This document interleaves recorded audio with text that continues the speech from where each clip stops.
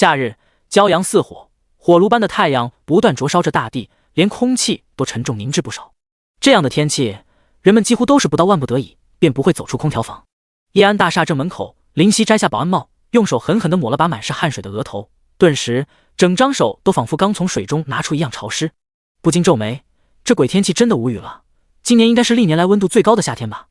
保安是一份看运气的职业，被分配的好的岗位，或许闲的就是坐着玩玩手机就能拿钱，如果不好，那么很不幸，生活一定是水深火热般煎熬。作为不幸的一份子，林夕被安排在了太阳底下维持治安站岗，对此，其他保安都报以同情的目光。稀稀拉拉的人进出大厦，林夕的任务就是不能让人在大厦的门口附近驻车停留，以及应付他人的询问。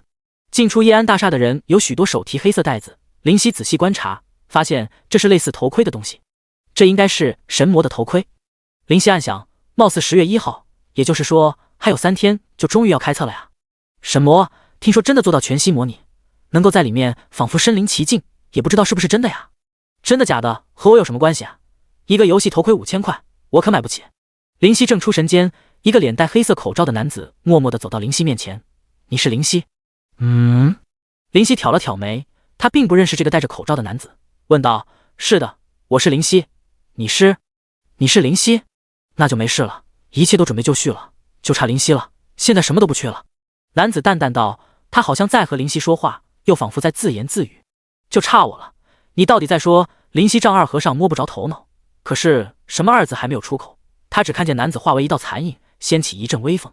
林夕瞳孔一缩，好快，来不及任何动作，脖梗一痛，眼前一黑，失去意识，干净利落地瘫软在地上。林夕的倒下引起周围人群的注意，男子淡定地从衣内口袋拿出警察的执照，正在工作。人们刚刚掀起的好奇心也就过去了。月色正浓，一轮在明月高高地挂在天上，将大地照得明亮而静谧。一片广阔的草原上，满眼的绿色铺盖，偶尔的一阵微风带来清爽和舒畅。如果有人在这里深深呼吸，便会发觉这里的空气和地球上污浊无比的空气完全不是一个档次。一只雪白的兔子蹦蹦跳跳，在草原上享受着美好的夜晚。呜！陡然，远处传来惊悚的声音，破坏了安逸的气氛。兔子如遭雷击，仓皇失措地跑开。放眼望去，首先入目的是一双双绿油油的眼睛，能清晰地感受到从眼睛里传递出的残忍和狡黠。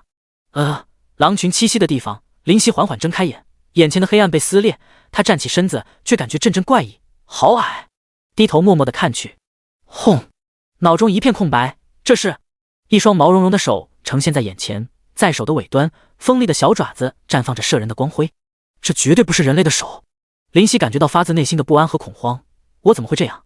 林夕默默想着原因。对了，我被那个戴着黑色口罩的男子击晕了，然后醒来，就到这里了，这不合理啊，是梦？一定是梦。林夕用手狠狠地朝自己的脸来了一击，啪！痛，而且真实。林夕打量一番四周，自己在草原上，难道真的有小说里的情节？穿越？在不远处，一群野狼在分食，不断撕咬一只倒在地上的野牛，血迹遍地，牛眼中的不甘和绝望非常的真实。野牛边上，一只母狼撕下一块大肉，转身朝林夕走来，嘴上夹着一块肉，那块肉上还有着血迹滴落在地上，发出滴答的声音。他眼中带着慈爱，来到林夕身边，将肉放下，用头轻轻地碰了碰林夕，以表达情绪。林夕感觉嘴角在抽搐，在之前自己还站在叶安大厦的门口巡逻，现在自己却莫名其妙地变成一只幼狼，这变化太大。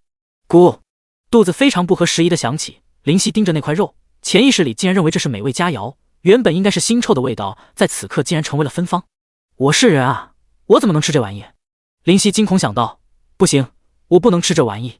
强忍着口腹之欲，林夕撇过头去。母狼看见自己的儿子竟然不吃，温柔地把林夕叼起来，放到肉块前面，又再次用头碰了碰林夕，仿佛在说，快吃，再不吃就长不大个子，你已经脱离喝母乳的年纪了。脑中挣扎了数十分钟，林夕最后还是控制不住对肉的渴望，把肉吃下了。旁边的母狼发出呜声，就像是在说，不够还有。等等，我怎么能明白母狼要表达的意思？林夕心中一惊，而后释然，看来我是真的成为一只幼狼，连狼的意思也能明白了。第一章，这是游戏。哞！一只野牛发出凄厉的哀嚎，但是周围都是狼群，狼是不可能去同情他的，更何况自己就是始作俑者。他的伙伴早早的就弃他而去，他落在了后头，便面临了死亡。一只狼前仆后继，用人海战术进行进攻。野牛的垂死挣扎还是非常强大的，能够将狼狠狠地甩下自己的身躯。可是当一只狼被他从身上甩下后，另一只可能就扑上去狠咬一口，而被甩下的狼口中几乎都咬着一块野牛身上的肉，这是生生从野牛身上咬下来的，其凶狠可想而知。野牛血液到处喷涌，狼群紧紧地围绕着他，没有丝毫机会脱离狼群的围剿，只能是耗费临死前的最后力气。在数分钟的挣扎后，林夕一口咬在遍体鳞伤的牛的脖子上，野牛带着不甘彻底的咽气死去。林夕来到这个地方已经3个月了，3个月的狼群生活让林夕习惯和接受了事实，做狼也没什么，至少没有人类世界的尔虞我诈。第一次猎杀野牛最后一击居然轮到我来解决，林夕有些感慨。突然身上涌起一股力量，仿佛身体接受了洗礼，令林夕不由得发出一声呻吟。数秒后那种感觉消失。刚刚的感觉，林夕感觉下身体力量似乎有些许提升，眨了眨眼，这是怎么回事？刚刚那种感觉好奇妙。林夕还在思索间，一声浑厚响亮的狼嚎响起，吸引了所有人，不，所有狼的注意。周围围绕着死去野牛，正在分食的狼群纷纷停下口中的活动，翘首看去。那是一只非常雄壮的狼，浑身浓密毛发是怪异的银色，身体比普通的狼粗壮了不知道几圈，一双尖锐獠牙惨白，摄人心魄。它的眼睛呈现惊人的红色，有力的爪子比之寻常狼族更加长而夸张。林夕目瞪口呆，这是狼？这是一个种族不？太夸张了，与林夕还有其他的狼都差距太大。他作为狼王，傲然地扫视一圈，然后目光停留在了林夕身上，眼中闪过一丝欣慰，来到林夕身边，又转过身躯，狼头向后看了眼林夕，又转头向前走去。林夕明白他的意思，他在说跟我来。虽然不明所以，但是林夕还是提足跟上去。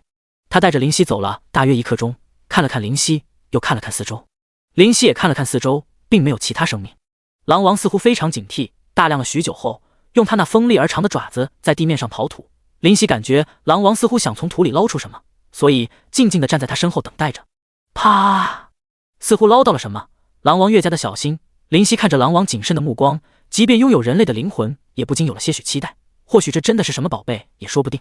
狼王从土中取出一个盒子，那是黑色的盒子，周围雕刻着无数复杂的花纹。在盒子的正面上方是一个宝石的图案，这颗宝石被锁链缠绕着，纠缠着，似乎在试图掩盖它的力量般。这里面是什么？林夕眯了眯眼。狼王将盒子打开，里面是一块血红色的宝石，散发着红色的光芒，显得极为妖异可怕。那光芒照在了林夕身上，林夕的狼毛竖起，他敏锐地嗅到一丝危险的味道。狼王叫了2声，意思大概是说不要慌，这没有威胁，而且还是一样宝贝。林夕慢慢平静下来，突然从心底泛起一股未知的力量，缓缓地涌向全身。这种感觉，这是刚刚杀死野牛时那股奇特的力量。不要怕，我曾经也接受过这种光的洗礼，没有任何危险，而且我的实力因此而增加不少。约1分钟后，那种力量增长的感觉慢慢的消失，但是林夕感觉自己的力量增加了数倍，与之前不可同日而语。他有信心，虽然才刚刚成年，但是绝对比那些成年的狼还要强大。而之所以会这样，都是因为这块散发红色光芒的宝石。狼王将盒子关闭，再放回刚刚捞出的地方，然后将土填回去，直到感觉满意，不会被人发现才停止。林夕还意犹未尽，这种感觉太奇妙，如果长期接受这种光芒的照射，恐怕自己的实力会超出狼应有的范畴。狼王看着他，不要想太多了，我的孩子，那种光芒每年只能接受1次，否则身体会承受不了而撑裂开来。当初我的朋友就是太过于贪图这种力量增加的快感，突然被自己撑死了，只能1年接受1次。有些遗憾的点点头，他再次仔细的观察四周，把这个地方牢牢的记住了。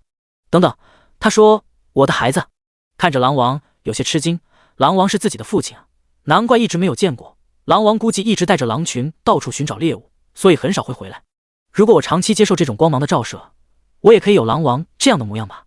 看着狼王威武霸气的模样，不禁期待万分。时间如同白驹过隙，转瞬间这样的生活持续了整整3年。这3年，林夕的实力可谓是飞速的增长，和狼群一起到处猎杀觅食。林夕去湖边看过自己的样子，确实因为接受了红光的照射产生改变了，渐渐接近狼王威风凛凛的样子，这令他有些许兴奋。他现在能够清晰地感受到其他狼眼中的尊敬，不仅仅是因为他是狼王的儿子，还因为自己的实力，这感觉太棒了。林夕非常喜欢这样安逸的生活，平淡无忧无虑，但是有许多疑惑。那块宝石一直压在心底，他很想弄清楚那到底是什么，又究竟是什么力量使得自己会不断增强，时常从体内有股能量洗礼全身。还有就是想回到人类世界，再舒服的生活环境，长久了终究有些厌烦。而且林夕很想走出草原，去其他地方看看。但是每当感觉快要走出这片草原，都能感觉到一股可怕的力量压在身上，令自己难以走出这块草原。这到底怎么回事？对此，他问过狼王，狼王摸了摸他的头，说这是天神的安排，无法抗拒。天神？林夕嗤之以鼻，不相信这个世界真的有天神这玩意。但是没过多久，他的想法就被彻底推翻。轰！庞大无比的威压从天而降，不知来源，但是那股浩瀚的太强大了，强大到连对抗的心都瓦解得一干二净。林夕感觉内心莫名的颤抖，忍不住地匍匐在草地上。不仅仅是自己，所有的狼都是如此。这块草原上所有的生命都能感觉到那至高无上的存在。这个世界上，上至各个族群的领主，下至一只老鼠、一只小鸡，都能感觉到那存在，并且不由自主地心生敬仰。天空中突然出现金光，散落下来，降临在大地上。林夕感觉自己的实力又飞涨一小截，这不是错觉，能清清楚楚地感受到。天神？真的有天神吗？我的子民们，我们世界将在1年后要迎来异世界的冒险者，他们会不断降临在各个村落，我会给这些村落再起名字，他们会帮助你们不断地战胜魔族和亡灵，希望你们能和他们好好相处。同时，我将会具体数据化你们的属性和能力，你们只需要默念属性面板便会出现。有些奇妙的地方，你们自己好好体会。说完，天空中的金光消失，一切好像没有发生过。可是林夕的内心早已泛起滔天巨浪，身体止不住的颤抖。居然真的有天神，在这个不是地球的地方居然有天神。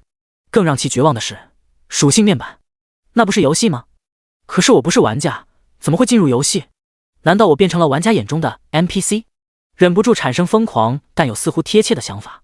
更让林夕抓狂的是，他不是人类，那边代表了他是野怪。苦笑不已，原来这里是游戏世界啊，我穿越到游戏里面了，而且还是一定会被玩家杀死的野怪，这也太操蛋了点吧。这样的巨变实在难以接受。不行，不能再待在这个地方了。野狼那是什么？事实告诉他，那就是低级的野怪啊，是玩家一开始就会开始攻略的地方。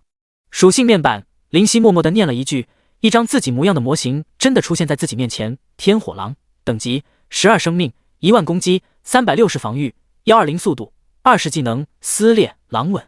简介：普通的野狼在经过未知光芒的照射变异而成，拥有比野狼更大的实力和潜力。第2章宝石中的恶魔。看着自己的属性面板，感觉匪夷所思，这太超出自己的理解范畴，忍不住在简介上面多停留了会儿，随后轻轻呼出口气，安慰自己，看来至少不是一只普普通通的野狼，算是不幸中的万幸。这还要多亏了我名义上的父亲肯和我分享的那块红色宝石。那块被狼王视为珍宝的红色宝石到底是什么？他也问过狼王，狼王当时却说这块宝石是从天外降临在草原上，在草原上砸出一个大坑，他和他的朋友都正好在附近，就获得了这块宝石，其他都一概不知。而想要离开这里，必须克服那种可怕的压力，现在基本上希望渺茫，唯一的机会恐怕就在狼王的那块宝石了。仅仅是接受1年1次的照射，就能让我从普普通通的野狼拥有如今超越普通野狼的实力。那如果触碰呢？如果随身携带呢？甚至吞下去呢？顿时感觉到一种难以抑制的口干，那会拥有多么强大的力量？如果能从红色宝石那里得到突破自己出生地的力量，或许我还是有生路可言的。而且仅仅只是希望，但是没有的话，想到这里，本来有些激动的心又抑郁下来。没有的话，恐怕就是被玩家宰割的料，无论是怎么躲藏，又怎么能逃脱玩家的法眼，逃脱类似侦查术之类的探查类技能的法眼，玩家总会一步步地占领这个游戏世界。迈着沉重的步子去寻找狼王，心中惴惴不安。如果狼王不允许怎么办？算了，想那么多干嘛？走一步看一步。狼王就正好在领地里休息，在小憩。但是在林夕来到他身边时，就清醒过来，睁开了眼。怎么了，我的孩子？我想拥有离开这里，离开草原的能力，或者说是力量。狼王眼中带着惊异，这不是普通野狼该兴起的想法。现在的生活不是挺好的吗？而且离开这里的方法，从我成为领主的那一刻起，从天神那里得知，是需要远远超越自己所在领地的力量。我自问自己的实力已经非常强大，但还是无法离开。你又怎么做到？我的孩子，你拥有比我更好的天赋，我相信你能在5年内超越我。或许以后你真的能离开这里，但是现在……听了狼王的话，有些沉默。5年，那只是实力上超越狼王，甚至还未必能离开。玩家在1年后降临，时间根本来不及。在玩家降临后的几天里，或许就会成为一堆数据，就算会被重新刷新，可是那时自己还是自己吗？就算是实力是否会倒退呢？林夕不敢冒这样的险，不禁咬牙，必须要拼一把。我想利用红色宝石试试看。狼王瞪大了眼，你在想什么？我告诉过你，过去痴迷那种获得力量的快感，从而得到自己无法掌控的力量，是会死的。我不管，我就要冒险试试，不成功便成人。你太倔强了。狼王看着他坚毅的眼神，叹了口气，不忍责怪。他从来没有好好的和自己的儿子说过话，而且他感觉自己的儿子也对他这个父亲并不感冒。随他去吧，他长大了，从来没有让我失望过。而且当初自己的朋友实在太贪婪了，而自己的儿子望着自己儿子执着的表情，狼王动摇了，产生这样的念头。思忖良久，就在林夕近乎以为狼王将会拒绝时，狼王用他的右前足轻轻地抚摸他的头。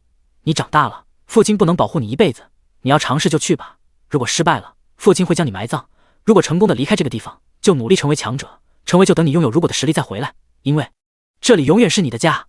耳边突然响起一道声音，是悦耳的女声，一点系统铃声的感觉都没有。叮！天火狼王将自己的领主称号赐予你。叮！你获得称号狼王。狼王称号，野狼中的王者，拥有远远超越普通野狼的实力，生命正300%，全属性正30%。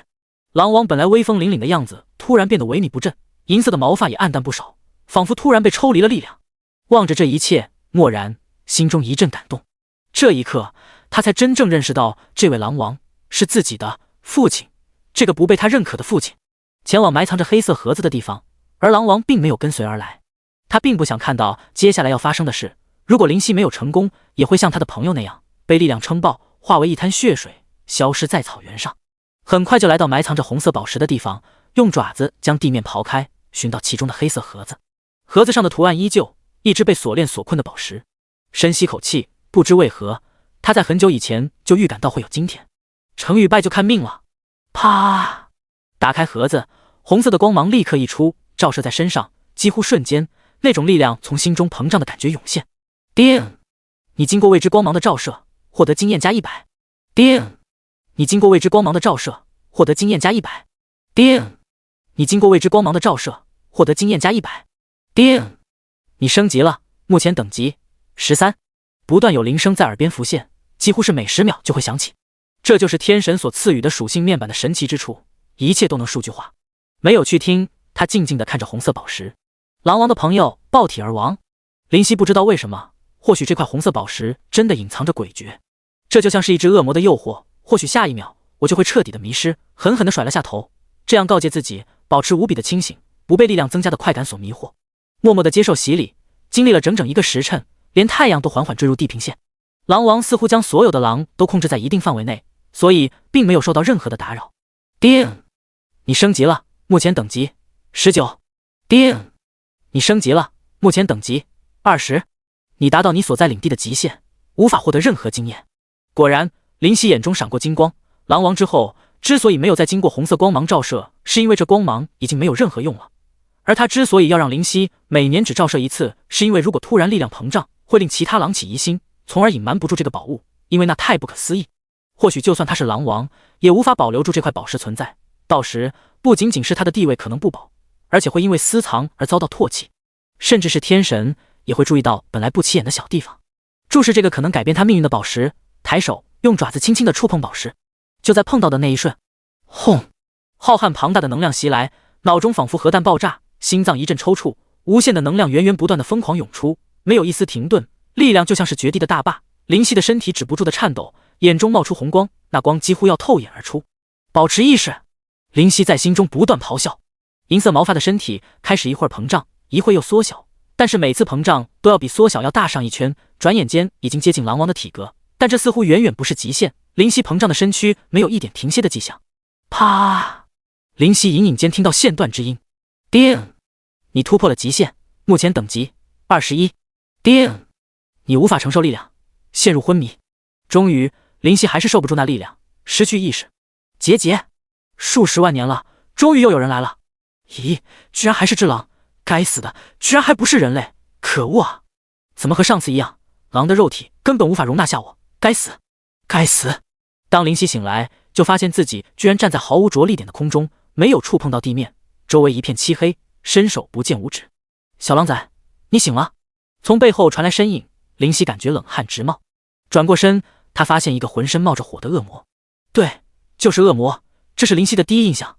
一双巨大的肉翼在背后收拢，皮肤呈现为灰色，身材瘦高，却感觉孔武有力，穿着火红色的铠甲，一双被瞳孔占据全部的眼睛带着冷意，令人不寒而栗。嘴的左右两边都有着獠牙吐出，耳朵没有耳垂，而且上方是尖尖的。一头红发肆意地散落在背后，五官却相当精致，毫无违和感。他指了指灵犀，可以看见他的指甲为黑色，说道：“你们这种野狼，连被我夺舍的资格都没有，只有死亡一条路。”看见他的那一刻，灵犀感觉有块巨石顷刻间压在自己身上，忍不住的闷哼一声，深吸口气，能听懂恶魔的话语，明明说的不是狼语，也不是人类的语言，但是还是清醒的听懂了。压下内心的震惊，思忖片刻，缓缓开口道：“但我没有立刻死去，而是有机会和你进行交谈，说明我并非只有死路一条。”恶魔闻言惊奇道：“你倒是和上次的那只有些不一样，有几分胆色，敢在我面前保持理智，没有被我的威压击垮，这样也好，我重得自由的机会也就更大了。我是有事情要您帮我，不，准确的说是你求我给你机会帮我做事。不过……”恶魔说完突然邪邪的笑了，在那之前要先给你一些教训，让你对我保持点尊重，节节。第3章反击。灵犀嗅到一丝不安，蓦然身体中开始瘙痒发烫，非常难以忍受。当用爪子去抓自己的皮时，却又感觉无从下手，仿佛身体的每一个地方都不是瘙痒的重点部位，又感觉每一个部位都是瘙痒部位，但还是情不自禁的去抓，去想方设法的止痒。很难受是不是？到底是哪里痒也说不清。恶魔的嘴角带着戏谑，眼中略有些满足的神情。他已经很久没有和在和说话了，上一次还是10年前。那只脸脑中满是贪婪的野狼，仅仅坚持了一会儿就不行了，望他还寄予厚望。灵犀眉头微皱，突然停下抓痒，将爪子从身上抽离，放下，目光稳定，静静地看着恶魔。恶魔略带吃惊，不痒了，不痛了？不。灵犀摇头，表情非常的诚恳认真，道：“痒，很痒。那你为什么停下？”恶魔的眼中带着疑惑。灵犀突然笑道：“想知道？”恶魔点头，突然表情一阵怪异，似乎感觉有些很形象不符，怪笑道：“还反客为主了，不给你点厉害看看，还不知道我到底多厉害。”哼！他手指在空中微微一点，感觉身上仿佛有无数的虫子的蠕动，在撕咬自己的狼皮，痒如骨髓，却无处着力，那种痛苦让人疯狂。全身的毛发本来是略带银色的，却渐渐转变为红色，从微红到大红，再到深红、紫红。忍不住发出一声痛苦的咆哮，眼中燃起血红色的光辉，表情逐渐狰狞，显得可怖。现在感觉如何？恶魔奸笑道。灵犀的声音略带嘶哑：“恶魔大人，还能更痛苦吗？我觉得我还可以承受。”“什么？还可以承受？”恶魔似乎大吃一惊，这可是前所未有的祝福了，难道？惊喜的神色从眼中一闪而过，笑道：“好，我就是出最高等级的诅咒，如果你能承受，那我就认可你，让你为我做事。”恶魔的表情渐渐严肃，手上开始有所动作，使出一个个的奇特手势，嘴上喃喃有词，似吟唱，似祷告，目光中带着虔诚。大诅咒术！噗！从口中狠狠地吐出一口鲜血，全身的毛发竖立，紧紧地咬牙，牙龈都挤出了鲜血，匍匐的地上，全身的肌肉绷得如同石块。怎么样，受不了了？恶魔问道。这时的他没有刚刚的戏谑语气，非常认真。不，还行。灵犀不断喘息漱口气，才勉强能说出话来，道：“恶魔大人啊，我有几个问题想问你。”“什么？问？”恶魔随意道，眼睛死死地看着他的变化，因为他的身躯表面有着紫色的雷电在闪烁，发出滋滋的声音，非常神奇。他自己也不知道接受了最大程度的祝福会变得怎么样。而恶魔以为其实过于痛苦，想分散注意力。第一点，我所料不错的话，你是被困在宝石里，你自己也说了，被困了整整数十万年，你的力量没有一丝减弱吗？灵犀问道。问完，从嘴中又咳出一口鲜血，不是污血，这血迹呈现为黑色，还散发出难闻的恶臭。自然是没有，这还用问？如果减弱了，你还有这里可怜的匍匐在我面前。恶魔表情一滞，随后大笑道：“可是……”直起身体，再道：“你一开始用威压来压我，试图让我心生敬畏，这是为何？我，一个高等的恶魔，自然是需要一个对我忠诚的仆人，而不是伙伴。”恶魔理直气壮回答。那好，那你为何不展现出肉体上压倒性的力量来迫使我臣服，而是企图用这种有些下等卑鄙的手段来使我求饶？肉体上的痛苦是短暂的，只有精神上的折磨才能牢牢记住我是你的主人，你是我的仆人。恶魔双手交叉于胸前，睥睨地看着灵犀不堪的模样。第二点，你本来是准备夺舍我。是的，恶魔不假思索道，可惜你的灵魂实在太弱小了，身体也不如人类那般符合夺舍的要求，失败的几率极大，所以我只有放弃这种方法。那为什么当初的野狼是身体爆裂而亡，就像是承受不住某种力量被撑爆的，而不是被夺舍而死的？照小说里的说法，夺舍应该是代替或者消灭对方的灵魂，从而取而代之的，怎么会身体破碎呢？恶魔一愣，显然没想到林夕会纠结在这种小细节，冷笑道：小说，你也说了是小说，怎么会现实情况是一样的呢？那不过是人构思出来的虚拟的东西而已。那好，林夕迈开步子，木栈冷殿，向恶魔走去。最后一个问题，你怎么知道小说这里似乎不是地球，也有小说那种玩意？你为什么不想我靠近？我怎么感觉你从一开始就想和我拉开距离？还有，恶魔那种东西，难道不应该是传说中的东西吗？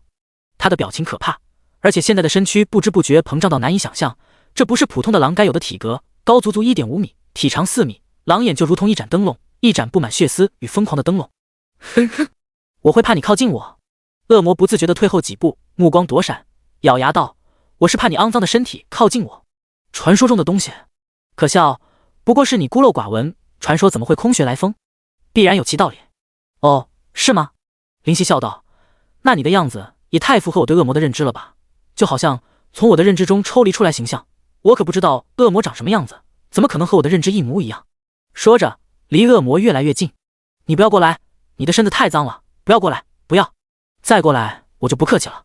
不管不顾，对恶魔的叫嚣置若罔闻，不紧不慢的靠近。就在快要碰到的那一刻，奇迹出现了。呜，好可怕，宝宝好怕，妈妈，宝宝好怕。明知道我最怕野兽了，为什么总是有狼进来？为什么就不能是一只兔子呢？呜，恶魔的身体突然变小，急剧缩小，直到变成5岁娃娃的模样，粉雕玉琢的像是一个陶瓷娃娃，只是眼中带着恐惧，还有泪痕滑落。从恶魔变成了小屁孩，这样的剧情反转实在令人难以接受。林夕的表情呆滞了片刻，这也太无语了，原来被关在红色宝石里的可怕存在是一个小屁孩。站在恶魔的身边，看着他哭泣，非常纳闷。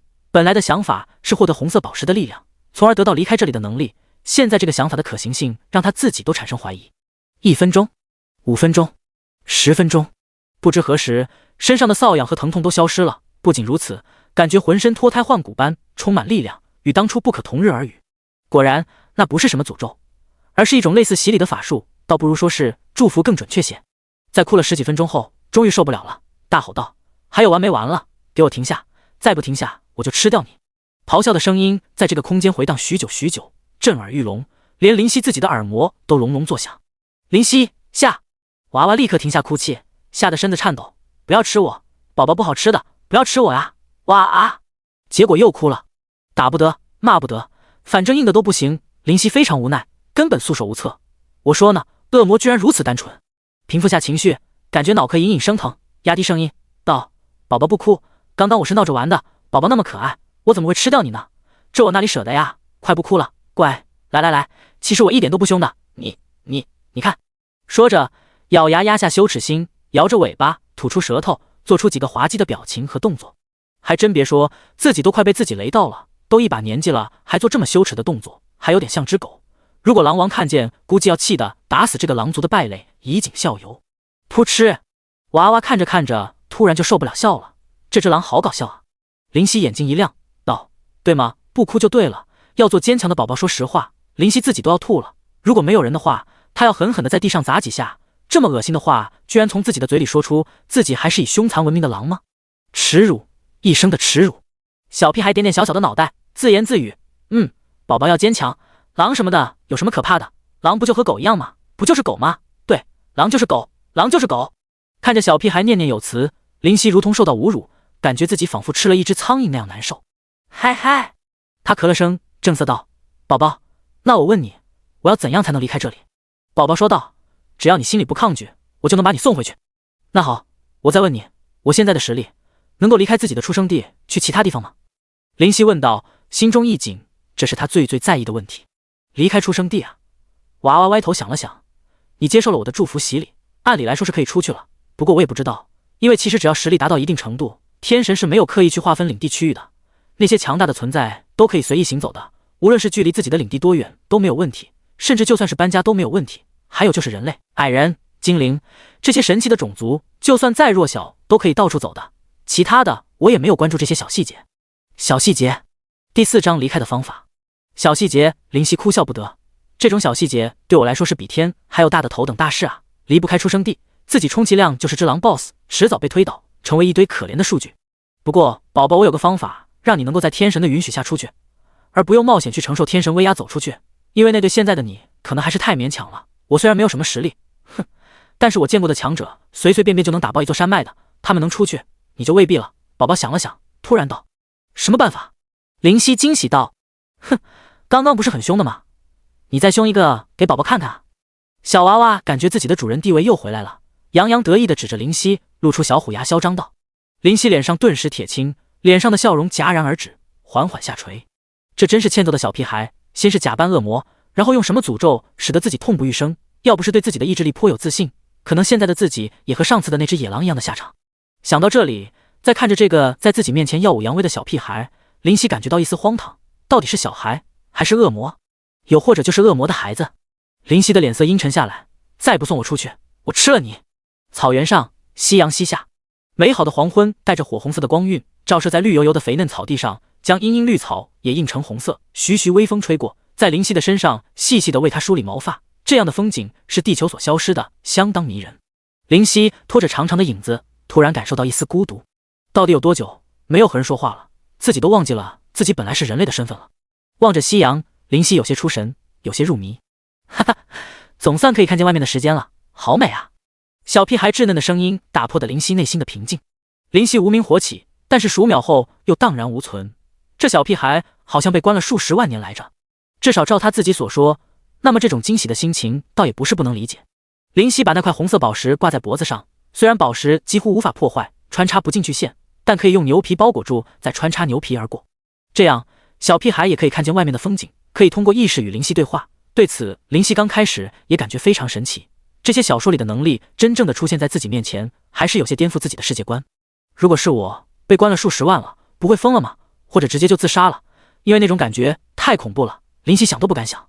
要知道，普通人1星期不和人说话，没有手机网络，关在小地方，就有可能会自杀了。小屁孩，你在里面日子是怎么度过的？灵犀忍不住好奇问道。怎么度过的啊？小屁孩歪头，皱起可爱的穷鼻思索了一下。我也不知道哎，就好像在睡觉，睡着就有人进来，然后我就知道了，就醒过来了。那一共进去过多少人？灵犀询问。大概有8、9个吧，有2个人都意志力好强大的，接受了非常高等级的诅咒，然后就变得好强大，不过还是死了。小屁孩嘟嘴道。你说的诅咒是不是等级越高越好？差不多吧，因为那是提升潜力的。那我接受的等级够不够高？有没有他们高？灵犀若有所思道。这个被困在红色宝石里的小屁孩到底是谁？又是谁把他困在里面的？还有，这样做的目的是什么？哎呀，你问题怎么这么多啊？好烦啊！算了，不和你说话了。真是的，比我还要啰嗦，烦死了。灵犀，时光荏苒，1年的时间转瞬即逝。这1年来，灵犀总是刻意的避开狼群，独自行动。他发现狼王去找他了，在没有找到红色宝石，也没有发现灵犀的尸体痕迹后，理所当然的认为灵犀成功了，非常欣慰。而且事实也证明灵犀出去了，因为草原上没有灵犀的影子。其实并非如此，灵犀一直在草原上，他在接受了诅咒后，实力有了大幅度的提升，在狼群发现自己之前，就能刻意躲避开。1年了，估计玩家也要降临了，也就是说，战争快要开始了。灵犀的语气有些沉重。玩家？你说的是即将降临的冒险者吧？他们怎么叫玩家呢？虽然说天神给予了他们永远不会死去的灵魂，但是这也算不了什么吧？每被杀一次，他们的实力就会降低，而且灵魂会缺少一小块，潜力也会下降。虽然让人羡慕，但是他们的实力据说超级弱小的，只有完成原住民的任务或者杀死实力相差不多的生命，才能得到实力的提高。小屁孩疑惑道：实力弱小，他们的实力增长速度恐怕会超越所有人的想象啊！灵犀听着哑然失笑，摇头道：升级什么的，对于玩家而言不过是家常便饭，还出来没有听说过玩家的平均等级下降之类的消息。小屁孩不以为然，皱起眉头，鄙夷道：这算什么呀？弱就是弱，实力提升再快，他们也要依靠原住民获得的实力，都不说通过苦练而得，基本功根本不扎实，同实力恐怕连原住民的几招都接不住。灵犀叹了口气，不再和小屁孩争执，谁能懂玩家的可怕呀？那可不是一个玩家，而是成千上万的恐怕人海啊！一个人再强，也会被他们用人海战术给堆死。蓦然，轰！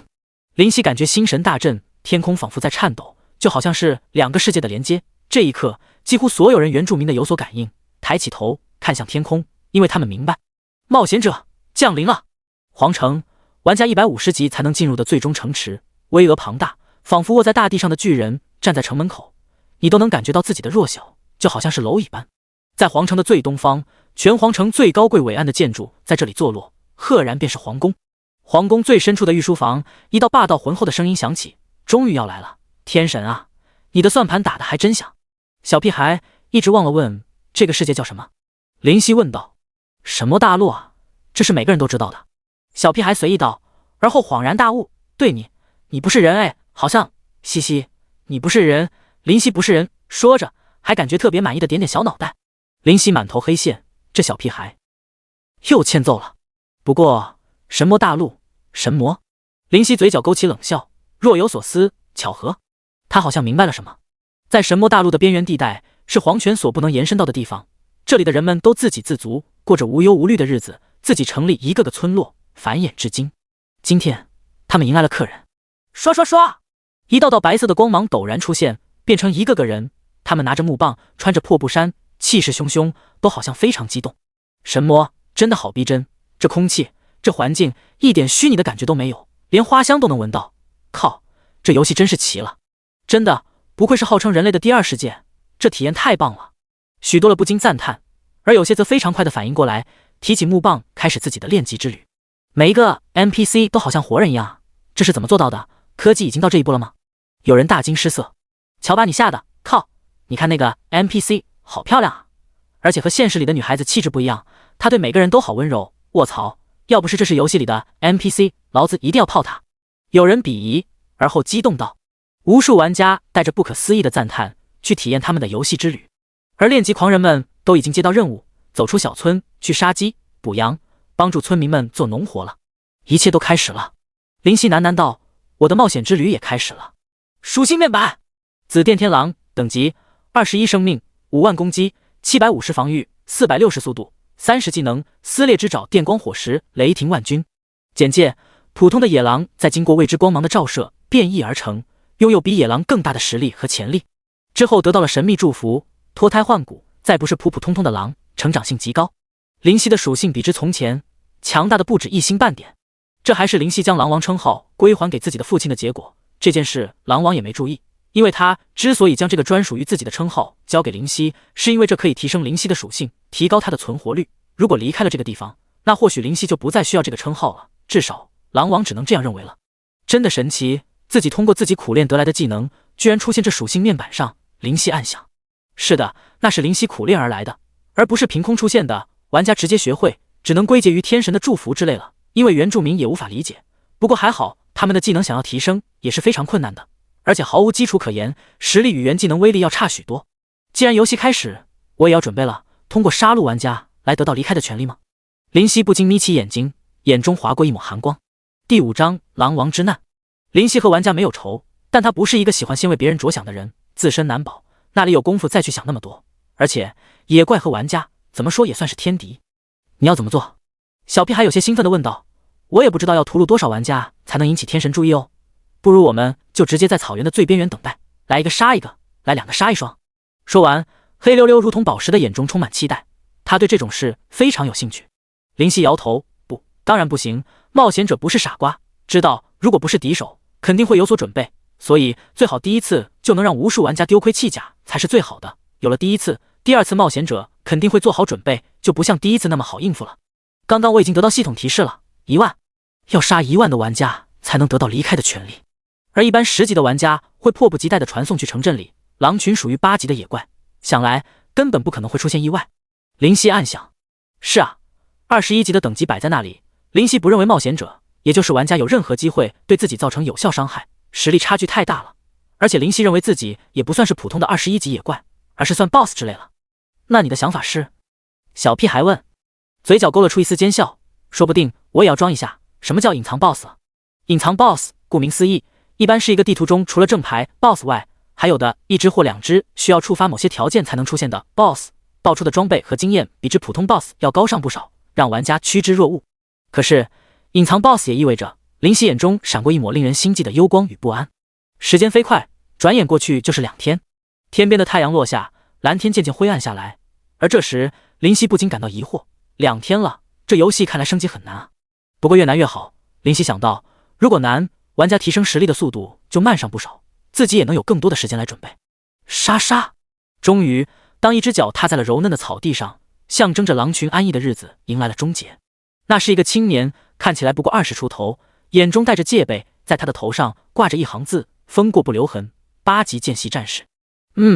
野狼是8级怪，正好能刷得动。话说这游戏怎么连 BOSS 都？他正在观察四周，突然发现了在狼群中间的狼王 BOSS， 绝对是 BOSS， 甚至有可能是神魔的第一只 BOSS。他激动地发送消息给工会，更是接通了会长的电话。多，喂！一道清脆的女声传来。会长 ，BOSS， 我发现了 BOSS， 这很可能是神魔第一只 BOSS。那个青年忍不住激动道。电话那边沉寂了片刻，似乎被这个消息震惊了，而后也是略带激动道：好，我马上集结工会里的人过去，不要声张，让其他工会的人也知道了，咱们就杀了第一只 BOSS， 在系统公告上好好出风头，为我们在神魔中的发展建立至关重要的一步。是，会长，我就在这看着。几号新手村，地点坐标发过来，这次的功劳先给你记着。青年兴奋至极，快速将坐标发过去。林夕躲在角落，冷冷地看着那个青年在那里摩拳擦掌。也行过不了多久，我就能离开这里。陆陆续续的，有大把的玩家出现在草原上，他们聚集在一处，大约有200人。领头的是位女性，而且相貌不凡，五官精致，皮肤细腻，长发扎起一个马尾，干净利落，穿着厚重野猪铠甲，却丝毫挡不住她婀娜的身姿，手中拿着一把长剑，整个人显得意气风发，望着前方的狼王，眼中划过一抹激动。带刺玫瑰，9级见习剑士。他不禁问身边的左右手：怎么样，吃得下吗？旁边也是一个女孩，小家碧玉的模样也颇为可人，手中拿着干枯的木杖，应该是法师或者召唤师职业。她嘴唇微起，按理来说是可以的，但是不能看出狼王的等级和属性，不能打包票。我们也试图将狼王身边的狼群吸引走，但是也不行，可能要同时面对狼王和狼群的集体进攻。现在我们的平均等级才8级，野狼的属性很高，需要2至3个玩家才能面对一只野狼。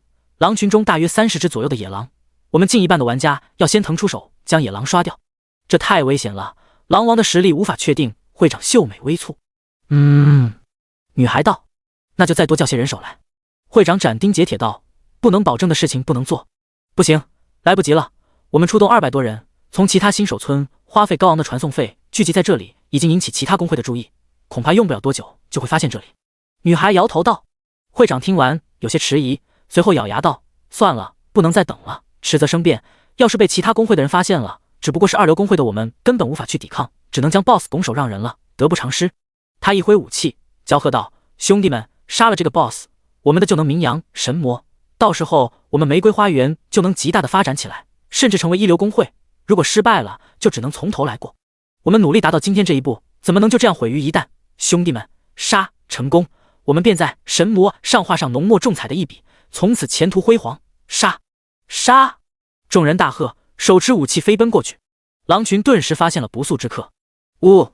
一声愤怒的咆哮，狼王带着狼群和玩家焦灼在一起。狼王很愤怒，从来没有人跟在他们领地撒野，他化为一道流星冲入人群，每一爪都能让一个玩家受到重创。狼王正大发神威间，唰！一道剑光闪过，击打在狼王的身上，狼王吃痛不禁后撤。-135。会长明眸中闪过喜色，能破防。狼王愤怒的大吼，锋利的爪子带着摄人心魄的寒芒，顷刻间直奔会长而去。牧师，乃我！会长冷静喝道。-650。+35+36+42。一道无比鲜红的数字过后，会长的身上绿光缠绕，剑底的血条顿时回满。有玩家惊呼：不愧是会长，抗住了！说着，周围玩家精神一振，手上动作更加有力，脸上表现出激动。全神魔的第一只 BOSS 啊，很可能是他们杀死的。会长呼出口气，还好没有被秒掉，要是被秒了，那么这场战役也基本宣告失败了。狼王一愣，居然没有死掉，随后更是愤怒，狼爪撕裂空气。-420。会长的血条顿时又见底，但是顷刻回满。他的后面除了纠缠狼群的战士，还有大把的牧师关注他。果然，那是技能，不是普通攻击，所以伤害那么骇人，那么接下来就好办了。肉盾攻击抗上来！会长摆手说道：只要不暴击，狼王秒不了人，这个 BOSS 十拿九稳。顿时又5个血防加点的玩家围着狼王。狼王既愤怒又无奈，他做不到秒杀任何一个人，除非触发致命一击。狼群渐渐被消灭，大家都围绕着狼王进行输出。远程的法师和弓箭手不断的火力输出。23、25、34虽然数字很小，但是积少成多，狼王的血条还是在慢慢的下降。林夕在远方看到心急如焚，但是又感觉无可奈何。他知道狼王会有今天，这是命运，命运注定了他将是玩家的垫脚石。林夕很清楚，可是明白不代表能接受。狼王不像领地里的母狼，母狼是不可能杀死了，他们如同处于安全区，是不可能有玩家将视线放在那里，天神也不允许。但是狼王要出来狩猎，要出来冒险，所以这种保护对他是无效的。他可以救狼王，自己的父亲，但是理智告诉他，即便就得了一时，也就不了一世啊。狼王离不开这里，突破不了天神的压制，也就是说，狼王注定被众人杀死，成为他们的胜利果实。很早之前，林夕就知道会有今天，所以他才选择不与狼王见面。可恶啊！不由发出低吼：“小屁孩，你的那种诅咒真的不能再来一次吗？”不行。小屁孩似乎感觉到他的焦急，这次他没有开玩笑，很认真回答：“只有当一个接受了诅咒的人死去，我才能再次释放。”妈的！林夕不禁爆出粗口，双眼通红。看着狼王的生命越来越少，那渐渐虚弱的身躯，林夕突然想到父亲摸着自己的头，让自己去尝试离开这里，让自己试着拥有红色宝石的力量，那慈爱的眼神，将自己的狼王称号交给自己的决绝。狗日的，老子就不信邪了，天神是吧？天要和我作对，我就逆天给你看！林夕大吼：“连亲人都保护不了，我还有什么用？就算知道我穿越的答案，又能怎么样？”化为一道残影，往战场飞奔，眼中带着疯狂和决绝。至于之前的计划，通通抛之脑后。第6章全灭。会长看着狼王见底的血条，压制不住内心的激动。只要再过1分钟，或许自己就能上神魔的头条，玫瑰花园将迎来历史性的一步。大家加油，马上就能推倒这个狼王了，我们玫瑰花园的崛起之时指日可待。玫瑰花园的会长激励道。好！工会里的人几乎都有些激动，神魔不是普通的游戏，连政府都公开表明这将会是人类的第2世界，其意义可想而知。狼王的内心夹杂的无限的愤怒，连身形都无法保持，被玫瑰工会的一个骑士推得向后踉跄，表明其已经无力回天。头上的血条薄得几乎只是血丝。1653-60000。呜！狼王的视线开始模糊，在最后一刻，他想到了自己的妻子在营地里那眺望他归来的身影的眼神，还有已经成功离开领地不知去向的儿子，心中陡然升起求生欲望。死！我为什么要死？我是狼王，这些人用这么卑鄙来杀死我，我怎么能甘心？我的妻子还需要我猎食回去，我的儿子能拥有离开领地的雄心壮志，我为什么就不能？难道做了狼王这么多年，我反而因为安逸的生活成为一个窝囊废？呜！狼王的眼睛染上血色，周围狼群已经被消灭得一干二净。之前大家还在笑着分享胜利果实，而现在通通闭上双眼，离他而去。这些都是他的子民啊！会长望着绝望嚎叫的狼王，心中陡然升起一丝不安。大家速战速决，到时候按贡献分装备。是，会长。呜！狼王皮肤表明的银色毛发蓦然渐变，从银色开始渐渐转变为金色，体型也开始难以想象的变大。转眼间就有人们腰部那么高，还在不断持续的增长。叮！白银级 BOSS 狼王银月狼王20，由于强大的求生欲望超越极限，进化为黄金级 BOSS 金翼嗜血狼25。由于狼王生命垂危，所以全属性负 50%， 持续1小时。叮！白银级 BOSS 狼王银月狼王20，由于强大的求生欲望超越极限，进化为黄金级 BOSS 金翼嗜血狼25。由于狼王生命垂危，所以全属性负 50%， 持续1小时。叮！白银级 BOSS 狼王银月狼王20，由于强大的求生欲望超越极限，进化为黄金级 BOSS 金翼嗜血狼25。由于狼王生命垂危，所以全属性负 50%， 持续1小时。狼王头上的字发生变化，金翼嗜血狼25级。所有的玩家都收到了这条消息，众人哗然。会长听到这条消息如遭雷击，麻木片刻后变为狂喜，天助我也！大家看，狼王的生命值上限虽然上升了，但是现在的生命值只是刚刚的100%上升。我们玫瑰花园要名扬中国，不是名扬世界，兄弟们，杀！杀！工会里的人调集了，工会都会给予丰厚的补偿，当然，这是只为工会牺牲。比如说现在，果然，狼王的生命并没上升多少。3792-12000魔法师不断的吟唱，一个个小火球在他们身边绽放，而后击射向狼王，但是在狼王皮肤表明没有留下任何的损伤。75 miss， 尽管不过是很小很小的数字，但同样架不住人多。弓箭手手中的剑一刻不停的施法，由于和平模式，即便是打到自己人，又不会产生任何伤害。而剑雨落在狼王身上都能带着4至5点生命，当然也有许多的 miss， 但丝毫不会受到影响。他们是工会的精英，不是游戏菜鸟。黄金级 BOSS， 尤其是第一只，几乎是必定会掉落1件，不，甚至是2、3件的黄金级装备啊！这已经不是财富了，是荣誉。会长心中想到。狼王由于进化，全属性大幅度的上升，但是奈何全属性负 50% 的恐怕削弱，仅仅是普通攻击的话，也无法带走一个玩家的生命，需要使用技能才行。而每当一个玩家化为白光消失，都会有玩家再次涌上来，不要命的攻击。前仆后继，狼王眼中带起一抹绝望。由于进化，他产生的希望，但没想到因为身体状况的问题，居然无法发挥出全力。这种感觉无奈的令人疯狂。呜！狼王发出他最后的叫声，用尽了全力，还是这样的结局。呜！一道更嘹亮的吼叫出现，令狼王一愣。众人视线不禁被吸引，那是一只浑身紫色毛发的狼，体型比之进化的狼王还要大上一圈。粗壮的4肢奔走间，令人几乎难以更上他的视线。他的眼睛通红，带着嗜血的疯狂，不凡。单第一眼就知道不是寻常的狼。玩家的视线中，他的名字比形象更加可怕：紫电天狼。等级：生命、攻击、防御、速度、技能。简介：普通的野狼在经过未知光芒的照射变异而成，拥有比野狼更大的实力和潜力。之后得到了神秘祝福，脱胎换骨，再不是普普通通的狼，成长性极高。无法查看，说明起码超越玩家10级。而看不见的，才是最令人恐惧和神秘的。什么？会长脸色大变，娇嫩的脸上原本喜悦的情绪蓦然一沉。还有援军，杀一个 BOSS 能出现这么多的意外。先是狼王进化，而后还有援军，难道这是系统在为第一个 BOSS 增加难度？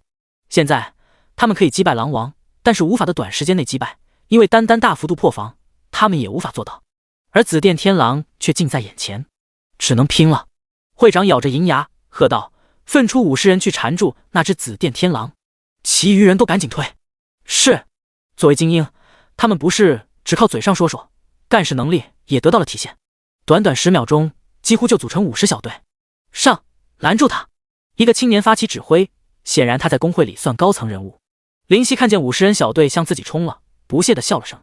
就在相接的那一刹那，林夕锋利的爪子就狠狠地抓在了一个玩家的身上。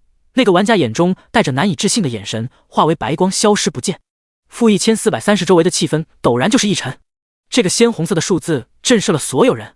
但这远远还没有结束，林夕在人群里疯狂的攻击，几乎每一次的攻击都能瞬间都带走一条生命，热腾腾的鲜血喷涌在林夕的身上，而后带着无尽的恐惧返回新手村。林夕眼中满是不屑，这些连10级都没有到的人根本不足以对他造成哪怕一丝丝的伤害。噗噗噗！1503、1406、1485现阶段的玩家连生命都没有突破1000，完全承受不了如此不讲理的伤害数字。狼王看着自己的儿子过来营救自己，眼中蓦然绽放出希望，垂死挣扎。1353、120000会长看着这样的生命值，不禁紧紧握住自己手中的剑，在狼王身上狠狠地划出一道伤痕。负13，可恶！就算是工会里装备最好的他，也无法做到破防。进化了的狼王防御实在太高了。林夕还在疯狂的屠戮，几乎每1秒都有一个玩家要返回新手村。短30秒内，林夕的手上已经杀了50人过半。呜！林夕畅快的大吼一声，这才是他真正想要的人生，在狼群中的生活看似激情，实在太过安逸。妈的，老子和你拼了！一个玩家气得满脸通红，将手里的斧头劈向林夕。唰！林夕一瞥，陡然化为残影，出现在那位玩家背后，一道利爪扑下。噗！负1430那位玩家愕然，不明所以的变成一道白光消失。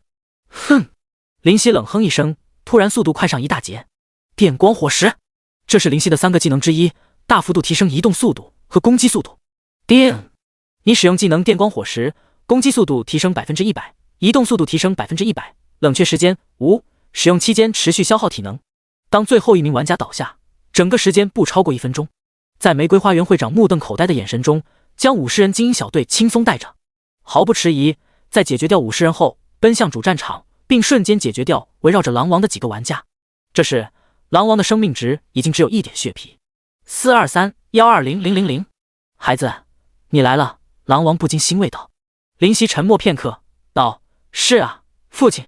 会长恨得咬牙切齿，这种离胜利、离辉煌只有一步之遥的感觉，太折磨人。会长，我们怎么办？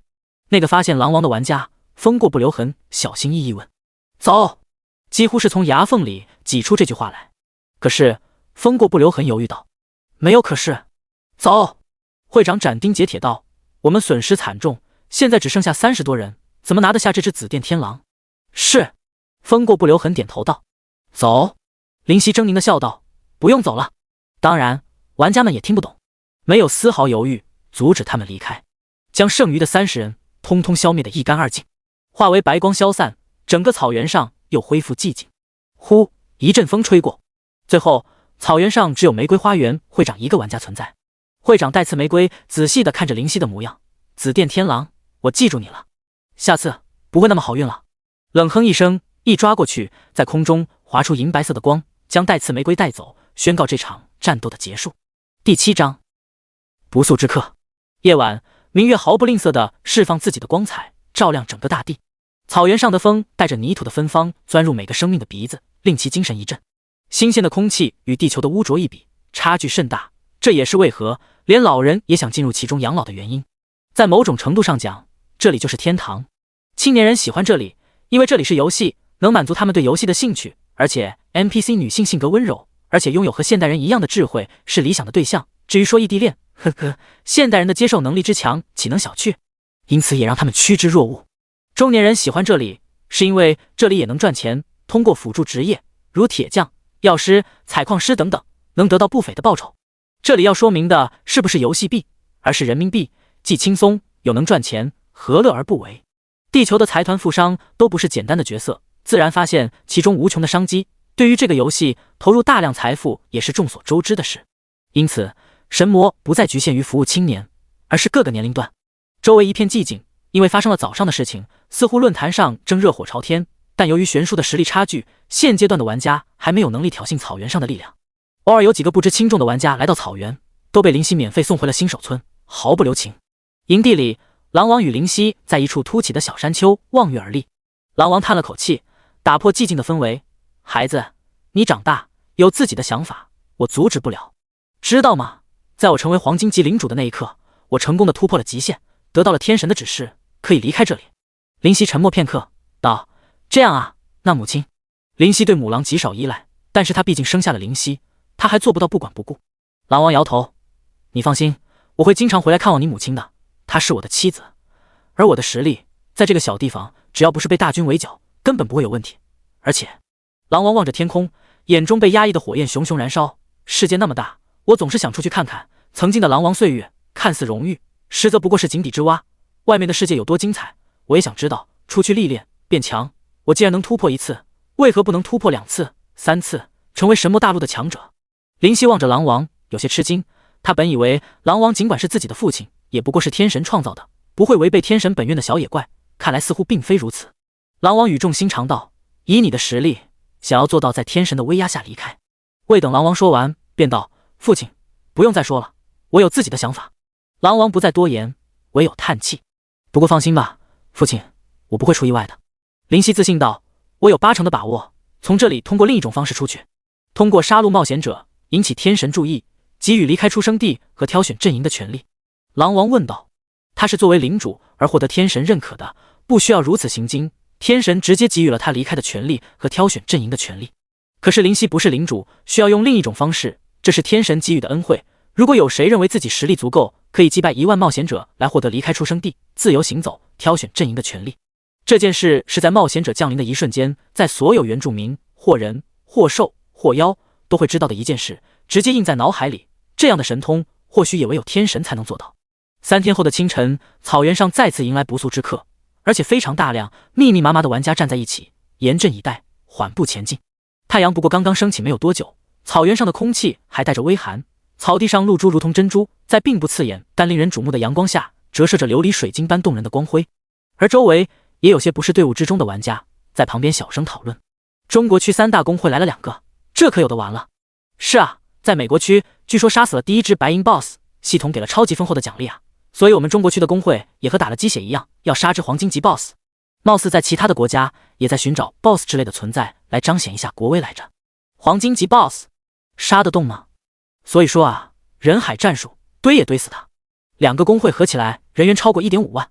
话说这也太大题小做了吧，就算是黄金级 BOSS 也不过是20级左右的而已，这么声势浩大至于吗？这次2大工会的目标是啥来着？狼王？不是，据说是一只隐藏 BOSS， 玫瑰花园好像就是因为那只 BOSS 最后团灭的，叫啥来着？我想想，哦，对了，叫什么紫电天狼来着，听名字貌似挺屌的。搞得玫瑰花园本来可能要闻名世界的，结果现在元气大伤，连2流工会都快算不上了。带刺玫瑰手持利剑击倒一只野牛，唰，一道金光散落。10级，他目光悠悠地看向草原，那个让他品尝到失败的地方。紫电天狼，不要让我小看你啊！林夕目光炯炯，望着前方的人海，直接冲进去。我可没这么傻，进去后可就要面对无数不怕死的玩家了。只是调级根本无法让玩家有任何的犹豫，工会里的补贴就足够弥补过来了。在最前方，一个装备精良的玩家傲然站着，绝对无敌10级见习战士，绝对领域的副会长啊！能混到副会长，这家伙年薪绝对上千万，甚至上亿吧，不禁有玩家投去羡慕嫉妒的眼神。绝对无敌最享受的就是这种眼神，没有比这种眼神更让人舒服了。哟，绝对领域的副会长似乎很享受啊！一道戏谑的声音从身边传来。神圣裁决10级见习骑士。绝对无敌的嘴角微微下滑，但是马上又挑起，笑道：哪里，盛唐的副会长，这是什么话？我能做得到副会长，还是会长的赞赏。如果不是这样，自己恐怕还只是职业玩家里的小人物而已，怎么会因为别人的眼光而洋洋得意呢？人不能忘本啊！绝对无敌对自己这一番话非常满意，谦逊礼貌，他感觉自己已经完全适应作为人上人该说的话了。非常简单。哦，是吗？神圣裁决轻蔑道：我可没说，我指的是什么让绝对无敌副会长那么享受，这倒好，自己倒先说出来了。呵呵，他最看不起的就是靠这自己姐姐才爬到副会长位置的人，没什么本事，全靠山顶着。绝对无敌脸上一沉，哼，盛唐的副会长话里带刺啊。不过现在不是斤斤计较的时候，不说这个，咱们还是商量下怎么应对 BOSS 吧。心里不禁问候神圣裁决全家。应对需要什么应对策略？一个黄金级 BOSS 而已，直接堆上去，看他死不死。这才是绝对无敌的内心想法。神圣裁决点了点头，沉默揣度一番，道：我们先包饺过去，令 BOSS 无路可退，到时候再发起进攻，这是最稳妥的方法了。是。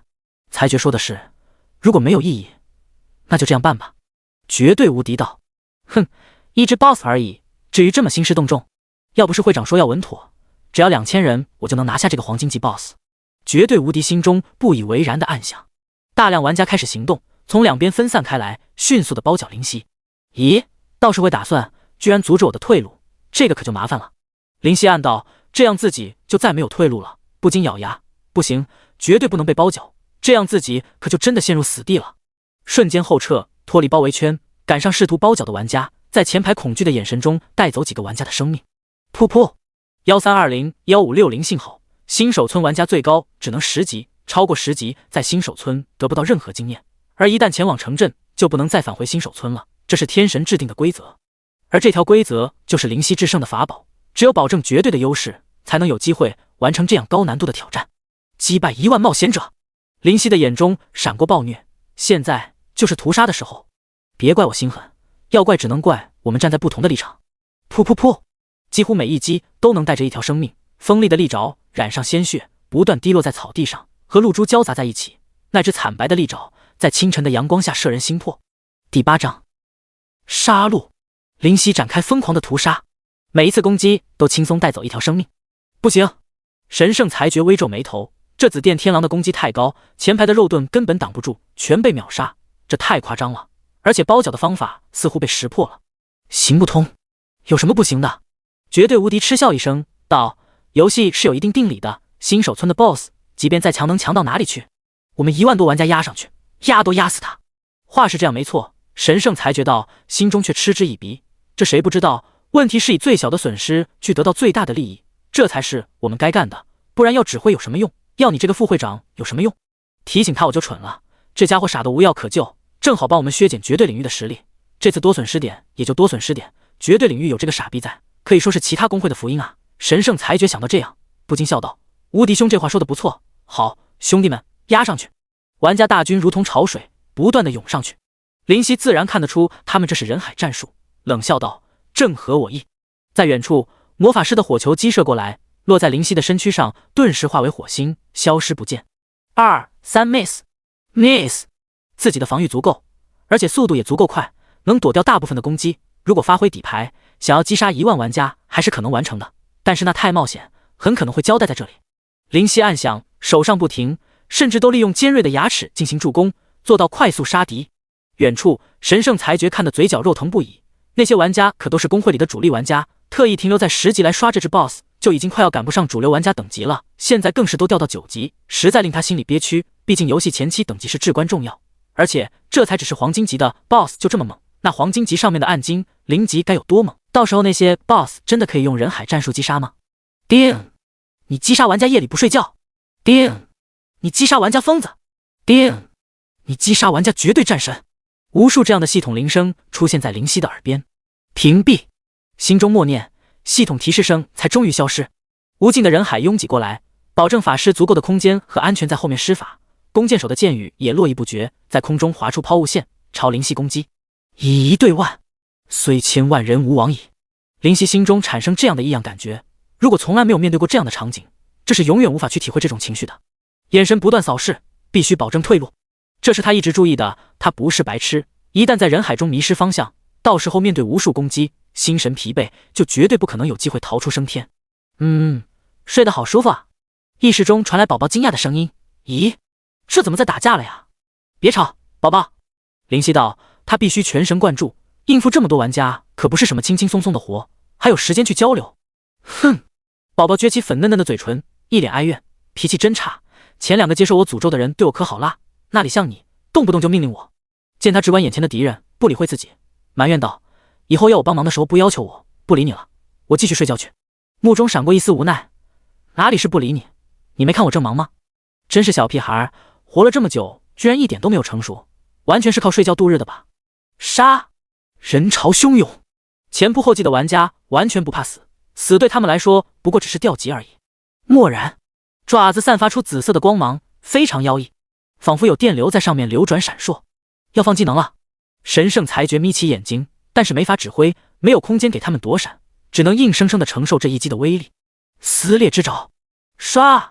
带起一阵狂风，一股爪形紫色能量朝着前方冲去，直到20米左右才渐渐停息，波及到周围有3米左右。夸，在玩家眼中，这是非常逆天的远程技能了。叮！你使用技能撕裂之爪，对周围玩家3×20的范围内造成250%的伤害，并有20%几率造成撕裂效果。每秒受到伤害50点伤害，持续5秒，冷却时间3分钟。大量白光飞起，前方20米本来的茵茵绿草顷刻间消失，唯有几根草尖在空中缓缓落下。伤害数字在这时才姗姗来迟的飞起，5601、4530、5389。呜！灵犀畅快的大吼一声，神圣裁决眼皮止不住一跳。尽管知道黄金级 BOSS 释放的技能威力不俗，但是这伤害也太夸张了，难怪会长有先见之明，让我带整整1万人过来。明面上的兵力是8000，而绝对无敌带了7000玩家，但是神圣裁决不是白痴，自然知道藏拙，还有2000玩家他早有安排。灵犀这时已经击杀超过500的玩家，但是身上也挂上一些小伤，瞥了瞥生命值47230、50000，受到近3000的伤害，预料之内。继续，无止境的攻击，偶尔飞起的撕裂之爪能扫出一片空区，超过20人化为白光，但是不过几秒就将这条空档补足。战斗持续了10分钟后，叮！你击杀冒险者超过1000，获得奖励等级+1，目前等级22级。唰！一道金光飞起，22级。不过除了攻击略微提升，全属性都提升些，但生命值上限的提升并没有恢复生命。也对，要是野怪升级也能像玩家一样回满气血，那玩家还玩个屁！面对强大的 BOSS， 不死个几千都奇怪。如果升级后 BOSS 突然满血，不哭死崩溃才怪。这丝毫没有影响到灵犀的情绪。攻击力的提升令灵犀的攻击更为犀利，每一击都带走一个玩家。30分钟后，叮！你击杀冒险者达到3000，获得奖励等级+2，目前等级24级。这时灵犀的生命值也只有3万，2/5的生命被玩家硬生生磨去。气息微乱，比之玩家，神魔大陆的原住民没有 MP 的设定，但是原住民的情况更符合实际，随着战斗会体力不支，而不是像玩家那样，即便蓝条没有了也生龙活虎，大不了嗑药休息下就恢复了。从这一点讲是有些不公平的，因为体力跟不上是会影响到攻击、速度等，尤其是速度会大打折扣。不行，还不能退。尽管呼吸有些混乱，但是林夕脑中一片清明。现在离1万玩家差了整整7000，差太多了。玩家可不是那么好糊弄的，1万不行就5万，5万不行就10万。下一次自己将会陷入更大的危机，甚至是绝境。电光火石现在不能用了，虽然能有效的避开攻击，但是消耗太大，只能用撕裂之爪。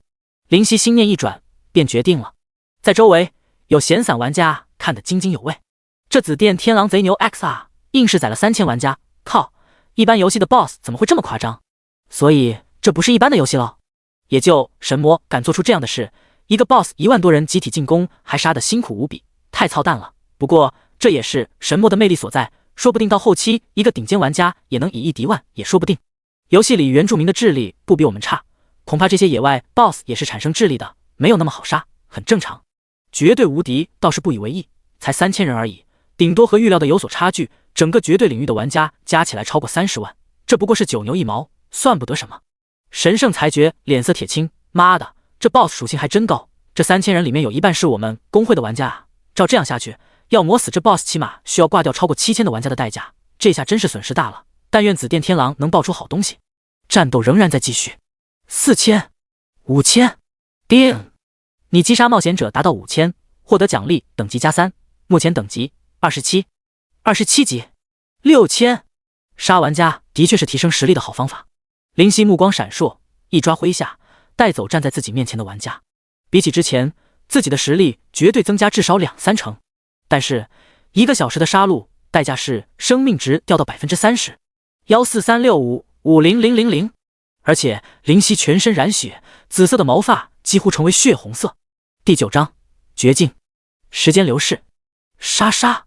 草原上的玩家践踏着脚下的嫩草，压弯了他脆弱的脊梁，直至将他压入地面，压入泥土。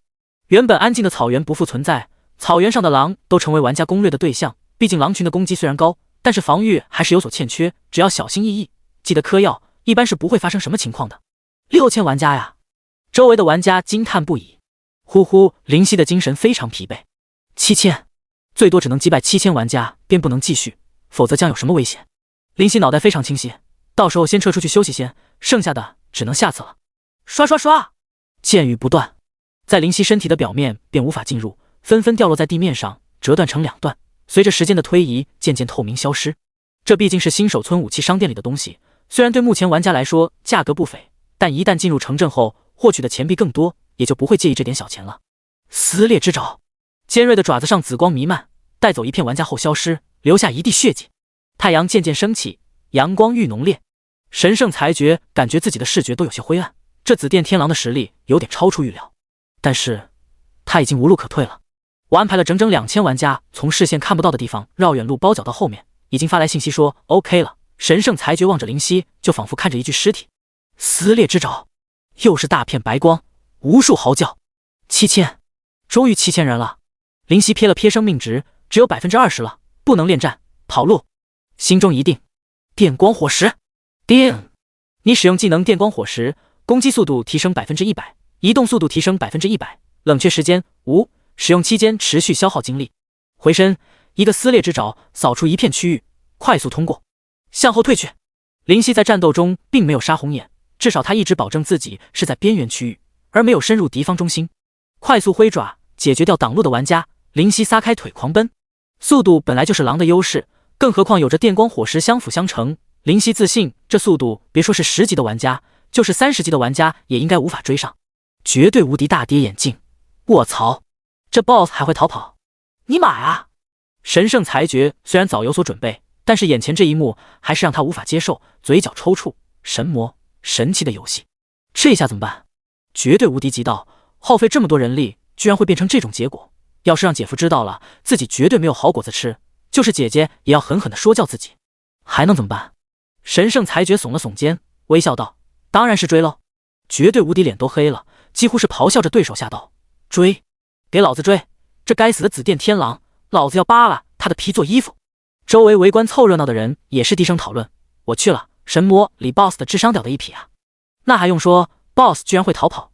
老子我玩了这么多游戏，就没有见到过一个游戏像神魔这样。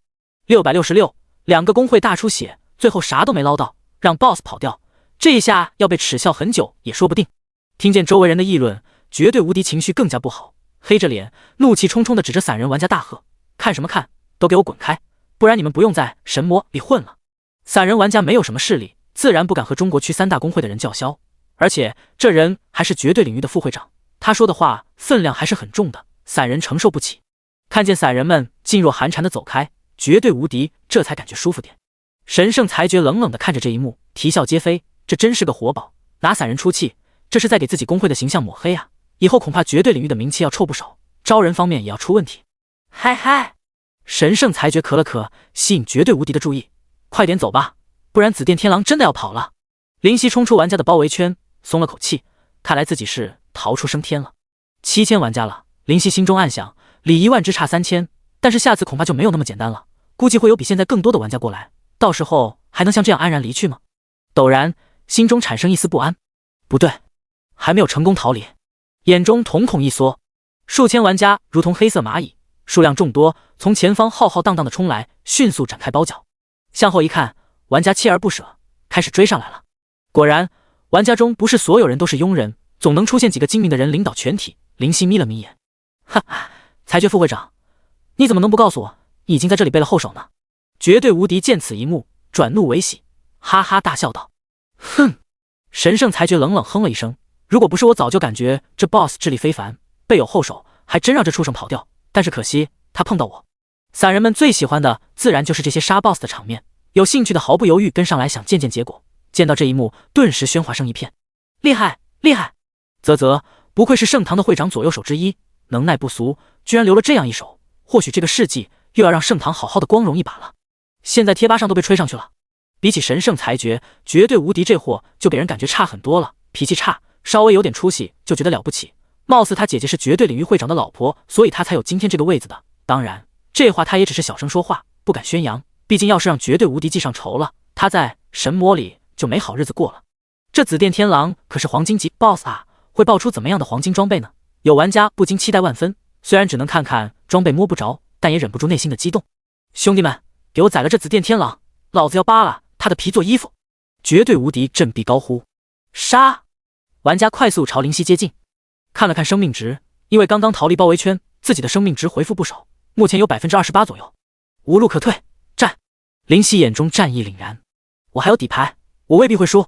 撕裂之爪，紫光缭绕，与前方2000玩家甫一接触就带走一片。林夕眼中漆黑，没人知道他在想什么。战斗还在持续，围剿已经开始。刚刚有些回复的体力剧烈的消耗，白光四起，玩家的疯狂此时一览无余。25%、20%、15%、7500、8000，定！你击杀冒险者达到8000，获得奖励等级+5，目前等级32。刷刷刷刷刷！5大金光从脚底升起，飞至天空后消失。一股力量从心脏蔓延至全身，林夕的攻击速度都超越以往，攻击力更是大涨。Miss 2 Miss Miss 随着全属性的上升，林夕避开的攻击和免疫的攻击都提升不少。该死！神圣裁决发现这一幕，心中暗骂：这次的损失惨重啊！这紫电天狼的等级从刚开始到现在起码上升了10级，被免疫的攻击太多了。尽管如此，生命值还是在不断下跌，因为攻击的人太多。远方的法师被战士重重包围，受不到一点波及，仍然在不断嗑药，不断释放法术。10%、6%，生命值跌入谷底，仅仅只有血皮。呜！林夕双眼通红，大吼，咆哮的声音响彻整个草原。绝对无敌感觉胜券在握，轻蔑地看着他。神圣裁决却嗅到不安的味道。但林夕的生命已经寥寥无几，这是必死的下场，这是绝境。第10章，险死还生。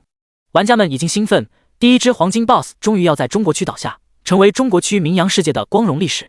呜！远方传来一道狼嚎，这是神圣裁决看去，陡然脸色一变，阴沉道：“哼，现在的黄金级 BOSS 都如此狡诈吗？”他的目光望去，一只比猛虎还要大上许多的狼奔驰而来，金色的毛发在阳光下刺人眼球，速度惊人。实在是没想到，一只黄金级 BOSS 居然难缠到这种地步，这还有天理吗？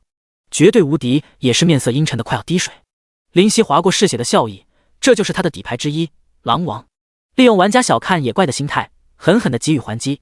狼王钻入人群，展开屠戮。自从进化为25级的黄金级 BOSS， 狼王的生命值比之林夕还有多上许多。这还是把狼王称号让与他狼的情况下，毕竟狼王要离开，狼群不可一日无主，自然要有新的狼王诞生。当然，指的是灵犀21级的时候，因为击杀超过8000的玩家，等级超过30，生命值的上限已经超过狼王，突破10万大关后的无比夸张。一个撕裂之爪打出一条道路，朝着狼王汇合。灵犀这时已经接近弥留之际，全靠意志力在支撑自己不倒下。追上去，阻止汇合！神圣裁决斩钉截铁地下达命令，玩家们顿时全部涌了过去，堵在两狼之间。狼王心急如焚，他知道自己的儿子绝对支撑不了多久，如果不快点逃离，难逃一死。呜！狼王蓦然大吼一声，声音恐怖无比，震耳欲聋。叮！你使用技能死亡咆哮，对周围30乘以30范围内的生命造成100%的无差别攻击。靠！我的耳朵！卧槽！要聋了！1333、1420、1430、1555，大片大片的伤害涌起，化为白光。狼王曾经的攻击无法击杀装备优良的10级玩家，但是进化为黄金级25级 BOSS 后属性上涨，何止一个档次，威力自然天差地别。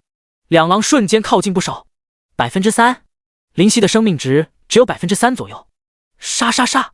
他的双眼充斥血色，临死的挣扎氛围恐怖，全部杀干净。念头里中有这个9000的玩家葬身紫电天狼之手。神圣裁决面无表情，望着尽情挣扎的紫电天狼，冷声道：“没用的，赶紧死吧，杂种！”心中陡然涌起一股能量，原本接近枯竭的心顿时得到滋润，获得些许力气。叮！你领悟技能杀戮之心一阶，杀戮之心一阶，被动，极度疯狂和杀戮下领悟的杀戮之道，对战斗有更深的理解。效果：基础伤害正20%，攻击速度正30%，恢复速度正50%。叮！作为神魔大陆第8个领悟杀戮之心的原住民，获得奖励全属性加20。3450、3430实力又有大增，看得神圣裁决眉头一挑，又变强了。这次如果不能拿下，只能等这家伙出了新手村才行了。在新手村已经无敌，2%，在灵犀生命只有20%。呜！一个咆哮，清出30乘以30的空白之地。灵犀和狼王终于汇合了，但是这样狼王的死亡咆哮也无法使用了，那是无差别的攻击，不分敌我，现在的灵犀无法承受。狼王焦急万分，太危险了！两狼眼神交汇，瞬间开始向外冲去。逃！绝对无敌音效，不可能的，在大军中离外围最近的直径也有500米，给你机会，你可别想走。朝着一个方向不断冲击，灵犀能看见距离外围非常远，玩家几乎无视狼王，朝着灵犀发起攻击，虽然能避开众多伤害，还有狼王挡住一面，但是生命还是在极缓慢但是有效的下降。400米、300米，3%、2%。在战场周围的散人玩家有人摇头，不可能了。说实在的，看着这只紫电天狼求生欲望这么大，我都有些于心不忍了。那你和神圣裁决还有绝对无敌说放了这只狼？周围有人对他的话嗤之以鼻，他们不过是一堆数据，谁会怜悯他们？不可能的。那他们还不当我神经病啊？那人笑着回应，我就是随便说，黄金级装备啊，现在还没出世呢，终于能见到黄金级装备出现在我们中国区了。绝对无敌对着神圣裁决大笑道：“裁决啊，该分装备了。”不急，神圣裁决微微一笑，现在还早，这紫电天狼不是还没有死吗？急什么？肯定死了。绝对无敌摇头道：“你看，离逃出外围整整300米，只有2%的生命。哦，现在只有差不多1%了。如果这都不死，我还当什么绝对领域的副会长，直接卸任算了。”神圣裁决一笑，不置可否道：“阁下能成为绝对领域的副会长，绝对不是外人说的靠姐姐坐上去的。裁决心里明白，无敌是有真才实学的。”神圣裁决心中暗笑，先夸这不学无术的纨绔，将来说不定可以派上大用处，也未可知。200米，灵犀的眼中蓦然闪过一丝金光。这时他的生命岌岌可危，354、170000，身上伤痕累累，挂满血渍，有自己的，有玩家的。虽然系统的刷新很快，但是灵犀杀得更快。狼王焦急万分，毫无办法，距离逃出战场还太远了。他可以逃出这里，因为现在剩下的玩家也不过只有数千，就算是全部都杀了也未尝不可。但是儿子已经离死亡只有一步之遥。望着远方的草原，狼王感到无力，这致命的200米距离。他看了看灵犀，满是担忧与无奈，却看见灵犀精神一振，眼中金光闪过，有希望。狼王眼中蓦然亮起光芒。玩家前仆后继，手中的武器拼了命地往灵犀身上砸，眼中带着激动。结束了，这场战役终于结束了。灵犀止住脚步，停下！”狼王也跟着停下步伐。绝对无敌在远方一处凸起的高地望去，笑道：“你看裁决，他估计知道自己必死无疑，就不反抗了。”刚刚被神圣裁决大大的赞美一番，绝对无敌顿时感觉找到知己，连带着对绝对无敌的语气都不再像当初那么僵硬，语气温和。神圣裁决心中暗笑，但是这种情况他自然是喜闻乐见。滋滋滋滋，不断的有电流在灵犀的身边活跃，在蹦跳。紫色的狼毛上开始有恐怖的雷电出现，灵犀眼中蓦然从红色化为紫色，妖异恐怖。他浑身微微抽搐着，全身弓起，嘴里的利齿紧紧地咬着，神色狰狞吓人。边上的一个玩家找准机会，手上的斧头破开空气，劈在灵犀身上。啪！尚未碰触，电流便由斧头传递到身上，一阵疯狂颤抖抽搐，化为白光，消失不见。负7653，一个异常庞大的伤害数字蹦出，惊到的旁边的玩家。大家小心，这 BOSS 可能要放什么大招了。我去啊，一个黄金级 BOSS 还有大招，要不要脸？电流汇集增多，转眼间全身都紫电弥漫。雷霆万钧，几乎是从牙缝里射出这4个字。轰！无数电流如蛇激射而出，不断以灵犀为中心，朝四周喷射铺开，气势骇人。啊！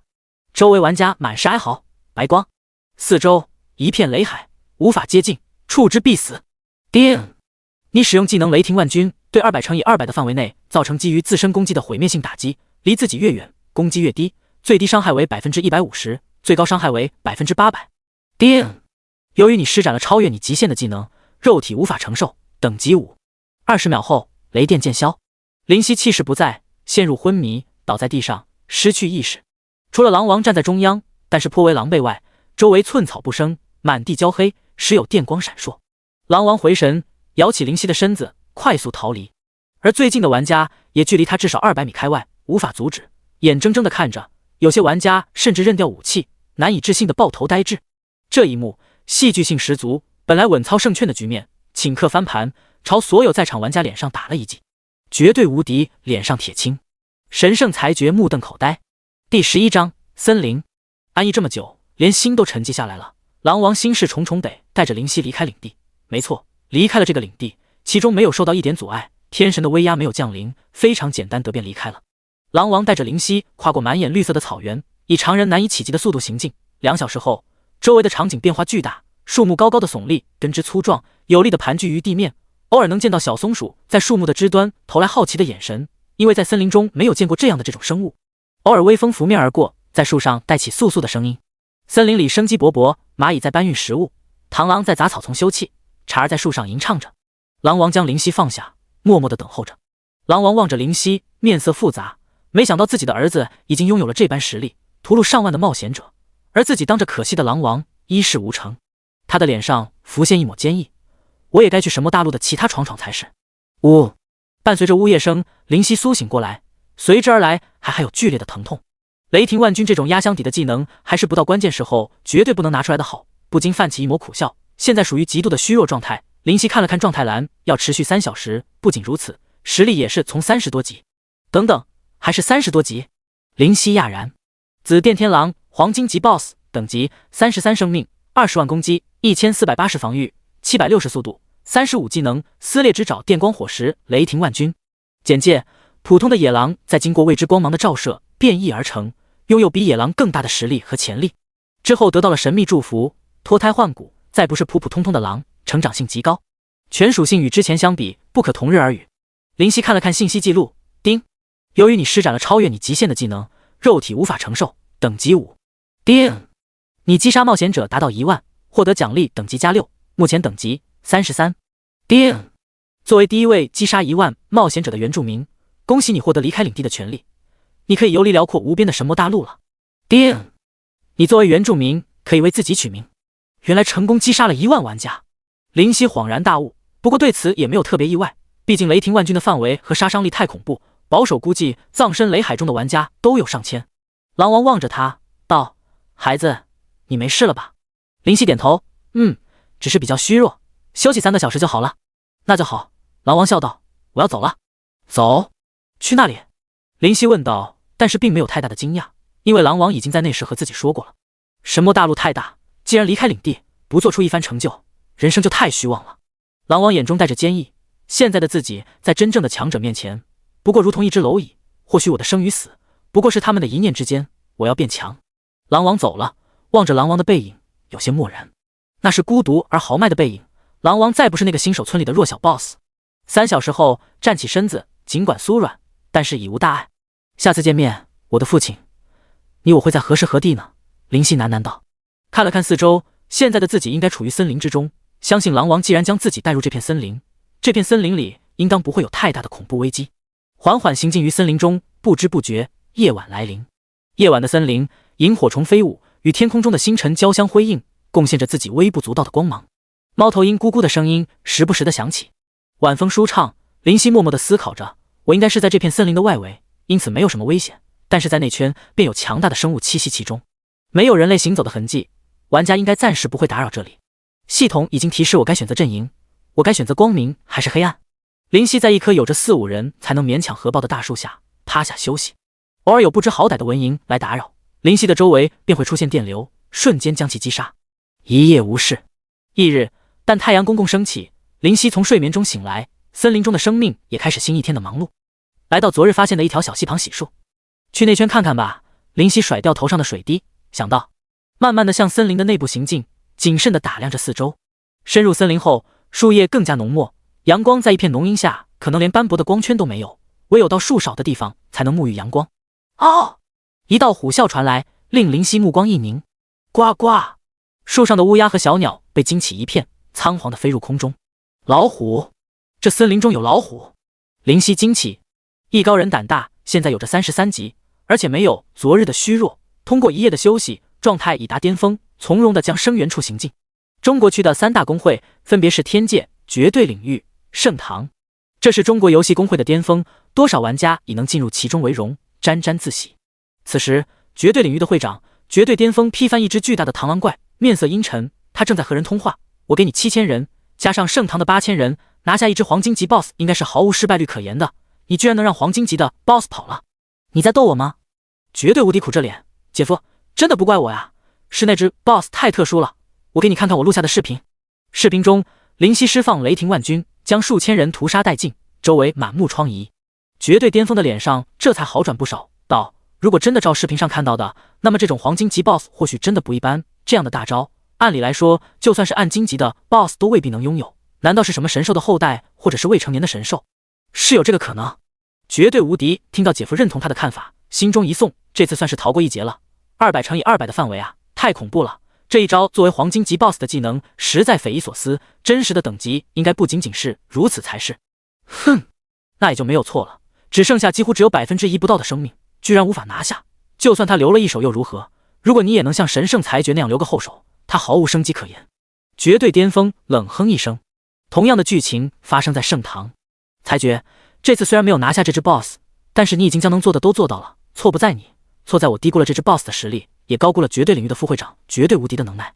不，裁决还是有做的不到位的地方。神圣裁决微皱眉头，如果当时我没有忽略了那只惊异嗜血狼，结果恐怕就不一样了。好了，人非圣贤，孰能无过？你能在我们盛唐，就是我们盛唐之福。这是这次我们和绝对领域损失惨重，倒是让天界的占了优势。毕竟我们3个公会半斤8两，实力相差不大。走在杂草堆中，向着虎啸的来源地不断进发。轻轻地拨开草丛，林夕看见一只黑色的猛虎在低头啃噬着一只鹿，那只鹿的肚子已经被咬出一个大洞，鲜血淋漓。当脑中试图了解这只黑色猛虎的一举一动时，叮，你掌握了通用技能侦查术，可侦查不高于自己10级的生物。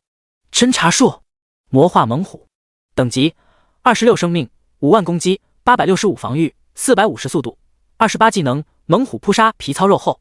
简介：原本就生活在森林中的猛虎，被魔族的魔气所侵袭，变得比之前更加凶残，更加嗜血。第12章，化形草。林夕心中紧绷的线一松，幸好不是什么特别强大的怪物。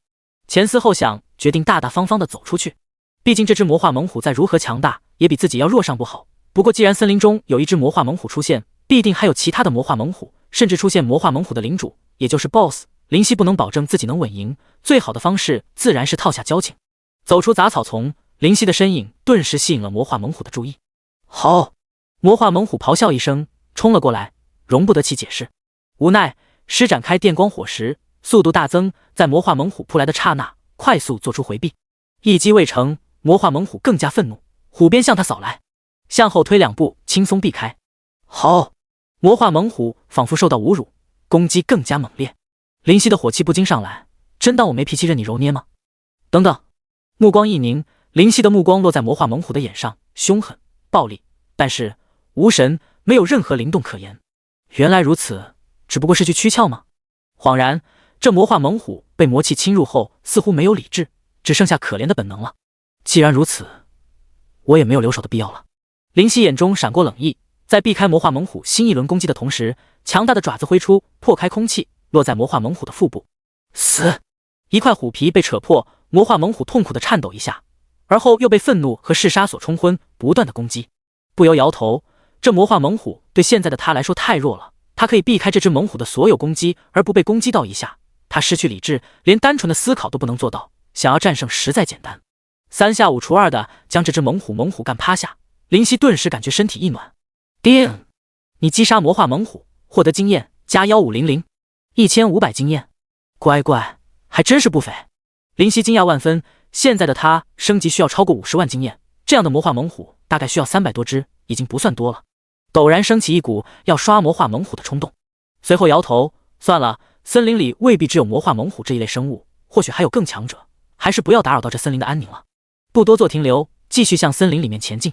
在途中，魔化猛虎来说逐渐增加，连实力也有不少的增强。魔化猛虎等级29生命，7万攻击，980防御，650速度，30技能，猛虎扑杀，皮糙肉厚。简介：原本就生活在森林中的猛虎，被魔族的魔气所侵袭，变得比之前更加凶残，更加嗜血。这样的实力和之前差距非常明显。是什么导致魔化猛虎产生这样的变化？魔气？魔气的来源是什么？林夕产生这样的疑惑。可以的，避开魔化猛虎的视线，林夕继续前行。这些魔化猛虎之间的距离不算远，如果不断听到凄厉的虎啸，可能会过来救援，想要逐个击杀似乎不容易，林夕也就彻底放弃了。离森林中心越近，便感觉温度便越低，而且潮湿，因为这里的树木密集过头，枝繁叶茂，没有一丁点的阳光落下，被通通挡在树木的最上面。在行进约1个小时后，魔化猛虎的身影消失，没有再见到一只，取而代之的是亡灵。没错，就是亡灵。身上没有任何衣物，惨白的骨头没有一丝包裹，裸露在外，脑袋中空空荡荡，没有杂物，步履蹒跚，看似脆弱的不堪一击。但是根据灵犀侦查术反馈来的信息，结果并非如此。亡灵士兵等级30生命，8万攻击，1230防御，450速度，26技能，2连击斩杀。简介：这是在森林里沉睡的勇士，他们被魔气所侵，从永久的沉眠中苏醒，本能的拿起武器守护着唤醒他们的召唤者。亡灵无意识的在周围游，根据灵犀的观察，每一只亡灵之间的距离最大不超过10米，让灵犀想要继续深入非常困难。5米、8米，灵犀默默的等待着，等2只亡灵士兵之间距离达到最大，以最快的速度通过。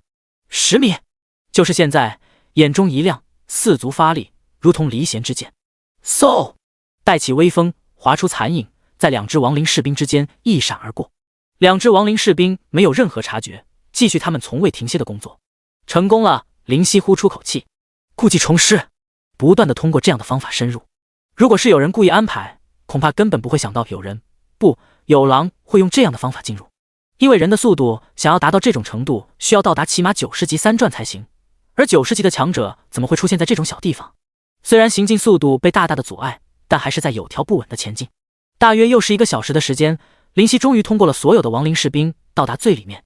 这时林夕的心紧绷着，现在他在亡灵士兵和魔化猛虎的重重包围之内，一旦有所风声，引起他们的注意，自己绝对插翅难逃。全神贯注的戒备周围，行进的速度更慢。在这森林深处，没有小动物活跃，没有鸟栖息，周围没有一丝一毫的生机，除了大树和杂草莫名其妙的茂盛。哇，睡得好饱啊！突如其来的声音让心脏都不禁急促的抽搐了下。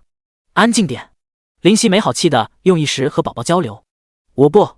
宝宝趾高气昂，叉着腰道：我为什么要安静？我是用意识和你交流，根本不需要声音，你怕什么呀？林夕无奈：你终于容易让我分心。分心？宝宝黑白分明的眼咕噜转了转，嗨，我这是在考验你，作为一名强者，如果不能1心2用、3用、4用，那么你的成就也不会太高。但是这种能力不能一蹴而就，所以我现在必须要锻炼你的这项能力，保证将来你在和好几个敌人对战时不会落入下风啊。声音倒是颇为语重心长，不过稚嫩的童音说出来就有些不伦不类了。林夕嘴角一抽，你再啰嗦我就把你扔了。扔了？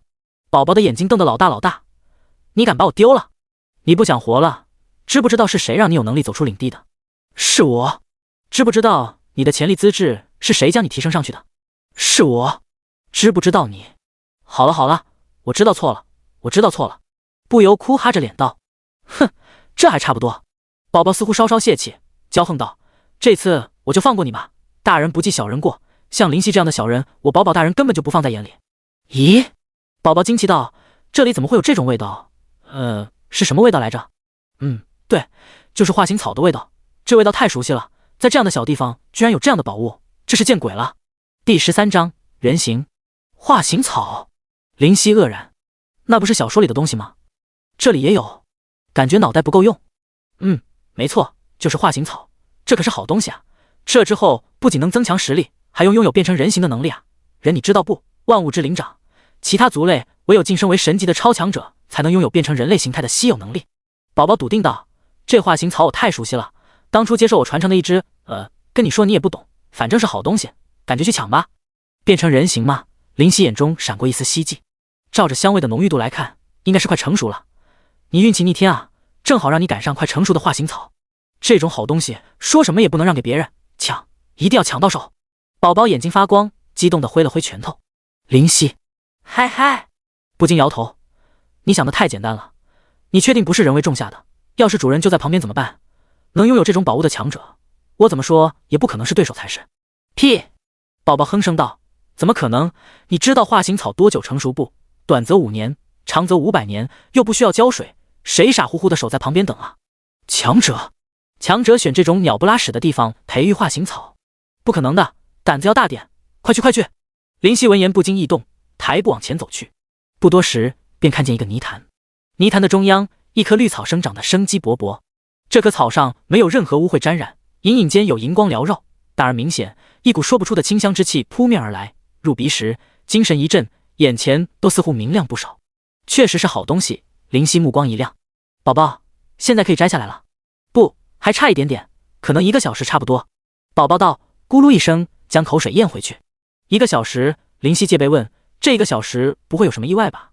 比如说化形草成熟会有出现什么状况？宝宝歪头一想，化形草成熟那一刻就是香气特别浓郁，其他没什么。那个培育化形草的人也是聪明，把化形草种在这里。外面都是亡灵是吧？亡灵没有味觉啊，所以不需要担心被亡灵给拿去。魔化猛虎距离太远，闻不到，安全得很。想想，觉得也是。1小时匆匆而过，唰！猛然间，化形草散发出无穷的香气，令人陶醉的香气形成气浪喷涌，很快传到亡灵那边。亡灵手中拿着或剑或斧或杖，漫无目的的徘徊游荡，无动于衷。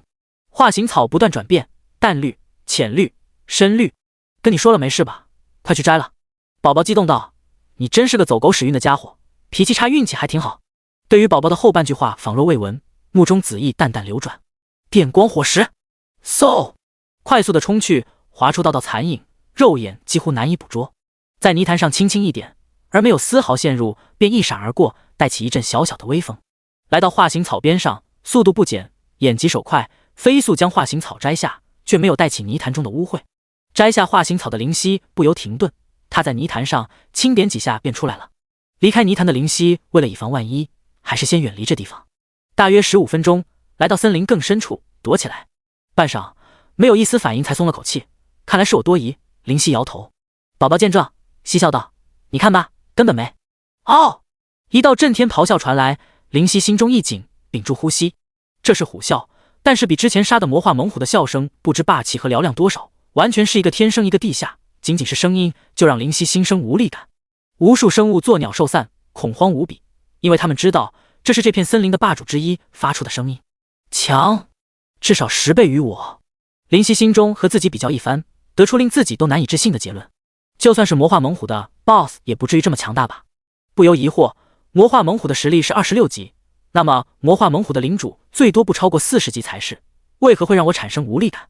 哦，似乎没有结束，这虎啸还在继续，直至10分钟后才慢慢停歇。他应该是来到泥潭边上，发现化形草不见，被人偷去，感到愤怒才发出的声音。林夕揣测，幸好刚刚自己感觉不对劲，在成熟那一刻摘下化形草，没有多做停留，直接离开，否则现在凶多吉少。前爪死死地抓着化形草，突然心生不安。香味！大惊失色，他定然会循着香味过来。顾不得什么，林夕意识中大叫：“宝宝，可以直接服用吗？”可以。得到答案，二话不说，将整颗化形草丢入嘴内，连咀嚼的步骤都省去。尽管看宝宝的样子似乎非常美味，但是现在情况不允许。宝宝大叫：“啊，浪费浪费！化形草好好吃的，你居然不品尝一下！”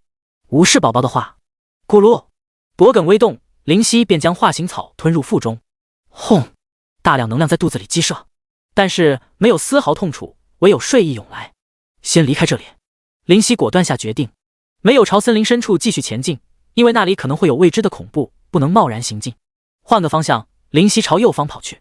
电光火石发挥至极致，林夕的4条腿快得如同即将离开地面，飞入天空。就在离开后的2分钟后，一道巨大无比的身影出现，如同小山丘般的身躯，若非树木足够高大，根本无法遮掩，面目狰狞恐怖，和树干比也细不了多少的4足，在地面每走一步都要引出深深的脚印。那双斗大的虎眼中裹挟着愤怒，他从来没有过这样的愤怒。化形草在自己之前被人抢先夺取，自己跟着香味寻来，甚至发出吼叫迷惑敌人，没想到居然还是让那神秘生物给发觉，香味到这里就没有消失掉，很可能被吃了。想到这里，他感觉浑身如同身处火焰般难受。哦，跑出去大约10分钟，感觉暂时安全，才松口气。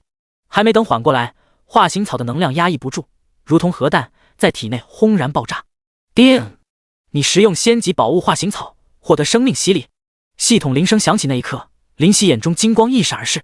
仙级，仙级代表什么？林夕不清楚，因为他不是玩家，不知道系统对于实力、宝物稀有度的划分。但是仙级呀，不是没有看过小说，仙代表什么？其意义和重要程度可想而知。咔嚓，咔嚓，林夕浑身的骨头如同酥软般无法支撑，仿佛要融化成一滩水，发挥不出一点力量。宝宝，干嘛？宝宝稚嫩之声响起，为林夕解答。化形草虽然会让非人形的生物暂时失去力量，但是马上就会恢复，而且力量还会增加不小，放心吧。原来如此，点头，闭目体会。那股能量不断改造着自己狼的躯体，慢慢的，表面的狼毛脱落，前足变形，有了人的手掌那般形状，后足也不断变化，有了人的脚掌形状，身子不断伸展，不断幻化，一切都显得匪夷所思。第14章风雨城。那股能量游走全身，从头到尾将林夕的身躯进行冲洗、蜕变，睡意如潮水般汹涌，再也控制不住，陷入沉睡。在他沉睡之时，那股力量还在不断对身躯进行无法言表的改造。当林夕从沉睡中醒来，睁开的眼将黑暗撕裂，能感受到自己的每个细胞似乎都在活跃，如同接受生命洗礼。抬起手，发现的是一双再无狼毛的人类之手，5个手指灵活而有力。自己躺在地面上，能够看见树叶在翩跹飞舞。人类，林夕喃喃道：“我终于又成为人类了。”不，宝宝的声音不合时宜地响起，打击道：“你只不过是吃了化形草，成为人形的狼而已，不是成为真的人。随你怎么说吧。”林夕笑着用手枕着头，至少成为人形的 NPC 对于玩家而言，起码还有些许威慑可言，自己的危机顿时消弭不少。只要不变回原形，起身，却发现自己浑身赤裸，轮廓分明的肌肉凸起。流氓，林夕倒是没觉得怎么样。良久，宝宝爆出2个字，通红着脸。因为他的视野是随着林夕的视野移动的，其他的感官倒是没有冲突。林夕老脸一红，这不能怪我呀，我都给你看光了，是我被你占了便宜。我占了你的便宜。宝宝呸了一声，而后闭目自语，算了，一只小蚯蚓，看了就看了，就当风吹了下眼睛。小蚯蚓，嘴角一抽，卧槽，我怕它大起来瞎了你的眼。算了，不和小屁孩计较。林夕摇头，还是在原来的地方，看来没有被那个可怕的领主发现，现在先离开这里。这个森林有些诡谲，等实力强大再过来一探。如今实力低微，在这里没有话语权，一旦遇到危机，一点保障都没有。这次冒险已经值了，没必要再贪图什么。心念至此，林夕立刻动身，向森林的外部走去。不能原路返回，说不得那只领主还在守株待兔。换个方向出去，林夕谨慎想着。路上查看下属性面板和系统提示。叮，你服用仙级稀有宝物化形草，拥有随时可以转化为人的能力，全属性加25。叮，化形草的能量没有消耗殆尽，它的许多能量仍然潜藏在你的体内，潜移默化地提升你的实力。效果：5世纪之前经验减半。紫电天狼黄金级 BOSS 等级33生命，225000攻击，1505防御，785速度，36技能，撕裂之爪，电光火石，雷霆万钧。简介：吃了这化形草，属性上升不少，出去更简单了，而且50级之前经验减半，升级的速度更快。林夕轻松地避开亡灵士兵的警戒，来到魔化猛虎的领地。数百魔化猛虎稀稀拉拉地分布在外层。林夕并不想引起魔化猛虎的注意，毕竟一旦有风吹草动，吸引来可能还在怒火中烧的领主会有生命危险。我和魔化猛虎属性相差不少，周围树木又很茂盛，不走入10米内，悄然离去可以做到。在经过多次尝试，林夕得出结论，毕竟现在的他已经是人形，可以躲于树木背后不被发现，不用因为狼的身躯庞大而无法躲藏，只能避开，悄悄地进入森林，悄悄地离开森林。这个森林没有任何的变化。站在森林的最外面，林夕回望这个依旧是外围生机勃勃，内部静谧诡异的森林。这绝对不是玩家在2、30级时能够进入的森林，就算有人能进入，也只能在外围活动。内部就算没有去，凭借着狼的敏锐，林夕感觉到无比的恐怖，不由自主地产生毫无根源的惧怕。魔气的根源在更深处，或许那里就是让他感觉到恐怖的地方。微风拂脸，林夕身后的紫色长发随之飘扬，脖颈上是恰好合适的牛皮，包裹着无人知晓的宝石。正值清晨，和风温柔。林夕离开森林，孤独的背影渐渐拉长，化为黑点，最终消失。森林里，蚂蚁在搬运食物，螳螂在杂草丛休憩，蝉儿在树上吟唱着，一切依旧。中国区共有1个超级主城，3个1级主城，以及20多个2级主城，数百个3级城镇，无数村庄。其中，超级主城需要玩家达到150级，1级主城需要100级，2级主城60级，3级城镇则10遍可以进入。此时，3级主城风雨城，诚如其名，饱经风雨的城墙褪去光彩，显得破旧不堪，但是高足8米的城墙牢牢地矗立在这片大地。其内房屋错落有致，街道上人迹纷纷，有说有笑。城门口，数十个士兵手持长矛黯然而立，站姿有力笔挺。前方2个士兵在盘查来人，这些来人都是原住民，他们风雨城的南门就是用来排查原住民来处的。姓名、性别、年龄报上来。1个士兵看都不看来人，盯着手中的书籍，用毛笔在上面记载着。马云，男，36岁。进去吧。谢谢。那位男子点头致意。进入风雨城城门下，蓦然一道金色光芒从旁边出现，照射在那位男子身上。哎呀呀！他不断尖叫恐惧，身上散溢出黑色气息，而后被金色光芒射成飞灰，从此消失在世界在，没有留下任何痕迹。士兵们见状，毫无任何异样表情，似乎见怪不怪。排着队进入的原住民眼中带起恐惧，这有些超越他们的想象力。哼，又一个不要命的！黑暗阵营的杂碎也敢来人类城镇？这可是陛下赐下的侧魔金光，你装的再像也没用。谁让你选择黑暗阵营呢？愚蠢！计策的士兵摇头，手上将刚刚记录的信息划掉，然后按部就班。姓名、性别、年龄：林夕，男，22岁。进去吧。那士兵记录完，点头说道：“这是他的任务，后面还排着长龙呢。谁会注意一个青年人？尽管这青年人拥有一头紫发。”轻轻松松地进入风雨城。城门下的侧魔金光没有任何反应，因为林夕早在来之前就选择了光明阵营。丁，你选择了光明阵营，从此你将踏上讨伐黑暗的旅途。走出森林，碰到的第1个城市便是现在的风雨城，当然其中也路过小村庄。林夕恬不知耻地拿了别人的衣服，当然也不白拿，在那户人家里放了从路边猎杀的野猪以作补偿。进入风雨城后，寻找衣服店，身上的衣服毕竟是临时将就，根本不合自己的体型。不得不说，风雨城尽管只是3级城市，但是作为能容纳10万人的大城市，其内的店面和街道还是非常繁多的。林夕到处走，也找不到衣服店所在的街道。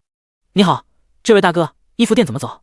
你往这个方向走，对，直走，然后右转，过2条街道后左转，过1条街道再往左转，你会看见一家什么衣服店到了？没有，还早呢。你会看见一家武器店，然后朝着武器店朝着的方向直走3条街，再然后向右转走1条街道，最后左转直走，到底就能看见了。别感谢我哈，都是风雨城的，说谢谢我和你急眼啊。林夕，小妮，别走呀。对呀，和哥几个去乐乐吧，哥哥我一定让你见识到人间最快乐的东西。说完，一阵淫笑传来，林夕脚下一顿。第15章，城外纷争。女孩脸色苍白，显然这种状况让她不安害怕，但是即便如此，林夕乍一看之下还是有种眼前一亮的感觉。柔顺的长发绑起小马尾，大大的眼睛纯净的没有一丝杂质，柔弱害怕的两只小手不知所措地纠缠着，露出一段白藕般的手臂。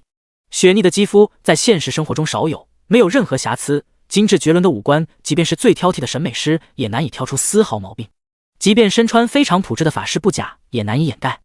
你们想干什么？那女孩有些怯弱，声若蚊呐道：“不要过来，我的哥哥很厉害的。”其中一个干瘦如柴的男子不禁脸带淫笑道：“哦，你的哥哥很厉害，我好怕哦，美女，我的也很厉害哦，你也试试看我的吧。”说完，和旁边的两人同时大笑起来。哈，大哥，真有你的！一个黄毛给干瘦男子竖起大拇指。那是。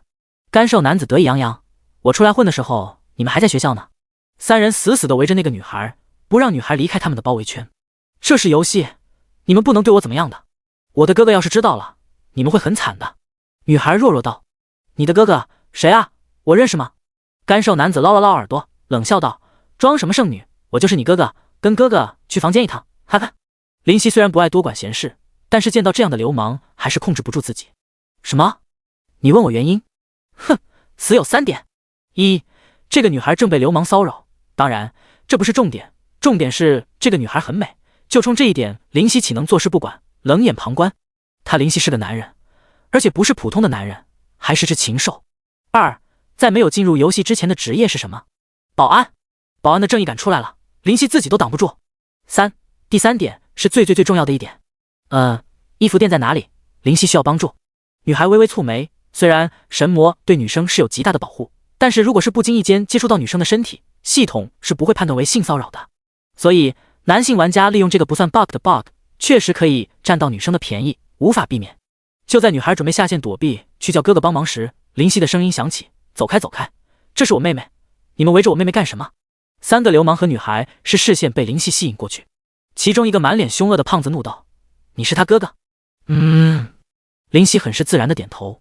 哼，干瘦男子冲包裹中摸出一把闪着银色光芒的斧头，冷冷笑着：“这位兄台，我借你妹妹玩玩，你应该没什么意见吧？”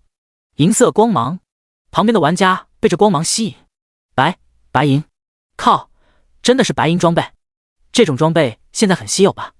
何止是稀有，全中国区都才10来件，你说少不少？那紫发的男子看来倒霉了，连有白银级装备的强者都敢惹，踢到铁板了。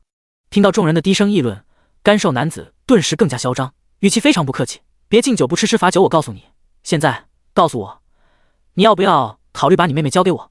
要不算了吧。”那个女孩看见干瘦男子手里拿着的武器，又看了看林夕浑身似乎没有任何出奇的地方，小声劝道。林夕摇头：“我是你哥哥，怎么能不保护好你呢？”又对着3个流氓道：“城镇里不允许打架，有本事的去城外。”哟呵，还挺拽。黄毛终于找到表现存在感的机会，不屑道：“就你这身模样，看着就穷酸，老子让你一只手都能把你干趴下，是吗？”自信一笑：“那我们倒是去城外比划比划，光说不练假把式。”小伙子还压得挺自信嘛。干瘦男子目光警惕道：“他能做大哥，可不是靠嘴上功夫，自然知道什么人该惹，什么人不该惹，否则也无法得到连中国区暂时都稀少的白银装备，而且还是武器。”那里，林夕自信道：“一对10什么我不敢说，但是干翻你们3个蠢西瓜烂核桃还是稳的。”我 Triple X 黄毛大怒：“你骂谁呢？”干瘦男子一直盯着林夕的眼睛，人的眼睛是不会骗人的，他敏锐地察觉到他眼中闪过不安和胆怯，他分明在装，在撒谎。心中了然，有了底，干瘦男子顿时不再忌惮，猖狂大笑：“好，你有种，我们出城好好比划比划。我得到这白银级的斧头，可是还没有人和我 PK 过呢，正好拿你祭斧。”哼，不禁冷哼，色厉内荏道：“你可想好了，到时候你的白银斧头爆出来了，哭都没地方哭去。”看见林夕的这副模样，干瘦男子更加确认自己的想法，冷声道：“自然，爆了就爆了，白银级武器想得到又不是什么难事，快点，我们去城外。”你真的想好了？林夕眼中的不安愈发浓郁。快点，唧唧歪歪还是不是男人？干瘦男子不耐道。柔弱女孩看着这一切，满是担忧，感觉通过游戏内置语音联系自己的哥哥：“哥，你快点过来，我这里出事了。”女孩将一切都快速简略的和哥哥说上一遍。好，我马上派人过去。那边顿了顿，不，还是我自己过去吧。林夕和3个流氓风火的冲向城市的东门，毕竟这里距离东门最近。人类的好奇心非常重，见到有事可看就会凑热闹。城门上面的人群议论纷纷，这小伙子惨了。3个流氓虽然是人渣，但是不得不说，手上还是有几分能耐的，又有白银武器，3打1，必死无疑呀！你看人家还英雄救美，这下搞笑了，把自己栽进去。哼，不看看自己实力，瞧那样子就知道是只雏儿，不知道社会的凶险。这正好给他一个教训，让他知道自己有几分能耐，几点本事。人就是这样，喜欢评论别人，不管自己能否做到，都要摆出过来人的脸孔，却不想想自己是否有勇气做到。那仿佛强者却无动于衷，评头论足却津津有味的表情，实在令人作呕。女孩也在人群中听见人们的讨论，她轻咬嘴唇，心中不安，怎么哥哥还不来啊？城门下，3个流氓并肩而立，满脸嚣张。干瘦男子高傲地指着林夕道：小子，你的神魔之旅算是到头了，遇到我们3兄弟，算你倒霉。兄弟们，亮出名字给他瞧瞧，长长见识。夜里寂寞，13级战士；夜里空虚，13级法师；夜里无聊，13级战士。13级，靠！现在虽然等级榜没有开放，但是神魔升级可是其他游戏的数倍之难。这3兄弟居然能在这么短时间内升到13级，厉害啊！可不是，我昨天才勉强从新手村出来呢。女孩紧捏着衣服下摆，眼中担忧异常。虽然与这个不知道名字的男人素不相识，但是人家为自己出头，女孩还是非常感动。突然，女孩的肩膀被拍了下，她浑身一颤，回头，来人长得俊逸无比，气宇轩昂，精神抖擞，眉宇间有股威严，令人难以直视。但是他的目光看向女孩，却相当柔和，一抹温柔一闪而过。哥哥！女孩惊喜地叫了声。男子点头，在其背后有着2个玩家站立，显然充当保镖的角色。具体事情我已经了解，这3个玩家以后不会再出现在你面前。男子语气温和道，但是眼中却又有寒冷电芒，脸上阴沉，敢调戏自己的妹妹，简直找死。那个玩家怎么办？女孩指了指林夕。他呀，男子看去微微笑着，不要慌，是3个流氓倒霉，碰到这样的恐怖角色。女孩吃惊，他很厉害。厉害？男子大笑，你说 NPC 能不厉害吗？现在的玩家谁能打得过 NPC 啊？ NPC？ 女孩瞪大了眼，显得很是可爱。他是 NPC。 在城镇里，如果玩家不想要别人知道自己，确实可以让他人无法得到自己的角色信息，包括原住民在内。但是你太紧张了，现在他都走出城镇了，自然可以用侦查术侦查他的信息啊。男子摇头，轻轻地拍拍女孩的后脑勺。女孩立刻向着林夕看去。侦查术，林夕，黄金级 BOSS， 等级，生命，攻击，防御，技能，简介。第16章，白色琉璃。女孩吃惊的微微张起粉嫩小嘴，原来真的是 NPC 啊，我还一直以为只不过是刚刚走出新手村的玩家呢。女孩的哥哥笑道，在城镇里，我们冒险者和原住民不分彼此，共同生活，无法使用侦查术等技能，所以难以看出是否是玩家或者 NPC 也正常。但是我们可以通过一些特征来分别，比如说心态。我们玩家的气质由于爆炸超前的信息和自持玩家身份的态度，绝大多数人并不适应与原住民共同生活，有着我行我素，天不怕地不怕的心态，交流下很容易发现不同。原住民尽管对于我们冒险者有着排斥和不信任，但是民风淳朴，待人温和，也很容易分辨不同。再比如说形象，神魔，原住民在城镇里除了士兵，一般是不穿装备的，也就是说，如果看见穿布衣之类的，未必是原住民。但是原住民基本是布衣，也能让你有所警惕，这是衣服上的不同。还有你看这灵犀的发色就非常独特，寻常的冒险者谁会没事染个紫发你说呢？当然也不乏有人想要伪装成 NPC 来欺骗玩家，这种事确实也屡有发生。其实3个流氓也不是傻瓜，只是听到林夕是女孩的哥哥，就思维惯性的认为林夕是玩家而已。女孩莞尔，原来有这么多的讲究呀。这是自然。哥哥点头。那为什么哥哥不像其他人，连对原住民似乎都抱有很大好感呢？女孩看着哥哥问道。这个，哥哥迟疑一番，是有些故事在里面，不过你以后会知道的，现在这个消息对你来说太劲爆了。女孩懂事的没有再问，因为如果是自己该知道的，哥哥都会毫不犹豫地告诉自己。城门下，林夕蓦然流露出一抹残忍的笑意。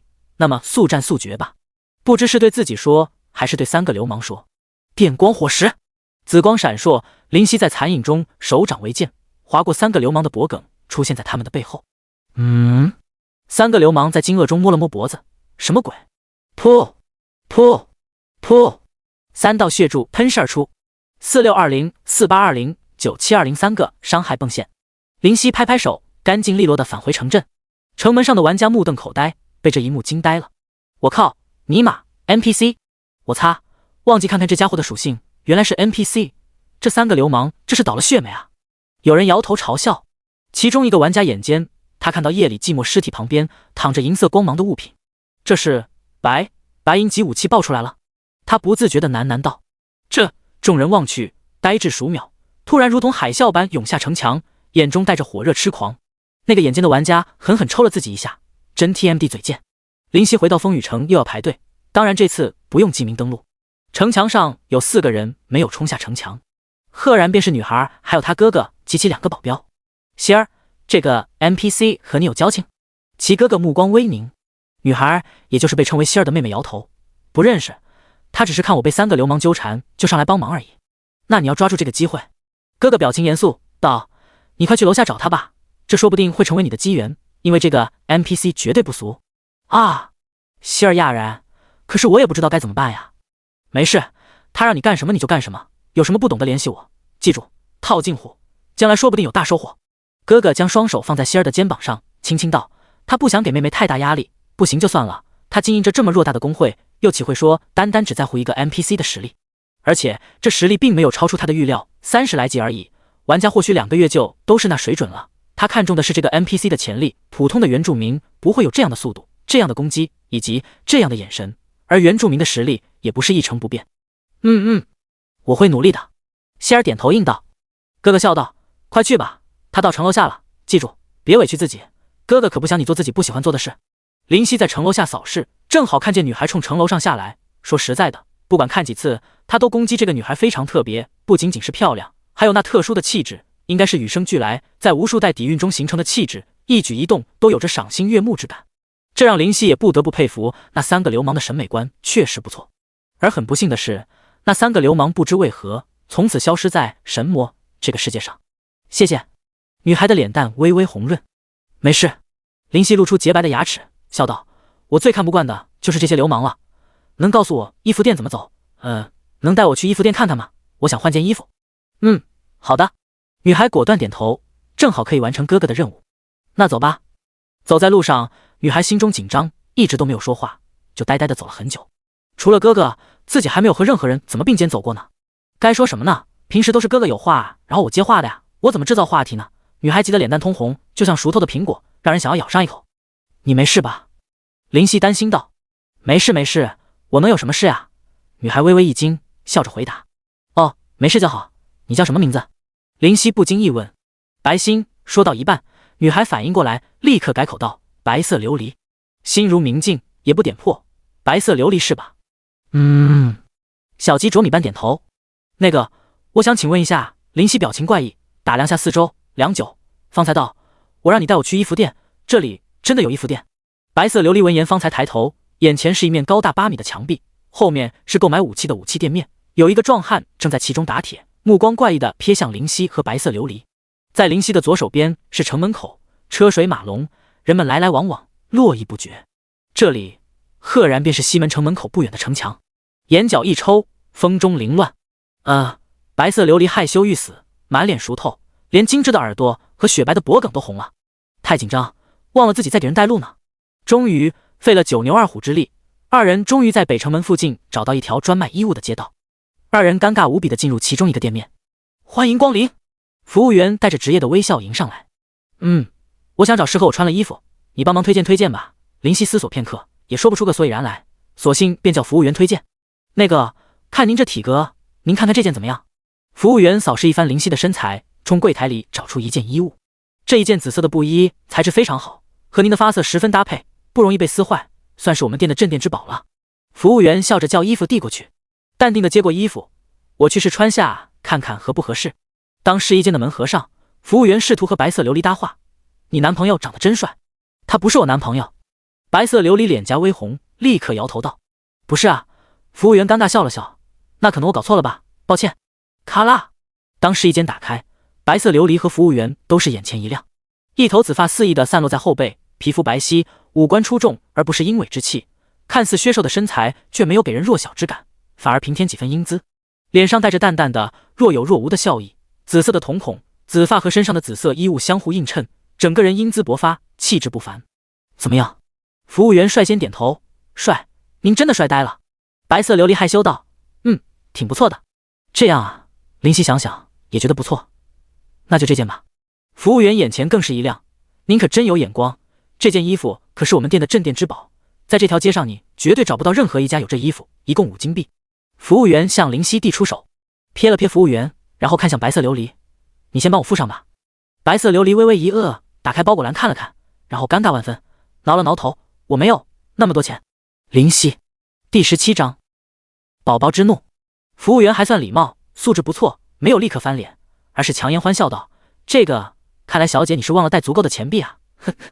白色琉璃不好意思的挠挠头，不好意思，我立刻叫我哥哥打钱过来，你等下。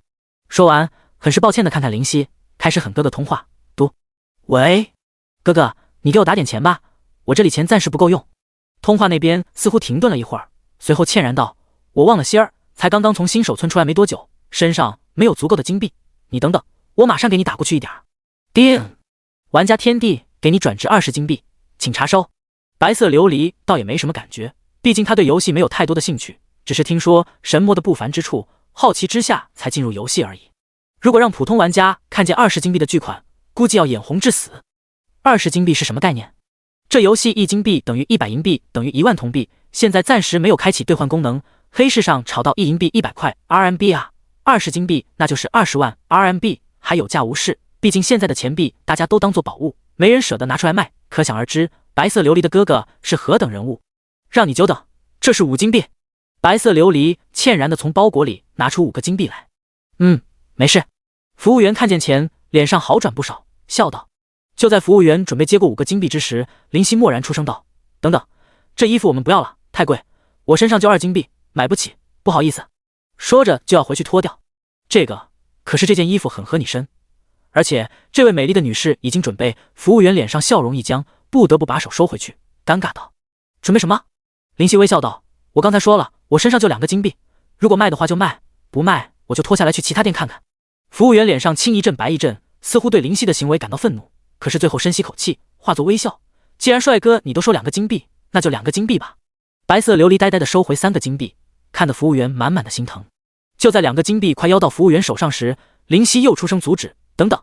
服务员手一抖，苦笑道：“先生您又怎么了？”“我忘了，路上我花了1个金币，所以现在只有1个金币，不好意思，打扰你做生意。”林夕从白色琉璃手中拿过1个金币，遗憾道：“服务员。”就在他进入更衣室准备关上门时，服务员哭笑不得道：“先生，你可真会讨价还价。”“我不是讨价还价，事实真的是如此，难道我还会骗你吗？”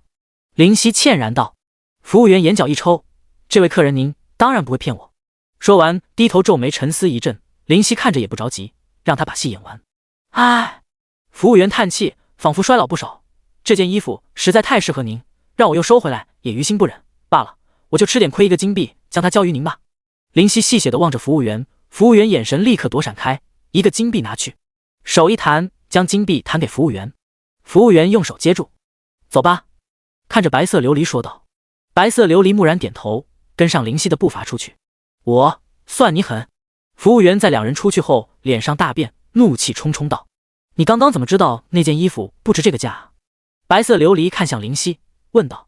林夕撇嘴：“你不会看吗？那里的衣服很多都有标签，有些只需要几个银币，有些10几个银币，就是没有超过1个金币的衣服，他明显是胡诌，故意提价而已。而且那个服务员眼中的情绪没藏好，在你要把5个金币交给他时，他显然藏不住欣喜若狂的情绪，他是看你很有钱又傻乎乎的，才会产生这样的想法，是吗？”白色琉璃双目迷茫，不知所以。“你在自己的世界里是怎么生活的？”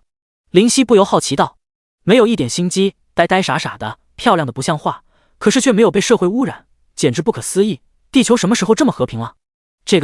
白色琉璃从小接受良好的教育，显然不知道什么叫隐瞒，不好意思道：“我在家里如果想要什么，爸爸妈妈就会给我买什么，所以价格我真的不是太清楚。”林夕用手扶额，果然是个小公主。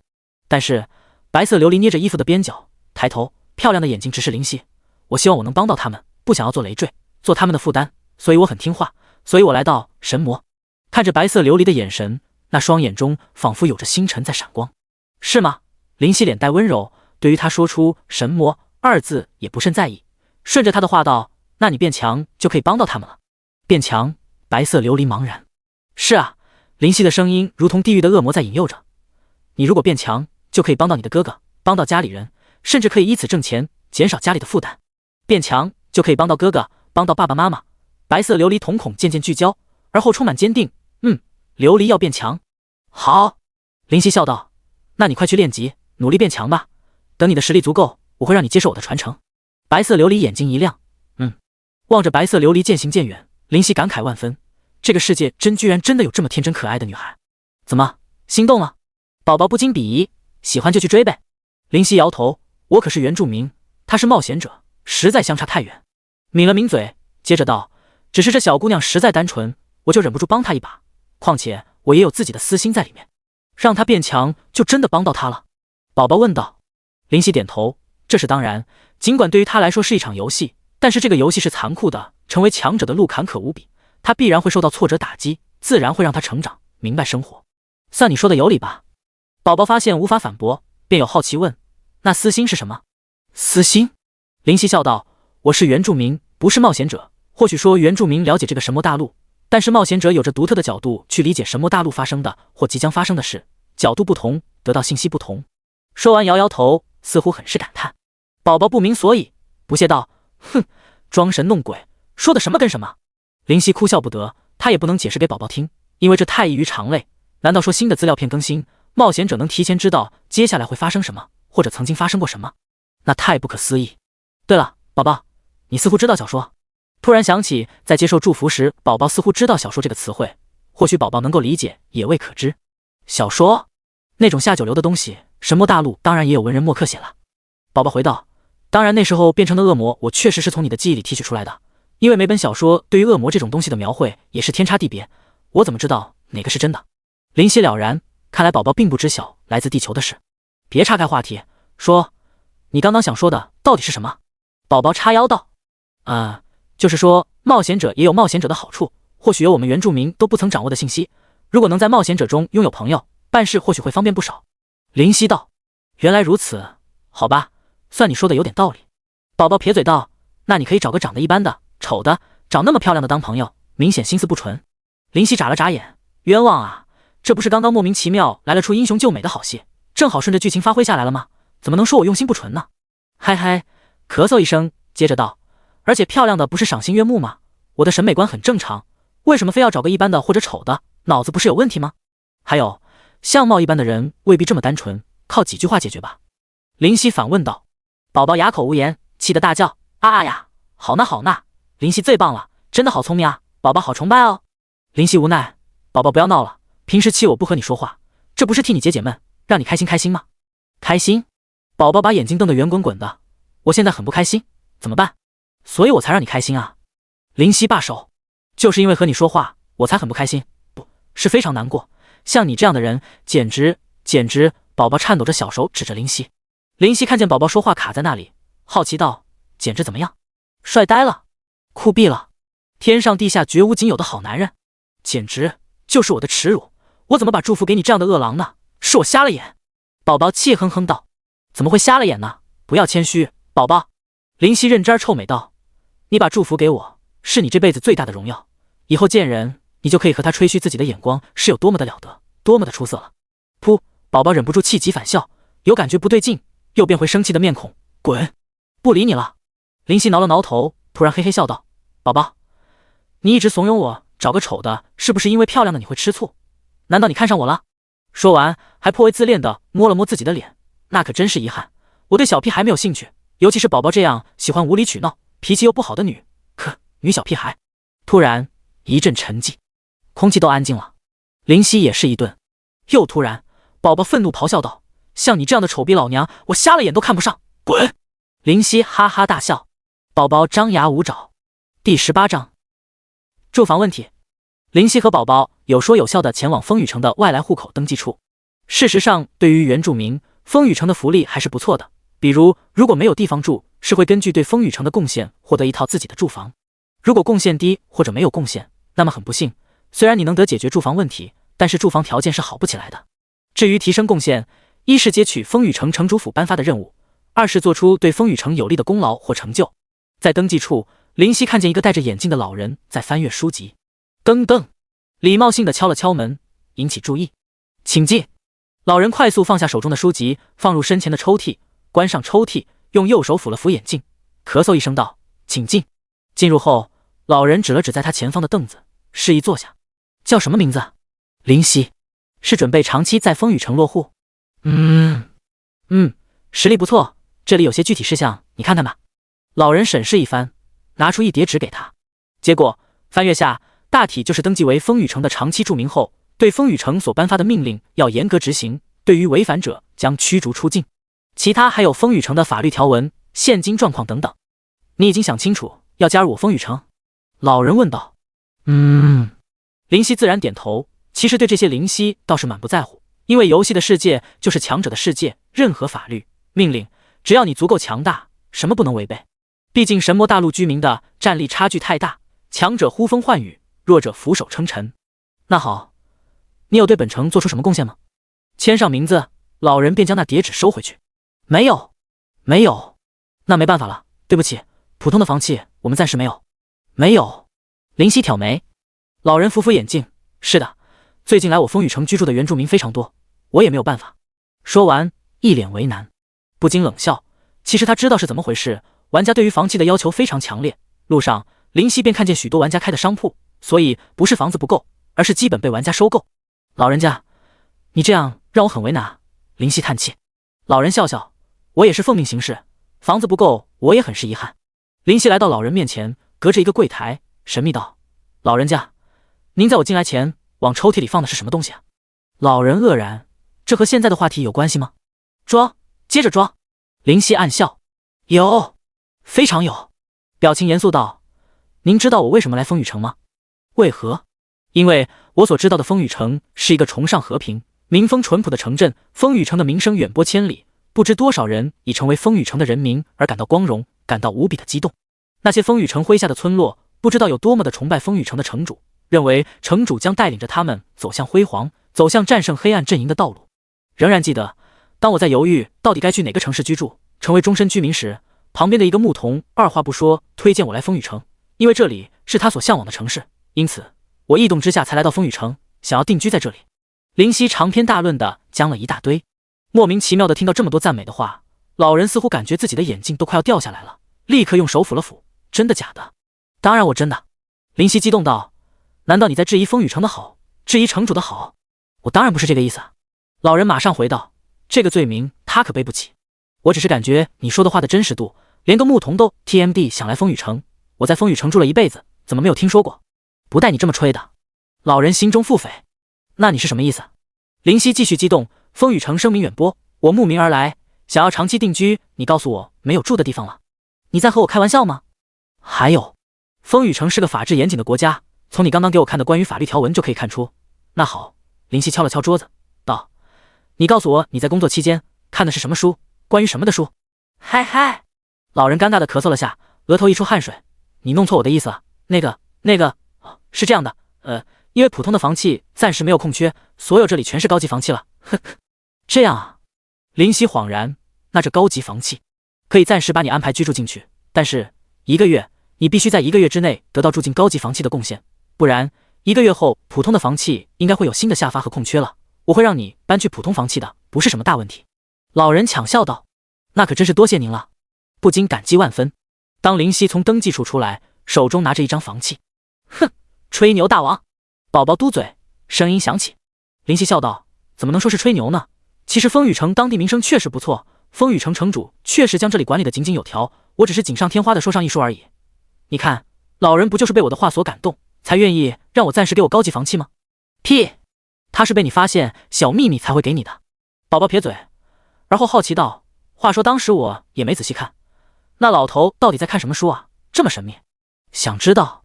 语气压低，悄悄道：宝宝点头，而后感觉到林夕戏谑的表情，气哼哼道：不说就算了，有什么了不起的？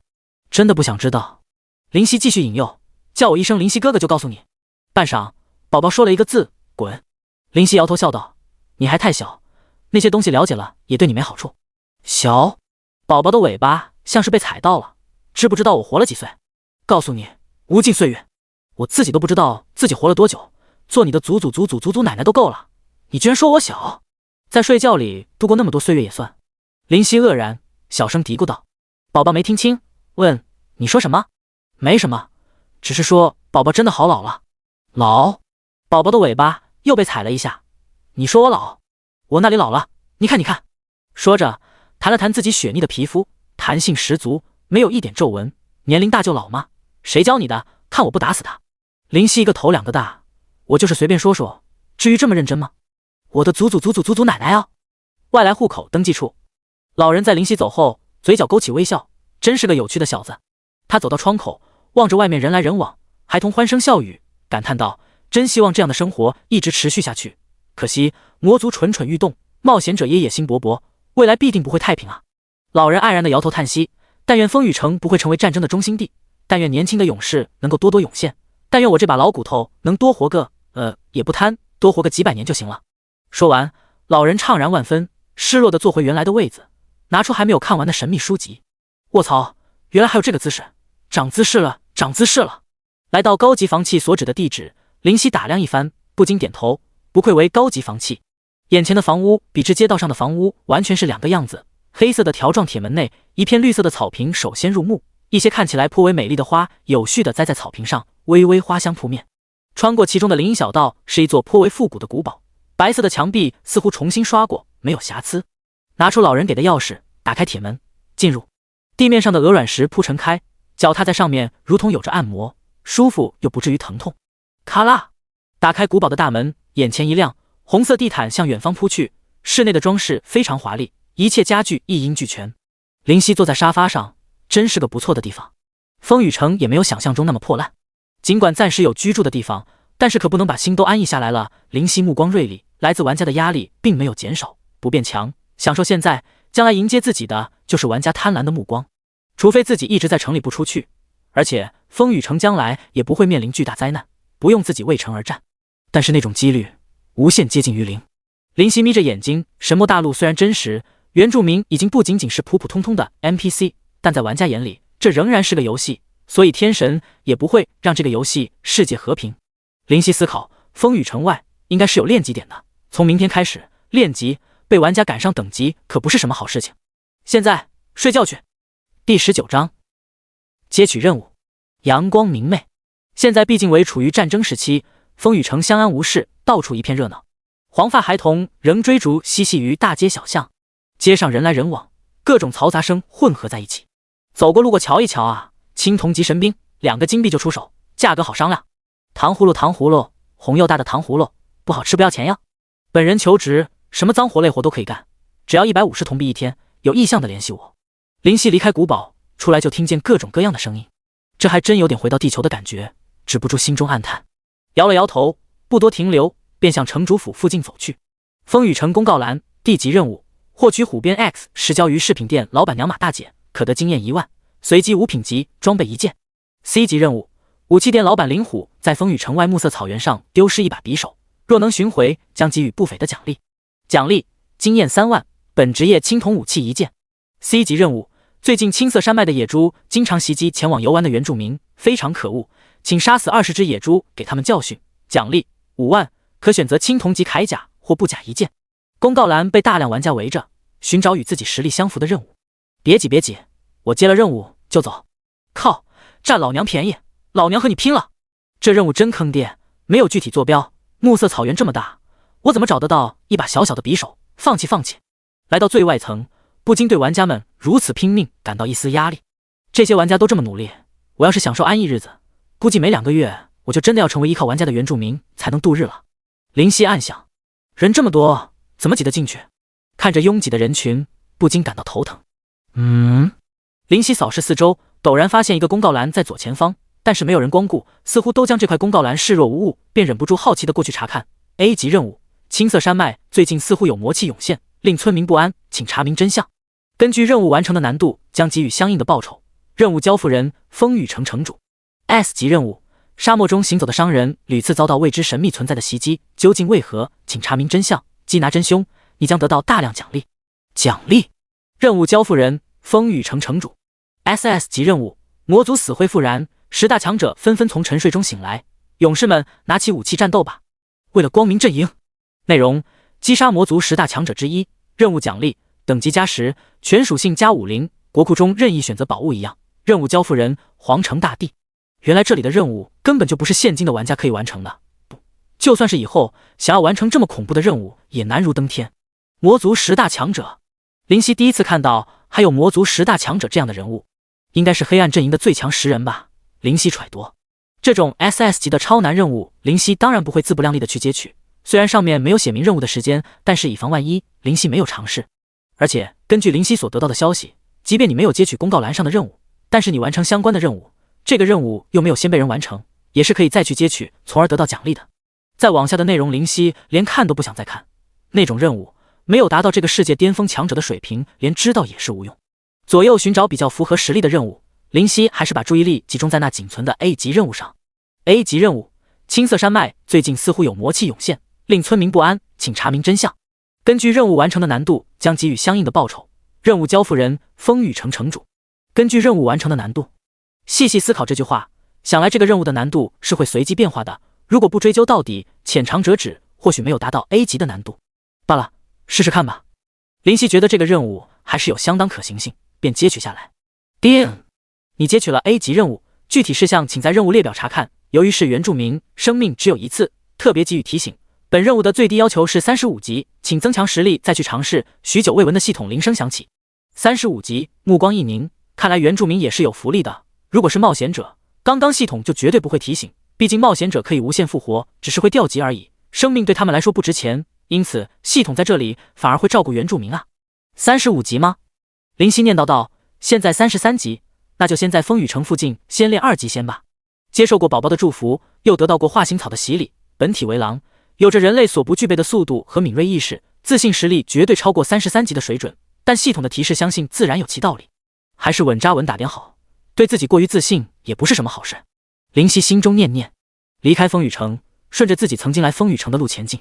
记得当初离开那个恐怖森林，在快抵达风雨城时，曾经路过一个村庄，那个村庄中似乎有亡灵来着，感觉气息似乎不弱，正好可以够自己升级。林夕思忖，一路沿着来过的地方小跑2个小时，终于看见那个村落。房屋为屋顶，人为茅草，显然生产力并不发达，地面上坑坑洼洼，想来是孩子们玩闹留下。村落中的村民正忙着自己的事，有些村里的年轻汉子拿着锄头，正在离着不远的田里劳作。尽管在风雨城的附近，但是发展却如此低下，看来光明阵营也是非常顾虑魔族的存在。魔族一旦展开攻击，光芒阵营势必要收拢战线，集中在城镇里。这些村落没有任何防卫设施和条件，战争时首先受到波及，哪怕是一丁点，便会从此消失，发展反而会浪费经济。走入村庄，有种回到古代之感。年轻人，从来没有在这个村里看见你啊，你是外来的吧？一个白发苍苍的老人拄着拐杖，面容慈祥地走到林夕面前。林夕点头，那你可要小心了，最近不太平，外面危险。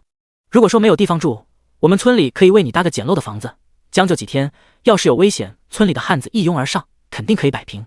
老人浑浊的双眼望着林夕，没有因为林夕有着一头的紫发便心生异样，语气热切关心道。心中微动，重重的点头，轻声道，谢谢大爷关心，我是风雨城里的，来你们镇里是为了帮你们消灭一些邪恶的东西。神魔大陆上的民风确实淳朴善良，这些村民对于外来者没有抗拒，反而非常欢迎，当做客人拿出最好的食物招待。邪恶的东西？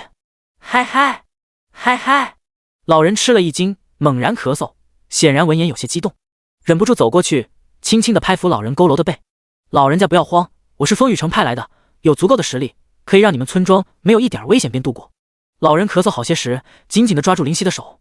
年轻人，我们村里的汉子都是普通人，没有能力去抵抗那些实力强大的怪物，你可一定要帮帮我们呀！老人没有去质疑林夕的话，而是寻求帮助。在他们眼中，或许没有谎言吧。林夕忍不住感慨万分。放心吧，我一定会将邪恶扫除干净的。林夕承诺。来到村里唯一的一口井边，就是这里了。林夕深吸口气。这时，周围很多的妇女和汉子都被吸引过来，交头接耳，窃窃私语。年轻人，这井里真的有邪恶的东西吗？一个汉子挠头问道。林夕点头，不会错，气息就是从井里散发出去的。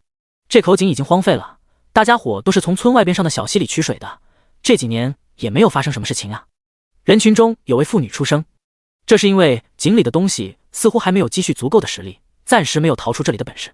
林夕回道，各位去忙吧，这井里的东西我会收拾的。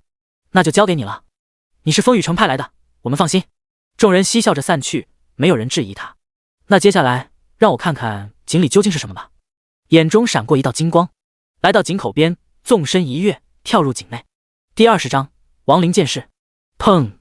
双脚稳稳地落在地面，周围一片漆黑，毕竟是井里，没有任何光亮存在，唯有井上散落下来一块地方可见。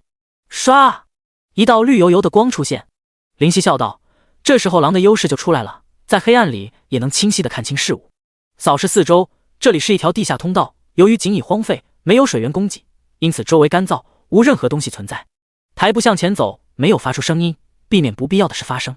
大约2分钟后，林夕听见嘎啦嘎啦的声音，心生警惕，贴着墙壁挪移前进。蓦然看到前方有人，眯眼仔细观察，原来正是亡灵生物。他们只剩下骨架，行走间步履蹒跚，堆积在这条道路上，阻碍前进的道路。身着破旧不堪铠甲，手持各式各样的武器，不断游荡。他们的脑袋中一团无根的火焰在燃烧，在这漆黑的环境里十分惊悚。被亡灵挡住了吗？林夕目光闪烁。侦查术：亡灵剑士，等级32生命，6万攻击，765防御，385速度，16技能，亡灵突刺3连击。简介：风雨城市士兵，跟随着第5代风雨城城主四处征战，死后仍然守护着城主亡魂。可以杀。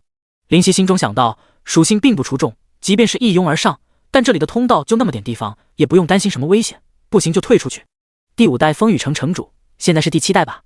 当林夕出现在亡灵剑士的视野中，结节！大量的亡灵剑士发出吼叫，举起武器向着他冲杀过来。哼！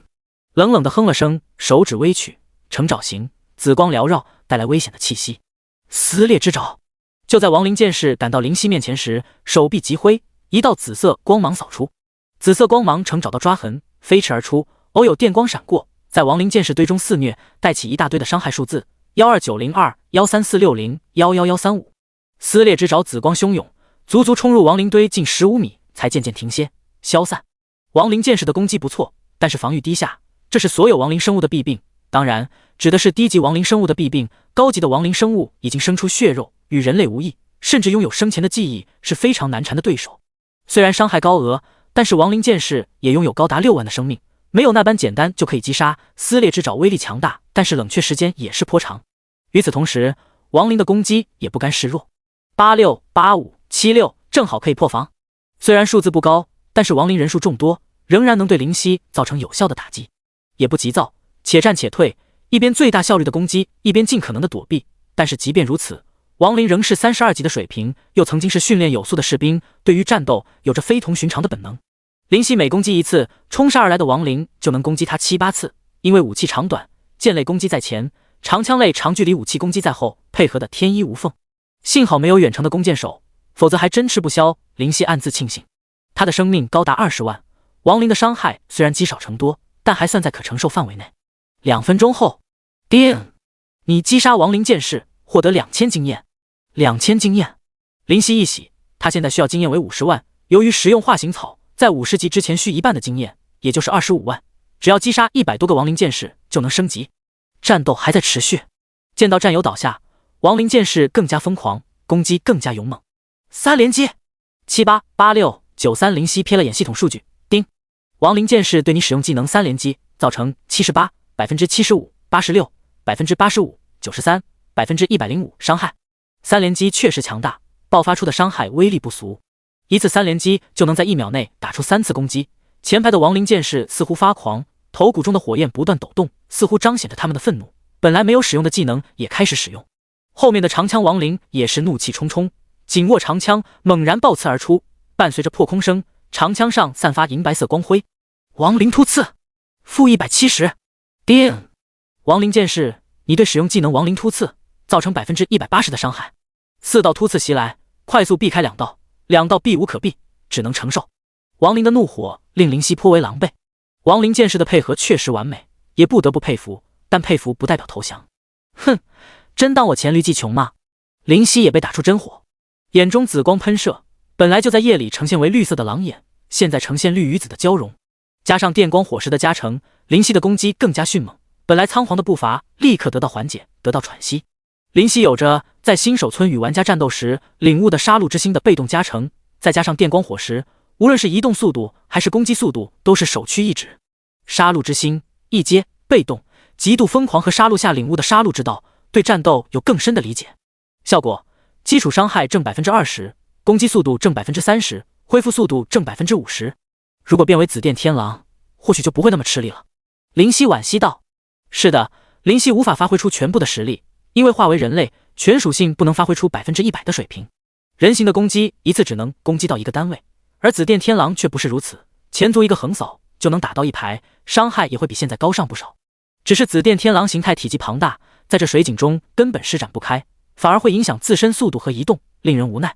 战斗仍在继续，也不知道这条道路上的亡灵士兵究竟有多少，但是自然是越多越好，杀不完最好。只要100来只我就能升级，如果不行，我就先离开水井去外面先休息，将状态都回满，再来找亡灵剑士的麻烦。林夕冷笑。30分钟，葬身于林夕之手的亡灵剑士超过50。1小时20分钟后，叮！你击杀亡灵剑士，获得2000经验。唰！一道金光从地面升起，飞出林夕头顶1米后渐渐消失。升级34级，才1个多小时就升级了，亡灵剑士的经验果然丰厚。林夕一喜，随后立刻将情绪压抑下去，以免分神。又接着战斗10来分钟，瞥了瞥自己的生命，54602200000，看着前方几乎被亡灵剑士填满的水井道，林夕萌生退意，今天就到这里吧。连续长时间的战斗，林夕的精力已经非常疲惫，连躲避的效率的下降不少。在躲避中后退，脱离亡灵剑士的战斗范围，一个撕裂之爪阻碍亡灵剑士的进攻，林夕向后急退离开。亡灵剑士愤怒地追了10来米，失去目标便再次游荡。他们毕竟不过是最低价的亡灵，没有太多的智慧，更多的只是依靠本能和命令行动罢了，不能离开守护的地方太远。第21章筋骨剑魔。村中一切仍旧，村民们忙碌劳作，以支持着家庭的日常生活用。唰！林夕从井中跃出，才1个多小时就升级，这些亡灵的经验太高了，林夕暗喜，随后遗憾道：可以玩家的那些疗伤药剂对于 NPC 来讲却是真的只有疗伤止血的效果，否则上来把血加满，再下去刷怪般清理亡灵剑士等级，就真的是蹭蹭蹭的往上涨了。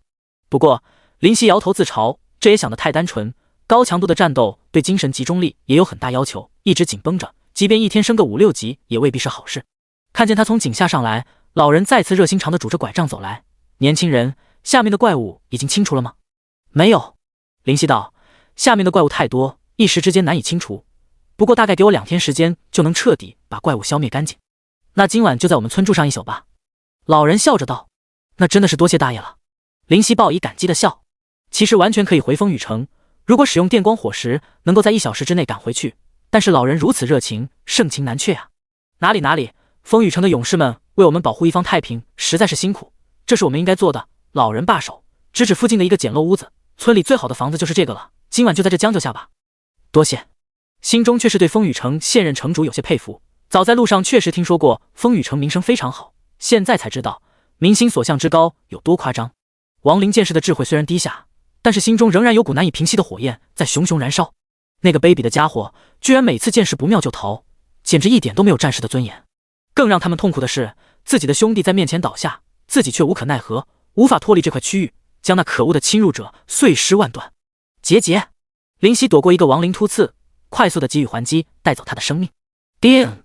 你击杀亡灵剑士，获得1500经验。叮！你击杀亡灵剑士，获得1500经验。这已经是第3次来到井里，由于 NPC 的生命回复没有那么简单，早上9点第一次进入，下午3点第2次进入，现在晚上7点第3次进入。亡灵的数量已经锐减，已经快要清理完了，明天就能再深入这个井看看。林夕思忖，但是手上不停，灵活的躲避后送去致命的打击。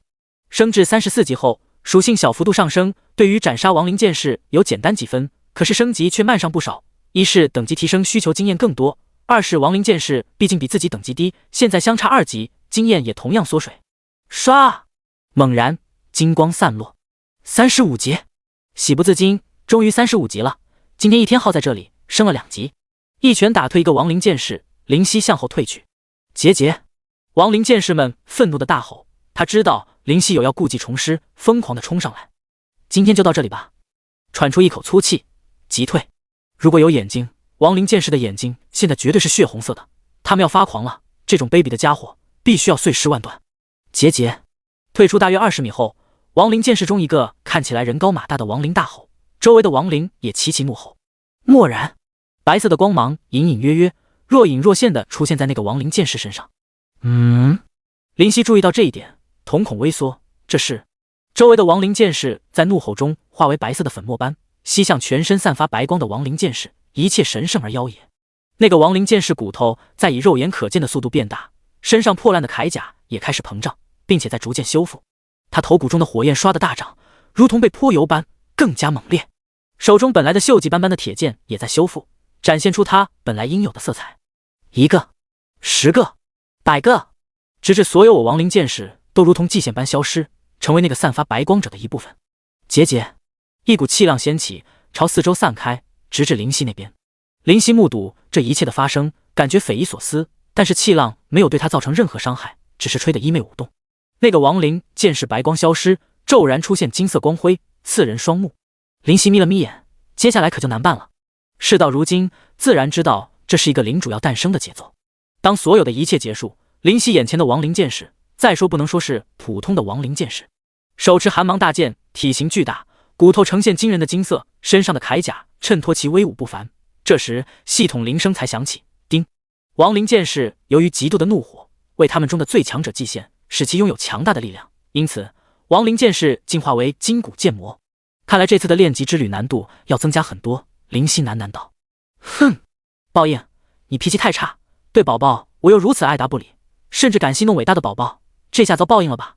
宝宝从睡眠里醒来，就看见这一幕，立即拍手叫好，对着灵犀冷嘲热讽。灵犀的头疼病有犯了，宝宝呀，怎么不睡了？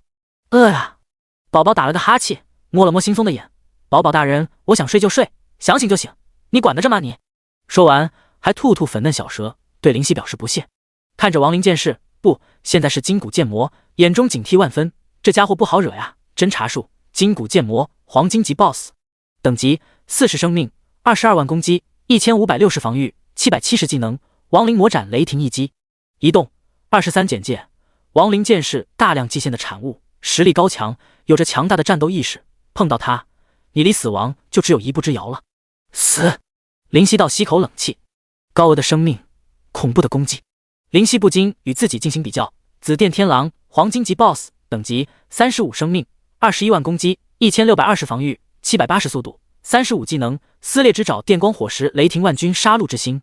简介：除了生命，其他勉强能高出筋骨剑魔一筹，非常勉强。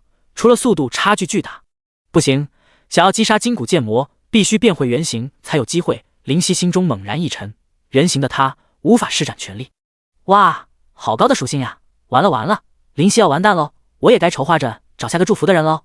宝宝惊叹道：宝宝，灵犀温声细语：天黑了，不早了，该睡觉了。不睡就不睡，气死你！宝宝大叫：灵犀，你不睡，我要回去睡了。说完转身不理会筋骨剑魔，去老人指的那个屋子里睡觉。第22章亡灵祭献。回到房间之中，灵犀打量四周，整个屋子被蜡烛照耀的昏黄，上方弄出一个窗口以透风，在角落简陋的床上甚至有蚊虫休憩，环境相当糟糕。也不在意，大手一挥便将蚊虫通通消灭殆尽，扫落在地面上。床边有着一张还算完整的桌子，桌子上放置干净的水果和食物。同样是神魔大陆的居民，甚至旁边就是风雨城，居然还是如此落后。灵犀叹息，伸手拿了个苹果在床上啃食。透过窗口，灵犀望着闪闪发光的星辰，莫名怅然，或许其中一颗便是地球，也未可知。宝宝，灵犀心中叫道。宝宝打了个哈欠，干嘛？人家正要睡觉呢。灵犀，还真是一天睡到晚啊，不禁哭笑不得。没事，你睡吧。说完闭上眼睛睡觉。一夜无话。第二天天蒙蒙亮，灵犀便起身去洗漱。打开门便看见老人正拄着拐杖望着远方，似乎在眺望什么。开门声引起老人的注意，他转头和蔼笑道：年轻人这么早就起床了？灵犀点头应道：是啊，老人家你似乎有心事。老人摇头笑道：也没什么，只是不知道我的孙儿怎么样了。你的孙子？老人望着远方，鸟儿叽叽喳喳在树上欢唱。他有些出神，我的孙儿去参军去了，就去的风雨城。他说好男儿志在四方，要出去闯闯，便不顾我和他爸的反对，偷偷去风雨城。后来呢？他没有回来吗？灵犀问道。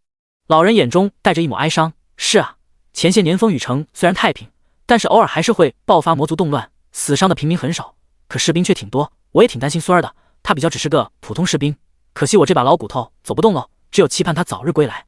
就在风雨城吗？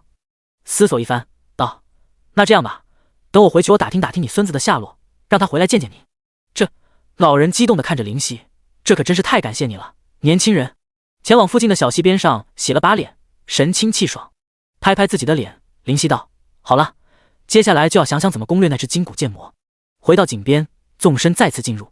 这次在没有亡灵剑士存在，灵犀一路前进，在感觉几乎接近那股气息的发源地时，那具金色骷髅正站立在那里。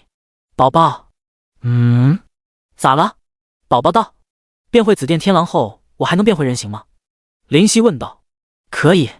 宝宝道：化形草的功效虽然不是永久的，但是来回转变个3、4次应该不成问题。灵犀点头，那就好。金骨剑魔听到动静，转过头，蓦然眼睛通红。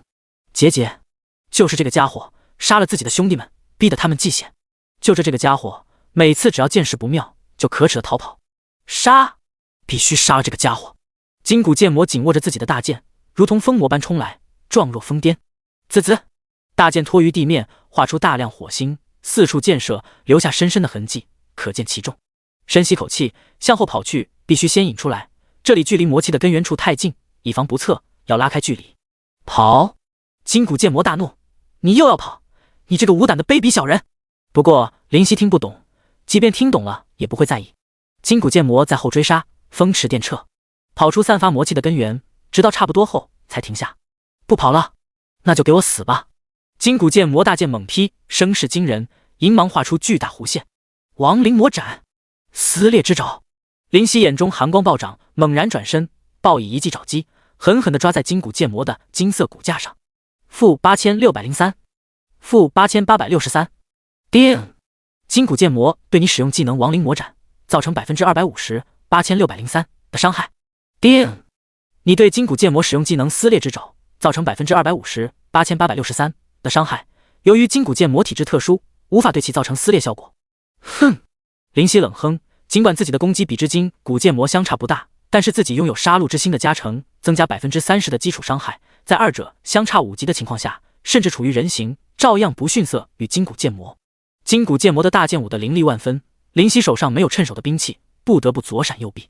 从那破开空气的声音就可看出此剑之重。所幸狭窄的井道无法完全容纳金骨剑魔大开大合的攻击，在墙边留下道道深刻无比的剑痕。心神紧绷。3分钟后，撕裂之爪。灵犀手中紫光朦胧。亡灵魔斩。金骨剑魔眼中血色布满。轰！互退几步，再次大量换血。二者都十分警惕，没有拿出全部的实力。幸好我的移动速度快，能避开的攻击多，而且金骨剑魔拿着如此巨大的重剑，攻击迟钝，我能攻击他2次，他可能才打出1次。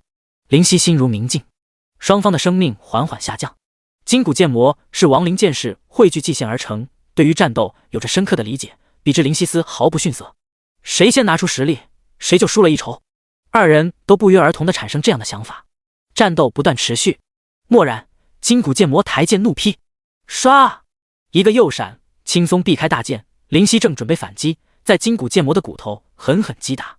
金骨剑魔眼中闪过狡黠，灵犀心中一惊，虚招。金骨剑魔剑一横，怒扫，快如剑，雷霆一击。灵犀咬牙，腰身后弯，恰恰从鼻尖而过。Miss！ 冷汗直冒，差点，这一击威力绝对远超刚刚的亡灵魔斩。宝宝从灵犀的视野中知道怎么回事，激动拍手道：好妖！浑身一抖，差点扑在地上，快速的收拾心情，翻身一脚将金骨剑魔暂时击退，大骂道：你的助攻也不错呀，叛徒！宝宝得意的笑，露出洁白牙齿，眼睛都快笑成弯弯的月牙。呵！灵犀朝着金骨剑魔露出冷笑，仿佛在说：还是你先使出其他技能了。结节！金骨剑魔怒吼一声，扑过来，鏖战继续。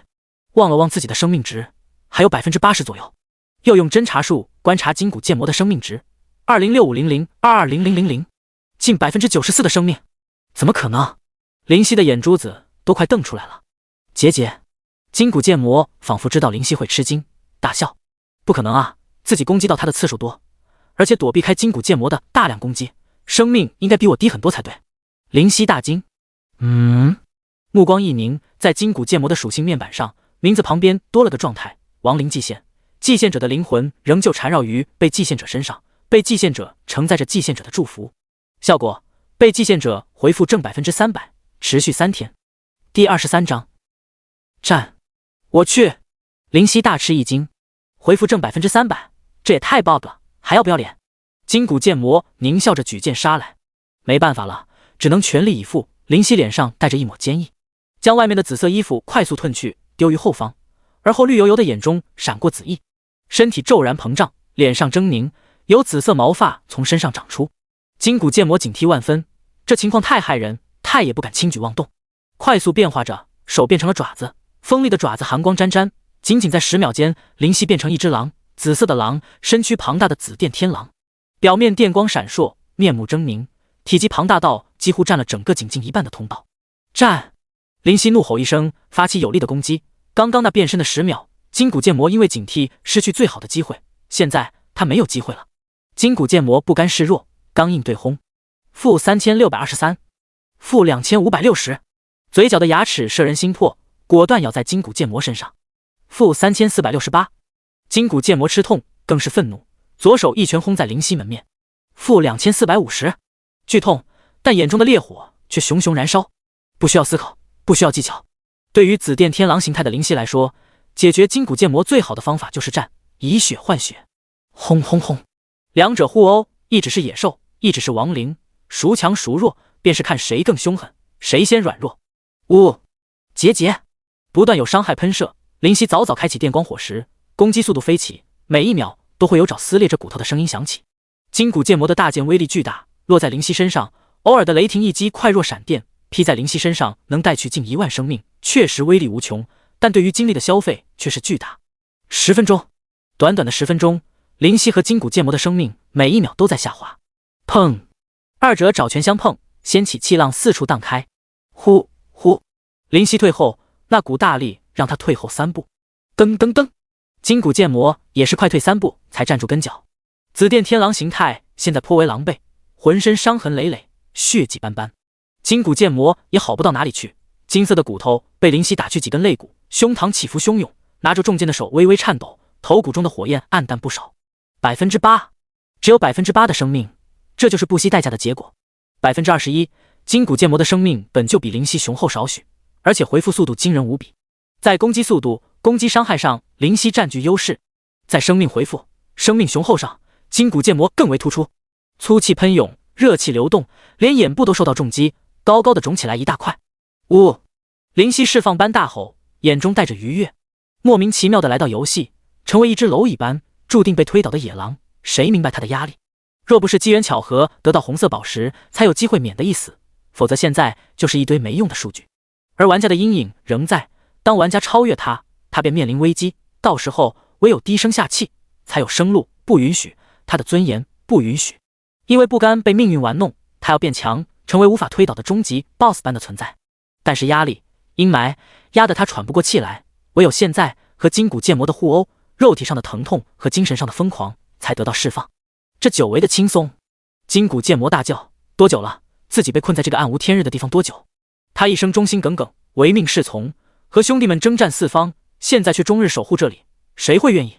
他不甘，他曾经是沙场上的将军，为何要沦为这般田地？即便是死，也要堂堂正正的战死。两人互相看着，大笑。灵犀仿佛看见沙场上的将领，豪迈而自信的大笑：一将成，万骨枯，他就是将。金骨剑魔原以为眼前的敌人不过是卑鄙小人，没想到实力居然和他旗鼓相当，战斗大开大合，颇合他意。尽管非人，但是人与兽对他来说不过是种族的不同，不代表着任何尊卑，因为沙场上只有生与死，只有胜与负。一股惺惺相惜之感油然而生，而后再战。紫色的电光如同细蛇，四处激射，留下焦黑。这块通道被金骨剑魔破坏得不堪入目，剑痕无数。疯了！宝宝摇头失神，喃喃道：你们两个都疯了。重重的一爪挥出，金骨剑魔颤抖，而后稳住身子，举剑怒劈，在紫电天狼的表面停顿，而后破开其肉数厘米，才停住，再无法进入丝毫。皮开肉绽。噗！灵犀吐出一口鲜血，畅快道：你不懂啊，宝宝，这就是男人的交流。5%、4%、3%。无论是灵犀还是筋骨剑魔，他们生命都在下降，每一刻，每一秒。宝宝急道：“灵犀，快醒醒啊！你快死了！”宝宝急得眼泪都出来了。你放心，我不会死，我灵犀贪生怕死，怎么可以就这样死掉？这我怎么能甘心？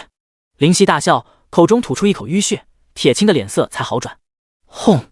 两者有对轰一记，后退。灵犀这次许久才站稳身子。你死了，我可不给你收尸啊！灵犀，宝宝紧紧捏着小拳头，尖叫。灵犀一笑置之，望着眼前的筋骨剑魔道：“筋骨剑魔，可惜立场不同，否则或许我们可以成为朋友。”结。筋骨剑魔的话，灵犀听不懂。再见了，筋骨剑魔，谢谢你，让我心中再无阴霾。眼中划过的是一抹遗憾，一抹决绝。背上紫电浓郁，眼中紫光几乎透眼而出。咬牙，血字从牙龈中溢出，啪啦啪啦，雷电迸射至四周，皆能打出一片蜘蛛网般的破碎石块。雷霆万钧，大片的雷霆冲射，如龙似蛇，没有雷海，有的是浓郁的雷电形成的一条紫色雷龙，恐怖无比的身躯令整个通道如同地震。紫色雷龙扭动身躯，似乎不满这个地方实在太狭隘，让他被压得无法发挥全力。他凶狠地咆哮着，一口吞下筋骨剑魔。叮！你使用技能雷霆万钧，对单个敌人造成基于自身攻击的毁灭性打击，伤害为3000%，由于超越肉体极限，等级5。-108652。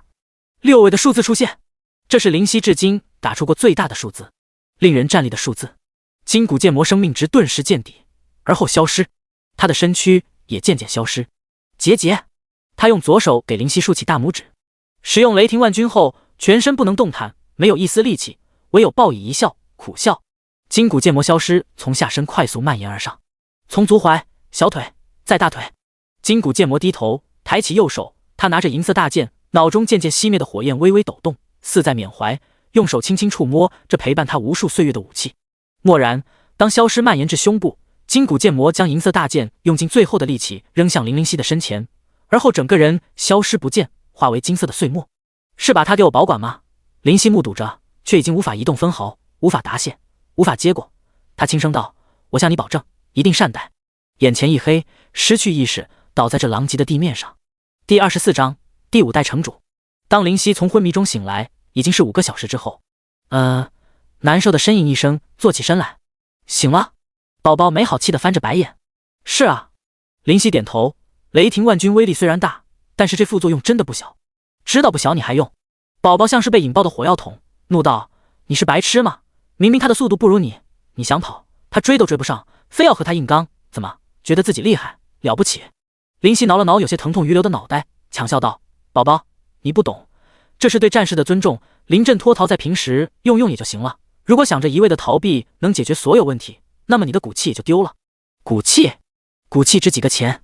宝宝火冒三丈，突然话锋一转：“灵犀，你要知道，你本来只是只野狼，是我让你有机会活下来的。”沉默半晌，回道：“确实如此，也无可否认。”所以宝宝眼中挂着泪痕，叫道：“你的命是我的，我不许你死，你就不能死！”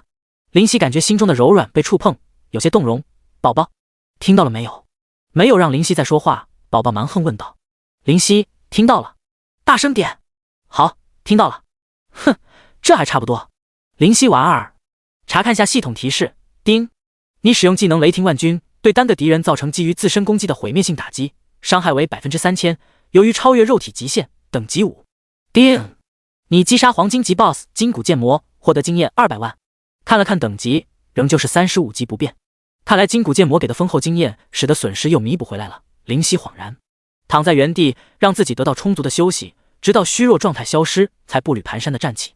这里面到底是什么呢？目光微凝，望着井道深处，其实内心了大概的答案。回到井外，已经是下午3、4点的时间。灵犀也从紫电天狼形态变回人形，将衣服重新穿起。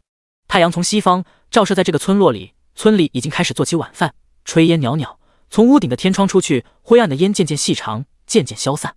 灵犀眯眼，有些感叹，这幅场景如画般美丽。小孩在阴影处玩耍，孩童的欢声笑语不断，大人听见了，摇头笑着不语。年轻人怎么样了？一个汉子从西边回来，手上还拿着一条鱼，见到灵犀，笑着打招呼。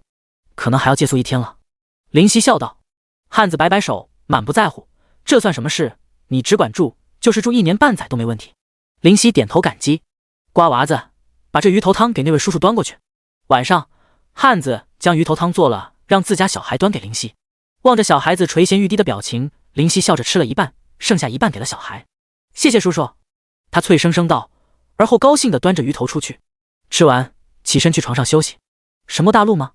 林夕躺着床上出神，曾经在地球的日子还不如穿越来这里的时光呢。对于这次穿越，也没有想象中那么愤怒厌恶。说完，闭上眼睛。宝宝出声道：林夕，你说你是其他世界来的？再次睁眼，他的眼中带着缅怀。那里是怎么样是地方呢？宝宝歪头问道。原来在这个世界外还有其他世界啊？怎么样地方啊？林夕想了想，笑道：一个好的人很好，坏的人很坏的世界。像宝宝这样的小屁孩，要是被坏人带到，可以赚一大笔钱呢。呸！宝宝狠狠地呸一声，脆生生道：你当我是白痴呀？我可是活无尽岁月的，你的祖奶奶。无语，还蹬鼻子上脸了，笑道：那你已经很老了呀。老？宝宝摸摸自己吹弹可破的肌肤，道：那里老了？活的时间长就老了。没眼光，我的皮肤比你好多了。林夕挑眉，心中一动，像你这个外表，用刚刚那位大叔称呼他孩子的外号恰到好处。什么？宝宝刚刚也没注意，不禁好奇问道。林夕摇头晃脑道：瓜娃子，滚！早晨推开房门，老人依然站在那里，眺望着远方。早！老人看见林夕，和蔼笑着。早！林夕点头。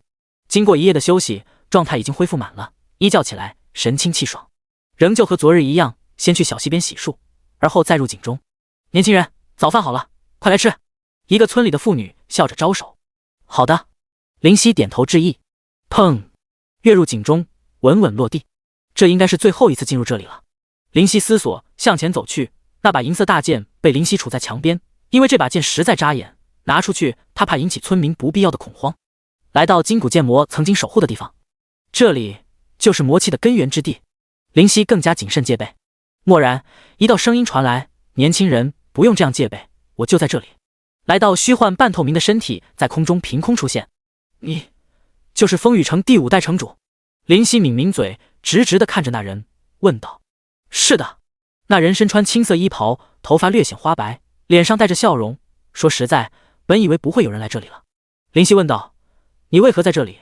风雨城的第5代城主？第5代城主眼中杀意凛然，道：我被第6代城主暗杀于此。暗杀于此？林夕讶然，看来当初心血来潮过来消灭亡灵，居然能发现风雨城这样的内幕。是的。他道：他杀了我这个阻碍，登上第6代可以说是名正言顺，自然无人不服。所以我不干，我想复仇。第5代城主脸色暴戾，却是没想到我的怨气令我有机会成为亡灵，而我的那些心腹知道我的愿望，自然无条件的守护我，放弃战士的尊严，成为亡灵，守护我直到成为真正的亡灵，然后重生。第5代城主眼中带着一抹怅然，却是苦了他们了。为了我的一己之私，尤其是黄山作为我的左右手，忍受着寂寞，替我守护数百年。第5代城主望着林夕，感激道：这还要谢谢你，让他能在痛快的战斗中死去，得到解脱。他叫黄山？林夕知道他说的是金骨剑魔。他是给值得尊敬的战士。林夕眼神柔软。是啊，你却不是一个值得尊敬的君主。林夕的眼神骤然冰冷。城主默然许久，才开口道：我承认让这群战士为了成全我的一己之私是我的错，但是我不甘，我怎么能让黄甫玉坐享其成？可是他已经死了。林夕面无表情道：死了？城主如遭雷击，透明的漂浮身躯微微颤抖，这个打击太大。林夕点头。现在是第7代风雨城城主上位，居然第7代了。城主失神，报复尚未展开，仇人竟然安然离世，时不待我。半晌才开口：第7代叫什么名字？黄甫悔。城主眼中蓦然一道冷光闪过。黄甫。第25章战争伊始。黄甫。城主浑身颤抖，不甘的大吼：又是黄甫，他们窃取我的风雨城，还想要世世代代传承下去吗？好大的野心，好大的野心！巨大的声音轰隆隆的在井道这样狭窄的地方回音不断，余音许久。林夕无言，目睹失去理智的城主。半晌，他才从迷失中回神，不再吼叫。黄甫！城主脸上冰冷，目光悠悠。我发誓，我要让这个姓永远消失在风雨城。林夕是局外人，他没有资格去评判孰对孰错。皇甫设计杀死城主，有错，城主报复，要置风雨城于水深火热之中，难道就对？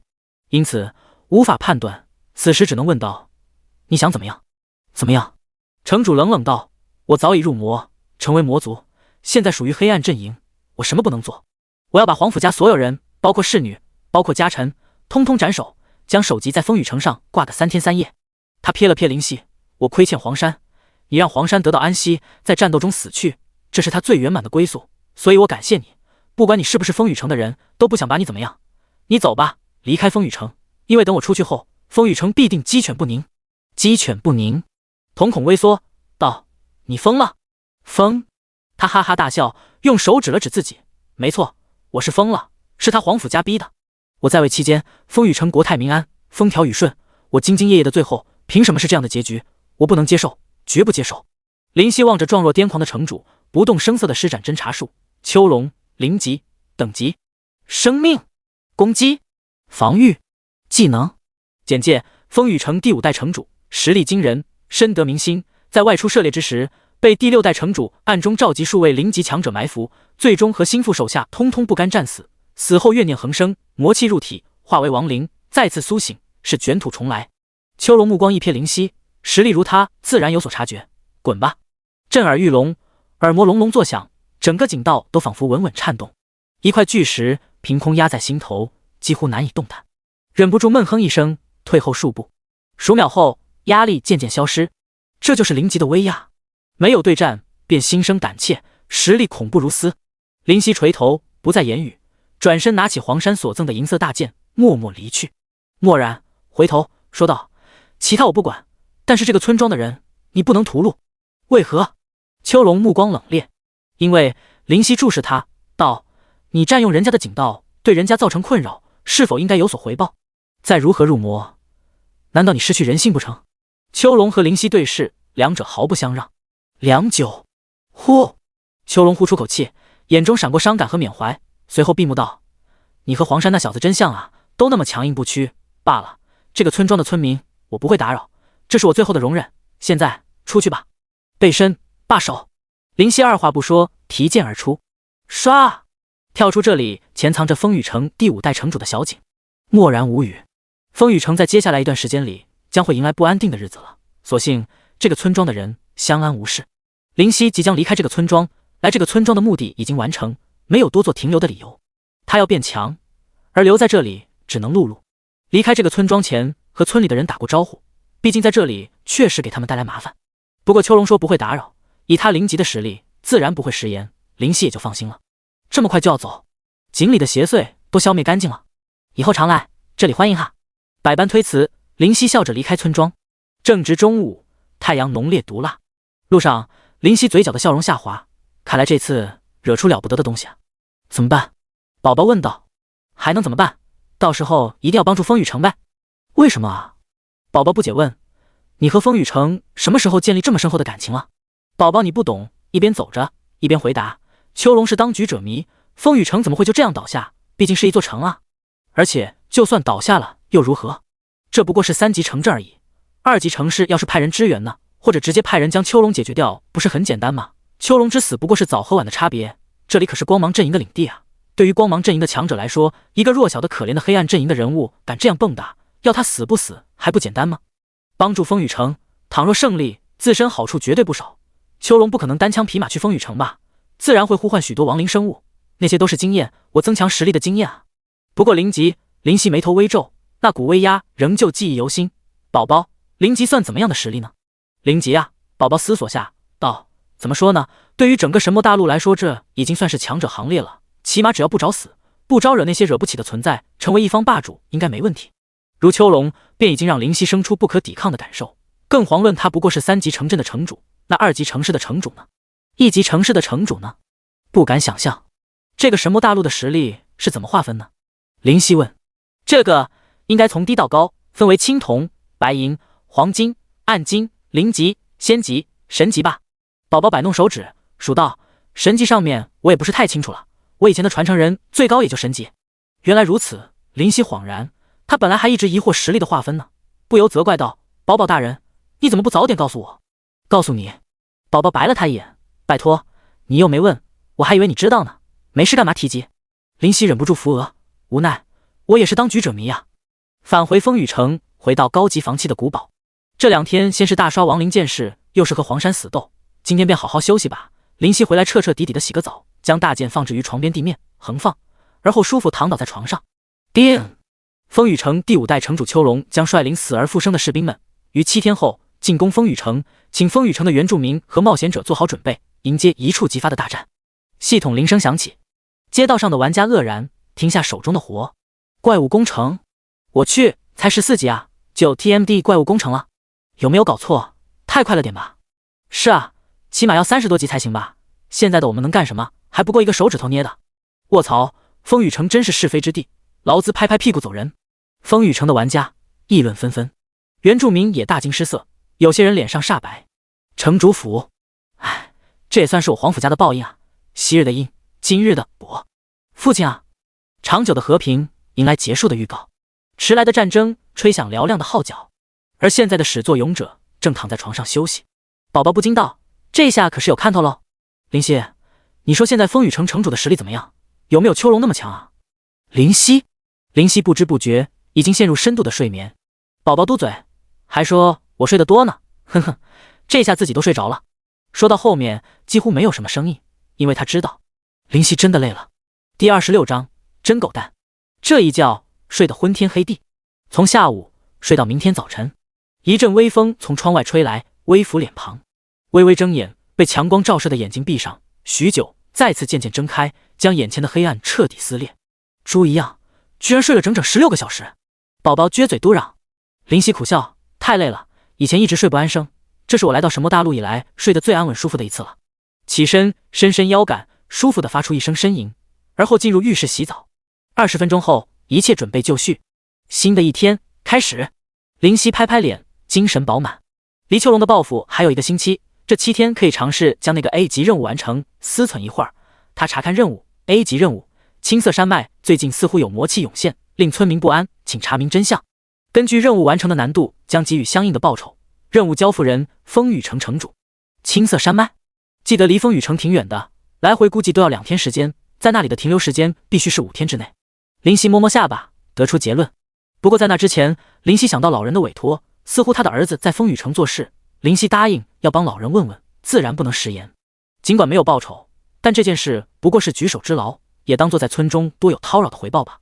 拿着那把沉重的银色大剑，前往当初去过一趟的户口登记处，噔噔，敲敲门，发出声音。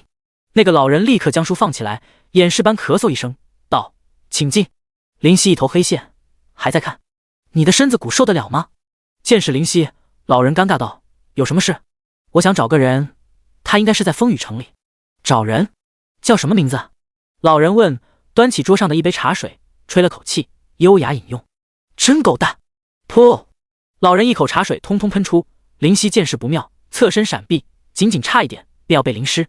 望着面色发黑的林夕，老人尴尬，将茶水放下。失误，这狗蛋是吧？老人脸上涨红，似乎想要大笑，又狠狠憋住，看着似乎十分难受，连别人都替他着急。林夕无语，敲敲桌面，想笑就笑吧，憋出内伤就不好了。老人点头，而后畅快大笑。这是谁家我娃？他爸姓甚名谁？我要膜拜，这名字太劲爆了，我人生中第一次见到这么让人发笑的名字。林夕笑过一阵后，老人脸上红润，精神饱满，对着林夕笑道：“这个名字应该很好找，我查查。”老人从身后的一个大橱柜中翻找到资料，就是这个了，记载进入风雨城的所有人的消息。说着开始翻查，而林夕在旁边默默等待。10分钟后，有了！老人喊道：“在风雨城的3号仓库当管理兵吗？”点点头，致谢道：“那多谢了。”林夕走后，老人摇头：“有趣的小子，话说那把银色大剑好像在那里见过，又想不起来在那里见过。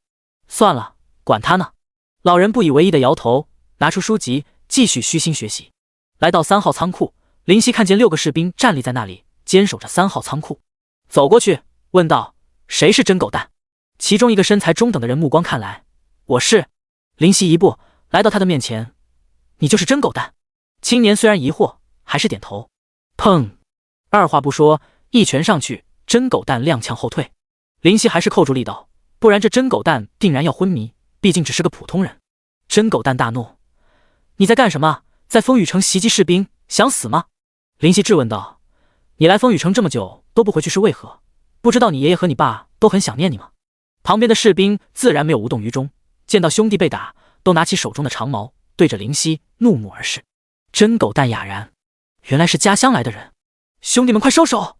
他罢手道：这是自家的家事。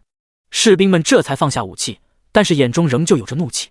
林夕毫不在意，看着真狗蛋道：快说。真狗蛋苦笑：不是不想回去，而是不敢回去啊。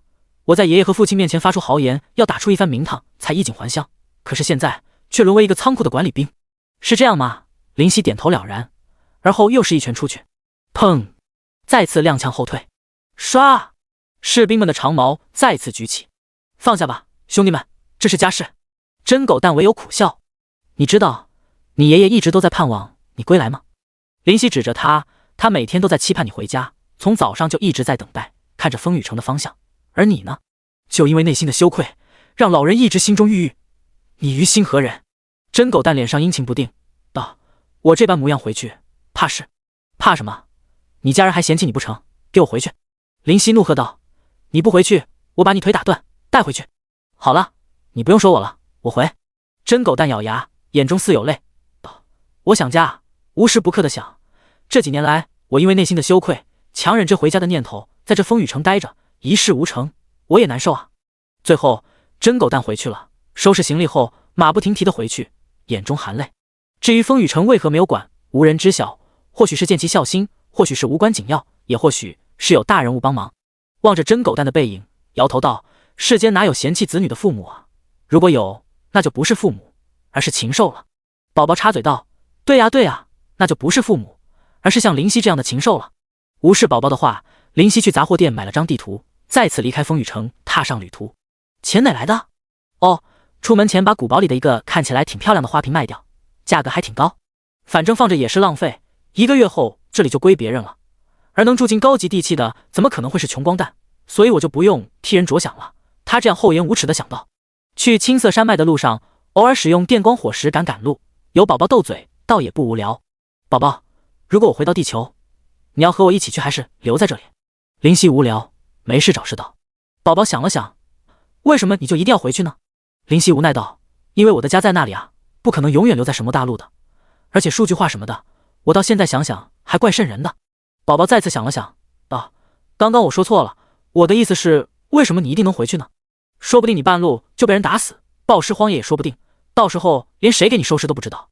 林夕，宝宝，那如果我被人杀死了，你会不会伤心？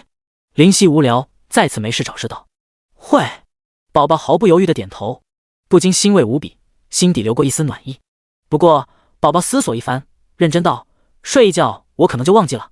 林夕嘴角一抽：宝宝，你的嘴越来越毒辣了。宝宝抱着肚子乐不可支，这还不是你教的好吗？一路行来，中途吃点从风雨城带来的事物，晚上在树下睡了一觉，在第二天的早晨8点，终于达到青色山脉。主要是银色大剑，虽然威力可观，但是确实沉重无比，十分影响速度。这把剑的属性林夕也看过，相当强力，陈山黄金级，攻击力正 15%。 简介：风雨城大将黄山兵器，沉重有力，是敌人的噩梦般存在。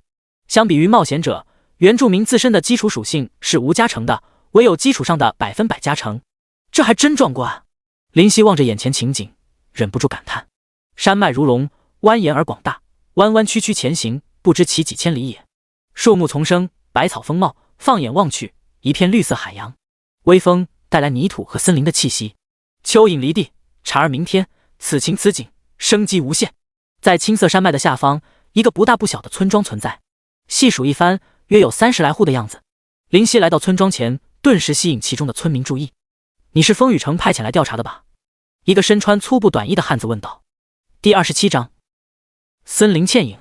林夕的样貌出众，气质突出，根本不似普通人，尤其是紫色的长发，异于常人，所以不约而同的，大家都认为是风雨城派来的能人异士。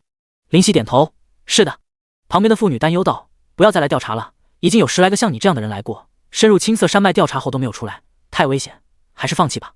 是啊是啊，一旁的人都跟着附和。能和我具体谈谈有什么怪异的地方吗？林夕问那汉子。毕竟在这种情况下，男子比女子要冷静和勇敢得多。那汉子道：是这样的，我们村子在这青色山脉下以打猎为生，以前日子过得也相安无事，但是在2个月前，奇怪的事情发生了。汉子眼中裹挟着一抹挥散不去的恐惧。我们村里打猎是有专门的队伍的，虽然在青色山脉外层也没什么危险的东西，但以防万一，还是集体出动，集体回来。可是从2个月前，一个我们村打猎的汉子消失在青色山脉，那时大家伙都很难受，可是以为是出意外，碰到凶猛的野兽了，所以除了难受也没有其他什么情绪。可就在那起事件之后，接二连三的总有打猎的汉子消失在森林里，就觉得可能是有诡异的东西在森林里。后来我们将这事件上报到风雨城，风雨城也很重视，前前后后派了10几个人过来，进入青色山脉后却都不见了。说完，汉子浑身颤抖，我们是再也不敢再踏入这恐怖的青色山脉，甚至大家已经商量搬离这不祥之地去其他地方。林夕点头，具体原委是这样。对于神秘未知之事，无论是谁都抱有恐惧，林夕也一样。会是什么呢？林夕心中谨慎，大概风雨城派来的人都因为这个任务有去无回，所以这个任务才变成 A 级，没有人敢去接。罢了，不能自寻死路，去里面看看，一旦发生不妥的事，立刻凭借电光火石离开。下定决心，林夕道：我去里面看看。汉子感觉拦住，别去了，为这种事把命搭上实在不值啊。林夕善意笑道：放心，我不会深入，要是有什么怪异的东西，我立刻就跑，我对自己的速度还是有些自信的。说完，在汉子面前消失，他只看见模糊的残影，一愣，哪去了？啪！林夕拍拍他的肩膀：我在你后面呢。汉子转身看见林夕，微微放心道：我都不知道你是怎么消失的，好快，你有这个速度，我也放心不少。林夕最终还是踏入青色山脉。青色山脉的树木分布没有林夕曾经从新手村出来的那个森林那么聚集，阳光洒落下来，在地面映出斑驳且明显的光点。可能是村里的猎人经常走过的原因，有一条道路被踩出，没有什么障碍，畅通无阻。走在这条路上，习习微风带去炎热。林夕目中警惕，这个葬身风雨城10多个接取任务的人的地方，定然不会这么简单。敢接取 A 级任务的人，岂是一羽之辈？进入山脉后，周围经常有声音响起。由于快入秋，没有知了的叫声打扰，周围的一切都听得十分清晰。唰，黑影闪过，什么人？林夕心中一提，喝道。一只松鼠在林夕身前闪过，中途还停下来，用大而单纯的眼睛看看林夕，又跑了。是只松鼠啊！林夕心放下。唰，又一道黑影闪过，什么人？又是一惊，结果又一只松鼠在林夕面前经过，似乎和前面那一只在追逐嬉戏，也停下来看看林夕，继续追前面那只了。林夕无语，宝宝看不下去了，怒道：没出息，太没出息了，和金骨剑魔互殴的时候不是胆子蛮大的吗？现在怎么会怂成这副样子？林夕哭笑不得，宝宝大人哟，那不一样啊，对于未知的东西，谁都会有所敬畏。哼！宝宝娇哼道：我不管，胆小就是胆小，还有这么多理由，全都是借口。无言以对。不过被宝宝这么一闹，胆子倒真的大了不少。摇摇头，或许自己真的太谨慎了。想到这里，林夕便不再胆战心惊，堂堂正正地走在这条路上，这才对嘛。宝宝笑了。渐渐深入青色山脉，遇到的野兽也越来越强大，有野猪出没，甚至是黑熊。遇到这些生物时，林夕微微散发出自己紫电天狼的气息，他们感觉到危险，便不敢轻举妄动。林夕回身看着自己走过的距离，已经看不见尽头，大概2个小时了，足够深入了。林夕看看脚下的路，这条路也越来越窄，越来越淡，可见那些猎人也没有这么深入这里。那神秘存在到底在那里呢？林夕心中暗想。天色缓缓阴沉，阳光逐渐暗淡，天黑之前用电光火石出去吧。林夕想着。一道蓝色的光芒闪烁，看不真切。眯了眯眼，心中的警惕心立起，森林里居然有蓝色的光，有问题。躲在树木的背后，直至确认安全，才从一棵树木立刻另一棵树木，以这样的方式慢慢接近。离那蓝色光芒越近，越谨慎，因为那光芒在接近后才知道有多耀眼。刚刚只能看见点点蓝光的原因是距离太远。到底是什么呢？把心跳压在最低，呼吸几乎没有动静，继续接近。在离那光芒只有20米后，林夕微微闭眼，默默地平缓情绪。许久，睁眼，眼中金光闪过，让我看看嘛，你究竟是什么吧。从树后慢慢转头看去，仅仅见到的一瞬间，林夕彻底惊呆了，脑海中只有一个字，那个字无限放大，甚至占据全身心，整个人呆立当场，绝美的倩影。蓝色的长发无风自动，柔顺的在背后漂浮，脱离地心引力，没有什么拖着。他纤细的身躯蜷缩着，宛如精灵，如偶般的双手抱着自己毫无瑕疵的双腿，浮于空中，身上装着蓝色的衣裳，衣裳精美合身，纤毫不差，更是衬托着她的美丽。她没有穿鞋，那10颗仿佛宝石般的指头，如同上帝的鬼斧神工，令人赞叹。绝美的脸颊，如同大自然最动人的风景，根本无法移开目光，流连忘返。微风拂过，树木发出簌簌的声响，仿佛在惊叹她为何会出现在这凡尘。难道她不是天上的仙子吗？林夕魂不守舍，美，太美！她从来没有见过这么美丽的女孩，宛如精灵，仿佛仙子，是大自然的宠儿，钟灵毓秀。仅仅是看见的那一刻，没有人能逃出她无形的致命诱惑。那气质不能学习，无法抗拒，不是刻意，唯有天生。第28章逃离。在女孩的附近，有着数十人站立，却好像是没了魂似的，呆呆地站着，望着绝美的女孩，忘记自身的一切。显然，他们就是那些风雨城来到强者和村庄里的猎人。林夕，宝宝恼火道：“给我醒醒，口水都要流出来了。”林夕失神般没有听到宝宝的话，眼中全是迷恋和痴想。林夕，宝宝小声问：“没听到？”林夕，尖叫声如同海啸，在林夕脑海席卷。这是那里？林夕看看左右，一片空白，地板是白的，墙是白的，一点污渍也没有。你说这里是哪里啊？天籁般的声音响起，带着戏谑，带着玩弄。蓦然转身，轰！脑中如同有炸弹爆炸般空白一片。这是刚刚看见的那个女孩，她的眼睛也是蓝色的，美得一塌糊涂，像是会说话，让人痴迷，无法移开目光。强忍着莫名的心疼，移开目光，问道：“这是哪里？”女孩眼中闪过异彩，有人居然能抗拒她的眼睛。这里是我创造的世界哦。女孩眨眨眼睛，微微笑着，看起来如同调皮的精灵。你创造的世界？林夕一愣，看看四周，又看看浑身蓝色的女孩。是啊，女孩眼中蓝光闪烁，道：“你愿意和我一起生活在这里吗？”眼睛与林夕对视。一起？林夕喃喃道：“是哦，一起。”女孩露出洁白整齐的牙齿，而且是一辈子。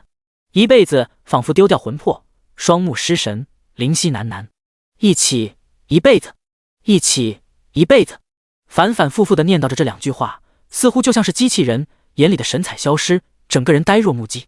还以为意志力很强大呢，还不是就这样，差点吓死我了。我现在正处于关键时期，可是没有抵抗能力哎，你再坚持一下，说不定我就能让你占到便宜了。女孩吁了口气，挑衅般挑起秀眉，看着林夕，妩媚娇声道：“敢说出这种话，她也是料定林夕已经沉沦在自己的世界中，无法自拔。”来到林夕的身边，围着她转了2圈，长得还挺帅气，似乎资质潜力也不错。女孩拿起玉葱般纤长的手指点点下巴：“好吧，等我恢复实力了，就给你机会来我手下做事。再过1个来月，我也就彻底的恢复了。到时候我魔族定然要将这些人类通通击垮，成为我魔族的奴隶。”林夕，宝宝尖叫传来，巨大的声音几乎要将林夕的意识海都要刺破。林夕眼中的迷茫中闪过紫色光点，并且逐渐放大，短短5秒便清醒过来。好危险，他的眼神太危险了，不能看。林夕惊出一身冷汗，你不仁，可别怪我不义。脸上微冷，林夕望着在他身边自言自语的女孩，说着要击垮人类的话，露出一丝若有若无的邪笑。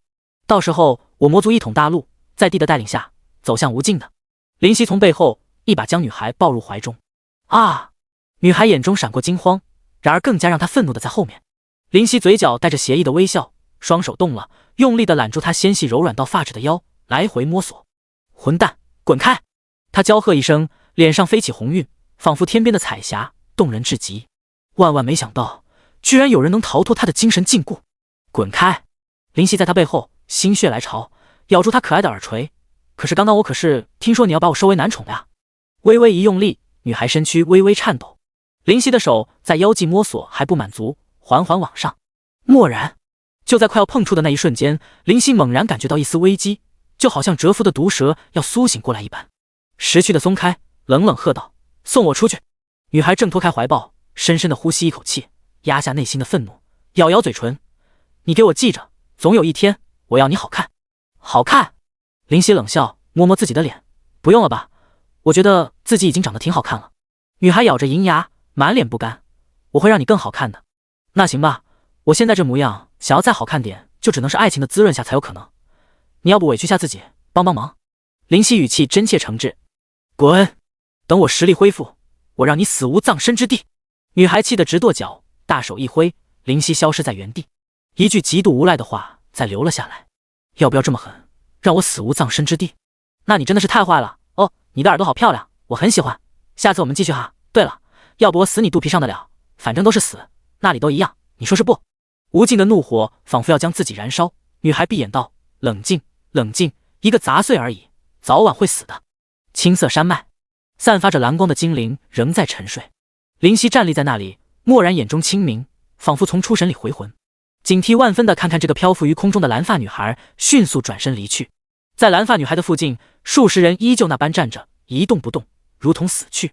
刷刷刷，使用电光火石，飞一般冲向青色山脉的外层，掀起的风让无数绿叶离开树枝的怀抱，缓缓掉落于地面，不知多久，或许就会成为养料。那就是个魔女。宝宝说道：你看她的第一眼就被拉进她的梦境世界中去了，要不是我是在你识海里喊的，也传不进去。林夕点头赞同，确实就是个魔女，太危险，以后不能再和这家伙见面了，一定要躲着她一点。一直到青色山脉的最外层，林夕才将提起的心放下。他究竟是谁？怎么会在这里？林夕暗想，但是没有任何头绪，只能摇头。来到山脉下面，大家看见他走出来，纷纷上前关心。怎么样，没出什么事吧？里面太危险了，现在我单单看看这青色山脉就感觉毛骨悚然，一定是有什么恐怖的存在要出现。不用再去调查了，我们村要立刻搬走，这个是非之地一刻都不想停留。之后这个村庄在村中汉子的带领下开始搬离。尽管夜色正在降临，天边的夕阳正消失殆尽，但是他们想要离开的心依旧坚定。回身望向青色山脉，只见青色山脉远看没有任何不妥。林夕摇头离开。至于系统，不知何时已经显示任务已经完成，因为林夕确实进入其中，调查到信息，查明真相，可以交差。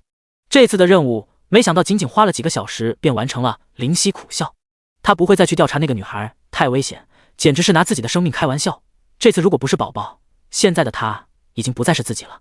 宝宝，谢谢。背离青色山脉，返回风雨城。森林里，夜晚中蓝光更加明显，照亮一片。绝美的女孩漂浮在空中，她的梦境世界里，幸好我早早在你身上下了烙印，不然还真不能把你怎么样。女孩脸上带着运筹帷幄的微笑。原来你不是人类，难怪意志力有些夸张。不过你逃不出我的手掌心，很期待下次见面。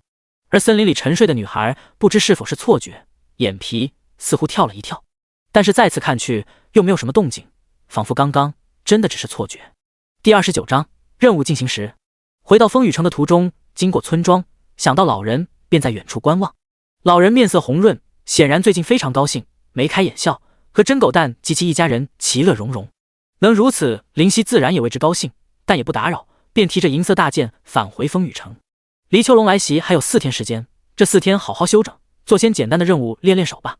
林夕暗想，去往青色山脉一往一返便花费近3天时间，这还仅仅是因为在那里只不过待上几个小时的时间而已。前往公告栏依旧人头攒动，以林夕的属性自然随便挤进去，也无人能阻止。别挤别挤，要你管！一个体格强壮的人想要将挡路的林夕挤到一边，却发现用尽吃奶的力气，却不见其挪动丝毫。淡淡的瞥了他一眼，顿时那人如掉冰窟，浑身莫名胆寒，便去往他处，嘴上还嘟囔着什么，一脸悻悻。目光回到公告栏上，四处浏览，周围的拥挤丝毫影响不到林夕。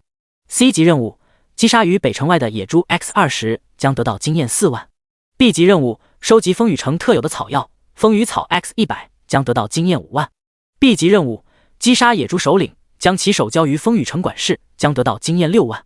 一大堆的任务遍布，琳琅满目。林夕挑选许多任务，毕竟这些任务没有任何难度，只是非常的耗费时间。当再次试图接取任务时，系统提示响起，叮，你已经接取任务10个，请完成后再来接取。也对，如果谁都能随便接取的话，这里的任务早已经被通通拿走了，就算现在完不成，留到以后也可以。那先将这些任务完成吧。林夕前往北城外，在走出20分钟后，终于见到野猪。此时有些玩家在合力抵抗一只侦察术野猪，等级18级生命，75000攻击，530防御，560速度，15技能野蛮冲撞铜墙铁壁。简介：暴躁的野猪受到魔气影响，凶狠异常，经常袭击路人，被风雨城列入的清剿名单。野猪的防御挺高，但是攻击却不怎么样。现在的主流玩家已经有16级左右，只要有数人组队，对付起来不难。嗨，我这里缺一个战士，你要不要来？一个玩家跑过来发出邀请。鱼和熊掌我都要，15级骑士。叮，鱼和熊掌邀请你加入他们队伍，请选择是否同意。队伍里的一个法师大骂：靠，没长眼睛啊，小鱼，这是 NPC， 用你的侦查术看看吧。小鱼愕然，用侦查术查看，结果得出一堆的，只知道一个名字是林夕。林大哥，我随便说说的，您忙。小鱼尴尬笑道。林夕哑然失笑，没事，我正好也要杀几只野猪，一起吧。叮，原住民林夕加入队伍。队员，那个法师扶额道：小鱼，真 TMD 有你的，嘿嘿，16级法师。小鱼无语，嘿哥，就是随手刚发个邀请，我也没想到竟然成功了。林夕微笑，在作为 NPC 的情况下和玩家组队，这还真有种奇妙的感觉。队里有3个人，小鱼是骑士，当 MT， 嘿嘿是法师，是输出，还有个牧师 MM 在一旁治疗。这时牧师 MM 也拿着法杖过来，道：小黑，这下咱们走大运了，快干活。彩虹16级牧师，好嘞好嘞，嘿嘿道。林夕拿着银色大剑对着一只野猪砍去，野猪似乎分外谨慎，看见有人想要攻击自己，嚎叫着冲去，速度对于玩家来说非常惊人，难以躲避。啪！野猪撞在林夕的身上，这是他引以为傲的技能野蛮冲撞。复议林夕连躲避的想法都没有，太弱了，大剑破空直落野猪背部。负36540，令周围玩家目瞪口呆的数字蹦出。附近的玩家视线被吸引过来，卧槽 bug， 这他妈的绝对是重大 bug。 有个召唤师擦擦眼，难以置信道：你丫不会看啊，那是 NPC， 很正常，让 NPC 带练级怎么做到的？再补上一记，野猪哀嚎一声，化为经验消失，留下一地的铜币。2刀带走一只野猪的生命，继续寻找下一只的麻烦。嘿嘿拍了拍小鱼的肩膀，点头道：有出息，这次工作室会给你记上贡献。小鱼挠头：我就是不小心。哎，什么不小心，快捡钱去，那些铜币这 NPC 都不要，咱们快去捡。那个红姐，大家一起捡钱吧，现在2个铜币黑市上就是1块钱啊，这掉落的可都是钱啊。于是林夕就在前面寻找野猪的麻烦，3个玩家就在后头捡铜币。叮，你击杀野猪，获得经验100。叮，你击杀野猪，获得经验100。叮，你击杀野猪，获得经验100。野猪的经验太少，当然关键是因为林夕35级，两者差距实在是天壤之别。林夕看中的只是完成任务后的经验，因为公告栏上的任务完成后不会说因为等级原来减少经验的情况。本身这样的任务经验也不多，要完成10来个才够林夕升级，但是由于化形草的原因，只需要完成5、6次就能升级。不过猎杀野猪只是其中的一个任务而已，20只野猪在短短3分钟内便被解决。我去，要是我们杀野猪，起码10分钟才能磨死一只野猪，这货防御那么高，居然还受不了这个 NPC 2击，真是人比人气死人啊。嘿嘿抱怨道：得了便宜还卖乖，大家不都是这样吗？所以升级才这么困难。那公告栏上能靠现在实力完成的就那么10来个，每天能完成的2、3个就不错了。召唤师彩虹白了他一眼。叮，原住民林夕离开队伍。3人一愣，林夕招招手：我任务完成了，先走一步。3人叹息：可惜了，我才加了50%的经验呢。小鱼意犹未尽：行了行了，3分钟加了50%经验还不满足，而且任务也因为组队的原因完成，今天可以多完成1个任务，已经比其他玩家领先1步了。彩虹没好气道：嘿嘿遗憾道，貌似再过4天就要怪物工程吧，如果那时候和这个林夕组队，等级绝对上全中国区，甚至是世界排行榜的前10啊。小鱼和彩虹对视一眼，异口同声道：你 TMD 做梦呢。嘿嘿讪笑，想想也就想想。林夕离开队伍，没有急着返回风雨城，而是要将接取的其他任务都完成，再回去交掉。风雨草好像是在这附近来着。林夕打量四周，有了。第30章抢 BOSS。 一株株青色的风雨草勃勃生长，有股淡淡的馨香飘来。有玩家正在收集，小心翼翼。林夕眼前正是一片风雨草的聚集地，不管别人，用手将风雨草连根拔起，然后抖掉风雨草根部沾染的淤泥。叮，你获得破损的风雨草 X1。 破损的，林夕愕然。再来一次。再次拔出一棵风雨草，叶子脱落几根。叮，你获得破损的风雨草 X1。 还是破损的，林夕不禁头疼。抬头注意起玩家们的收集方式，只见他们十分谨慎地刨开地面，将泥泞扫开，而后小心翼翼地将风雨城轻轻抖动着拉起，中间只要有根部还处于泥土中，便要再将泥土弄开。原来如此，林夕恍然大悟，又摇头道：实在太麻烦了，不过既然接了任务，再麻烦也要干完。说完蹲下身去，默默地学着玩家的方法，将泥土扫开，不能损伤到根部，轻轻地拔起。叮！你收集到风雨草 X1。叮！你学会通用技能采集术，初级。默默的劳作，因为采集风雨草的任务要求是整整100株，必须要花费大量的时间。这种任务因为没有任何危险，所以也只有费时才会有这样的任务请求。2小时后，林夕起身伸伸腰，终于结束。这种任务实在麻烦，以后还是不要再接了。大伙儿快去瞧瞧，妈的野猪 BOSS 又刷新了！真的，这野猪 BOSS 也是倒霉，成天只要一刷新就有被人宰掉。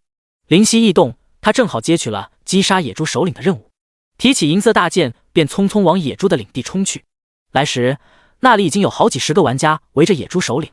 那只野猪首领嗷嗷叫着，却无法冲出。现在16、7级的骑士防御和血量根本让他无可奈何，而外层的法师每每火球冰雹都能让他痛不欲生。都让开！一声大喝，林夕提起银色大剑直奔野猪领主。玩家的视线被吸引，林夕的这把大剑太夸张，太华丽，震撼在场的所有玩家。那把剑太屌了吧！我也想要，真的太装逼了，泡妞力气我去。有人羡慕，自然有人嫉妒。一个玩家摸索着手上的短剑，嘀咕道：土老帽，那有什么了不起的？咱手上的武器才是低调奢华有内涵。但不管怎么说，拿着这样一把剑横冲直撞过来，谁都会有些慌张，连忙避开道路。林夕轻松顺畅地突破玩家的包围。妈的，这小子不要命了 ，NPC 了不起啊！等老子等级上100级的时候，我一个巴掌就打死他。林夕不管不顾，一路冲到野猪 BOSS 的面前，武器蓦然染上紫色光芒，陈山大剑狠狠地劈在野猪首领的头部。撕裂之爪，-127,852，鲜红的数字蹦出，致命一击加弱点攻击加撕裂之爪，难得一见。林夕眼中一亮，致命一击的几率平常情况下是1%左右，弱点攻击相对较易，只需要知道弱点部位即可。这3者的伤害加起来，不得不说野猪首领很不幸。嗷！野猪首领大吼，痛苦无比。叮！你使用技能撕裂之爪，触发致命一击和弱点攻击，造成127,852的伤害，并且形成撕裂效果，每秒受到伤害50点伤害，持续5秒，冷却时间3分钟。电光火石，快速的补上2记，顿时野猪首领才刚刚刷新，便倒在一片血泊之中，满眼不甘和难以置信，瞪得老大。在众玩家风中凌乱的表情中，蹲下将野猪首领的头部切下，完成3个任务，而且野猪首领的头部带着有些麻烦，先回去一趟吧。林夕想着，便往风雨城里走去。妈蛋 ，NPC 抢玩家 BOSS， 要不要点脸？有玩家反应过来，朝地上呸了口唾沫。叮！你在风雨城境内破坏环境，得到处分，经验负10%。系统提醒您，保护环境，人人有责。那名玩家陷入长久的沉思。论坛上一下子火了，多了个惹眼的标题 ：NPC 怒抢 BOSS， 视频为证。1楼，正常，神魔里的 NPC 那也叫 NPC， 和活人有什么区别？求解。2楼，你这算个 J8，我们木洛城里有个乞丐，总是给玩家任务，还都是连着好几百环的，我还以为完成后会得到隐藏职业啥的，结果他妈的奖励一只鸡腿，还就是最后一环的任务需求当做的任务奖励，简直 CTM 了。3楼，2楼同道中人啊，我也被坑了，那个无赖老头贼贱。4楼，就不能把这游戏当成游戏了，所以才敢号称是第2世界吗？当然，对于这些林夕是不知道的，他现在正交付任务呢。在公告栏的附近，有一个全身老人正坐在那里，在他的头上标示着他便是任务的交付人。风雨城管事林夕来到风雨城管事旁边，道：我是来交任务的。好，将任务的要求拿出来吧，至于击杀的任务，天神是会查明的。他大手一挥，顿时系统铃声响起。叮！你完成 C 级任务，击杀于北城外的野猪 X20，得到经验4万。叮！你完成 B 级任务，收集风雨城特有的草药风雨草 X100，得到经验5万。叮！你完成 B 级任务，击杀野猪首领，得到经验6万。经验条顿时加了 50%， 已经超过一半。风雨城管事抚须，表情怪异道：不错，但是你是原住民，完成这些任务实在是太简单。我这里刚来了一个任务，你若是完成，可以得到不错的奖励。叮！是否接受风雨城管事的委托，击杀丘龙？丘龙！林夕浑身一抖，差点没倒在地上。别激动，年轻人，不是你一个人的任务，离丘龙的来袭已经只有4天，我们风雨城自然不会坐以待毙，正在广召实力强大的勇士和城主一起对付丘龙。风雨城管事笑眯眯道：怎么样，这就不难了吧？我风雨城城主可是有着暗金的实力，更有着3级城镇的城主加成，即便是0级也可抗衡1、2。那秋龙虽然不知道实力，但是肯定也没有我们城主强大，这就是个简单到令人发指的任务，在城主屁股后面稍微助攻就能完成。风雨城管事劝道。林夕哭笑不得，要不是见过秋龙本人，被风雨城管事这么一忽悠，还真相信了。你也说了，城主有着3级城镇的加成，才勉强能和0级强者抗衡1、2，秋龙击败城主那只不过是时间问题吧。不过林夕目光一闪，加上自己还有那些同样接取这个任务的强者，也不是没有戏。嗨嗨，林夕道，有多少接受任务的人？风雨城管事尴尬无比，半天才颤巍巍举起一根手指。10人。林夕惊喜道，看来风雨城人才济济，强者辈出啊，这样击败秋龙就更简单了。这个我说的是一个，风雨城管事好半天才憋出来。一个。林夕嘴角一抽，但是这不是还有4天的时间准备吗？可能还会有勇敢的战士参与的，相信我，大家只是需要几个身先士卒的人。风雨城管事急道，好吧，我身为风雨城的一份子，自然有义务为风雨城贡献自己的一份力量，接受了。叮，你接取任务击杀秋龙，任务难度 A 级，目前接取人数1人。林夕无语，你说的是加上我算一个？风雨城管事点头。第31章攻城前夕。风雨城管事拍拍他的肩膀，笑眯眯道，小伙子，我看好你。接下来的几天，林夕都在做公告栏上的简单任务，虽然繁琐且经验不多，但积累起来也是不菲。叮，你的等级提升，目前等级37级。在交纳一大串的任务后，林夕终于升到37级。而风雨城管事那里再没有人接取这个任务，每次询问管事总是一笑而过，当作没事人般，让林夕都在怀疑这是在拿自己开涮。玩家对于怪物工程如此提早虽然抱怨，但是显然也抱有极大的兴趣，对提升实力相当积极，每天公告栏面前都是人山人海。而作为整个神魔第一次怪物工程，甚至有许多的玩家通过传送来到风雨城，就为了参加这次的怪物工程。其中3大中国区顶尖工会自然也会到场。在风雨城的街道上走着，由于最近人流量急剧上升，林夕不小心和一个男子碰了下，那个男子顿时一个踉跄，险些倒地，但这并不算是刻意攻击，因此风雨城士兵没有管，毕竟现在风雨城的人太多，发生这种事很正常。没长眼睛啊！站稳身子，那男子顿时指着林夕骂道，对不起对不起。林夕道歉。真是，男子一脸不屑道，就你们这些散人玩家，就不要在城里乱逛了，安安心心的去其他城多好，怪物工程和你们有什么关系呢？真是。他的后面有着2个姿色颇为动人的美女，而林夕看去却一点感觉都没有。没办法，这算是看了森林里那个蓝发女孩的后遗症吧，连审美观都连带着提升不少。其中一个美女双手抱胸，用肩膀推了下男子，娇媚道，无敌，别管他了，巅峰会长正在等大家开会呢。男子犹豫下，似乎不想就这样算了，最后想到以会长的严厉，迟到会受到的惩罚，不甘地指着林夕喝道，招子放亮点，有些人你惹不起。随后和其身后的2个美女走了，一脸悻悻。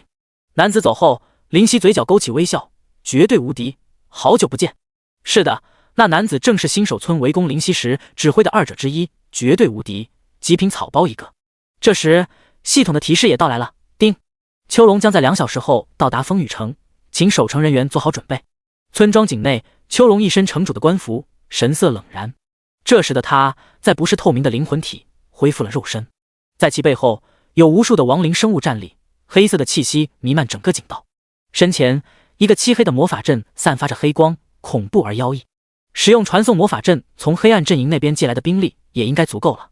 秋龙眼中闪着莫名的光彩，皇甫，这个信在风雨城一定要抹去。某个风雨城的角落，一个青年站在那里。裁决，这次怪物工程由你指挥，我无法脱身过去。好的。神圣裁决点头，当仁不让。过后又犹豫道，这个会长，这次风雨城的怪物工程有些蹊跷，现在的玩家平均等级不过20级，真的能守住吗？你的意思是？神圣裁决低头沉思一阵，猛然抬头道，如果守得住就守，守不住。裁决，这你就错了。错了。神圣裁决再次陷入思索，但是数秒后立刻醒悟，怪物工程守不守得住不关我们的事，我们只管努力守城，守得住最好，守不住至少我们圣堂也尽力了，外人看在眼里便不会给圣堂抹黑，若是逃走，圣堂的名声就会受到损害。正是如此。是裁决想到太浅了。神圣裁决喟然，不，只是你的想法太过于去拘泥于眼前的利益，我会改的。一位气宇轩昂的男子站在前方，身后有着数百名玩家，他的表情严肃。我们天界在这些年隐隐超越其他2大公会，这是荣誉，但是也是压力。希望大家化压力为动力，让天界彻底的坐实网游界第一公会的宝座。是。众人齐声应和。回到住处，躺在柔软的床上。都快开始了，你还要休息？林夕笑道：正因为快要开始，才要好好休息啊。屁！宝宝鄙视道：偷懒就直说。摇头，林夕也不接话，道：这或许是最后一次，不，短时间内最后一次在古堡里休息了。怎么？宝宝疑惑道：你要走？这里不舒服？没有。林夕望着白色的天花板，道：只是必须要离开了。为什么？因为这里已经容不下我了。林夕面无表情。容不下你了？宝宝想了想，不解道：没有啊，也没什么仇人，这高级房契也还有20多天，而且就算高级房契时间到，那个老头也说普通房契会有新的，大不了住普通房契嘛，怎么会呢？林夕眼中带着别人看不到的光彩，淡淡道：等怪物攻城后你就知道了。哼，装神弄鬼。宝宝撅嘴，撇过头去，不理林夕。叮！秋荣将在1小时后到达风雨城，请守城人员做好准备。系统的声音再次响起，林夕却不管不顾，闭目休憩。风雨城的城楼上，无数魔法师站立，几乎没有让你落脚的地方。弓箭手也买了充足的箭支，蓄势待发。怪物攻城意味着什么？经验啊！城楼下的战士是最苦逼的，因为他们要迎接怪物的正面攻击，而城楼上的法师只需要不间断的释放魔法，经验条便会刷刷刷的往上涨，这就是远程职业吃香的地方。而装备一般只要不是散人玩家，都要通通交于工会，照贡献来发放的。贡献怎么得？不就是刷怪得到的吗？以此来看，又是魔法师吃香，因为现在的魔法师都有一个群攻技能火海术，吃到怪物最后一击的几率非常高。因此，所有的远程职业都想要往城楼上挤，毕竟越前面能攻击到的范围就越广，占到的便宜就越多。挤，谢谢。挤什么呀？已经空不出位置了。我去，这还有1个小时，我还是想再提前过来占位置，结果就让你们占光了，有没有搞错？白色琉璃也在法师群中，而且处于最前排的位置，不过他被许多的女玩家包裹着，连一丝便宜也不会被男玩家占到。放心吧，希儿就交给我们了。其中一个女玩家正在和人通话。白色琉璃哥哥点头，城楼上你们挤，要是让那些心思不正的人占到妹妹便宜，我为你们是问。知道了。女玩家点头，又笑眯眯道：那我的姐妹们被占到便宜呢？白色琉璃的哥哥听闻此话，顿时陷入长久的沉思，半晌才道：一切以我妹妹为主，你们被男性玩家占到便宜没关系，我妹妹要是被占到了，我为你们是问。这也太过分了。众女玩家气得直跺脚，这是有多没空啊？嗨嗨，她也觉得有些过分了，补充道：当然，你们身为我们公会的重要成员，我不会眼睁睁地看着你们被男玩家占便宜的。所以女玩家们眼睛一亮，所以我选择闭上眼睛。说完，她便闭上眼睛，一动不动，如同死人。我靠！女玩家们感觉更过分了。第32章，怪物攻城。叮！秋荣将在10分钟后到达风雨城，请守城人员做好准备。总算要来了。有人唏嘘，在城楼上我都要被挤掉半条命线，还是战士好，在城门外等着。3大公会分别各守一门，圣堂守卫北门，天界守卫西门，绝对领域也跑南门去了。我们东门没有顶梁柱在啊。一个法师叹道：毛线个没顶梁柱，你不会看那里啊？一个女牧师反驳，用手指指在城楼最显眼位置，那里有一个老人站着眺望远方。对啊，彩虹姐说的没错呀，城主都在我们这边，肯定比那3大公会厉害多了。同队的男骑士赞同。我去，小鱼，能不能不拆我台？法师大怒。黑哥，我真不是故意的，只是彩虹姐说的确实没错呀。被称为小鱼的玩家无辜道。这3人正是林夕在刷野猪时所碰到的3个玩家，鱼和熊掌我都要，彩虹，嘿嘿。嘿嘿神秘一笑，不过我们东门真正的顶梁柱未必是城主，可能另有其人。谁？彩虹和小鱼问。那个林夕啊，带着我们刷了20只野猪的那个。哦，你说那个 NPC 啊？彩虹恍然道，不过他应该没有城主强吧？而且你确定他会来？你懂个屁！嘿嘿不屑道，城主都几岁了？你看他那样子，少说也有7、80岁吧，怎么可能还打得动？说不定都失去某些功能了。再看那个林夕，正值壮年，而且那神态，那表情，乖乖，绝对不是一般的 NPC 啊！小鱼质疑道，说的是没错，不过说到这里，欲言又止，微微皱眉，似乎有什么难言之隐。不过什么？嘿嘿好奇道，平时小黑可不会反驳自己，难得要出口，可必须让他鼓起勇气。想到这里，嘿嘿一阵得意，我这个做大哥的还是蛮关心小弟的嘛，一般的大哥都是对小弟呼来喝去，根本不会给小弟表现的机会。确实，如此说来，像我这样的大哥，哎，世间少有啊。心中暗爽间，小鱼咬牙，那个，快说啊！嘿嘿，严肃道，不要像个娘们一样，流利的把心中的想法说出来。小鱼脸上铁青，指了指城主，低声道，他好像听到了。嘿嘿，城主深吸口气，面色复杂，似乎在挣扎着什么。良久，对着左右侍卫道，那个叫黑黑的，以后列入风雨城的黑名单吧。是。侍卫面无表情，对于黑黑的话仿佛毫不在意，齐齐点头。然而城主心中早已大骂，老子风里来雨里去的时候，你估计正在玩泥巴呢，也敢瞧不起我。心中问候其许久，气才终于消去。嘿嘿，黑着脸，你怎么不早说？不是我不想说，只是城主刚刚一直往这里看。小鱼欲哭无泪。这样啊，嘿嘿，目露惋惜，抬头望天，遗憾道，小鱼，你刚刚做错一件事，自己知道吗？听闻黑黑的话，小鱼挠头想了想，疑惑道，什么事啊？大哥你快告诉我，你知道我脑子不好使的，我真的不知道啊。唉，嘿嘿叹气，你刚刚应该立刻反驳我，大喊城主身体没毛病，城主定然对你大加赏识，甚至给你开小灶，从此升官发财也说不定。小鱼恍然大悟，拍拍自己的脑袋，对啊，我怎么想不到？这就是你我之间的差距。嘿嘿摇头，轻拍小鱼的肩，努努嘴道，现在还不晚，还不快叫？好的好的。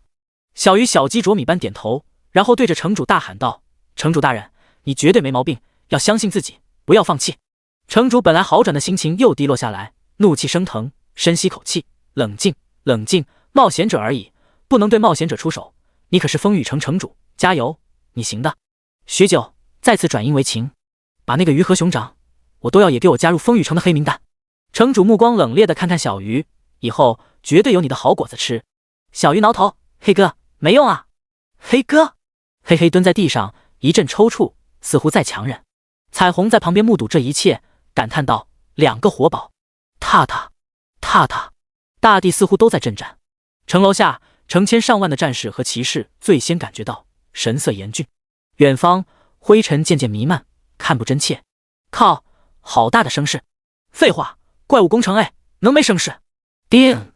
怪物攻城开始，四面八方，无数的亡灵从远方袭来，掀起的滔天灰土，机遇漫上天际。结节，结节！他们拿着各式各样的武器，脑中的亡灵之火熊熊燃烧。在最前方，秋龙站立在一辆辇车上，目光直视在城楼上的城主，目光中带着汹涌澎湃的杀意和滔天的怒火。皇甫，悔是吗？秋龙冷笑，我就让你彻底的后悔，安安心心的去地狱忏悔。在他后面还站立着两位威武不凡的男子，其中一个恭敬道，邱大人，希望你能完成所说的约定。哼！秋龙冷哼道，放心，只要夺回风雨城，定然成为魔族在人类中的根据地。这就好。他点头。秋龙在他们看不见的前方勾起不可捉摸的笑容。亡灵，黑暗阵营，我怎么可能和你们同流合污？城楼上，城主回望，不禁焦急，这灵犀怎么还不来？望着越来越近的亡灵大军，咬牙，拿我的武器，如果守不住城门，我便去拖住秋龙。你二人正好拖住秋龙的左右手，剩下的就唯有交给冒险者和军队了。是。两侍卫点头，下去取装备，不多时便拿来了一把刀，刀身微厚，一股寒意，自看见他的一瞬间，心底绽放。城主轻轻地抚摸刀侧，喃喃道，好久没有共同战斗了，老伙计。蓦然神色锐利，拿住刀尾，直指前方，刀尖在阳光下散发夺目的银芒，喝道，战士们，建功立业的时候到了，这次战役后论功行赏。现在拿起你们的武器，杀！不得不说，连玩家也是斗志昂扬，这就是战争，是个男人就想要体验到的战争。杀！无论的玩家还是原住民，这一刻扭成一股劲。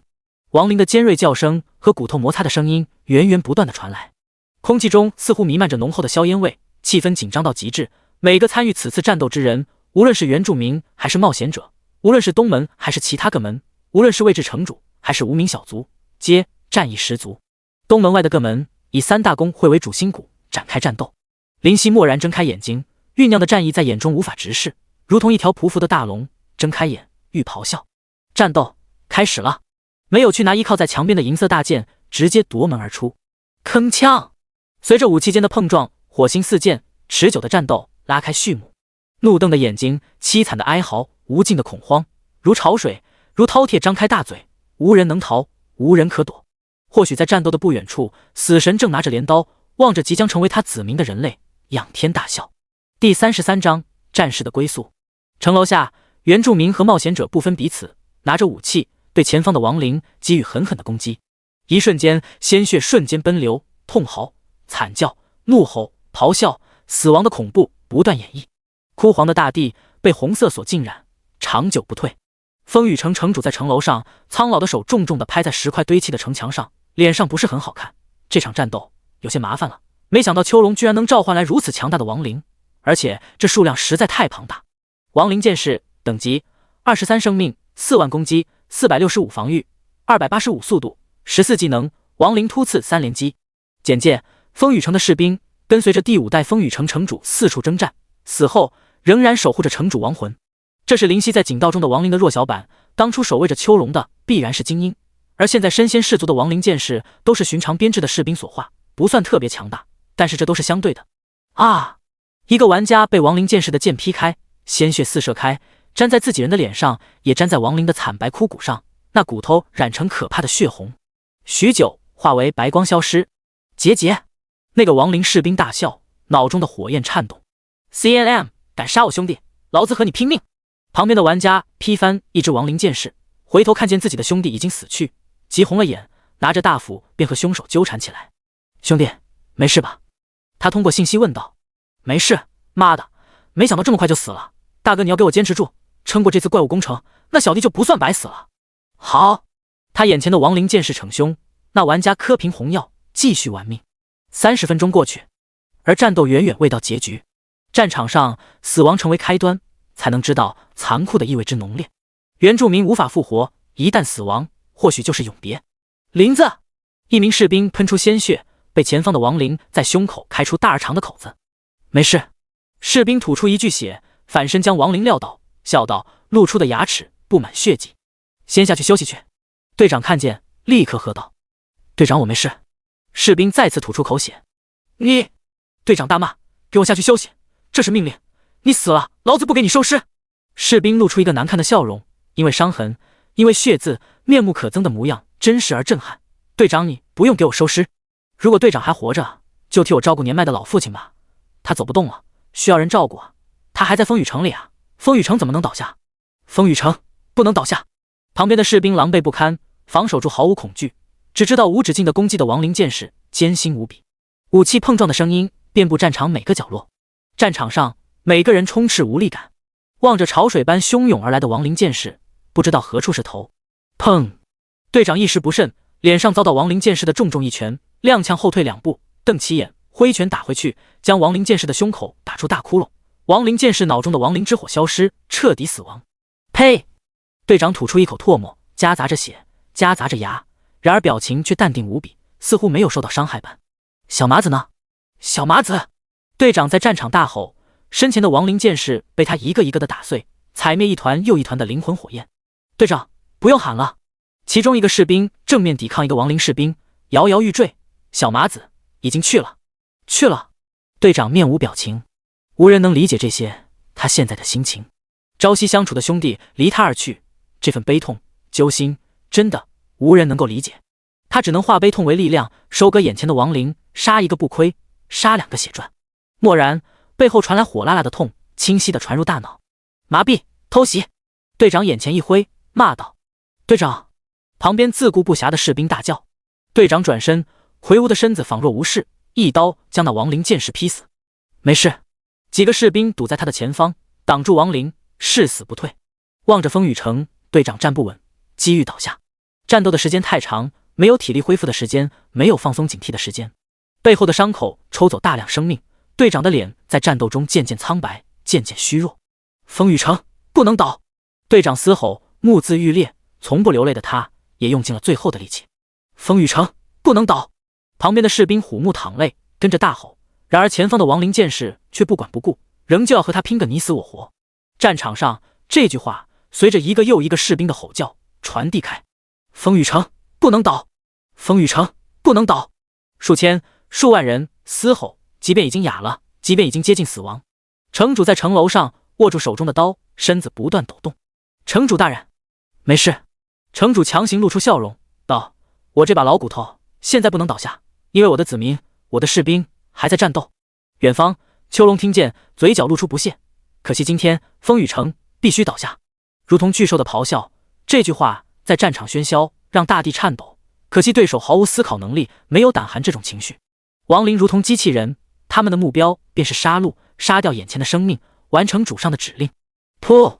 一刀抹过士兵的脖颈，鲜血如同喷泉，喷出老远的血柱，溅射至四周，落在附近亡灵和士兵的脸上、身上。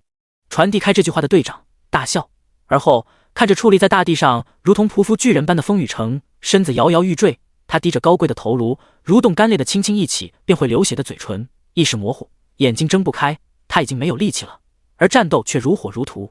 他在生命最后一刻轻声喃喃着：“小林子，抱歉，你的父亲我不能帮忙照顾了。兰儿，对不起，我食言了。兰儿，对不起啊，对不起。”眼角一行热泪滑落，滴入干燥的大地，化为潮湿的一点，然后消失不见。队长，一个士兵见队长一动不动，问：“队长？”他来到队长面前，发现队长已经走了，表情复杂，其中有着不甘，不甘就此死去；有着愤怒，愤怒为何如此；有着眷恋，不知眷恋什么。队长走了。士兵如遭雷击。什么？附近的士兵不相信，队长怎么会先走一步？他那么强大。队长他站着走了。士兵哭嚎，数秒后抹去泪水，拿着手中的矛向进入亡灵剑士的方向冲杀。不要急，我来陪你，队长。然后消失在无尽的亡灵海洋，再不见人影。战场上众声响，有人笑，有人哭，有人哭着笑，有人笑着哭。亡灵剑士慢慢涌进，压缩战线。风雨城的战士不敌，不断后退，不断反抗。风雨城岌岌可危，进入范围了。妈的，给我狠狠的攻击！魔法师拿起手中的法杖，齐声吟唱。一团团火焰降落在亡灵剑士的身上，是要消灭眼前的怪物。230、256、456，鲜红色的数字海洋漫开。这便是继战士之后又一道，也是最后一道城墙前的防线。战士的防线已经压入风雨城外30米以内，退无可退，唯有咬牙搏命。除此之外的风雨城外，全都是亡灵生物的天下。咻咻咻！弓箭手不甘示弱，他们的距离不比法师弱，最大程度的拉开弓，而后怒射。箭雨弥漫整个战场的空中，那是夺命的死神，带走亡灵们脑中的火焰，让他们再次踏入地狱，步进深渊。那个曾经关心着士兵的队长，随着自己的兄弟消失在了亡灵海，成为一堆肉泥，被践踏的体无完肤。而如果风雨城还能存在，可能会有块墓碑，有块没有姓与名的墓碑，以祭奠他们的英勇和为国捐躯。如果那名队长泉下有知，不会笑，但也不会哭，因为早在成为一名士兵那一刻，他便知道这是战士的最终归宿。第34章，防线尽毁，战斗如火如荼，打杀声、叫骂声、武器碰撞的铿锵声、死亡的哀嚎声在风雨城的天空回荡驰骋。城主在城楼上看着毫无颓势的亡灵大军，频频后退的士兵目露绝望。难道风雨城真的？他回身望着风雨城内的平民，望着他们眼中的期望，他们紧捏的双手，他们渴望的表情，绝望如同阳光下的阴霾，缓缓消失。我的子民仍在，我便不算败。希望吗？城主向灵犀的古堡望去，能带来希望吗？魔法师几乎是一手拿着蓝药，一手拿着法杖，干燥的嘴唇用药水来湿润着。其他3个方向怎么样？指挥者问斥候。斥候摇头，再勉强支撑。我们这里是主要战场，所以兵力特别大。可恶啊！指挥者怒吼，不甘道：如果这次的怪物工程能晚1个星期该多好，这样便不会是这样的结局。可恶！1个星期，玩家绝对可以再升2到3级，面对23级的亡灵剑士，便不会特别吃力，也就不会这么快节节败退。他望着从楼下那些最后的士兵和玩家，几乎杀红了眼，但是数量不断减少。牧师的治疗根本赶不上脚步，而他们的防御和攻击在前期都非常弱，对于目前的战斗派不是太大的用场，2刀或许1个牧师便会死去。亡灵剑士的进攻被短暂的阻击，但是前进不过是时间问题。一旦死亡，怪物攻城期间无法复活，这最是致命。放眼望去，亡灵剑士终于可以看见边际，但那兵力至少超过1万，这样的兵力，风雨飘摇的风雨城如何承受？妈的！指挥者气骂，那些没中的玩家还真 TMD 怂成一条狗，见到怪物攻城便传送走，这样的垃圾，劳资见一个杀一个。确实，在得到怪物攻城的信息后，很多玩家都逃去他处，虽然很多玩家前来参加，但是逃走的仍然有很大一部分。弓箭手的手酸了，便换一轮，换一批，剑与火海成为目前的主旋律。因为城楼下最后只有10个士兵。不好了，城主！一个斥候红着眼，大吼：“发生什么事？”城主面无表情道：“现在唯有殊死一搏。城内有一只野兽，是狼，非常恐怖的狼，在往这个方向跑来。”狼！城主一惊，不可能，侧魔金光还在，无论是亡灵还是黑暗阵营的其他生物都无法进入。他没有说，如果是黑暗阵营的强者的话，那便是例外了，因为如果他们真的想要占领风雨城，不过是轻而易举，或许一个禁咒，风雨城便会人间蒸发。但是强如他们，也不会觊觎风雨城这种小地方，而且皇城也不会坐视不管，即便占领又如何？这里是皇城内地，对他们来说没有任何好处。可是确实有只狼存在，紫色毛发，身躯比老虎还大几圈。那平民们怎么样了？暂时没事。没事。城主愕然，他没有攻击平民，只是往这里赶。斥候急道：“城主，怎么办？”还能怎么办？全部的兵力都已经在这里了。城主瞪眼，当然只能兵来将挡，水来土掩。城楼下，风雨城的最后一个士兵倒下，成为血泊中一员，顷刻便成为肉泥，被亡灵践踏。结节！亡灵剑士发出尖叫。然而风雨城的城门紧闭着，那些亡灵不断推挤挥砍大门，大门的生命值被逼打出200002000111，每次的攻击都能带去1点生命。城楼上的远程职业还在拼命攻击，但是大门的生命还在下降。这便是风雨城第3道防线。望着远方目露冷笑的丘龙，城主目光冰冷，寒光炸裂，这个人必须死。无数的亡灵剑士倒下，无数的亡灵剑士填充。10分钟后，大门倒，防线碎，亡灵剑士举起武器冲入。蓦然，一道金光涌现，从城墙中，那些前方的亡灵碰到这蕴含浩瀚能量的金光，化为飞灰，消失在人世间。圣上御赐之物，侧魔金光。这便是风雨城第4道防线。106235148922129253，数字汹涌通通，超越6位数，恐怖至死。侧魔金光吗？丘龙目光一凝，过了整整数百年，圣上的侧魔金光居然还有如此威力，圣上的实力深不可测啊！但是我不信侧魔金光能阻止我前进的步伐。在他身后的2个亡灵面面相觑，好强的光令他们胆寒，即便是他们在侧魔金光内也无法活过3秒。城主握住手中的刀，对身后的2位大将道：“走吧，为了风雨城。”是。左右手点头，他们对城主唯命是从。数千的亡灵剑士葬身于侧魔金光，金光终于破碎消失。结节！亡灵剑士尖叫着进入风雨城，却有3个原住民挡在他们面前，正要攻击，后面传来声音，令他们停住步伐。等等，风雨城城主交给我自己来。丘龙上前，亡灵剑士让出一条道路。眼前的丘龙身穿和风雨城城主差不多的官服，容光焕发，手中拿着一把利剑。他望着年迈的城主，笑道：“黄福悔，你可知道我是谁？”自然知道。城主面色发冷：“逆贼丘龙！”逆贼！丘龙大笑：“我可是第5代城主，你应该称为我前辈才是。”前辈？我放你狗屁！过去我恩恩怨怨早已随风而逝，现在你对我风雨城不轨，扰我风雨城安宁，便是逆贼！城主大骂，提刀指着丘龙：“口口声声你的风雨城，从我复生那一刻，这风雨城是我的！”丘龙瞪大眼，指着前方，喝道：“我是第5代城主，若非你父亲，我仍然坐镇此地。”城主摇头，看着丘龙的目光透露着怜悯：“我父亲是错了，可是你现在的所作所为也是错。我父亲后半辈子在忏悔中度过，给我起名黄福悔，已然是极大的惩罚。而你现在的惩罚，唯有下地狱。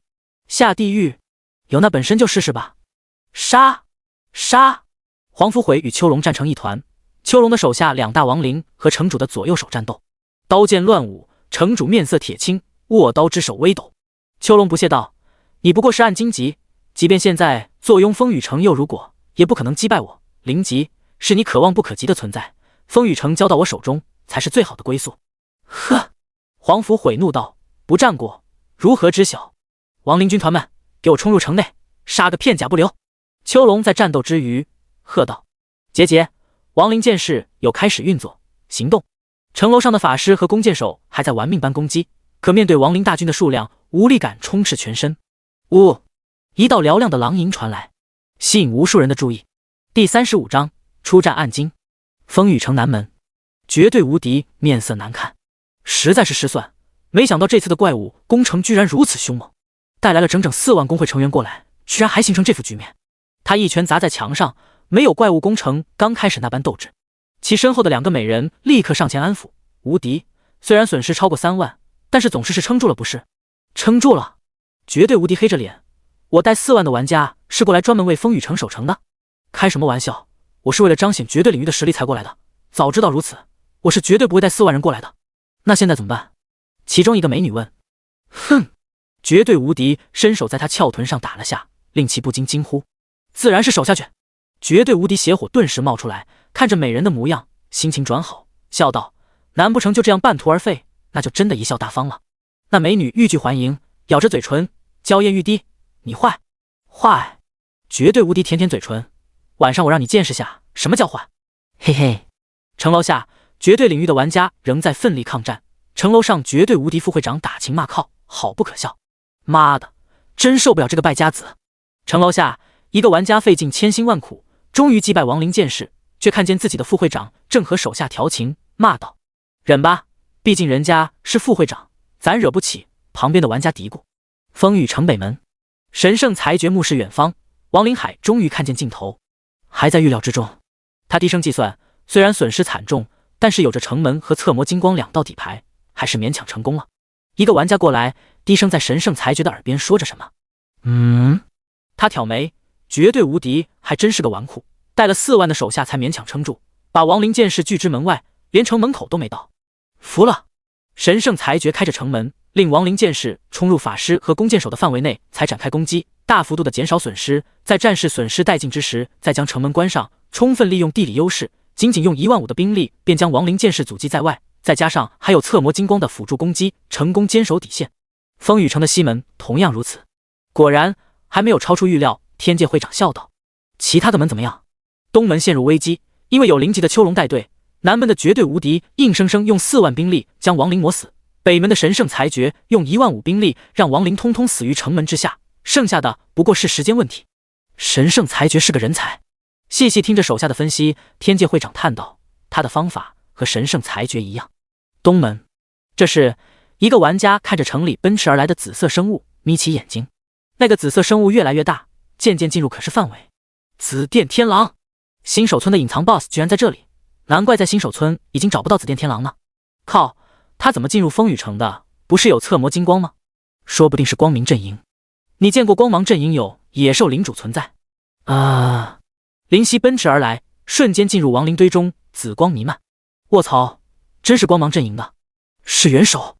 玩家顿时一喜，本来风雨城的东门就要沦陷，没想到居然出现紫电天狼这样的强烈元首。丘龙目睹灵犀屠戮亡灵，怒道，我给你机会了，你自己不珍惜就别怪我，还是先顾好眼前吧。城主挥刀，城主与丘龙焦灼在一块，刀和羽在不断碰撞，空气都被赶得四处逃逸，狼狈不堪。城主凭借风雨城的加成，短时间内可不落下风。撕裂之爪，灵犀的招牌技能打出大片伤害，这些亡灵不过近300的防御，在我1540的攻击面前，根本如同虚设。灵犀心中想到，而亡灵剑士的攻击连灵犀的防御都无法突破。Mace 灵犀并没有带上银色大剑，因为本体状态无法使用，而恢复本体才是发挥自己最大的实力，硬要使用陈山反而落了下乘。见状，丘龙手下的2员大将之一对另一人道，卡托，这个人交给你，我去对付他。好。城主的左右手实力虽然不俗，但是在他们魔族面前还是逊色不少。卡托立刻将战友的对手纳入自己范围内。小看我们2人。城主的左右手互相看了一眼，手上的动作更为凌厉。而卡托虽然压力大增，却仍然稳稳地承受住2人的攻击而不落下风，当真不愧为魔族。他冷笑，虽然你们实力不错，但是黄金级和暗金级差距不是靠数量就能弥补的，除非再来2个你们这样实力的人，否则你们难逃一死。城楼上法师低声吟唱，城外的亡灵剑士虽然不再像当初那般深不见底，但是仍然有数千，战士已经被屠尽，唯有他们和弓箭手苦苦支撑。若非紫电天狼在城楼下守住防线，亡灵剑士一旦入城，他们也是必死无疑。灵犀仍在战斗，蓦然一道身影突现，不是普通的亡灵剑士，令他感受到威胁。一道剑气袭来，他立刻心生警觉，侧身避开，剑气冲入亡灵堆，扫出大片空地。嘿，罗伯特冷冷一笑，不错，虽然只有黄金级，但是你足够死在我的剑下了，叛徒。灵犀面无表情，叛徒？锋利的爪子带着2只亡灵剑士，明明属于野兽，当归入我黑暗阵营，居然跑去光芒阵营当走狗。罗伯特伸出舌头舔了下手中的剑，看起来残忍无比。不是叛徒是什么？非要舔下剑，看起来厉害一点。他是不是有病啊？林夕，宝宝问道。林夕一愣，没想到宝宝突然开口，随后点头，可以这么说吧。受死吧！罗伯特持剑杀来。侦查术：罗伯特，暗荆棘，等级40生命，225000攻击，1660防御，870速度，19技能嗜血狂舞闪电五连云龙舞。简介：魔族中实力优秀的后辈，接受丘龙的召唤而来，更是为历练而来，具有不俗的实力。暗荆棘还是优秀的后辈？林夕嘴角一抽，为什么和黄荆棘的金骨剑魔实力相差不远？只是仅仅高出一丝。是金骨剑魔实力强，还是罗伯特弱？不过攻击已经近在眼前，自然不能坐以待毙。撕裂之爪在空中划出3道锐利的爪痕，并迅速向罗伯特击去。哼！罗伯特脸上慎重，他不是白痴，自然看得出其中蕴含的力量，嘴上却不屑道：雕虫小技。嗜血狂舞！罗伯特怒吼，剑尖在攻击的过程中染上血红色光芒，极为不凡。快！剑尖轻而易举地破开空气，甚至连声音都没有。剑在林夕眼前不断放大，太快，只能硬生生承受了。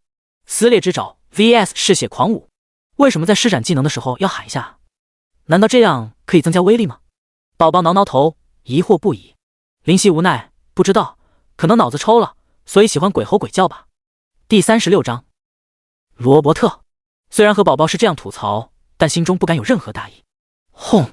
撕裂之爪和嗜血狂舞相撞，能量4溢，令围绕着林夕身后的亡灵剑士止不住身子，通通向后退去。-8560，-8346，两个数字分别从两人身上跳起。叮！你使用撕裂之爪，对罗伯特造成250%、8346的伤害，并造成撕裂效果，每秒损失生命50点，持续5秒。叮！罗伯特使用技能嗜血狂舞，对你造成225%、8560伤害。罗伯特眼皮一跳，有些难以置信。侦查术：紫电天狼，黄金级 BOSS， 等级37生命，22万攻击，1540防御，800速度，35技能撕裂之爪电光火石雷霆万钧杀戮之心。简介：明明攻击比自己低，可是技能却比自己的强，而且伤害还相差不多，这太超出预料。有几分本事？罗伯特面色渐渐严肃，你是个值得尊敬的对手。没等他说完，林夕眼中紫意缭绕，电光火石掀起微风，划出一道残影，顿时出现在罗伯特的眼前。在他呆立的表情中，毫不犹豫地挥下锋利的银色爪子，撕开空气，狠狠地在他胸前来说一记。顿时鲜血流淌而出，身上的衣服被撕开数道口子，掉落下来。罗伯特退后几步，低头看着胸前的伤痕，脸上铁青卑鄙。自己的话尚未讲完，居然直接偷袭，光芒阵营的人居然如此行径。林夕无语，后面的亡灵剑士冲击上来，便立刻将他们逼走，倒退开去。有许多亡灵剑士趁其不备，冲入城楼上展开战斗。妈的，快攻击！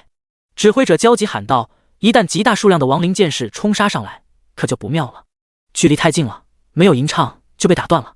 离楼梯口近的法师欲哭无泪，后面都是自己人，挤得满满的，连移动都成为问题，自然无法躲闪，只能硬生生的承受攻击，然后被打断。被身前的亡灵剑士连砍数下，那法师怒气上来了， CNM 的，当我木桩啊！拿起手中的法杖猛砸。-1，不破防。结。那个亡灵剑士大笑，似乎在挑衅，举起武器带走他的生命。鲜血喷涌，第一位法师死亡，在无奈中化为白光，留下地上一滩久久不散的血迹。这期间，其身后的法师和弓箭手果断攻击，玩命嗑药。亡灵剑士已经不多了，大家稳住，下面城主和紫电天狼还在战斗呢，还没输，挺过怪物攻城，我们的奖励绝对不会少。有人呐喊鼓起。没错，大家坚持，现在亡灵剑士只有1000多只，我得到消息，其他几个城门虽然损失惨重，但是基本都守住了，差不多已经接近尾声，就我们这个门了。他的话立刻引起共鸣，顿时城楼上的众人精神一振。吟唱后，无数的火球砸在亡灵剑士身上，让其全身都焚烧起来，发出凄厉的惨叫。但是上去的不是一只亡灵剑士，而是数十只。堵住上来的地方怎么堵？当然是身体堵了。城楼上，亡灵剑士和远程职业之间不可开交，手忙脚乱。宝宝捧腹大笑，哈，这白痴好斗，战斗的时候居然还和敌人讲礼仪，有没有搞错？魔族的人都这么讲礼貌？林夕表情怪异：“当然不是啦。”宝宝摇头：“这怎么可能呀？我记忆中的魔族都是很无耻卑鄙的，随心所欲，像这样的估计是极品。是吗？”林夕呼出口气：“你这么关心魔族的现状干什么？”宝宝问。没什么，林夕淡然一笑，问问而已。林夕和罗伯特交缠在一起，你来我往，周围的环境都遭到巨大破坏。附近，黄福悔和秋龙也依然在战斗。老不朽的，体力快不支了吧？秋龙嘲讽。你才是，在坟墓里待久了，力道还真是弱的可以，不会变成死灵，都废了吧？我可是老当益壮。黄福悔自然不甘示弱。哼，老当益壮，我估计你下半身都挺不起来了吧？手上的力气都轻飘飘的。用剑格挡出黄福悔的刀，继续挑衅。放屁！老子硬起来能捅破城墙，几乎是夜夜笙歌，爽得不得了。倒是你成为亡灵，别说不举，下半身都消失掉了吧？黄福悔紧握大刀，刀刀破空，声势之大，惊骇住楼上的众人。这风雨城城主贼彪悍啊！有人止不住小说道，但是技能还在不断，因为亡灵剑士的汹涌攻击滚滚而来，死亡的法师已经超过2位数。众玩家赞同。我 CNM 的。秋龙面色犟紫，大骂：“我妈早入土了，你赶紧下去吧。”黄福悔大笑，铿锵，刀剑相撞，掀起大量灰尘，他们脚下的石板顷刻布满裂纹，然后凹陷下去。旁边一只无辜的亡灵剑士直接化为齑粉，从此不见，威力之大超出想象。两人的对骂让旁边黄福悔的左右手和卡托一愣一愣的，手上动作都慢了不少。这两位语出惊人啊！砰！林夕和罗伯特战斗也渐入白热化，林夕狰狞的表情令人胆寒，罗伯特的剑刃锋芒沾沾，二人身上都挂彩，有些许血迹流出，看起来都有些狼狈。互轰一记，都不由自主的退后数步，才稳住身子。你的实力相当不错，虽然是黄金级，但是显然离突破暗金级不远，甚至只有1线之隔，和我差距微小，是不错的踏脚石。罗伯特喘出口气，自信道：“踏脚石？”林夕不由杀意从眼中一闪而逝，也不知道谁是谁的踏脚石呢。不错，正是踏脚石。我听从召唤来到人类世界的目的，就是不断变强，立志成为魔族10大强者，不可能就这样在半路倒下。罗伯特目光坚定，心底却暗乐不已。魔族10大强者，林夕这是第2次知道这个词汇，第一次是在公告栏上看见，不由问：很强？强？罗伯特瞪大眼，岂止是强，风雨城这种小地方，一挥手估计就没了。林夕心中一惊，能做到这样的地步，难以想象。宝宝歪头问：他不是魔族吗？为什么要回答你的问题啊？林夕一笑：不知道，可能脑子抽了，所以喜欢鬼吼鬼叫吧。旁边的亡灵剑士不敢上前，虽然无意识，但是也不想莫名其妙的送死，他们不由自主的移开。风雨城内的居民不在附近，只能向着城楼上的法师和弓箭手展开攻击，因为那里的柿子稍软。电光火石下，林夕攻击实在快得令人发指，几乎能在罗伯特刺出1剑的同时，林夕便打出2剑。罗伯特自然心知肚明，不由更加觉得这紫电天狼有些不寻常。但是不寻常不代表他会输。陡然，咻咻咻咻咻，5道攻击几乎是超越林夕的想象，以惊人的速度袭来，一道强过一道，如同波浪潮汐，汹涌澎湃，危机四伏。瞬间，瞳孔微缩，狼的敏锐感觉发挥巨大作用，他感觉到危险的气息。第37章急闪。破空的声音小到让人忽略，在眨眼间，寒芒如电，动则绞杀。危险！几乎在千钧一发之际，林夕情绪感觉到发自心底的不安，身体微挪，强行向右一侧，全力躲避，但是5道攻击还是有3道未能避开，击打在脖颈边，留下3道几乎同地方的伤痕。强忍着剧痛，向后退上数步，暂时得到喘息机会。好恐怖的技能！林夕目光冰冷，往伤口上一看，鲜血涌动。翻看系统记录，叮，你受到罗伯特的技能闪电5连击，造成 90% miss， 100% miss， 120%， 3460， 150%， 4050， 200%， 4986的伤害，造成撕裂，每秒掉落100，持续10秒，整整5连击。若非林夕心生警觉，快速的避开2道，现在受伤更重。罗伯特皱眉，闪电5连击居然被躲掉前2招，这一招可谓是他的看家本领，将5道攻击几乎融合为1道，快速的刺出。林夕不是白痴，也看出这一道的不凡之处，将数道攻击融合为1道。林夕眼睛微眯，罗伯特也不愧是魔族的优秀成员，除了话痨之外，对战斗的天赋毋庸置疑。蓦然，脑中如遭雷霆划过，一个大胆的想法产生，将数道攻击融合为1道。我拥有雷属性，攻击速度本来就比罗伯特快速几乎1倍。罗伯特不过是模仿闪电轨迹，不，闪电本就没有轨迹，是闪电的不可捉摸和快，而他能做到的，我怎么就做不到？如何将攻击融合为一道？不经思索，如同闪电，一道闪电劈过，一道主枝干粗而强大，周围延伸出无数的分流，却不离主干。罗伯特看紫电天狼形态的灵犀陷入沉思，忍不住大怒，在我面前还有时间思考？握剑，刺激！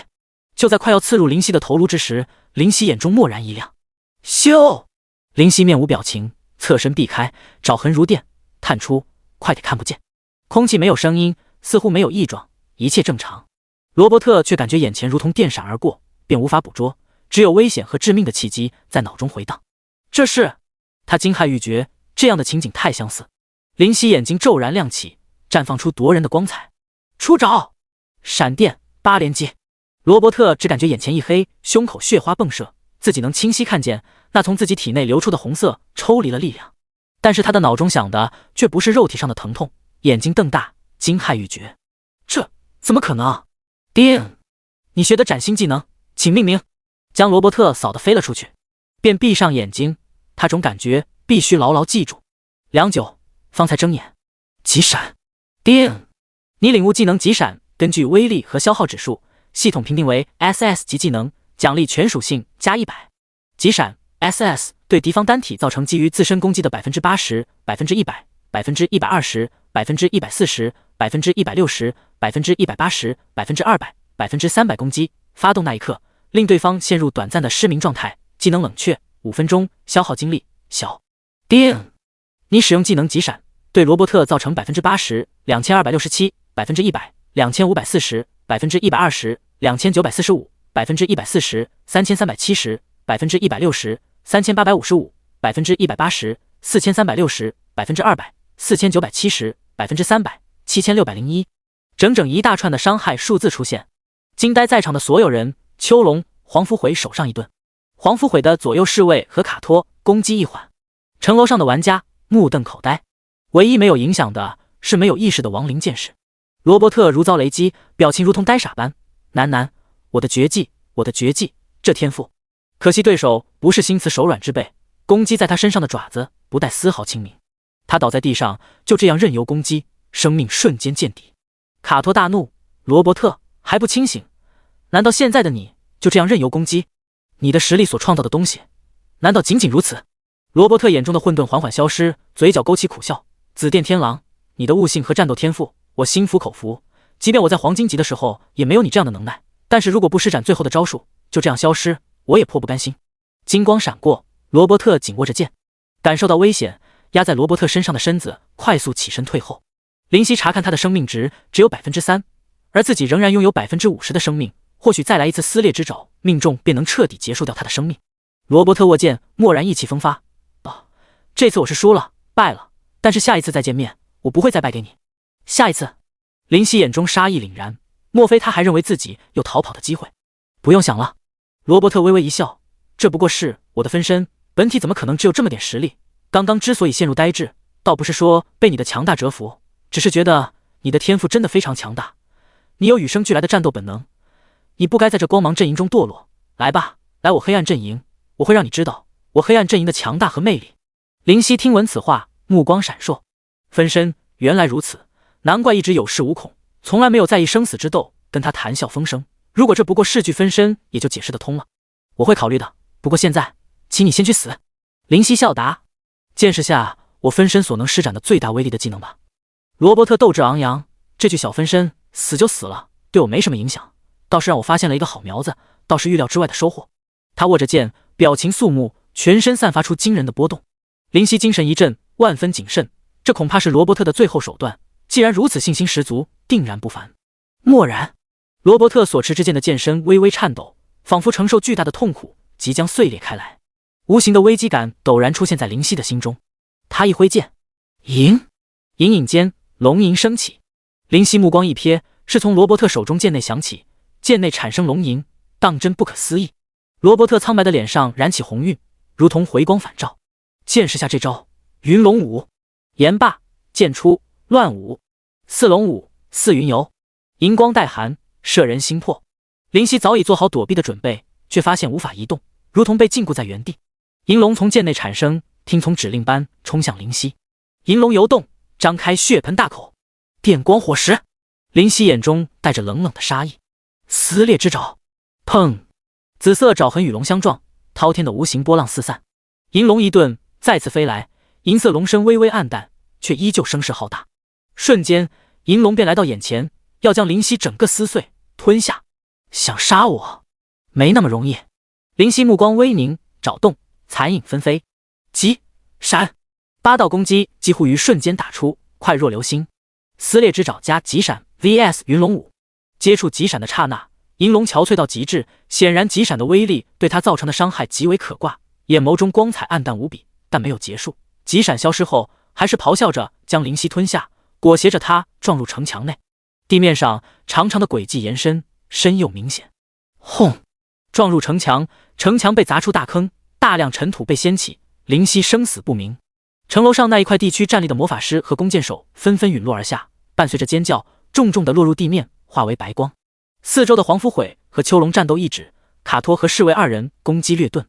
仅仅一瞬间发生这一切，一黄金一暗金，二人之斗竟然如斯。墙碎，砖飞，灰起，人尽。第38章，战卡托，怎么样了？嘿嘿问道。此时小鱼早已在城楼下牺牲，彩虹也已经被亡灵剑士杀了。他是魔法师，而且站的位置颇为里面，所以只剩下他一人还在顽强的支撑。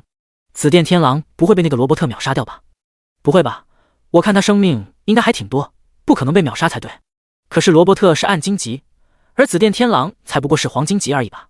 我也觉得紫电天狼黄金级居然能干翻暗金级，我也是感觉见鬼了。掀起的灰尘渐渐散去，露出那一块几乎要被洞穿的城墙，触目惊心。灵犀我在砖块上，狼狈不堪，全身伤痕累累。嗨嗨！他咳嗽一声，艰难地站起，步履蹒跚地来到罗伯特的面前，直视他，道：“很强的技能，很强的实力。”就在被撕裂之爪和击杀虚弱后，银龙居然仍然对自己造成如此庞大的伤害，实在不得不服。这一招的威力堪称恐怖绝伦。瞥了眼生命，还剩 25%。刚刚那一下，他失去近 25% 的生命，那就是近55000的生命。而这还是被削弱后的威力，其恐怖如斯。看见没有？这便是云龙舞，攻击怎么样？罗伯特笑道。很强。灵犀由衷道。所以说，来我黑暗阵营吧。你这样的人才不该在光芒阵营当那些职权者的走狗，在光芒阵营，你得不到你想要的。罗伯特大笑，而后全身化为灰尘，渐渐消失。当他的身体彻底不见时，灵犀耳边响起声音：叮！你击杀暗金级强者罗伯特，获得奖励经验加250万。刷刷刷刷，4道金光闪过。41级，这便是灵犀现在的等级，超越了罗伯特。能提升如此多，很大一部分还是多亏化形草，能够在50级之前经验减半，效果显著。苍白的脸上浮起一抹红晕，因为升级虽然没有恢复生命，但是全属性的上涨还是使得他暂时减缓虚弱。黑暗阵营，灵犀目光闪烁，这也是个不错的选择，毕竟光芒阵营本来就无法容纳野兽的存在，自己如果不是因为是新手村出来，拥有选择阵营的机会，天神定然会将自己安排于黑暗阵营。不过现在不是分心的时刻。灵犀向周围看去，黄肤悔和秋龙的战斗中，黄肤悔落入下风，但是好在由于风雨城的加成，生命大量提升，全属性也提升不少，因此战斗仍然处于焦灼状态，未分胜负。黄肤悔的侍卫和卡托的战斗中，两侍卫已经彻底被压制，他们没有城主的加成，本身是黄金级中颇为普通的存在，不像灵犀拥有越阶的实力，自然被卡托所压制。先从卡托入手。念头想到这里，灵犀便冲入战局。哼！卡托脸上发冷，已经伤成这样，还敢来横插一脚，自不量力！卡托握剑扫开两侍卫，望着灵犀，杀意凛然。罗伯特这家伙也是够了，黄金级居然也能败下阵。我刚刚看了你的表现，其实不是如果罗伯特因为你的天赋而受到打击，所以气馁，本体意识不管这具分身，让你有机可乘，否则再和你纠缠一番，然后使用云龙舞，死的必定是你。卡托嘲笑道。灵犀不置可否，也不介意，笑道：也许吧，自己的实力自己最清楚，如果真的在无法反抗的情况下，没有别的方法，只能使用惩罚极大的雷霆万钧。而云龙舞和雷霆万钧比较，灵犀还是自信的认为自己的雷霆万钧更胜一筹。因为灵犀翻看了信息记录，叮，你被罗伯特的技能云龙舞命中，由于技能受到削弱，造成伤害由 25765520降至1,856,873。雷霆万钧可是能造成基于自身攻击的3000%的伤害，两者相比可见一斑。因此林夕笃定无论如何都会是自己胜，罗伯特败。罗伯特是赞赏你的天赋，我也佩服，一个黄金级居然可以越级击杀暗金，实在匪夷所思，但是我可不会心慈手软。卡托轻松地逼开两个纠缠不休的侍卫，两个侍卫口中溢血，身上的伤口随处可见，已经油尽灯枯。你们先休息，我和他过几招。林夕朝两侍卫道。他们点头，他们确实无法支撑了。和我过几招？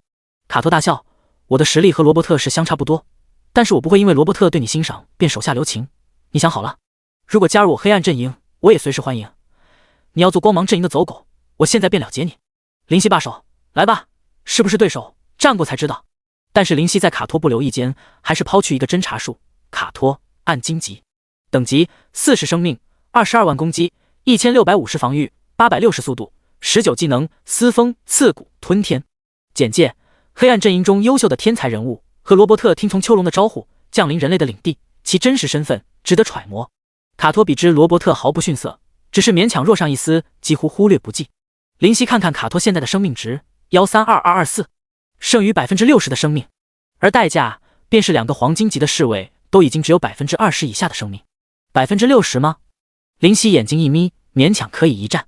既然你自寻死路，那我只有成全你了。卡托眼中划过一丝惋惜，这样的天才本体是野兽中的异类，变异的狼种应该是我黑暗阵营的中坚力量才是。撕裂之爪，紫色的光芒夺人双目，在空中划出直直的轨迹，向着卡托袭去。哼！卡托冷哼，但是目光也颇为凝重。能击败罗伯特，已经证明其实力，而现在等级又得到提升，实力定然也增强不少，不能小觑。他执剑由下到上，猛然一撩，青光弥漫，死！青光化剑与空气摩擦，发出刺耳声响。轰！随后，悍然与撕裂之爪正面抗衡，相撞的地方，地板碎裂，布满蜘蛛网般的裂纹不断凹陷，空气到处逃逸，离开这个危险之地。青光和紫光互相对抗，皆企图压制对方。蓦然，紫光大涨，压下青光，将青光吞噬，而后暗淡不少，但还是向卡托飞去。卡托眼皮一跳，用剑将已经脆弱不堪的紫光劈成两半，向着他的两边飞去，在空中飞出近10米，无力支持，缓缓消失。卡托目光慎重，这便是他的3大技能之一撕风，而撕风与撕裂之爪的对抗，居然不是对手。看来罗伯特分身败于他手也不是不可想象。卡托正是灵犀，战吧！紫电天狼后退一蹬，冲向卡托。刺骨！剑身青光淡淡，缭绕不息，一眼望去便能感受到不凡和发自内心的不安。卡托也举剑向灵犀冲去，目露杀意。不是我黑暗阵营中的人，你没有成长起来的必要。灵犀见此，果断使用电光火石，速度大增，而后在接近的那一刻，突然暴起，急闪。第39章战争落幕，剑尖和爪尖碰撞在一起，火星四溅。砰！灵犀蓦然发力，将剑压下，庞大的身躯将卡托撞飞，在空中飞出数米，倒才落地。踉跄后退，卡托面色铁青，自己的这具分身实力连本体1%的实力都没有，对于属性大涨又领悟 SS 级技能的灵犀来说不是对手。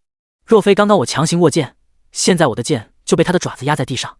卡托望着紫电天狼的爪子，寒光烁烁，令人胆寒。变异的狼种，狼的领地在天狼岭、狂野草原上皆有，但是按理来说会被分配到我黑暗阵营才是。不对，它应该不是这2个地方的。无论是天狼陵还是狂野草原，狼的出生等级都超过60，怎么会只有30多级？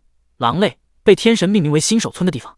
卡托蓦然想到那个被他们黑暗阵营遗忘，也被光明阵营遗忘的地方。原来如此，这样说得通，为何出现可以选择光明阵营的野兽了？卡托想到。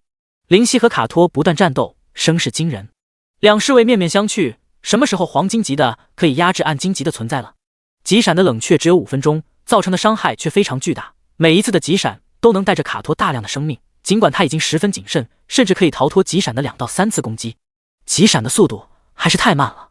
灵犀心中惋惜，自己的实力并不足以打出无瑕疵的急闪，攻击速度是一个原因，身体素质也是一个原因。不过目前已经是足够了，8连击已经是目前的极限，是消耗精力最少的程度，再多一次对身体的消耗便会多上很多，精力消耗成倍增长。卡托的生命大量降低，但是灵犀的生命也在掉落，因为卡托作为暗金级的强者，自然不可能无法对灵犀造成威胁。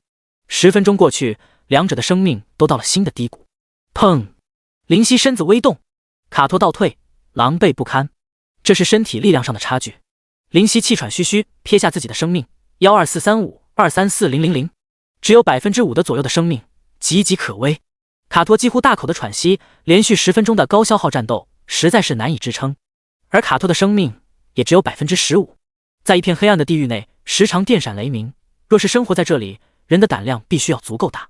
从雷电产生的光芒中，看见的是一片深不见底的峡谷深渊，冷冷的风无端端气，吹得胆战心惊。这里阴森无比，由于正值夜晚，总有无法理解的吼叫传来，却不知是何生物。而这样人迹罕至的地方，峡谷的深渊边却有一座古堡矗立着。古堡内灰暗一片。咦，卡托怎么还没死？居然还在操控分身，见鬼了！照时间来看，也差不多了才对。紫电天狼，我得去天狼岭问问。风雨城的怪物工程，其他南、西、北3门都已经差不多结束，亡灵剑士都只是在负隅顽抗。工会的领袖开始纷纷向这边赶来。裁决，新手村一别，真的是好久不见了。路上，绝对无敌看见神圣裁决，笑着打招呼。神圣裁决不禁头疼，这个250，嘴上却热情道：“绝对领域的副会长也已经结束南门的战斗了。”是啊，绝对无敌唏嘘道：“这次的亡灵剑士工程确实是麻烦至极，我耗费整整3万多的兵力才堪堪将亡灵消灭干净。”神圣裁决心中一乐，这白痴还真是极品，已经可以了，我圣堂的消耗也差不多。神圣裁决和绝对无敌并肩有说有笑的走在前往东门的路上，两者的背后都有数百名玩家跟随，当真气派十足。神圣裁决眼尖看见一个男子的身影，不由叫道：“阁下可是天界的会长？”男子转身发现二人，笑着说：“原来是绝对领域和圣堂的副会长，真是好巧。”是啊，天界会长也是要去东门。据说东门现在仍然还在支撑，不过也对，秋龙是0级，据我所知，风雨城的城主不过是暗金级，自然要陷入苦战。那我们3人一起吧。好，3人来到东门，却发现这里一片狼藉，居民早已逃离，估计去往风雨城的中心安全地区躲避。亡灵剑士和城楼上的法师不断战斗，地面破碎的凹凸不平，连城墙的一角都砸出大窟窿，险些洞穿。城主和秋龙在焦灼，还有一只狼和一个人在战斗。这时绝对无敌立刻注意那只浑身紫色毛发的狼，大怒 ：CNM 的紫电天狼居然在这里！兄弟们，给我上，干翻他！其背后的玩家立刻准备拿起武器。城主黄福悔大怒：谁敢！却被秋龙有机可乘，在身上刺了一剑。兄弟们上啊！绝对无敌不屑的道：风雨城城主的命令和他有什么关系？等等！天界会长拦住，似乎紫电天狼是友军，他身前的那个 NPC 才是敌人。神圣裁决点头，确实，那个 NPC 应该是魔族的，紫电天狼是帮助守城的。靠，老子我管他那么多，给我上！这次一定要把他的狼皮剥下来做衣服！绝对无敌怒气冲冲道。站在林夕身前的卡托听闻，笑道：紫电天狼，看见没有？这就是你守卫的那些光芒阵营的渣子，只知道内斗，在敌人面前软弱，在自己人面前猖狂，加入光芒阵营这个选择，你认为对吗？何况你还是狼族，不是人类，以光芒阵营那狭小的心肠，怎么可能容忍你的存在？你还不醒悟吗？林夕感叹道：确实不值，我也不傻，这次战役后自然是要离开这块地方。我的目的不是守护人类，保卫光芒阵营，我只是为自己着想，利用一切资源使自己变强罢了。为自己着想。卡托一愣，本以为林夕会反驳他，而自己也是不甘心一个有才能的人，不，有才能的狼在光芒阵营中堕落，才说出此话，却得到这样的回答，不禁大笑。好，这才是狼该有的想法，自私，野心勃勃。而你这样的心态，注定不是光芒阵营的料，唯有我黑暗阵营才能容纳。兄弟们，上啊！绝对无敌喝道。顿时，其手下的数百人行动，将林夕围住，水泄不通。卡托看看四周，又望着林夕的生命：你生命不多，我便不为难你。你趁早离开风雨城吧，这里对你来说非常危险。他瞥了眼风雨城的城主，又看向林夕，饱含深意。林夕了然，岩壁与罗伯特一样变成粉末，消失在空中。黑暗阵营，欢迎你的到来，为我们踏平光芒阵营中的渣子！哈哈！叮！你击杀暗金级强者卡托，获得经验240万。刷！瞬间，庞大的经验给林夕提升到45级。越往后，升级的难度也越大。在击杀罗伯特后，经验天便达到42级的85%，而现在不过是45级的3%。林夕望着围住自己的玩家，冷笑：连我一半的等级都没有到，又只有几百人，怎么做到将我击杀？傻逼！当然，绝对无敌听不懂。而其身边的天界会长和神圣裁决对此无动于衷，互相看了一眼，便不再对视。他们心知肚明，就算现在全部的兵力都放上去，也不可能留住这紫电天狼，差距太大，所以他们理智的选择放弃。林夕向着风雨城的外围跑去，要离开风雨城。第40章，进阶暗金。黄福悔和秋龙的战斗也开始收尾。黄福悔倒地，气喘吁吁，赢了。他的生命只有2%，似乎必死无疑。我赢了？秋龙大笑，我当然赢了，我怎么能不赢？一个0级强者好事打不过暗金级强者，就真的是废物。他的生命仍有20%。哈哈哈哈！秋龙放声大笑，笑得眼泪都快流出来了，而后突然停止，面无表情。黄甫这个姓真的没有必要留下。是啊，黄福悔点头，以手撑刀，艰难起身道：我的父亲确实是做错了，给我黄甫家抹上难以洗清的污点，我向你道歉，上辈子的恩怨我无法去反驳。黄福悔给秋龙缓缓下跪，重重磕头。两个侍卫现在元气恢复不少，见到城主如此，不禁动容。城主大人。黄福悔没有说话，他默默地给秋龙磕了3下，然后起身。如此，即便愧疚，我也要下手为子民们报仇。是吗？秋龙叹气，目露遗憾。我黄甫家对不起你，但是你杀我风雨城无数子民，你必须死，抱歉。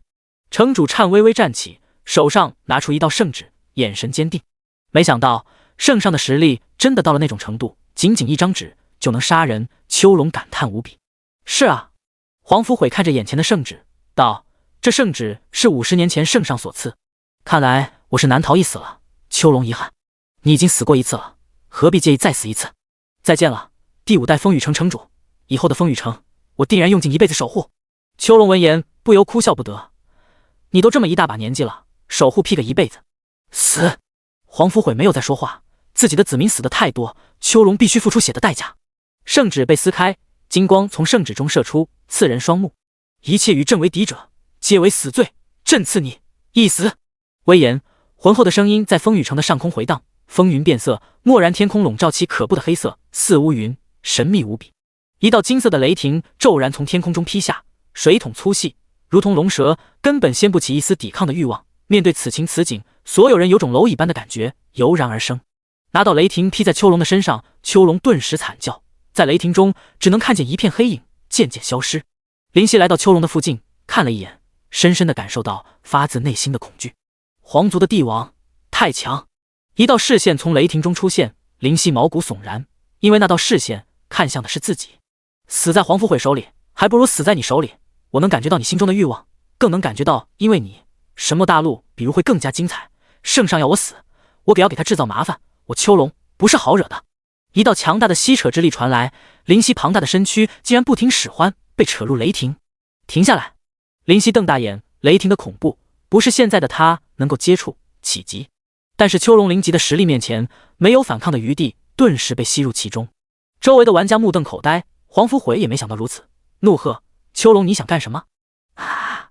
狼毛炸立，恐怖的金色雷霆根本不是他所能承受，全身在瞬间麻痹，连血液也无法流动。你也是雷属性，熬过这雷霆对你的好处非同凡响，熬不过与我也无关，我只是心中不顺，为什么我的命运要成全他人，而且还是黄甫家的人？倒不如我自己选择。林夕感觉自己的爪子刺入了谁的身体，助你一臂之力，既然能让那2个存在都赏识，我也有些期待你能走到哪一步了。可惜看不见，黄山将军，我来谢罪了。叮！你击杀0级强者秋龙，获得经验加1000万。5道金光徘徊，可惜没有时间去喜悦实力的提升。恐怖的雷霆让林夕即将爆炸，雷霆在身体里横冲直撞，全身的组织被破坏的失去作用，肉体承受不了这样的力量。紫色的毛发变得焦黑，开始燃烧，灼烧的痛楚疯狂涌来。林夕，坚持住啊！宝宝看着林夕这么痛苦，紧张的鼓励道：你也是雷属性的，如果能吸收这雷霆，你的好处一定超级多，坚持住。放心吧，宝宝。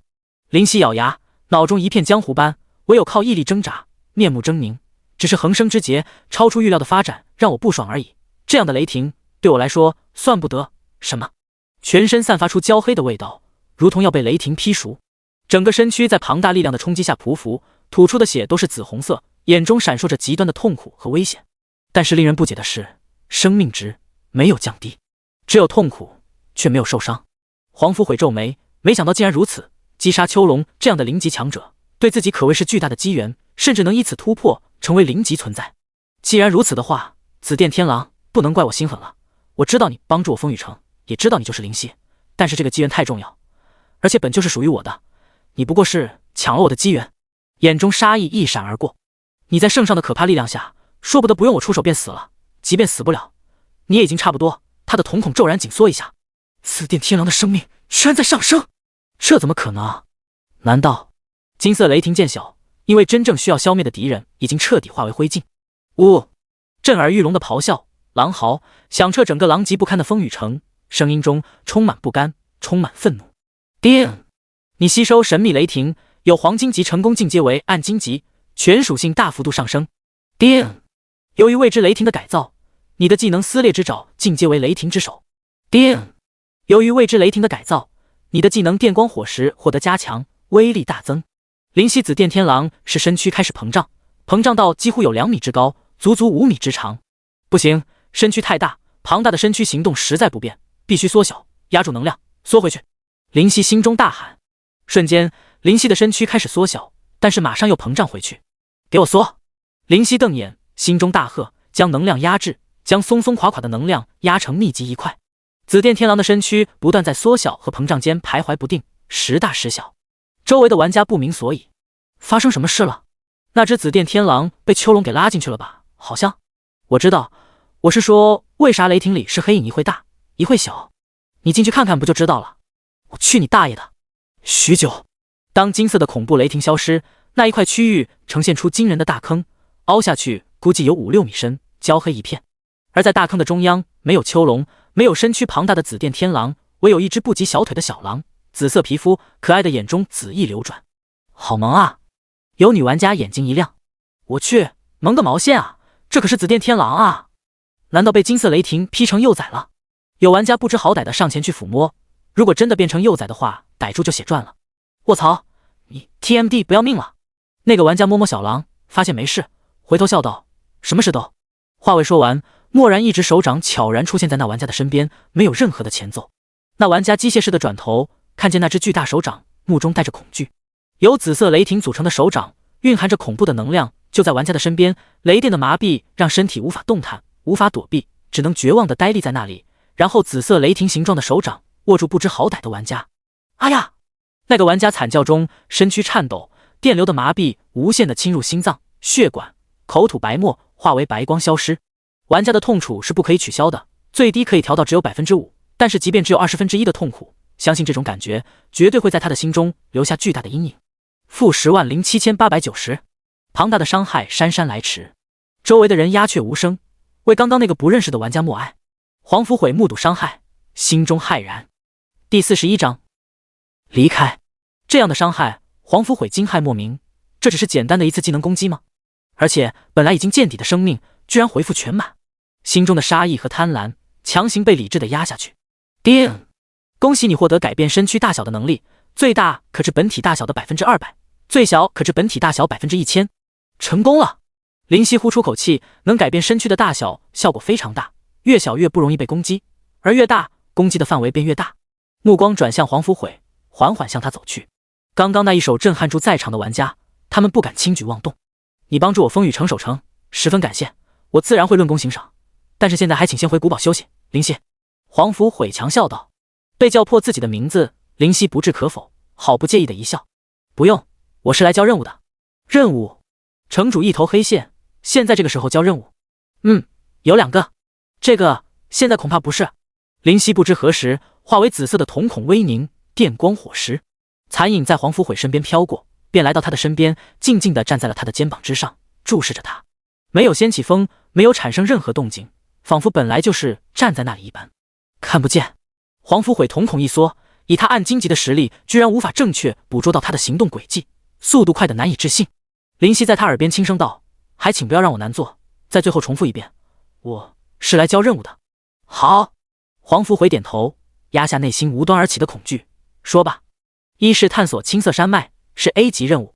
灵犀缓缓道：在青色山脉中有一个蓝发的少女，非常漂亮，漂浮在空中，就在山脉的深处，只要是夜晚，你绝对可以看见。这个任务我可是九死一生，在见到那个女孩时瞬间，我被拉入一个完全不知晓的空间，在空间中差点连意识都直接被操控住。你可要给我相应的丰厚奖励啊！青色山脉，蓝发女孩拉入未知空间。城主认真闭目沉思。青色山脉本来就已经不算我风雨城的地界了，非常遥远，因为其中没有特别危险的存在，而几乎被人遗忘。当初村民上报我将任务定位 C 级，记得接取这个任务的陆陆续续10来人都有去无回，我才将任务提升至 A 级的难度。黄福悔心中暗想，蓝发女孩漂浮在空中，蓝发，未知空间。蓦然，黄福悔睁眼，急问：那个女孩是不是非常漂亮？漂亮到看一眼就会沉醉其中，仿佛移开目光就有负罪感。林夕笑道：是啊，差点我就迷失，实在恐怖。这个任务几乎接取的人必死无疑，先来你一定会给我足够的奖励吧？真的是如此话，只有他无疑了。绝色妖姬柯蒂斯。黄福悔失神的喃喃。绝色妖姬柯蒂斯？林夕疑惑道：谁？魔族10大强者之一，排名第9的存在。绝色妖姬柯蒂斯。林夕目光微闪，魔族10大强者。在风雨城内，林夕曾经想过特意调查魔族，但是居民们本来就对魔族恐惧，讳莫如深，更何况让他们回答关于魔族的事，玩家似乎也不是特别的清楚，可能是等级还未到足够知晓的时候，所以无奈只能暂时作罢。那任务的奖励快给我。林夕道。任务奖励。黄福悔思忖一番道：我只能给予你应得的经验奖励，而物质上的奖励暂时无法拿出来，毕竟风雨城百废待兴，抱歉，我可以容许你永久居住那座古堡，毕竟你在此次战役中的贡献非同凡响，而你的奖励我会在1个月后给你，请在风雨城等待1个月时间。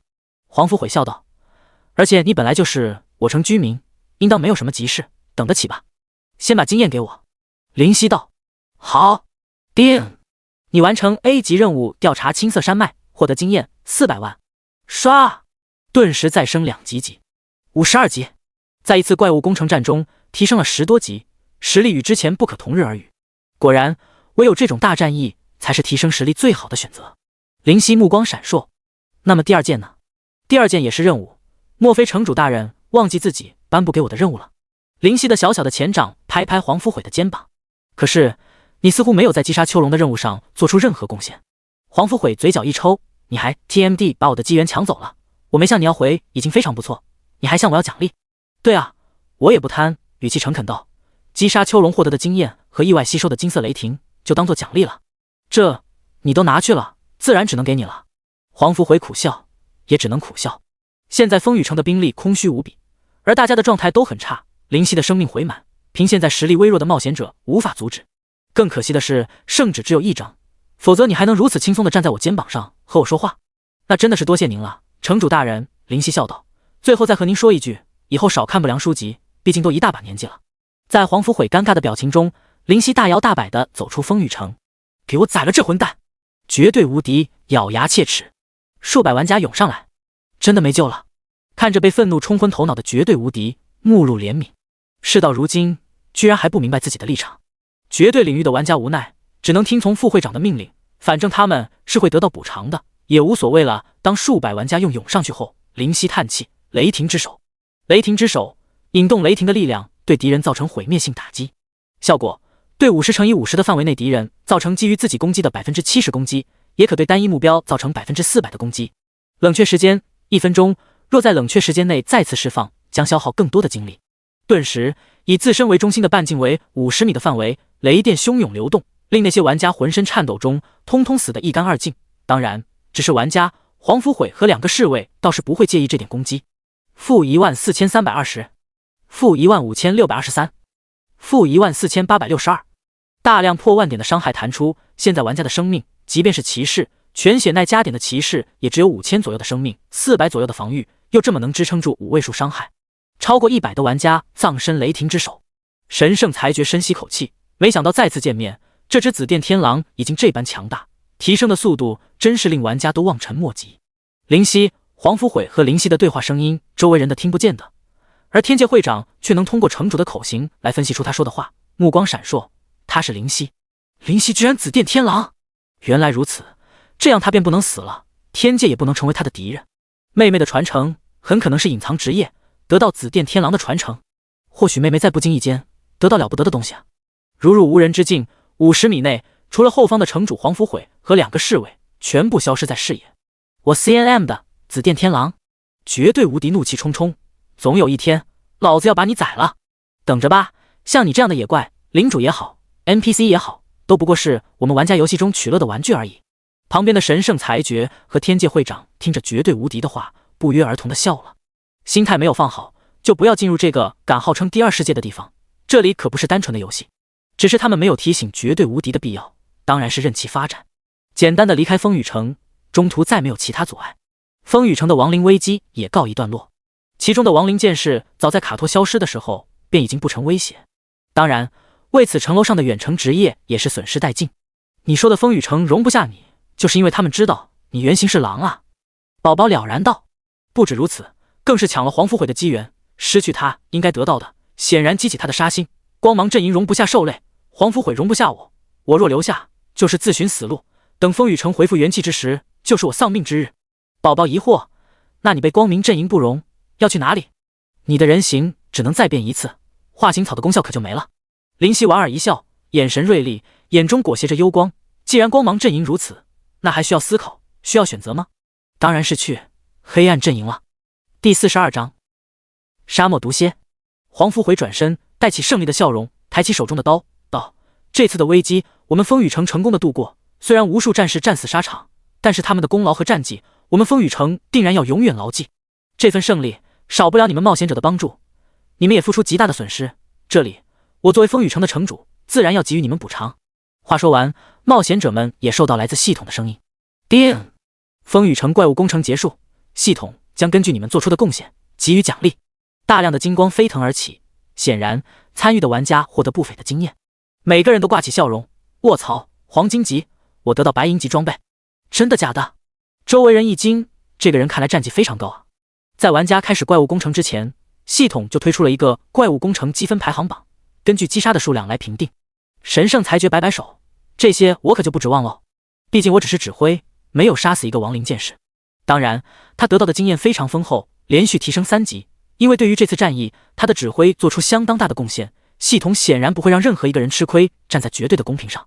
绝对无敌也提升2级，总算是把心中的怨气发泄不少。道：怪物工程的奖励还真是不错，不知道什么时候会再来。再来？天界会长拍拍他的肩膀道：不要想太多，这次的怪物工程我都感觉有些蹊跷，居然提前这么多。本身以我们的实力，若没有紫电天狼帮助，击杀罗伯特和卡托2个对现在玩家来说根本无法匹敌的暗金级 BOSS， 东门早就沦陷了，说不定连城主都已经战死，而其他个门也狼狈不堪，定然守不住风雨城。这么说，我们还要感谢那只蠢狼不成？我倒是感觉这是系统在帮助我们玩家对抗这次的怪物工程，毕竟以玩家现在的实力，确实不可能守住，所以才特意安排这个剧情。而最大的好处就是连同出现的紫电天狼一起宰了。绝对无敌没好气道，对他来说，感谢这个在自己眼皮子低下逃脱的紫电天狼是不可能的，因此末了还特意加了句：其实我已经感谢过了，在新手村放了他一条生路。天界会长笑了笑，或许吧。至于内心的最真实想法，无从知晓。一片沙漠上，烈日当头，暑气蒸腾，眼前除了仙人掌这种顽强的植物，没有任何的生命存在。金色的沙子一望无际，远远看去，不及边的恐惧便发自心底的产生。沙漠上没有水，没有食物，如果没有充足的信心走出去，身上没有带够足够的补给，死亡不过早晚。远处，一只紫色的小狼不断的奔跑，速度惊人，这已经不是狼该有的速度。每一眨眼，再见到便是老远开外，只在沙子上留下浅浅的印记，被大风一吹，沙尘弥漫，便将那痕迹擦拭得一干二净。此狼正是灵犀。宝宝，黑暗阵营你确定是这个方向？灵犀质疑问。宝宝气哼哼地叉着腰，当然啦，我还会骗你，黑暗阵营只要一直往西走就能到，这是肯定的。也幸好风雨城只是3级城镇，在光芒阵营所在地区的最外层，没有其他的阻碍，否则如果你现在2级城市的话，想要离开就不是那么容易了。或许吧，灵犀惋惜道，可惜那把陈山没有拿过来，没有趁手的武器。切，你去黑暗阵营又不需要人类形态，要那把陈山干什么？保持原形就够了。宝宝不屑道。灵犀摇头，话可不是这么说，一是陈山是黄山交于我的忠于物品，我答应要好好对待，自然不可食言。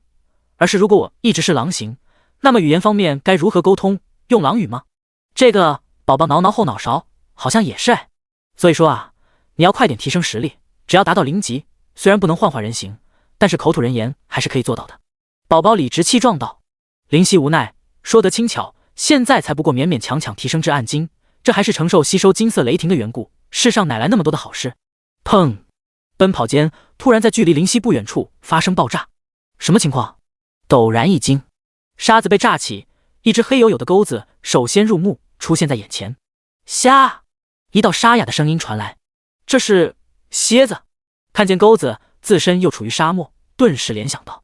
几秒后，蝎子的全貌出现在他的眼前，庞大的身躯足足有3米高，巨大的2只黑色鳌钳对着灵犀，瘦长的身躯下八足微动，朝他冲来，背后长长的尾巴倒挂过来，沾满剧毒的钩子在阳光下摄人心魄，令人胆寒不已。唰！带起残影，钩子猛然朝着灵犀狠狠地刺去，钩上漆黑的液体一出，就算没有见识过，也知道其中包含着无与伦比的剧毒，触之必死。见此，也不得不做出反应，侧身回避开，同时一道侦察术甩去。沙漠毒蝎，精英怪，等级45生命，8万攻击，1450防御，780速度，28简介。沙漠中的王者，无人敢挑衅的存在，一旦看见外来者，即便是白天，也必将给予狠狠的攻击。最后提醒一句，洗群居，你懂的。我去！灵犀不禁吐槽，天神给的简介居然也喜欢调侃，真是见鬼了。噗！钩子没有击中灵犀，在沙漠上打出一片大坑，声势浩大。不过看了属性后，我倒是放心不少，原来也只是虚张声势而已，这属性没什么大不了的。嘴角勾起微笑，已经进阶为暗金级的他，属性大增，沙漠毒蝎连他的防御都破不了，又如何能对自己造成伤害？紫电天狼，暗金级领主，等级52生命，50万攻击，3200防御，1700速度，37技能，雷霆之手电光火石，急闪，雷霆万钧杀戮之心。简介：无论是攻击还是防御都不可同日而语，几乎是过去的2倍之强，而气血更是达到前所未有的50万。如果风雨城城主黄福悔见到这气息，定然嗤之以鼻。才50万的气血，我在经过城主的加成后，可是到达200万，太弱了。灵犀望着自己的属性面板，不禁感叹，这沙漠毒蝎的属性真的太弱，连自己的防御都超过他。我呸！宝宝立刻打击道，要不是你进阶为暗金级，全属性都大幅度增加，现在一只沙漠毒蝎都够你喝一壶，更何况还是群居的。兴致低落不少，灵犀苦笑，宝宝，你还真是不放过任何一个打击我的机会啊。宝宝洋洋得意地抬起头，神采奕奕，笑得眼睛弯弯，仿佛其中蕴含着星辰，点点光辉隐现。这是当然了，宝宝大人怎么能见到自己的仆人吹嘘自己呢？虾！沙漠毒蝎见到自己的攻击居然被避开，更加的愤怒，快速地向他冲来，眼中带着杀意。毕竟只是精英怪，没有多少理智可言。无奈，一般有些头脑的生物都知道用通用技能侦察术来看他人的属性，通过对比知道属性上次差距，再决定是否能够战胜。而沙漠毒蝎却不顾一切地攻过来，其智商可想而知，只是简单的个位数。雷霆之手，灵犀冷冷的一拍沙子，目光漠然。虽然自己要成为黑暗阵营，但是不代表自己要对已经属于黑暗阵营的生物手下留情。既然连询问交流都无法做到，那只能直接杀了。一道紫色雷霆构筑的手掌出现在沙漠毒蝎的边上，不知何时已经将他包裹住，只差最后一捏，或许他便会直接踏入地狱。再见了。正准备捏下，一道声音陡然响起。住手！灵犀嘴角勾起笑容，终于肯出来了。第43章毒蝎之王。大量的沙子被推开，大地如同地震般震颤，难以站稳。远方20米处，一只巨蝎出现在灵犀眼前，与身边的沙漠毒蝎相比，根本就不是一个档次，太大，本身又是毒蝎这种被人忌惮的生物。漆黑的甲壳远远望去，便能感受到其坚硬程度，绝对是刀枪不入。可怕的尾钩足足有10米之长，莫说被刺中，即便是被砸中，后果都不堪设想。沙漠中的霸主级存在，毒蝎的领主。一个侦察术丢过去，毒蝎之王，暗金级，等级50生命，30万攻击，2050防御，1280速度，32简介。这片沙漠中的霸主拥有绝对的实力，无数在沙漠上的商人都敬畏的对象。每次通行，唯有贡献足够的物资换取生路，否则死亡是唯一下场。遇见他，恭喜你，你仿佛即将遇到上帝。再次被简介雷了下。现在天神是喜欢恶搞吗？嗨嗨！毒蝎之王咳嗽一声，对着沙漠毒蝎道：“你下去吧。”虾！沙漠毒蝎应了一声，便钻入沙漠之中。整片沙漠之下，到底隐藏多少的沙漠毒蝎呢？或许在沙漠上行走的人自己都不知道自己是不是正在一只沙漠毒蝎的上面吧。眯眯眼，在沙漠上和蝎子闹翻，真的不是开玩笑的事。毒蝎之王转向看着灵犀道：“嘿，小狼，你是光芒阵营的？”不是。林夕摇头，准确来说，我这次的目的就去投靠黑暗阵营。投靠我黑暗阵营？毒蝎之王笑道，这我倒是能理解，你一只野兽在光芒阵营中绝对是不被允许存在的，你的做法倒是无可厚非。那请问我如何去往黑暗阵营？如何去？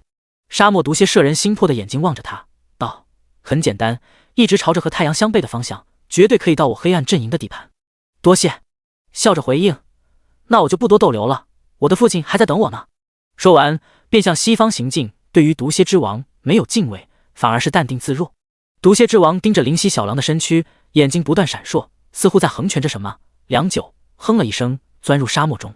原处没有凹陷，没有突出，庞大的身躯钻入沙子后，没有一点明显的印记，无论谁都无法猜到他来过。这便是沙漠里的霸主，无论你如何强大，只要给他反应的机会，钻入沙子中，茫茫的沙漠根本无处寻找，唯有放弃。而他的手下沙漠毒蝎则会不断骚扰，等你精疲力尽，便会在沙漠中悄无声息地带走你的生命。这就是为何即便是灵级的强者也不敢在这沙漠造次的原因。大王为什么不把他留下？在我的地盘上行走，又不给我足够买自己性命的东西，自然是死路一条。只是这只紫电天狼实力非常强大，我拿不下他，真是匪夷所思。明明只是那么一小点，居然有这般恐怖的实力，比起灵级也毫不逊色。可是我们有无数兄弟，拖也能拖死他，代价太大。我能感觉到，其实他早已发现我在暗处观察他，很可怕的洞察力，那么奇袭也就很难奏效。而且他的速度居然达到37，最高速度1秒钟37米啊，太快，即便是攻击都无法攻击到。而他只要跑出沙漠，那么我们就得罪一个可怕的家族了。你能想象一只幼生的狼有着暗金级领主的实力，堪比灵级，而身后又没有任何势力存在？还是大王考虑周到？很可能是来自天狼岭或者狂野草原，只是这二者地方中的狼类等级都超过70级，从来没见过50多级的狼啊。而且怎么会去了光芒阵营？朝着北方不断前进。灵犀，你似乎很谨慎的样子啊。宝宝问道，因为感觉到他的眼睛一直到扫视四周。当然。灵犀点头，轻声道，你觉得蝎子的性格应该怎么样？蝎子的性格呀，宝宝摸摸光洁的下巴，想了想，应该是毒辣、狡猾什么的。没错，真是如此。身为毒蝎之王，怎么可能是什么好一鱼的角色？自然要万分小心。不禁点头，所以我才说出我要去见我父亲这话，就是为了震慑住他，让他知道我不是一个人，我有一个家族。身为家族中弱小的我，都有暗金级的实力，那他就知道我父亲起码有着灵级，甚至更高，不敢轻举妄动，对我怎么样了？他要不信呢，不可能不说什么他都相信吧？宝宝反驳，他就是喜欢和灵犀对着干，由不得他不信。灵犀冷笑，哪怕我说的话是假的，他也不敢赌。你说一个已经成为国王的人会非要为了杀死一个可能是他惹不起的存在而因此丢了王位？他在沙漠中活得那么滋润，为何要去赌？灵犀缓缓道，位子越高，胆子越小，这句话可不是空穴来风，无中生有。原来如此。宝宝恍然大悟，气哼哼道，算你说的有几分道理吧。直到走出沙漠，也没有遇到袭击，看来是真的放弃了。走出沙漠，周围的生机渐渐的复苏，草地开始蔓延，越往前便越浓密。在草地的最前方是一个大峡谷，峡谷是上方，一座木桥摇曳。灵犀呼出口气，终于走出沙漠了。宝宝，你知道这里是什么地方吗？我怎么知道黑暗阵营中的情况？我只是知道怎么走，而且其他的一概不知。宝宝回道，然后打了个哈欠，不要再叫我了，我要睡觉，最近一直没睡好，都被你吵醒，烦死了，先睡个几天先。睡个几天，眼皮一跳，这还真是睡出一个境界了。他在草地上向木桥走去，近处大风渐起，木桥被大风吹得四处摇摆，也吹得灵犀的紫色狼毛飞舞。从上面向峡谷下望去，一片云雾，隐隐约约，看不真切，望不到底。这要是掉下去，必死无疑，除非是飞行生物。灵犀想到，索性领悟大小转化之法，不然如果是原来的身躯，这脆弱不堪的木桥如何支持？电光火石，卯足了力气，如同离弦之箭，飞快地射出，残影道道。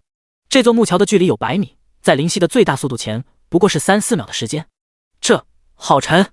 灵犀一惊，他感觉身躯被拉扯，地心引力仿佛增加10倍，要将他拖下去。哼，这还难不住我！在木桥上轻踩，却发出很大的声响，木桥嘎吱嘎吱叫着，仿佛要塌下去一般。唰！灵犀来到对面，呼，好危险！多亏身躯小，体积不大，心有余悸的喘气。难怪连一只飞鸟都没有，原来是吸扯太大，即便是鸟类也无法飞行在峡谷之间。灵犀疑惑地看着，究竟是什么东西使得这里的引力几乎上涨10倍？这才不过是最上方，若是越靠近下面，不敢想象。不禁骇然，如果越靠近下面引力越大，那最下面引力有多大？简直难以想象。这个峡谷可是深不见底啊！默默地看了眼，记住这个地方，而后继续前进，暂时没有资格去知晓答案。哈，月魔族这种弱小的种族只能成为我们的食物。好久没有吃月魔族了，想想就流口水。男的吃了，女的先玩玩。这些月魔的女人真的是漂亮，我先爽个几天再吃掉。放肆的声音不断传入耳朵，竟是些粗鄙不堪的词汇。咦，正好还在为如何加入黑暗阵营而发愁，居然就送上门来，太巧了吧！灵犀心中一喜。第44章月魔族。一群奇形怪状的生物围着月魔族直流口水，有些似羊，有些似虎，但是相同的是，眼中满满的贪婪和欲望。灵犀在远处观望，不禁扶额，难道又要英雄救美？哦，这次可不是只有美女，算不上。被称作月魔族的人，没错，就是人。他们有着人类的身体，男性长得极为英俊，气宇轩昂，每一个男性月魔族放在地球都可以去当娱乐圈的偶像派明星。女性更是美丽动人，即便是最普通的月魔族女性都是颇为标致，更遑论其中突出者，更是漂亮到无话可说。其中领头的一位女性更是容貌动人无比，凹凸有致的身材如同魔鬼般诱人，纤细的柳腰似弱不禁风，令人担心无法承受上方汹涌的波涛。鹅蛋小脸没有一丝瑕疵，五官精致的挑不出毛病，如同大自然的杰作，无法超越。那双干净的眼睛美得难以置信，一旦望去便令人深陷其中。月魔族的头发呈现为绿色，却没有半点违和感，反而成为他们的一个亮点。即便以他挑剔的眼光，也不禁对这位月魔族女性的容颜感到惊艳无比，甚至不自觉中暗暗拿森林中的蓝发女孩做比较，发现毫不逊色。灵犀尚且如此，更何况那些奇形怪状的生物了。那个女是我的，太漂亮了，我要把她囚禁起来成为痉挛，每天翻云覆雨。一个虎头的4足生物流着口水，竟然已经直挺挺的大叫：滚！一只像马的生物怒喝：那是我的，只有我才能拥有这样的美人，大家不要抢！这么多的月魔族，我们怎么能为一只争成这样？其他的美人也很漂亮啊！灵犀有些惊奇，这些月魔族看来并不算人类，居然能听得懂他们野兽的对话，并且与之交流。这些黑暗阵营的生物已经在讨论如何分配战利品，至于月魔族的反抗，已经被他们忽略掉，这不过是些没有战力的玩弄物而已。彩霞姐，怎么办？一个小巧玲珑的女生带着哭腔问让众生物拼命争抢的美人。被称作彩霞姐的美人蹙眉问：风阳呢？他已经跑了，这个混蛋明明是彩霞姐的未婚夫，就这样撇下彩霞姐不管了。旁边一个高挑的男子怒声道：就是因为他把我们的行迹泄露，我们才会暴露，妈的，简直是个畜生啊！彩霞姐闭上心眸，娇嫩雪腻的脸蛋上带着浓浓的哀伤。我早就知道风阳不过是个胆小的废物，所以才一直没有让他得逞。若非他是姥姥的孙子，非要娶我，我如何能甘心嫁给他？现在以我们月魔族的实力，怎么去对抗这些怪物？命啊！一滴泪水落下，折射出发自心底的哀伤。为什么我月魔族要沦落至此？我们不是黑暗阵营的巅峰10族之一吗？哟，小美人哭了，不哭不哭，哥哥待会就带你上极乐世界哈！一只狮子舔舔嘴，淫笑道：大家先把他们拿下，男的全杀了，女的一起玩，玩完了再分。对，先说，我快受不了了！一众生物齐齐扑来。不啊！其中一个月魔族的女孩大喊：我的命运怎么会是这样？我不想死啊！死个毛线！放心，只要伺候好虎爷，你死不了！一头最前方的老虎急色地扑过去，第一个目标自然是那个最漂亮的，看着都受不了。彩霞目露绝望，为何自己沦为这个地步？彩霞，嫁给我吧，我会一辈子对你好的。不行！为什么？月魔族现在如此孱弱，我们怎么能分心儿女私情？不应该是去探索为何曾经作为黑暗阵营10大强族之一的月魔族会沦落至此？况且我未来的男人，我不求他英俊潇洒、钱财万贯，但他一定是个英雄，拯救月魔族的英雄，这才配得上我彩霞。灵犀心中一乐，看了半天，剧情已经非常明显，英雄即将登场，邪恶势力要被正义的狼所驱逐，然后和月魔族的美人过上没羞没臊的小日子，成为一段流传青史的佳话。忍不住挺直腰杆，看来我该出场了。宝宝撇嘴，就喜欢玩这种桥段，你不累吗？跟个小屁孩一样。嗨嗨！灵犀被宝宝的话呛到，不禁咳嗽，苦笑道：宝宝大人，真的不是我喜欢这么玩，只是剧情都这样发展了，不这样还能怎样？你直接快点出去不就好了，非要等到最危急的那一刻才出场，真是宝宝嘟嚷。而且还总是女的，还都长得那么漂亮，难道灵犀命犯桃花？后面的话越来越小，灵犀也听不真切。他清清嗓子，而后大吼：“呜！住手！”巨大的声音快要将耳膜刺破，隆隆作响。啊！我的耳朵！那只老虎立刻后退，痛苦的大喊。其他生物也一样，这声音太大，根本无法承受。月魔族的族人都拿手捂住耳朵，可是四足着地的他们根本伸不到。彩霞绝望的灰色眼眸中带起希望的光彩，难道有转机吗？许久，回荡的声音渐渐消失，老虎大喝：“什么人敢在我魔人联盟面前叫嚣？”林夕从高地缓缓走出，来到月魔族的面前，笑道：“你。”老虎瞪大眼，一只小狼，侦察术，紫电天狼，等级，生命，攻击，防御，速度，技能，简介，一连串的问号让他们的心脏急剧抽搐，脸上大变。林夕不屑一笑，他早早用侦察术看过，这不过是群堪堪30级的野兽而已，而且还是非常寻常的野兽，没有一只领主存在。那只老虎脸上大变，不由转变语气，笑道：“不知阁下来自哪里？来自哪里重要吗？”林夕冷冷道：“给你们10秒钟，给我滚！”大人，我们是魔人联盟的。其中野猪样子的人叫道：“魔人联盟很了不起吗？我一句话就能消失的事情而已。”林夕大言不惭道：“小小的魔人联盟根本没有在我面前嚣张的资格。”说完，做出一副天老大、地老二、我老三的样子，把魔人联盟的一群野兽震慑得一愣一愣的。难道这突然出现的小狼是什么大势力的少爷？狼类，莫非是天狼岭？宝宝不禁捧腹：“林夕，你个大骗子，明明没有一点势力，在这里虚张声势。”狮子模样的生物颤巍巍道：“大人是不是来自天狼岭？”眼中带着一丝惊奇：“咦，还真有几分见识。天狼岭，那是什么地方？很厉害吗？”林夕心中腹诽，脸上却是一副嚣张的样子。天狼岭的强者怎么会跑这种地方来？大家不要背！一只4羊的生物叫着。骗字未出，却戛然而止。雷霆组成的大手莫名出现，狠狠一握，身上白色的羊毛瞬间焦黑，口吐鲜血，趴在地上挣扎几下就没了动静。头顶蹦出一个骇人的数字96253。普通的生物，并非领主的情况下，30级不过才8万生命，如何能够承受这致命一握？众人大骇，不只是魔人联盟，月魔族也是震惊不已。这些欺压他们的家伙，如此简单的就死了。老虎脸色苍白，却不甘心道：“天狼岭的大人把这些美人挑剩下的一部分，可不可以给我们？”“不行！”林夕嚣张道，“他们通通都是我的，男的分配去做奴隶，女的把我伺候舒服了，要纳入后宫，还不滚！”这魔人联盟的生物面面相觑。9、8，林夕淡淡的数着。老虎大喊：“兄弟们，撤！”深深的看了眼林夕，道：“大人，我们会再见的。对于这样的威胁嗤笑一声，就怕你来到不够强，无法让我提升等级和实力。”月魔族的族人惶恐不已，没想到刚出虎口，又入狼窝。第45章，去而复返。林夕转过身，扫视月魔族的众人，碰触到他的眼神，月魔族纷纷避开，眼中闪烁着悲哀和不甘，木然站在那里。扫视一圈后，目光停留在彩霞的脸上，完美的五官赏心悦目，如同大自然最美丽的风景，不禁心中暗赞，不管看多少次，这般角色都不会看腻。轻轻一跃，便跃上彩霞柔软的肩膀，一股香风涌来，令林夕精神一振。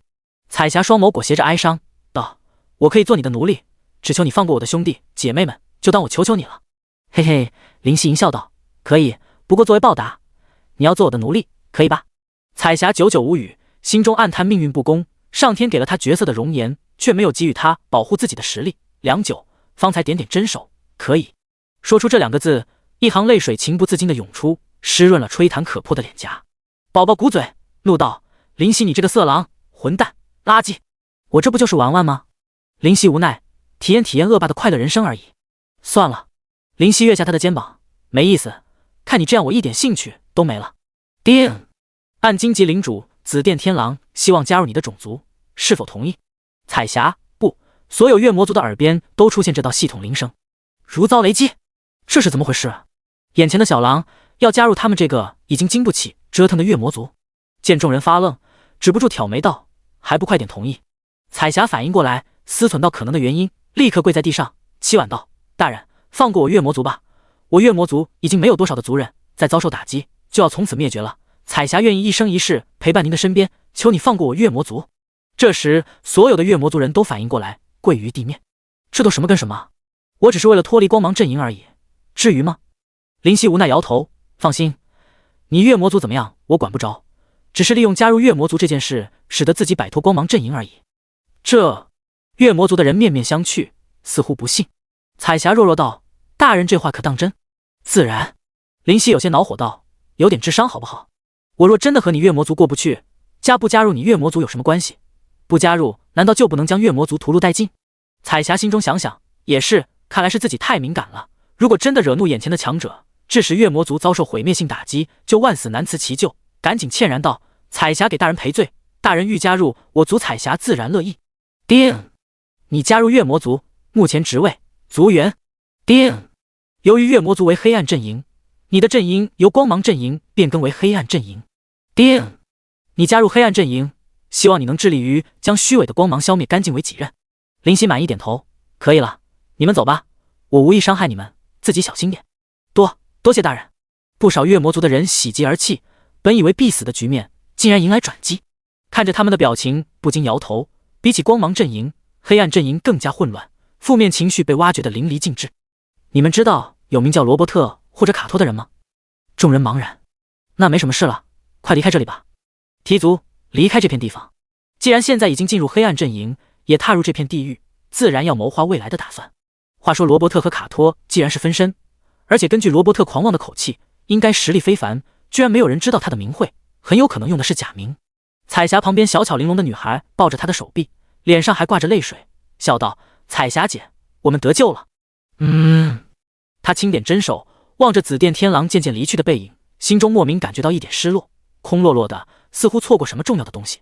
怎么了，彩霞？难道你还想做一只幼狼的女奴？脸颊飞上红晕，将这个想法排除脑外。哈哈，一片尖笑声起，那些本该离开的魔人联盟的野兽再次去而复返。在月魔族人恐惧慌乱的表情中，不给一丝机会，快速地将月魔族的人围住。还是大哥聪明，那只乳臭未干的小狼崽只不过的路过而已，根本不是有意要救这些月魔族。狮子大笑，钦佩地看着老虎。老虎得意一笑，哼，真当我白痴？这些月魔族的女人，尤其是带头那个，就是灵级、仙级强者见到都要心动，收为痉挛。可我居然没有在他的眼中看到一丝留恋和欲望，要不就是太小，心智不够成熟，要不就是路过，善念大发，随手帮助而已，根本不近女色。但不管是哪一个，都不会长时间逗留。虎哥威武！魔人联盟的野兽大吼。嘿嘿，老虎心中自鸣得意，而后眼中带着贪婪看着彩霞。美人，这下你就叫破喉咙也没人能听得见。彩霞目露绝望，脸上惨白，毫无血色。没想到这些魔人联盟的野兽居然也有这般的智慧。月魔族的族人们，杀！绝望中不得不反抗。老虎舔了舔干裂的嘴唇，望着彩霞娇美的容颜，兄弟们，我先来，你们之后也来。野兽们欢呼，即将扑上去将击杀男性月魔族人，占领女性月魔族人时，蓦然一道狼嚎出现。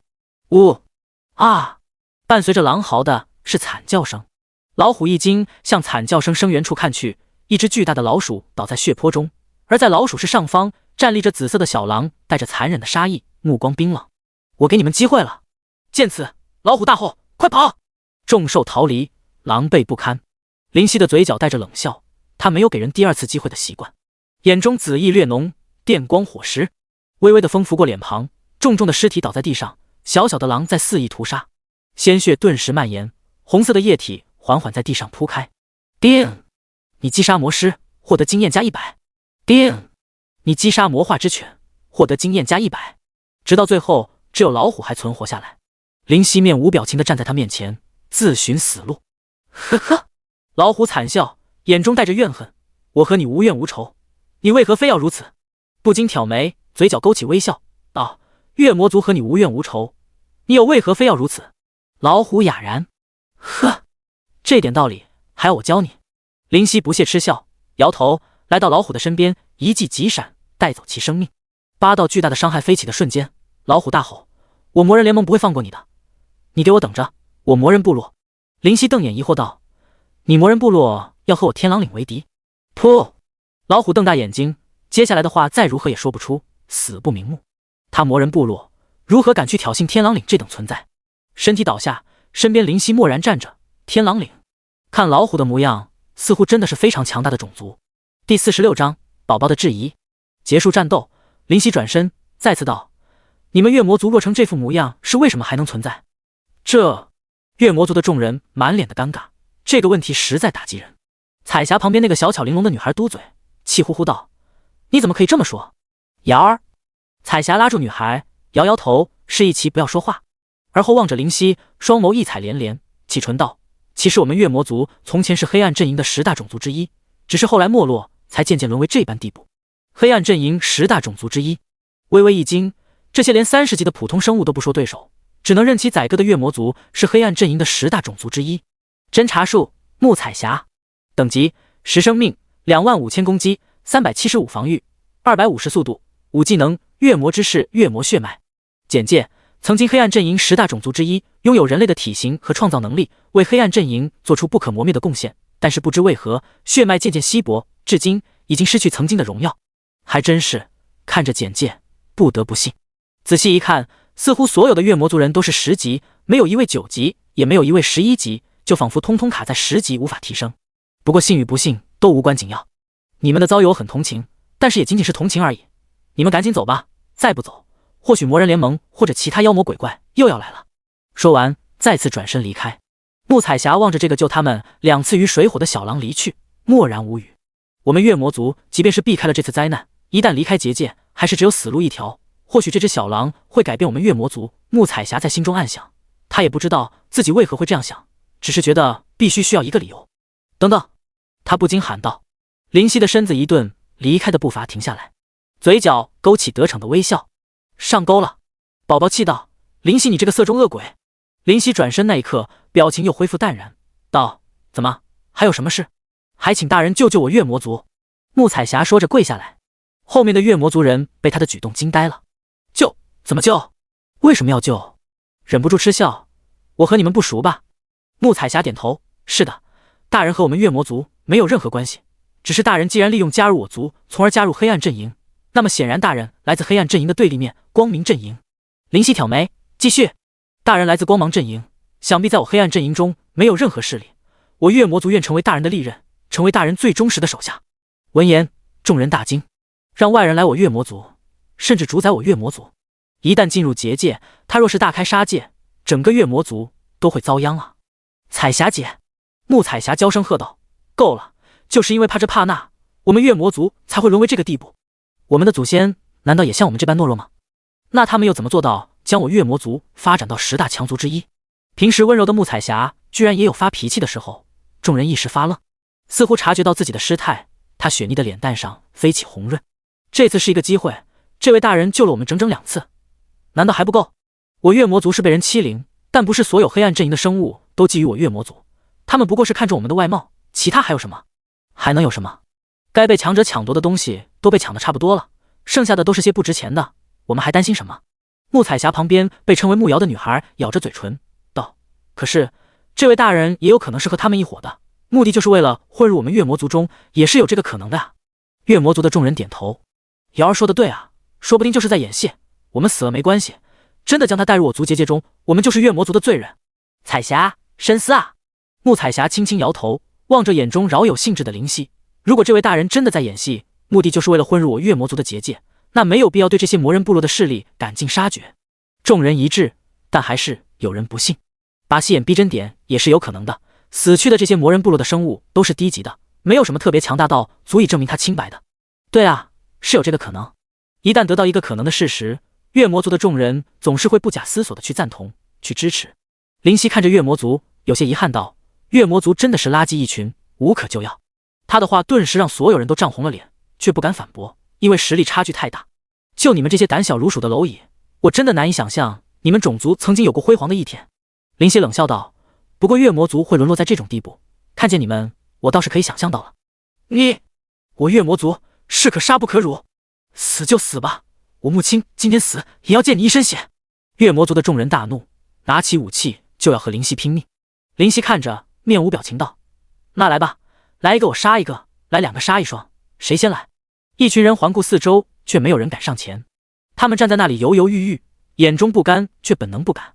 懦夫！从嘴里蹦出2个字，心中失望透顶。本想以这个月魔族作为在黑暗阵营扎根的基石，现在连他自己都对此产生动摇。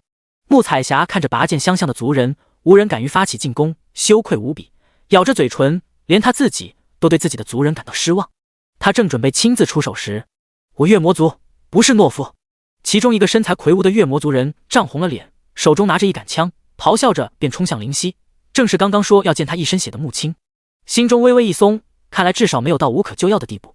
嗖，长枪破空，却连灵犀的影子都碰不到，而后脑袋一阵发痛，便眼前一黑，失去意识，手中的枪脱离，倒在地上。穆彩霞看到大惊，大人手下留情。没有等到灵犀的回答，周围的月魔族都疯狂了。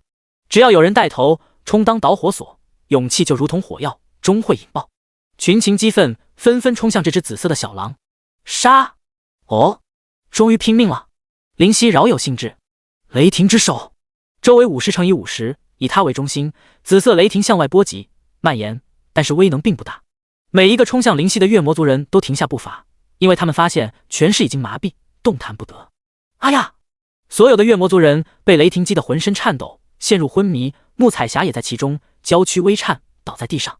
呼，松出口气，控制自己的实力有时候也很麻烦啊，不像玩家那样无法控制力道，每次攻击都会在系统的帮助下发挥全力。原住民可以自我意识操控力道，打出自己想要的攻击力度，这一点原住民更加符合真实情况。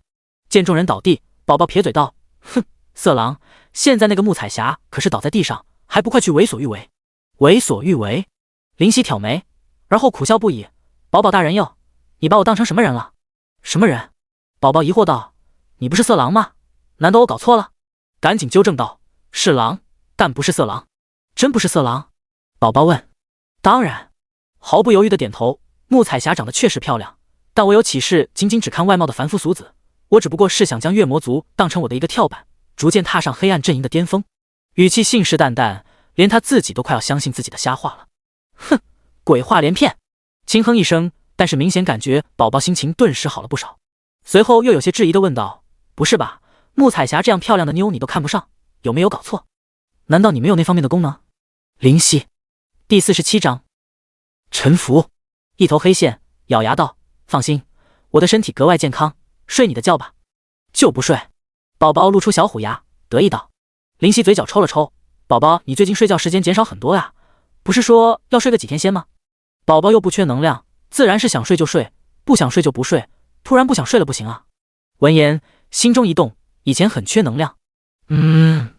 宝宝点点头，一直被放在盒子里，你试试看。而且很无聊，除了睡觉，什么事都干不了。同情的叹气道：“宝宝真可怜。”去，宝宝大人可不需要怜悯，我能永生，你能吗？宝宝鄙夷道。永生？灵犀却感觉宝宝更加的不幸，没有自由的永生未必是好事啊。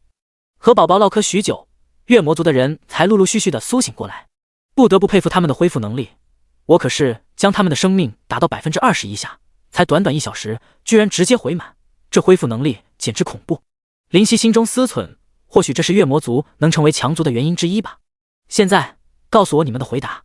灵犀默然道，在开口的同时，身躯不断膨胀，在众人目瞪口呆中，足足增长到4米高，10多米长。眼前的紫电天狼不再是幼狼，而是恐怖的怪兽，即便的城墙或许轻轻一跃便能直接越过。叮！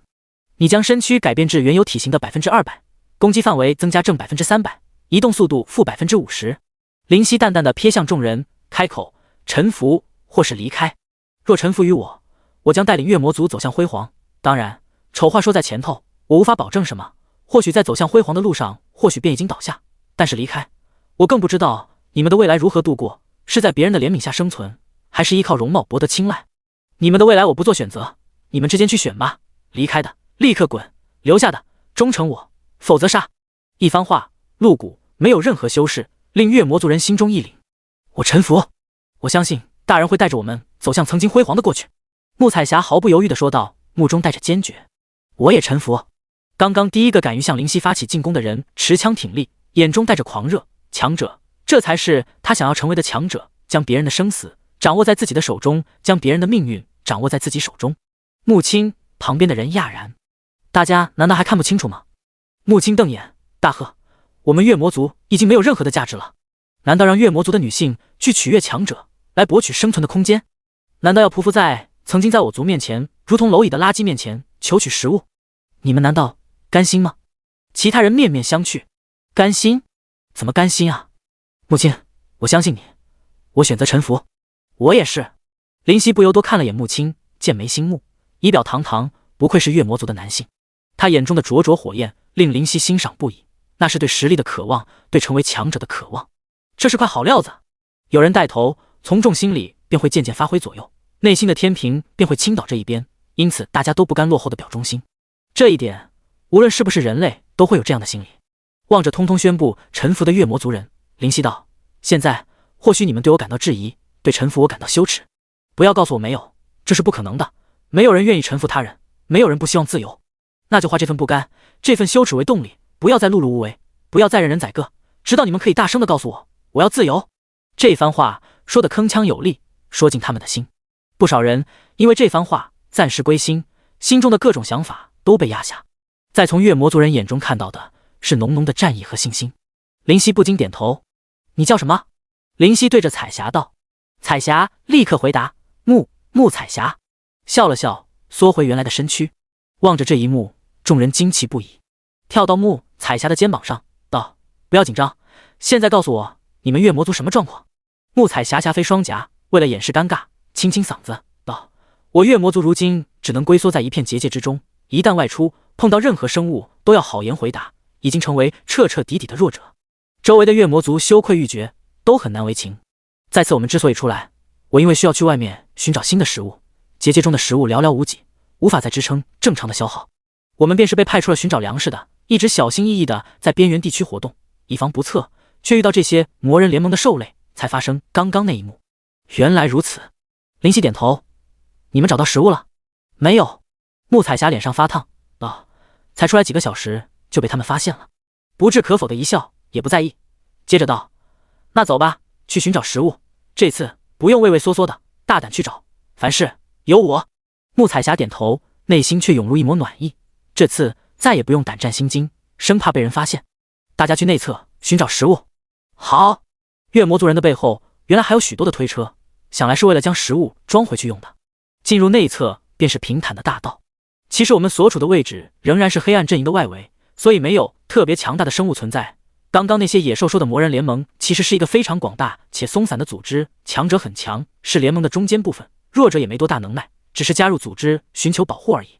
据说黑暗阵营的内部才是强者辈出的地方，不过我也不是太清楚，内部的环境非常差，甚至可以说是恶劣，所以攻占光芒阵营的领地也有很大一部分是这原因。毕竟光芒阵营占领神墨大陆肥沃的土地，而正因为如此差的环境，我们黑暗阵营的整体形势良好，隐隐中已经可以在与光明阵营的战斗中占据优势，而光芒阵营处于安逸的环境中，安于现状，变得不思进取，是我们乐见其成的。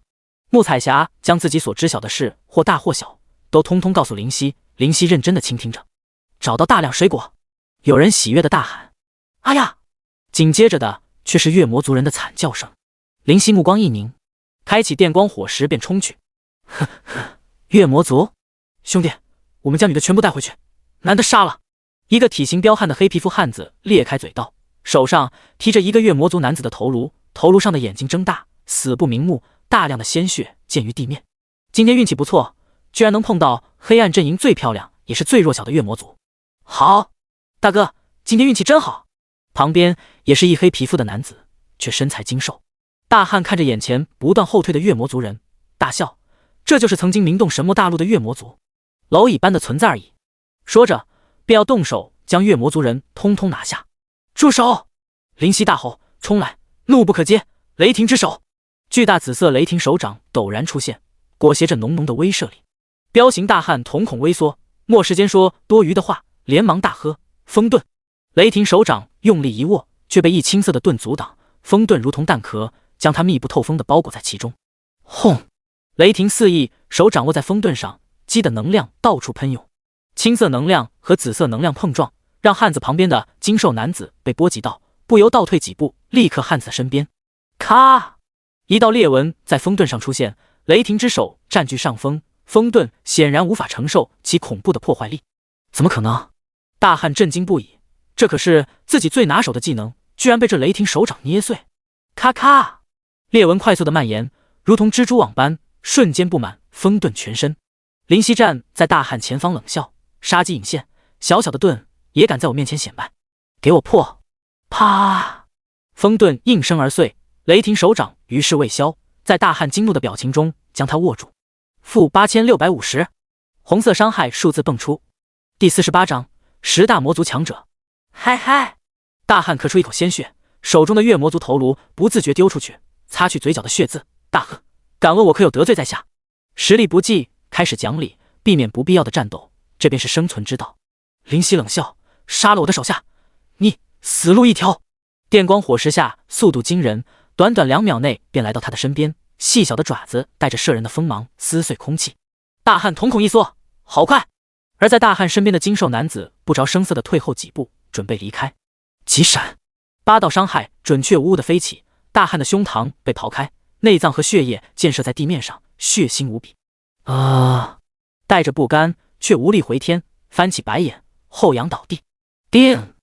你使用技能急闪，对敌方单位造成 80%、5675%、100%、6224%、120%、7098%、140%、8165%、160%、9546%、180-11062%、200-12235%、300-18679，总和超过8万伤害，生命条瞬间见底。林夕的身躯被红色沾染，紫色与红色混杂于一块，妖异恐怖。精瘦男子心中骤然一缩，40级的大哥居然在10秒内被瞬杀，差距太大，自己不过38级，还不如大哥，必死无疑。他硬着头皮，逃跑的心思立刻收起。他不笨，看见林夕的速度，逃跑根本不切实际，不用几秒便会被追上。唯一是生路，反而是与其交流。强大如你，何必和我们这些小渣子战斗呢？他收紧心绪，苦笑道，望着那个月魔族男性的头颅，不由大笑，有趣。强大如你，何必和月魔族这些小渣子战斗呢？不，用屠戮或许更准确些。男子哑然，无言以对。在黑暗阵营，杀戮不需要理由，只是没有理由，便没有他的生路。必须要说点什么。月魔族被各族屠杀是有原因的。他整理一番言论，道：曾经的月魔族太强大，甚至超出黑暗阵营主宰们所能容许的极限，挑衅到某些存在的位置，所以才会沦落至私。为了防止月魔族卷土重来，便容许所有种族对其赶尽杀绝。而月魔族天生丽质，是玩弄的最佳对象，大家自然乐见其成。超出主宰所能容许的极限。林夕一惊，极限是多少？可以自立门户，还是取而代之？弱小的月魔族居然还有这样的背景，这些大家都知道，所以践踏月魔族的荣耀，还能令他们能得到快感，成全可笑的虚荣心。精瘦男子道：可是这似乎不能让我不对你下杀手。林夕默然，男子沉默许久，才道：我可以告诉你黑暗阵营的10大强者的相关信息。黑暗阵营10大强者？不禁一愣，这是第3次提及了。第一次是在公告栏上的任务中看见这些内容，每一个强者被击杀都能得到丰厚到极点的奖励，可以说是光芒阵营最终极的任务之一。第二次是怪物工程结束与黄福悔的对话，似乎青色山脉中的蓝发女孩便是其中之一。如此一想，林夕释然，那双眼的恐怖简直难以想象，不强反而不合常理。第3次便是现在。说。林夕吐出一个字。男子心中一松，有转机。我能得到这份信息也是曾经在一位强者手下打下手的原因，无意间知晓，普通的生物根本无从知晓这等隐秘信息。虽然我之后被强者驱逐。男子苦笑。林夕静等他把话说完。男子眼中带着崇拜敬仰。10大强者是魔族的最强人物，每一位都拥有挥手间毁灭一座人类城池的能力，实力深不可测，是我等敬畏的存在。第10人叫生命女妖夏娃，据说是黑暗阵营最出色的医师，也是最可怕的用毒高手，曾经似乎直接毒死一座城市的所有人，在人类中的名气比前几位都要高上一筹。第9人是绝色妖姬柯蒂斯，没有太多关于她的消息，只知道她美得像仙子一般，看上一眼便会宁愿沉沦，不愿苏醒。听到这里，林夕忍不住腹诽，哪里是不愿苏醒，而是被拉入神秘空间，无法苏醒。当然，他没有打断男子接下来的话。第8人为大地巨人恩斯，是大地巨人族的最强者，身躯比山脉还大，一只手掌能拖住上百人，可想而知。第7人叫做炎魔狄拉克，火焰中诞生的存在，操控天下万火，可焚天地，而且据说为人好色异常。第6人天空之风普拉达，风元素的主宰者，曾经一个风系禁咒，将上10万的光芒阵营之人彻底屠杀。第5人是地狱恐怖达拉斯，具体不知。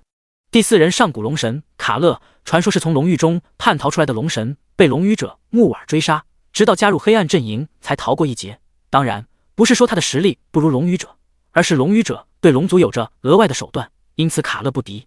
前3人太过神秘，莫说是我，便是灵级，甚至仙级强者都未必知道，他们存在于黑暗的最深处，没有关于他们的任何信息流出。将10大强者的后7位都大概的讲了一遍。林夕对黑暗阵营有更大的期待，这里的强者太多。突然脑中灵光一现，他想到一件事，既然光芒阵营能与我们黑暗阵营抗衡，那么一定有其强者与我们的10大强者抗衡才是，否则黑暗阵营早就将光芒阵营消灭才是。男子犹豫再三，点头道：正是如此，光芒阵营中也有着和我们黑暗阵营互相抗衡的实力，但是人类的寿命过于短暂，即便已经成神，也只有数万载的寿命，如今距离神魔大战的具体时间已不可考察，但是起码有10万载以上的岁月，人类强者纷纷离世，现在的人类甘于现状，不思进取，已经被我黑暗阵营占据上风，可能再过不久，形势便会逆转，他光芒阵营偏安一隅，而我黑暗阵营主宰乾坤，是吗？林夕挑眉道：那现在人类中最强的有谁？具体不太清楚，好像是有7到8位还活着，或者是星际之秀，最强者的话毋庸置疑，一定是皇城的帝王了。说到这里，他的眼中酝酿着恐惧害怕。据说当年他拿着一把枪，在我黑暗阵营中来回扫了个遍，灵级、仙级强者几乎难逃一死，神级强者陨落不少，最后好像我族最强者出面，和他大战整整1天1夜，那场动乱才渐渐平息。来回扫了个遍，林夕瞪大眼，这需要多么恐怖的实力？男子将林夕吃惊，知道自己的信息足够劲爆，接着道：那是他登基的第1天，他直接将冲入我黑暗阵营，为自己的登基建立巨大的名声威望，仅仅只是为了建立威望便展开屠杀。林夕嘴角一抽，这绝对是狠角色，不愧是可以称帝的存在。我将我知道的都透露给您了，求您放在下一条生路。金兽男子语气诚恳道。林夕沉默，男子心神紧绷，良久，可以，多谢大人开恩。男子大喜道：保住性命比什么都重要。林夕的目光骤然一凝，但是你要为我捎个口信。这当然没有问题。他斩钉截铁道：无论是哪里，在下都定然帮忙送到。你是魔人联盟的？身躯微颤一下，压下不安。金兽男子冷静道：是的。去魔人联盟，说联盟的人被我杀了，我是月魔族的，有本事的话就去月魔族将我拿下。林夕淡淡开口。这听明白没有？男子咬牙道：明白了，一定如实回答。好，快去吧。林夕微笑，看着他离去的背影，宝宝问道：你这是给月魔族找麻烦啊？自然要有麻烦，没有麻烦我怎么能提升实力？第49章结界之内。林夕转身对着仍旧陷入恐惧的月魔族人道：将你们的同胞厚葬了吧，然后接着寻找食物。然而无人回应，大家还没有回神，每个人的眼里充斥恐惧，愣在原地，忍不住皱眉：怎么刚刚的气魄哪去了？你们的同胞死了，你们所能做到的仅仅是站着发呆，看着一切发生。我不甘心啊，我们居然任人宰割，一个月魔族人哭嚎。顿时大家陷入恐慌，毕竟刚刚自己同伴在自己的面前被人摘下头颅，血液从身体里喷出，身为弱者的却目睹着，无力着，恐惧着。哼！林夕冲过去，直接将其中一个撞倒在地，居高临下，睥睨看着他们，大喝道：没出息，不甘心就给我拿出不甘心的动力，去为你们的同胞复仇，哭哭啼啼能解决什么事？胸前的疼痛让他不再哭嚎，他狰狞着脸：大人啊，我们月魔族没有当初的实力了，没有了，你放过我吧，我离开，我要退出。说着他起身便要逃跑，跑出去数米后，噗！一阵剧痛再次从胸膛传来，他愕然低下头，却发现一只狼爪将他的胸膛洞穿，锐利的爪子上鲜血混杂内脏。怎么会这样？失去意识，彻底死去。抽出爪子，林夕杀意满满：我已经给你们一次机会，既然留下，就要彻底留下。周围的月魔族人惊恐万分：看够了吗？看够了就将刚刚的同胞埋葬，这个懦夫暴尸荒野。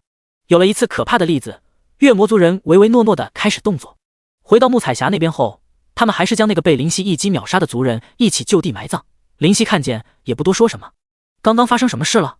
木彩霞望着站在他肩膀上的紫电天狼，开口询问。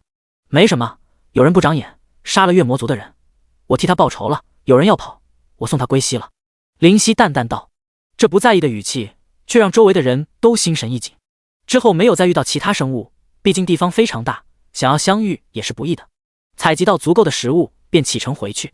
月魔族的栖息地在一个山谷中，两边的大山苍茫一片，青色树木布满山间每个角落，枝干高大异常，而中间的山谷就好像是被人硬生生的将一座山脉劈开形成，方才有旁边的2座大山。在山谷最外层，一道绿色的结界如同薄膜，阻止有生命的存在进入，这便是月魔族没有彻底灭族的原因。一只小鸟想要飞入其中，却在碰触到结界的瞬间，绿光为闪，消失不见，人间蒸发。此时，林夕和众人都来到结界的前方，这便是月魔族的结界。望着绿光，目光凝重，这片结界不简单，凭他现在的实力，触之必死。穆彩霞点点头，是的，这是我月魔族最后的堡垒，一旦结界消失，我月魔族也可能彻底消失在世界上。你们怎么进入其中？结界会自动区分是否是月魔族人，若是，则进出无碍，有不是，死路一条。他开口解答。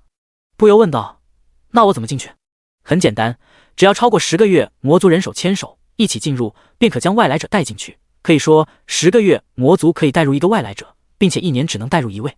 穆彩霞道：近10年来没有外来者能进入，所以可以放心。林夕点头。众月魔族人互相拉起手，林夕则依旧站在穆彩霞的肩膀上，便将其带入结界之中。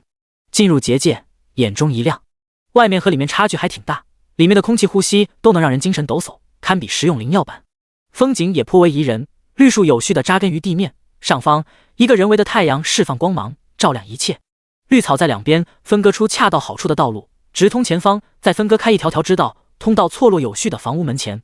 道路最内圈可见一座古老的殿宇坐落，在殿宇的最上方，牌匾上写着3个大字：遒劲有力，月魔殿。穆彩霞喃喃道：终于回来了，看来你们在这结界里生活得挺好。林夕笑道，却带着嘲讽。他苦笑道：没有办法，不知为何，我们的血脉之力再也无法发挥，实力永远停留在10级。先辈们努力了，甚至付出生命的代价，却无法解开这血脉之力为何无法发挥的诡谲。说到这里，他咬咬嘴唇，欲言又止。林夕察觉道：不用顾虑什么，忌讳什么，只管说。穆彩霞深吸口气，说道：现在唯一的希望便是月魔殿了，可是祖训传下来，月魔殿禁止所有月魔族人踏入，若违反，杀无赦。你觉得血脉的秘密在那座殿宇中？穆彩霞摇头道：不能肯定，但是能试过的方法都试过，唯一没有踏入的便是这月魔殿。很好的质疑。林夕赞赏道：要敢于去打破陈规陋习，规矩都是人定的，那么再由人来毁去便可以了。大人所言极是。结界中的月魔族人发现穆彩霞，喜道：彩霞，你回来了。纷纷放心手头的工作，前来问候。蓦然看见彩霞肩膀上的紫电天狼，大惊失色。外来者？彩霞怎么把外来者带入结界？这是大忌啊！想要月魔族灭族吗？快去禀告祭祀大人！里面的月魔族人逃离开来。林夕不禁鄙夷道：这就是现在的月魔族。众人羞愧难当。许久，一个年迈的老妪拄着拐杖，在众人的搀扶下来到穆彩霞身前。彩霞，你太让我失望了，你居然将外来者带入我们月魔族唯一的栖息地！嗨！老人怒气冲冲道：祭祀大人，不要气坏身体。旁边的一个月魔族男子柔声道，用自己的手拍抚老人的背，为他顺气。风阳，你还敢回来？林夕背后的一位月魔族大怒，吼道。被称作风阳的站在老人身边的男子尴尬道：我为何不能回来？你将我们的信息告诉魔人联盟，我 CNM 的叛徒，从没见过像你这般无耻的族人，把他赶出去！叫骂声乱成一片，毕竟因为这个人，大家险些再也回不来了。肃静！老人喝道。瞬间，众人鸦雀无声，尽管愤怒，却不敢去忤逆老人的意愿。林夕目光闪烁，这个老人在月魔族内的分量似乎很大。现在我们讲的是穆彩霞为何将外来者带入结界之内，其他族内之事事后再论。老人将话题拉回，继续道：现在穆彩霞，告诉我原因。穆彩霞将林夕救了他们的事迹全盘托出，没有一点隐瞒，因为和他一起出去的月魔族都知道是怎么回事，没必要遮遮掩掩，更不需要华丽的修饰。老人沉思良久，睁眼道：你救我月魔族人，老妪我十分感激，也佩服你的实力和魄力，但是你加入我月魔族，此事不可。穆彩霞赶紧道：祭祀大人，不用再说，现在的月魔族危在旦夕，岂能留下祸患？老人眼神如电，斩钉截铁道：可是不用再说了。林夕对着焦急的穆彩霞笑道，跃下他的肩膀，直视老妪道：首先声明一点，不是我加入你月魔族，而是你月魔族加入我，这话你可理解？说此话之时，林夕眼中金光闪过，全身散发出若有若无的霸气。第50章对峙。你好大的口气！老妪大怒。祭祀大人息怒。众人安抚道，生怕他气坏身子。林夕哑然失笑，不是我口气大，只是事实确实如此。不要告诉我你身为祭祀不知道现在你们月魔族的状况。我自然知道我月魔族如今情形。老妪冷声道，但那又如何？我月魔族再怎么面临绝境，也不用你一个外人指手画脚。我为何是外人？我说过月魔族如今是我的族人，我便不算外人。林夕毫不介意。你可知道我是谁？听着他厚颜无耻的言论，老妪目光含着愤怒，点点头，笑道，他们都叫你祭祀，自然是月魔族最大的裁决者。你知道就好。老妪不屑道，我若不同意，谁都不允许你加入月魔族。林夕微微一叹，突然话锋一转，为一己之私让整个月魔族陪葬，真的好吗？他一愣，话题转得太快，目光闪烁，你什么意思？你为何不同意我加入？此有3点，其一，我的实力你摸不透，我能察觉到你用侦察术观察过我，当你发现我的实力完全超出你的想象之时，你脸色大变，对我瞬间没有好脸色。其二，你如今是月魔族的祭祀，我不知道你是如何做到突破10级达到30级的，但你能做到，便代表大家都能做到。你能用强制的武力去制止大家探索，却无法阻止我去探索，一旦大家实力突破桎梏，对你没有任何好处，甚至祭祀之位不保。其三，月魔殿我很有兴趣，不是说月魔族的族人不允许进入吗？那我不是月魔族人自然可以进入，我说的可对？呵，胡言乱语！老妪大喝，心中却是一凛，口说无凭，这完全是你的一厢情愿而已，给我滚出月魔族结界，这里不欢迎你。对，这里不欢迎你。风扬在老人边上也是喝道。穆彩霞想要开口求情，林夕却以眼神示意他不要多说。哎，你还是不明白月魔族的处境啊。林夕遗憾道。明白如何？不明白又如何？滚！老妪已经没有好脸色了。算了，最后一个问题，你为何不同意月魔族成为我的族人？目光直视老妪眼睛。因为我不能保证你对我月魔族是否心怀不轨。老妪鄙夷道，这还有问吗？那不就得了，所以你完全可以放心啊。林夕愕然道，什么意思？老妪问道，却突然脸色一变，发现问题的关键。林夕咧开嘴，怎么发现了？看着老妪身后的那些月魔族人，你们也懂了没？众人面面相觑。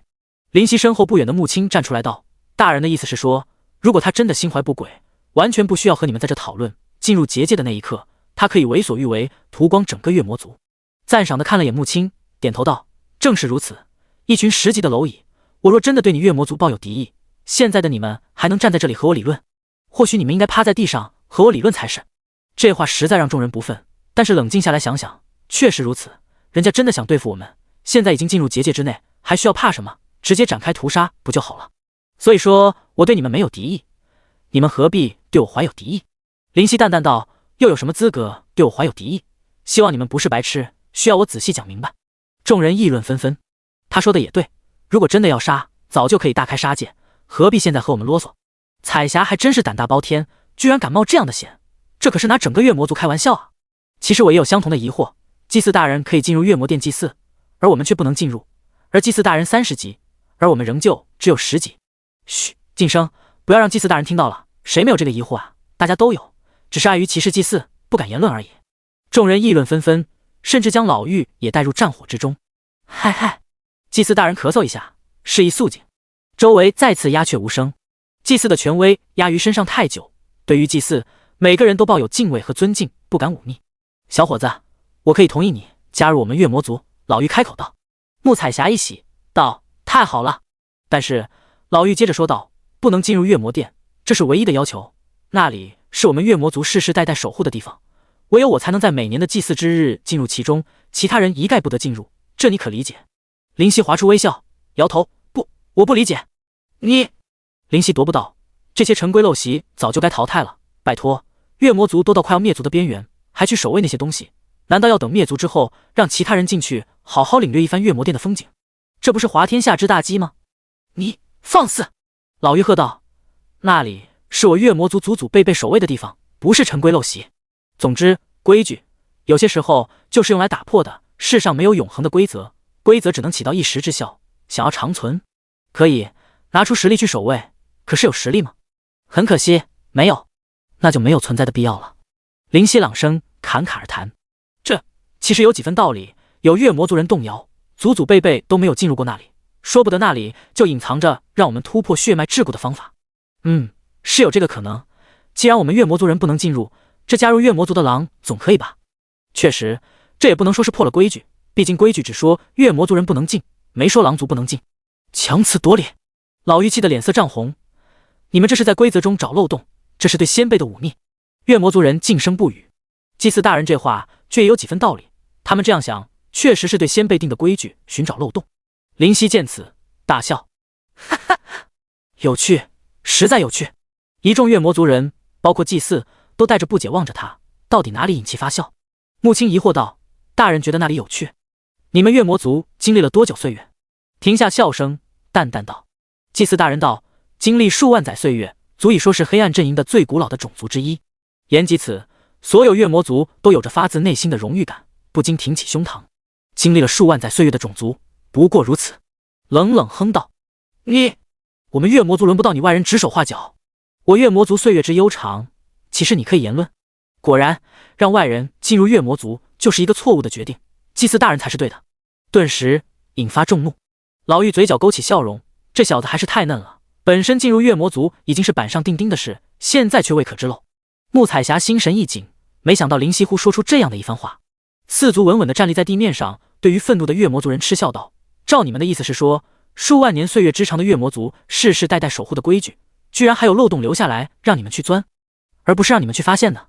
到底是我不够尊重你们月魔族，还是你们知道不够尊重月魔族？”所有人哑然无言以对。经历数万年的规矩，世世代代守卫的规矩，真的会有漏洞这一说？整整数万年啊！林夕冷笑，如果真的有漏洞，你们的先辈早就发现了，还轮得到实力和智力都不够高的你们？这句话有着侮辱性，但是却不是无中生有。确实如此啊，数万年下来，有漏洞早就补齐了，还留下了给我们钻空子。是我们自己对自己的祖先不够尊重。一个外人比我们这些月魔族人还要懂得多。这月魔族人羞愧难当的低下头颅。祭祀大人咬牙切齿，居然一句话扭转了局势，这只小狼很危险。林夕淡定自若，被自己掌握住主动和局势，那么一切都十分简单了。第51章月魔殿。结界内，众人汇聚的一起，以林夕为首的一方和祭祀大人为首的一方展开对峙。都是明白人，我不喜欢含沙射影，摆弄是非，直接明了的说了吧。林夕淡定自若，面对上百视线，没有丝毫胆怯，眼中金光闪过，傲然的扫视四周的月魔族人，包括祭祀。臣服我带领你们走向辉煌，不想臣服，可以，没有实力又喜欢自由，没有背景又被人觊觎，送你们4个字：自寻死路。此话一出，顿时炸开锅。这怎么能行？我月魔族当初好歹是曾经的10大强族之一，怎能臣服他人？此事万万不可！若向一个外来人低头，以后如何面对先辈的荣耀？祭祀大人大笑，可笑，你何德何能，能让我族低头臣服于你？外界强者何其之多，你又算得上什么？林夕不置可否，摇摇头，真的蠢。众人言语戛然而止，上一次嘲笑被狠狠地打了一脸，如今怎么敢再去鄙夷这只看似弱小的紫毛狼族？第一，外面强者是多，但是谁敢收下你们？你们月魔族既然曾经如此强盛，那么如果我所料不差的话，得罪的人也不少吧，不然也至于到这个地步。为了已经淘汰在历史长河中的月魔族，去得罪那些如今鼎盛的强族，谁会去干？这一点是回答祭祀的问题，让祭祀老妪脸色不好，青一块紫一块，好不可笑。第二，林夕顿了一顿，接着道：荣耀辉煌那是曾经的，不要总是活在过去，当下的真实情况是你们月魔族成为黑暗阵营几乎最弱小的存在，必须要让月魔族的众人明白自己如今的处境，别拿过去说事，过去的只能是过去，即便心中过不去，时间会让它过去。第三，我比你们强暂且不说，我相当明事理，只要你们是实力超越我，我自动退位让贤，离开月魔族。说完，看着众人，你们自己选择吧，活在过去还是活在当下？所有人不禁沉思，这次他们没有妄下定论，意气用事，因为现在的他们在形势所迫下，不得不接受，不得不思考。林夕也不急，默默等待，对结局也不在意。月魔族本身这件事也是他一时兴起，不行就算，不需要太多莫须有的执念，那只会让自己心胸变得狭窄，眼界变得肤浅。1分钟后，穆彩霞缓缓说道：我选择臣服。林夕嘴角带着自信的微笑，和他回到月魔族领地前所臣服的月魔族，在现在起一个开头作用，这是计划的一部分。而有了开头，众人的意见很容易被引导，毕竟已经处于抉择的边缘犹豫。我也选择臣服，反正如果我们月魔族有强大的那一天的话，随时可以选择让他退位。没错，一时的臣服代表不了什么。我也觉得是这样，现在的耻辱会成为以后的动力。开始有人选择臣服，无论是人还是其他生物，只要拥有思考能力，便会拥有或多或少的奴性。臣服久了，想翻身可没有那么容易。这一点，林夕没有说，也自然不会说。祭祀大人脸色难看，这些月魔族人都没有问他的已经，眼中闪过冷冷的光。很好，林夕笑着拍拍地面，现在选择臣服的人给我跪下，不是单膝，是双膝跪地，跪下吧。祭祀大人仿佛找到反击的机会，喝道：莫非你当我月魔族没有傲骨不成？我月魔族宁愿站着死，也不愿跪着生。没错，这太耻辱了。林夕不耐地拍拍的，最后再声明一句：臣服二字不是随便说说，请理解臣服，再去臣服，这是要用行动证明的。你们说臣服是耻辱，可以，那就将耻辱进行到底，嘴上说的好听些就够了。莫非你当我白痴，莫名其妙的要帮助你们月魔族？你们月魔族有什么值得我留念，值得我贪图？理解臣服，再去臣服。月魔族人陷入沉思，一时间没有声音。穆青跪地：我臣服。穆彩霞自然不会反抗，脸上带着决绝。现在的月魔族还需要过去的荣耀做什么？我臣服，我臣服，我臣服。越来越多的人跪地，他们没有去询问祭祀大人的意见。林夕的眼中闪过幽光，看来月魔族内部也不和平。看着祭祀大人，你可臣服？什么？祭祀老妪怒道：你让我臣服？我可是月魔族的祭祀。不禁面色不悦道：一句话，臣服或者滚。祭祀大人，暂时先臣服吧。旁边的一位月魔族人拉拉他的裤脚，面色阴晴不定，最后目光冷冽道：我选择离开。祭祀大人，众人惊呼。老妪握住旁边风扬的手道：我们走。可是风扬微微皱眉，犹豫不定。现在的他们一旦离开结界，必死无疑啊。走。老妪狠狠地瞪了他一眼。风扬心中一惧，加上对姥姥的敬畏，点头：好。两人离开。在离开结界的那一刻，祭祀大人回头：希望你们记住，今天月魔族再没有过去的荣耀，你们不配称为。林夕喝道：说够了没有？最后再说一句，臣服或者滚。声大如雷，连地面都仿佛抖了抖。月魔族人身躯微微颤抖，不仅仅是恐惧，还有被祭祀所言之话的打击。祭祀眼神闪过一抹惊骇，和风扬狼狈的离开。哼！林夕冷冷道：既然臣服，我自然不会亏待你们。彩霞在，大人。点头道：将运来的食物分下去。是。立刻大家便忙了开来。这是野猪，好久没有吃到肉了。天哪，这么多的水果！一时喜悦的情绪弥漫。当大家都分配结束后，大家对在狼吞虎咽。过去他们吃的实在太差，有人甚至连泪水都出来了，边吃边哭。好吃，太好吃了！野猪感觉搬去我家先吧，我家的炉灶很久没有用了。众人开心地将野猪抬走，脸上洋溢着激动。林夕看着有些感慨，对于现在的月魔族来说，最缺的便是食物吧。过了一会儿，道：穆青在。穆青立刻铿锵道：和我讲讲月魔殿。穆青一愣，思索后开口道：月魔殿是我月魔族世世代代守卫的地方，没有人逾越雷池一步，只有月魔族的祭祀在每年的1月1号可以进入其中，代表全体去祝福。祝福？林夕抓到重要词汇，什么祝福？向谁祝福？具体不知，应该是向先辈们祝福，祈求我月魔族昌盛太平，是这样吗？望着巨大的月魔殿，想了想，你们只管吃好喝好，我进去看看。穆青一惊，急道：小心啊，大人，里面或许有未知的危险，毕竟曾经我们月魔族实力非常强大，其中一定奥秘。放心，既然你们的祭祀可以进去，我应当也不会有什么危险。林夕笑着回应，颇有深意地看了眼穆青，这小子倒是可以培养成心腹。来到月魔殿的大门前，越发能感觉到其中的浩瀚能量，人在其面前如同蝼蚁，微不足道。建筑的木材呈现为绿色，不知为何物，看起来有些神秘。深吸口气，用前足推开大门，咔啦，光线钻入原本漆黑一片的月魔殿，照亮了林夕眼前的视野。第52章神秘老者。林夕缓步踏入，眼中带着警惕。月魔族殿既然是月魔族世世代代守卫的地方，不可能空无一物，也不可能毫无防备。进入其中，一片漆黑，伸手不见五指，四周安静无比，没有任何声音，有的只有林夕的脚步声。唰，一道绿油油的光芒射出，不禁感叹，狼的眼睛在黑暗中真是管用，若是人，反而需要带着灯进入了。但是，一旦失去灯的照样，本身又没有能够在黑暗中看清的手段，一切都要陷入被动之中。越来越深入这月魔殿，其中曲曲折折，有许多的回廊，不知终点到底通向哪里。唯有灵犀的脚步在不断的前行，小心翼翼。咻！一道利剑从墙壁中射出，没有丝毫前奏。电光火石，眼中绿光带紫，划出一道紫色的线，弯弯曲曲，却是恰到好处的将所有的利剑躲开，没有被攻击到丝毫。这种攻击并不强，倒是即便被攻击到也无碍，应该是祭祀设置的。对于现在弱小的月魔族来讲，阻挡他们的步伐已经是足够了。灵犀心中暗想，再次前进，对着这次的突然袭击根本没有放在心上。实力是自信的根本，无论祭祀设置多少道障碍，都无法阻挡他一丝，两者差距不可计算。有条不紊的前进，没有什么意外，那些小陷阱对灵犀起不到作用，轻松通过。哼，倒是防备挺深的。默然，放我出去，我知道有人来了。如果你是黑暗阵营的，快放我出去吧。一道沙哑的女声传来，非常的虚弱，仿佛很久没有喝水，嗓子冒烟般。灵犀心中一紧，这里面果然有文章。回廊的尽头有着2个房间，一左一右，相互对立。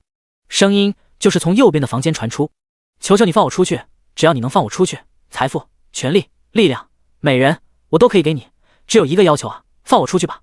声音还在哀嚎，显然他已经接近崩溃。灵犀在站2个房间的门口，思虑再三，还是决定先进入左边的房间，因为右边的惨叫怪瘆人的。来到门口，轻轻的推开，咔啦，伴随声响被推开。里面入眼的是一位老人，绿发头发，面色憔悴。周围有一张桌子，2张椅子，墙壁为白色，单调异常。他被锁链所困，闭着眼睛，如同行将就木，没有呼吸，没有起伏。灵犀带走戒备，走入门槛，逼近，来到老人的身前。大爷，你还活着不？灵犀弱弱地喊了句。陡然，那个老人睁开眼睛，道：问一个人还活着没？你也是奇葩。说着笑了起来，只是脸上难看，笑得很令人毛骨悚然。因为我也不知道你到底活着还是死了。你身躯刚刚没有起伏，似乎没有呼吸，脸上惨白，好像已经死去，我也不敢肯定。灵犀道。老人来了兴致，哦，照你所说我已经死了，怎么还不敢肯定？很简单。灵犀瞥向周围，周围的环境似乎不错，似有所指的说道。老人恍然大悟，确实，我如果死了，环境不该如此，应该相当恶劣才是。灵犀点头，接着道：身体还算硬朗。老人疑惑道：什么意思？人死，全身肌肉会变得松软，各关节可以任意屈伸，而不是像你这样，虽然看似无力，但是肌肉健康，没有下垂，是这样吗？灵犀点头。还有，人死前呼吸困难，所以嘴巴是张着的，想要大口呼吸，而你的嘴巴却是紧紧闭合，显然并没有这点死前特征。老人愕然，我去，还有这么多讲究？笑了笑，我回答你这么多问题，等价交换，你可以回答我的问题吗？他捋着胡须，点头，没问题，问吧。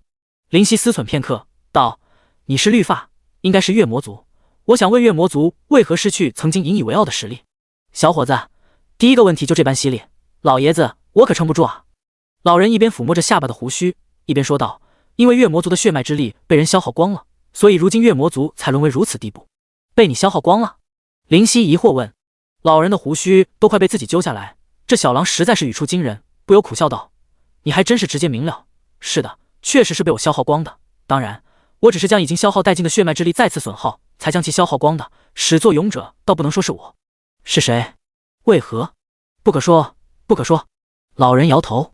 宝宝撅嘴，他才听到关键部分，津津有味呢。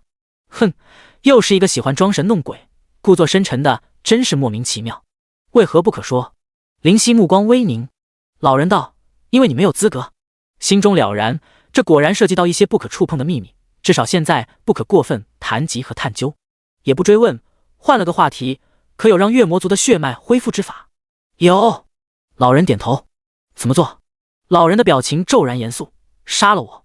灵犀笑着说道：确实只有这一个办法，杀了我，我体内的月魔族血脉才可以通过我自身的秘法分配到如今血脉干涸的月魔族人体内。没有其他办法？没有。不禁左右为难。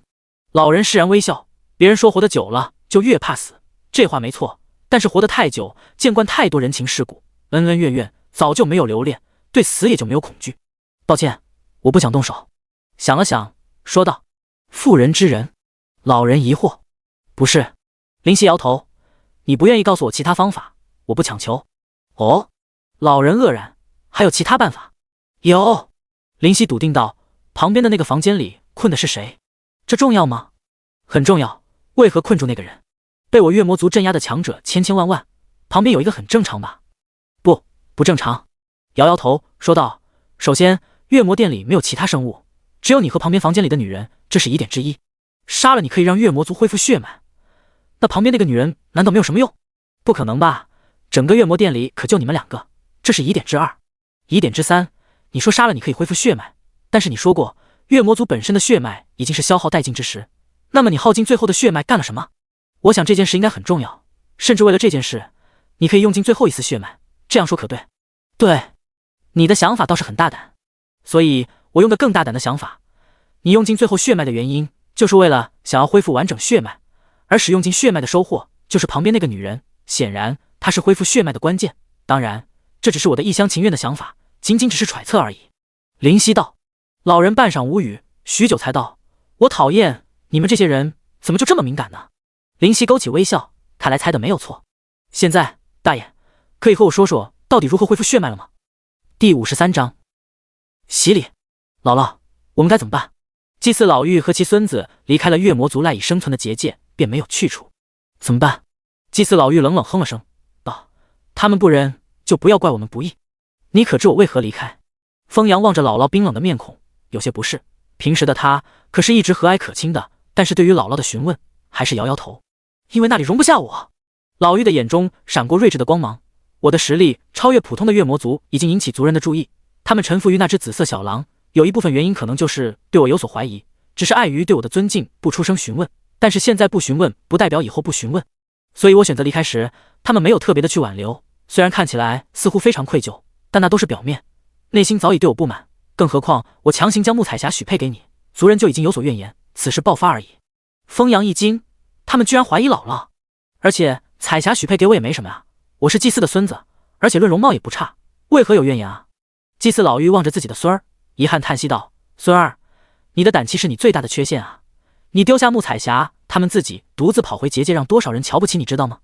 都是姥姥，我强行将他们的抱怨压下去。”风扬喟然，其实我确实知道如何解开血脉桎梏的方法，但是没有将恢复血脉的方法告诉他们。祭祀老妪面色复杂，你可知为何？姥姥你……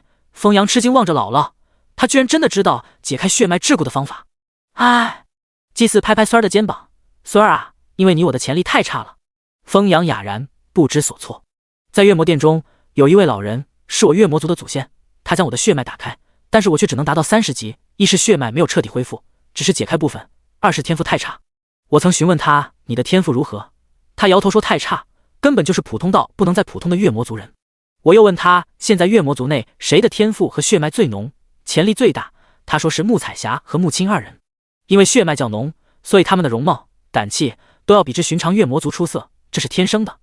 而你的容貌却是因为你是我孙儿，吃好喝好，不像其他月魔族那般忍受饥饿，从小娇生惯养才形成的。所以当你提出你要娶穆彩霞时，我自然万分同意，甚至强行撮合，为的是让你们的后代出现出色的血脉，这样我才好去解开血脉，不然大家实力大涨，我们婆孙的好日子就都到头了，你懂了吗？风扬如遭雷击，一切原委竟然如此，让他难以接受。那我们该怎么办？现在风扬惶恐道，他们一旦知道这件事，我们不会有好果子吃的。所以我说了，他们不仁，别怪我们不义。祭祀老妪冷笑，我知道如何解开月魔族的结界，如果我们为魔人联盟解开了结界，一定可以得到足够的奖赏。风扬拼命摇头，不行不行，这样是背叛整个族群啊，这怎么能行？祭祀大怒，妇人之仁，如果知道我们的所作所为，就算不去魔人联盟，我们又会好到哪里去？风扬犹豫不已，可是没有可是。老妪斩钉截铁道，所谓的历史都是由胜利者书写的，你可懂？一旦月魔族毁灭，我们就是最后的月魔族人。孙儿你正年少，就是成为一个新的月魔族的创造者，又有何妨？风扬目瞪口呆，被姥姥的想法所惊，呆立当场。许久，怎么样，孙儿，走吧，去魔人联盟。祭祀老妪拉起自己的孙儿去往魔人联盟，而风扬如同石化，木然地被姥姥牵着走，成为一个新的月魔族的创造者。许久，风扬目光闪烁，似乎未尝不可。姥姥，一切都听您的。老人叹气道：“其实我没有说谎，确实要杀了我才能解开血脉。”林夕挑了挑眉，也不接话，静等老人接下来怎么说。旁边那位女子，你一定听过她的名讳。她被人称为生命女妖。不禁愕然，你说她叫什么？生命女妖？生命女妖夏娃？被这个劲爆的消息震惊得无以复加。生命女妖夏娃，正好刚刚听到这个名讳，现在居然就可以见到本人。这位魔族10大强者排行第10的存在。林夕娜无语，望着眼前的老人，他居然将生命女妖困在这个月魔殿里无数年。良久，平复心绪，才道：“你们不都是黑暗阵营的吗？怎么你会把她困在这里？”老人讪笑道：“因为彻底恢复月魔族血脉，就只有他可以做到了。”默默思忖片刻，觉得不对劲，怪异的看着老人：“你们月魔族的血脉如此强大，按理来说恢复需要的代价很大吧？”正是如此，所以生命女妖夏娃需要付出的代价非常之大，超出他所能承受的范围，他定然不愿。而你们不肯轻易放弃，你便用尽最后的血脉将他困在这里数万年。越想，答案便越清晰，最后几乎是脱口而从。老人点头：“没错，你猜得很准确。”林夕望着老人，不语。老人望着林夕，不语。时间一点一滴过去，终于，老人承受不住压力道：“就是需要的他的元婴之血而已。”元婴之血？林夕愣了愣，那是什么东东？脑中突然闪过一道灵光，女生第一次。嗨嗨！老人尴尬的咳嗽，阻止他继续往下说。生命女妖夏娃属于天地所生的物种，世界唯一，所以再没有第二只生命女妖了，实在不得已才出此下策。林夕目光怪异看着老人，嘴角一抽：“所以你想要了他的第一次？”呸！呸呸呸！老人顿时羞红了老脸，朝着他的脸就是满嘴的唾沫，大吼：“你说什么呢？我都几岁了，又不是必须是我，可以和其他人结合，只是需要元婴之血而已。”不禁恍然，也是，只是需要元婴之血，自己倒不需要成为夺取第一次的人。但是老人后面的话就让他看不下去了。当然，若是生命女妖她愿意，我倒是可以奉献下自己的身体。脚下一个踉跄，差点栽倒在地，看着他行将就木的模样，严肃问：“你几岁了？”“不多不多，几万岁而已。”老人理所当然地说道。“几万岁？”如果不是侦查术，完全看不到老人的属性。他现在想杀人。哎，别以为我在胡言乱语，你看见生命女妖就知道了。老人不耐地摆摆手，说道：“反正我是必须要死的，不然解不开月魔族的血脉之枷锁。毕竟干涸的血脉需要滋润，然后才能壮大。至于生命女妖那边，哎，不为难人家了。困了她数万年，还是无法让她屈服，也无话可说，只是祈求她以后破了元婴后，可以给我们月魔族一点元婴之血。”那么现在，老人看着林夕，目光安详，看得他心里发毛，向后退了几步，警惕道：“你想干什么？我呸你一脸！老夫我性取向和正常。”老人大怒：“我也没说你性取向不正常啊。”林夕表示很无辜，他做错了什么？呼！老人呼出口气，冷静下来道：“看得出你虽然不是月魔族，但是却是我族之人，我生命最后将自己的全部通通给你，也未尝不可。”林夕又忍不住退后几步，自己的全部？你大爷啊！嘿嘿，要不还是算了吧。滚你大爷的！老人看着林夕胆战心惊的表情，怒气冲冲道：“老夫我性取向很正常。”说着，蓦然化为身躯消失，化为无数的光芒射出月魔殿，一道绿色的光芒则进入林夕的体内。生命的最后，和你谈话倒是颇为开心，但愿你能带领我月魔族重新走向辉煌吧。在此，老夫谢谢了。叮！你得到能量洗礼，发生未知改变，改变进行中。第54章，乱起，浑身冒出阵阵绿烟，绿色的烟雾不断。生命女妖，咔啦！大门被林夕推开，里面的黑暗无法阻止他看清其中的事物。谨慎地看了看观察，站在大门口，什么都看不真切。只是哀嚎声停止了，就在推开的那一刹那戛然而止，剩下的唯有寂静的氛围。沉默少许，仿佛在畏惧，又如同在沉思。随后踏入这个阴森的房间。走入房间，其中没有任何事物，周围空荡荡的，没有桌子和椅子，没有锁链，有的是一片漆黑和散发莹莹绿光的符箓。走到中央，抬头看去，也没有生命女妖夏娃的踪迹。生命女妖夏娃，林夕朗声道：“出来吧，我知道这个房间里的人是你。”没有回应，一点也没有。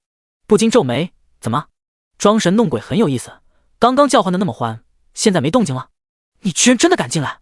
背后传来悦耳的声音，悠悠的出现，没有前奏，没有沙哑的嘶吼，没有尖叫，只有清脆如出谷黄莺的声音，动听无比。淡定的转身道：“你就是生命女。”看到她的模样，顿时感觉下身一股火焰从腹部烧上来，直冲大脑，血液回流，呆立当场，什么都不想做。现在的灵犀只想将眼前的女子狠狠地压在地面，肆意玩弄。魔鬼，简直就是魔鬼！那张苍白的脸蛋美得让你窒息，精致到瓷娃娃的肌肤没有任何瑕疵存在，带着与生俱来的诱惑，眼中丝丝哀怨宛若天生。柔嫩的粉红小嘴令人疯狂，只想占领她，拥有她，入侵她。她穿着宽大的红色长裳，就如果他人内心的火热难以平息，恰巧衬托出其惊人魅力。魔鬼的身材纤毫不差，完美的难以置信，妖娆的细腰仿佛仅仅是揽住，便会让人生出幸福感、满足感、自豪感。一双天造地设的大腿被红色长裳所包裹，让人想要一探究竟。露出的一截小腿雪白而细长，脚丫都美到无可挑剔，脑中唯有细细把玩的念头。咕噜咽了咽唾沫，强行转过自己的脖子，硬气道：“你就是生命女妖。”终于知道老人活了好几万年，还想和他同床共枕，无法摆脱红尘的原因。这家伙简直就是一个妖精，诱人可口的妖精，一般人都受不了。小腹微微胀痛，邪火大盛。看见灵犀没有陷入着魔，他那自带幽怨的双眼荡起小小的涟漪。很少有人能够拒绝他的诱惑，不是他想要诱惑别人，而是与生俱来的容貌和气质便是如此。是，他点点真手。你要救我出去吗？是的，去将那张纸撕去，我便可解脱。说着，优雅地蹲下身，摸摸灵犀那小狼的身躯。你如果肯救我出去，我可以给你1天的时间，为所欲为。死！灵犀倒吸口凉气，好不容易压下去的邪火蹭蹭蹭地往上涨，脑中都要溢出血来。尼玛，要不要这样？那股火焰仿佛要将自己彻底燃烧，盯着生命女妖姣好的身段，哈巴子都快流下来。如果老人看见他这副模样，不会嘲笑，不会愤怒，只会嫉妒。我都没有这么近距离的看过生命女妖，还被她抚摸。哪里？灵犀急色道，仿佛快要崩溃般。那里！生命女妖温柔地指了指前方的一张绿色符箓，符箓上密密麻麻的符文看不真切，只是看起来颇为玄奥。撒开腿跑了过去，就要将那张绿色符箓取下，急不可耐。呸！色狼！宝宝出声道。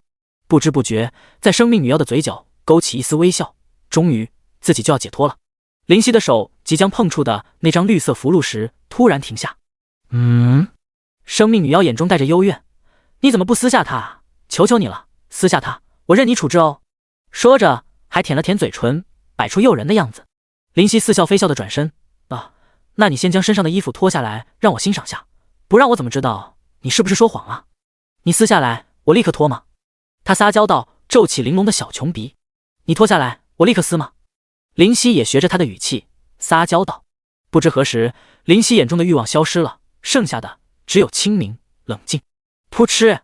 生命女妖忍不住笑了，然后又气呼呼道，不吗？我也不吗？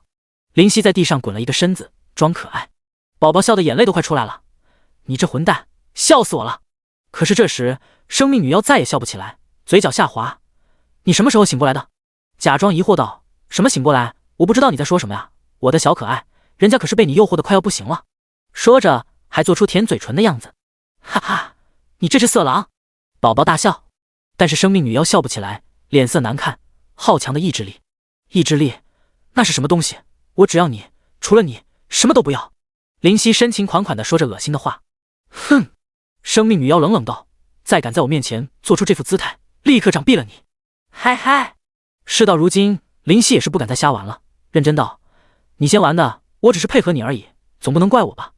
说吧，你什么时候醒过来的？他面色微冷，也不理会这句话，问，什么叫醒过来？灵犀饶有兴致道，一直都醒着呀。他眼睛微微瞪大，这不可能，没有人能逃开我的魅惑。真的假的？故作夸张大喊，而后突然淡定自若，问题是我不是人啊？难道你没有那方面的功能？陡然，生命女妖想要的这个可能，有些怜悯地望着他，可怜的小狼。这是羞辱，灵犀不得不反击，表情焦急道，我也不知道，难道真的没用？不会吧？你脱下衣服，我给你看看它有没有用。生命女妖，好了，可以好好说话了吗？灵犀微笑，你的破绽太多，下次用美人计的时候要好好练习。破绽？他目露惊疑，哪里有破绽？你的表情不够到位，应该更诱惑点，还是有些拘谨，显然不是太老练。下次你可以去风尘之地好好看看，好好学学，会有收获的。忍不住好心指点他一句：“哦，原来如此。”他点点头，表示明白。不用了，这样的计谋不会再用。碰到你们这些男人，我都感觉恶心。幸好你是只畜生，才勉强好点。畜生！林夕感觉受到侮辱，却无从反驳，无奈说道：“你就是因为这样才会诱惑失败。我可是知道月魔族想要你的元婴之血，你誓死不从，才被困在这里。贞操观念可想而知，怎么可能会说出取下符箓仍未处置的话？”哼，用不了你管。他不耐道：“怎样才能取下符箓？别说必须要我的元婴之血这种痴心妄想的大话，也没啥。你答应我3个要求，我就帮你解脱，从此离开。”林夕笑道：“当然，不需要你违背良心，也不会做让你为难的事情，只是举手之劳的那种忙而已。”3个，脸上一沉，1个，就3个，不然没什么可以谈的了。再见。说着就要离开。你以为你可以离开吗？生命女妖眼中带起令人心悸的冷光。我可是黑暗阵营的最强者之一，莫非你认为我会让你就这样大摇大摆的离开？我当然相信你可以让我离不开这里，但是你也休想短时间内想离开，说不得要再困个几万年，你可想好？林夕怡然不惧，听到几万年无法离开，他的眼中带着一丝惧意，显然几万年的寂寞让他心里也不好受。只是3个愿望，而且可以保证是举手之劳的小忙，这便可以离开这个困了你几万年的地方，何乐而不为？别想着威胁我，我不吃那套。林夕在旁边好言相劝。生命女妖思忖一阵，面无表情道：“可以。那就这样说定了。我相信身为黑暗阵营最强者之一的尊严。”满意的点头。快去取下吧。他淡淡道。点头，再次来到绿色符箓之前，伸出前爪，准备去下。陡然一顿，生命女妖眼皮一跳，又怎么了？莫非不相信我？第56章，勾心斗角。林夕摇头：“不，只是我突然想到一件事，你不可出去后对任何月魔族人动手。”什么？生命女妖喝道：“他们将我囚禁在这里，不灭他全族，如何能够甘心？”呼，吐出一口浊气：“我就是现在的月魔族领袖。”你？他看了一眼，质疑道：“你又不是月魔族的，如何做得族长之位？”林夕表情严肃道：“可我就是他们的领袖。现在我改主意了，我要你答应我4个愿望。第一个就是不能对月魔族的任何人下手。”你？他瞪起眼睛，但是没有什么威慑力，倒是颇有一番风味。听明白没有？皱起眉头问道。白皙的脸蛋上阴晴不定，许久才咬着银牙，娇喝道：“可以，我不对任何月魔族的生灵下手，同时答应你3个愿望。”林夕点头，也不允许让他人动手。你？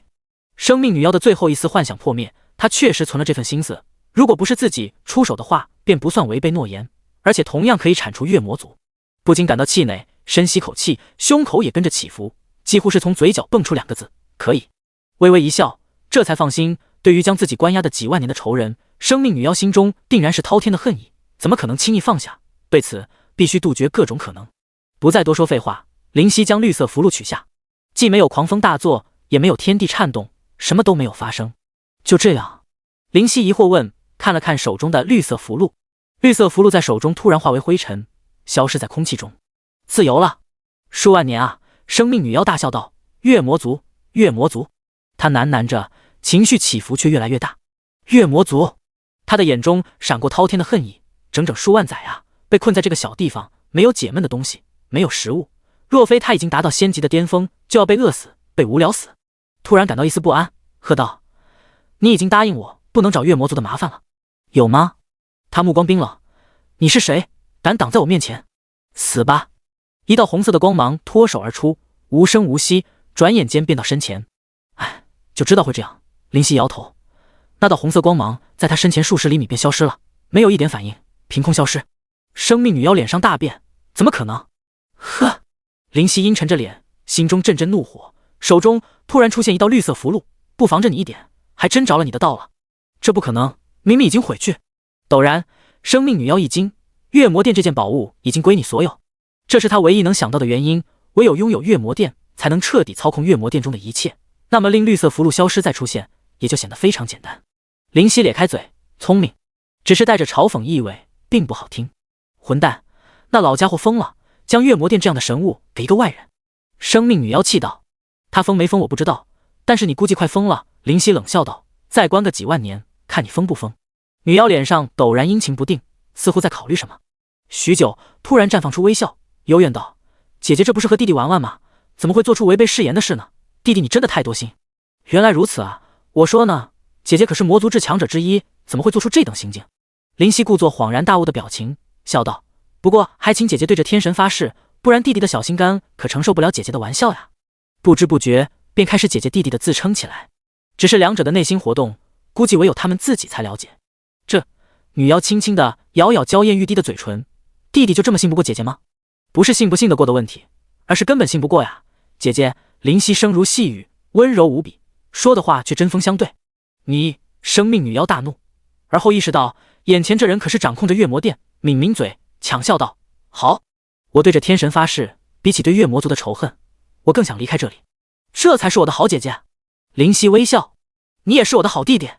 女妖微笑回应，互相对视一眼，又不约而同地移开视线。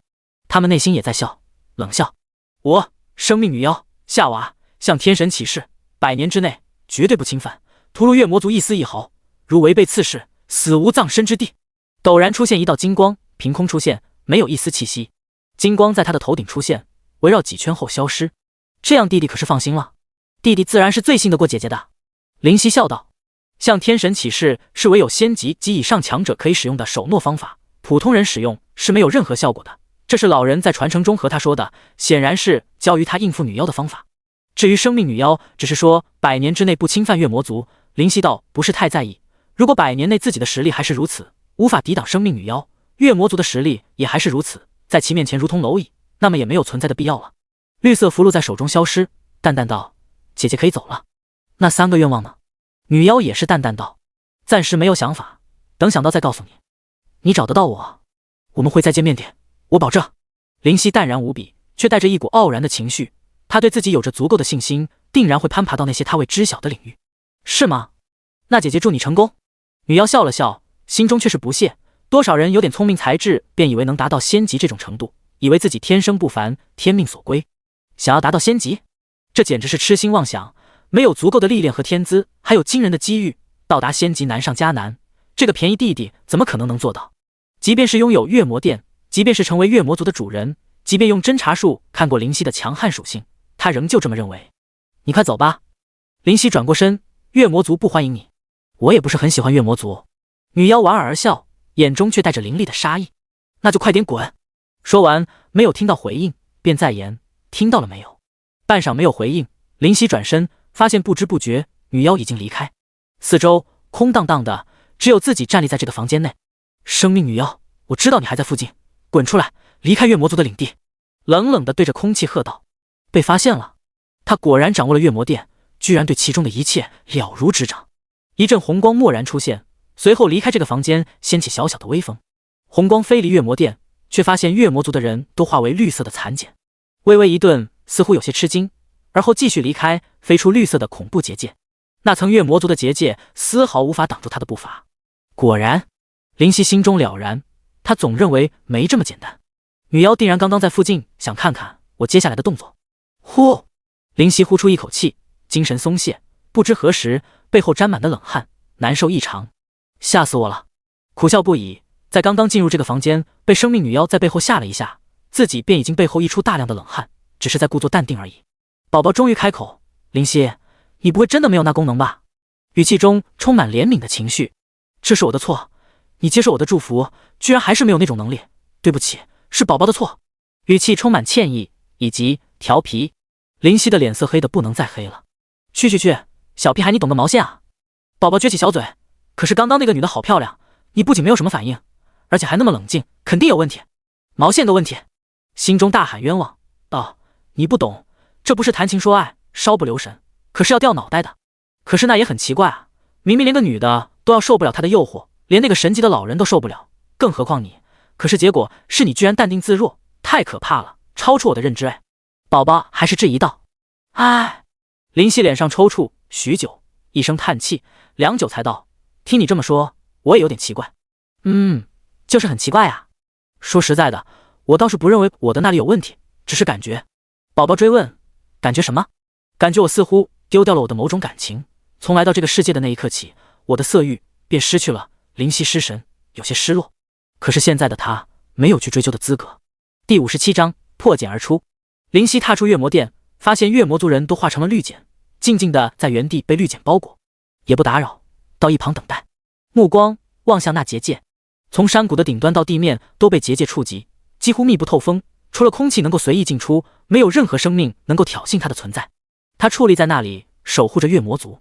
月魔族的结界，灵犀眼中带着不可琢磨的光。根据老人的传承，每一任的祭祀都知道结界的奥秘，也知道解开的方法，那么必须要提前做准备。毕竟那个老妪似乎不是个特别忠诚于月魔族的族人。为何如此说？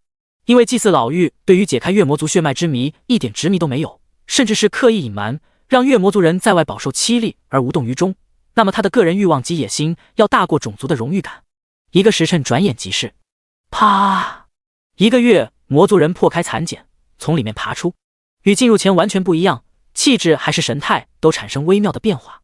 他的眼中出现一道金光，看向灵犀，笑道：“大人，您在等我们吗？”灵犀点头，应该都差不多快要结束了。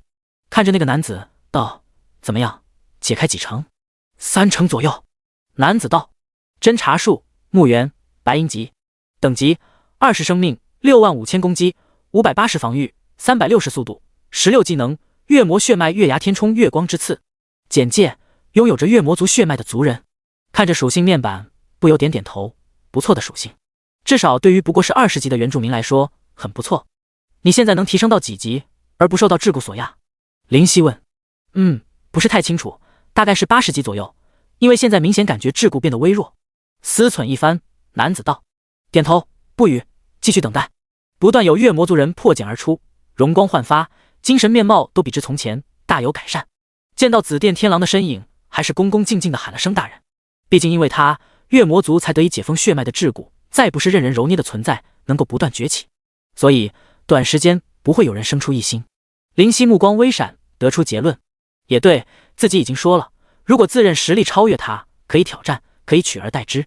恢复了血脉，内心被压抑许久的野心，一开始或许会被潜藏，但是随着时间的流逝，终究会暴露出来，这只是时间长短问题而已。最后一个破茧而出的是穆彩霞，她出来的瞬间魅力无限，长发飞舞披肩，肌肤隐隐间荧光出现，气质飘飘欲仙。无数的月魔族人，无论男女，都不由自主都看过去，脸上皆有所迷恋，画面太美。正因为他的存在，当祭祀大人要宣布将其许配给自己的孙儿封阳时，大家通通反对。这般美人，岂容无胆鼠辈去玷污？对祭祀的怨念也是不由大增，才会在灵犀和祭祀的对垒中隐隐偏向灵犀。这一点，祭祀老妪也有所察觉，才会拉着自己的孙儿封阳离开这片结界，何去何从，大家都没有在意。唯有灵犀觉得风雨欲来，因为祭祀老妪最后的眼神寒意彻骨，没有顾及到同族之情。穆彩霞感受到周围火热的视线，心中倒没什么感觉。从过去便是如此，每个人只要是男性，看向他的眼神总会带着异样，女性总会带着羡慕，甚至嫉妒。淡淡扫视四周，他已经习以为常，视线最后停留在灵犀的身上。虽然是只狼，但是眼中却没有一点情欲，唯有欣赏，甚至淡然。没什么感觉吗？心中微微一暗，但是马上振作精神，看来大人果非常人。来到他的面前，单膝跪地，雪腻的脸蛋扬起，看着小小的狼躯，多谢大人拯救我月魔族于水火。大家互相一看，纷纷跪地，多谢大人拯救我月魔族于水火。看着他，都带着感激。从今以后，月魔族将踏上成为强族之路，不再在最底层受人侮辱。其中穆青的目光尤为强烈。满意的点点头，至少现在不会有反叛出现。都起来吧，大声道。众人皆起。现在你们知道最大的威胁是什么吗？开口问道。疑惑地看着灵犀，都不明所以，何来威胁？是魔人联盟。魔人联盟？月魔族人大惊失色，这是为何？你们是不是感觉不可思议？但是马上这个不可思议便会出现在月魔族的大门之外，所以现在大家回去好好掌握现在的力量。这言论太爆炸，众人面面相觑，有些质疑。不可能吧？他们能够进入我月魔族的结界？如今食物充足，足够时间去掌握现在的力量，需要怎么急迫吗？穆彩霞看着灵犀笃定的表情，心中浮现一丝信任，转身喝道：大人难道还会欺骗我们吗？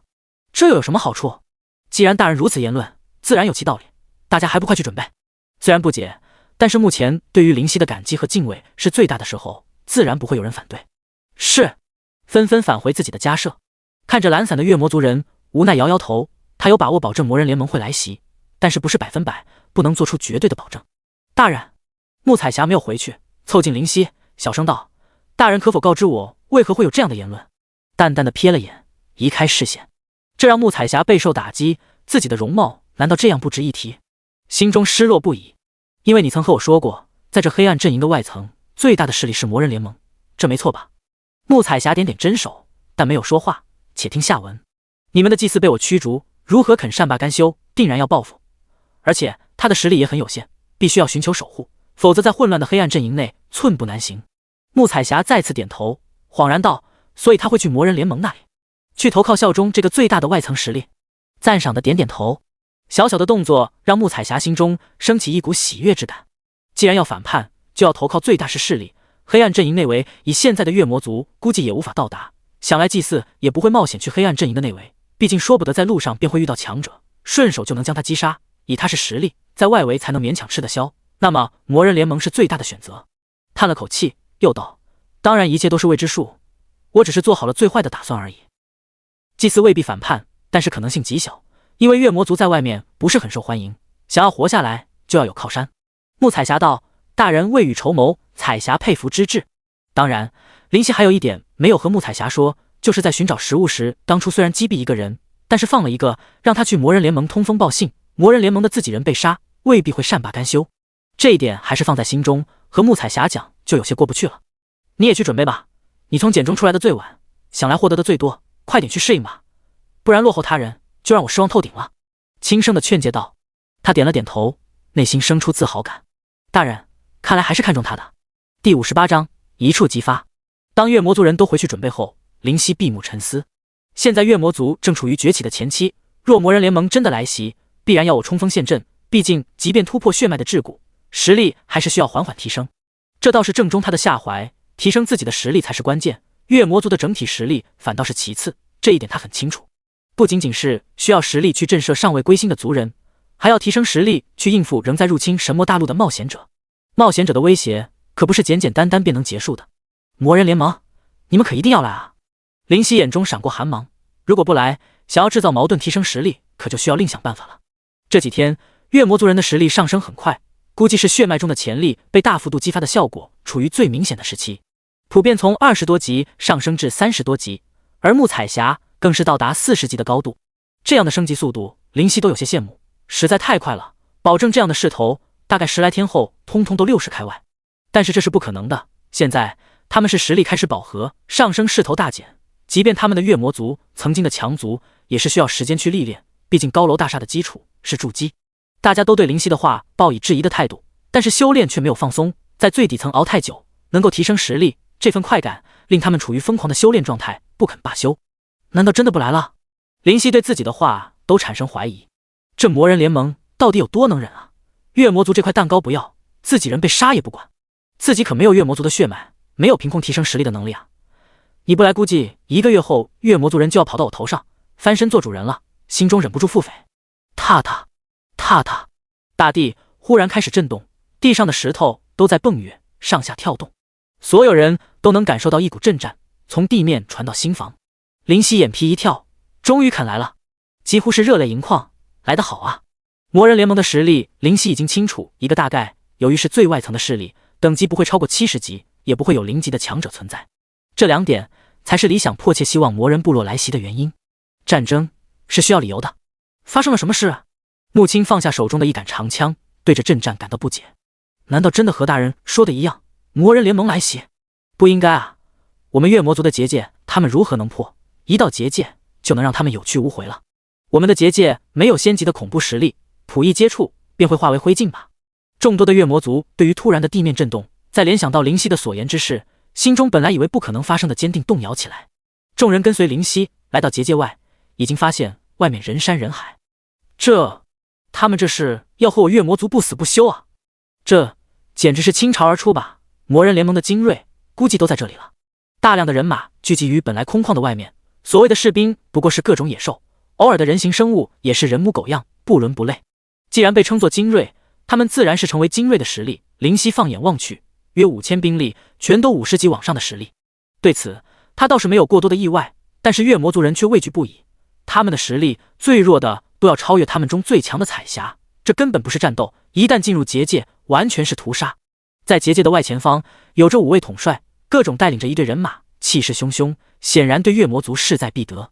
最前方有个身材庞大的巨人，他足足都3人之高，体型壮硕，手中是一根粗大的狼牙棒，棒上的锋利令人胆寒不已。他的面相狰狞，双眼在这嗜血的红光望着结界内的月魔族人，舔了舔嘴唇，勾起一个难看的笑容。祭祀，还不快快解开结界？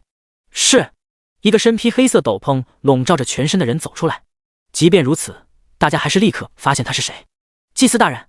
有人不敢相信，我们的祭司大人叛变了。有人呆立当场。穆彩霞看着祭祀佝偻的身形，深吸口气，大人果然料事如神。望向灵犀的目光更是多了几分浓烈的意味。灵犀饶有兴趣地看着祭祀，大声道：不配被称为月魔族的究竟是我们还是你？祭祀没有说话，没有迟疑，无动于衷。他盘腿坐下，开始施展解封的咒语。解开结界的咒语，灵犀也知道，在得到传承的那一刻，他知晓月魔族的一切。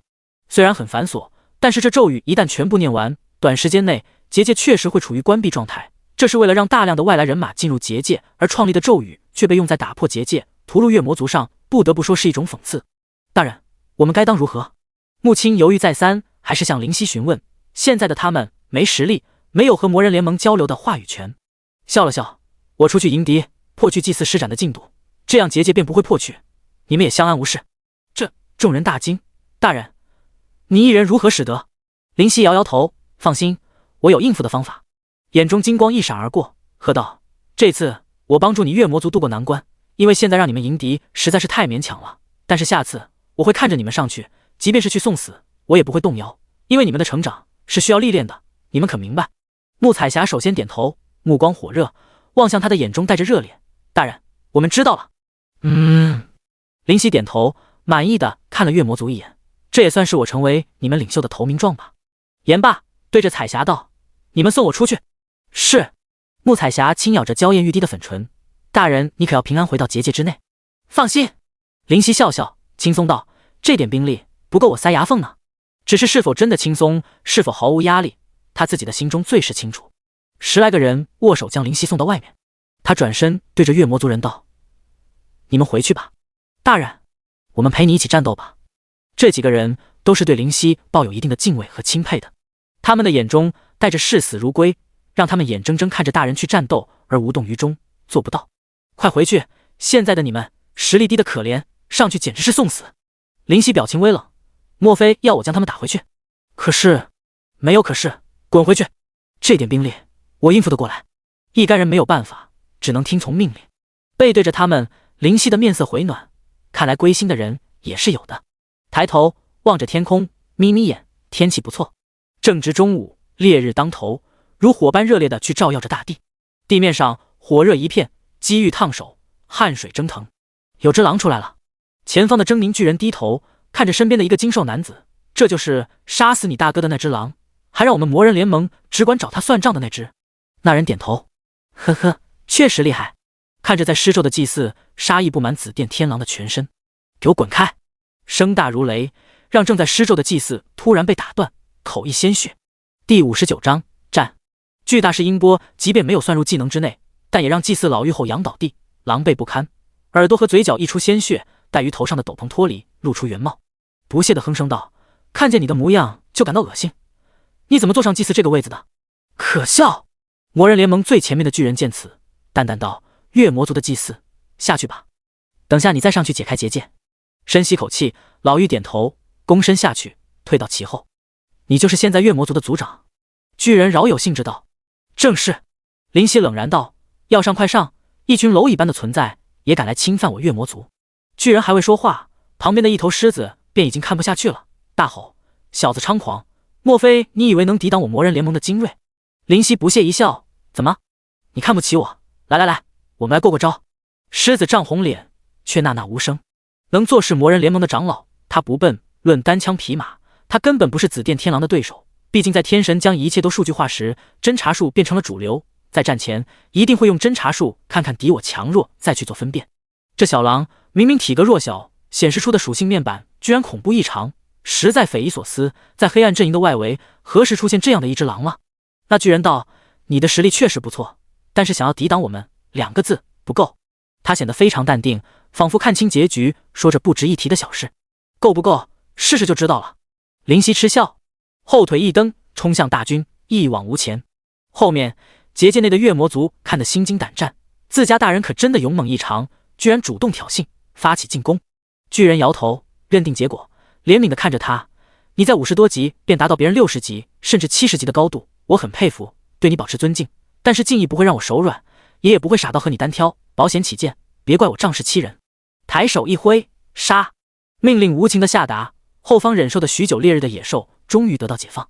魔人联盟的野兽大军显然不敢违背盟主的命令，向灵犀杀去，生怕慢了便被喜怒无常的盟主随手宰了。哼！朝自己汹涌而来的野兽狰狞而恐怖，模样骇人，但是这丝毫无法使自己胆怯，冷冷地哼了声，眼中带起紫色的光，满脸的寒意。钻入大军之中，失去目标，月魔族的视野中唯有大片的野兽，还有无数的咆哮和哀嚎。陡然，紫色的雷电在潮湿般的大军中肆意，雷霆之电如蛇，无孔不入，疯狂地钻进野兽的身躯，随之而来的是发自内心的痛苦，身躯抽搐，口吐白沫，甚至弱小点的承受不住，翻起白眼，颤抖中倒地，生死未知。雷霆之手，叮！你使用雷霆之手，对周围50乘以50范围内的敌方单位造成基于自身攻击的70%伤害。-14562，-16570，-13962。大量的伤害肆虐，鲜红的数字令人心中充斥恐惧，太可怕！杀戮之心发挥强大的作用，不仅增加基础伤害，还增加攻击的速度和移动速度，恢复能力也有显著提升，格外适合这种长时间的战斗。巨人的眼皮微微一跳，他已经很高估这只紫电天狼，没想到还是低估。难道他来自天狼岭？巨人眯起眼睛，不对啊，天狼岭的狼实力都超过70甚至80级吧，那里来的仅仅只有57级的狼，而且看属性强大异常，应当属于变异类型的。就在巨人拿捏不稳的时候，大片的野兽倒下，鲜血在黄色的地面上流淌，形成一抹血色的风景。银色的利爪如同死神的镰刀，一爪或许便能让一只活蹦乱跳的野兽彻底残废。虽然是50级的野兽，等级不比灵犀低多少，甚至有些等级都要比灵犀高，然而这说明不了什么，在其眼中那不过是丰厚的经验。一记横扫，数个头颅飞起，眼中带着恐惧和不甘。但是与手分离，已经注定结局，无力回天。从脖梗里喷涌而出的是大量鲜血，残忍的血柱令人作呕的整齐。嗷！哞！结！咩！哀嚎的声音不断的响起，分不清是什么生物发出的惨叫。灵犀面无表情，视眼尽情的收割者，仿若魔神浴血而战，其内心想法和感受无人可懂。杀戮是战斗的另类叙述，此情此景或许用屠杀更为准确。盟主，这厮凶猛啊！巨人旁边是4只兽类中的霸主级存在，一猿、一熊、一狼、一虎，体格强壮巨大，脸上带着上位者的威严。此时说话的是那只大猿，他皱着眉头，对于紫电天狼的战斗能力有些吃惊。巨人毫不在意的点头，确实，如果论单挑，即便是我也未必拿得下这小狼。可惜他面对的不是一个人，而是一个军团，莫说能不能击杀这5000的杂兵，就是成功了，面对全胜的我们，他又该如何应对？死亡迟早。说话时运筹帷幄，对于局势看得透彻。4兽纷纷点头赞同，盟主威武。叮！你击杀魔师，获得经验加20000。叮！你击杀风鼠，获得经验加35000。在灵犀早早屏蔽的信息框内，一条接着一条的击杀信息源源不断。灵犀不是没有面对过大战，新手村的那场战斗，生死一线，对于经历过战争洗礼的人，眼前的数千，尽管实力比之当初强上何止一筹，但是自己的实力岂会止步不前？太慢了，太耗费精力。灵犀皱眉，对击杀的速度不是很满意。照这样下去，即便全部击杀，自己的精力也不够再去对抗那在远处欣赏的巨人。大！心中轻喝，在那些野兽不可思议的眼神中，小狼的身躯居然膨胀起来，速度惊人，超越风鼠，超越魔师，转眼间达到3米之高，睥睨地望着抬头呆立在当场的野兽。叮！你将身躯改变至原有体型的200%，攻击范围增加正300%，移动速度负50%。此时此刻需要的是范围，速度不需要。4兽中的老虎大惊，他居然还有这等可怕的变化之术，这只变异的紫狼好生恐怖。其余3兽即便心中不服，也不得不点头，现在的紫狼正值巅峰，无可匹敌。巨人终于在眼中划过一丝凝重。灵犀的嘴角狰狞的笑，手中锋利的爪，空气疯狂的逃。砰！三只野兽被狼爪拍飞起来，在空中翻腾扭转，甩出去7、8米之高，老远才落地，让地面一抖，直接死亡。远远看去都能知道何等惨烈。砰！砰！砰！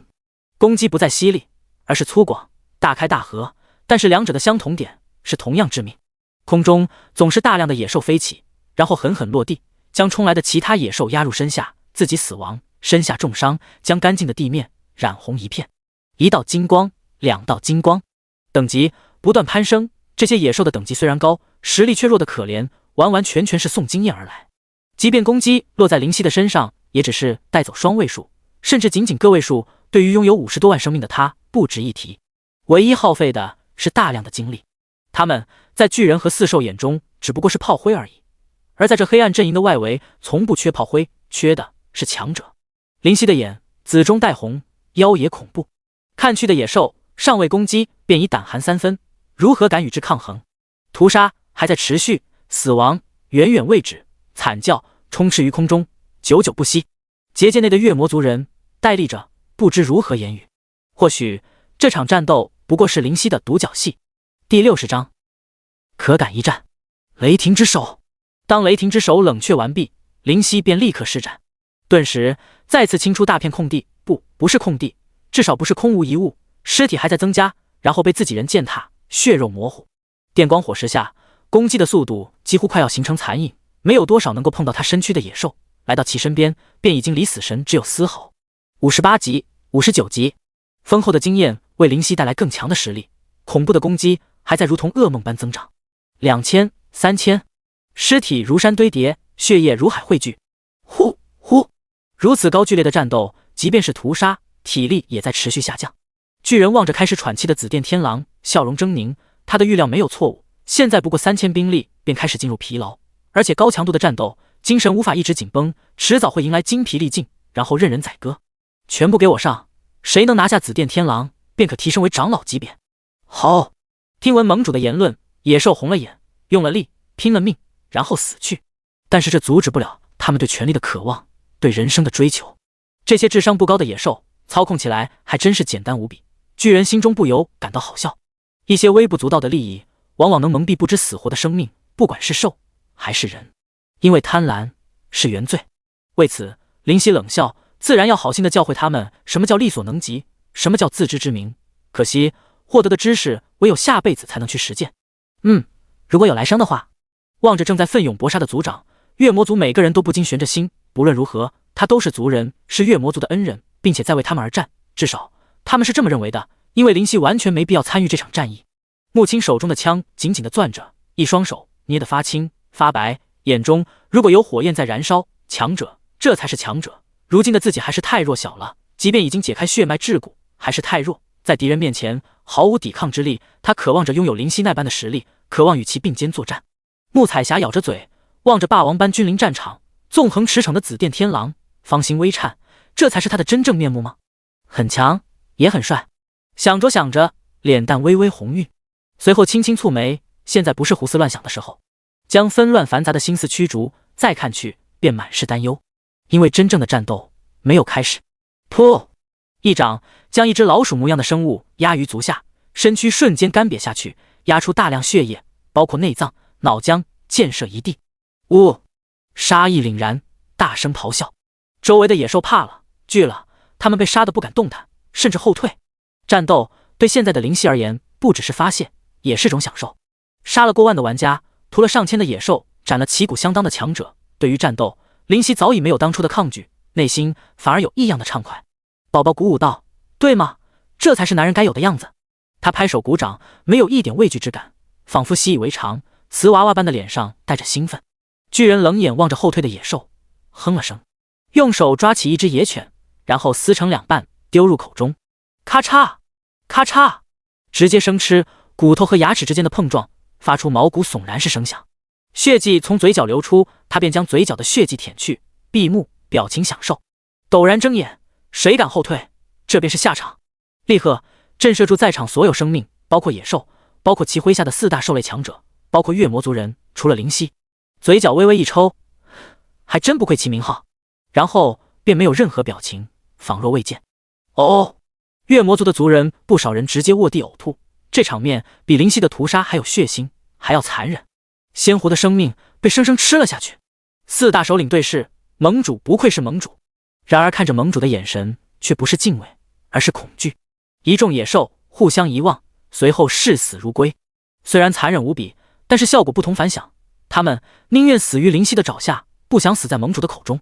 既然不逃，那便死吧。灵犀摇头，望着毫无胆气的野兽，感到怜悯。其实，如果他们一心逃离，盟主再强又如何能够阻拦？唯有眼睁睁地看着。至于事后报复，首先你们盟主要胜利，而且即便胜利，他也不记得他们的长相和名字。偌大黑暗阵营的外围，总不可能屠光。只是这一点已经被内心的恐惧所掩盖。天空得到安宁，因为野兽在空中；大地得不到安宁，因为血液在浸透；内心得不到安宁，因为死亡在等候。当最后一只野兽倒下，太阳开始坠落。哼哼，大口喘息着，巨人默默地走来，来到紫电天狼的面前，眼中带着遗憾。可惜了，你不应该在这外围，因为你迟早会进入内圈，你的潜力远远不止现在这般。是吗？灵犀笑了笑，只是整个狼首都血色遍布，笑起来格外惊悚。我也是这么认为的，这里我只会暂作停留。唉，巨人叹息道，你说的不错，只是……他的目光骤然一凝，现在你却不得不倒在这黑暗阵营的外围，领略不到里面的波澜壮阔。灵犀淡淡摇头，不，倒下的是你，不是我。哦，巨人认为胜券在握，不禁来了兴致，何以见得？灵犀的生命剩下 85%，5000的兵力造成的伤害并不多，但是精力的消耗却是巨大，没有人能长时间的战斗，即便是仙级，哪怕是神级。这是定律，只是仙级、神级很难真正陷入长时间的战斗，因为实力摆在那里，但是想累死暗金、灵级就简单多了。我并不是只适合群战的存在，我的单挑能力也很强。灵犀的眼中带着无限傲气，桀骜不驯地望着与体型增大后也不逊色的巨人道：“你可敢现在与我一战？”声音在整个已经平息战斗的结界外响彻，月魔族人心中升起豪情和敬佩。不愧我族长，太强了！我开始真正佩服起他。有月魔族人目光闪烁，眼前灵犀的魄力令人难以直视。穆彩霞嘴角弯起，太霸气！穆青涨红着脸，忍不住大吼：“族长威武！族长威武！族长威武！”众多的月魔族人大吼，即便身为敌人，四大首领也从彼此眼中看到仰慕。这只狼简直霸气到过分。宝宝嘟囔：“切，就喜欢耍帅，才按荆棘的实力而已，也好意思耍帅。”可是后面的声音越来越轻。巨人眼睛眯起，呵呵，厉害，真的厉害，我服，心服口服。他看着手中粗大的狼牙棒，喃喃道：“你知道吗？这个世界不是公平的世界，我已经胜券在握，我已经必胜无疑，我没有理由去接受你的挑衅。”灵犀嘲讽：“你不敢？”第61章虎王陨。巨人的手微微一抖：“没错，你说的没错，我很珍惜自己的命，我不敢。”说完，气势陡然一落，但是又突然大增：“但是你还是要死，所以抱歉了，死吧！”杀！伴随着大吼，四大长老无条件的服从命令。他们很钦佩灵犀的硬气，但是他们更珍惜自己的性命。在交流的同时，灵犀的精力略微恢复。也正是知晓这一点，巨人不敢再废话，因为多说无益。呼，深深的吐出一口气，随后眼中紫意大涨。叮！你将身躯缩小至原有体型的 1000%， 攻击范围负 200%。事到如今，体型大反而是一个负担。灵犀清楚地认识到这一点，身躯小巧，更容易躲开和血笨拙的攻击。一瞬间回到当初的小个子。电光火石，在对抗5000杂兵时并没有使用，因为这技能太耗精力，无法长时间运转。而如今正是发挥其作用的时机。嗖！一狼独占，空中一道紫色弧线，好快！巨人瞳孔骤缩，这比刚刚的战斗速度提升何止一筹，简直是1倍。他嘴角带着冷笑，适合单打独斗这一点，岂只是随便说说。巨人的属性早早的对垒之时便用侦察术观察过，嗜血之牙、和血、暗荆棘领主。等级65生命，45万攻击，3150防御，1800速度，23技能横扫千军，疾风骤雨断山破。简介：已经消失在神魔大陆历史上的食人魔一族，由于嗜血、自私自利的性格，被光明、黑暗所不容，最终其族被灭。和血便是食人魔最后一代子嗣，却失去了食人魔原本该有的实力，不用过多忌惮，因此被黑暗阵营所容纳。很强。虽然不是食人魔的原本战力，但是对于现在的灵犀来说，同样很强。其余4大首领属性虽高，却不足为虑。狮王暗金级领主，等级60生命，30万攻击，2630防御，1460速度，28技能，狮王威严狮吼功灭绝之爪。简介：魔师的领袖，对魔师拥有绝对的指挥权，实力强大，但是遇到嗜血之牙和血这个更为恐怖的食人魔，不得不臣服，任其差遣。4大首领的实力相差不大，并且都是物理攻击手段，毕竟都是寻常兽类，对魔法并不精通。在场所有人都吃惊不已。刚刚灵犀表现出的移动速度已经非常夸张，现在更是恐怕在空中残影道道，几乎难以捕捉。哦，后方的声音。食人魔微微一愣，向后看去，发现紫电天狼已经在和4大首领动手，不知何时越过了他。虎王痛叫，其腹部遭受重击，鲜血四溢，嘴角带着冷意，8道攻击击打于一处，绝对恐怖。叮！你对虎王使用技能急闪，对敌方单体造成基于自身攻击的 80%、8952、100、11777、120、12888、140、15648、160、18432、182、200、25053、300、34895伤害。一串的伤害跳出，近15万的生命，虎王的生命跌落 50%， 恐怖，太恐怖！所有人的瞳孔不约而同的收缩，身躯情不自禁的微颤。什么技能能一瞬间打出这样的伤害？顷刻间8道攻击啊！难道是绝技？可是如果是压轴的技能，为何现在就打出？为何表情淡然？为何精力消耗不大？一愣之后，没有时间思考，纷纷冲杀过来。食人魔也快速杀去，虽然气息微乱，但是还是强行振作精神，尽力躲避攻击。食人魔的攻击速度迟钝，轻松躲开；熊王的攻击不快，勉强避开；狼王的速度太快，在灵犀的身上划出一道深深的伤痕，由上而下。虎王不甘示弱，一击鞭扫，荡开空气，重重地落下紫电天狼身上，身上顿时剧痛，不禁咬牙。好！强壮的猿王补刀，一拳轰在狼腹，轰！一口鲜血控制不住涌出，吐在猿王粗大的手臂上，整个身躯倒飞出去，空中数十米距离飞过，不断翻滚。啪！落地声重的不忍直视，地面的石块被震裂掀起，野兽的尸体被砸起，抛在空中。这是来自食人魔和5大首领的合击之技，威力强大。月魔族死一般寂静，骗人的吧 ？CNM 的连单挑都不敢。族长，没事吧？他们的心神一时被紧紧牵引。穆彩霞身躯一颤，咬牙，情不自禁都向外走去。一个族人拦在他的面前，堵住他的去路。让开！他骄喝，语气担忧。穆青摇头：“你现在出去能做什么？送死吗？”嘴唇轻摇：“难道看着大人送死？”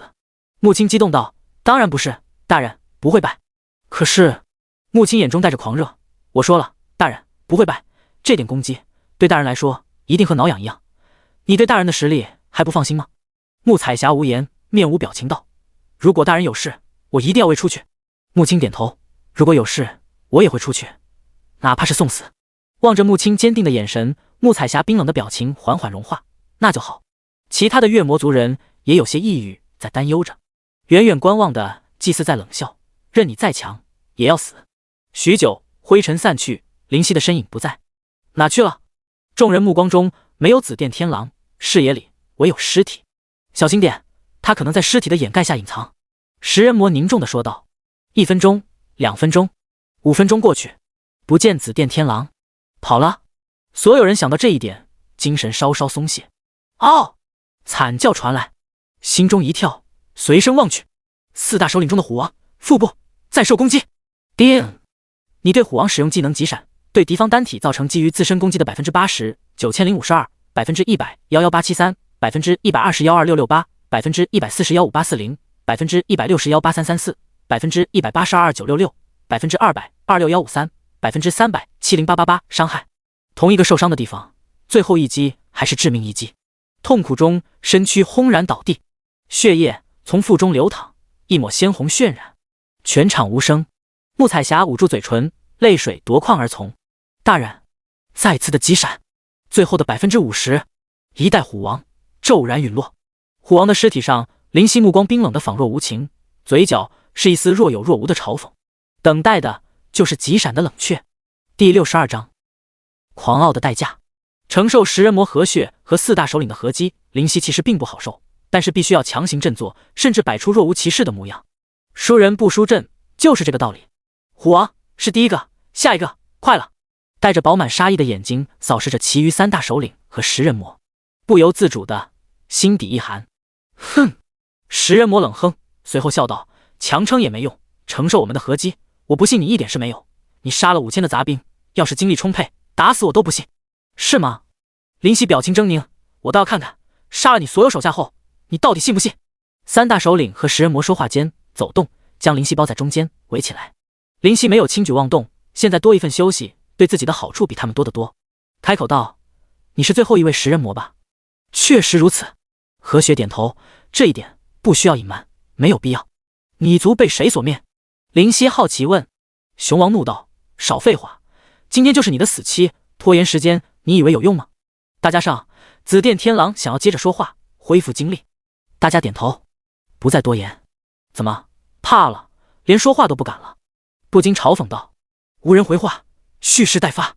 既然无用，也不再废话。”瞥了瞥生命，还有60%，主要是体能跟不上，已经精疲力尽，实在是失算，精力不够。林夕心中暗暗焦急，到底该如何是好？没有太多的时间考虑。何血和3大首领眼神交错而过，心领神会。砰！奋力怒踏地面，留下深坑。元王裹挟着惊人的气势奔腾而来，关闭的电光火石立刻开启。那一瞬间，何血起步，狼王冲杀，熊王稍慢一拍，但立刻反应过来，正要凭借速度优势突破包围圈，4足突然无法抬起，向下一看，脚下的地面居然如同水泥包裹住自己的脚，不知何时。叮！元王使用技能泥之禁锢，你被禁锢，持续3秒，致命3秒。林夕心中微微一惊，而3大首领和何血依然靠近，需要时间不足2秒。危局！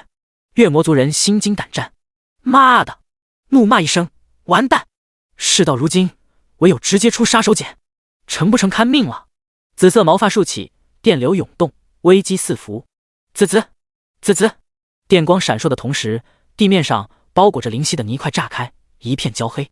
地面上4族所在位置开始不可思议的下陷，仿佛承受不住高温，渐渐融化。双目溢血，面目几乎狰狞到扭曲的地步，可怕至极。干涸的体力逐渐回升，却是压榨出的最后一丝。空中传来隐隐的酥麻，令人不安恐惧。紫色的雷霆酝酿着，汇集着，交错着。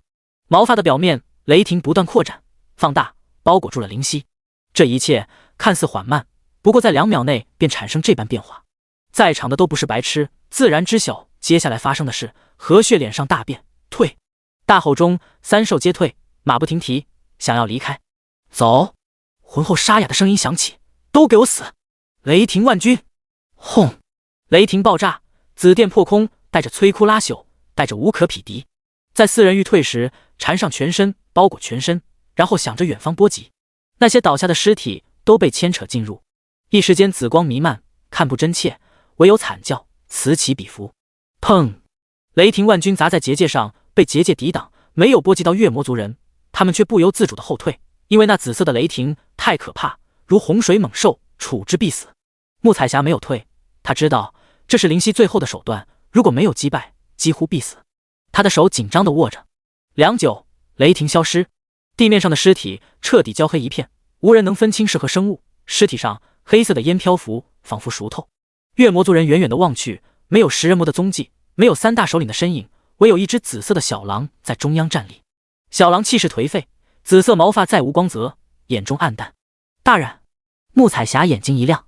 突然，灵犀的身体倒下，倒在地面上，一动不动。大人！穆彩霞大喊一声，不顾一切冲出结界。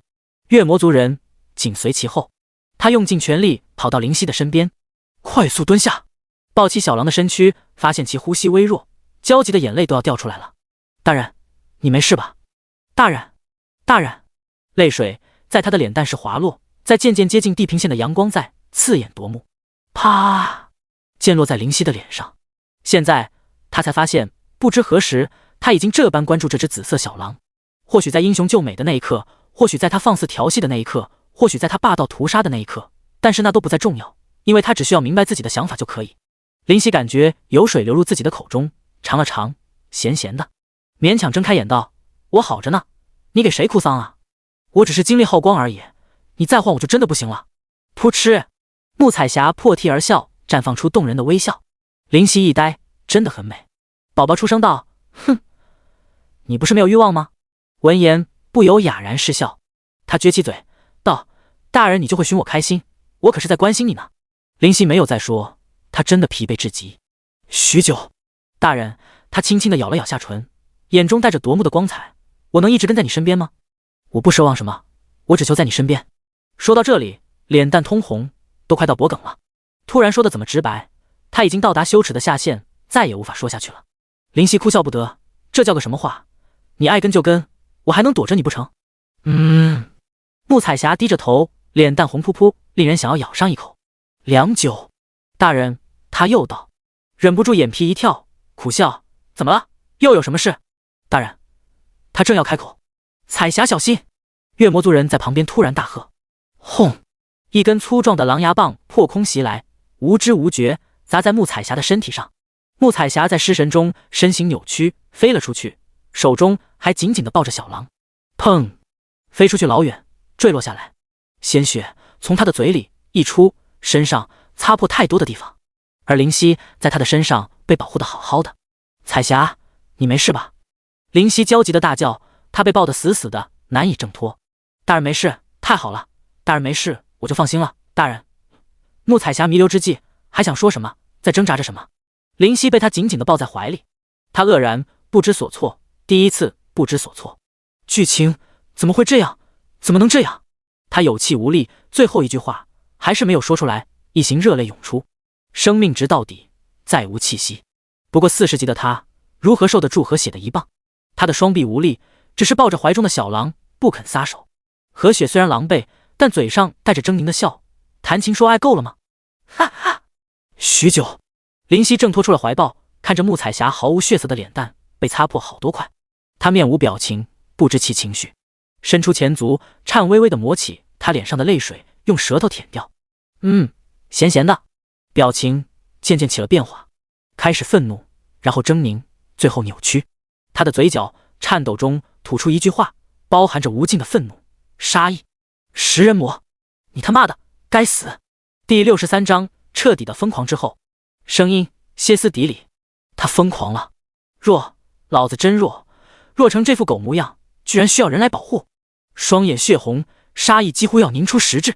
食人魔，食人魔，和血，和血，他必须死，他必须死，他必须死！杀杀杀杀杀杀杀！脑中没有理智，只有一个念头，宰了眼前这个垃圾。心中未知的能量涌现，井喷般提升着灵犀的实力。叮！你的杀戮之心1阶进阶达到2阶，全属性加1000，作为神魔大陆第5位领悟的原住民，额外全属性加500。杀戮之心2阶被动，极度疯狂和杀戮下领悟的杀戮之道，唯有经历了绝望才能明白杀戮的真正意味。效果：基础伤害正 50%， 攻击速度正 60%， 恢复速度正 100%。 砰！脚下碎石，空中音爆，何血震惊不已，还有这样的经历。瞬间两人接在对方身前，何雪望着林夕的表情，心中一阵悸动，莫名的恐惧，那根本不是狼该有的表情。我要死在这里！他脑中出现这个念头，但是马上移除。好可怕，杀意已经影响到别人的意志。他挥起狼牙棒，怒砸。断山破！林夕没有躲避，或许他来不及躲避，或许他不屑躲避。何血表情狰狞，愚蠢，硬生生承受我的断山破，就是0级都要脱层皮，死吧！轰！林夕没有反抗，被狼牙棒砸中。大人！月魔族人大惊失色，乱石飞射，大地凹陷，林夕的中心全部向下坍塌数米。何雪嘴角冷笑，然后化为不可思议，最后带着恐惧。紫电天狼竟然安然无恙，这怎么可能？他的眼珠子都要瞪出来了。就这点力量吗？林夕道：你刚刚的力气拿去了？你不是食人魔吗？你不是魔人联盟的盟主吗？逃！必须要逃！何血丢下狼牙棒，转身逃跑。突然身体一顿，紫电天狼居然何时来到他的身后。你不是很强的吗？林夕的语气平淡。噗！眼前的紫电天狼消失，肚子一痛，低头，紫电天狼不知何时来到他的身下，狼爪已经进入他的肚子，拔出，鲜血喷涌。你的血怎么是红色的？不应该是黑色的吗？灵犀的语气依旧平淡。放过我！何血来不及惨叫，哭嚎道，一爪再次探入他的肚子，然后拔出，带出大量鲜血。你不是很强的吗？再次转身逃跑，却发现灵犀又在眼前，根本不会给他一丝机会。你不是很强的吗？你不是很强的吗？你不是很强的吗？一爪又一爪，肚肠、内脏全部被捞出，月魔族人不少都倒地干呕，这画面太恶心。何雪在噩梦般的痛苦中离开世界，最后他看着灵犀，依旧是那非人的表情，笑道：哈哈，你才是食人。没有说完便断气了。灵犀还在机械式的一爪又一爪。你不是很强的吗？你不是很强的吗？良久，木青上前，大人，结束了。你不是很强的吗？你不是很强的吗？灵犀没有听。大人，木青大声道，他已经死了。爪子一顿，木青，彩霞怎么样了？他已经神志不清，喃喃道。木青难受的转过脸去，已经去了。去了？死了？灵犀笑了，死了？眼泪却止不住的流下来。死了？哈哈，灵犀，你他妈不是很强吗？你他妈自己没能力，还让魔人联盟来攻打月魔族，你他妈的算什么男人啊？不停的大声嘲讽。哈哈哈哈！彩霞，对不起，彩霞，对不起，我真的不是有意的，我自作聪明，是我自作聪明。突然又开始自责，在旁人看来胡言乱语了许久，最后终于倒地不醒。大人！木青大惊，抱起他回结界，一干人全部放回结界，带着穆彩霞的尸体。呼，终于走了。那只狼真的疯了，疯是疯了，实力也变得恐怖无比，就是灵级赶来就是送死。我们赶紧跑，已经不要再在这里待着了，再碰到小狼，死都要在万分痛苦中死去。狼王、猿王、熊王本身就处于巅峰状态，承受灵犀的雷霆万钧，还不至于直接死亡。三大首领在目睹何血的悲惨下场后，一声不吭，灰溜溜的跑了。回到结界，将灵犀安顿在自己的屋内。木青走出来，怎么样，木青大人怎么样？是啊是啊，大人不会有事吧？经历了此次战斗，他们对灵犀成为月魔族的族长再无异议，对于臣服再无不甘。见到木青出现，纷纷询问。唉，还是昏迷状态。木青，彩霞难道就这样死了吗？木青犹豫再三，点头，生命值到底，已经化为一声叹息。一点办法都没有吗？有人不甘心地问。应该是没有什么办法了。木青摇头，陡然脑中闪过一道雷霆，除非什么？彩霞还有救？如果是天狼岭的神池，说不定还能救活彩霞。他不确定道。一阵微风拂过，紫色的狼出现在众人的视野中。大人！众人惊喜道。没有得到灵犀的回应，他看着木青，眼中深不见底。天狼岭的神池。木青也是微微一惊，而后点头，是的，听说天狼岭是神池，能复活死去3天内的生灵，但是这只是传说，具体怎么样不是很清楚。灵犀没有表情，就像是木头。我要去天狼岭，你们自己顾好自己。可是没有可是，我立刻出发去天狼岭。灵犀的语气平淡至极。木青一愣，看着大人的表情，总感觉不大对劲，看来彩霞给他的打击很大，心中微微一叹。是，大人路上小心。第64章天运果。灵犀来到穆彩霞的身边，低头看着她憔悴的模样，心中一片酸楚，自己狂傲的代价居然需要一个女子来偿还。放心吧，我一定会救活你。月魔族的众人在门口等着。这次大人拯救了我们，下次就没有那么好运了，一定要快点提升实力。木青道。木青说的没错，这次我全程居然只能在旁边眼睁睁的看着，我心里不甘啊。我也不甘，下次我一定要在大人的前面冲锋陷阵，而不是只能无力的远远观望。咔啦，穆彩霞房间的门被打开，其中出现一个紫发男子，他脸色冷峻，五官端正，但是表情冰到至极，仅仅一看便有种发自心底的寒意，彻骨的凉意。你是大人？所有人都愣了。灵犀点头，我走了，送我出结界。好的。跟随他来到绿色的结界外，众人面面相觑，还有些难以置信，大人居然可以变成人类。木青，在我不在的时候，月魔族就交给你来统领，别让我失望。灵犀淡淡道。是。没有嘘寒问暖，没有什么祝福，带着穆彩霞掀起一阵风，快速的离去。天狼岭在黑暗阵营的内部，具体位置问问路人便可，因为其出名之处，黑暗阵营无人不知，无人不晓。黑暗阵营的内部比之外层，危险程度几何倍的增加。外层中的野兽只有20到60级左右，而内层则有60-120级，相差太大。月色动人，带着光芒照亮漆黑的大地。此时，一个幽静的森林之中，两个男子在争夺着一个果实，两者和人类神似，除了黑黝黝的肌肤彰显不同。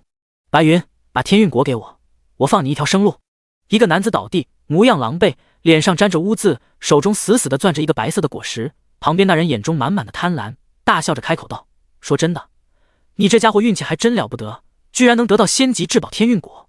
不过我的运气也不差，天运果还没被你给浪费了，嘿嘿。白风，同为一族，你居然不念同族之情，对我下手！”倒地的男子看其相貌颇为年轻，大概只有15、16岁的样子，眼中带着愤怒，被呼作白云。白风不屑地鄙视道：“同族之情？切，这值几个钱？天运果呀！只要能吃了天运果，整个暗人族都将以我为首。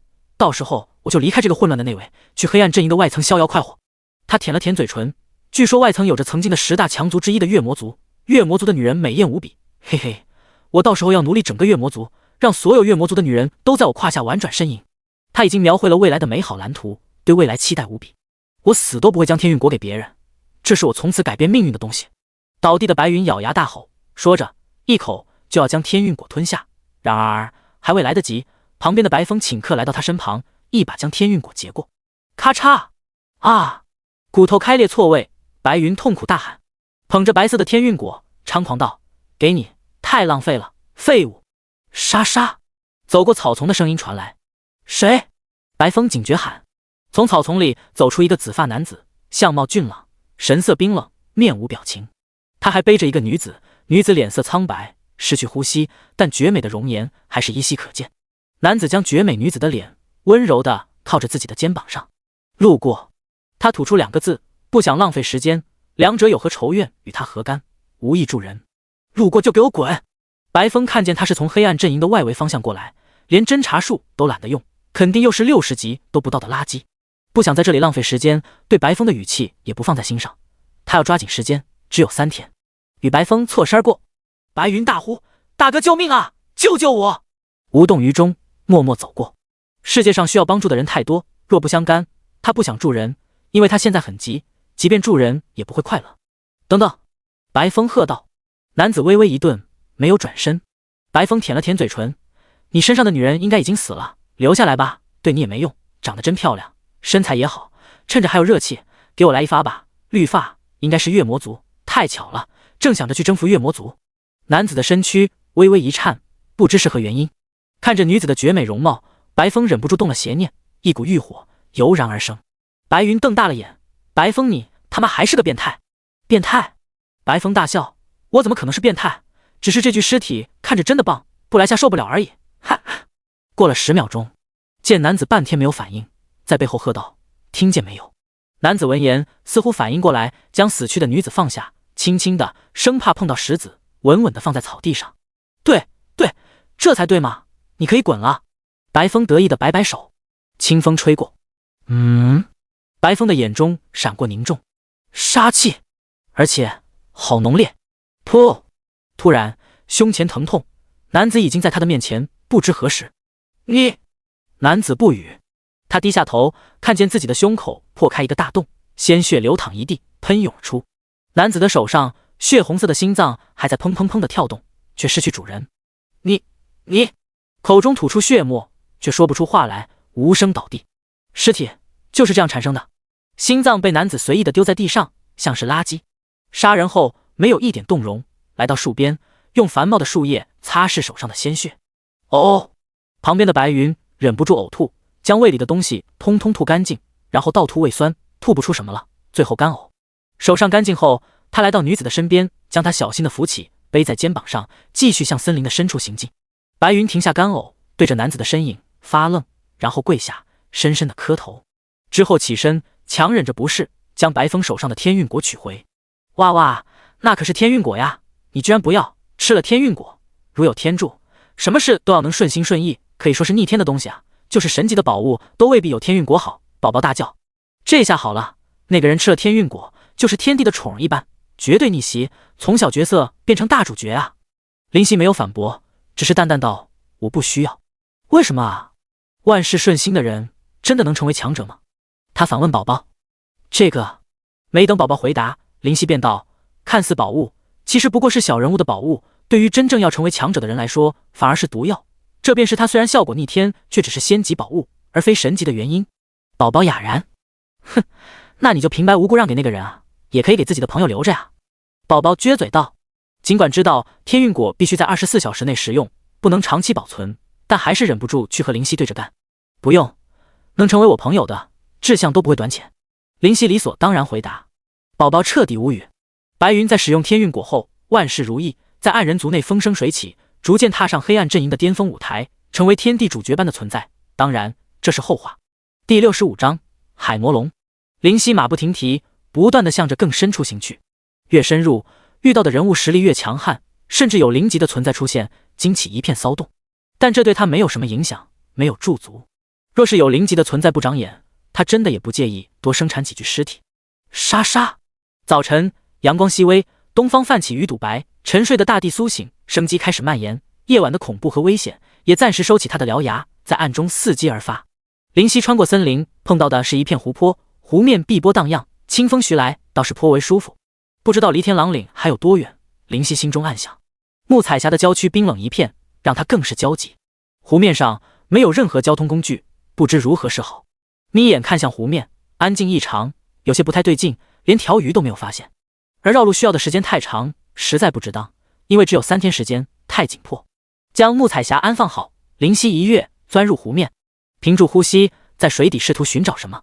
这里是黑暗阵营的内围，若是说湖里没有生命存在，打死都不信。不断的深入湖底，由于实力达到暗金，憋气时间也长，能够长达足足10分钟，倒是可以放心深入。林夕的深入速度很快，尽管在水中移动速度大打折扣，但那是相对而言的。开启电光火石后，如同一条鱼，快如闪电。林夕皱眉，居然真的没有任何生命存在，难道自己的猜测出错？咕噜咕噜，隐隐约约听见鼾声，在水中如同闷雷。眼中一亮，果然不可能没有生命。循声游去，在湖底发现一只怪兽，双头4足，如龙。它的身上带着鳞片，深蓝色，脖颈狭长，外貌如同蛇颈龙，但是身躯比之蛇颈龙要大上何止2倍。它躺在水中休息，呼噜就像是地震般，水都在震动。2个头颅都钻进了淤泥里，看不真切。如果所料不差的话，湖里的鱼虾都让这怪物给吃光了。林夕倒吸口气，单单外貌，这只怪物就有着足够的威慑力。侦查术，海魔龙，灵级，等级80生命，500万攻击，4580防御，3250速度，32技能，惊涛骇浪水之吐息水世界。简介：出生便拥有双头，属于变异海怪，立志成为一只翱翔天空的巨龙。呼，心中暗暗松出一口气，幸好没有超出预料。不过看着海魔龙的生命，还是忍不住震惊，500万的生命，太夸张。幸好其他属性都不如灵犀，让他放心不少。在领悟杀戮之心2阶之时，奖励的属性太多，足足1500，加上杀了10人魔和血，屠戮5000的野兽，等级达到66级，属性不可同日而语，可怕的吓人，完全超越暗金级所能容纳的范畴。紫电天狼，暗金级领主，等级66生命，2150000攻击，5040防御，3560速度，39技能，雷霆之手电光火石急闪，雷霆万钧杀戮之心祭月。简介：这样的属性比之灵级等级高达80级的海魔龙都要高上许多，不可想象。而这一切都要归功杀戮之心的提升，只是这样的提升，林夕宁愿不要。速战速决，既然海魔龙的能达到灵级，智商应该不差，展现出压倒性的实力，自然可以和他商量渡河之事。但是这一切都是林夕的主观臆测，事实上现实总会以超越想象的速度发展。雷霆之手，一只雷霆形成的大手陡然出现在海魔龙的脖颈处，用力的握下。轰，一阵波涛冲动，湖水被排开，向四周波及。啊，好疼啊！住手，疼死我了！海魔龙从睡眠中苏醒，大呼。他庞大的身躯不断翻滚，淤泥飞舞，好痛啊！什么事不能好好商量，非要打打杀杀呢？林夕一头黑线，有这么痛吗？你可是灵级存在，这点痛苦都受不了。如果不是看见海魔龙身上跳出的45689的伤害数字，林夕差点以为这一击威力太过恐怖。好一阵，他才缓过来，没好气道：“你叫醒我不就得了，非要打醒我，你怎么可以这么暴力呢？暴力能解决事情吗？暴力只会让事情越来越大。交流才是解决事情的最好方法。”林夕不禁一愣，这海魔龙似乎性格有点问题啊。你来找我什么事？他问道。我想想，又是让我帮忙渡河是不是？嘴角一抽，好没骨气的一只海魔龙，但是还是点头示意。早说嘛！海魔龙翻了翻白眼，来，咱们上去吧，我又不是第一次帮助别人了，这一带的生灵都知道我是最热心肠的。说着还挺起胸膛。林夕无语，倒是自己把一切都想得太复杂，不过内心还是有些警惕，谁都不知道这海魔龙是不是在伪装，目的就是为了将他们拉下水，自己就罢了，如果穆彩霞的身体被拉下水，一道令人心悸的寒光乍现，如果这样，这只海魔龙必须死无葬身之地。似乎看出他的担忧，海魔龙没好气道：你们这些人怎么心思就这么复杂呢？做人要简单点啊！我身为一只海魔龙都活得潇潇洒洒，你们非要活在尔虞我诈中，到底累不累啊？他如是说道，倒是把林夕说的一愣一愣的。这海魔龙心思倒是颇为敏锐，我的杀气隐藏得这么深，居然都能察觉，而且还没头没脑的说出来。哗啦，平静的湖面中钻出一人一怪，将湖面彻底搅乱，阵阵波浪。林夕来到岸上，虽然身躯衣物潮湿，但是时间紧迫，现在也顾不得这么多了，小心翼翼地抱起穆彩霞，到我背上来吧，我来帮你渡过这湖。海魔龙自信说道，就差没有拍胸脯。看见穆彩霞，陡然眼睛微亮，我去，好漂亮的女人！没有接话，直接跳到她的背上，道：快点吧，我赶时间。海魔龙点头，好的。说完便转身向着湖对面游去。兄弟，我猜你是要去天狼岭是不是？湖面上，海魔龙滑动四足，不断前进，无聊中搭话道。林夕心中一动，你怎么知道？这还用说吗？他笑道，你抱着的女子没有呼吸，肯定是死了，看你这么急，无非是去天狼岭想要进入神池，让她复生。我们原住民毕竟不是冒险者，随时随地可以死而复生，现在所知道的能够让原住民再次复活的，唯有天狼岭的神池，还有星辰巫女是生命之泉了。星辰巫女的生命之泉？林夕一惊，居然有两个可以让人死而复生的地方，这是自然。海魔龙似乎很喜欢交谈，一个是黑暗阵营的，一个是光芒阵营的，正好。心中略微想想，觉得也是，这也算是原住民的复活点了，倒是没有绝了原住民的路。不过你也别太有希望，天狼岭的神池不是想进就进的，你是实力不差，但是比你实力强大，比比皆是。海魔龙打击道，微微一笑，是吗？但是我必须要复活她，这个美人。海魔龙笑道，我也希望你能成功，这么漂亮的美人真的不应该早死。林夕点头，心中对海魔龙倒是产生一点好感。中途没有话题。她是你的女朋友？海魔龙有一搭没一搭地说。摇头。这么漂亮，你肯定是追求者之一吧？他咧开嘴，摇头。那为什么？林夕苦笑，你不要问了，个人原因。海魔龙识趣的没有问，压下心中的好奇。第66章天狼岭。到岸，海魔龙打了个哈欠，似乎有些疲惫。你快下来吧，我都没睡好就被你叫起来，而且叫醒方式还那么粗暴，真是。海魔龙的话让林夕颇为尴尬。没办法，谁知道你的性格居然是这样的，明明长相狰狞，满脸凶恶。不过这话也不好说出口，感谢道，多谢了。说完跃下他的背部，手上抱着穆彩霞，稳稳地落在岸对面。小意思。海魔龙客气道，下次再来温柔点，把我叫起来哈。那你加油吧，我去补个回笼觉。说完，硕大的身子渐渐下沉，钻入湖水之中，唯有大量水泡冒起。唉，林夕摇头，来到这个世界后，一直小心翼翼，将很多事都看复杂了。没有多想，重新背起穆彩霞，便继续前往天狼岭。湖对岸仍旧是一片森林，这本来就是森林中的湖泊，只是硬生生将森林隔成两半。沙沙，踩在松软的泥土上不断深入，这次没有碰到任何的意外，花费1个多小时直接走出森林。中途问过路上的野兽或者奇形怪状的怪物，循着他们所告知的放心前行，偶尔有不知好歹的给个小小的教训。1天后，天狼岭。林夕目光闪烁，目光所及之处有一座巨大的山脉，山脉庞大到不可思议，眼前被绿色和黄色占满，远远望去，一只只或黑色或白色的狼在徘徊，在游荡。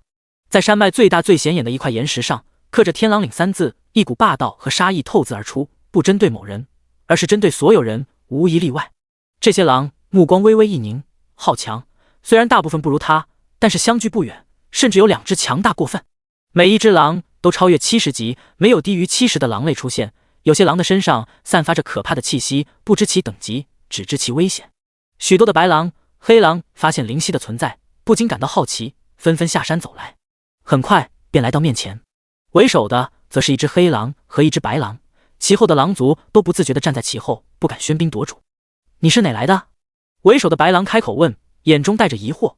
这人类居然本体是狼，他用侦查术一下就看出，只是如何成为人类形态的，那可是神级才拥有的能力，而他显然没有神级的恐怖实力，比他弱上太多。而且虽然相对而言实力不错，但是等级不足70。林夕端正姿态，不敢得罪，恭敬道：“我是新手村的狼族。”新手村？就是那个被天神命名为新手村的地方啊？哦，原来如此，新手村的狼都能化为人形？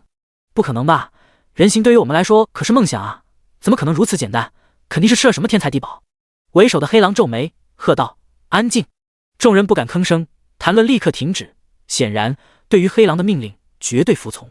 黑狼开口：“不论你是怎么化为人类形态的，但是只要是狼，就是我族之人，不要在这里晒太阳了，请进天狼岭中说话。”自然不会拒绝，同是狼族，即便基因不同，他也能感受到黑狼的善意。一同进入天狼岭，路上黑狼道：“我叫沙罗，旁边的白狼叫科洛，我们分别是黑狼和白狼的领袖。”白狼科洛点头微笑，心中一动，将姿态放得更低，好言说话：“沙罗大哥，我也不隐瞒什么，你看见我背上的这位女子，便知道我的目的吧？”林夕对着黑狼沙罗道。沙罗点头，没有呼吸，应该是死了，想要借助神池复生，眼中闪过一抹激动，道：“正是，沙罗大哥觉得可以吗？”林夕太迫切，他不想木彩霞死，这个替他承受自作聪明的代价的女人，不应该代替他死去，他会愧疚，他会活在一辈子的阴影中。唉，沙罗叹了口气，摇摇头，心中顿时浮现阴霾，急道：“为何？”一直在一旁带路的白狼科洛开口：“我天狼岭如今来了一位贵客。”贵客？林夕哑然，难道贵客就不能用神池？这什么逻辑？科洛遗憾道：“那位贵客正在用神池呢。”这无言良久，才道：“难道神池一次只能进入一位？”黑狼沙罗和白狼科洛同时摇头，表示不是。那到底是为什么？林夕有些激动地喊道：“你听我说，这次的贵客实在太特殊，我们天狼岭得罪不起，没有办法在他不允许的情况下同意谁进入神池，所以不是说一定就不行，关键是需要那位存在的同意，你明白吗？”无奈的点点头，人家说的已经很明白，不是不愿意，而是愿意也没有。现在神池被人占领，唯有占领人同意才行，其他说多都是废话。怀揣着不安，进入天狼岭内部，前方出现一位老者，精神矍铄，虽然发须发白，但是面色红润。他正在和一个青年对话，满脸的无奈。普拉达，你要不要这么无耻？这神池是我们天狼岭的，你居然想直接搬走？告诉你，除非老夫当场死在这里，不然你想都不要想。青年长相普通，没有特异之处，一头黑发，小麦皮肤，身穿青色衣物，满脸的鳄鱼。老头，你看你身子气坏怎么办呀？天狼岭可就你一位神级的存在，你气死了，天狼岭可就危险了。林夕看见这男子，心中骤然无端升起恐惧，这家伙看不透。老者没好气地指着青年，破口大骂：“赶紧滚！看见你那贱样，老子就来气，不要再来老夫的天狼岭了！再来，我直接开启天狼大阵，把你像苍蝇一样拍拍死！”青年被骂，脸上不好了：“你 TMD， 老子给你点颜色看看，你丫还开染房了，一破池子还当宝贝了，要你东西那是给你面子。”说着竖起一个中指，正对着老者，似乎想要通过手势表达什么。这面子老夫不要，一破池子你还向我伸手，你要不要脸了你？老者鼻子都气歪了，当场一脚飞过去，砰！青年被踢飞出去。我擦，你还动手了？我尊老爱幼，没好意思打你，你还真当我软柿子啊？青年撩起袖子，直接上去。顿时，一老者和一青年开始干架，力道还不小啊！别以为老人就好欺负了，看我的夺命剪刀脚！卧槽，有几分实力，老夫的打狗神拳也不是开玩笑的。神嗝屁拳肯定是临时起的名字。林夕和一众狼族满头黑线，唯有沙罗和科洛习以为常，只是叹了口气，见怪不怪。嗨嗨！黑狼沙罗咳嗽一声，试图引起注意。老者和青年互相松开，互相看了一眼。砰！老者突然一拳打在青年的右眼上。卧槽，偷袭！本能的捧着疼痛的右眼，说着就要动手。老者却正色地走向沙罗这边。怎么，有事？沙罗点头道：“这是新手村的狼族同胞，他想借用下神池复活他的朋友。”老者将视线转向林夕，眯了眯眼，突然大惊：“小伙子，你骨骼清奇啊！”林夕，第67章神级强者。啧啧，没得说没得说，你绝逼是练武奇才。老者围着灵犀绕了一圈，赞叹道：“即便是灵犀，也是忍不住蒙蔽。这是神级强者，这风度，这姿态。”这时，被叫做普拉达的青年终于从疼痛中回过神来，被老者的赞叹搞得愣住，忍不住顶着个黑眼圈审视灵犀。他看着灵犀，感觉到一阵熟悉的感觉。我们是不是在那里见过？他开口询问。听他这么说，灵犀也感觉到一丝奇妙，他也对这个青年有着熟悉感，好像确实见过面，一时想不起。黑暗阵营中特别会说逼话，还见过面。沉思一会，灵犀脑中突然闪过灵光，青年百思不得其解，不得不用侦查术观察。结果两人都震惊了，看着对方呆住。罗伯特，灵犀忍不住小声询问。紫电天狼，你叫灵犀？青年就显得很确定，因为他是从侦查术中看到的，自然不假。还真是，两人同时唏嘘不已。周围狼成了观众，被晾在一旁。我来天狼岭找你，结果你不在。这老头告诉我说没有紫色的狼，当时我还纳闷呢，以为是狂野草原的，过去问问也没有。最后达拉斯告诉我说是新手村的，让我无语好久。原来你本名叫普拉达呀，难怪我问人黑暗阵营中有没有叫罗伯特的，都没人知道。哦，这么说我还真忘记告诉你我的真名了。老者摆摆手，得，你上次说的紫毛的狼就是他啊。这下好了，正好来到老夫的天狼岭，还给你碰上。是啊，普拉达嘿嘿笑道，这么说还真巧啊。老者点头，问灵犀，你来老夫的天狼岭就是为了背上的女子吧？正是。灵犀情绪有些期待，罗伯特就是普拉达，而且似乎实力非常强大，那么自己进入神池的希望就大很多。现在神池正在被一位大人物使用。普拉达连忙道，去，毛线个大人物，一个乳臭未干的小毛孩而已，长得漂亮点就自以为天老大地老二他老三了，甭理他，走，咱们直接进去。说着就拉起灵犀要往里走。灵犀自然哭笑不得，还没有经过神池的主人天狼岭的主人的同意呢。老者突然面色严肃，来到普拉达的边上。干嘛？普拉达硬气道，还试着挺胸，比你帅呢，别看了。砰！我擦！老者抬手就在他的左眼上也来一记，看着一直不舒服，这下好了，对称。玻璃你大爷的！我！老者不管不顾，对着灵犀道，你想进入神池？点头应是。也不是不可以。老人抚须，心中一动，若有什么需要我做到，在下定然赴汤蹈火，万死不辞。老者连忙笑道，老夫身为神级强者，怎么会需要你为老夫做什么大事？只有一件事，你必须要答应老夫。请说。老者为难道，其实吧，你们先退下吧。他对着在场的其他狼道。沙罗和科洛面面相觑，不得不遵从。是。带着众狼下去。搞得神神秘秘的，老头你干什么呀？普拉达此时也起了好奇心。老者左顾右盼，看着没人后才小声道，我们天狼岭的威望如何，你可知晓？灵犀笑道，整个黑暗阵营简直是无人不知，无人不晓，可以说是黑暗阵营的10大强族之一。屁个10大强族！普拉达在旁边插话道，除了老头神级的实力厉害点，那白狼王和黑狼王勉强过得去，其他都是些杂兵嘛，等级高有个屁用，属性低的跟经验一样。灵犀被他的言论说得一愣一愣的，然而神奇的是，老者居然没有反驳，反而点头，没错，事实上就是如此。天狼岭上除去老夫，就再也没有实力高强之人。唉，言罢一声叹，那您的意思是？皱眉，似乎没有对自己的要求。我还没说完，其实我们狼族血脉其实并不算特别高贵，因此同等级中属性偏弱。别看老夫有神级的实力，真实情况是比之仙级巅峰的强者都要弱。当然，说的是血统高贵的仙级巅峰强者。老者说道，不禁眉头皱得更紧。您的意思是说，让我提升狼族的血脉纯度和高度？老头你疯了！普拉达惊呼。虽然紫电天狼血统似乎确实比较高贵，潜力也不错，但是得到他的血脉，你就能确定适合每只狼，若是不合，是会爆体而亡的。老夫必须一意孤行。老者坚定望着灵犀道，怎么样，将你的血给我研究，到底为何血统精纯，我便让你进神池。灵犀点头，可以。小子，以为只是血吧？普拉达不禁头疼，那不是普通的血，而是精血，每失去一滴，潜力和实力都会有所退步。微微一愣，还有这种事？但是木彩霞更重要，什么潜力，什么实力都是可以补回的，而木彩霞却是只有一位。没问题，还是没有任何迟疑，开口道，快点吧，我赶时间。老者道，那我来了。他抬手一掌打在灵犀的心脏处，没有让他后退，反而产生一股吸力。哼，忍不住发出闷哼，心脏处剧痛，似乎破开口子，有什么东西被吸出，脸色苍白。普拉达无奈地拍手：“老头，这可是狼族的天才，你取走精血去哺育其他狼又能怎么样？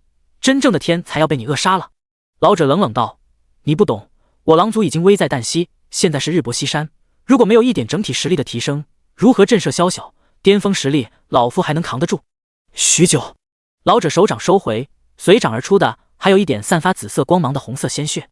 唉，普拉达见此长叹。林夕感觉被取走精血后，身体虚浮，脚步不稳，强行站定，因为背上还有木彩匣。叮，你精血被取出，全属性100，等级3，最高可达到等级10。我可以进入神池了吗？事到如今，不过是等价交换，也不用给什么脸色。再去恭维，冷冷道，恢复本来的性格。老者望着突然性格大变的林夕，赞赏道：“这才是你的本色，不错，唯有铁血之人方可问鼎巅峰。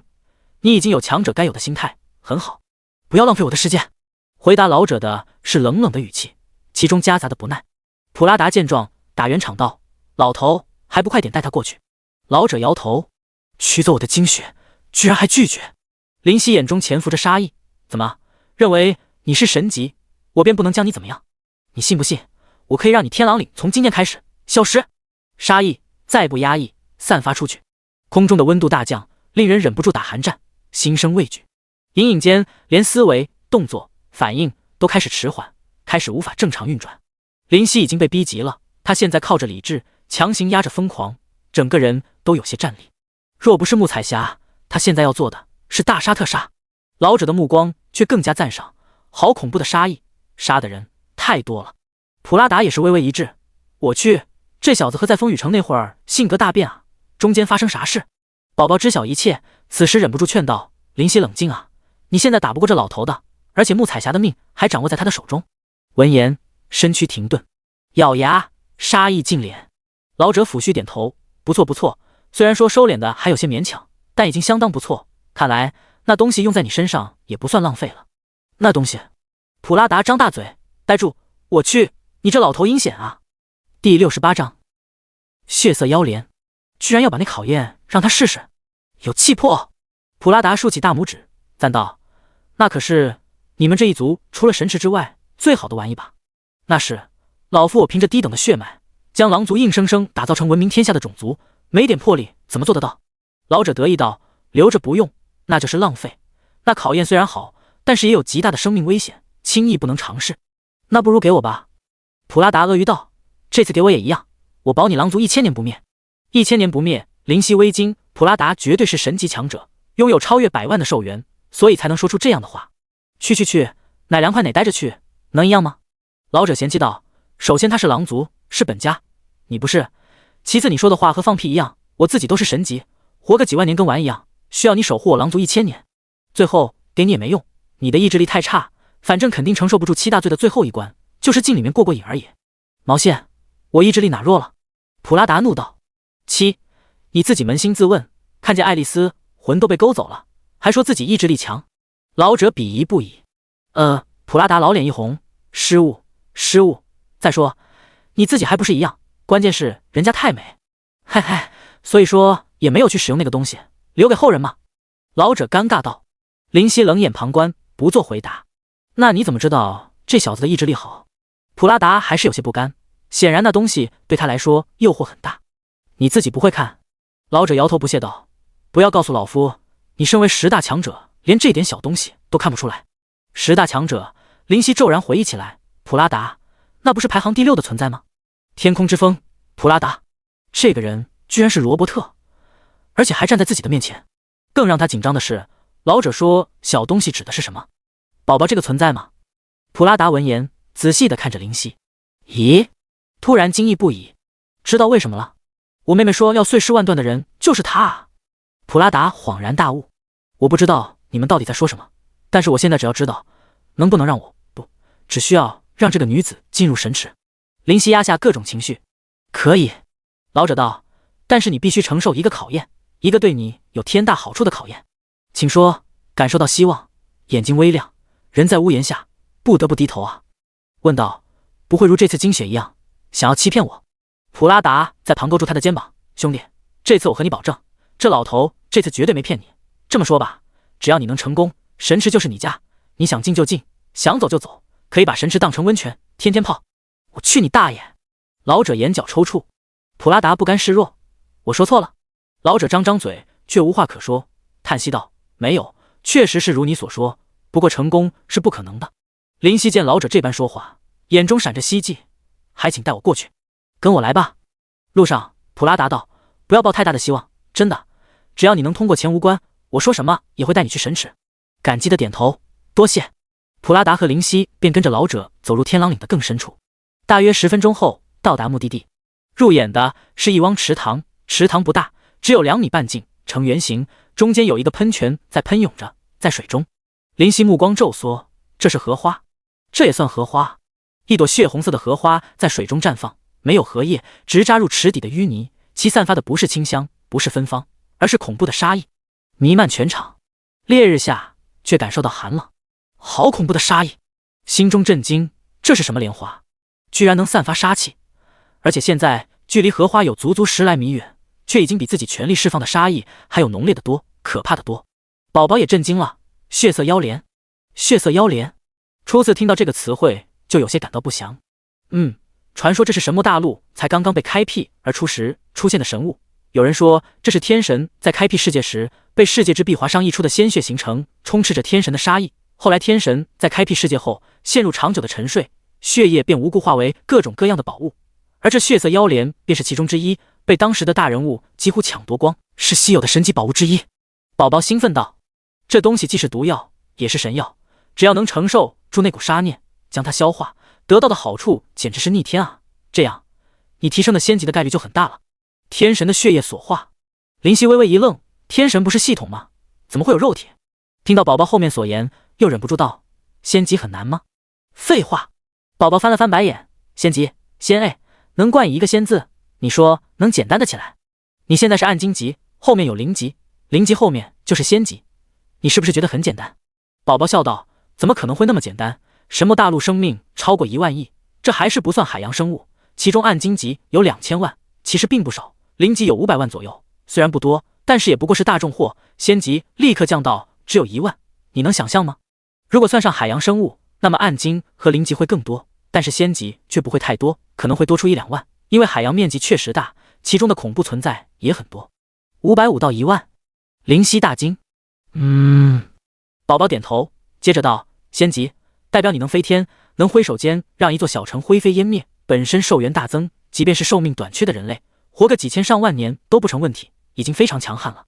所以灵级和仙级之间差距非常大，非常夸张，一个仙级强者可能一拳就能带走灵级的性命。宝宝越说越起劲，不过这跟血脉、资质、奇遇都有很大关系。宝宝用祝福将你的血脉提升到非常强大的地步，但是若只是血脉，可能进入仙级还是微乎其微的。林夕你的资质不错，现在这个血色妖莲就是契机，吃了它就是你的机遇，仙级即便不能说100%到达，但是几率绝对大增。而且你吃了血色妖莲，说不定能直接突破暗金，到达灵级，因为你的实力其实已经有暗金的巅峰。听着宝宝的话，心中震动不已，当初自己认为仙级不过如此，是有多无知多肤浅，难怪当初和生命女妖说会再遇见，他感觉好笑，自己实在是井底之蛙，忍不住自嘲。老者道：你知道这是什么吗？林夕点头。普拉达惊奇道：不是吧，你知道血色妖莲？刚刚才知道，不过也算知道吧。林夕哭笑不得。老者虽然也是吃惊于他一个小小的暗金居然能知晓这样的至宝，但还是点头。你若能走过去将那玩意成功吃掉，我就让你进神池，你背上的女子我来抱着吧。说着就伸手去接。林夕侧身躲过，挑眉道：我自己来。这老者和普拉达看着刚刚的讨论关于女人还意志力薄弱之类的话，他岂能放心？以防万一，将木彩匣放置在20米以外，依靠着一棵大树，树下阴凉，一片绿意。望着他的脸，林夕坚定道：你会活过来的，相信我。起来，转身，深深的呼吸，原路返回。你准备好了？老者问。点头回应。普拉达道：小心啊，血色妖莲没有那么简单，这玩意会制造幻境，不要沉沦其中不能自拔了，因为那时候如果强行将你拉回来，可能会让你魂飞魄散，所以只能靠你自己。再次点头，谢谢。哎，普拉达摆摆手，哪里话，我既然看中你，自然是知道你的能耐的，加油吧。说完不再言语。望着血色腰镰随风舞动，杀意却如同实质般飘来，心中忍不住一紧，现在无路可退，唯有上了。说着就要往前走。等等！老者和普拉达同时喊道，抬起的脚又放下，无奈道：“又有什么事？反悔了？”两人向后走了几米，各自躲在一棵大树后面。你现在去吧。林夕眼睛微抖，要不要这么夸张？第69章暴食之境。你小子居然这么胆小！老者不屑道。你还不是一样？普拉达不甘示弱。嗨嗨！老者突然咳嗽，脸上涨红，好一会儿才缓过来。没办法，老夫人老体衰，已经无法承受幻境的打击。你们年轻人就不一样了。普拉达也是为难道，其实我也是因为最近受伤，所以才不想被拉入幻境的。你看，说着撩起袖子，上面有一个细小到简直不能再细小的疤痕。老者，其实最大的原因是好处已经得到过，再进去受苦就是傻逼了。林夕迈开步子走向血色腰镰，越深入便越发恐怖。12米、11米，走得更加谨慎，自己的杀意完全释放，却抵不住血色腰镰的杀意，只能勉强保证自己不受危害。因为血色腰镰没有针对谁，而林夕却有意识地操控杀意护住自己。10米，老者和普拉达纷纷眼睛一亮，来了！哼！闷哼一声，猛然杀意如刀刺入皮肤，被割出一道道细小的伤痕，手腕、足踝、脸庞皆被割破，实在太锋利，需要在割破后溢出血来才知道疼痛。心中想要压着石头，并且会随着深入不断变大，想要压垮。血色腰镰似乎没有任何反应，因为对于他来说，林夕根本形不成压力。他不屑一顾，深深的吸气，走近。9米，杀意如同实质，周围的空气如同被抽干，难以呼吸，快要窒息。9米处的杀意已经很恐怖了，需要杀戮超过10万生命才有可能形成的杀念，能够令同级之人无法发挥出80%的实力。老者有些紧张，这紫电天狼不会直接这样倒下，连幻境都进不去吧？普拉达怒道：“滚！老子看中的人怎么可能就这点实力？你想太多。”诺，他不是开始动了吗？老者闻言望去，确实，林夕摇摇晃晃地向前走，但是非常不稳，仿佛随时会倒下。这第8米处的杀意，唯有屠戮100万人的绝色凶人才能承受啊！8米，无尽的杀意用来试图去占领自己的意识，占领自己的身体。眼前蓦然一片血红，这是如今只有自己才能看见的世界，一个只有施展者和承受者才能看见的世界。杀杀杀杀杀！谁不能杀？谁都要杀！想杀谁就杀谁！不爽者杀，反抗者杀，冲撞者杀！脑中唯有杀念徘徊，所有理智一干二净。我去！老者吐槽，完了，跪在第8米了。你 TMD 能不能消停点？人也是你指定的，你丫的魄力呢？普拉达忍不住骂道。林夕，坚持住啊！你不是要救穆彩霞的吗？快点醒过来！宝宝磨牙道。陡然眼神清明，杀意消散。对，穆彩霞，我不能在这里倒下。咬紧牙关，挪动脚步，身上不知何时伤痕累累，或许晚点醒过来便是尸体。1步2步，血迹流溢，转眼间已成血人，血迹遍布全身每一个角落。醒过来了。老者本来已经放弃，觉得自己的想法过于天真，摇头便要出手将林夕救回来，没想到居然在弥留之际苏醒。普拉达切了一声，鄙视道：“要不要大惊小怪？这不是很正常吗？这小子可是有几分能耐的，那里那么简单就跪了，是吗？”老者疑惑：“那你刚刚准备从树后出去干嘛？”这个普拉达尴尬道：“小姐去而已。”那你现在去吧。去个毛线！现在正是关键的时候，我像是那么轻重不分的人吗？他狠狠地批评道。老者7米，呼，微风拂过，杀意顿消，再没有一丝压力。7米总算是熬过杀意的打磨，这下取出其精血的亏损应该是补回来了。老者道。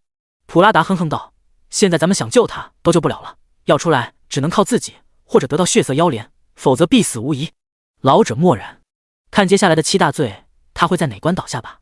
暴食、色欲、贪婪、暴怒、怠惰、伤悲、傲慢，每一关都是蕴含生命危险啊！眼前是一大堆是食物，饕餮盛宴，香气扑鼻而来，令人食欲大动。我怎么在这里？林夕微微一愣，我是谁？忍不住皱眉，怎么会记不起自己的名字？咕，肚子不合时宜的响起。好越来越不管了，先填饱肚子再说。林夕扑向摆在桌上的食物，拿起一个鸡腿，大咬一口，好吃。心中大惊，看着手中的鸡腿，闻了闻，这是鸡腿的香味。鸡腿如何会这样好吃？强忍着心中的口腹之欲，放下鸡腿。不对，肯定不对，记忆里鸡腿的味道不是这样的，到底哪里有问题？皱眉，却想不出来。唯有肚子越来越饿，桌上的食物越来越好香，那香味令人按捺不住，唯有狠狠大吃一顿的欲望。林夕看向四周，一片空白，没有任何东西，自己仿佛站在空中，而能看见的只有自己的身体，还有眼前的食物。我怎么会在这里？我到底是谁？头疼欲裂，不能再想。咕，肚子在咆哮，饿得快要做不到，如果再不吃眼前的食物，便会饿死在这里。饥饿感怎么可能增长这么快？不科学。林夕心中思忖，这不符合逻辑。不行，不能吃，快点吧，再不吃难道饿死在这里？等吃饱了再解决问题。两个选择在脑中打架。我要出去。林夕道，在那之前先填饱肚子吧。饥饿还是占据上风。重新拿起鸡腿，正要下嘴，突然一顿，因为他看见一堆牛排从1分熟到10分熟，应有尽有。10分熟的牛排芳香四溢，1分熟根本不能吃，上面血淋淋的，但依然有着无与伦比的扑鼻香气。血淋淋的牛肉，一道雷霆劈过，林夕呆立当场。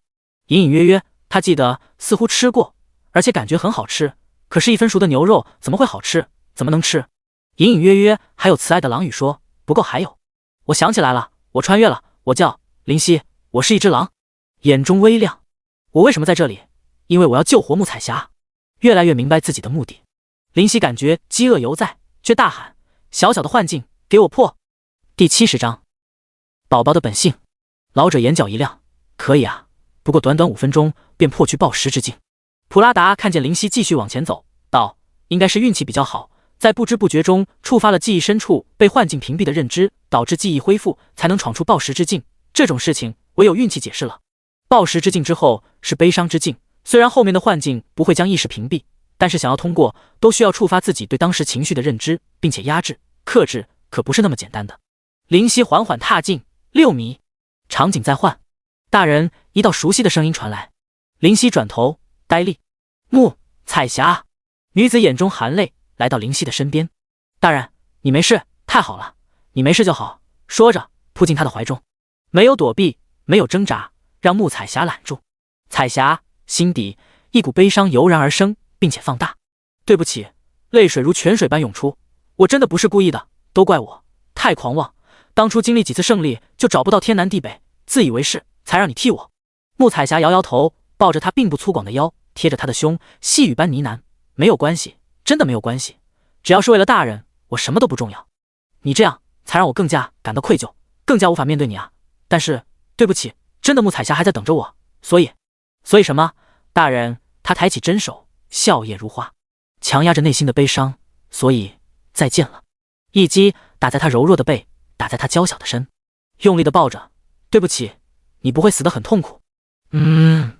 穆彩霞的嘴角溢出鲜血，却笑着，死在大人的怀中，彩霞很幸福，真的好幸福。内心悲伤如同潮水，无法遮挡，无法掩盖，泪水直流。场景变换，左右环顾，不是现实，而是地球。远远的，他看见2个老人，他们躺在床上，泪水打湿他们苍老憔悴的脸。晴天霹雳，林夕疯狂地跑过去，爸妈，手伸出去，却碰不到他们的身躯，透体而过，无法触碰。是啊，我在幻境之中，这都不是真的。林夕双目无神，喃喃，阿西到底哪去了？父亲的眼角流下泪水，看得他内心绞痛。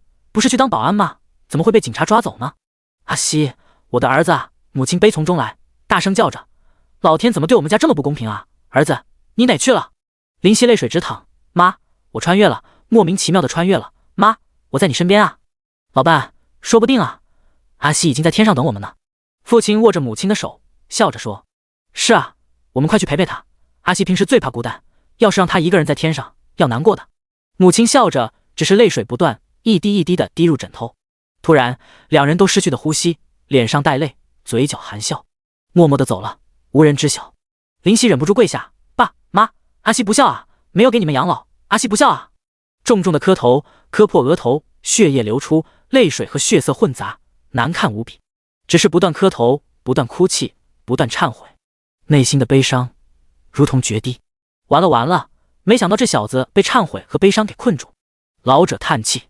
灵犀还是站在6米处，眼睛泪水流淌。这下怎么办？哎，他应该是修炼的岁月太少，人情世故看得不够多，感情还太丰富。普拉达遗憾说道。幻境中，灵犀不断磕头给二老忏悔。大人，耳边传来声音，我能一直跟在你身边吗？我不奢望什么，我只求在你身边。身躯一顿，这句话，彩霞悲伤如海的眼中划出璀璨的光辉。我在干什么？我要救活他。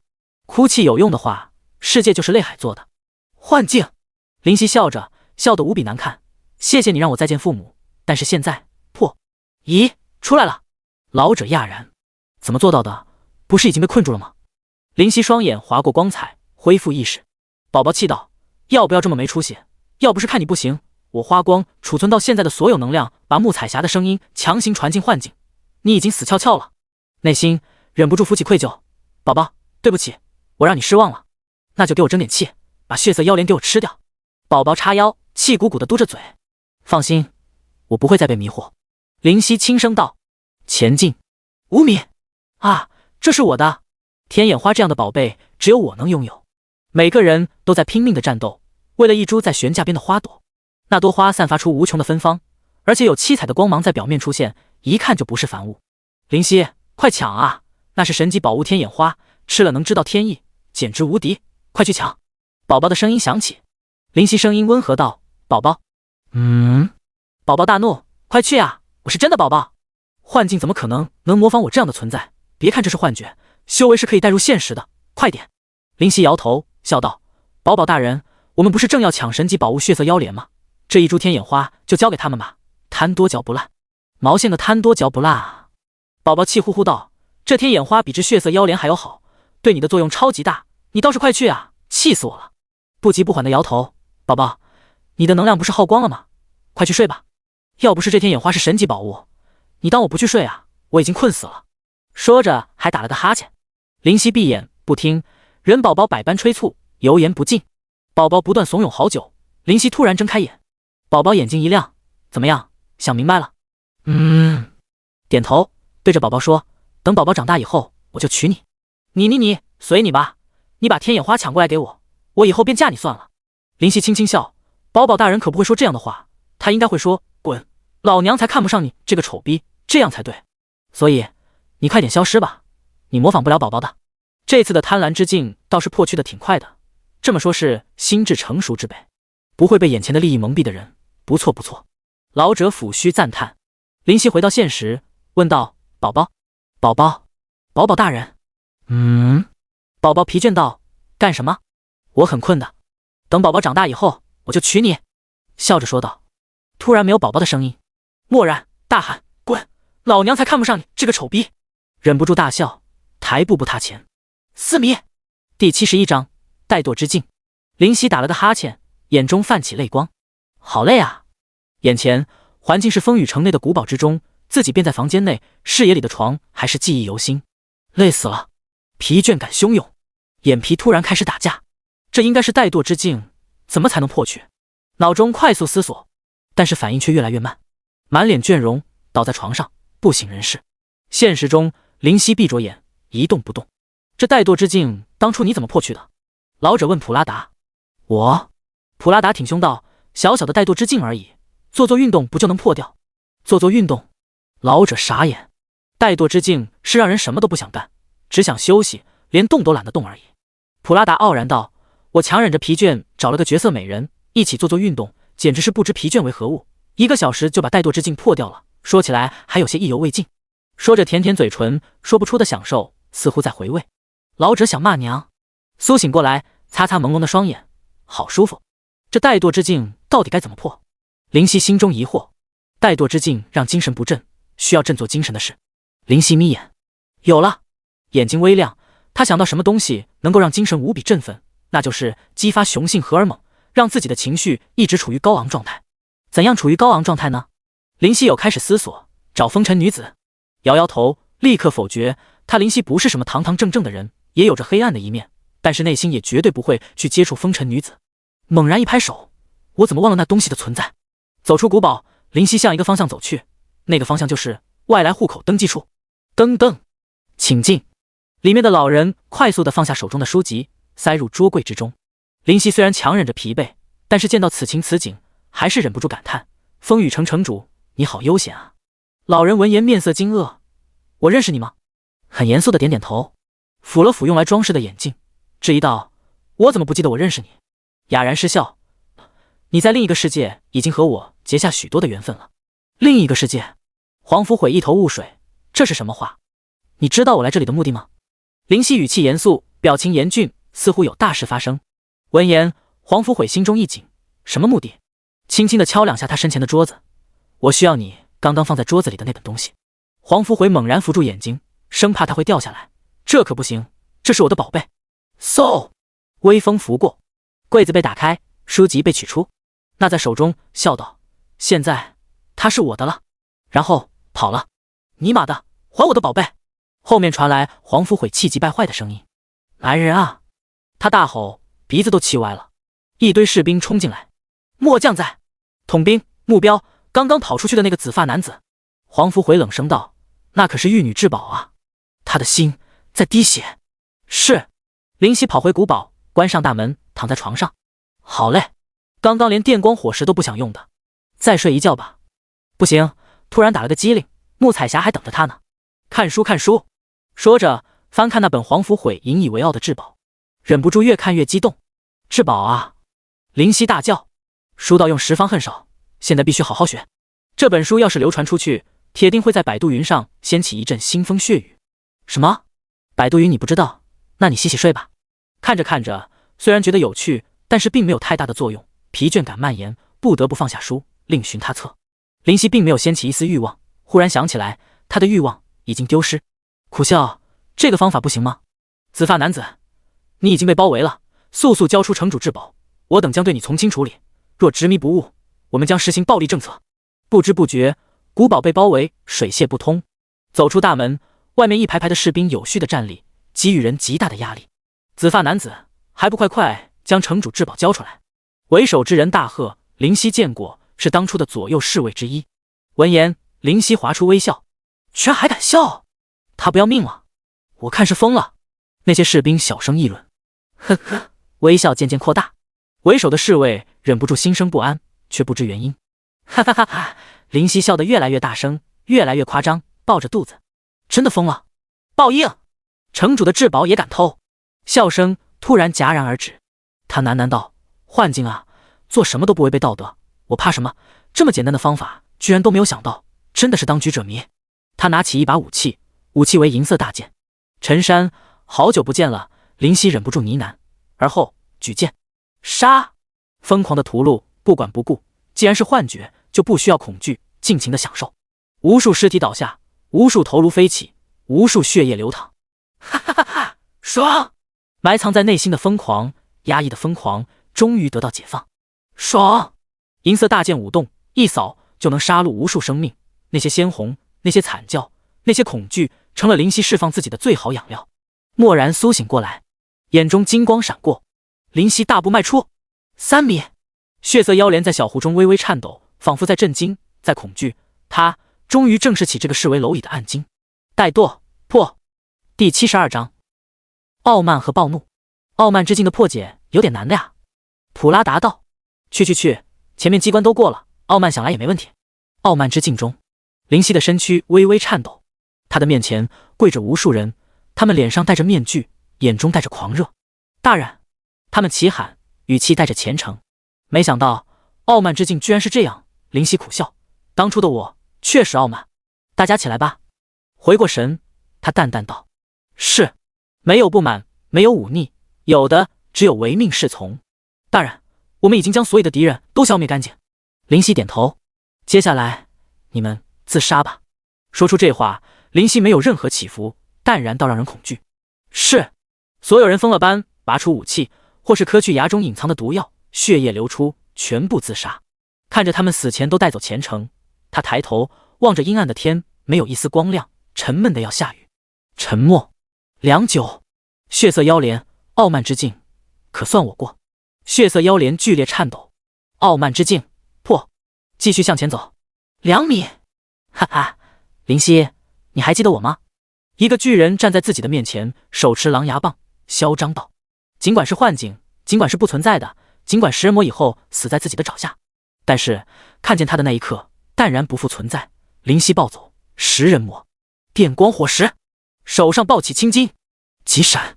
急闪的恐怖伤害，在如今攻击今非昔比的灵犀手上打出难以想象的数字。叮！你对食人魔使用技能急闪，对其造成基于自身攻击的 80%、12356、100%、15896、120、19007、140、21415、162-55568、182-8796、200、31562、300、46985伤害，近13万的伤害。食人魔的下去近1/3，太恐怖！食人魔拿着狼牙棒在灵犀身上敲打，他没有躲避。负一，负一，负一，没有破防，嘴角带着嘲笑。你就这样力道吗？你的实力呢？不断的在食人魔身上攻击，刺破他的肌肤，钻入他的内脏。2分钟，什么人倒下？哈哈！突然，倒下食人魔何雪的旁边多出一个食人魔。你杀不死我！心中杀意滔天，无论有几个食人魔，都要死，都要碎尸万段。杀不死你！灵犀大笑，眼泪都快要笑出来。我知道这是幻境，我知道血色妖莲在控制我的情绪，那又怎样？不管制造多少个你，我都要杀，全部宰了。眼中满满的疯狂，笑容阴暗邪恶，与现实中的模样差距太大，气质完全不同。杀杀杀！一个食人魔倒下，出现另一个，另一个倒在，再一个，永不止息。负12444，负16892，负23568，负33652，负78965。无数的伤害迸跃，灵犀攻击的速度越来越快，伤害不知为何越来越高。来多少我杀多少，你就是10万、100万，我都给你杀光！来啊，血色妖莲，给我继续！咆哮着，杀戮不止。他的精神状况有点问题啊。老者疑惑道，灵犀的表情居然不是暴怒，在暴怒之境中居然感到高兴，非常享受，简直匪夷所思。血色妖莲微微颤抖，这血色妖莲害怕了。普拉达懵了，感到无语。不会吧，虽然离他很近，但是过了暴怒之境，还有最恐怖的色欲之境啊，是个男人都受不了那种诱惑吧。老者咧开嘴笑了，你说的没错，夏娃那家伙要是出现在灵犀的眼前，怎么可能得下去？老者点头抚须应声，没错，别说是夏娃，就是星辰巫女爱丽丝、龙语者穆瓦尔，哪个不是别具特色，哪个不是绝世妖人，是个男人他妈的受得了才怪。是啊是啊，柯蒂斯那小屁还算个毛线，即便没有被诱惑也是很正常的事，我不也是，毕竟没有发育起来。其他的美人就不一样了，我就是败在星辰巫女的身下，哦不是身上，可惜当我动了色心之时，就算出局还没有碰到他们的身体，立刻离开幻境，不然即便是假的，老子也要来个牡丹花下死，做鬼也风流。想来血色妖莲也不能亵渎那些神级存在吧，不过居然这要巧，我也是败在星辰巫女的身上啊。唉，同时叹气，两人唏嘘不已，已经全然忘记是真正目的。当然他们这样是有原因的，一是他们没想过灵犀能通关，通过各大幻境都会得到奖励，血色妖莲不过是最后的奖励，前面的幻境才是他们的真正目的。二是暴怒之境和色欲之境相对而言没有生命危险，他们可以将灵犀拽出来，不必担忧。156878， 3分钟后，195351，伤害还在增加，不断跳动。10分钟后，884563，恐怖的数字逆天般。食人魔的生命到底，从满血到空血，仅仅1秒。灵犀的眼神充斥无尽的暴虐，无尽的血色，从中仿佛看见尸山漫野，仿佛看见血海滔天。他的笑容令人胆寒，那是怎么样的笑？不带感情的，嗜血的笑。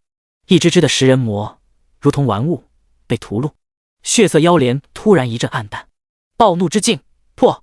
回到现实的灵犀面无表情，没有太多的表示，仿佛什么事情都没有发生。在他前1米。第73章破境之后，这小子他妈的居然真的闯到这一步。老者没有涵养的大叫。普拉达嘿嘿道，他会败在谁的手里呢？柯蒂斯肯定不行，不过看那雏儿样，夏娃那诱惑的身段，气质前绝对要跪。老者摇头，这都不重要了。天才，老夫终于明白我说他是天才的原因。狼族中居然出现这样的人物，说实在的，若非亲眼所见，我绝对不相信。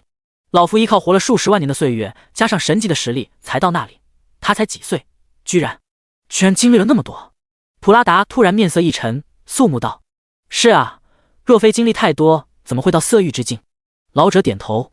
普拉达感叹道：“当初我觉得他不简单，也有这一点原因，感觉他一直在压抑自己的某些感情，貌似是不好的感情。”紫电天狼，老者眯眼，不简单啊！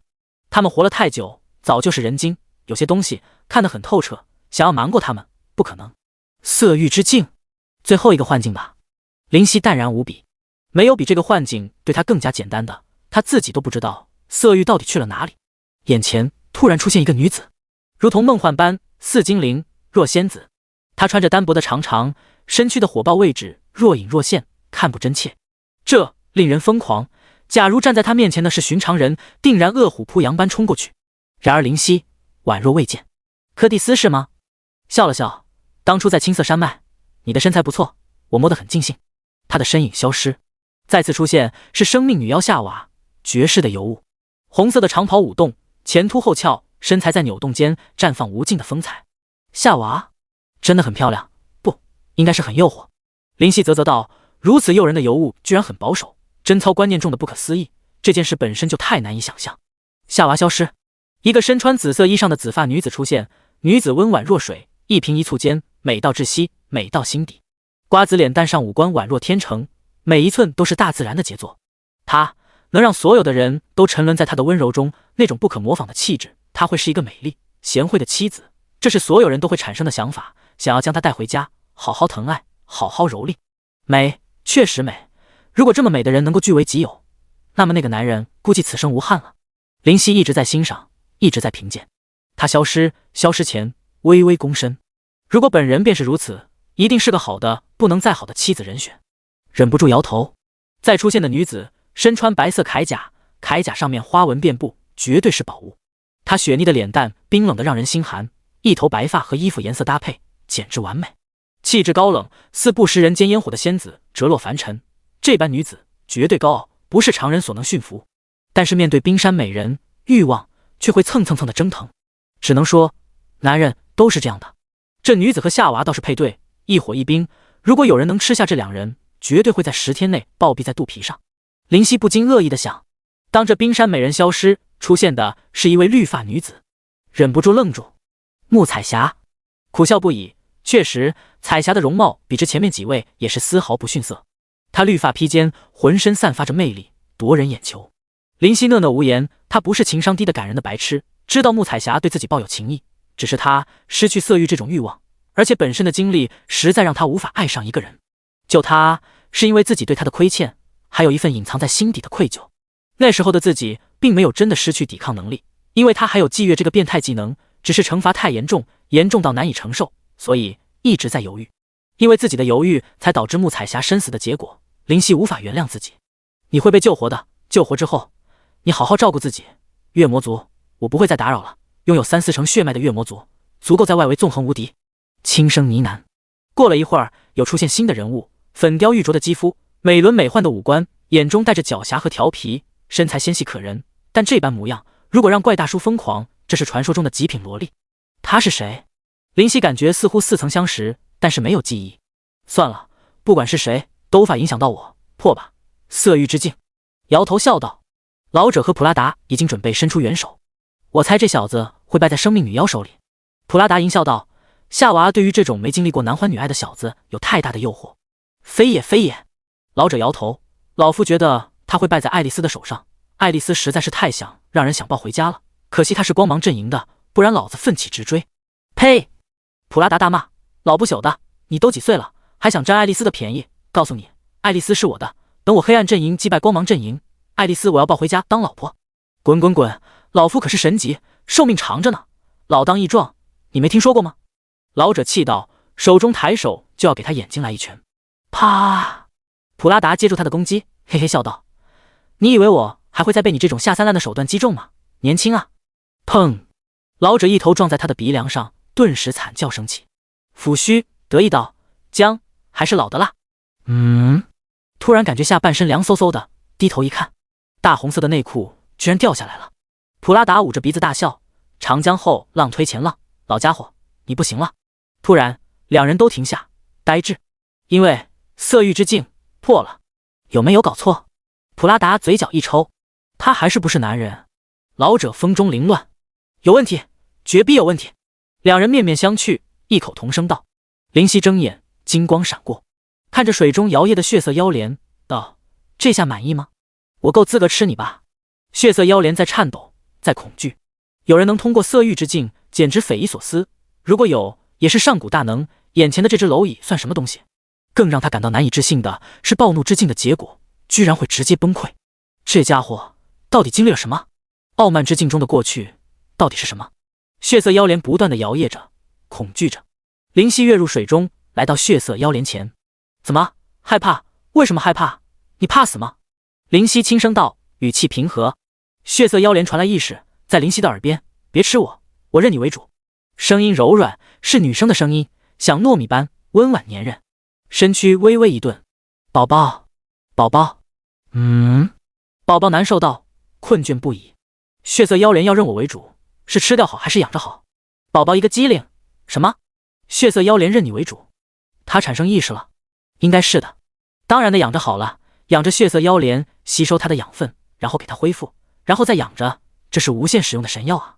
宝宝哇哇大叫，你赚翻了，从此以后仙级绝对没问题。闻言心中一动，你如何离开这里？灵犀问血色妖莲。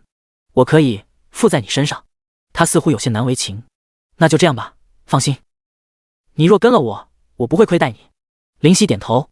血色妖莲突然红光大起，在10几米外的杀气都被吸收回来，然后整个莲花都化为红光，在空中颤抖几分，随后钻入灵犀的胸前。叮！血色妖莲欲认你为主，是否同意？是。胸前一阵火烫，仿佛在灼烧，忍不住皱眉。良久。叮！血色妖莲认你为主，作为第3个让神级稀有宝物认主的月魔族，你得到奖励全属性加300。这还没有结束，一大串的系统声音飞来。叮叮，第74章美人不绝。叮，你通过杀气考验获得奖励全属性加100，等级加1。叮，你通过暴食之境的考验获得奖励生命加2000000，等级加2。叮，你通过悲伤之境的考验获得奖励攻击加1000，等级加2。叮，你通过贪婪之境的考验获得奖励防御加500，等级加2。叮，你通过怠惰之境的考验获得奖励全属性加200，等级加2。叮，你通过暴怒之境的考验获得奖励全属性加200，等级加2。叮，你通过傲慢之境的考验获得奖励全属性加200，等级加2。叮，你通过色欲之境的考验获得奖励全属性加500，等级加5。无尽的力量汹涌而来，实力不断攀升，大量的金光在缭绕飞舞。老者和普拉达看得目瞪口呆，力量攀升到一个顶点，碰到一层若有若无的隔膜，阻挡力量继续上升。啪！潮水般的攀升速度面前，他阻挡不了什么。那层隔膜仿佛碰到的尖锐的针，一捅就破。叮！你晋升到0级，从此以后可口吐人言，全属性大幅度上升。我去，无敌了！老者无语。这下他基本是稳稳的进阶仙级，说不定运气再好点，能到仙级巅峰也说不定啊。普拉达也是木讷住了，被眼前发生的一切震惊。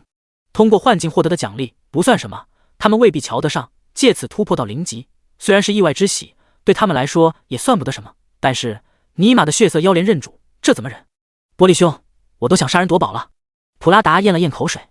老者遗憾道：我也是，只是神级宝物一旦认主，就他妈的只能一辈子赖着主人，主人死，他枯萎，没有办法呀。两人相互看看，皆有些无奈。他们可是神级强者，却不能夺得眼前的宝物，被只有暗金现在是0级的蝼蚁给抢占走。灵犀的眼中紫意浓烈，如火般燃烧。他握了握手，感受到强劲的力量，这就是0级的力量，忍不住咧开嘴。周围再没有血色妖莲，唯有直接处于一个池塘之中。他回头看着老者和普拉达道：木彩霞，可以救了吧？老者收起心绪，点头：可以，随我来。路上灵犀在后面跟随，两人在前带路。普拉达笑道：老头，心疼死了吧？嘿嘿，血色妖莲不是他的，而是老者的。最惨的是老者。老者摇头：这也好，光看不能吃，没用，只是失去7大幻境倒是颇为可惜。确实。普拉达点头，7大幻境对修炼有巨大的裨益，如今没有杀意的考验和7大幻境的历练，你狼族又要落后不少。不过巅峰狼族倒是又多一个。普拉达啧啧道。他们没有压低声音，林夕在后面听得真真切切。此时不由道：既然同是狼族，我又拿了你们的血色妖莲，以后每过几年我都会来天狼岭一趟，到时候让血色妖莲展开幻境，让狼族接受考验。而且他和我说了，以后对狼族稍稍温和点，失败也不会要了其性命，把他直接送出幻境。老者闻言咧嘴笑道：如此便多谢了。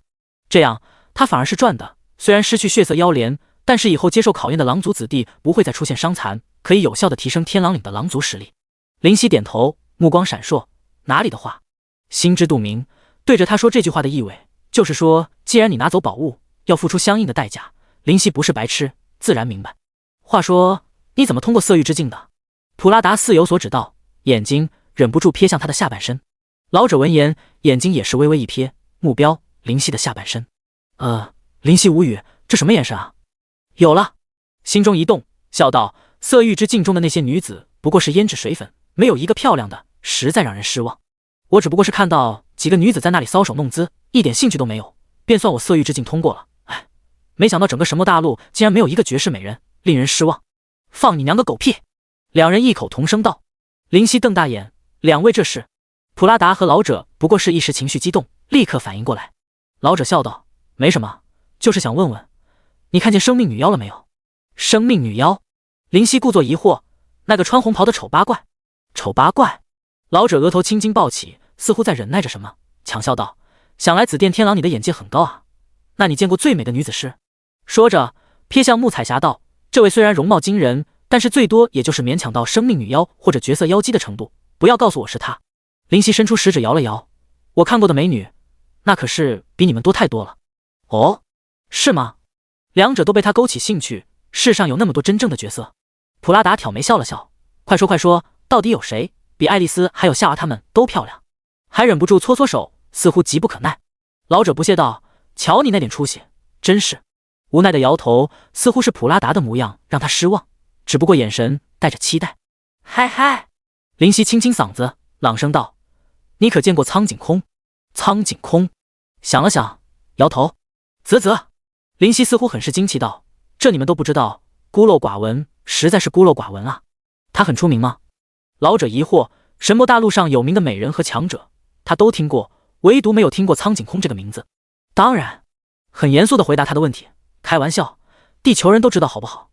你居然说他不出名？普拉达问。美到哪种程度？2个字，绝色。林夕脸上带着沉醉和迷恋，仿佛是回忆，喃喃梦呓。当初我在网盘里见到他的模样，惊为天人，从此迷恋上他，心中却是乐开了花，跟你们讲你们也听不懂，嘿嘿。哎，可惜。突然又摇头叹息。怎么了？老者惊问。红颜薄命，可以他没有修炼天赋，所以岁月不饶人啊。愁眉苦脸回答。哎，可惜啊。老者和普拉达都是一叹。普拉达道：当初神魔大陆上还有数个绝色妖娆的美人，只是因为岁月在他们身上太多的痕迹，只能成为过去。他和老者对视一眼，都从彼此眼神中看见哀伤。一个个看着都激动的美人，因为时光更迭，渐渐变成老太婆，变成一堆红粉骷髅，而他们却好好的，这份哀伤无人可懂，嗨嗨也无人想懂。不过林夕突然转折道：世界是美好的，当一位角色消失，总会出现另一位角色。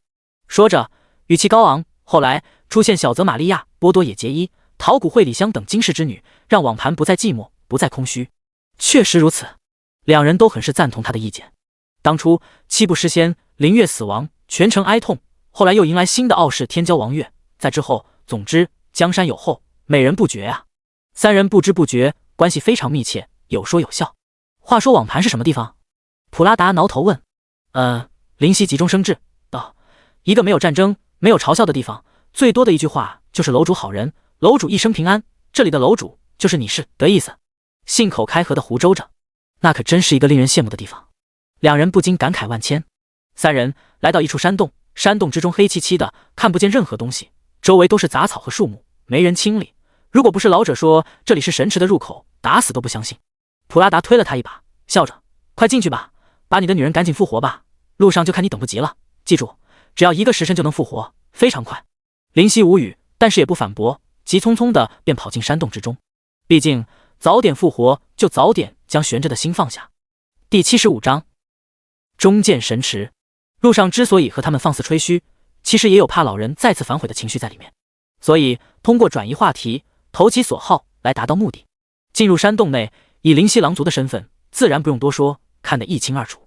特意将神池放置在这样的地方，周围甚至营造出无人问津的环境来扰乱认知，当真有手段，有魄力。灵犀心中暗想，低头看着面色苍白、全身冰冷的穆彩霞，轻轻道：“放心吧，你马上就能复活过来。”渐渐深入山洞，好深的洞，距离外面估计已经有50多米，居然还没到。大约100米后，听到泉水汩汩流淌的声音，快到了！眼睛微亮，脚步加快，一道亮光在前方，显然是出口。灵犀冲出去，哗！突然的亮光实在刺眼，忍不住闭眼，再次睁开，眼前是一片温泉，水中清澈见底，忍不住苦笑。我说怎么不把神池移到足够安全的地方？原来神池是温泉吗？水中蒸着热气，白雾弥漫，远方看不真切。这个神池还蛮大的。许久，彻底适应，将穆彩霞放入温泉中。放入的瞬间，水汽钻入穆彩霞的肌肤，渐渐的，冰冷的郊区终于开始有些温暖，显然温泉的温度开始传递进入。无瑕的脸蛋浮现一抹红晕，是不是需要将衣服脱去，完完全全的浸泡在水中？灵犀想到，刚刚倒是忘记问神池的具体使用方法。这个灵犀没有色欲，倒是不会产生不良的念头，只是这男女有别，他还是知道的。算了，咬牙道，毕竟我会离开月魔族，他也会找到自己的归宿，看光别人的老婆不太好。他不是这个世界的，未必会留下，而且对穆彩霞也有愧疚，无法寻常女子般对待。看着他面色红润起来，而且停止的血液开始缓缓流动，心中为动，捏着他手臂上的脉搏。成功了！面色微喜，心中的疙瘩放下，最怕的就是这闻名黑暗阵营的神池不管用，如今见能让穆彩霞恢复脉搏的跳动，不由放松。灵犀在旁边被热气蒸腾，汗水流下，额头全身汗珠。反正来都来了，就洗个澡吧。心念及此，便脱去自己的衣裳。既然的神池，想来对活人也有裨益才是。这紫色长袍也已经破旧不堪，该换一身了。褪去所有的衣物，进入神池，也就是温泉。啊！忍不住呻吟，全身的疲惫都感觉被驱逐。舒服！泉水让全身的筋骨活络开，对活血有着奇效。低头，他摸摸胸，不知何时，在胸前有着一朵血色莲花的图案，栩栩如生。那朵血色妖莲便是寄宿在胸前。你可以为我提供什么？忍不住询问。我可以将自己的能量给你一些，然后再养回来，再给你一些，源源不断吗？灵犀心中知道血色妖莲这句话的意思，就是说可以不断的给予他能量，帮助自己修炼。那你现在给我吧。血色妖莲应声，一股火热的能量从胸前传递至身体躯干的各个角落。温泉的舒服加上能量的快感，双重冲击，简直爽到极点。叮！血色妖莲传递给你能量，全属性加25。表情微微愕然，居然增加全属性，这代表每过一段时间自己可以借助它提升属性。你多久可以提供一次能量？灵犀忍不住问，这效果简直逆天，在爽快中全属性提升，谁能不心动？灵犀也不例外。1个月。血色妖莲的声音似乎有些紧张，笑了笑，自信点，你可是神级稀有宝物啊，甚至产生自我意识，怎么能这么你自信呢？多少人爱你爱到疯狂，甚至付出生命啊！忍不住开了个玩笑。结果血色妖莲居然啜泣起来，我不是故意的，我不想让他们死的，只是他们都好可怕，都想吃点我，我没有办法才。到最后直接崩溃大哭。我真的不是故意的。灵犀嘴角一抽，我说错了啥？许久，在不断的安慰下才停止哭泣，不哭了不哭了，血色妖莲乖，又不是你的错，你不用有心理负担。他乖巧的应了一声。你叫什么名字？有了第一次的说话经历，灵犀再也不敢乱开玩笑，小心翼翼问。我没有名字。他弱弱道，我从产生意识到现在都是在那个池子里待着的。哦，这样啊。灵犀笑道，那需不需要我给你起个名字？可以吗？我只是一朵莲花。当然没问题，既然你是天地所生，就表示被天地容纳，怎么不可以？野兽尚且可以，你当然也可以。灵犀道，那你取个名字吧。我取一个。灵犀愣住，然后思索道，你是朵莲花，莲花的寓意是出淤泥而不染，不如叫莲染。莲染？那轻声叫了几声。怎么样？笑着问。好难听。灵犀腿软了下，一个趔趄，差点栽进神池中，不会容易缓过神来，哭笑不得道，这个是有点难听啊，简直无地自容。给人取个名字被人说难听，这种感觉真的难受。你叫什么？他问道。我，林夕。还是强撑起微笑给个答复。林夕，那我叫林青吧。他道，抹了把额头的汗，这神池的温度是不是太高了点？点头道，不错的名字，你想叫林青就叫林青吧。出淤泥而不染，那不就是青吗？林夕苦着脸，自己起名字的功力有待提高啊。林青，林青，不用看见他的样子，也能感觉到他的嘴角微微上扬。林夕，怎么了？林夕挑眉，没什么，叫。林夕，林夕，没什么，叫，苦笑不已，看来有名字让他很开心啊。林夕，我叫什么名字？疑惑道，不是准备叫林青吗？林夕，我叫什么名字？你叫林青。林夕，我叫什么名字？林青，你叫林青。林夕，我叫什么名字？林夕。第76章增凶方法。无奈地回应着血色妖莲林青的话。啦啦啦！突然，远方传来一阵水声。这神池对身体的恢复还是蛮快的嘛。女声传来，这声音，林夕心中一紧，这就是那个让神池不对外开放的大人物。既然是大人物，还是避免……等等，脑中想起普拉达说的一句话：去，毛线个大人物，一个乳臭未干的小毛孩而已，长得漂亮点就自以为天老大地老二他老三了，甭理他，走，咱们直接进去。魔族大人物，女的，不是生命女妖的声音。一条条的信息掠过，这声音还带着熟悉感。绝色妖姬柯蒂斯。林夕苦笑，就是青色山脉里的那个蓝发女孩吧？貌似被自己揩油的那个。不好好在青色山脉待着，跑这里干嘛？貌似自己将他的信息告诉风雨城城主黄甫毁了，还得到丰厚的经验来着。不会是因为被光芒阵营的人发现，所以跑这里来的吧？似乎有这个可能性。苦笑，那就是自食恶果了。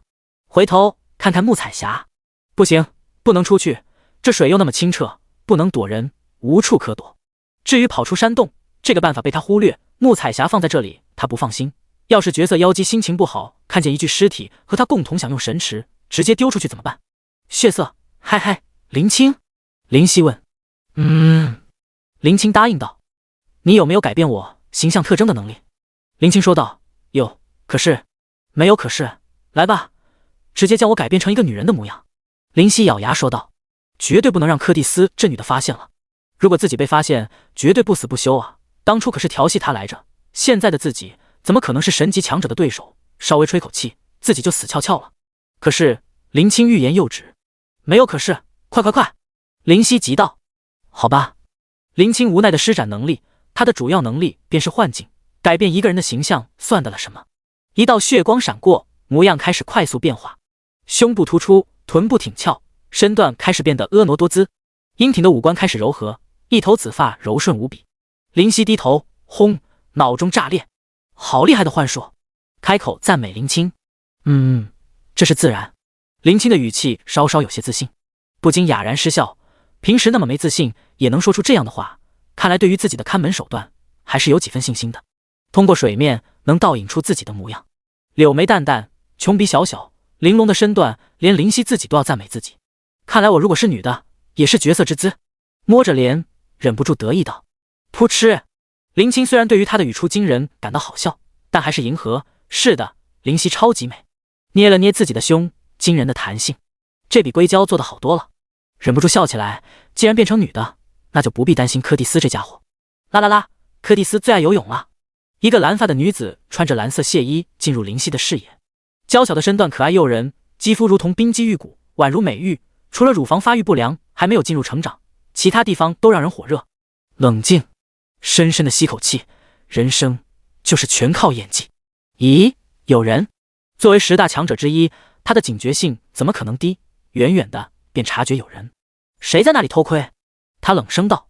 你好，我叫萧轩，我的妹妹死去，我带她来神池复活。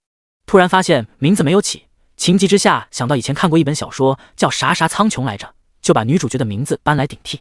还好我机智。林夕心中得意一笑。我不是说过不许任何人进入神池吗？柯蒂斯见是女人是生硬，脸上渐渐缓下来，但还是淡淡道。不要怪外面的2个人了，他们也是见我妹妹太漂亮，这般死去实在颇为可惜，才放我进来的。柯蒂斯闻言向这里游来，漂亮，有我漂亮吗？心中气道，那两个色鬼见到美女就走不动路，简直是垃圾。阿倩，外面两人齐齐打了个喷嚏。普拉达摸摸鼻子，貌似有人在骂我，铁定是柯蒂斯妹妹骂哥哥，这是要遭天谴的。老者苦笑道，柯蒂斯大人可千万别太生气了。普拉达见状大怒，老头你不是挺硬气的吗？怎么突然软了？靠！老者也是无奈道，老夫想啊，你不看看柯蒂斯的容貌，老夫是受得了，老夫的子民们包括白狼王科洛和黑狼王沙罗都受不了，日思夜想，现在过了几万年，那一批的子民都去世，科洛和沙罗因为时间缘故终于渡过难关，那一次狼族那些公狼都 TMD 绝种，说非他不娶，搞得老夫那一代忙得焦头烂额呀。现在每每想起，老者就感到恐惧，这简直是绝人后代于无形之中。普拉达愕然，看来我妹妹给你添麻烦了，做哥哥的给你道个歉。来到林西士身边，柯蒂斯看了看他，满意道，还不错，是有我一半的姿色。一半的姿色？你当你逆天啊，明明旗鼓相当好不好？不过悬着的心终于放下，看来他没有发现，脸上带着笑容，指着穆彩霞道，我的妹妹在那里，希望你能宽宏大量，等我妹妹苏醒，马上带她离开。不急不急。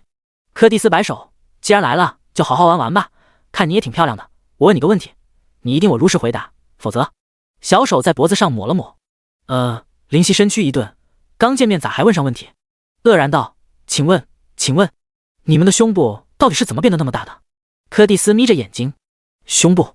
靠，这小屁孩的问题就这个林夕满头大汗，老子是男的，怎么知道女人的胸怎么变大的？灵机一动，那个多喝木瓜汤有助于胸部的发育。柯蒂斯摸摸自己的胸，干瘪瘪的才一小块，撅起嘴道，骗人，我喝过木瓜汤，怎么没用？可能是没有那么快吧，毕竟你还小。林夕心中大骂，擦你大爷的，还有完没完了？方法也告诉你了，赶紧该哪玩哪玩去。小，可是我都5万多岁了啊。柯蒂斯歪头道，5万多岁，嘴角抽搐，老妖怪啊。是啊，应该发育了啊。柯蒂斯看着林夕胸前的饱满，羡慕道，那个多喝点牛奶应该也可以变大的。呵呵，绞尽脑汁又想出一个点子，抢笑着说，牛奶啊，我也喝过，就是母牛的奶嘛，听说管用，有段时间天天喝，可是没有任何作用，就放弃了。柯蒂斯遗憾道，那我就不知道了，我知道的就这些。林夕无奈道，还有你没试过的方法吗？不行。柯蒂斯突然冷冷道，你必须想出一个办法，否则你和你妹妹都要葬身于此。说话间隐隐带着杀气。至于吗？一个胸部而已，无语。妈的，既然你自己不识好歹，我也不客气了。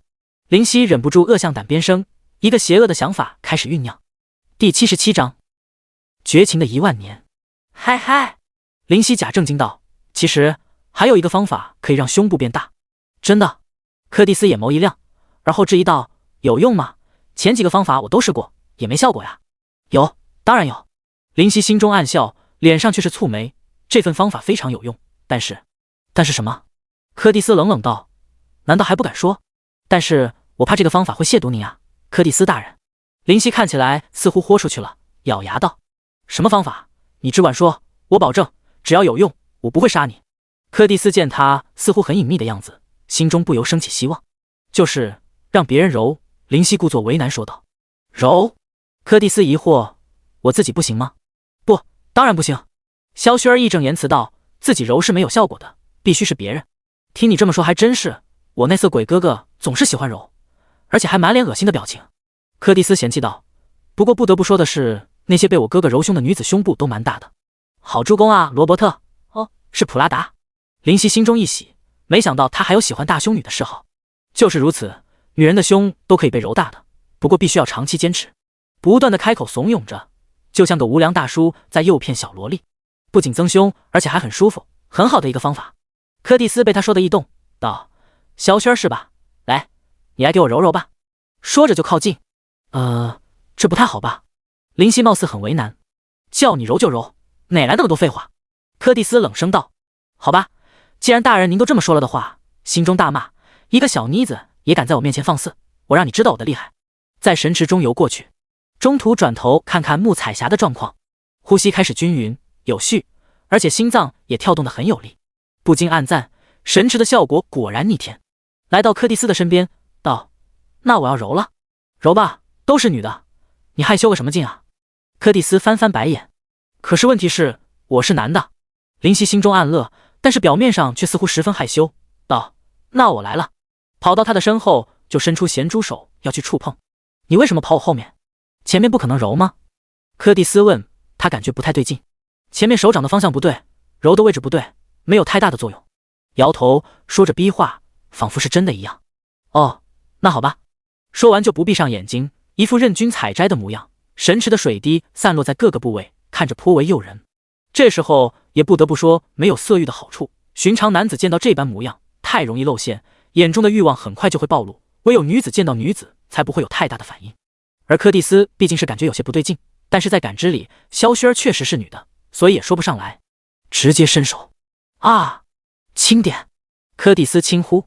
林夕在他耳边道：不行啊，轻了就没用处了。一个时辰后，柯蒂斯已经满脸酡红，无法自己，即便是魔族的10大强者，身体反应也是个小女生，这点不会改变。林夕松开手道：好了，就到这里吧，我的妹妹也快苏醒了。哦。柯蒂斯感到阵阵不舍。你叫萧薰儿？柯蒂斯问。是的，我叫萧薰儿，我知道你是我魔族的10大强者之一，柯蒂斯大人。萧薰儿面带狂热，说的仿佛和真的一样，望着他的目光带着尊敬。满意的点头。如果我的胸以后有效果，你的奖励不会少。你可以来恐怖城堡找我，恐怖城堡你知道吗？不知道也没关系，你就在这黑暗阵营的那圈问问，即便上那些生物都知道。你说你是我柯蒂斯的朋友，没有人敢不给你面子。说着还抬起自己白洁的下巴，一副很了不起的模样。萧薰儿受宠若惊，多谢柯蒂斯大人。那行吧，我的伤势恢复的差不多，该离开神池了。他点头道，游到边上，起身。入地的一瞬间，蓝光湛湛，一件蓝色的长裙顷刻出现在身上，水分也彻底蒸发。撩了撩蓝色的长发，转身道：记住，如果没有效果，我会找你算账。突然又面色微冷。林夕大感头疼，这次是蒙混过去，下次绝对不能被抓到，不然铁定死得很惨。脸上却是自信道：放心吧，肯定有用，不过需要多多的被人揉胸，1次2次的效果不是很大。柯蒂斯点头，回身背对着林夕道：那我这里就谢谢薰儿姐了。林夕腿一软，差点起不来。薰儿姐，别，我承受不起啊，你整整5万岁，我连你一个零头都没呢。嘴上自然不可能这么说，别和我客气，记住了，要长期锻炼。柯蒂斯点头，便出去了。呼出口气，阿弥陀佛，保住老命了。林夕你真是个色鬼，没有色欲还往这种把戏，简直是狼族中的极品，血脉纯度极高的变异狼，色狼。宝宝哼哼道，摆摆手表示无辜，这怪我，他自己赖着不放，我有啥办法？稍微露馅，必死无疑啊。可是你也不能这样，人家只是个小女孩啊。宝宝还是感觉不妥。你见过5万岁的小女孩？林夕询问。宝宝顿时卡住，貌似还真没有。5万岁还这副心态，他爸妈到底是怎么培养他的？所以说不怪我，只能怪不好好教育他的父母。理直气壮道，而后起身上岸穿起衣服。因为穆彩霞的眼皮似乎跳了跳，应该是快要苏醒。这神池就算不用来复生，用来泡澡也是舒坦到没边啊。拍拍脸，尽管已经达到0级，1个时辰泡下来还是有些头昏脑胀。穆彩霞睁开眼睛，却看见一个女子，紫发女子，相貌极美。我怎么还活着？她微起唇。萧薰儿娃儿，因为我将你送到天狼岭复活了。你？穆彩霞看着他，你是谁？我是紫电天狼的姐姐。姐姐？穆彩霞惊讶，伸出手道：掀起来吧。这时穆彩霞也发现自己似乎在温泉中握住萧薰儿的手，道：谢谢。微微用力将她拉起。不客气。左右四顾，大人呢？你说我弟弟？萧薰儿问。穆彩霞不好意思的点头，是的，他是我们月魔族的族长。他说了，他放弃月魔族，以后由你来管理月魔族。萧薰儿道。这穆彩霞脸上大变，不可能，大人不可能抛弃我们。你听我说。萧薰儿看着他激动的模样，笑道：我那不成器的弟弟知道自己还是太弱小，所以这次他说不修炼到仙级就不出去。仙级？忍不住惊呼，那需要多久？大概1万年吧。萧薰儿为难道可能会更久，你知道仙级是多么困难的。我能去见见大人吗？我有话想和他说。咬着红唇，他有些害羞，摇头。为什么？不要让他分心。萧薰儿拍拍他的背，我弟弟难得肯认真修炼，当然不能让人打扰。就一句话，一句可以吗？他的目光带着恳求、哀求。萧薰儿呼吸一滞，移开目光，道：“对不起，不行。如果想要再见他，就等1万年后吧。”1万年？穆彩霞如遭雷击，当场呆立。是的，1万年。萧薰儿点头，不可能更少，是最少1万年，甚至2万年、3万年，更久。或许中途他没有到达仙级，便死了。不，大人不会死，他绝对不会。穆彩霞死命摇头。萧薰儿哑然。第78章，离开天狼岭。萧薰儿拉着穆彩霞走出神池，在黑黝黝的山洞中说道：“你想好了？”“我要等1万年。”“1万年啊？你的实力不可能活1万年，那就死命的提升实力。1万年后，我弟弟未必出关。”萧薰儿犹豫一番，道：“如果你真的等待1万年，即便他没有到达仙级，我也让他和你见上一面。”“谢谢。忘记问您。”穆彩霞忘记问紫电天狼的姐姐叫什么名字了，实在太关心紫电天狼，忘记眼前的人。萧薰儿笑道：“我叫萧薰儿。”“薰儿姐，谢谢。”穆彩霞由衷道。萧薰儿摇头：“不用谢。”山洞里出来，发现老者和普拉达在外面等待，似乎还在吵架。“爱丽丝是我的，是我的，你个老不朽，滚蛋！你才是，你这种身边女人如衣服一样换的人，根本配不上爱丽丝。”“呸，说的好像你没碰过女人一样，你说得出口吗？”“我那是男人本色。”“这要巧，我那也是男人本色。”萧薰儿头疼道：“你们两个能不能歇会？那个玻璃兄，能不能帮我个忙？”老者闻言没有生气，在那里挤眉弄眼。“薰儿姐有什么尽管吩咐，小的我一定照办。”普拉达也凑热闹来了：“是啊，薰儿姐，你的话我们两个说什么都要帮你做到。”萧薰儿嘴角一抽，强颜欢笑道：“帮我送这位彩霞姑娘回月魔族的结界可好？”老者笑道：“这点事情老奴自然照办。”看向穆彩霞：“这位姑娘准备好了吗？”穆彩霞看了眼萧薰儿道：“如果见到大人，帮我带句话可好？”“那要看什么话了，如果影响到她的修炼就不行，所以只能考虑。就说在月魔族有个女子在等他，会等他一辈子。”他的目光带着灼灼光辉，不能直视。萧薰儿撇开眼睛，点头：“好的。”看向老者，他看得出老者的实力非常强大，带着敬意道：“麻烦您了。”老者没有在开玩笑，点头。一道白色光芒出现，卷起穆彩霞，飞入天空，化为黑影，直至不见。普拉达道：“薰儿姐，这样真的好吗？”“普拉达，别取笑我了。”灵犀苦笑：“为什么不接受呢？”普拉达不解：“不是我说，这女的很漂亮，在我看过的女人中排前10，你难道真的没有色欲吗？”“难道真的没有色欲吗？”灵犀身躯微震：“你发现了？”普拉达摇头：“无论是我还是玻璃，都能察觉出诡异，只是不说而已。色欲之境，只要一个人有色欲，就不可能通过。能通过的，不外乎特别恐怖的存在，直接屏蔽感情。或许你是特例，居然真的没有色欲，直接通过。无论是柯蒂斯还是夏娃，还有爱丽丝和穆瓦尔，哪个不是绝世女子？根本不是寻常见到的那些女子可比。你居然没有欲念，有人信吗？”贝奇这么一说，也不由尴尬道：“之后你们不拆穿我是为何？要知道，他那时候可是说了一堆有点没的。”普拉达拍拍他的肩膀：“瞧你说的，我可是和看着你的。而玻璃也是，他其实是最看重你的，他让你去经受幻境考验，或许真的抱着你能成功的想法，你只是看不出来而已。你可是狼族我见过天资最高的，相信玻璃也一样，所以你不说，我们自然不会逼你。”出了口气，点头，随后感到一阵迷茫。其实我也不知道色欲到底哪去了，只是他确实不见，我可以保证不是我的身体问题和心理问题。如果是这样的吧，以后有机会可以去见见爱丽丝。爱丽丝？你和老者纷纷争抢的美人？灵犀问。她有着被人痴迷的资格。普拉达摇头道：“她拥有神级的实力，她拥有绝世的美貌，她拥有占卜的手段。”占卜？心中一惊。你的意思是？你知道就行，现在就这样吧，不要谈论了。玻璃快回来了，既然你不用回月魔族，正好我带你去我们黑暗阵营的中心，让他们见见。卡托可是也很念叨你哦，他也觉得你的天资确实不错。普拉达笑着：“好的。”点头。老者很快就回来，降临在他们的面前，道：“灵犀，那女的我给你送回月魔族了，现在你要怎么做？”“和普拉达去黑暗阵营的中心看看。”“如此也好，那里才是最适合现在的你历练的地方。”笑了笑，道：“不要忘记约定。”他说的是每过几年来一次天狼岭，给狼族进行幻境磨练。走吧。普拉达道。他卷起一阵风，灵犀和他都飞去天空。老者抚须摇头：“狼族或许血脉最高的就是他，拿走血色妖莲，本身通过7大罪的考核，显然机遇和心性都非常不错，未来但愿能走得更远。如此我狼族也算后继有人。天空大风呼啸，冷冷的风打在脸上，幸好到达0级，否则真的承受不住这般速度，简直快若流星。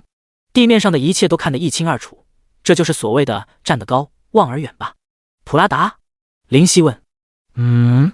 拉着他目视前方，普拉达回道：你为何如此看重我？将心中的疑惑道出。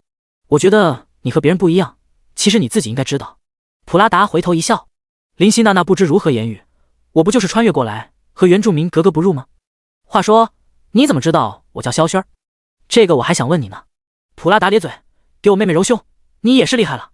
她出来就和我说里面那个叫萧轩的女的要保护好，我问她为什么，她说是教她如何增胸的老师来着。汗如雨下，幸好风大，立刻便吹干。你怎么知道我揉她胸？她是我妹妹，我还能不知道？看她满脸红晕，还时不时的碰下自己的胸，我就看出来有问题。显然果不其然，炸你一炸，你直接就承认喽？炸我一炸，心中一紧，能成为黑暗阵营的最强者之一，平时再吊儿郎当也不可小视。得了，我还不至于找你算账，不过你自己这样做，我也不说什么。你以后被发现，我不会帮你擦屁股，你自己解决。妹妹被人侮辱，做哥哥的还帮着外人，也是说不过去，你说是吧？普拉达语气平和道：你不找我算账，我已经很感激。林夕苦笑，不过我还真是对你另眼相看，居然做这种事情，居然脸不红心不跳。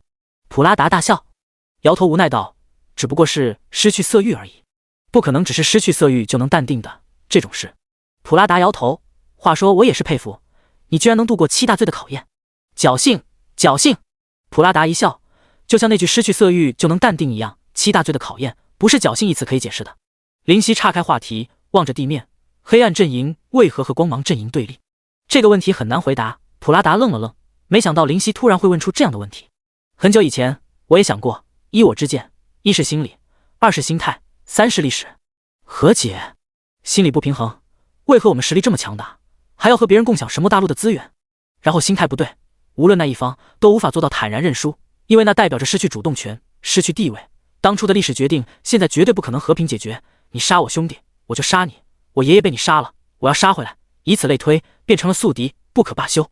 那当初为何起争执？你觉得我黑暗阵营的环境如何？不错。林夕冲天空望着地面，一片郁郁葱葱，生机勃勃。待会你就知道了，我黑暗阵营的环境不是你想的那般。普拉达苦笑，这里不过是最内圈的外层，内层才是真正的中心圈。第79章魔宫。渐渐深入黑暗阵营，环境开始急剧变化，树木开始枯萎，落叶满地，如同入秋。而现在不过快要入秋而已，真正的秋天仍未到来。大地眼睛渐变为黑，泥土干裂，失去生命的足迹，吹来的风都带来干涩的味道。大地上出现的大多是亡灵，因为不是亡灵，没有生存的条件，都是惨白的骷髅架起的怪物，甚至还有古龙出现，身躯庞大，没有内脏，唯有一团巨大的火焰在脑海处燃烧。这林夕惊疑不定，内围和真正的中心圈比较，差距竟如此巨大。普拉达道：这才是我黑暗阵营的面目，现在已经好很多，外层已经很不错了，都是我们辛苦去调理的。数万年前，整个黑暗阵营都是一片荒芜，所以我们才想侵占光芒阵营的领地。你既然在光芒阵营中待过，就一个知道光芒阵营的环境有多好。没有和谈过？普拉达冷笑：和谈？有，但是人类是何等的自私，会同意？林夕哑然，确实不会，因为人性如此，本来就是自己的，如何会与他人分享？所以我们也就不客气，出手也不会留情。普拉达道：因为这是他们自己选择的，光芒阵营的领地如此大，却还想插满他们人类的旗帜，简直痴心妄想，不知如何以对。若非现在他们的几个神级强者还苦苦支撑，他们的皇帝到了一个深不可测的实力，现在早早就是我们的领地了。皇城的大地很强，普拉达前面说的林夕有所耳闻，穆彩霞和他说过，通过那个精瘦男子也知道人类大帝在黑暗阵营中杀了数个来回，为光芒阵营除去许多仙级甚至神级强者，只是不知其实力到底是何种程度。普拉达微微一颤，眼中带着恐惧：你以后不要问了，现在你不需要知道，你只需要知道那是神级之上的实力。神级之上？林夕愕然，一时间陷入短暂的沉寂。因为这个话题，可惜现在宝宝陷入沉睡，也不好将他叫起来，只能等他能量补充完毕苏醒才行。心中想到这，就不再言语。见到天空中飞过的人影，古龙作为实力强大的生物，自然可以看见，纷纷低下头颅表示尊敬。这就是魔族10大强者中排名第6的存在。那个，我去中心圈会看见你们10大强者？林夕问道。自然。点头笑了笑，不要紧张，有我在，还有达拉斯，你不会有事。达拉斯？就是那个在风雨城时的那个，叫啥来着？哦，卡托，他实力比我还强。当初那个分身他只是随便出手制造，所以才不如我的罗伯特。卡托是达拉斯？林夕无语，达拉斯是何等存在？排名第5的超级强者。他们都去风雨城干嘛？游戏人间，生活太无聊，找点乐趣。如果光知道名号的话，似乎感觉我们非常恐怖，不近人情。事实上可不是这样，达拉斯那是典型的外冷心热。你再看我妹妹，她只是不懂事，其实心还是不错的，就冲她让我保护萧轩儿，就这样看出来。普拉达道。不过有件事就要你自己解决。林夕疑惑地看着他。我妹妹才仙级巅峰，确实看不出血色妖莲制造的幻境，但是你面见我们这等存在，不可能让血色妖莲再次蒙蔽你的真实面貌，加上柯蒂斯在你身上留下过印记，很容易分辨出你是当初得罪过他的，后面他会怎么样我管不着，你自己想办法吧。林夕泪流满面，要不要这么绝情？哈哈，到时候他要宰了你我会帮忙，皮肉之苦肯定是要的。说着咧开嘴，似乎看到林夕的结局。林夕脑中急转，开玩笑说的好像皮肉之苦是轻的，没死就很好一样，必须像个法子平安度过。普拉达在给林夕普及一些基本的知识中不断前进。其实你这次的任务就是将我妹妹对你的态度摆正。普拉达突然开口来了一句。林夕愣了愣，终于来到最边缘，看见一座黑暗的殿宇。殿宇矗立在海边，大海波涛的声音清晰可闻，海面是灰色的，而海面上没有海鸥，也没有其他生物，很糟糕。缓缓飞近，殿宇写着2个醒目大字：魔宫。魔宫？林夕小声地念叨一声，很霸气。越来越接近魔宫，眼睛中的难以置信也越来越大。这惊讶出声，很大是不是？普拉达笑道。不得不点头，实在太大，远远看去还不清楚，近处才知道多么恐怖。大门就有20米之高，一扇窗就有7、8米之长，那些窗帘、玻璃更是不用多说。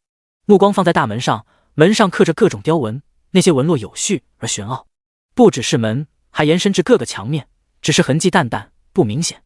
咦，眼光不错呀，立刻发现重点。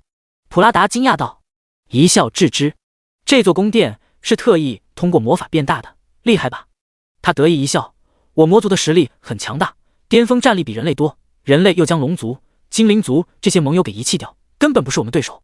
魔宫不只是房子那么简单，其中蕴含各种禁制，非常可怕，有些禁制连我都不敢碰。普拉达感叹道。你们不是全住魔宫吧？林夕问。摇头笑道，怎么可能，魔宫只是我黑暗阵营的最后堡垒，平时当然是各有各的领地。原来如此。普拉达拍拍林夕的肩膀，不要紧张，你都是黑暗阵营的成员，本身又得到血色妖莲，成为仙级不过迟早，大家怎么可能会对你有敌意？当然瞧不起肯定是有的，以后你让他们闭嘴就可以了。林夕点头，推开门，其内灯火通明，将黑暗照亮。走吧，我已经发出通知，过一会他们就会来，我争取给你抢点领地过来，嘿嘿。普拉达笑得很猥琐。走入其中，一条10来米的小道后是比广场还要大的区域，最上方的灯光似乎是照明魔法，不刺眼，却将所有角落都照得清清楚楚。地面刻着许多雕纹，并不单调。在空中有着3个座椅，一高2矮，一金2银，高的在中间，低的在两边。座椅非常豪华，有股权贵的气息，那是实力的象征。其实还有7个位置，分别是我们10大强者的，只是隐藏了。只有3个位置是分别属于前3那几个恐怖神秘的家伙。平时如果是我们10个人的回忆，只有前3有位置，如果是面前全体的10个人都有位置，就是个排场而已。当然这次前3的强者也不会来，因为不是什么大事。点头致意，表示明白。怎么对付柯蒂斯你想好了？普拉达有开始念叨，我妹妹可是很难缠的，你实力不如她会死得很惨。林夕苦笑，还能怎么办？走一步算一步喽。节哀节哀。幸灾乐祸般拍拍他的肩，似乎是特别想找林夕的茬，如今表现出一副我很想救你，可是能力不足的表情，眼皮微跳，哭笑不得。无论是当初的罗伯特还是现在的普拉达，都贼喜欢说些有的没的。时间缓缓过去，老哥叫我来什么事？我很忙的。一道女声传来，普拉达露出有好戏看的表情。林夕身躯一震，嘴角泛起无奈的苦意。第80章。柯蒂斯世界。通过10来米的通道，蓝发女子走进来，满脸的不耐烦。什么事情啊？普拉达似乎非常的热心肠，对着他妹妹摆手，笑道：“妹妹快来，我给你介绍一个我的朋友。”朋友？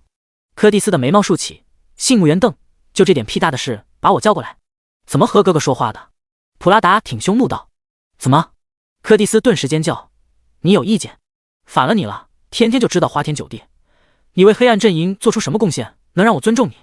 还有，你神持扇子放人进入，我还没找你麻烦呢。”就像是干瘪下去的气球，普拉达无言以对，似乎对自己的妹妹束手无策的样子。柯蒂斯将头转向林夕：“你就是我哥哥？”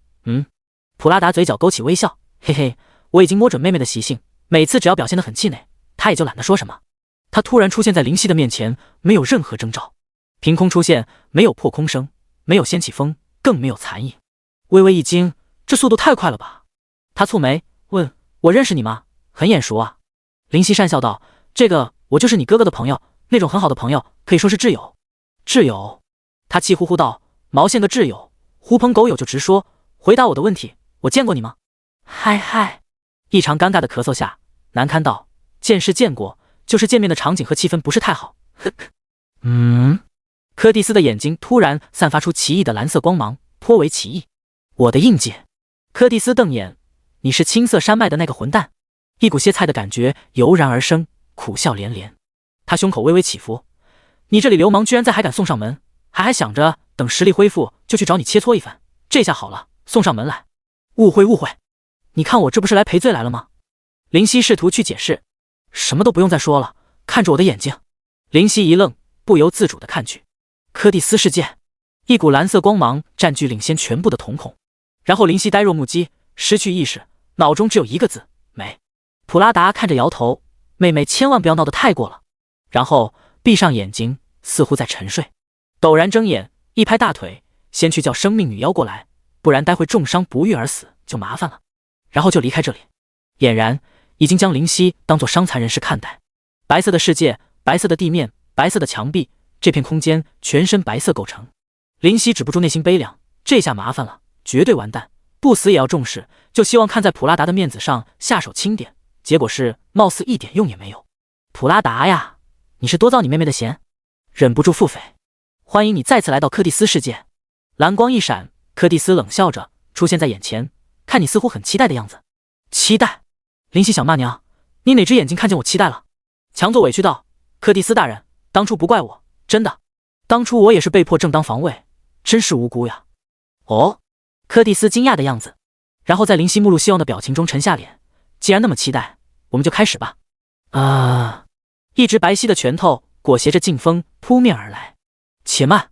林夕咬牙大喝：“在林夕眼中，柯蒂斯的脸似乎在狞笑。怎么，还有什么遗言吗？遗言？你大爷的遗言！我怎么可能这么快就死？嗨嗨！林夕强颜欢笑。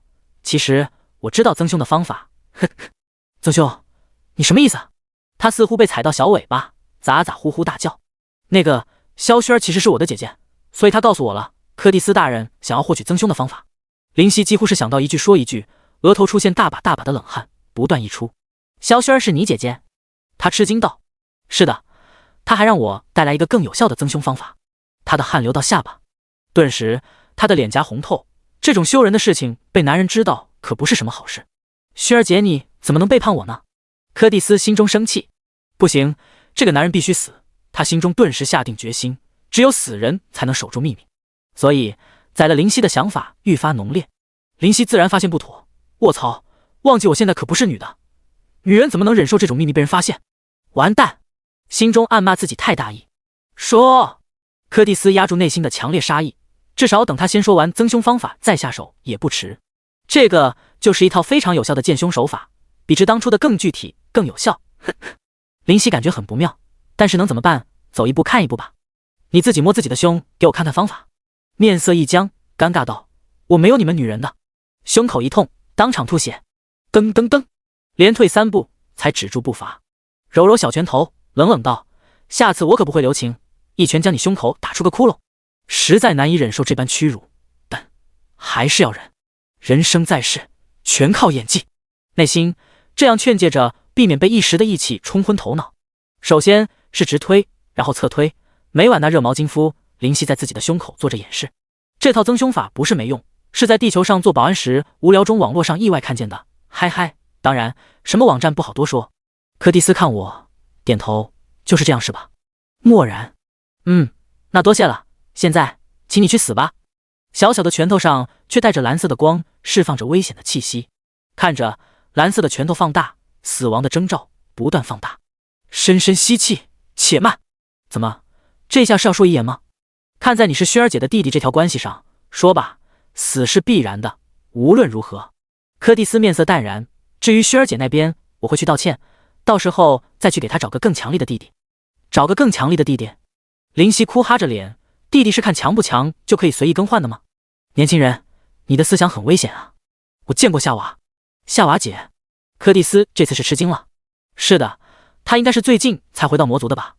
看见有戏，立刻道：没错，这和你有关系。柯蒂斯质疑看着他，理所当然的点头，没错，就是我救的他。你就是救夏娃姐的那个狂妄之辈。狂妄之辈？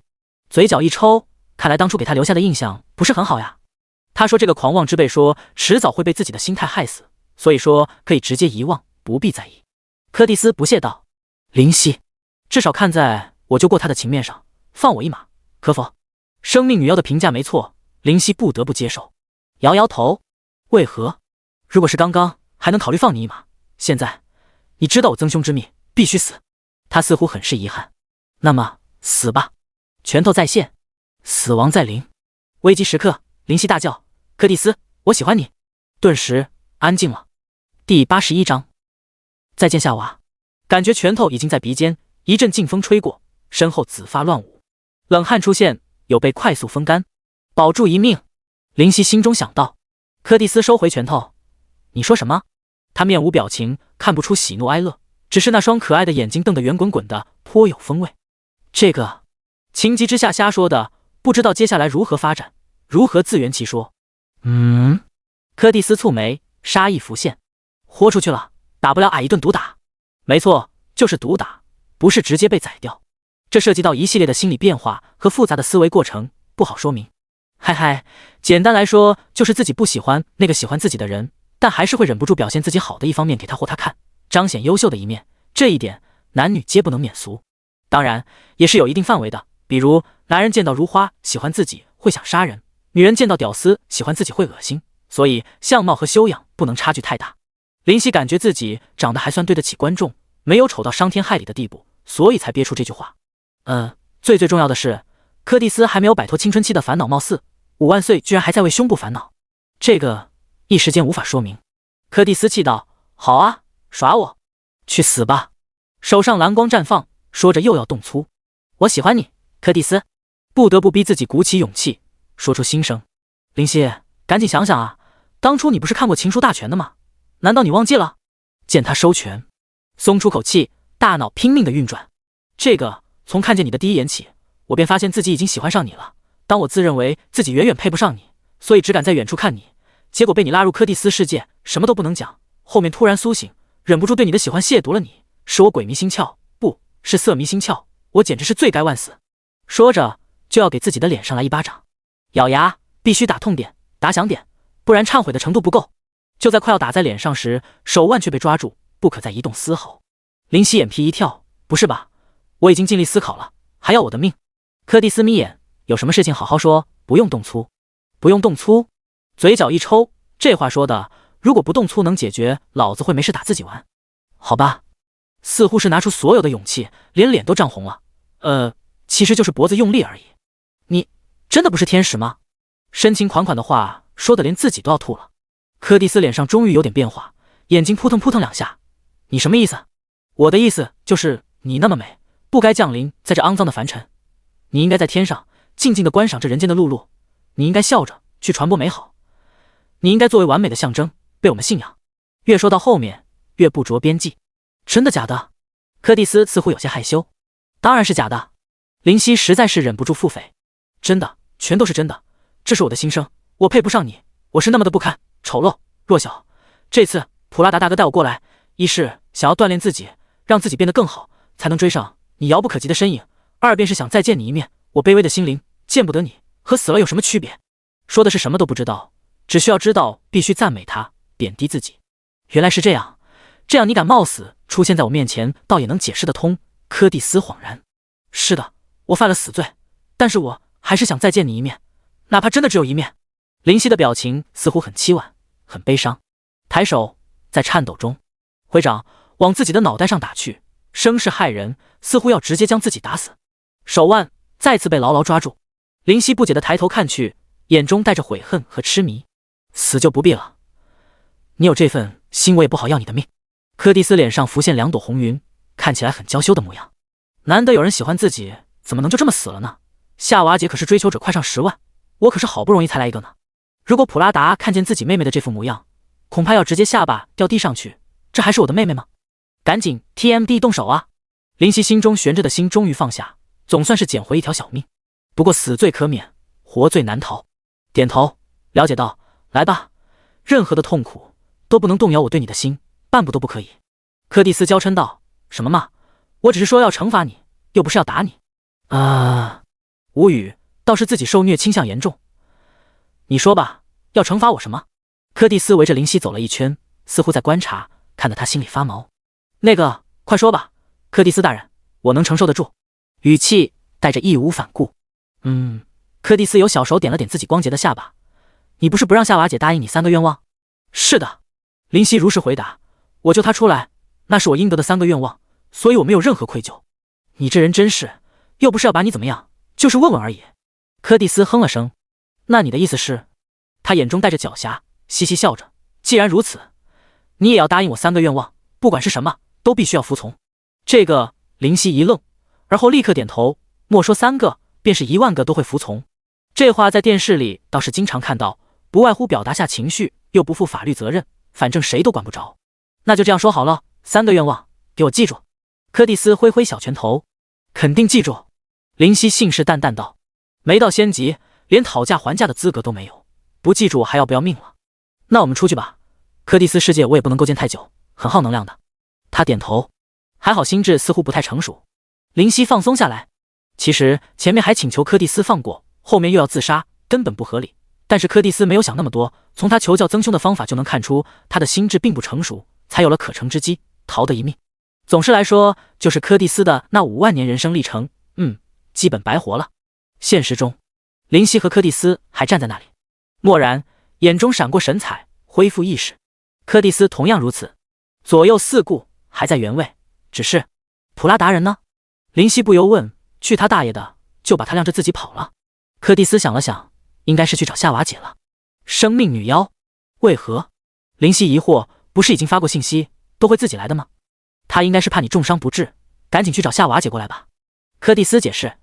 林夕哑然，不知该如何言语。咔啦，大门打开。来，夏娃，快点，我朋友快不行了，你再慢一点，可能直接就死了。普拉达大喊，似乎非常着急。满头黑线，这位爷还真操心啊。身穿火红色长袍的夏娃不耐烦道：知道，这不是来了吗？什么人能让你紧张成这样？夏娃和普拉达通过10来米的通道进入。咦？普拉达惊奇地跑过来，抱住林夕的头，左看右看，你居然没事？无语，难道一定要发生点什么你才会开心？这时候夏娃也是惊讶道：是你？林夕一把推开普拉达这个活宝，笑道：姐姐，弟弟好想你啊。那声音，那语气，貌似相当真挚。普拉达和柯蒂斯一愣，姐姐，你的意思是说，天地所生的独一无二的生命女妖是你姐姐？你咋不上天呢？第82章投票。普拉达机械般转头望着夏娃，夏娃，他是你弟弟？放屁！夏娃直接爆粗口，我没你这样的弟弟。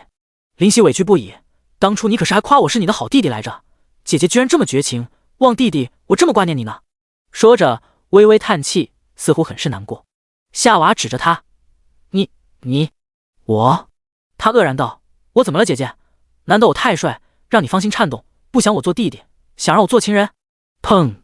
一击重拳轰来，直接被打飞出去。不过魔弓似乎很是坚硬，没有任何破损，在地面上划出一道轨迹，狼狈不堪。嗨，忍不住咳嗽，这一击太狠了。看了看生命，我去，整整25%的生命一下去掉落。然而这一击的始作俑者不是夏娃，而是柯蒂斯。夏娃已经出拳，那个拳头还停在空中，但是击中灵犀的不是他的拳头。夏娃和普拉达目瞪口呆地看着柯蒂斯，不知道发生什么。他嘟嘴气道：“你不是口口声声说喜欢我的吗？要做我的狗吗？”摸摸脑袋，好痛，要脑震荡了。苦笑不已，还真忘了还有这位存在呢，居然还敢口花花，这不是自寻死路吗？起身踉踉跄跄地走回去，误会，我开个玩笑，玩笑而已。玩笑也不可以。柯蒂斯哼哼道。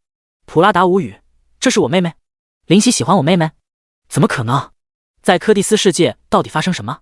咔啦，大门再次被推开，两个人走进来，一个身穿红色衣袍，身上甚至还有火在燃烧，看着颇为诡异，但是浑身却带着恐怖的气息。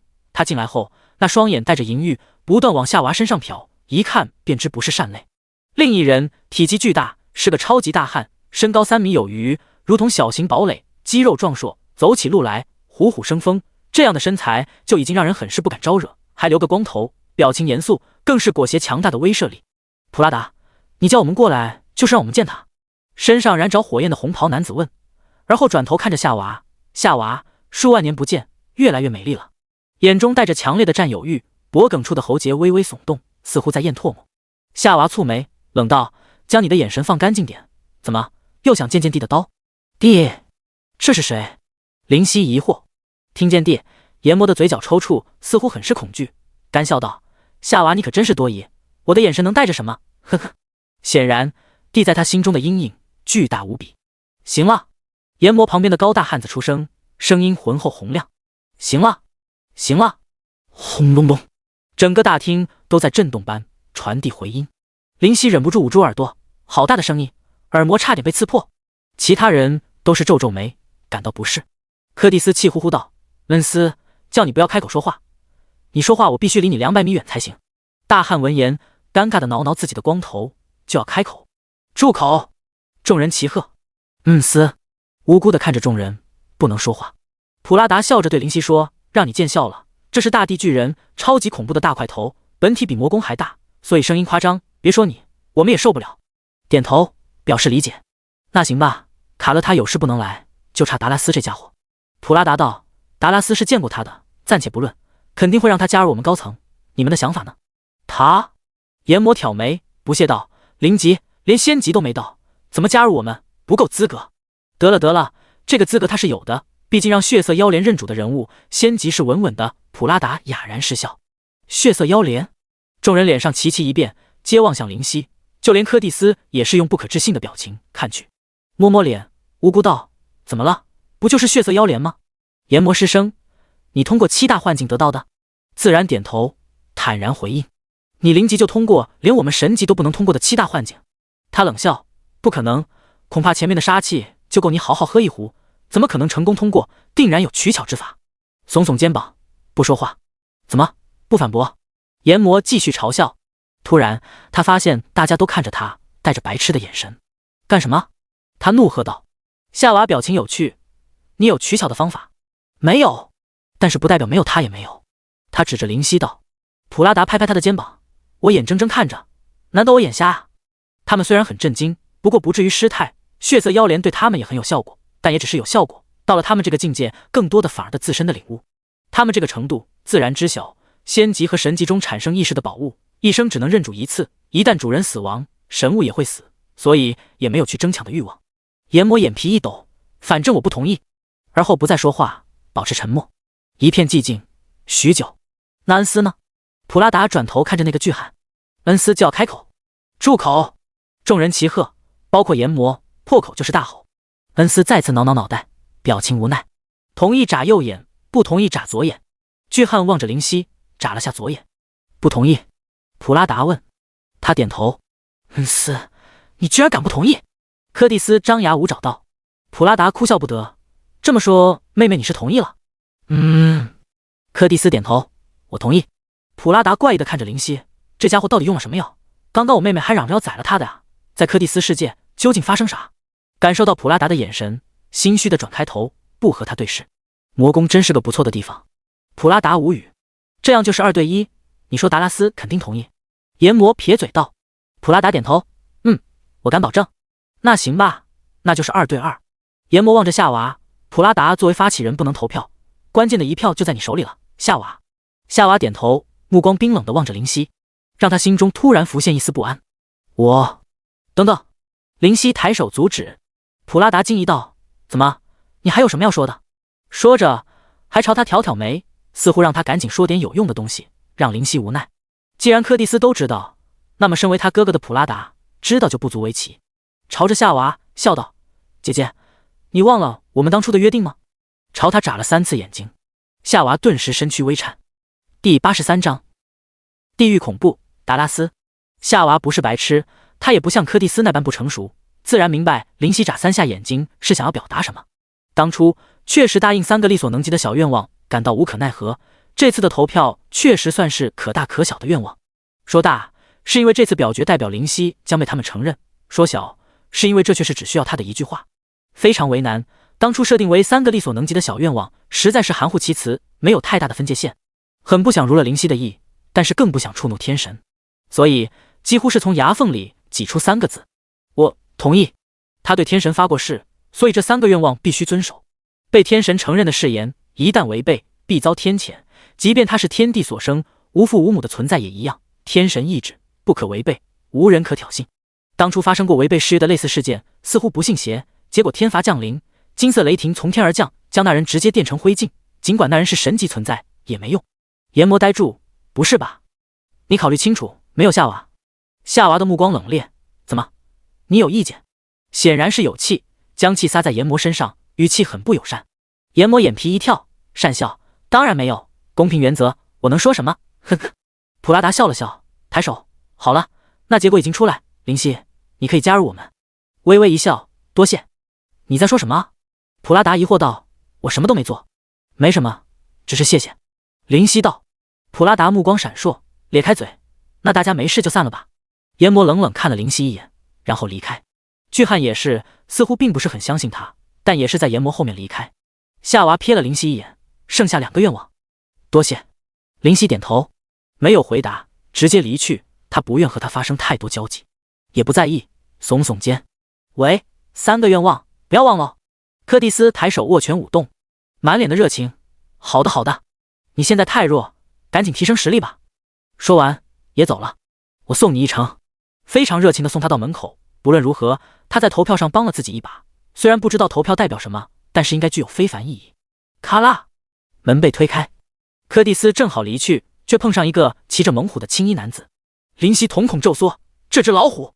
黄黑相间，四足粗壮，面目狰狞，这都不重要，而是他的体型：3米高的身躯，近10米的长度，爪子锋利，喷吐热气，巨大的脚印，化形草，虎啸。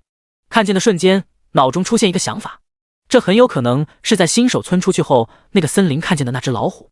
老虎上面的男子面目俊朗，意气风发，看见林夕，笑道：“好久不见，紫电天狼。”点头致意，只是心中还是非常谨慎。那只老虎惊疑不定，似乎在犹豫和思索。他伸出鼻子去闻闻林夕身上的味道。男子拍拍老虎：“胡子不要闹。”老虎陡然眼中带着杀意：“是你偷走我的化形草。”林夕的味道他牢牢地记着，当初他便是循着味道找过去，却发现不见人影。化形草，众人愕然。确实，那化形草是林夕偷来的，并不假。他用侦查术看过这只老虎，事到如今，居然还是看不见。哮天虎，仙级，等级，生命，攻击，防御，速度，技能。简介：虎中之王，拥有巨大的身体，血脉惊人，是虎类中无人可匹敌的可怕存在，被地狱恐怖看中，收为坐骑。哮天虎头上的达拉斯恍然：“我种的那株化形草被你吃了，难怪我说被谁偷了。”而后拍拍哮天虎脑袋：“不要再计较了，以后是自己人，你那化形草，我再给你找一株便是。”哮天虎收敛杀意道：“多谢大人。”虽然看着林夕的眼神不善，但是也不再言语。悬着的心放下，不禁苦笑。原来当初在森林中的虎啸就是哮天虎发出的。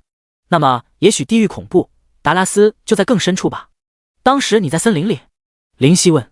达拉斯微笑致意：“是的，当时龙玉和切斯特战斗中负伤，逃离到那里后，终于甩掉切斯特，便在那休养。”普拉达挑眉：“切斯特，龙族族长，你和他能闹什么矛盾？还不是为了这家伙？”达拉斯摸摸哮天虎的脑袋，宠溺道：“他想化成人形，我在龙域中找到化形草，和切斯特大战一场后，成功夺得化形草逃离。”哮天虎对于达拉斯的抚摸并不抗拒，甚至还眯起眼睛，似乎很享受。切斯特实力又进步了，你都打不过他？普拉达愕然，点头道：“是的，大概有神级上阶的实力。”神级上阶？灵犀咂舌，那可都是他现在不可触碰的存在。那接下来你能去那里找到化形草？柯蒂斯忍不住问。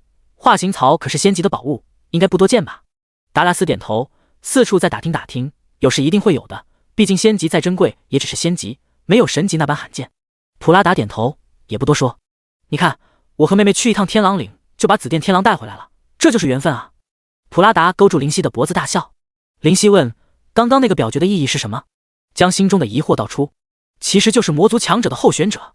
候选者？林夕不明所以。柯蒂斯嘻嘻笑着，就这么跟你说吧，表决通过的会被重点培养，会被分配一块领地自己发展，提升实力，也是10大魔族强者的候选人。原来如此。林夕点头，一共有多少个？20来个吧。柯蒂斯道，每一个都拥有仙级的实力，不像你，只有0级，太弱小，所以快点提升实力吧。我也要去修炼了，因为夏娃姐是仙级中不可超越的存在，虽然排名第10，其实只不过是因为没有突破至神级，实力不比神级的差，我反而是最危险的，第9的位置很容易被取代。柯蒂斯道，夏娃的实力居然如此强大吗？林夕不解。普拉达插嘴道，废话，天地所生，能不牛 X 点？不过他修炼到仙级，想要突破就非常难了，如果突破到神级，恐怕会一跃成为前3的存在。前3？心中更加震惊，难怪月魔族的老人需要燃烧血脉之力才将他擒下。你现在知道又没有好处，和我们这些实力太强的人说话，有助于增加你的见识，开阔眼界，但是也会让你心底开始滋生傲慢的情绪，所以不要放松修炼和战斗。达拉斯严肃道，表情认真的点点头。那就散了吧，林夕，你接下来要怎么做？自己去选择一块领地吧。哦，还有宝库选择一件宝物。具体事宜普拉达这货话多，待会他来给你解释。你才话多呢。普拉达反驳。达拉斯也不生气，微微一笑，不做辩解。柯蒂斯想了想，要不要选在我附近？真有麻烦，我可以帮你。对于自己的追求者，柯蒂斯觉得自己应该帮下，以后如果有成就，自己的面子也就大了。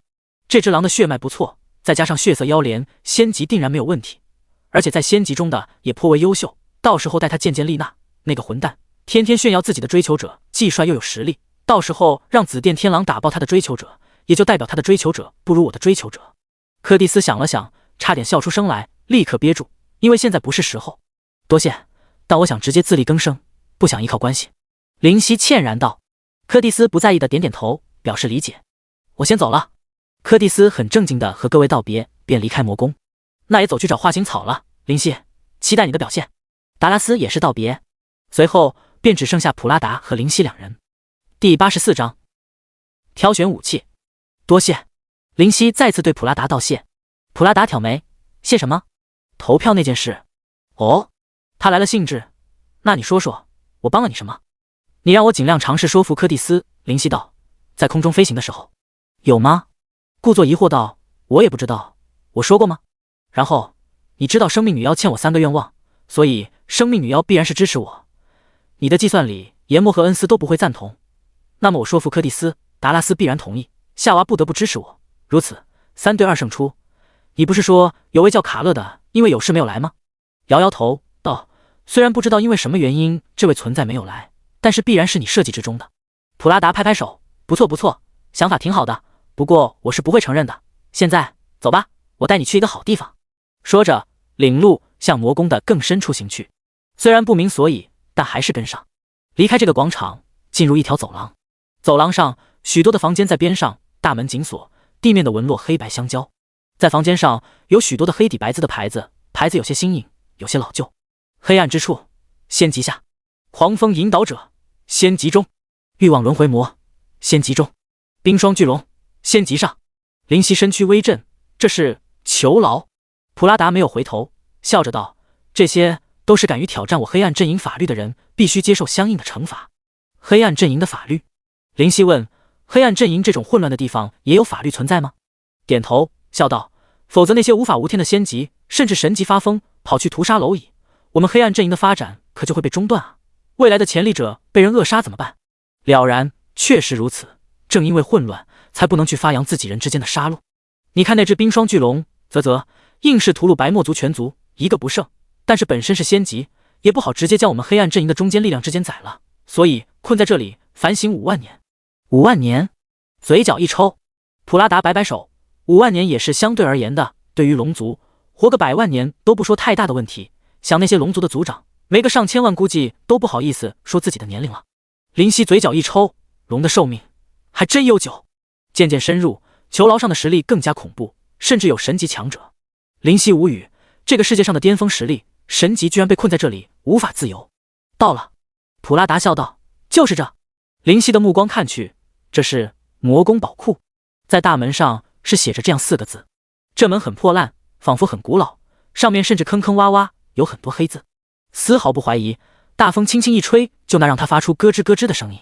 进去吧，这宝库是我们在历史中搜罗宝物，然后渐渐都形成这样的一个地方。每个被我们承认的候选者都有一次机会进入其中，选择一件自己需要的宝物。普拉达道，点头，也不多说，推开大门，顿时呼吸微滞。里面琳琅满目，五彩颜色绚烂，各式各样的武器、铠甲、鞋具，光看样貌都知道绝对不凡。有些东西其貌不扬，但是能进入魔宫宝库，就代表其定然有非同寻常之处。普拉达推了一把灵犀，进入选吧，选完再选择领地，然后你就要自力更生，我就什么都帮不了你了。点头，踏步进入。宝宝大人，林夕心中问，亲爱的宝宝大人在吗？好累的，你能不能消停点？宝宝埋怨道。忍不住无奈，我也是没办法呀。这么多宝贝。宝宝的眼睛一亮，林夕你抢劫龙窝去了？龙窝？林夕无语，解释道，这是魔族的宝库，我可以在里面选择一件宝物，你来帮我选选吧。什么？怎么能只要一件？当然是全部拿走，都是宝贝啊。宝宝的口水都流出来了，每件都拥有自己的特异之处，效果非凡。不行，一定要通通捞走，不留一件。通通捞走。看来宝宝以前的主人似乎心思不纯，把宝宝都教坏了。林夕如是想到，如果是宝宝曾经的主人听到，恐怕要哭笑不得，到底是谁把谁教坏啊？嗨，林夕道，不要闹，外面还有普拉达这个神级存在呢。言下之意就是能拿走谁傻逼一样，不拿走留给别人，关键是拿不走实在没办法。宝宝遗憾摇头，可惜了，本来你得到这堆东西可以直接去和神级拼命，到时候实力估计蹭的飞起来。直接找神级拼命？林夕表情怪异，这是有多夸张？好了，快点帮我选一件适合我的武器吧。你要武器？宝宝擦点嘴角的口水。陈山毕竟只是黄金级装备，而且不在身边，有武器和没武器差距太大。林夕说道。宝宝点头，你这么说倒也没错，我看看，你扫视四周。点头，不断观察。1分钟后，有了。眼睛一亮，宝宝大叫。林夕嘴角一咧，不愧是宝宝，活了大把岁月，眼界还是杠杠的。那把细剑非常好。细线？林夕微微愣住，不是吧？那把？忍不住质疑，宝宝，你是不是选错了？因为眼前的武器太差，和附近那些散发若有若无的光辉的武器差距很大。它剑身暗淡，虽然完整，但是没有特殊之处，没有光彩，没有纹饰，而且非常的细，整把剑只有1个大拇指粗细，只有剑柄大上些许，应当是为了适合手掌的拿握。如此平淡无奇的一把细剑，怎么可能是宝物？等等，眯眯眼，能进入魔宫宝物的东西会平淡无奇，毫无功效。侦查术？定，你处于神秘空间，无法使用侦查术。看来，即便是来选择宝物的人，也不允许你使用侦查术这样的通用技能。看来还考验眼光。宝宝，这把武器很厉害？林夕问。非常肯定的点头，是把很好的武器，在这些宝物里也是顶尖的。虽然有和他想媲美的，但未必适合你，还有些不是武器，不符合你的要求。淡然的点头，我相信你，就这件吧。呸！宝宝不屑道，你不相信我，你相信谁？自己吗？来，宝宝大人不信你的眼光比我好，你也来选一件我看看。林夕微微一愣，怎么不敢了？宝宝挑衅的挑眉，有何不敢？挺胸膛，让你见识见识我的眼光。说完就扫视四周，决心要找出一样比宝宝选的更加好的武器。第85章听风。左右环顾，周围的宝物散发缤纷的光芒，眯起眼睛寻觅。有了，他看见一颗黑色的珠子散发出隐隐约约的幽光，感觉很是不凡。伸手去拿黑珠，入手感觉冰冷之感顺手如体，非常舒服，绝对是宝贝。心中一定，笑道，宝宝，这件怎么样？宝宝没有听到回答。莫非我选了件比他选的更好的，只是不是武器而已？得意的想着，却听见很小声的嬉笑。宝宝，哈哈！宝宝捧腹大笑。你想笑死我啊？拿着一颗0级的珠子，在那里和我说宝贝。哈哈，这眼光也是没谁了。你绝对是我见过最没眼光的。整个宝库这么多宝贝，你非要选一件最差的，告诉我，你怎么做到的？林夕无语，但有些不信道：不会吧？这颗珠子看着不错呀，入手冰冷，应该具有清心养神的功效。是，你说的不错，但是真正清心养神的东西可不是这样的，而是不知不觉中让你心思安宁，而且增加你的意识牢固程度，甚至令灵魂巩固，无法撼动的。宝宝磨着小虎牙，被林夕弄得睡意都小不少。你去拿那把细剑看看。宝宝撇嘴道。林夕闻言，走到细剑边上，伸手握住。轰！一股雄浑的力量从剑柄疯狂涌入，力量陡然大增，全身都轻盈不少。试着轻轻在空中滑动，空气被轻而易举的撕破，甚至发出的声音很小，显然异常锋利。横剑尝试去弄弯，却发现细剑坚硬如铁，根本不能折弯丝毫。怎么样？好剑吧？宝宝得意道。点头，不得不说是柄好剑。这把剑应该有风元素的加成，对于攻击速度也有很大的提升。你的攻击速度已经很快，自然要特意去加强这项长处，所以我说这把剑很适合你。宝宝接着道，不然其实那把斧子和挺好，但是需要很大的力气才能挥动，只能大开大合，攻击速度反而会降低，不适合你。林夕望去，那是一柄巨大的斧头，散发出金色的光辉，斧刃仅仅看去都有种摄人心魄之感。咔啦，门被打开，普拉达在门口道，怎么还没？他看见林夕右手拿细剑，左手拿黑珠，心中一凛，不再和宝宝交流，以免在神级存在面前露出马脚。他的眼睛微亮，可以呀，林夕居然选到这把好剑。嗨嗨，林夕掩饰尴尬，还好，这把剑确实不错，我就选这件宝物了。普拉达点头，又看着左手上的珠子，这黑珠子就是个0级的东西，在0级中还算不错，当初宝物太少的时候就丢进宝库增加数量，现在也不需要，宝库不需要再填充这种垃圾东西，你要就拿去吧。林夕老脸一红，还真的最差劲的宝物，多谢。走出宝库，普拉达将宝库关上，光芒被遮挡住。这宝库不用锁吗？不经意的问下。不用，在魔宫里不存在小偷，因为在小偷是走不进这扇门的，门上有禁止，非我们魔族10大强者不可开启。普拉达自信笑着道。原来如此，心中绝了念头。你的领地想选哪里？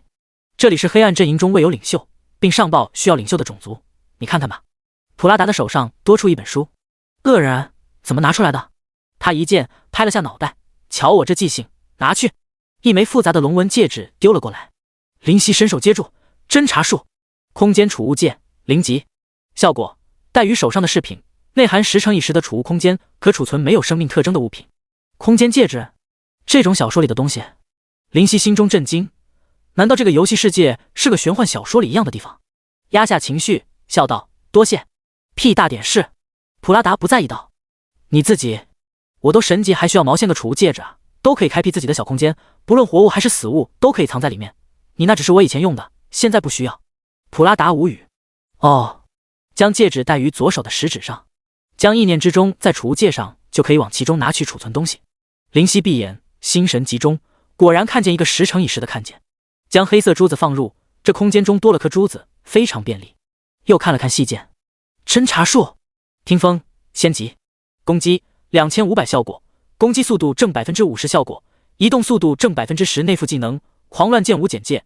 这柄剑传说是名震大陆的风神之配剑，采用风陨石打造剑刃，使其既拥有无与伦比的恐怕攻击力，又拥有可怕的坚硬度。由于其剑刃细长，攻击难以抵挡，不可捉摸，非常适合攻击速度惊人的风神。但其后风神被弗罗克击杀，便进入魔宫宝库收藏。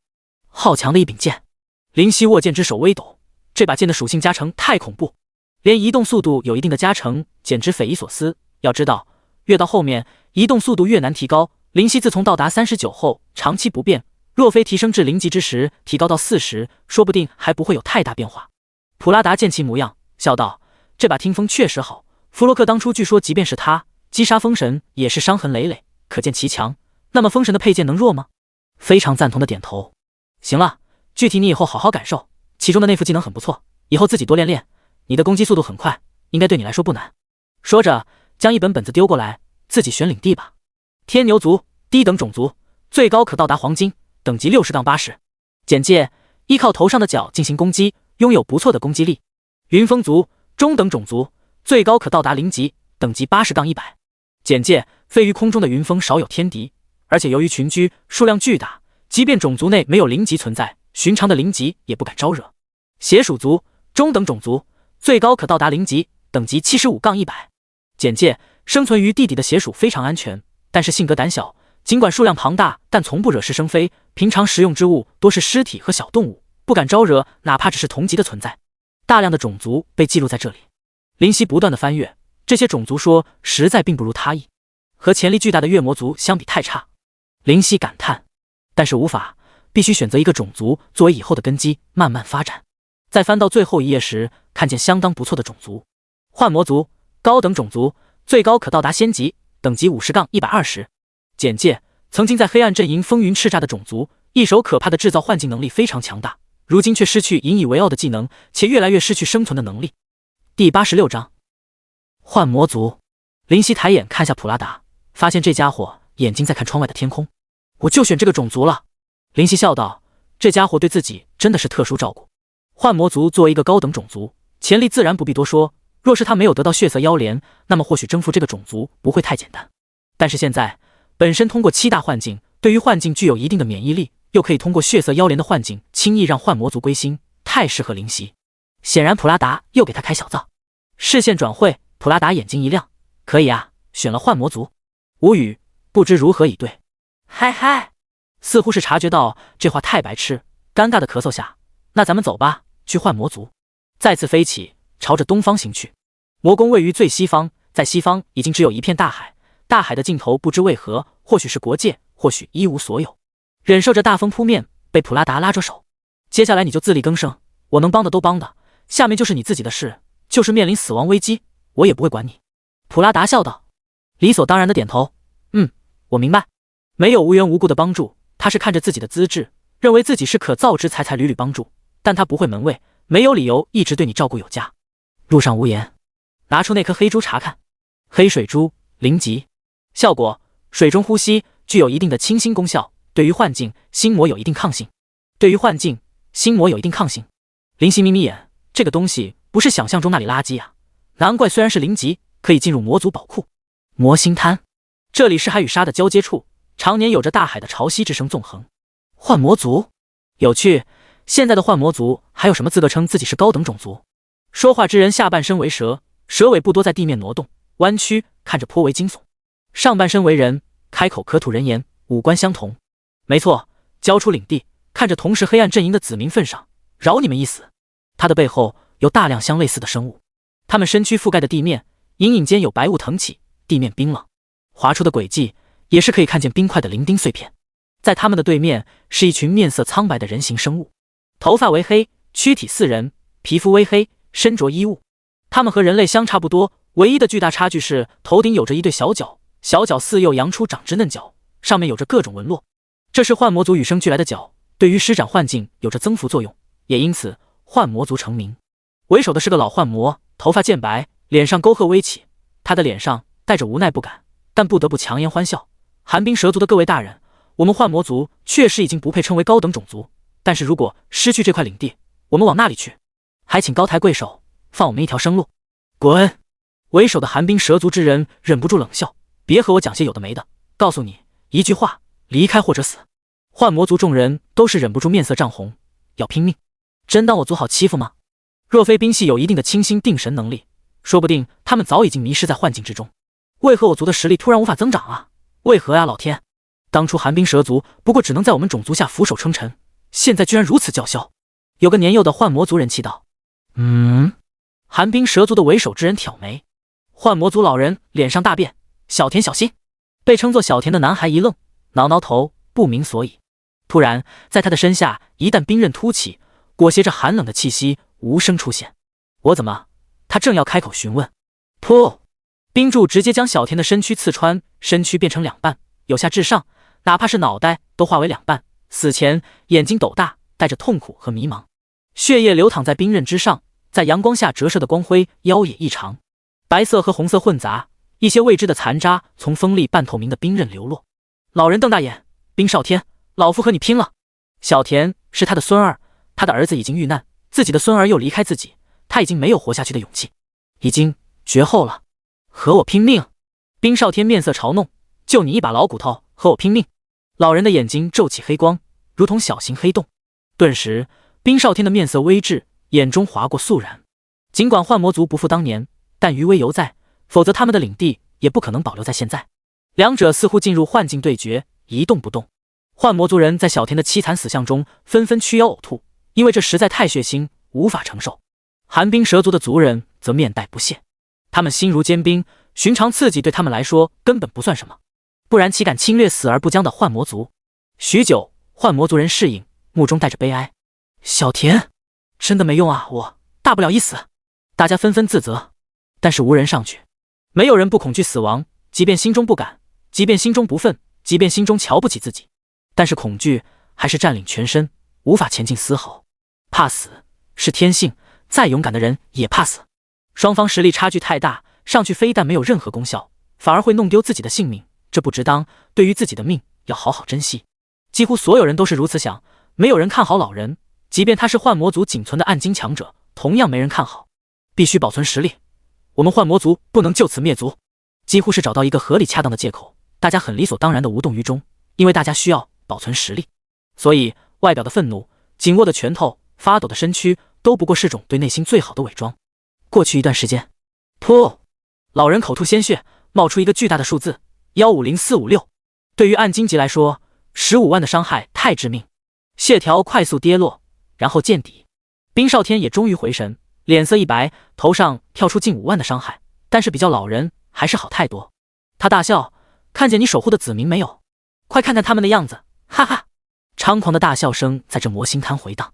老人转身看着自己的同胞，目中带着恐惧，尽管看起来气得发抖，但是可以看出他们决定无动于衷，因为他们的步伐没有一丝前进，沙滩上的脚印留在原地。老人苦笑，没有办法，这是人性。他见得多，想得多，经历得多，才能走带暗金，才能成为幻魔族的领袖，所以他知道他们的恐惧，并且接受，只是内心无法坦然，还是感到悲哀。老泪不知不觉中涌出，这令人动容，但仅仅动容。第87章破魔丹。老人深吸口气，没有办法，没人愿意死，他只能独自承受。冰少天，不用多说，不是你死，就是我活。冰少天差点笑岔气，不，你说错了，不是你死，就是你死，因为我不会死。是吗？耳边传来声音，是。面色骤变，谁？转身看见的是一位紫发男子，他面相俊朗，带着戏谑，手上擎着一把暗淡的细剑，连看的情绪都没有。冰少天眼睛瞪大，目眦欲裂，不是害怕，而是不知所以。在灵犀的背后，血液流淌，尸横遍地，他们死不瞑目，瞪着的眼睛带着莫名其妙，似乎在问我怎么死的。没有任何征兆，族人通通死亡。冰少天浑身一抖，身后的蛇尾停止扭动。怎么做到？在短时间内，因为无人察觉，且一见一个，所以连惨叫的时间都没有。冰少天的脑中出现这样的想法，可怕的想法，难以置信的想法，不得不信的想法。他想发出声音，却发现发不出声音，尽力地张开嘴，内心泛起无力感，抬手摸摸自己的脖颈，然后观察，不知何时脖颈有点血迹。他最后抬眼笑道：我爸。紫发男子点头，我知道，你爸不会放过我的，必须打死小的出现大的，打死大的出现老的，才符合剧情，是吧？他再也无法言语，侧身倒地，溅起小小的碎冰。死前看向老人，带着怨恨。老人无动于衷，似乎对于这样的眼神，他见怪不怪。宝宝嘟嘴，真是，为什么反派死前总是将希望寄托他爸身上呢？因为他的一生可能就是依赖父母才习惯了吧。可能。灵犀轻轻道，普拉达将他带到这边便走了，所以1年后再来找自己，有大事，这期间好好发展幻魔族。虽然好奇，但是没有多问，该自己知道的普拉达不会遮遮掩掩。过来便看见这一幕，对于幻魔族的形象也大致了解，所以不会出错。他们头上的角实在太明显。好了，大爷，你可以歇歇了。灵犀笑着对精疲力尽不过强撑的老人道。老人目中带着感激，尽管不知为何这位青年帮助自己，但是既然让自己摆脱死亡危机，就必须感谢。啪！他一屁股直接坐在沙滩上。尽管烈日下沙滩火热，但他失去站起来的力气。族长！身后的众人反应过来，去扶老人。不用了，我不是你们的族长。他面无表情道，他的心已寒，能理解不代表能坦然。族长，我们知道错了。是啊，只是对手太强，我们没有勇气，是我们的错啊。族长，你不要放弃我们。大家不断的忏悔。林夕看得啼笑皆非，很有趣。如果事后的悔恨有用，那靠悔恨度日的人估计比比皆是。老人活得久，看得透，不会去理论，默不作声。好了好了，林夕抬手叫喝。幻魔族人视线被吸引，对于伸出援手的青年，实力恐怖的青年不敢得罪，面带敬畏。接下来的1年，我会是我们的代理族长。林夕咧开嘴，阳光下鹦鹉非凡。什么？大家面面相觑。老人眼皮一跳，显然也是震惊他的语出惊人。我是普拉达指定的幻魔族族长，你们抗拒也没用。林夕摇头道，将一切说明白，免得麻烦。借用下普拉达的名号，他的声望应当很好用吧。林夕心中想，事实确实如此。普拉达大人指定的族长。有人震惊，我们幻魔族有救了。有人喜悦，可恶的寒冰蛇族，没想到我们幻魔族也会有今天吧。有人机遇大笑。林夕看着众人表情，目光冰冷。他不是白痴，看得出这些家伙的想法，甚至心中出现一个想法，没救了。大喝，你们给我听好。顿时鸦雀无声，唯有海水在拍打沙滩的声音格外明显。我给予你们自救的方法，我自己不会出手。大家毫不在意。林夕冷笑，他们还不是太清楚貌似。许久，老人的生命恢复不少，气色渐好。族长，老人下跪，目睹不惧。众人互相看了一眼，下跪。族长，林夕点头，起来吧。众人皆起。林夕对着老人说道，大爷，介意不说话？老人微微一愣，但自然不会拒绝，既然承认林夕的地位，对于他的话必须遵从。来到幻魔族众人的远处，目视老人问，现在的幻魔族情况很不好吧？老人点头，是的，可以说的岌岌可危。我们幻魔族的领地很大，大海以外方圆50里都是我们的地盘，但是我们的实力渐渐下滑，所以很难再做这片领地的主人。点头道，这边的幻魔族人应当不是全部吧？是的，我们是出来搜罗食物，并且查看附近是否出现强大敌人，避免与之交战。那刚刚那一出，是因为寒冰蛇族向来是我们的盟友，已经上万年，关系密切的盟友。老人嘴角泛起苦笑。林夕点头，他们叛变，你们始料未及，就出现刚刚那一幕。老人道，是的，实在没想到，没有无缘无故的朋友，除非的挚友。你们幻魔族和他们寒冰蛇族之所以做盟友，是因为彼此有利可图，现在没有利益，所以被他们放弃了吧？老人微微一惊，大人好判断，看来想的没有错。林夕心中思忖，只是老人接着道，当初我们幻魔族实力强大，是高等种族，周围种族对我们阿谀奉承，那一代的族长居然狂傲无比，不明是非，想做盟主，其他各族自然乐见其成。忍不住嗤笑，盟主？别斗好吗？做盟主意味着自己将自己的地位局限住，做什么都施展不开手脚。如何做事？比如你一做事都会有人表达意见，如果不听，一意孤行就是昏君，要被人私下言论。实力强大自然不怕，但是一旦陷入低谷，就会有人怂恿背叛。而如果听了，那你是盟主还是他的盟主，简直是无理取闹。本身能一己之力做盟主，说明实力强大，大家不得不服，那何必去做盟主？做暴君不是更好？几乎所有的盟友都离去，甚至对我幻魔族领地虎视眈眈，只有寒冰蛇族还算亲切，来往密切。没想到，哎，老人重重的叹息。林夕了然，问，你们幻魔族应该是什么东西？是他们想要得到的吧？是的。老人犹豫不定，之后咬牙道，应该是为了破魔丹。破魔丹？林夕一愣。第88章服众，具体说说。林夕道。老人吁了口气，破魔丹据说是幻魔族的老祖留下，却不知藏在哪里，曾经代代相传，每一代的族长都知道破魔丹是处所，中间有一代却中断了，所以在没有破魔丹的下落。但对此，其他各族怎么会信？依旧以为是我们演的把戏，所以即便失传，各族依旧要为这破魔丹和你幻魔族作对。老人点头，突然感到胸口微微一热。林青开口，大人，这破魔丹是很好的东西。哦。林夕讶然，连神级至宝血色妖莲都对这破魔丹推崇备至，也不由产生些许好奇。破魔丹确实的幻魔族老祖炼制无疑，似乎幻魔族老祖实力已经到达神级的巅峰，距离神级之上只有一步之遥。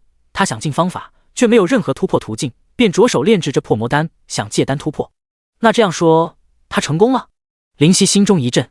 林青道，没有，神级之上怎么可能是如此简单可以达到的境界？他是炼制出破魔丹，这丹却无法让他突破到神级之上，只能提升实力，对他没有太大的作用。但是对于没有神级实力的人作用很强，能直接突破一个小境界。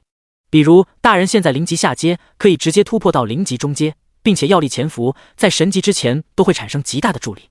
恍然，既然如此，我也没什么疑惑，和我讲讲幻魔族为何实力如此吧。林夕接着问。不知道，老人痛苦的摇头，他也想知道当初鼎盛的幻魔族会沦落到现在窘迫的地步。是吗？那有什么征兆？没有，唯一奇怪的是幻魔族几乎是一代比一代差，这很不符合种族的兴盛衰败历史。林夕了然，就是说即便种族实力变差没落，也会渐渐的中途会产生起伏，会有起色，出现人杰，是这样吧？是的，老人道。一时间沉默，这很诡异，但是无迹可寻。这种东西真的有人能操控？林青出声打破寂静。大人，我可能知道了。心中一动，急问，你知道什么原因？应声却又很没有自信，弱弱道，我也不知道是不是这个原因，所以说说看，有想法要大胆说出来，没人会指责你的不是。林夕轻声道。林青这次应声大了许多，道，可能是诅咒。诅咒？这个世界连可怕的诅咒也能存在？林夕震惊。诅咒是虚无缥缈的，除了小说里莫名其妙的出现，而且解释含糊其辞，无法说明其原理，而且是关于其血脉的。林青道，我甚至猜测是幻魔族的内部族人。自己人？有什么理由吗？老人说是代代不如，那么很可能是每一代都有人诅咒，这种诅咒还需要足够的地位才能保证其成功率，如果只是普通的幻魔族人，未必如此有效。林青小声道，越说越小声，显然自信心不高。原来如此。林夕赞道，青儿你分析得很好。青儿，林青似乎语气有些奇怪。怎么了？没什么。林夕无奈摇头，为何叫青儿？他也是想要表现得比较亲密，林青的叫实在不礼貌，而且中间似乎有层隔阂般，所以想要称呼亲切点。只是青儿也确实貌似是情侣之间的称呼，很是不雅。小青就更不好，像是上下级关系，而且听着有点蛮怪异，貌似地球有条青蛇叫小青。啊，青也不行，很土，乡村 style。先回去，应该有营地吧？林夕隐有深意地问，淡淡地瞥了老人一眼。有，我带你去。老人果断点头，压下一些疑问，笑着点头，带着幻魔族的众人在森林中返回营地。萤火虫的翩跹起舞，照亮小小的光明，为众人指路。近秋，天微微凉，天上繁星点点，夜间露水略深。沙沙，草地上小草被无情的不速之客踩去挺立的胸膛，枝繁叶茂，走的地方需要推开挡路的枝叶。路上众人无声，显然对于突然出现的族长感到不安和拘谨，琢磨不定他的性格，甚至隐隐抗拒。到了，老人在前面带路，突然道，再次推开枝叶，发现一处洞穴，洞穴中有着发光的圆球，显然是照明魔法，所以洞穴并不昏暗。洞穴中藏着不少幻魔族人，见到来人，喜道，族长。老人笑着点头，把大家都召集起来。是。这个洞穴极大极深，现在这座山脉也很壮观。族长回来了，集合！族长回来了，集合！声音向着洞穴深处传去，陆陆续续出现大量幻魔族人，他们有序的排列队伍，目视族长，目露尊敬。这个老人先他们现在唯一的保护神。一个强壮的幻魔族人出列，道：族长，集合完毕，所有的幻魔族人都在这里。满意的点头，然后指着林夕道：我单刀直入，从现在开始，他便是幻魔族的族长。顿时哗然一片，外来人做族长，开什么玩笑？族长，我拒绝，除了您，谁都不能当族长。哼，他何德何能，能做族长？大量的质疑，嘈杂无比。老人皱眉，转身对着在他身边的林夕道：大人，这很为难的语气。林夕挑眉，我为何不能做你们族长？他冷笑，抬手，雷霆之手。以林夕为中心，半径50，一只紫色的雷霆之手出现，电流活跃，带着足够的威胁，让众人不得不噤声。当晋升0级之后，雷霆之手自然而然也是大增，即便是最大范围，对于如今的幻魔族也是承受不起，更不敢承受。那个强壮的幻魔族人瞪眼，你威胁我们也没用，我们幻魔族不是孬种，你这样靠实力上位的族长，谁都不服。哦，林夕饶有兴致地看着他。老人连忙道：大人息怒，我会说服他们，还请给老儿一点时间。摇头，面无表情道：不用，我自有办法。自有办法。老人一时间不能相信，这怎么可能？他现在是众望所归，如何动摇？不可能，这是他的结论。大人，你准备怎么服众？他低声问。林夕看着他，笑道：“当然是解除这诅咒来服众。”老人眼皮微动，心脏剧跳，感到难以置信。这怎么可能？第89章破除。林夕问：“青儿，你有把握吗？”林青点头。虽然是诅咒，但是需要一代代的去磨就知道这个诅咒效果并不强。真正的诅咒在你施展的时候，就会展现出惊人的威力，且难以破解，甚至无法破解。我需要怎么做？林夕，你听我说。目视着幻魔族的众人道：“我可以帮你们将血脉恢复到当年。”老人震惊后道：“这怎么可能啊？”幻魔族人也是懵逼了。这不可能吧？绝对不可能！那个强壮的汉子大喝：“你居然在这里吹嘘！你以为你实力强就可以为所欲为？如果可以就好了，只是完全不知道问题出在哪里。”也有人抱起一丝希望，但是也不敢太去相信，因为这个问题无数代都没有解决，突然来了个人就能解开，简直匪夷所思。怎么？林夕挑眉：“我帮你们恢复不感到惊喜，反而感到很难受。”众人无语。老人讷讷无言，半晌才道：“哪里的话，大人，只是您这句话实在是语出惊人，令人难以置信而已。不用相信，恢复很简单。”语气轻轻，似乎很放松，很淡定。很简单。老人眼角一抽：“你的意思是说，这困扰我们无数代的问题恢复很简单？”他忍不住质疑：“让你们的大人都盘膝坐下，围着我。”林夕淡然道：“是。”老人最后自然还是照办，也只能照办。当左右人都围着林夕，他嘴角勾起微笑，道：“现在盘膝坐下。”见他信心满满的模样，大家将信将疑的坐下，闭目，集中精神。事到如今，但是抱着一丝希望最信任。待所有人闭目，林夕擦擦汗：“青儿，一定要成功哈，不然我真的无地自容了。刚刚那一切都不过是装模作样而已，都是需要依靠林青的，他毛线忙都帮不上。”嘻嘻，林青嬉笑道：“放心吧，小小的诅咒应该是难不倒我的。”被林夕这么一搞，他也是忍不住又几分信心，胸口微微热，一道血红色的光芒出现，射出，在空中舞动扭转，扫视众人。老人似乎想睁眼，立刻大喝：“不要睁眼，现在睁眼就前功尽弃！”总幻魔族人心神一紧，紧紧的死命闭眼，生怕睁开。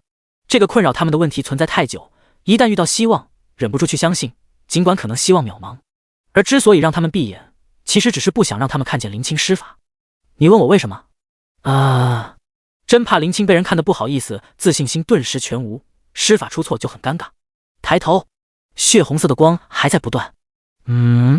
突然目光微凝，在幻魔族人身上，黑色的雾气丝线出现，被拉出，朝着血红色的光芒飘去。这就是诅咒！望着众人，他们似乎无知无觉。青儿，那诅咒对你没有什么关系吧？林夕小心问。没有。林青笑了笑，我是天神的血液所化，诅咒对我产生不了任何作用。天神的血液所化，天神真的是人或者生物？林夕再次产生这个疑问。淋一滴鲜血就能形成神级宝物血色妖莲，这是多么恐怖的实力！这样的存在，若是系统还说得过去，如果产生欲望，估计这个世界都是以他为首吧？还是说，他也只是神级之上？甩甩脑袋，想太多，实力不够，一切都是瞎想。再次看着众人，老人似乎又想睁眼。林夕头疼道：“大爷，你别再想睁眼了。作为一个族长，就算是这次恢复没有用，也不应该就此放弃希望吧？”眯眼，有些东西在脑中计算。越来越多的黑色雾气开始出现，拉扯，血色光芒围绕的黑色雾气浓郁，几乎将红色光芒包裹住。青儿，真的没有关系吗？还是忍不住担心问。这般场景太让你担忧。没事的。林青的语气不是特别好。如果不行就算了，咱们另想办法。林夕轻轻道，为了小小的诅咒将自己身体弄不好，太不值当。放心，快好了。过了一会儿，幻魔族人的身上再也吸不出黑色雾气。收！林青轻轻喝道。那团被包裹住的血红色光芒重新回到林夕的胸口，那些黑色的雾气仅在眼前，不可触碰，淡如烟。这就是诅咒。林夕心中谨慎，这些东西如何进入人的身体，而且无知无觉？青儿，那些黑色雾气被林青吸收殆尽后，林夕问道。林青应了声，语气却憔悴不堪。我可能要沉睡3个月来解决这些诅咒。这个诅咒虽然并不高级，但是日积月累太久，一时半会无法消化。那你先休息吧。林夕语气温柔，血色妖莲可以帮助自己的太多，当初的7大幻境，即便吃尽苦头，也是自己咎由自取，和他无关。他从来没有轻易去夺取谁的性命，很善良。再没有林青的声音，应该是直接陷入沉睡。望着众人的目光带着冷冽，诅咒是谁下的？既然还在持续，是不是说诅咒者还活着，或者诅咒者的后代还在持续去折磨幻魔族？是谁呢？他环顾四周，是敌人，还是幻魔族自己人？不过现在，嗨嗨！林夕咳嗽，故作憔悴道：“大家可以睁眼了。”他们睁眼，我在刚刚就感觉到心中陡然一阵轻松，是不是真的恢复了？我也是，感觉头顶的角有生长的趋势，这是血脉恢复，变得浓郁。怎么气色也感觉好很多？大家议论纷纷。砰！林夕突然倒地，面色苍白。众人面面相觑，立刻上前扶住他。你没事吧？他嘴唇颤抖，眼中暗淡无光。你们的诅咒应该已经解除。真的已经解除？大家面色带喜，看着他们要手舞足蹈的模样，感到心塞。我去你大爷的，老子我都表现出快要不行的样子，你们现在高兴真的合适吗？第90章狡辩与承认。族长，我们的血脉恢复了！有人大笑，欢呼般对着老人道。族长的脸上并不是很好看。是吗？他们的实力都瞬间从本身40-50级提升到60级，并且实力还在提升，头上的角仿佛增长些许，如同当初血脉恢复的月魔族。可以想象，接下来的几天，他们的实力会如同火箭直升。太好了！幻魔族人有些几乎喜极而泣。那些敢欺压我们的人，一定要为此付出代价。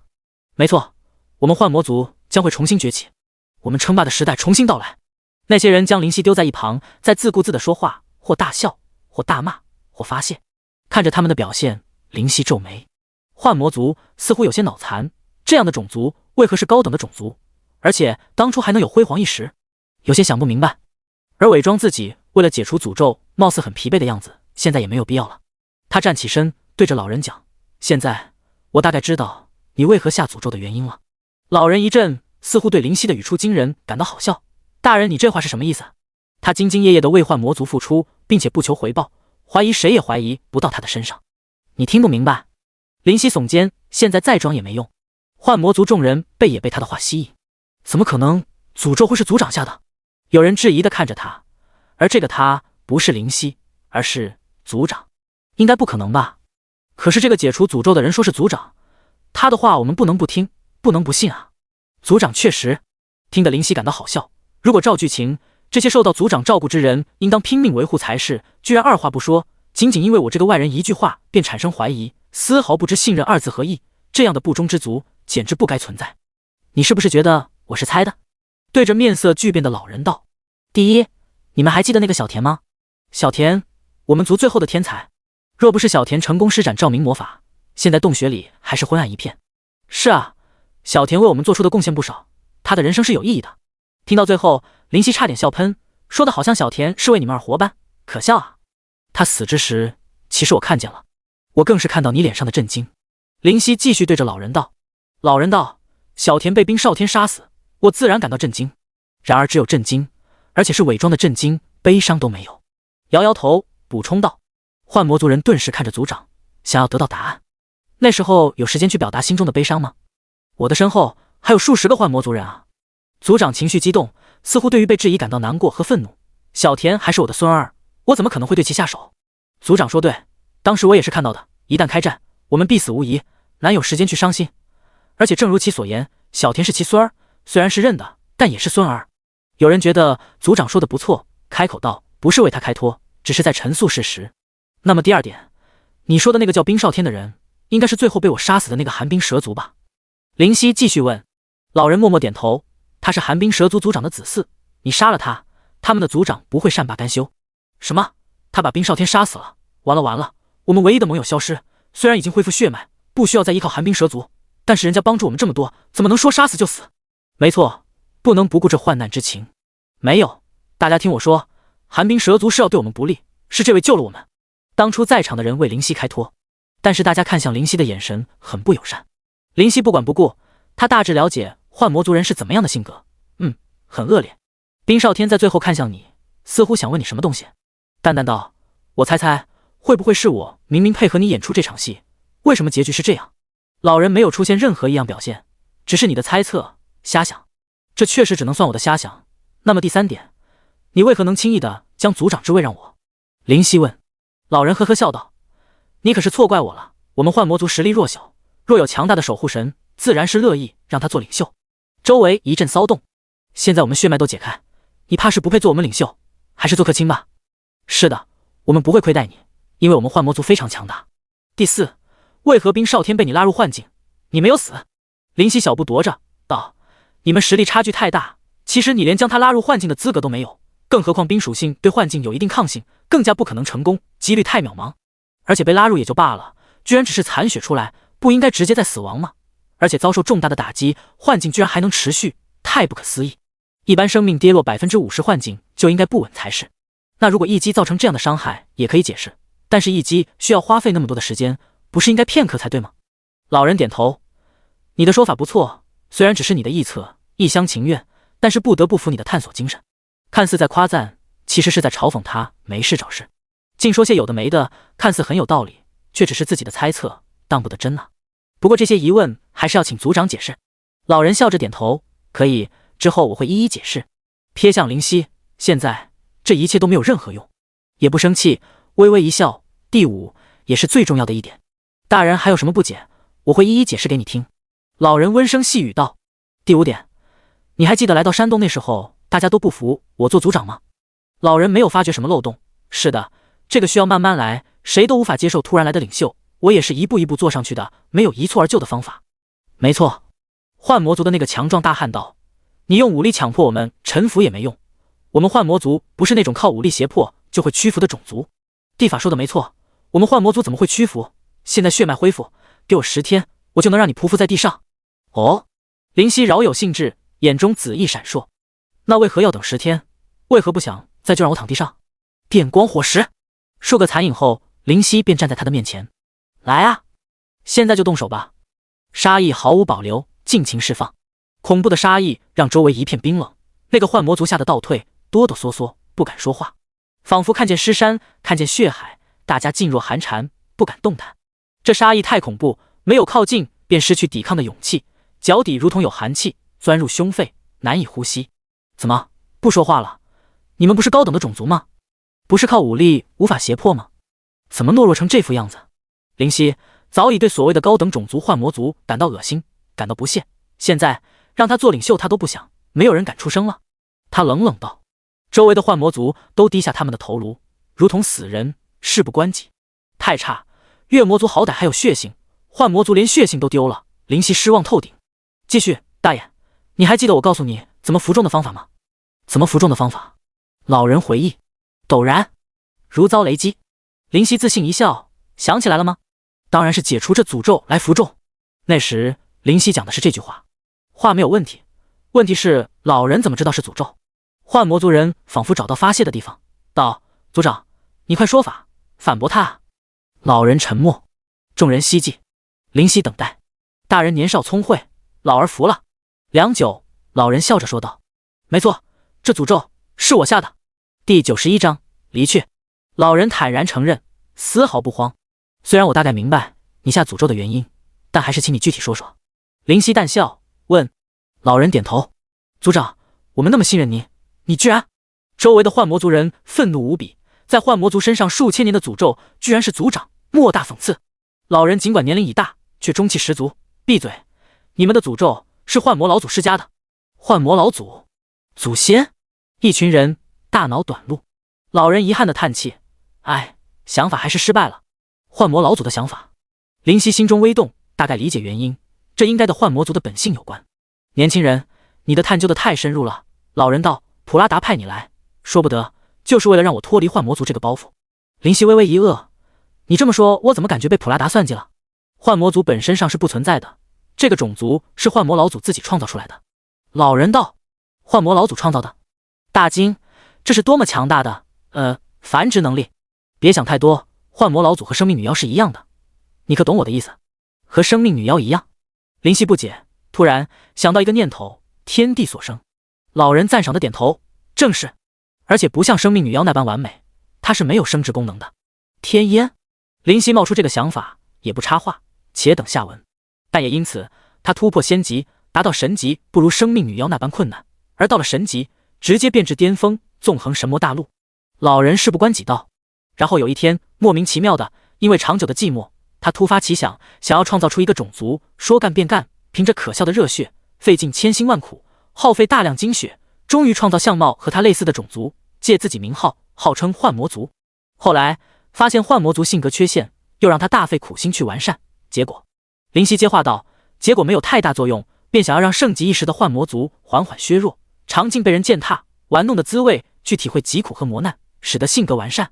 老人点头，却笑道，可笑的是数千年下来没有任何作用。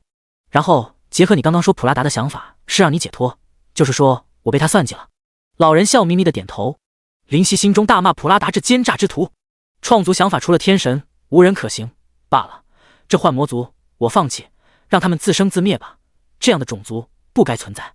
老人摇头道，如此最好。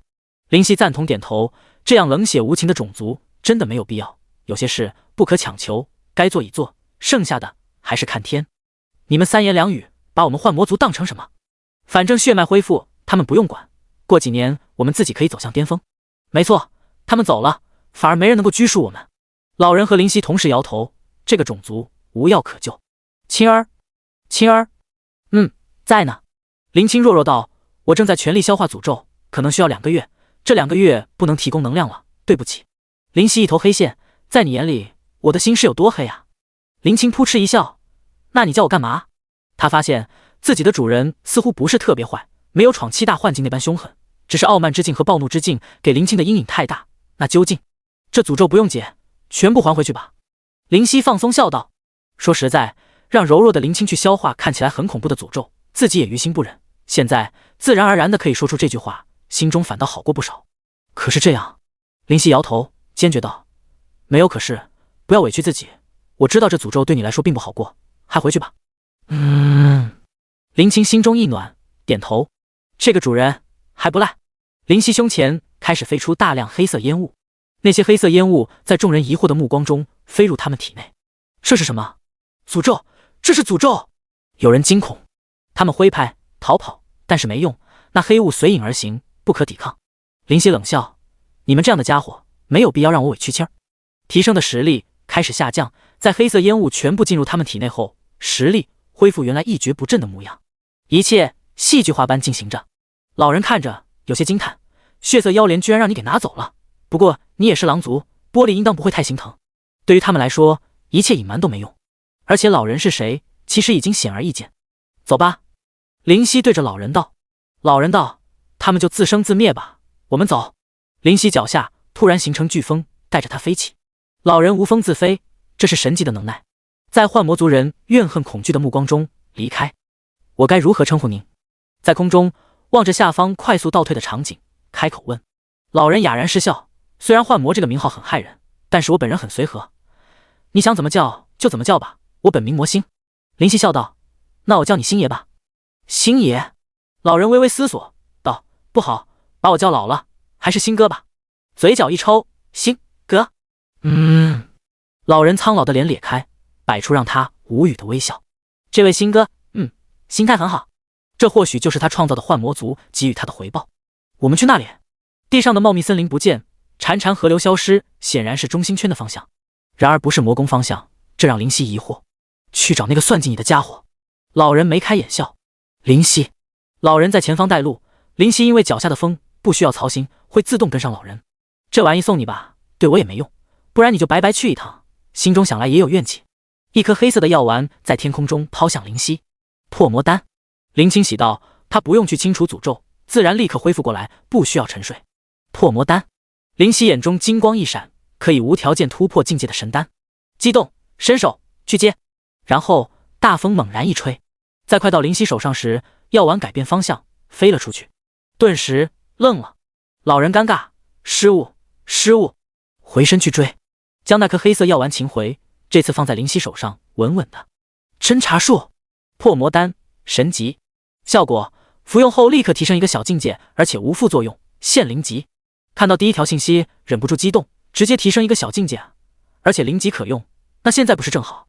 强行按捺住激动，往下看，效果提升至仙级所需经验减少 20%，这代表等级提升速度大增，好效果。接着看，效果全属性加500，这代表实力大增，这丹药不愧神级破魔丹，名不虚传。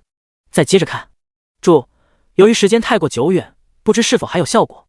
这代表啥？擦擦眼，再看去，由于时间太过久远，不知是否还有效果。你他妈的坑爹呢！天空中一道巨响，久久不散。第92章，战端欲起。老人身躯一震，也不回头，心虚般望着地面。已经入秋，风中带寒，叶子承受不住风的恶劣，被逼离开枝干，在空中被刃气揉捏玩弄摧残，绿色渲染起枯黄，无意中带着悲凉的气氛。这是生命折翼的季节，也是收获满满的季节，更是伤感者喜爱的季节。老人望着这一切，感慨道：秋季真是悲伤之季。林夕嘴角抽搐，星哥，你知道你在说什么吗？能否解释给愚笨的我听下？按压下打人的冲动，没办法，敌强我弱，唯有屈服在淫威之下。张嘴将破魔丹服下，也不敢品尝，一口将其服下。轰！一股汹涌的能量膨胀壮大，感觉全身都浮起乳白色的能量，从各个毛孔喷涌着，颇为骇人。身躯感到剧痛，骨头出现咔嚓咔嚓的声音，实在毛骨悚然。紫色的长发随风而起，脸上的青筋炸裂，牙关紧咬。老人瞥了眼，招手，出现乳白色的能量冲入灵犀的体内，顿时爆炸般能量如井喷。忍忍。老人在一旁劝解道：虽然过期了，但是在我的能量辅助下应该会恢复，只是痛苦是难免的，抗几下待会就没了。痛苦如潮水，来得快，去得也快。渐渐的，能量变得缓和，灵犀的脸上缓缓平稳，在瑟瑟秋风中，暖意在腹中浮现，并且逐渐延伸至四肢百骸，舒畅感油然而生。你看，忍忍就好，破魔丹前面是比较烈，后面消化差不多就接近平和了。老人的马后炮功力显然非凡，总在发生后才开始解说般陈述，紧紧皱着的眉开始舒展。叮！你服用神级过期物品破魔丹，晋升至0级中级，全属性加400，仙级之前经验负10%。叮！你晋升0级，全属性小幅度提升，虽然效果有所削弱，但是效果还是不愧神级名号。当灵犀睁开眼，金光湛湛，老人抚须笑道：看来效果不错，多谢星哥。灵犀点头，得了，不用谢，你应得的，身为老一辈，不给年轻人奖励我也不好意思。老人望着前方道：你的实力很不错，又有血色妖莲，将来不是中途夭折，就是一鸣惊人，在神魔大陆创下自己的威望，到时候别忘了我就行。笑着摇头，实力到您这一步，还需要依靠别人吗？话可不能这么说。老人闻言回道：谁都有求人之时，一味觉得自己什么都行，那是盲目的狂傲，会死得很惨。许久，老人道：到了。灵犀面色怪异，这地方就是普拉达居住的地方。这是一片黑暗的地狱内，时常电闪雷鸣，若是生活在这里，人的胆量必须要足够大。从雷电产生的光芒中，看见的是一片深不见底的峡谷深渊，冷冷的风无端端气，吹得胆战心惊。而这样人迹罕至的地方，峡谷的深渊边却有一座古堡矗立着。这座古堡想来便是普拉达的住所。看见灵犀的表情，老人笑道：我当初也问他原因，没事找这样的地方是为何？他大义凛然地说，这是为了时刻记住黑暗阵营曾经恶劣的环境，要居安思危。虽然难以置信普拉达会说出这样的话，灵犀还是忍不住为这一番话感到钦佩。虽然普拉达平时很拖，好像玩世不恭，但是骨子里的智慧却是无法遮挡。后来我 TMD 才知道，原来就是选个差点的环境让柯蒂斯嫌弃，搬出去自己就能夜夜笙歌。灵犀决定将刚刚那股突然升起的钦佩狠狠地压灭。雪花是冬天的象征，但不是只有冬天才有雪花，才会寒冷。龙域处于神魔大陆的边缘地带，常年白雪皑皑，入眼的龙域白色布满。突然积雪一阵颤抖，一条巨大狰狞的龙尾出现，从雪地中钻出。轰！雪地开始颤抖，不断的积雪被推开。砰！一只庞大的龙飞出，龙鳞为黑，龙翼遮天，面目骇人，龙眼斗大，利爪如剑，尖牙参差。然而它就像是老鼠般不敢声张，悄悄的左右四顾，发现没有生命后才吐出口气，随气而出的还有火光。到底谁是透露我的消息给龙语者木耳，让我狼狈逃窜如此之久？他怒气冲冲，但并不咆哮，因为怕吸引龙语者过来，毕竟这里仍是龙域。阿茜，普拉达打了喷嚏，摸摸鼻子，那个混蛋在骂我。他倚靠沙发，腿上坐着一个美女，姿色动人，妖娆的身段在普拉达的身上不断扭着，让人火气大增。是我！一个佝偻老者和紫发青年进入，赫然是幻魔老祖和灵犀。你们怎么回来了？他似乎很疑惑。我不是让你去管理幻魔族吗？灵犀拍拍身上的美人道：你先下去。是。他点头，轻轻一跳，离开普拉达的腿，然后退离。灵犀无语，何必再装呢？新哥都和我说了。新哥？普拉达看着老人道：你还要不要脸？怎么？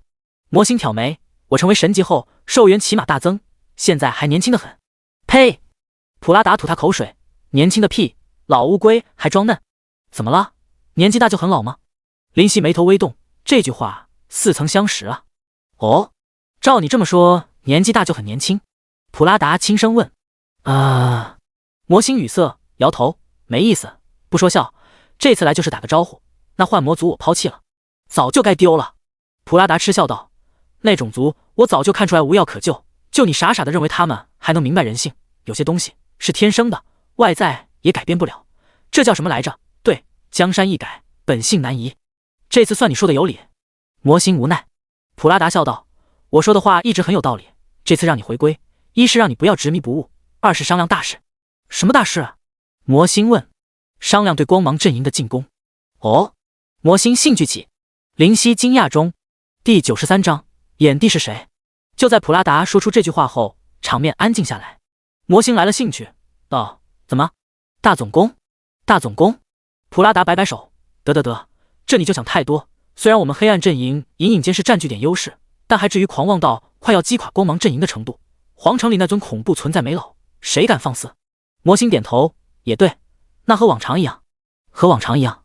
灵犀眨眼，似乎不是第一次啊。最大的原因是让那些有潜力的去历练一番，顺便表表忠心，让他们没有后路可退。原来如此。魔星明白了，一是提拔潜力者而又要服众，二光芒阵营和黑暗阵营有天赋的原住民和冒险者都得到历练，所以高层都将默许这件事，并且两者会不约而同地挑选战场进行。三是输赢关系不算大，输可以想起内心警钟，吃一点亏不算什么，最多是几座2级城市，不会涉及根本。若赢，对将来迟早会到来的大战起到振奋士气的作用。所以两者互赢，而且都有强者监督，不会出现神级为了斩杀暗金或者灵级的天赋异禀之人便下杀手，两方都有人在周围观察，如此小人行径反而会抹黑自己阵营，高层皆不会允许。魔星想了想，你的意思是我来当观察者？普拉达笑道，你是最合适的，幻境太恐怖，范围内所有人都会被拉入，可以说是解救最及时的手段。有些道理。魔星点头，貌似很赞同，然后伸出手，拿来。普拉达疑惑，什么拿来？我拿了你什么东西吗？还是以前有欠你？没有吧？别装傻，拿来。魔星冷笑，不要告诉我没有报酬，不然我可不干。这照看的可不是1个2个人，到时候估计我要1个头2个大，没点物质上的奖赏，这么让我出动。普拉达苦笑，你怎么可以这样？都是同一阵营的，这么势利怎么可以？去。魔星满脸嫌弃，别拿这种话压我，当我白活几百年。你自己不去让我去，你也好意思？其他人呢？神级又不少，并非只有我一个，你自己去找别人不就行了？这个，大家都有事，就你最闲，在幻魔族内待了整整数千年，应当找点事情做才是。普拉达眼神飘忽不定。我呸！魔星唾沫飞溅，我愿意，你管得着吗？你知道的，这种事情不是我一人说的算，我也是安排一下而已。普拉达苦笑，少哭穷，我大概是明白你叫我来做的原因了。魔星忍不住鄙视，是不是认为我不知道组织者是可以去魔宫宝库中先捞5件宝物出来的？普拉达傻眼，你不是没有做过吗？咋知道的？我猜的。魔星理直气壮道，不过现在可以肯定了。普拉达，所以拿出2件给我。魔星再次伸出手，拿去。普拉达突然拿出一副铠甲，不知道从哪里拿出，这便是神级才能拥有的自己的空间，竟然取物不着一丝痕迹。灵犀在一旁好奇想，魔星摸索一阵，咂嘴，不愧是魔宫出品，绝对精品。现在可以了吧？普拉达像死了爹妈一样。魔星瞪眼，再次伸出手，再来1件。我去你大爷的，一共才3件好不好？普拉达指着他的鼻子，没有一点尊来爱幼的情绪。你当魔宫宝库的东西是随便拿的？告诉你，不可能，3件还是我死乞白赖才得到的，当初都才2件。听他如此哀痛的申诉，魔星貌似也觉得有点过，摸摸鼻子，悻悻道：“好吧，就一件，这还差不多。”气似乎这才消去不少。林夕在一旁静静看着，不插话。最后，在魔星看不见的角度，发现普拉达嘴角的迷之微笑，忍不住扶额，这货又 TMD 骗人。察觉到林夕的眼神，普拉达才发现四周不是只有他和魔星，还有林夕的存在。嗨嗨，尴尬的咳嗽，脸色一沉，严肃地对着林夕道：“你也不要掉以轻心，这次攻城你也要去。”又有我不是要去统领幻魔族吗？林夕故作惊讶。普拉达沉吟一会儿，眼中似有金光。幻魔族我会另派他人，你且做好眼前之事，这对你的前途很重要。装？真能装？林夕心中冷冷一笑，面色却是大惊。不可，这绝对不可。哦，他眯眯眼，有何不可？林夕侃侃而谈，在去往幻魔族的这几天，我深切的明白幻魔族是个态度诚恳、待人温和的种族，已经和他们建立良好的关系。这又是天空之风普拉达大人对我的命令，我如何能不遵从？所以此时我是不会再放弃幻魔族这样的优秀种族了。普拉达大人，他们需要我，所以这次的进攻战，我是不能再为您、为黑暗阵营做出任何的贡献。在这里，我给大人请罪。然后义正言辞的单膝跪地，目光决绝。他眼神、那表情、那份诚恳，看得魔星和普拉达无语至极。这货真 TMD 能演。正是正是。魔星眼一转，笑道：“不是我吹，我创造出的幻魔族确实是民风淳朴，待人温和。他有这一番言论，你可不能怪罪他，普拉达大人。这简直是睁眼说瞎话，说出来你们自己信吗？”普拉达头都要裂了。好说好说，这样，那幻魔族我亲自照看，你放心。现在，你全力迎战即将到来的战役。不可不可！林夕尚未开口，魔星已经捋着胡须开口：“若不是他，我不放心丢下幻魔族不管。”你不是已经丢下了吗？普拉达愕然：“没有啊，我只是想你，所以过来见你而已啊。”魔星愕然，两人好像都很惊讶的样子，互相愕然地看着对方，貌似都挺能演的。说吧说吧，还要我怎么样？普拉达无奈：“林夕，我说不定我们以后就是一家人啊，你舍得这样对我这个大舅子？”大舅子！林夕差点想杀人。你妹妹要宰了我的时候，你去干啥？要不是我灵机一动，想出一个好主意，现在还能活着站在你面前。屁个好主意！这样的馊主意你也想得出来？我妹妹可是会当真的。普拉达气的鼻子都歪了，利用男女感情这样的事情你也做得出来？林夕被说得尴尬，讪讪道：“事急从权，事急从权。”呵，一下子普拉达这个人精就占据上风，他心中龇牙：“你还是太嫩了，我妹妹想是能嫁出去，老子牙都能笑裂掉，用得着这么生气？”魔星看见这一幕，立马想要挺身而出，伸张正义。嗨嗨，所以说。魔星才刚开口，林夕突然打断道：“我立刻和柯蒂斯说，你欺骗我，让我差点死在幻魔族，还怀疑我对他的心意。”普拉达目瞪口呆：“你还要脸不？挺挺胸，理直气壮，你都不要脸，我要来干什么？”嘴角抽搐，普拉达无语，最后叹气道：“说吧，你想干什么？”林夕和魔星互相看了一眼，都看到对方眼中得逞的阴险神色。第94章，风雨欲来。灯火通明的大堂，一老二青年正在谈论着什么。嗨嗨，林夕清清嗓子道：“这个，给我一件你从魔族宝库中得到的宝贝。”语气是询问，因为也不知道会不会给，更不可能强求，实力摆在那里。拿去。一颗黄色的丹药丢过来，立刻伸手接住。还魂丹，仙级，效果，一切属性立刻恢复到最佳状态。普拉达表情无奈，摇头不已：“你们真是太贪婪了，我一共才得到4件。”林夕看着丹药属性暗赞，不愧仙级，这效果简直是保命的。小心翼翼地放入储物戒指，拱手道：“多谢。”不用这一套，别在战场上死掉就行了。普拉达挥手道：“我这次可没有骗你，你要是在战场上陷入危机，我可救不了你。”林夕点头：“魔星你只管去吧，你的幻境基本保证不可能有天赋之人会死。”魔星转身，突然想到什么，回身对着普拉达笑道：“那幻魔族你也不要管，让他们自生自灭吧。”随后离开。林夕，你和我来。两人深入大堂，进入客厅，那里有一张巨大的地图。这是……林夕目光一凝，这是神魔大陆的整体地图。不用想了，这是神魔大陆的部分地图，不是全部，还有数块大陆被海洋分割，中间还有天神设置的结界，一般人出不去。心中了然，那定然是国界，其他大陆应该是其他国家冒险者降临的地方，以及他们的各自的 NPC。你从这里开始，攻入光芒阵营。普拉达严肃地点着地图的一点。那里是？林夕一惊：风雨城。是的。普拉达点头。你应当明白，你是从光芒阵营中来的，所以这是你的证明之战。点头，他明白自己还没有得到信任，毕竟本身不是光芒阵营的。我的初衷是提升实力，至于在那里，为人还是为野兽，对或错倒是不重要。林夕目光闪烁，那么加油吧。普拉达拍拍他的肩膀，我看好你，妹夫。林夕腿一软，差点栽倒。秋瑟瑟而来，落叶中战争启动，一只只野兽奔腾，前方粗壮的烈日马上，紫发男子面色严峻。这次不过是小摩擦，但是我们光芒阵营还是不容许失败。一位鹰钩鼻、相貌略显阴暗的人喝道：“是。”他的面前大量的士兵大叫：“大声点！”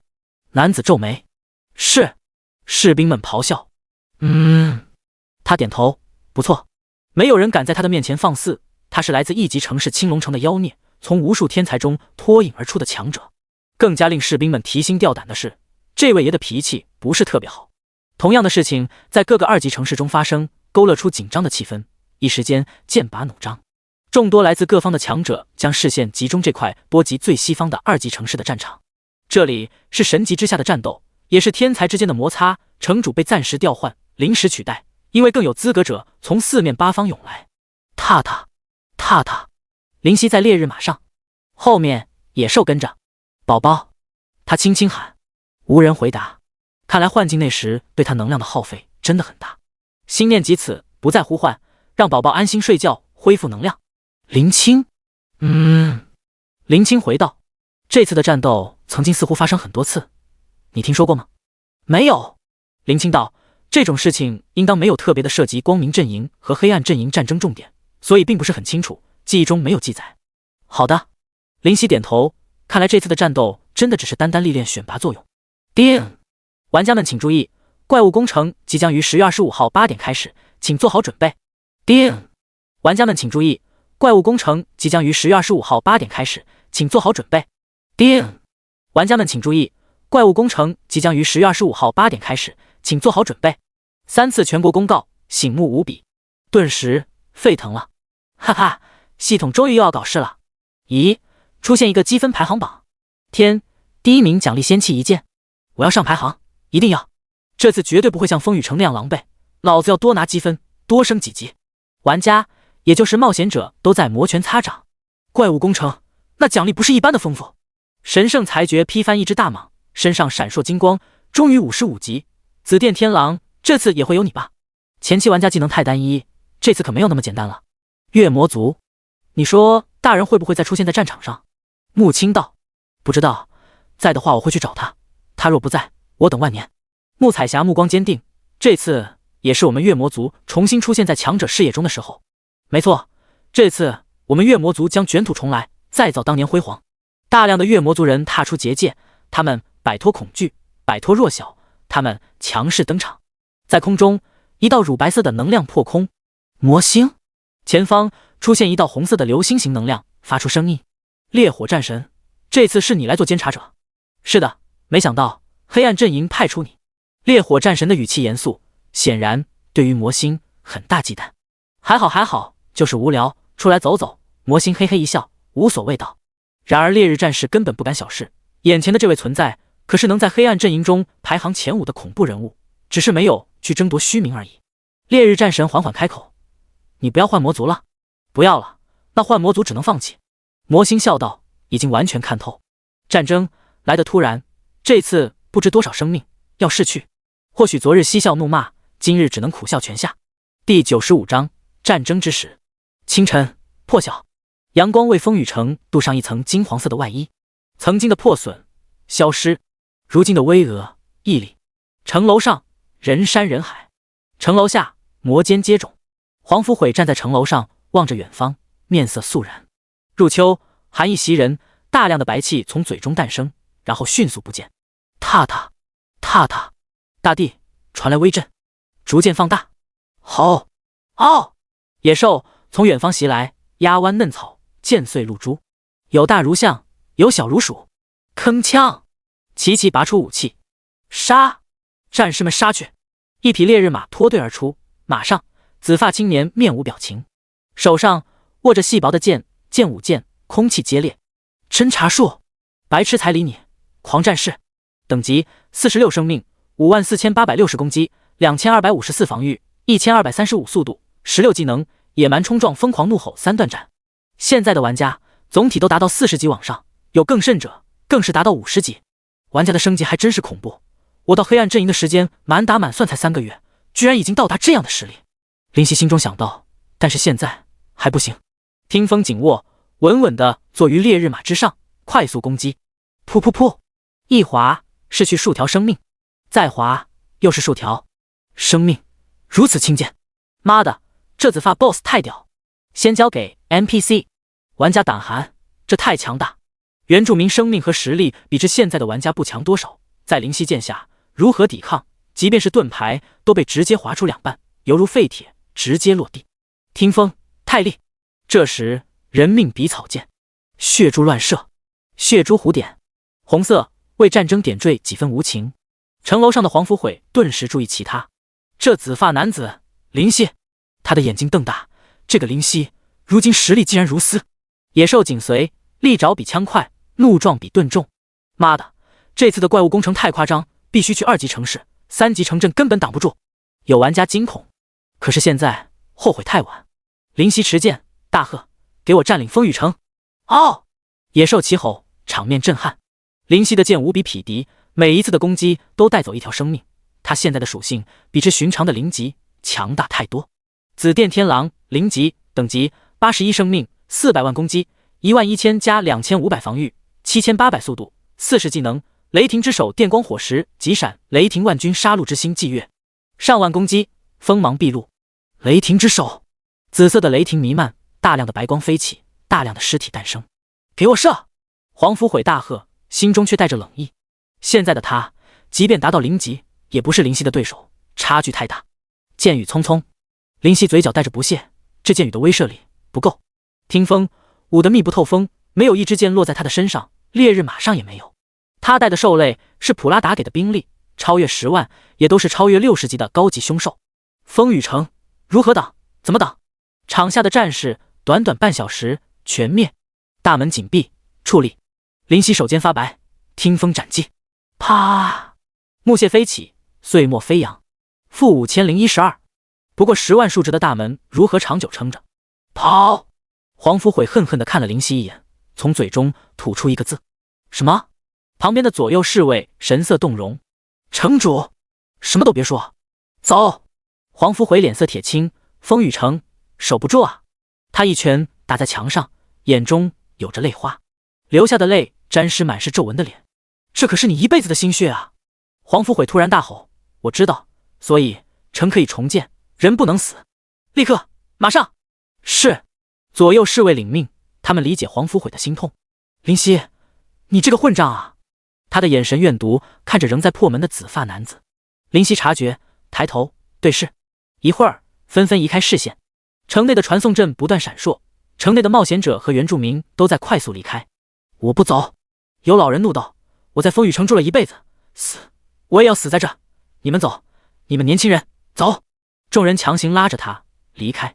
事急从权，来不及解释，更不会体谅，因为老人也没有体谅众人的着急，同样只为自己着想。轰！大门轰然倒塌。林夕骑着烈日马冲入，没有侧魔金光的阻挡，照普拉达是说法，波及到的城市侧魔金光在这时会被取消，因为那太过分，需要用生命去消耗。都走了吗？林夕眯眼，也不枉我推迟时间。大门，林夕如果使用急闪，根本撑不住太久。有个老人从房中走出，你这个畜生，我杀了你！老人红眼，颤颤巍巍，拿起拐杖就要打林夕。噗！一只老虎冲出，将他撕碎，腰间2段，瞬间没有生机。血淋淋的现实摆在眼前。老虎咧开嘴：大人，您没事吧？大人，得不到回应。林夕看见老人怨毒仇恨的眼神，有些失神，陷入迷茫。这些老人一辈子住的风雨城被我攻破，失去住所，如今又失去生命，他们做错什么需要付出这般代价？我为了自己的私欲，让别人付出本该不用承受的代价，我是否错了呢？第96战，三方合围。林青，我做错了吗？林夕喃喃问。没有。林青想了想，道：我杀了这么多人，无辜的、弱小的比比皆是，我没有错，没有杀孽，我自己都不信。林夕苦笑：话不能这么说，光芒和黑暗不是可以单纯的分辨出来的。林青轻声道：光明中有黑暗，黑暗中也存在光芒，阵营说明不了什么。如果以后光芒阵营的人杀入黑暗阵营，也不会留情，到时候黑暗阵营中的野兽不无辜吗？他们死前不会也如同这个老人吗？难道人真的比野兽，比其他生命高等吗？林青不这么认为。林夕恍惚的心思回来，呼，他呼出口气，人比野兽，比其他生命高等。摇头，自然不可能，人也是动物，只是会思考的动物而已。没想到自己居然被林青说服了。林青，你现在如果可以碰到，我一定将你的头发揉乱。林青，哈哈，举着听风，林夕道：大家休息3天，打理战场，3天后攻打其他城镇。哦，众兽欢呼。他们被光明阵营压得太久。林夕来到风雨城的城主府，这里比之其他建筑都要好上不少，红砖绿瓦，绿化设置的俨然有序，地面上的砖块没有裂纹和破损。城主府的上方雕饰着白色的龙，威势十足。踏入其中，空气都格外清新，令人精神一振。收起听风，走入城主的大厅，里面有一个金色的令牌漂浮着，微微旋转着。来到其旁，伸手抓住，叮！你得到风雨城城符，可选择摧毁风雨城或者占领风雨城。林夕一笑，占领。叮！你占领风雨城，获得风雨城城主头衔。风雨城城主，生命正200%，在城内全属性正20%。身躯略震，难怪黄甫悔可以和丘龙旗鼓相当，打了这么久，否则暗金和灵级差距太大，根本撑不住。得到风雨城城主的加成，灵犀的属性更加恐怖，气血高达1200万。然后灵犀离开城主府，这里很好，不过论住，还是习惯去古堡那边。进入古堡，那里还是一样的风景，不变。推门而入，感到一阵温馨。好久没有回来了。走入其中，在一处不引人注目的角落，将地面的砖块掀起，其中躺着一把银色大剑，大剑非常夸张，足足有人那般大，在地面压下很深，已经陷入其中，显然很重。好久不见，陈山。林夕微微一笑，将它拿出来。陈山当初无法携带，自然需要放置好，不被人发现。将陈山收入储物戒指，便回房间躺着。这床还是那么软，舒服。林夕想到，宝宝，我们又回来了。宝宝，没有声音，忍不住摇头，没有听见宝宝的声音，还真有些想念。3天迅速过去，今日没有太阳，灰蒙蒙的，细雨朦胧，远方青烟。踏出古堡，来到风雨城外，那里已经有一眼望不到边的兽海，他们望着灵犀的眼神带着狂热和敬畏。一匹烈日马拖队来到灵犀的身边，嘘，他嘶喊，轻轻摸摸他身上的鬃毛，随后一步跨上，出发，目标3级城镇不雨城。哦，蒙蒙细雨中，大地颤抖，略显泥泞的土地被践踏出或大或小的深坑。不雨城就在风雨城的不远，比之风雨城还要逊色不少，城楼都矮上不少，但是它和另外2城处犄角之势。金玉城主据斥后来探，紫发青年已经在不足5里。一位身着城主服饰的中年人问另一位同样身处城主服的老妪。老妪笑道：哼，风雨城之耻，我们帮黄甫悔血洗。罗毅、叶段已经埋伏好了。他虽老，却精神矍铄，满脸红润。罗毅点头，好了，我的军队也潜伏在一处，到时候我们就3方同击，给紫发青年毁灭性打击。老妪杀伐果断，正是。细雨仍在，乌云郁密，隐隐间雷霆肆虐，如龙如蛇来了。罗毅目光骤凝，远方野兽如潮水般汹涌。在老妪和罗毅的背后，众多弓箭手和魔法师，有原住民，有冒险者。这紫发青年就是紫电天狼啊。这是不雨城城主说的，不会错。见鬼了，当初新手村里的隐藏 BOSS 居然成长到这个地步，神魔这是闹那样，鬼知道，说不定是成长性的神兽，有这个可能。不过现在的玩家是不用想着收服了，实力不够，还没紫电天狼等级升得快呢。哦，虎啸先行。紫发青年面色淡然，望着不雨城道：比之风雨城还是逊色不少。胯下烈日马不断奔腾，速度惊人。细雨中战斗将来，黑云在上空徘徊，压抑的气氛出现在所有生命的心头，倒真有些黑云压城城欲摧的感觉。灵犀的眼睛略微眯起，开城门。老妪大喝，中气十足。咔啦，大门起，无数玩家和原住民战士出场。3方给我杀个片甲不留。罗毅吼道，胸口起伏。杀！从左右两方都杀出大量士兵，因为他们远远的便埋伏着。瞬间，三方交汇，夹击，野兽们阵脚微乱。稳住！雷霆之手出现，电流纵横，捏死上百人。惨叫雨中响彻，分外凄凉。第97章残忍与否。灵犀左右环顾，自然发现己方势力被围剿，想法不错，可惜灵犀眼睛裹挟冷意，绝对的实力面前，真的没有计谋的发挥余地。前方一位满脸胡渣的大汉，手持大锤，骑着战马奔腾而来。不羽城大将，黑衣云，暗荆棘，等级70生命，200万攻击，6500防御，4500速度，21技能，横扫千军野蛮战吼孤星锤。简介：不羽城的大将军，为不羽城立下赫赫战功，为人嫉恶如仇，嗜酒如命，有几分张飞的即视感。灵犀感慨道。可是站在对立面就没有任何话可讲，因为战场上不需要同情和惺惺相惜，更不分对错，胜利者必然是对的，因为历史由胜利者书写，时间证明确实如此。挥剑，立马，带！黑云大喝，声音粗鲁，饶我不羽城，即便不敌，也要溅你一身血。他虽鲁莽，却非白痴，属性差距无法弥补，任你疯癫，任你痴狂，无济于事。也不多言，一触即发。铿锵！听风与大锤互击，火星四射，气浪更迭，波及到周围的人或野兽，纷纷震死。啪！大锤蓦然飞出，手上徒留铁柄。再见！灵犀轻声呢喃，手中涌出浩瀚的力道，在空中滑入不可琢磨的剑影，快得不可思议。急闪！黑云感觉眼前白光闪烁，眼睛被刺目的光射得无法睁开，胸口一痛，窟窿出现，内脏和血液四溅。你使用急闪对敌方单体造成基于自身攻击的 80% 106-283 100 127-589 120 154-865 140 186-253 162 01546 180 234-568 200 254-568 300 275-890伤害。发动那一刻，令对方陷入短暂的失明状态。他表情狰狞，听说你本是光芒阵营，为何助纣为虐？我光芒阵营哪里对不起你？灵犀没有回答，再次抹过他的脖子。噗！黑云眼睛斗大，带着遗憾和留恋。因为光明阵营不代表光明，黑暗阵营不一定黑暗，最重要的是拥有证明自己是光芒还是黑暗的实力。唯有实力。许久，灵犀才道，只是黑云的头颅已经消失受害。城楼上，老妪脸色发白，黑云这小子居然不是一合之敌，他的武器太锋利。罗伊立刻发现其中原因，黑云将军的大锤被直接斩断，如何再去抵挡？可恶，没想到这次试炼之战居然是在我们这边开始，这些黑暗阵营的天才子弟拿的估计是仙级级别，和我们的武器根本不处于一个档次。老妪气道。罗伊目光凝重，一双别在后方的手微微颤抖。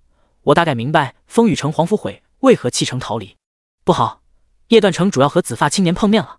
老妪大惊失色，罗伊立刻看去，果然叶段就在灵犀附近100米处。完了，叶段城主要死。叶段面色猖狂，死吧，你们这群杂碎！他骑着战马，身边的野兽被纷纷斩于马下，尸体横陈，血色蔓延。对于暗荆棘的他来说，这些野兽不过如此。你也死吧！耳边传来悠悠之声，他脸色大变，想要转身，却发现胸膛刺痛感，低头，一柄暗淡的细剑出现在胸前，从后往前被捅个洞穿，血液汩汩流淌，沾湿身上的铠甲。他咬牙，疯狂地用手肘往后击打，却打个空。灵犀已经离开，在听风的加成下，速度达到44，太快，神鬼莫测。回到烈日马身上，牢牢稳坐，目视叶段。你就是黑暗阵营的天才吗？他的口中涌出鲜血，但是不管不顾，这点力道太小。他手中的剑拼命地去攻击这个紫发青年，却没有击中，身上却不断地加深伤痕。敢杀我的子民，你不得好死！我要为他们报仇！我光芒阵营永不灭亡！他每次攻击都要大吼，身上的伤却越发惨重。其实你们没有错，但我不认为自己做错，要怪只能怪自己太弱。我很自私，没有大义，没有阵营荣誉，甚至轻贱生命，其实很多地方并不如你。灵犀开口，手上的听风无孔不入，带走叶段太多生命。城主，我们来了。远方出现2个将领，他们是晋风城唯2的2名黄金级。叶段已在迷离之际，此时却一个机灵，大吼：你们快退！噗！叶段的脖梗飞起。城主！2人呐喊，嘶吼，红了眼，冲杀而来。许久没有这般被人记恨了。林夕看着两人恨其欲死的表情，无比疯狂的眼神，摇头。满地的尸体堆积，苍蝇飞舞，享受着饕餮盛宴。刀具夜里摄人心魄，黑衣遮挡他们的容貌。战场上两个人对立，也唯有他们还活着。林夕啊，老子他妈的恨你，为什么这么自私？男子的眼神带着无尽的仇恨，他的胸口流淌的血太多，撑不了太久。一个相貌普通的男子站着，脸上带着灰迹血渍，赫然是地球上的林夕。他出神喃喃：对不起，我很自私，自私到令我自己都瞧不起自己的地步。但是所有人都死，我才安心。我要……场景如镜般破碎，我似乎想起一些不该回忆的场景。林夕面色怪异，望着冲来的两人：来吧，让你们的仇恨尽情的倾倒在我身上吧，然后地狱里记住我的容貌，下辈子再来。听风飞舞，似乎明白，原来死在他手上的人很多。战场上人与兽之战惨烈到神灵动容，血腥的气味浓得恶心，想吐。尽管三面围剿，但是效果不大。有着林夕这尊无法匹敌的存在，他们只能无力。当士兵见首，玩家见消，林夕也到了城下，抬头发现城楼上无人。原来他们做出和黄甫悔一样的决定，选择离开战场。尽管狼狈，但是明智。踏入不语城，其中的侧魔金光也失去作用，但是就算有用，现在的林夕也不是3级城镇的侧魔金光可以击杀的。那7800的防御，破千万的生命，都不说随便说的实力。第98章白龙城。走入不语城，仍然寥寥无几的老者不愿离去，他们拿走锄头拐杖，要和林夕拼命。畜生，滚出不语城！光明迟早会战胜黑暗，给我去死！这次没有心软，快速的收割去他们的生命。血色狼藉一地，如果我再不表现的强硬点，估计就要被怀疑了。林夕眯着眼睛，内心毫无波动。既然这是一个天才之间的比试，那么看的观众应该不少，虽然看不见，但不代表不在。于是见大，一颗颗雨滴不再如细丝般无力，砸在地上能溅起水花和涟漪。地上的凹凸不平缓缓出现，天空灰蒙蒙，阴霾遮天不休。魔星在远处抚须，小伙子终于下狠手了，这样才能杜绝黑暗阵营的猜忌，他应该很明白。烈火战神望着摇头，这小子够狠。狠？魔星闻言嘿嘿笑道：啧啧，你还没见过更狠的，这小子没有那么简单，我可是知道这小子经历绝对丰富精彩。何出此言？烈火战神眼皮微跳，这灵犀难道还有所隐藏？可是属性面板就在那里，他自然一览无余，除了技能的具体情况未知，属性分析得很透彻，只能说强，但没有超越他的想象。我倒是认为他虽然不错，但是比之我光明阵营的阿尔法还是太过稚嫩。烈日战士笃定道。处于这个天才角逐的时间，老一辈是不允许出现战斗影响他们的发挥，这是双方的守则，没有人去打破。而他们这等存在，即便是生死仇敌，或许也能笑脸相迎，这是强者的修养。啧啧，魔星摇摇手指，这小子的内心有点其他东西，也就我是幻魔老祖才能敏锐地感受到一点，其他人自然不能明白那份令人心悸的黑暗。令人心悸的黑暗？烈火战神再次看见灵犀的表情有所不同，难道这小子有什么隐藏？那是一份就连你我也要感到心悸的东西。魔星语气莫名低沉，那份黑暗不知为何已经松动，现在只是需要引子将黑暗引出来。走入不语城的街道，地面上散落着逃离时掉落的杂物，颇为狼藉。原本热闹的不语城在数个时辰死寂一片。灵犀，你杀孽太重！他自嘲，雨滴落在脸上，顺着脸庞滑下，紫色的衣服伴随太久，已经破损不堪。进入不语城城主府大厅，仍然有一块令牌漂浮在空中，只是风雨城那块是金色，这块是青色。抬手握住，叮，请选择占领或摧毁不语城。占领，叮，你占领风雨城，得到不语城城主称号。叮，你的风雨城城主和不语城城主称号无法重叠，只能获得一个称号的属性加成。灵犀比较一番，还是风雨城城主称号给的属性更多，也就不再去更换。这次是三方合围，那么代表3座3级城镇的城主倾尽兵力收获，不单单是不语城，还有距离不语城不远的天水城和劲风城，这2座也是和不语城一个规模的城镇，比之风雨城稍弱。一下子拥有4座城镇，如果是普通人定然要激动的大开宴会，但是灵犀却不觉得如何，更何况滥杀不少无辜，虽然不至于产生负罪感，但情绪也不高。休整3天，3天后目标2级城市白龙城。好，这2场战斗损失不大，才不过3万兵力，有死有伤，不过仍有7万野兽完好无损。而经历战斗后，他们的实力也提升不少，并且看向林夕的眼神带着尊敬，他的实力难以企及。实力真的那么重要吗？林青问。林夕身躯微颤，陷入沉默，随后点头。为什么？林青不解。因为我受够了任人宰割。林青娜娜无言。3天转瞬即逝，终于雨后初霁，天边隐约的彩虹似有似无，但是空气无比清新，身上穿着一套铠甲，这是不雨城中搜出，很普通。烈日马感受到林夕的眼神，挺胸向前，他喜欢这个主人。跨马，利剑在初日下熠熠。出发，白龙城。紧接着大地震战，不雨城唯有数百野兽以及众多伤残，他们的眼中满是遗憾，遗憾不能和这位大人和自己的战友并肩作战。这便是野兽和人的区别，野兽无脑忠心耿耿，人有脑自相残杀。2级城市白龙城矗立在光芒阵营的西方地带，它雄踞在大地上，无人敢挑衅。高耸的城墙使人无力，巨大的红色大门猖狂的大开，如今的街道无人乱走，风雨欲来的气息悄然而至。城楼上一位白衣青年占领，脸上带着傲然和自信。紫电天狼吗？他敢来，我就让他有来无回。真当攻陷几座3级城镇就能成为黑暗阵营的新星？我的目标只有阿尔法和基洛，其他人不过蝼蚁。他不屑的道，意气风发。这次是他成名的时刻，大人还是要小心为是。清盘，一个佝偻老者站立，他的白龙城的原主人。放心，有我在，一切都不必担忧。白衣男子大笑。老者闻言皱眉，轻敌可是兵家大忌，这位真的是光芒阵营的天才子弟吗？神圣裁决就站在其后，微微躬身，拱手道：大人，我们冒险者已经准备就绪。白衣男子点头，却不以为然。这些冒险者不过50来级，对他来说太弱，根本就是蝼蚁，微不足道。神圣裁决看其脸色，嘴角下滑，这位大人有些蠢了。踏踏踏踏，野兽的奔腾太凶烈，老远可感。哦，来了。白衣男子饶有兴趣道：来得好，这次就让我来让他铩羽而归。为何不说死于城下？因为这场战斗在强者眼中不过是试炼，天才之间不会有人死亡。林夕紫发飞扬，跨坐在烈日马上，持剑奔于前线。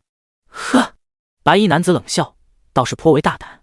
他拿出一柄泛着绿光的剑，挥向前方。杀！杀！顿时城中出现大量战士，玩家和原住民不分彼此。这次应该可以升级了。林夕眯眼看着这些，在现在的他眼中不过经验，已经80多级，这些家伙才50多级， NPC 也不过70多级，太低。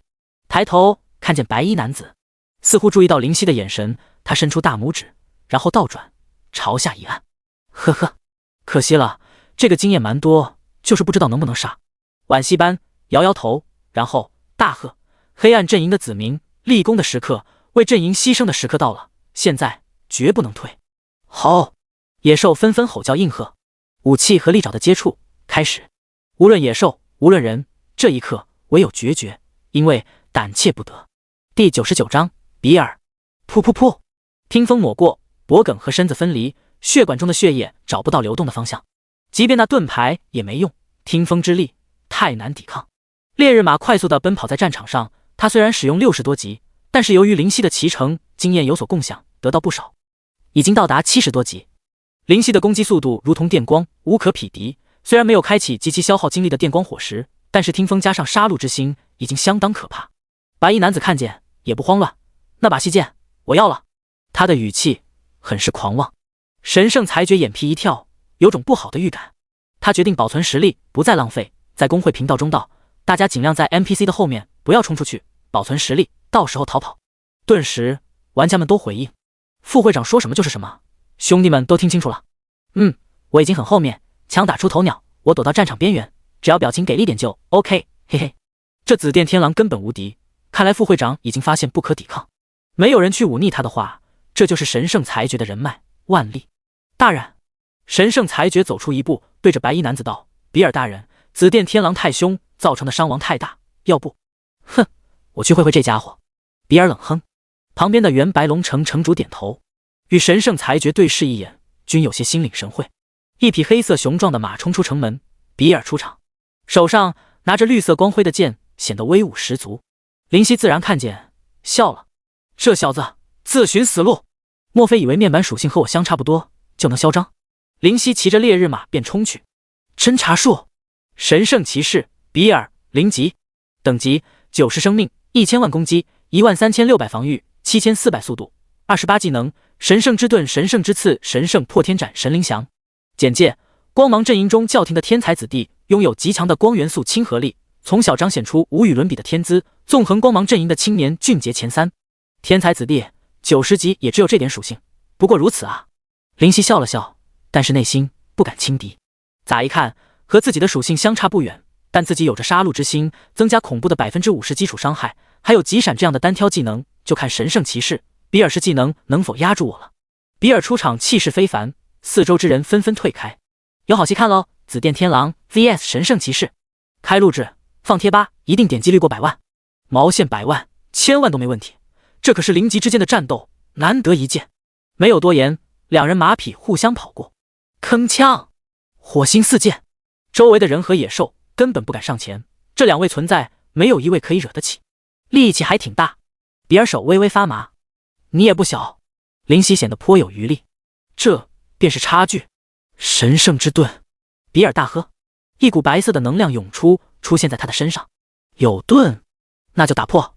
林夕冷冷道，白色的光芒飞起，刺人双目。比尔眼睛微微眯起，看不清。急闪，8道攻击刺与比尔胸膛，啪啦，能量碎裂开来。比尔的身躯后仰，一口鲜血溢出，强行吞下，脸上发紫，有几分实力。白色能量冲出，溢于绿色宝剑的表面。林夕皱眉，急闪那般可怕的技能，只能将能量体打碎。看来有些小看这家伙了。比尔深吸口气，必须给他点颜色看看。手上涌现白光，蔓延剑身，眼中带着一抹肃穆。青色的剑裹挟白色的光，刺！林夕立马烈日马站稳，是时候看看听风的实力。听风中涌出雄浑的力量，让整个手臂都青筋暴起，大量剑影带着无可匹敌的威势。白色的剑芒占据比尔的视野，让他的瞳孔直接骤缩。狂乱剑舞，神圣之刺，两把剑的剑尖对碰，铿锵！这份威力，周围人根本无法接近，甚至眼睛无法跟上，唯有开启录制，放慢几倍。天空中，烈火战神笑道：“比尔不愧是光明教廷的天才，实力非凡。紫电天狼即便想赢，也会异常困难，更何况在他之上的阿尔法。你不会看啊？”魔星摇头，这个比尔已经被林夕的强势攻击唬住，心生怯意。虽然小，但是这依然会影响到战力的发挥。心生怯意，烈火战神愕然：“你当然看不出，唯有我才能看出。”魔星号称幻魔老祖，不是随便说说。踏踏，两马互退。嗨嗨！林夕嘴角出现一道血迹，口中心甜。他不需要莫名其妙的傲，不需要外表看上去的优势，受伤就是受伤，何须强忍？负568925，巨大的伤害迸射。叮！你受到神圣之刺的攻击，对你造成505656925的伤害。噗！比尔口中的血直接喷出。叮！你受到狂剑乱舞的攻击，对你造成750989560的伤害。负789560。这个数字惊呆无数人。靠！ NPC 和 NPC 打架就是 TMD 不一样，这伤害玩家可望不可及啊！这起码要100级以后才能打出吧？不过这技能看着太屌，能不能学到是一个问题。虽然这次比尔略显颓势，但是战斗如火如荼。第100章神圣破天斩，不愧是神圣骑士，不可小觑。林夕擦去嘴角血渍，内心震动。神魔大陆生命太多，能真正脱颖而出的，哪个不是具有资本和相应实力的？得到血色妖莲，得到宝宝的祝福，得到破魔丹的洗礼，仍有旗鼓相当者，内心隐藏的一丝傲气顿消。神魔大陆的年轻俊杰不可小看。而狂剑乱舞则是听风的附带技能，林夕领悟起来不是特别困难，因为自己的攻击速度也是优势。比尔大喝：“有几分本事，再来！”他有他的傲气，认输？不可能。回答他的是直冲而来的听风，空气逃窜，剑影惊人，火星四溅。绿色的宝剑和听风碰触，不落下风。这剑应该也是仙级之气。林夕心中暗想，更加谨慎。电光火石，蓦然，眼中闪过一抹紫意，听风速度暴增。比尔接挡不及，身上被割出许多伤口，铠甲被刺破数块地方。明明我的攻击比他高，为什么伤害比他低？比尔脑中产生疑问，这简直让他疯狂。而且林夕的攻击速度比他高上1倍，自己或许才刚刚挥出1剑，他已经2剑，根本接挡不及。速度太快，抵挡不住，必须要速战速决，拖时间我就是在自寻死路。顿时毫不犹豫地下定决心，铿锵，一次对碰，两者皆退后数步。比尔的生命值还有 60%， 林夕的生命值却有 70%， 差距明显。面色铁青，比尔身上出现大量白色光芒。教廷的属性是神圣的，如果不是白色的纯净，是无法进入。青色之剑不停地颤抖，小幅度，剑身发出嗡嗡之声，颇为骇人。比尔眼中被白光占据，神圣非凡。要放技能了，心中微紧，既然放在神圣之刺后面，那么他的伤害定然比之神圣之刺要高不少，不可小觑。雷霆之手，快速发动攻击，趁其蓄势的时候要其性命。战场上可没有仁义道德，非要等待对方将技能准备完后才会发动攻击。只有日漫才会在敌人准备的时候保持震惊的表情良久，但那不是现实，那只是剧情需要。雷霆裹挟威慑出手，大手一捏，比尔铠甲微微发黑，身上伤势加重。叮！你引动雷霆的力量，将对敌人造成毁灭性打击，对单一目标造成 400%，458620的攻击。负458620，还没有完。听风怒刺，撕裂空气，比疾风难琢磨，比迅雷更恐怖。急闪，8道攻击射出。这次的比尔承受着8道攻击，没有抵抗，也无法抵抗，因为他仍在蓄势。叮！你对比尔使用急闪，对敌方单体造成基于自身攻击的 80%，114568132，141%，16423，1454234，118444444，120，164，1957844，120，184，165，200，2847777，120，1861650，伤害发动那一刻，令对方陷入短暂的失明状态。大量伤害射出，急闪造成1568310的恐怖伤害，再加上雷霆之手的伤害，近200万的伤害，1/5的生命下去，还在蓄势。林夕一惊，这次的技能真的这么强，甚至不惜承受我的攻击。比尔身躯一震，准备完了。林夕眼睛眯起，策马退后数十米，这样的距离应该比较安全。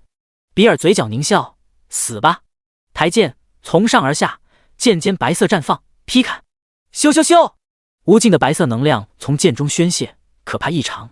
剑气般模样的能量呈龙形，霸道无比，轰隆隆地裂开地面，大地瞬间被砍得凹陷。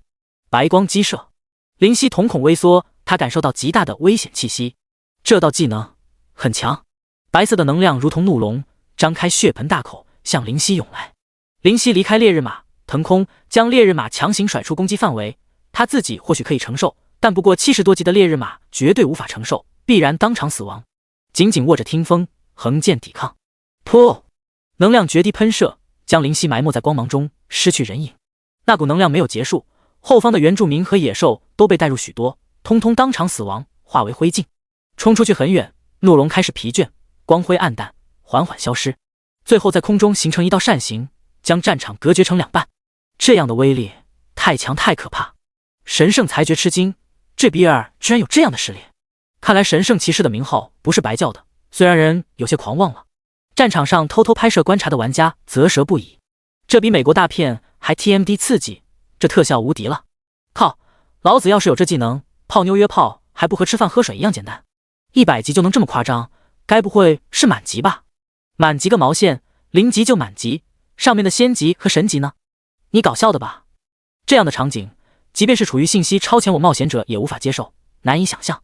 天空中，白云在旁边游过，烈日战士点头赞赏，这神圣破天斩算是神圣教廷压箱底的绝招了，比尔居然也能学会，不错不错。魔星表情不屑，切，中看不中用，这么大的威势，许多的能量都浪费掉，如果全部集中在一个人身上，那么这个技能才令人惊叹无语。烈日战士摇头，魔星你这就睁眼说瞎话了，怎么可能有人能将神圣破天斩的能量聚拢？那股能量一经宣泄，自己都无法控制，就是你也不可能做到。圣上或许可以，但是到他那个程度，根本瞧不上这个技能吧？魔星也不做回答，表情严肃地看向战场。林夕应当不会出事，这小子那里有短命的道理。比尔大口的喘息，非常疲惫。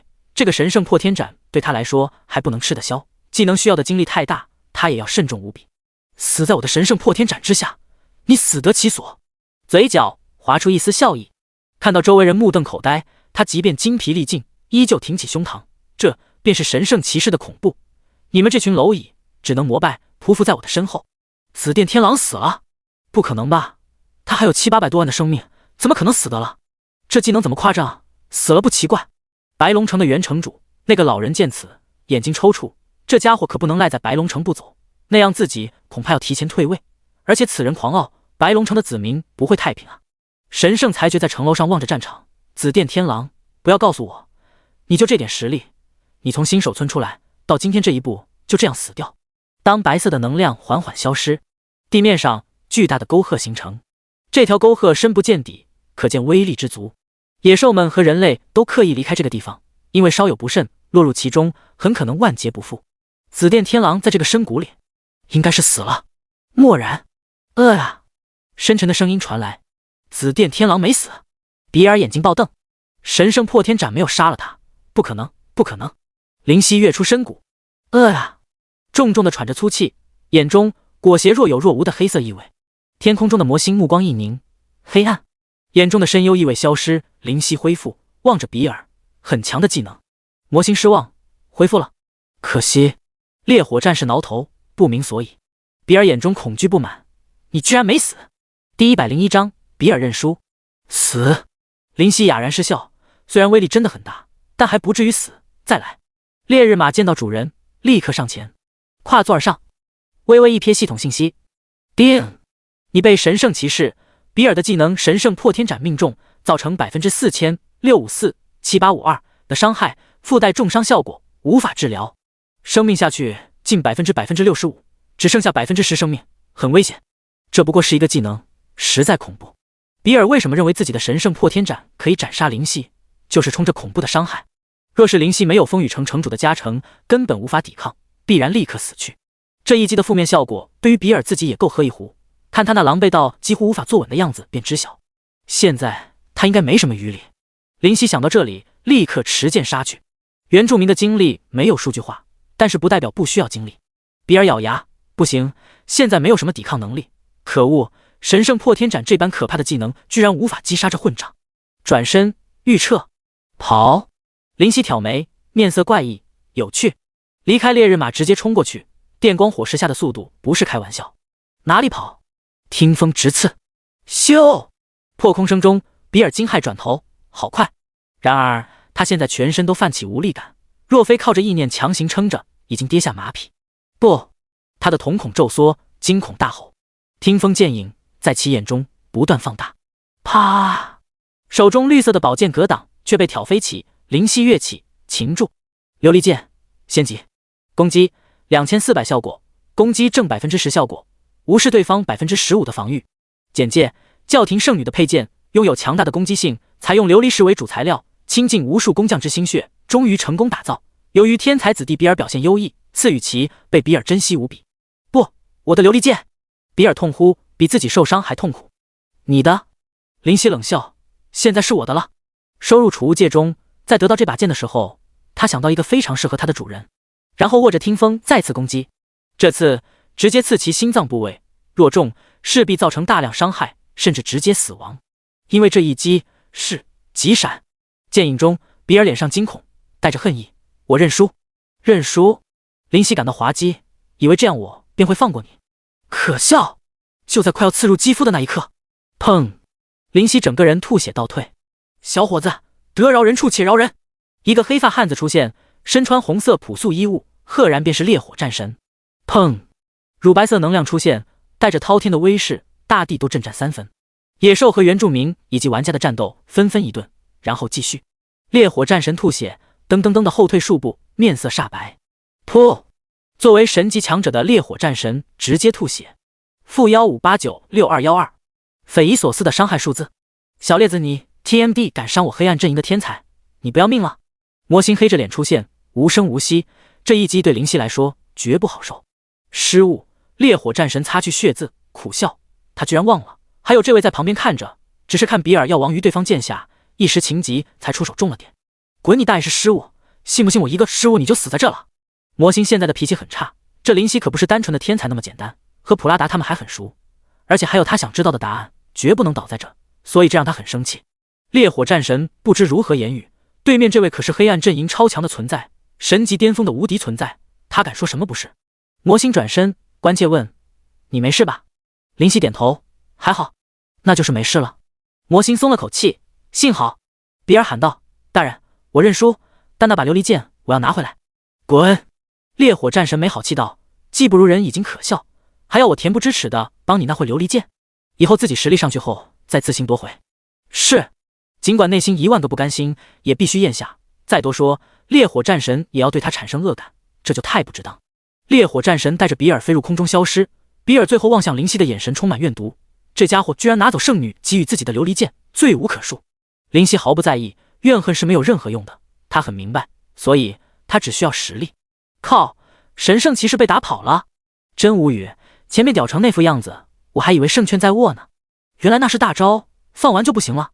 操，紫电天狼的雷霆万钧麻痹的还没放呢，估计现在威力更猛，放出来连玩都不用玩。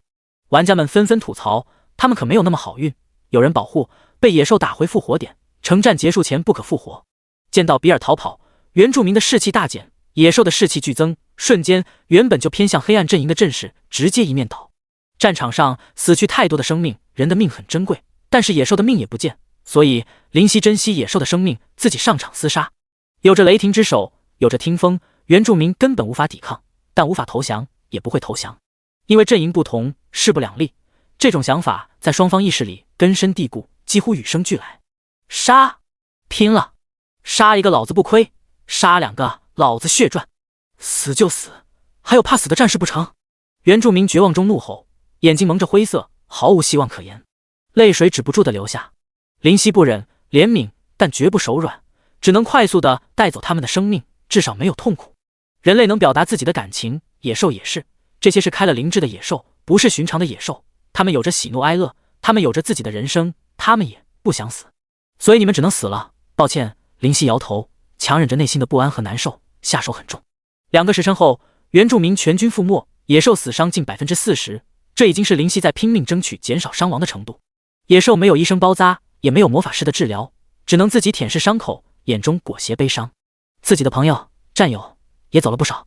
林夕望着，突然感觉很无力。其实有些战争是可以避免，但都没有选择避免的。这场天才间的试炼，他们只是小到不能再小的棋子，他们是无辜但无法抗拒的。生命的逝去，在神级强者的眼中究竟是什么？算什么？我即便是杀了太多，但是仍旧尊重生命，他们却已经做到用生命去铺垫强者之路吗？林夕望着烈日，重重的叹息，也只能叹息。他也只是棋子，所以他需要实力。烈日下，血腥味浓烈到发指。残酷的战场终究会成为过去，迎来明天。第102章，波澜欲起。走入白龙城，无人；进入街道，无人；踏入城主府，无人。不知不觉都走得一干二净。或许平民本就给了条离开的选择，也只有离开这一个选择。大厅，一块白色龙形的令牌旋转，握住，系统铃声响起。叮，请选择占领或摧毁白龙城。占领，林夕淡淡道。叮，你占领白龙城，得到全属性加100的奖励，得到白龙城城主称号。全属性加100，全身泛起暖意，林夕有些难以置信。占领城市居然有属性奖励，原来这才是天才之战的真正目的。眯起眼睛，无端端的属性提升，这种诱惑可不小。不过代价太大，现在只有近4万的野兽军团，最多再攻占一座城池，否则自己将深陷困境。这次的比尔都能让自己狼狈成这副模样，很何况下次的对手呢？绝对不会是简单角色。白龙城城主，效果：生命正 300%， 效果：在白龙城中全属性加成 35%， 附带技能白龙护体。白龙护体，在白龙城内防御正 25%。 不愧是2级城市的城主称号加成，比之风雨城强上太多。立刻更换，生命由1200万多提升为1600万多，愈发雄厚。5天后进攻2级城市冰帝城。嗷！野兽大吼，声音带着宣泄。光芒阵营压在他们身上太久，绿发飞扬，脸蛋上带着哀伤。他抚着脸，大人。完美的身段在风中展现，身后是月魔族的众人。虽然是个白痴，都知道名花有主，但是眼神还是不自觉不惜意。这位太美，可惜太痴。我们月魔族已经攻占这座2级城市思风城，接下来呢？作为曾经的强族，现在恢复血脉，实力提升巨大，每一位月魔族人都有着近80级，实在强大。穆彩霞更是到达100级，超越灵犀。损伤如何？他微起嘴唇。一位月魔族人上前，死130人，伤254人，还有578人完好无损。我们月魔族本身只是1000人不到，现在又损失100人多，消耗太大，再攻占一座便回到结界休养。这次我们的最终目的是让世人知晓我们月魔族的存在，让他们知晓我们的实力以及磨练自己，目的达成就行。穆彩霞抿抿嘴，轻声道。没人说不是，因为穆彩霞的实力是整个月魔族最强，实力第2的穆青又和他统一战线，根本没人敢说不是。觊觎其美色的月魔族人也不得不压下内心的欲望。你说的不错。穆青点头，然后问，那我们下一座城池定为哪里？就定位由那个号称光芒阵营最强天才的阿尔法占据的城池冰帝城。穆彩霞眼神微微凝重。你想好了？穆彩霞点头。现在我才发现，我们月魔族的血脉根本是解开3、4成，而是解开整整7成，也不知是何原因。但是这都不重要，只需要知道，现在我们月魔族不弱于任何人。一段话说的所有月魔族人心血沸腾。彩霞说的不错，我们月魔族现在已经不是当年任人宰割的弱者，我们要向世人证明实力。没人敢小看月魔族。一块大地上，轰隆隆作响，在地震似乎有什么东西要从土中出来。轰！蓦然，大地突起，方圆200米被波及，石头疯狂地飞起。然而石头和黄色的土块没有掉落下来，而是附在一块物体身上，不断凸起，周围的土块不断攀附，如此循环，渐渐的形成一个遮天的巨人，由石头和土块组成的巨人，人形巨人，高整整1000米，宽100米有余，太大，大到令人发指，毛骨悚然，无可抵抗。估计一脚下来就可以践踏死数十生命，谁能抵抗他的一脚？砰！他移动一步，大地凹陷下去数十米，但这对于他的身躯来讲还是太浅。他，或者该说他，开始移动。你们不该出现！声音震天，雄浑，不断回音。砰！砰！砰！大地陷入无止境的震动、颤抖，树木被无辜的卷入，根基断裂。什么小溪，什么小湖，一步便可踏过。他移动的方向是冰帝城。林夕坐在烈日马上，喝道：“出发！”这句话象征着战争的再次启动。野兽在后面跟着，越过白龙城的东门是无止境的田野。林夕突然发现一个女孩，你们先走，我去救来。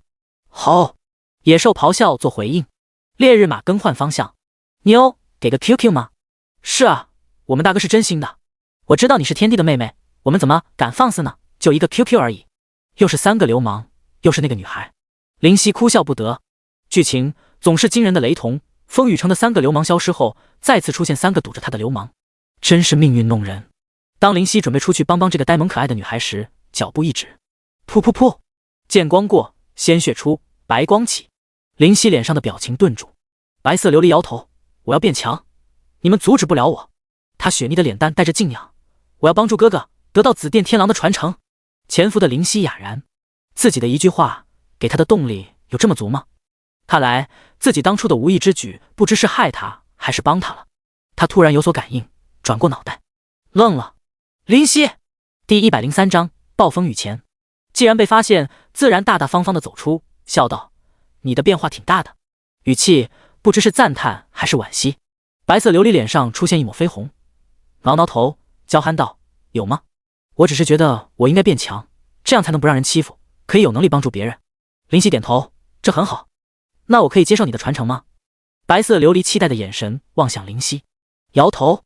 为什么？他眼中闪过一抹遗憾。还不是时候，不要慌，你会得到的，在那之前先变强吧。白色琉璃魔剑士，等级54生命，58500攻击，1450防御，1010速度，15技能，3段击火焰剑姬、冰霜剑姬、冰火之盾，很不错。等级和属性都已经在玩家中拔尖。林夕忍不住点头。我要有多强才可以？林夕思忖道，100级吧，等你到达100，那我到时候怎么找你呢？白色琉璃撅嘴问，你可是从来没有关注过我，连我在哪里都不知道。这个等你100，你可以去天狼岭找一个叫玻璃的老人，让他带你见我。哦，白色琉璃笑了笑，你要去攻占其他城市吗？林夕点头，并不意外，自己现在的一举一动恐怕玩家都很关心，就算没去贴吧，都知道自己的名气绝对高涨。我接受你的传承，会进入黑暗阵营吗？白色琉璃问出一个他很关心的问题。不会，摇头否决。为什么？白色琉璃似乎有些失望。林夕眼皮一跳，你想进入黑暗阵营？他很认真的点头。为什么？这次轮到林夕感到疑惑，他笑着，眼中带着莫名的意味。这样我就能不和你为敌了。哑然不知如何以对。你这样会和你哥哥为敌？林夕必须要纠正他的想法。哥哥不会在意的。他挥挥白皙的小拳头，很漂亮，鼓着嘴。我先走了，大军还在等我呢。林夕落荒而逃，他的眼神让林夕头皮发麻。这是什么鬼？这次见面比上次还尴尬。小心了，冰帝城里有很厉害的人物，好像是光芒阵营的第一天才。白色琉璃关系道。顿了顿，点头，多谢。回到野兽大军中，林夕目光流转，光芒阵营的第一天才，让我会会你的实力吧。与此同时，月魔族也出发前往冰帝城。木青表情严肃，你说的是真的？一个月魔族点头，我看到了，紫发冷酷，绝对是大人无疑。大人在前往冰帝城的途中。他点头。木青感慨，这下真的不知道该说什么。大人，你知道说的慌，我们可不能帮你圆回来啊。木彩霞回到结界中时对他们说过，大人会闭关整整1万年。然而现在才数个月不到，就出现在这场天才的角逐中。同一时刻，一个中年汉子在打猎，却发现自己被阴影遮盖，地面不断颤抖，愣愣的抬头，然后看见他一辈子都不会忘记的一幕。砰砰砰，巨大的由石块组成的怪物也在奔往冰帝城。你们不该重新出现。他的声音再次响起。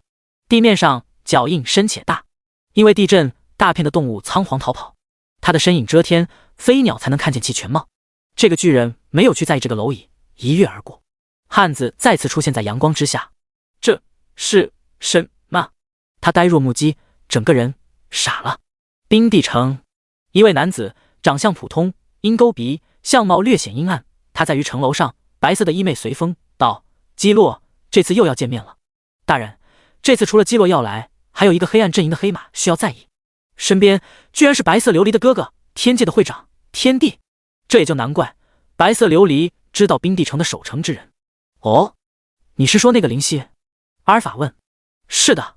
天帝点头，恭恭敬敬道：那个紫发林夕实力绝对恐怖，白龙城的天才比尔便是被其干掉。阿尔法望着远方道：我会留意，既然可以打败比尔，其实力自然不会太差，毕竟比尔虽然狂傲，但是实力不可否认。天帝看着阿尔法，心中有些赞许，比之狂傲的比尔，这位阿尔法号称光芒阵营的第一天才，居然礼贤下士，彬彬有礼，两者差距太大。天空中，嗨嗨！烈火战神面色苍白，显然魔星的那一击实在恐怖，虽然是随手，也让他非常难受。这次的大战可有的玩了，群雄荟萃，阿尔法、基洛、木彩霞还有林夕都实力非凡，连我都有些期待他们会擦出怎样的火花了。魔星抚须，是啊，这次的大战真的有的玩，我们也要留神的，不然很可能会造成伤亡。烈火战神点头赞同，尽管实力达到他们这个程度，也不会小看灵级之间的战斗，生死之战每一招都很致命。虽然天神将生命具体化后不容易造成致命一击，但是有些可怕的技能带入战场也很容易将天才秒杀。例如比尔的神圣破天斩，还有灵犀的极闪，每个天才几乎都有压箱底的技能，堪比仙级的可怕技能。尤其是灵犀极闪那般，速度快，冷却快，而且前奏几乎没有，杀伤力又恐怖异常。那样的技能，无论阿尔法还是基洛都有，且更强。这次的战斗绝对是近万年来最精彩的一届，关注的神级强者也不少，或明或暗，只是没人点破。烈日马上，林夕看见的冰帝城的全貌。城墙横亘大地，蔓延数十里。城墙上，弓箭手已经就位，蓄势待发。魔法师握着法杖，表情紧张而严肃。干净的冰帝城外，或许立刻要血流成河，现在不过是暴风雨的前夕。虽然相安无事，但是压抑非常。第104章，玫瑰之恋。这次有得玩了。林夕的表情很是严肃，单单是看一眼城楼上的那位白衣男子，让他感到莫大的压力。阿尔法看着潮水般的野兽军团，笑道：不过土鸡瓦狗，开城门迎战吧。是。天帝躬身而下。原冰帝城的城主为一个少妇，颇有几分姿色。他向阿尔法抛了个媚眼，大人真是果敢之人。他的嘴角却下垂，你也一样，下去迎战。既然有灵级的实力，就不要看着。是。少妇欠身下去，心中暗骂这小子不知道怜香惜玉。哼，长得不怎么样，搔首弄姿就成了笑话。阿尔法不屑道，他的脑海中早就住着一位绝色佳人，白色如雪的发丝，那宛如不食人间烟火的仙子的气质，如冰的高冷模样，皆令他沉醉。除了他，谁能入我的眼睛？我定然要追上他的步伐。他的眼中带着迷恋。咔啦，城门大开，原住民和玩家涌出，无论的等级还是实力，都不说白龙城的军力可比。林夕的眼皮一跳，这场战非常难打，如果不行就撤。这是林夕的想法，未战先怯是大忌，但是自不量力也是要不得的。刚刚接触，两军交战，厮杀声就不断蔓延回荡，手中的听风如同死神的镰刀收割着，看似暗淡无光，平凡普通的细剑锋利的难以置信。咻咻咻，剑雨闪烁璀璨的光辉，阳光下刺人眼睛而伤人性命。轰轰，五彩的魔法缤纷绚烂，既中看又中用，爆发的杀伤力范围广也恐怖。紫发飘荡，剑刃乱舞，林夕的攻击没有任何犹豫和迟疑，即便对方眼中的恐惧，即便对方眼中的悲哀，成为战士的瞬间就当领悟自己的使命。林夕心中默念，战场上没有身不由己，只有你死我活。杀戮间，一位少妇出现在林夕的视野，她骑着一匹白马，姿色颇为动人，但是手上凌厉，一杆长枪舞得密不透风。侦察术，林夕果断观察，因为以为女子出现在战场又不是玩家的话，本身就说明其能耐。玫瑰之恋，柔丝0级，等级95生命，3600000攻击，12500防御，6800速度，34技能，玫瑰之刺风中玫瑰，白色之恋。简介：冰帝城的城主，姿色动人，但喜欢玩弄男性。至于喜欢玩弄男性的哪里，恕在下无法说明。很强的实力，但还不足为虑。一言不发，催马而上。柔丝自然看见，手中的枪稳稳地拿住，娇笑道：“很帅气的小伙子。”但是眼中没有戏谑。林夕的属性比他高，他实在无法不去重视。回答他的是一记白光，咻！枪杆破空，1寸长1寸强，论攻击范围，刀剑肯定是比不过枪戟。侧身避开，同时手臂发起，听风袭去，长枪一撩，破去危机，身体倒下，直捅马腹。林夕皱眉，这家伙倒是聪明，知道先杀马，但是没有这么简单。横劈微阻，提马，使得烈日马前足直起，长枪打空。柔丝见此，嘴上道：“看来你的腰不错嘛，床上功夫应该挺厉害。”没有回答。听风握着，目光肃穆，急闪，8道攻击如雷霆。哼！柔丝看得很准，眼中凝重，长枪快速舞动，带起红色的能量。玫瑰之刺，咻咻咻，3道攻击接连而来。叮叮叮，枪尖和剑尖碰触3次，很短暂，火花溅射，如同电光闪过。马匹微推开，离开战斗范围。剩下的5道攻击落空，没有对他造成伤害。好危险！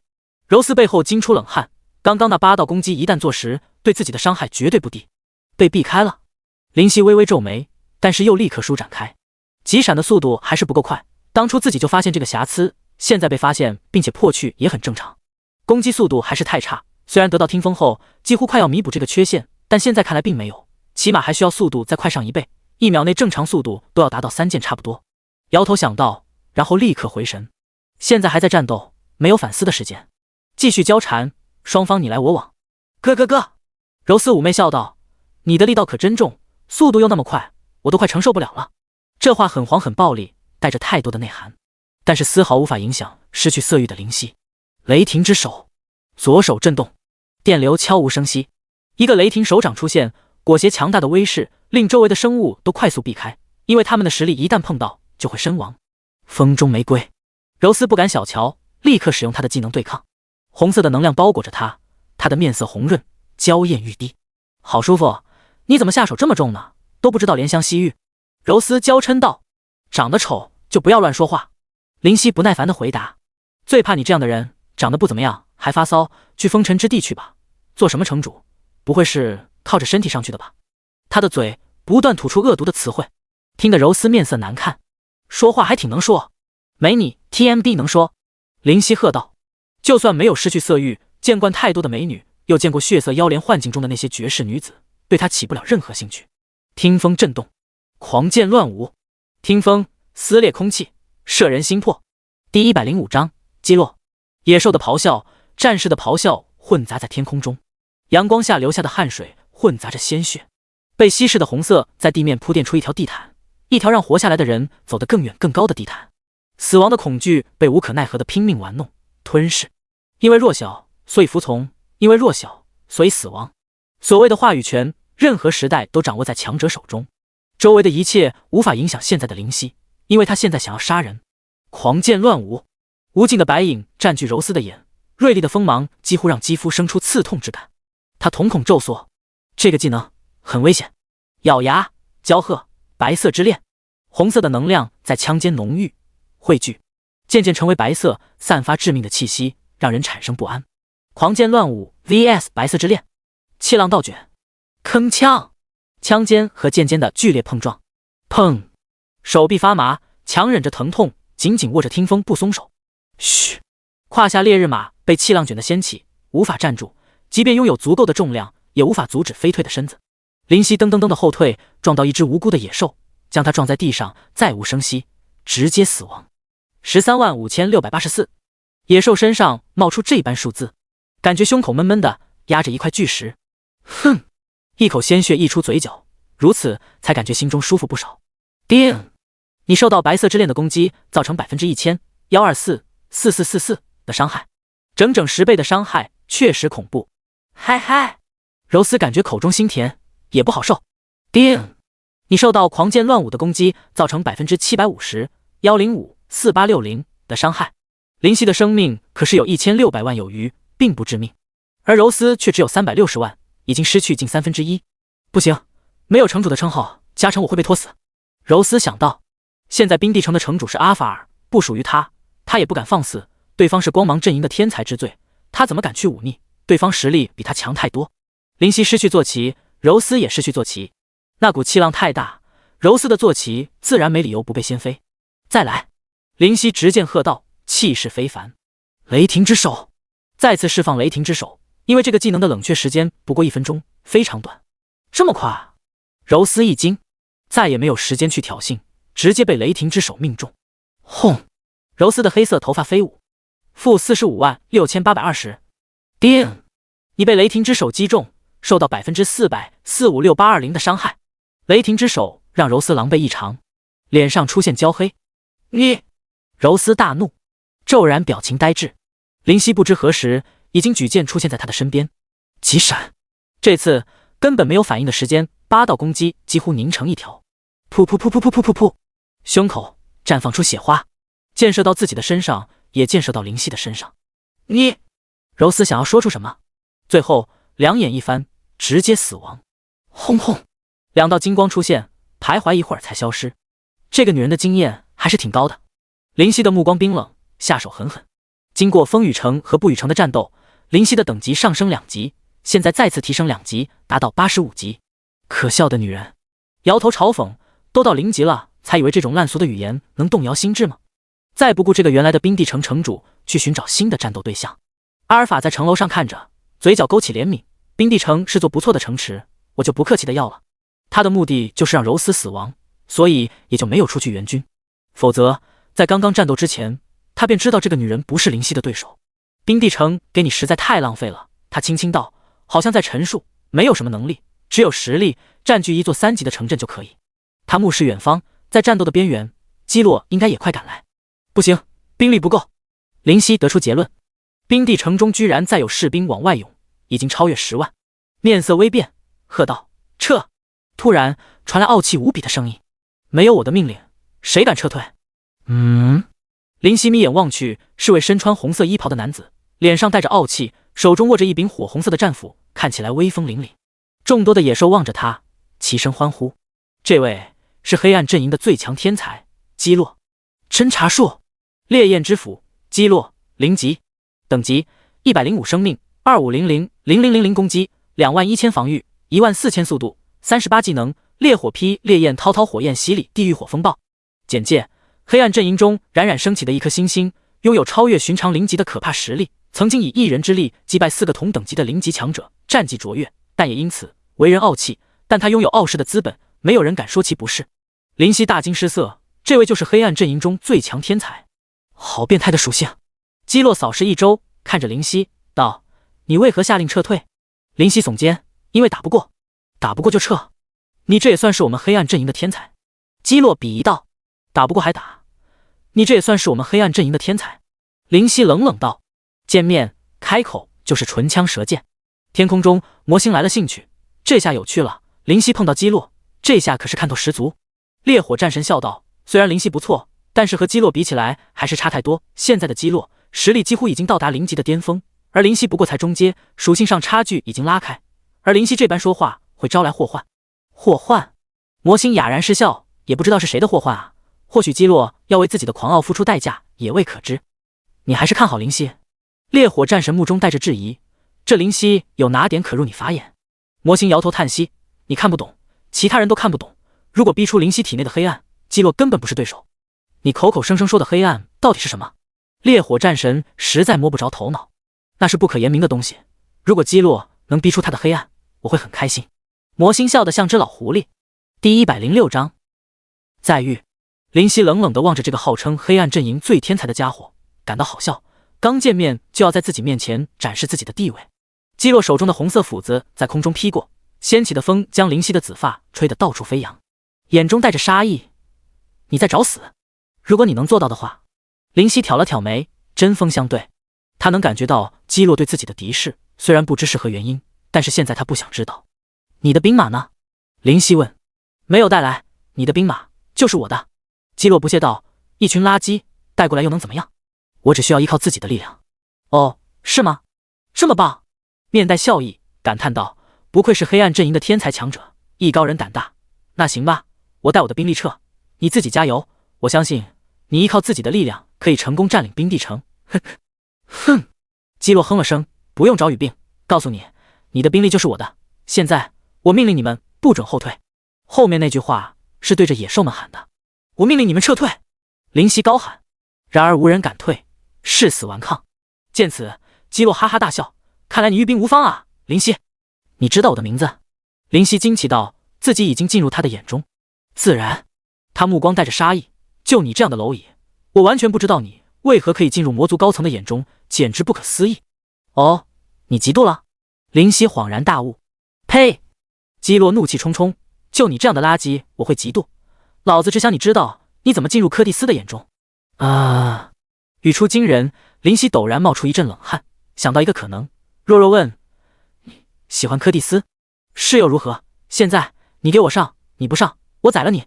不愧是基洛，坦然承认，丝毫不慌，眼中的杀意却更盛。“你冷静点，柯蒂斯，我可以让给你。”灵犀擦汗：“我不需要你让，滚，给我去攻城！”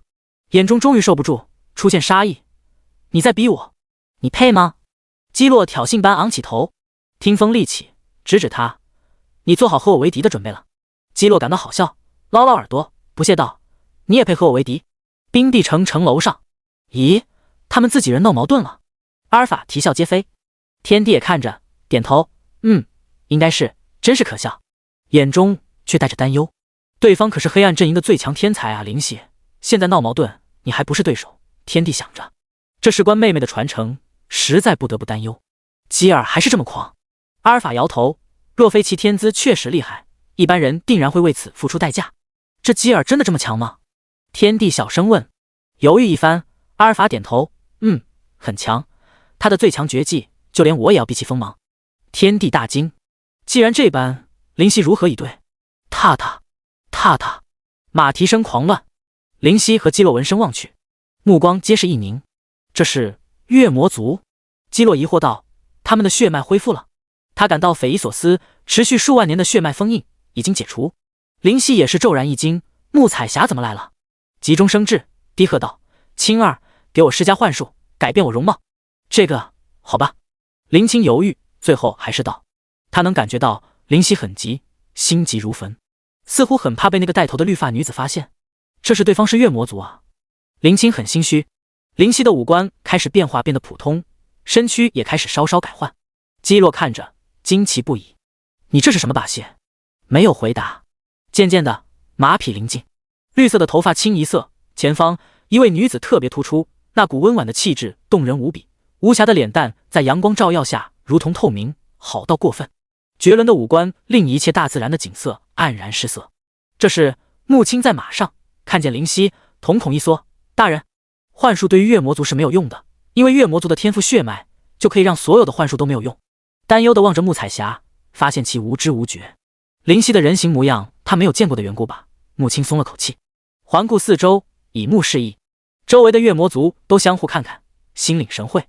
灵犀拱手道：“各位就是曾经黑暗阵营大名鼎鼎的月魔族吧？”穆青硬着头皮策马上前：“正是。”不知所谓何事，轻轻地问道。这个穆青正要回答，穆彩霞上前展开笑容，阳光下依旧动人。为了攻占冰帝城。原来如此。林夕点头，在下不是对手，先走了。怎么，林夕，你怕了？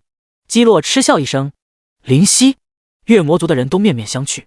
穆彩霞身躯微颤，你叫什么？在下林夕。林夕硬着头皮道，心中暗骂基洛这货，这是多管闲事，竟喜欢凑热闹，逼话少讲点会死不成？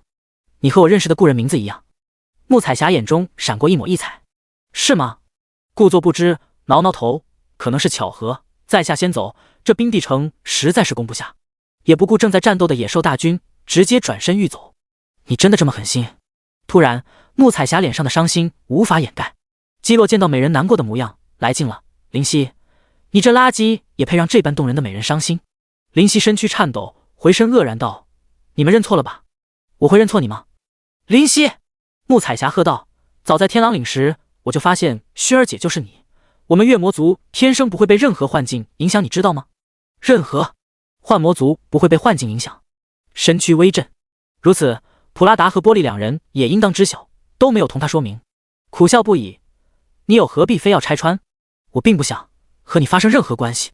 我并不想和你发生任何关系。婉转而绝情。闻言，穆彩霞眼中的泪水无法压抑，夺眶而出。战乱中，女子的哭泣无法改变什么，没人怜悯。林夕心中产生一种心疼的情绪，努力撇过头。别怪我心狠，我们不是一个世界的人，我未必会留在这个世界啊。手中的听风死死攥着不放松，脸上的无所谓有些勉强，但仍在坚持。基洛皱眉：林夕，你这垃圾，给我向他道歉。你没有资格让美人伤心，为什么不关你的事，你非要插一脚？你有病吗？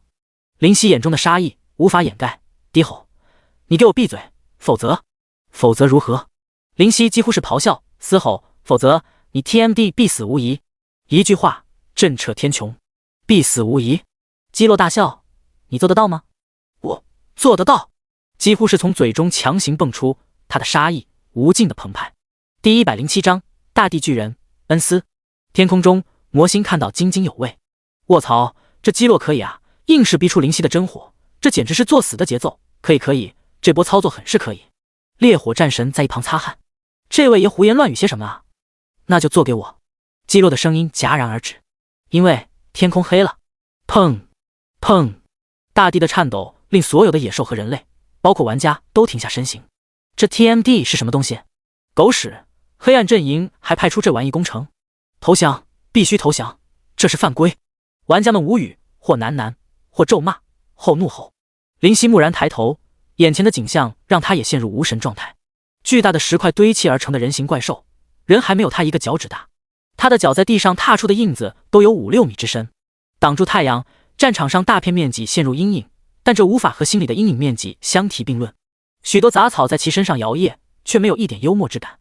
他的五官不过是5个对应的形状的空孔而已。这是什么？林夕愣在那里。吼！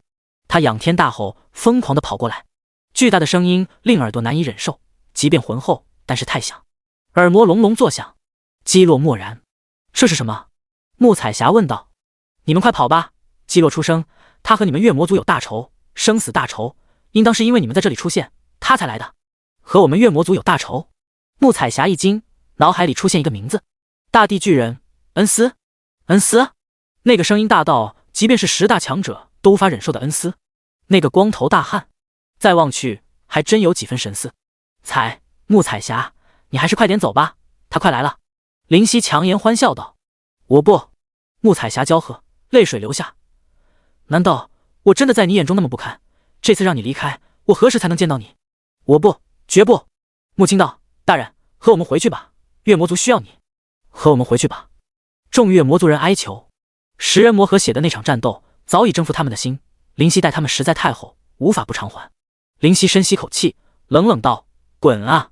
穆彩霞摇头不语。大地巨人临近，大地不断的震颤，连士兵都回到冰地城之中，不敢出来。这尊恐怖存在，没人敢去挑衅。吼！大地巨人来到身前，终于看见月魔族，那些绿发实在令他忍不住杀意，愤怒大叫：“月魔族必须死！”基洛也躲得远远的，大喝：“愣在那里干什么？等死吗？”恩斯发威，就连普拉达和达拉斯都要跑。恩斯只有仙级，自然不是神级的对手，因为魔族的10大强者就是按实力排算。但是如果不想要了恩斯的性命，就必须要跑得远远的。那一脚下来，不是闹着玩的。抬脚，践踏而下，大风呼啸，威力太大，几乎一股阴霾出现在每个生命的心头。这是让人无力抵抗的一脚。走开！灵犀大吼。那一脚的目标是月魔族的聚集队伍，一旦踩中，必死无疑。即便是灵犀自己，也不能保证自己能在他的一脚下逃脱。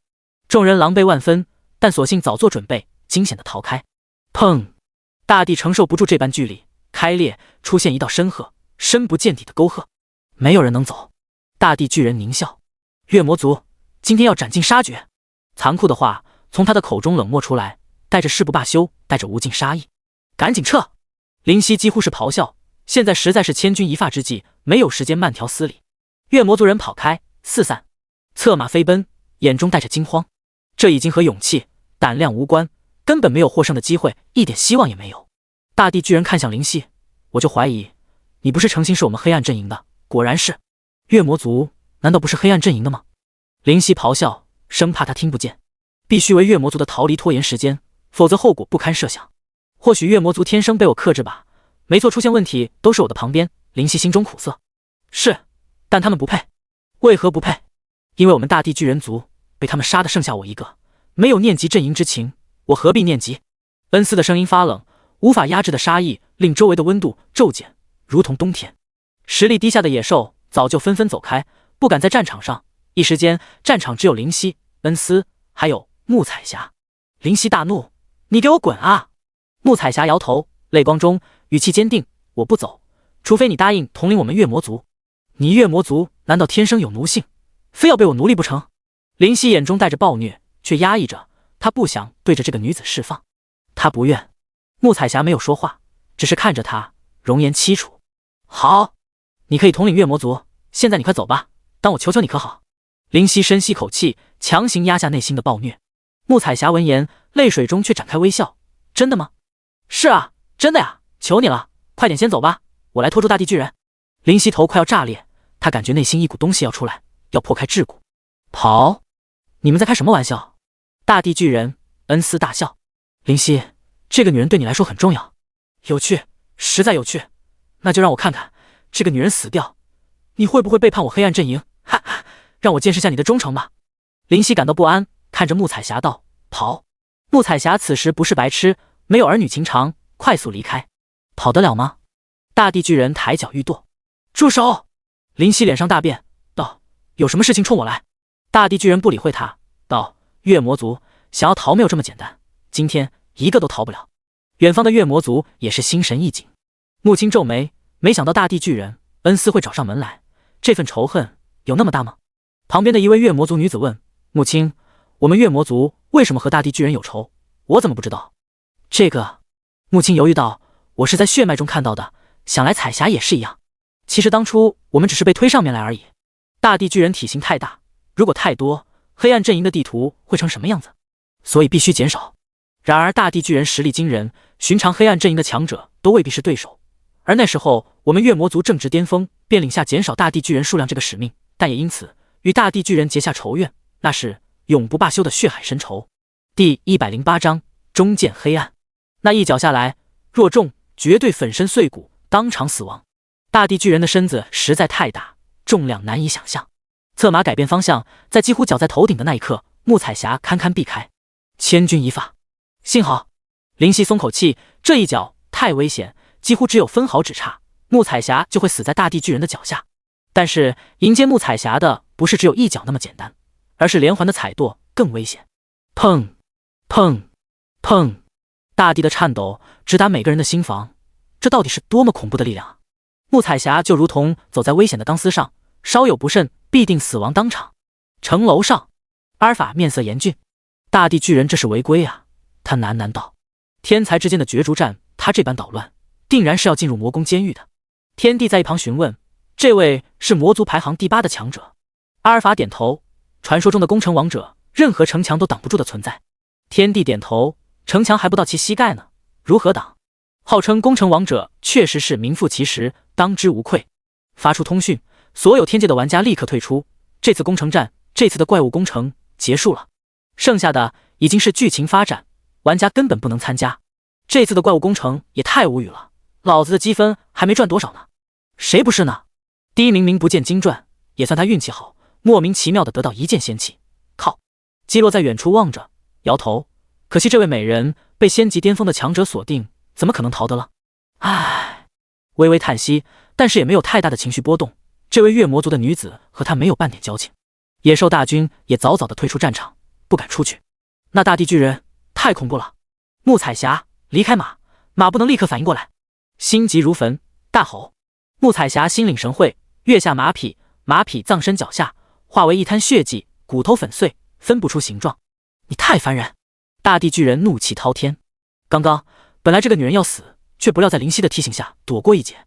抬脚，目标灵犀，电光火石，眼中带着紫意，速度划出残影，落空，在地面践踏出一片狼藉和恐怖。地面龟裂开，如果蜘蛛网蔓延很远。你们真的该死！大地巨人怒吼。地面升起一片石块，将穆彩霞和灵犀包裹，只露出头部，手臂用力却无法挣脱，太牢。叮！你被仙级强者大地巨人恩斯的技能十之禁锢击中，无法移动，持续5秒。5秒！致命的5秒！灵犀大吼：“恩斯，有什么事情冲我来！”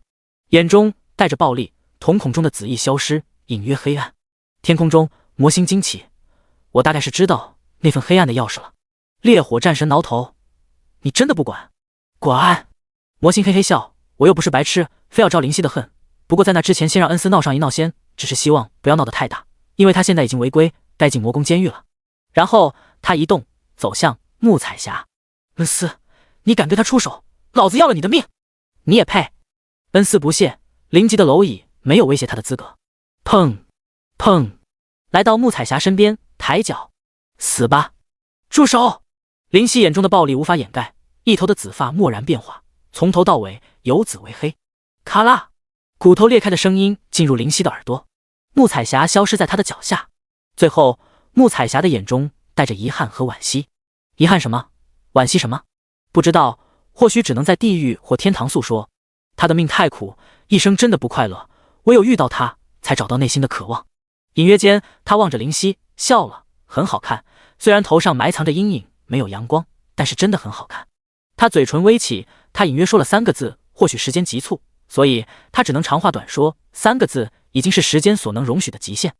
那声音太远，太轻，太不真切，在风中，在大地巨人的猖狂大笑中被掩盖，被遮挡，真的听不见。但是所幸灵犀看懂了，不是懂得唇语，他没有那么天才，只是那句话太简单，太白痴。那是在说一句很肉麻很沉重的话，肉麻的想吐，沉重的难以呼吸。所以灵犀很是崩溃，你能不能不要这么煽情？所以灵犀很是愤怒，你又在这种危机的时刻讲这种话。所以灵犀忍不住哭了，你偏偏对我产生这种感情干嘛？我何德何能啊？伴随着泪水喷涌的是心中的滔天怒火和恨意，是眼中无尽的黑暗和邪恶。又是这样，又是这样，我真的克你不成？你真的克我不成？还是太弱，还是太弱，弱成这副模样，我弱到可怜啊！所以我才说实力很重要啊！所以我才说实力最重要啊！我叫你走的，我叫你早点走的。一切复杂的情绪融汇，灵犀的表情反而淡然，没有任何的表情，这才最是绝望。你不是有那份力量的吗？心底有句话在诱惑，声音如同恶魔的勾引。什么力量？祭月。月魔之主玉飞给的祭月很强大，但是即便全属性正1000%又怎么样呢？灵级怎么可能跨过境界的沟壑，打得过仙级？还是仙级巅峰？如果不是那份力量的话，真的又要出来了吗？灵犀眼中融杂暴力、杀戮、愤怒、悔恨、狂妄，一切的情绪都被释放。如此，就只有将你释放出来了。灵犀，灵犀不知道在说什么，眼睛不知何时漆黑一片，那是空洞到极点的黑，黑得太彻底。他的嘴角在这本该伤心的环境下，居然上扬，这是笑了。第109章入魔。魔心激动道：“就是这份黑暗，充满所有负面情绪的黑暗。”烈火战神却面色严肃到极点，很邪恶，邪恶的很纯粹。说黑暗已经是侮辱了。战场周围是神级强者，都充满好奇、惊讶。这种力量是什么？哈哈哈哈！灵犀毫无形象的大笑：“我出来了！”他抱着头，弯着腰，笑到眼泪都在迸射。我出来了！浑身陡然燃起黑色的烟雾，似火般熊熊燃烧，时而淡，时而浓，时而喷涌，时而收敛。灵犀，我就知道你不能没有我，我就知道你一定需要我。哈哈！漆黑长发无风而起，手指甲为黑，皮肤漠然惨白，身上从风雨城拿取的普通铠甲皲裂，然后碎开，本就破烂的紫色衣袍终于也完成它的使命，消失。身长没有任何衣物阻挡，唯有亵衣勉强挡住。许多黑色斑纹出现的身躯之上，带着巨大的威慑力和恐怖感。叮！由于未知原因，你全属性大幅度提升。眼泪止住，他望着大地巨人，笑道：“真该谢谢你。不过现在……”他的脸突然扭曲，恐怕的狰狞感让人毛骨悚然。老子 TMD 必须宰了你！听风包裹着一层淡淡的黑色，嗖，掀起微风和小小的灰尘出现在大地巨人的脚上，然后直接垂直冲上去。大地巨人凝重道：“不管你是什么东西，都不会是我的对手，是吗？”听风暴刺，裹挟无匹的威势，黑色的烟雾在不断抖动游走。轰！他的右前臂被灵犀直接击碎，石块和粉末飞溅。负一，伤害可怜。大地巨人左手臂直接挥过，砰！笨拙的大地巨人挥拳速度居然快到如此地步，灵犀来不及反应，直接被轰飞出去，如同流星、音爆、骇人，在空中飞出去数千米才落地。轰！大地碎裂，被灵犀砸出深坑，石头飞起，灰尘漫起。我说过你还太弱，太弱！大地巨人嘲讽道。好了，魔心的身影出现，道：“恩斯，你闹得太过了。”大地巨人不屑道：“他自寻死路，我给他点教训而已。”结节，灰尘消去，灵犀狼狈的身影出现，黑发沾着碎石，黑色的浓烟喷涌。他望着自己的属性：灵犀0级，等级85生命，5000万攻击，65000防御，42000速度，42简介。你说我弱？你居然敢说我弱？灵犀脸上狰狞一片。那我就让你见识见识什么叫强，你不要后悔。给我开！祭月几乎是咆哮出来。黑色的烟雾如火焰，如今更是黑到发指，比夜更黑，比魔更邪。突然还燃起绿色的火焰，黑色的烟和绿色的火水乳交融，爆发出无匹的气息。砰！掀起的惊天气浪令人恐惧，这般气势太强。灵犀满是黑色的眼中没有眼白，喷着黑烟，却带着痛苦，双眉紧紧地皱着，牙龈迸射出鲜血，俊朗的面目不成样子，浑身颤抖。地面的石头在蹦蹦跳跳，不知为何。祭月，对月而鸣，望月而笑，月魔族的奥义之技，诡秘莫测。效果：全属性正1000%，副作用等级50，全属性1000，虚弱状态1个月。现在什么等级、什么属性都不需要，都不用想。现在的灵犀，只要他死。脸上苍白的如同死尸，青色的经脉都出来了。全属性正1000%，属性上涨到恐怖，恐怖到过分。这样的实力，就连魔星眼中也带着震惊。如此属性已经达到神级。啪！空气发出巨大的破裂声，风被断绝，听风直接轰在大地巨人的脚上。轰！大地巨人失去一只脚，站不稳，直接倒地。负一，还是只有一滴血的伤害。石块飞起，重新组接。没用的，你杀不了我，蝼蚁就蝼蚁，不管用什么办法，强行提升了实力也是蝼蚁。恩斯大笑，挑衅。灵犀，你冷静点。魔星道，恩斯会得到他应有的惩罚，他会被关在魔宫监狱10万年以上，已经足够了。足够？灵犀冷笑，面目可怖。不够，他必须死，他必须死。城楼上，阿尔法和天帝目瞪口呆，剧情实在太快。这个灵犀到底是什么来头？0级居然爆发出神级的实力。阿尔法不敢置信，神级？天帝猛然一惊，现在的他有神级，是神级的实力，但是没有神级的能力，比如说飞行，他不能做到。阿尔法摇头道，所以他还是打不过仙级的大地巨人。天帝问，这个灵犀绝对不是寻常的 NPC， 不行，他不能死，妹妹的传承不能失去，这个机缘太大，即便是全天界的玩家上去送，也要保下来。大地巨人有些特殊，现在的灵犀，只要找到方法，可以杀了他。阿尔法的目光带着凝重，灵级杀了仙级，这是要打破神魔大陆不可改变的历史定律吗？战场的远处，基尔无语，尼玛的，突然这么猛，狠狠地咽了口唾沫。不行，要是找我麻烦怎么办？我会死得很惨啊！他现在也知道自己貌似得罪到灵犀了，怪我嘴贱。他很想扇自己一巴掌，没事干说那么多有的没的干嘛？人家情人之间的事就不该瞎掺和啊！大地巨人恢复，站起身，轰！大地震动，大地巨人再次到底，掀起巨大的气浪，黑发乱舞，听风，风打，你倒是接着嚣张啊，垃圾！我弱，那你 TMD 算什么？恩斯大笑，没用的，没用的，哈哈！负一，负一，砰，砰，砰！无数的石块在天上飞，又回来，一直都是这样的数字。蝼蚁，死吧！大吼着，巨大的手掌挥下，轰！半空中，手掌直接炸裂，巨石乱轰。好！野兽们被巨石砸中，命丧当场，压出器官，压出脑浆，压成肉泥。然后巨石又飞回，重新结合，完好无损。结节！灵犀大笑，声音尖锐：“夏娃，你给我出来！老子我知道你在旁边看着，很好看是吗？”一位身穿火红色长袍的女子凭空出现，她气质魅惑，身段凹凸有致，淡然面色却勾起妩媚，诱人到让人想要将她就地正法。没有人能将视线从她身上移开，除了神级的老怪物，除了灵犀。她面带冷意，她面带恨意。第二个愿望，告诉我大地巨人的弱点。第110章，惊世的光芒。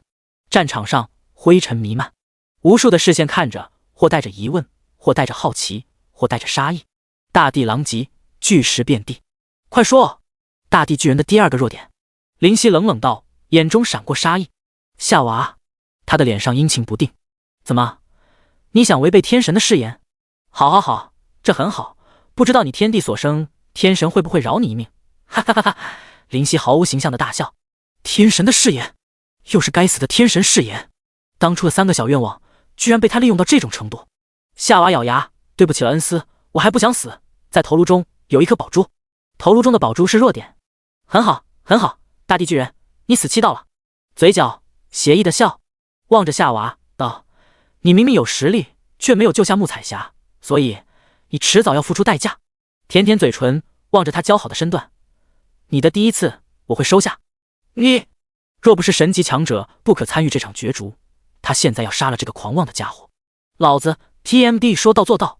灵犀非常狂妄，眼中的黑烟诡异而异常，然后转身冲杀。恩斯，你给我死吧！冰冷的杀意肆无忌惮。砰！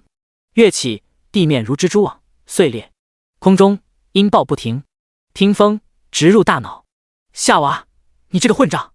恩斯大怒，他默不作声，自己不想死，那么只能让你代替我了。啪！听风无法进入大脑，有一层土黄色结界抵抗。看来你很怕这里被人刺穿啊，你能做到吗？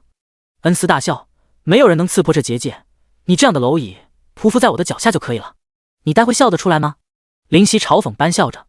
急闪，寒芒乱点，锐剑狂刺，咻咻咻咻咻咻咻咻。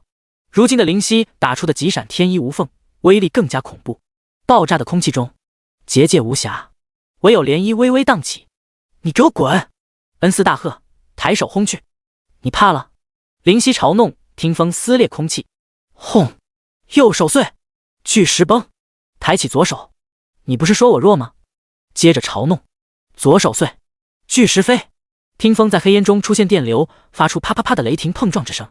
改雷霆之手，雷霆之手化为雷霆之剑，紫黑能量涌出，比之神圣破天斩更是恐怖，裹挟无匹的力量射向大地巨人的大脑。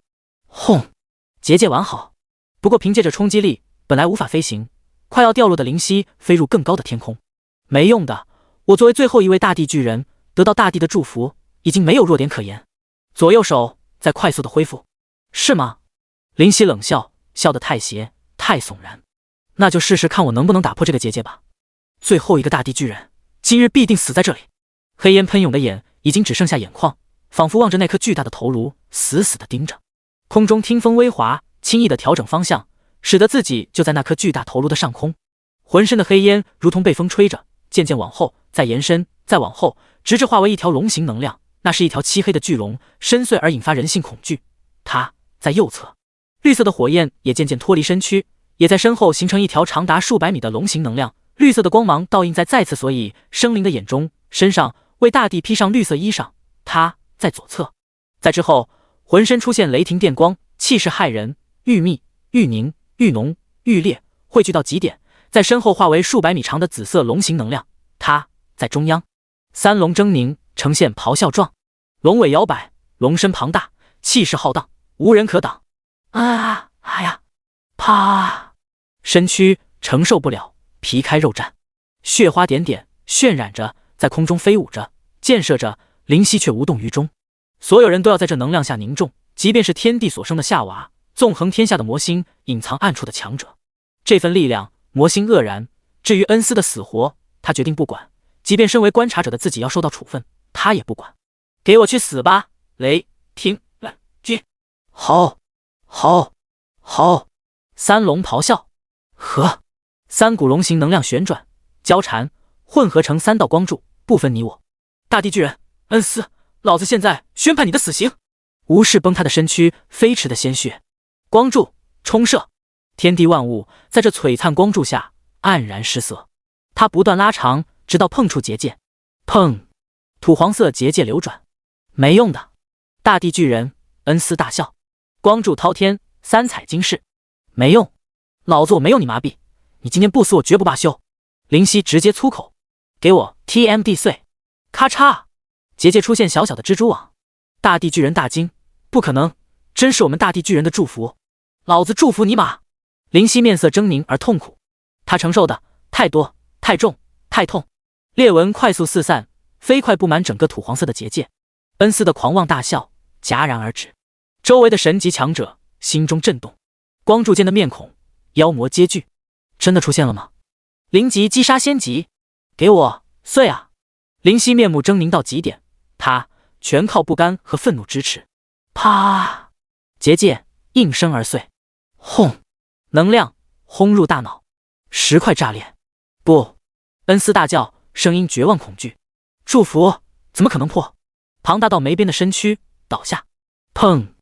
掀起的威势太大，尘土怒扬，轰！三彩能量位置砸入大地，气浪狂涌，大地崩塌凹陷。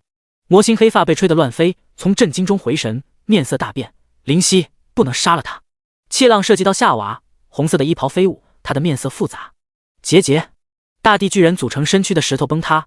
当烟尘散去，灵犀站在头颅部位，手上捏着一颗土黄色的珠子，那颗珠子散发厚重的黄光。你也有今天！狂妄的大笑充斥这个战场，无人作答。你也有今天啊！笑声由大渐小，慢慢消失，泪水才姗姗来迟，开始模糊了视线。灵犀，你 TMD 也有今天。第111章终焉和开端。秋渐深，风微寒，叶已落，花终谢。寒风中，灵犀瑟瑟发抖。灵犀，你也有今天。泪水涌出，黑色的烟雾随风荡漾而不离身，绿色的火焰在身上不知何时已经消失。啪嗒，泪水溅下，啪嗒，啪嗒，啪嗒，泪如雨下，模糊了视线，却清晰了记忆。木彩霞，你还要我怎样？声音轻得不可闻。为什么一直活得这么累啊？我内心的悲伤不断，全是黑色的眼睛闭合。终于力竭，终于昏迷，终于可以倒下。灵犀，魔星快速上前扶住他倒下的身躯，他面色复杂，没想到黑暗是心魔，没想到祭月给了你。战斗迎来结尾。秋意中，恶魔收起的獠牙隐藏黑暗。尽管过去坎坷，也只能是过去。即便心中过不去，时间会让它过去。枯黄的落叶中，伴随着丰厚的果实。缓缓而过的岁月中，人们脸上的笑容开始展开，忘记曾经的恐惧和阴影，因为生活仍在继续。时间缓缓而过，秋后冬来，冬去则迎春。春日，绿色遍地，鸟语花香。阿尔法成为仙级，基尔成为仙级的消息陆陆续续出现，在两方阵营传播。这令人津津乐道，虽然不是自己，但是说出来都带着骄傲，人都是这样的。因为尽管人性自私，但太遥远的身影会麻木，会羡慕，会失去追逐的动力。而天才战斗中的灵犀，那个击败仙级强者最后一个大地巨人的存在却没有身影，所以他从一开始的议论纷纷到无人问津，时间已经发挥它的作用。哪朵岁月中的浪花渐消，一个古色古香的房间里面充斥着温馨的感觉。床上有着一位紫发男子，面容俊朗，只是脸上苍白，他长长的睫毛微微颤动，眼前的黑暗终于被撕裂。他睁开眼，望见的是深棕色的天花板。这是哪里？许久，感觉身上出现一丝力气，挣扎而起。哼，闷哼一声，发现自己身上有重物，无法移动。将轻薄的被子掀开，被眼前的景象震惊到。一位女子赤身裸体躺在他的身上，最关键的是，这位女子他不认识。那羊脂般纯白动人的身躯毫无遮蔽，紫发随意铺开，绝美的五官精致绝伦。她微微张的嘴唇带着足够致命的诱惑，紫发男子的眼睛都要瞪爆了。尼玛，这是什么情况？你谁啊？紫发男子轻轻推了下女子。绝美的女子终于醒来，揉揉惺忪的眼睛，那双眼睛呈现紫色，如同琉璃，就像水晶，美得不可置信。你醒了？男子无语，不知如何以对。你是谁？我为什么在这里？还有，我是谁？他眼中带着迷茫。你忘记了？绝美女人眼中带着疑惑，怎么会忘记？我不知道，想不起来。男子皱眉，却感到头疼欲裂，无法想起。你能先起来吗？林夕道。他白了他一眼，起身，全身毫无遮掩。林夕指了指，为何我毫无感觉？因为你不行。女子道。好了好了，不骗你了，因为你失去了色欲这份感情。失去色欲，为什么会失去？你问我，我问谁啊？紫发男子挣扎起身，离开床，站了起来，发现没有衣物遮挡，头部一阵眩晕，身体虚弱到极点。欲倒，小心！女子伸出援助之手，他拉住。呀！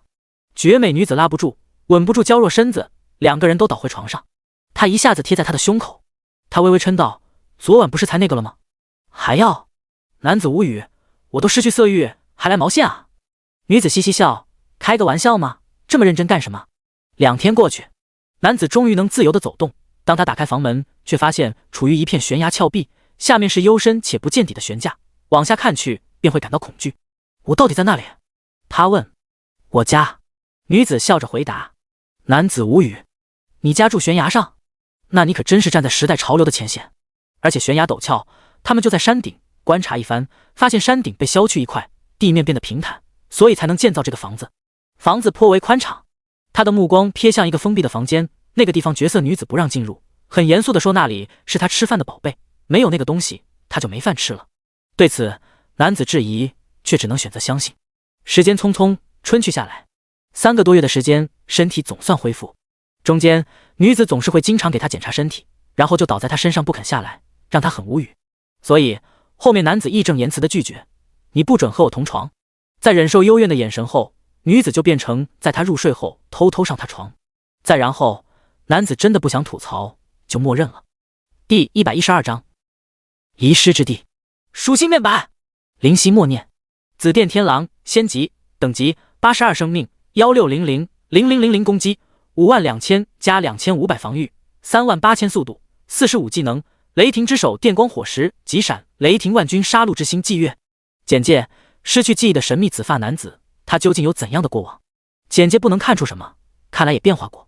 又看了看系统信息，叮，你使用祭月，等级50，全属性1000，虚弱状态1个月。叮，你使用技能雷霆万钧，对单个敌人造成基于自身攻击的毁灭性打击，伤害为5000%。由于超越肉体极限，等级5。叮，你融合祭月和雷霆万钧，创造新技能，请命名。叮，你击杀仙级巅峰强者大地巨人恩斯，获得奖励，全属性加5000，经验加45000000。叮，你吞噬土之精魄，从0级、中阶、进阶为仙级，下阶属性大幅度提升。叮，你的心魔被未知力量压制。我创造了新技能。灵犀疑惑不已，他询问爱丽丝自己叫什么名字，她说自己叫做灵犀。他不讨厌这个名字，甚至隐隐间有些熟悉和亲切，所以便决定自己就叫灵犀了。或许这个名字会让自己记起记忆，也未可知。未命名技能，融合3种强大的能量元素于一体而创造，蕴含斩断世间一切的威力，无可匹敌。效果：攻击额外正500%，伤害额外正10000%。此次攻击空间锁定，必命中，必暴击，对于结界效果提升200%。灵犀一惊，好强的技能！这是我创造的？自然无人回答。紫发的绝美女子不在身边。低头沉吟一阵，既然如此，取个霸气的名字吧。既然专门针对结界，那就叫破戒吧。叮，你成功为技能命名，名为破戒，目前状态无法使用。这个技能还不能用，是因为失去那个的加持吗？心中思索，暂时不想这些，以后有时间去挖掘。其他暂且不提，色欲怎么能失去？摇头，阳痿可不是好事。门打开，紫发女子进入。爱丽丝，你为什么能飞？灵犀问。这个问题在爱丽丝出门的时候就想问了，居然是飞出去的。因为我是神级。爱丽丝温婉地笑了笑。神级？灵犀疑惑。爱丽丝解释道，你现在是仙级下阶吧？点头。你上面还有仙级中阶、上阶和巅峰，之后就是神级了。原来如此。灵犀恍然，意思就是说我的实力还不够吗？你说我失去色欲，那要怎么样才能寻回呢？灵犀直接问出这句最关心的问题。这个，爱丽丝道，你想知道？是的，在一个你现在无法突破的地方。如果是当初击杀大地巨人恩斯的那个技能的话，当然没问题。击杀恩斯的技能？你说的是破戒？轻轻问。破戒，这个名字不错，确实是结界的克星。是的，如果是破戒，即便的你现在的实力也没有问题，可以前往。爱丽丝笑道。现在不行？是的，一点机会都没有。弱弱地问。当然不是一点机会都没有。爱丽丝眼中带着狡黠。怎么样才行？感受到希望，她激动道。嗨嗨！爱丽丝揉揉自己的肩膀，叹气道，最近公务繁忙，肩膀都酸累了。灵犀无语，天天悠闲，每次出去都能带回来许多食物，还总是带昂贵的壮阳大补的东西调侃我。你告诉我你公务繁忙？你骗鬼呢？强压下内心升起的吐槽情绪，展开微笑。我来给你揉揉肩。说着，爱丽丝来到凳子上坐下，面上愁眉苦脸。太谢谢了，不枉我白养了你几个月。小白脸，小白脸，想要反驳，却发现自己无法开脱。吃了他几个月的东西，住了他几个月的房子，还真成了小白脸啊！貌似没办法，只能来到他的背后给他揉肩。啊！爱丽丝嗔道：“经典，下手这么重，我和你有仇不成？”灵犀小心翼翼的揉肩，不敢大力。爱丽丝不断的呻吟，粉嫩的嘴唇发出令人疯狂的声音。灵犀无语，揉个肩怎么搞的？很做了什么苟且之事似的。10分钟后，现在可以说了吧？灵犀没好气道。好吧好吧，告诉你吧，只要你在结界那里撕开这个东西，就能出去。爱丽丝突然手上出现白色的卷轴，上面满是玄奥的符文，闪着白色的光芒。这是？灵犀接过。破戒卷轴可破开国界限制，进入其他国家，使用次数1，只要撕开就能用了。他轻轻道。多谢。你的欲望遗失在一个叫做日本的地方，自己去取回吧。点头。那你什么时候出发？爱丽丝问。现在。灵犀笃定道，在这里简直是折磨啊！你才阳痿小白脸，你全家都阳痿小白脸。你确定？爱丽丝的目光一横。心一虚，补充道，其实我是很舍不得你的，只是色欲太重要，你懂的，取回色欲我就能满足你的一切要求了，你说是吧？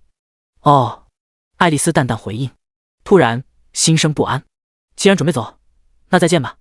他遗憾摇头。大门突然打开，灵犀一惊，这个不用太。急字未出，身体被无形的力量扔出，直接抛下悬崖。那是看不到底部幽深的悬崖。爱丽丝，你大爷！声音在房内回荡，久久不散。第113章悬崖之下。我去你大爷的！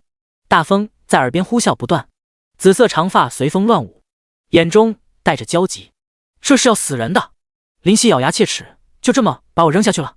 以后有你好果子吃！手上光芒一闪，一把武器出现在手中，雄浑的力量涌现，从手中蔓延全身。大手往远离峭壁的那一边用力，砰！音爆直接出现，身体靠近峭壁，而后听风直接刺入，死了！听风不断切割石块，但所幸下降的速度减缓，一直下滑100米，才渐渐稳住身子。呼，松了口气，保住一命。向下看去，深不见底，幽暗而令人心悸。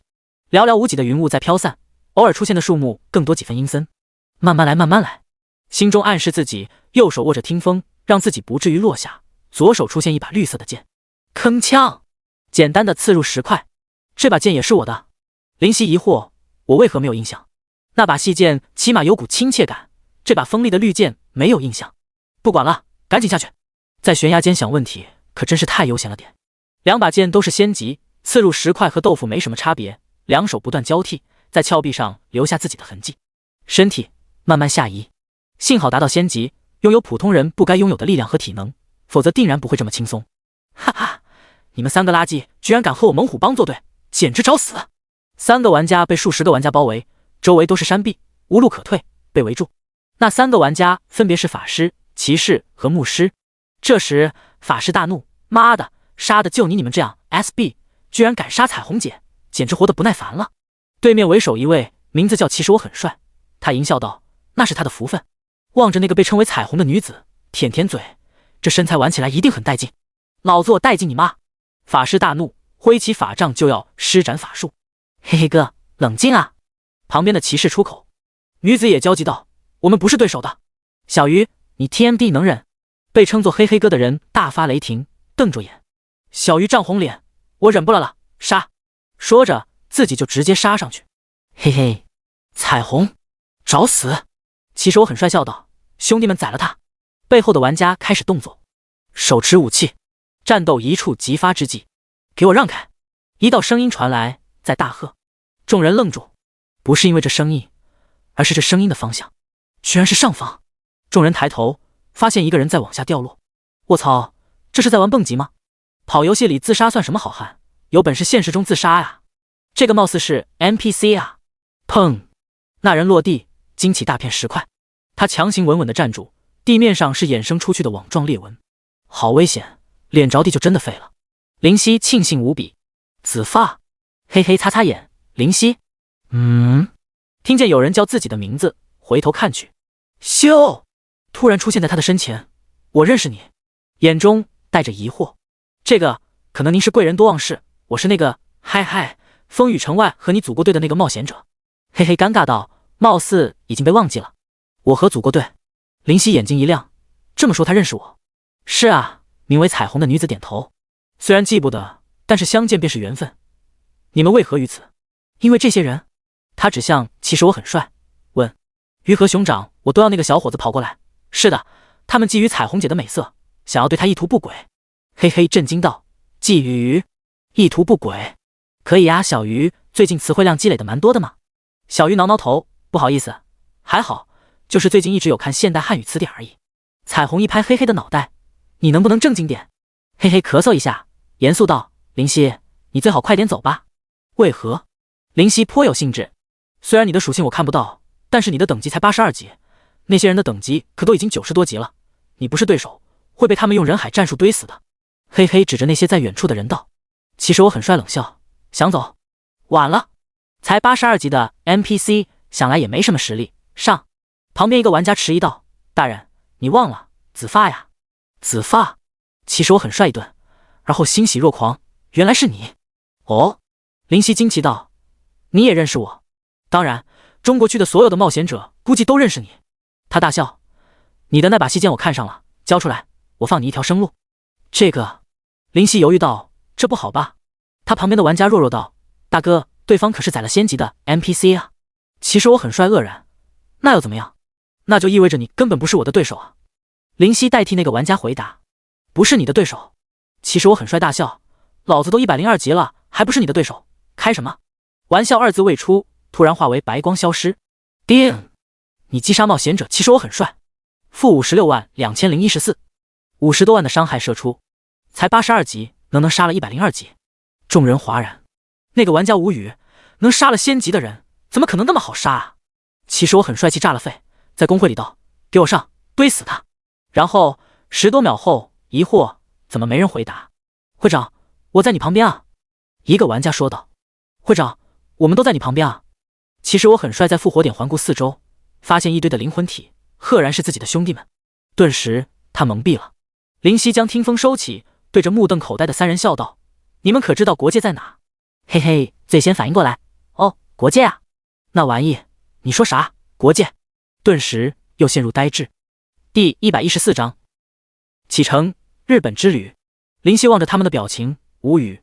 我知道国界应该是很厉害的结界，但是至于这样夸张的表情，嘿嘿，好一会回神，颤巍巍道：“那个林夕，你这是要出国？去哪里？”小鱼弱弱问。应该是日本，貌似也不知道是什么地方。林夕挠挠头。林夕，你去日本干什么？彩虹忍不住开口。难道这里不好？摇头，不是不好，而是我有一样东西丢在了日本。表情非常严肃。什么东西？三人不约而同问。色玉。三人同时呆滞。色玉，日本？你这是要上天啊？嗨嗨，林夕尴尬道，不用瞎想，是色玉这份感情在日本这个地方，不是去那里满足自己的欲望，可懂？懂。小鱼和黑黑对视一眼，都看到对方眼中的不幸，嘴上却是嘿嘿笑。我们都懂。嘿嘿还给他挑了下眉，似乎想暗示什么。林夕头大，这种东西真的是越解释越他妈的解释不清楚，索性问直接点，国界在哪里？这个小鱼有些犹豫，直接说，哦，对了，让你们冒险者帮忙是要奖励的吧？来，这个当做报酬。林夕从手中取出一把银色的大剑，非常夸张，如同一块门板般。陈山零级，效果攻击加1000，效果攻击正10%，效果附带重伤效果。简介：吸收到残余的月季能量，属性增加。小鱼口水都要流出来，嘿嘿，眼睛瞪得斗大。彩虹很吃惊的样子。0级？林夕笑道：“快说吧，国界在哪里？”小鱼指了指远方：“你看见那片金色的光芒没有？”林夕望去，远处有一道淡淡的金色光芒横亘在大地上。看见了，那就是国界。林夕，你说那是国界？林夕满头黑线，这么近，就这么简单的到了。他想骂人，不过话说出口就不能再反悔，还是将陈山丢给小鱼。小鱼一把接住，给你了。林夕笑道：“谢谢。”小鱼激动到语无伦次。嘿嘿，搓搓手，大哥你还有宝贝不？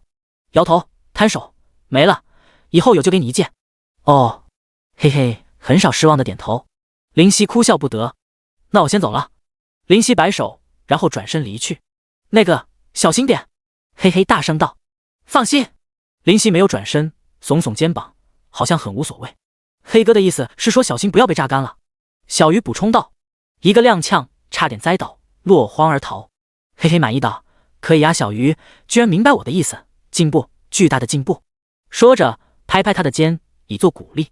小鱼挠头：“黑哥教得好。”彩虹双手遮住脸：“我不认识你们2个活宝。”告别3个活宝，林夕来到国界。这就是国界吗？林夕抬头，近处才知道国界的恐怖。淡金色的光芒从大地延伸到天空，天衣无缝。放眼望去，左右蔓延到无边际，包裹住整块大陆，没有任何瑕疵和漏洞。远方是蔚蓝的海洋，看不到边，时而出现巨大的鱼类，说不出名字，但从外表就能知道他们的实力绝对不俗。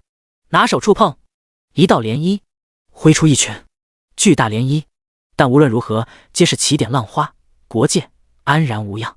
那股浩瀚的能量仅仅感受到，无法掀起一丝反抗之力。难怪说我现在的实力不可能打破。林夕苦笑，确实如此，也唯有破戒那样的恐怖技能才行。拿出破戒卷轴，深吸口气，也只有靠这张卷轴了。撕开，撕了，卷轴碎成2半，出现白色能量飘荡出，接近国界。金色和白色汇合，陡然无尽的气浪涌现，让林夕站不稳，退后数步才稳住身子。叮，你获得离开国界的权利，请选择地点。日本。目标日本。传送。白色的光芒离开金色的国界，回到林夕身边，包裹住他，然后消失。叮，日本区的玩家请注意，一位中国区的原住民来到日本区，请让他见识到日本冒险者的力量，若击杀这位原住民，可得到仙级装备1件。叮，日本区的玩家请注意，一位中国区的原住民来到日本区，请让他见识到日本冒险者的力量，若击杀这位原住民，可得到仙级装备1件。叮，日本区的玩家请注意，一位中国区的原住民来到日本区，请让他见识到日本冒险者的力量，若击杀这位原住民，可得到仙级装备1件。顿时日本陷入沸腾。混蛋，敢来我日本，必须让他永远留在我们日本的领土上。他在那里，他必须死。没有人敢在我们日本的领土上放肆。无数日本玩家摩拳擦掌，寻找灵犀的足迹，而灵犀本人却什么都不知道。这是哪里？绿色的眼睛出现，这是狼的眼睛。环顾四周，一片漆黑，似乎是山洞。我居然可以看见黑暗中的事物，有些惊奇。这项能力可不简单。一股滚烫的气息从山洞的出口喷涌而来，那里是充满光亮的，有热气。心中带着疑惑，那里是山洞的内部，唯有前往查看。心中谨慎，缓缓前行。我该如何找到我的色玉呢？这才是灵犀真正想知道的。那时候爱丽丝可没说怎么找到色玉这种七情六欲，按理来说那是虚无缥缈的东西，如何寻得，而且如何剥夺？灵犀眯眼，将心头的疑惑压下，慢慢地走进山洞的内部，热气更加恐怖，甚至是上百摄氏度，就连灵犀都有些受不了。我这是到火山里了？灵犀产生这样的疑问。踏入，猛烈的光芒刺眼，微微眯起，缓和后睁开，再然后眼前的景象将他彻彻底底的惊呆。这是什么？第115章蛇和彼岸花。恐怖如小山般的身躯蜷缩着，8颗蛇头正闭目睡眠，每一颗头颅的额头都隐藏着隐隐约约的光亮宝石，正好是金、木、水、火、土、光、暗和中间一颗透明的宝石。8颗蛇头连接在一个身躯上，简直骇人听闻。蛇皮，姑且称之为蛇皮，呈现乳白色，给人危险的气息。鼾声如雷，在洞穴里回荡。他蜷缩的身躯围绕着的是滚烫的熔岩，火红色的岩浆偶尔溅射出来，碰触到他那白色的蛇皮，毫发无损，依旧安详的入眠。显然这对他不起作用。这幅场景让灵犀彻底惊呆，自己这是跑到什么地方了？唯一能确定的是，这里应该是日本。平复下情绪，使自己的心跳尽量压低。算了，必须离开这里。心中暗暗告诫，一旦这条恐怕的8头大蛇苏醒，自己必死无疑，一点希望都没有。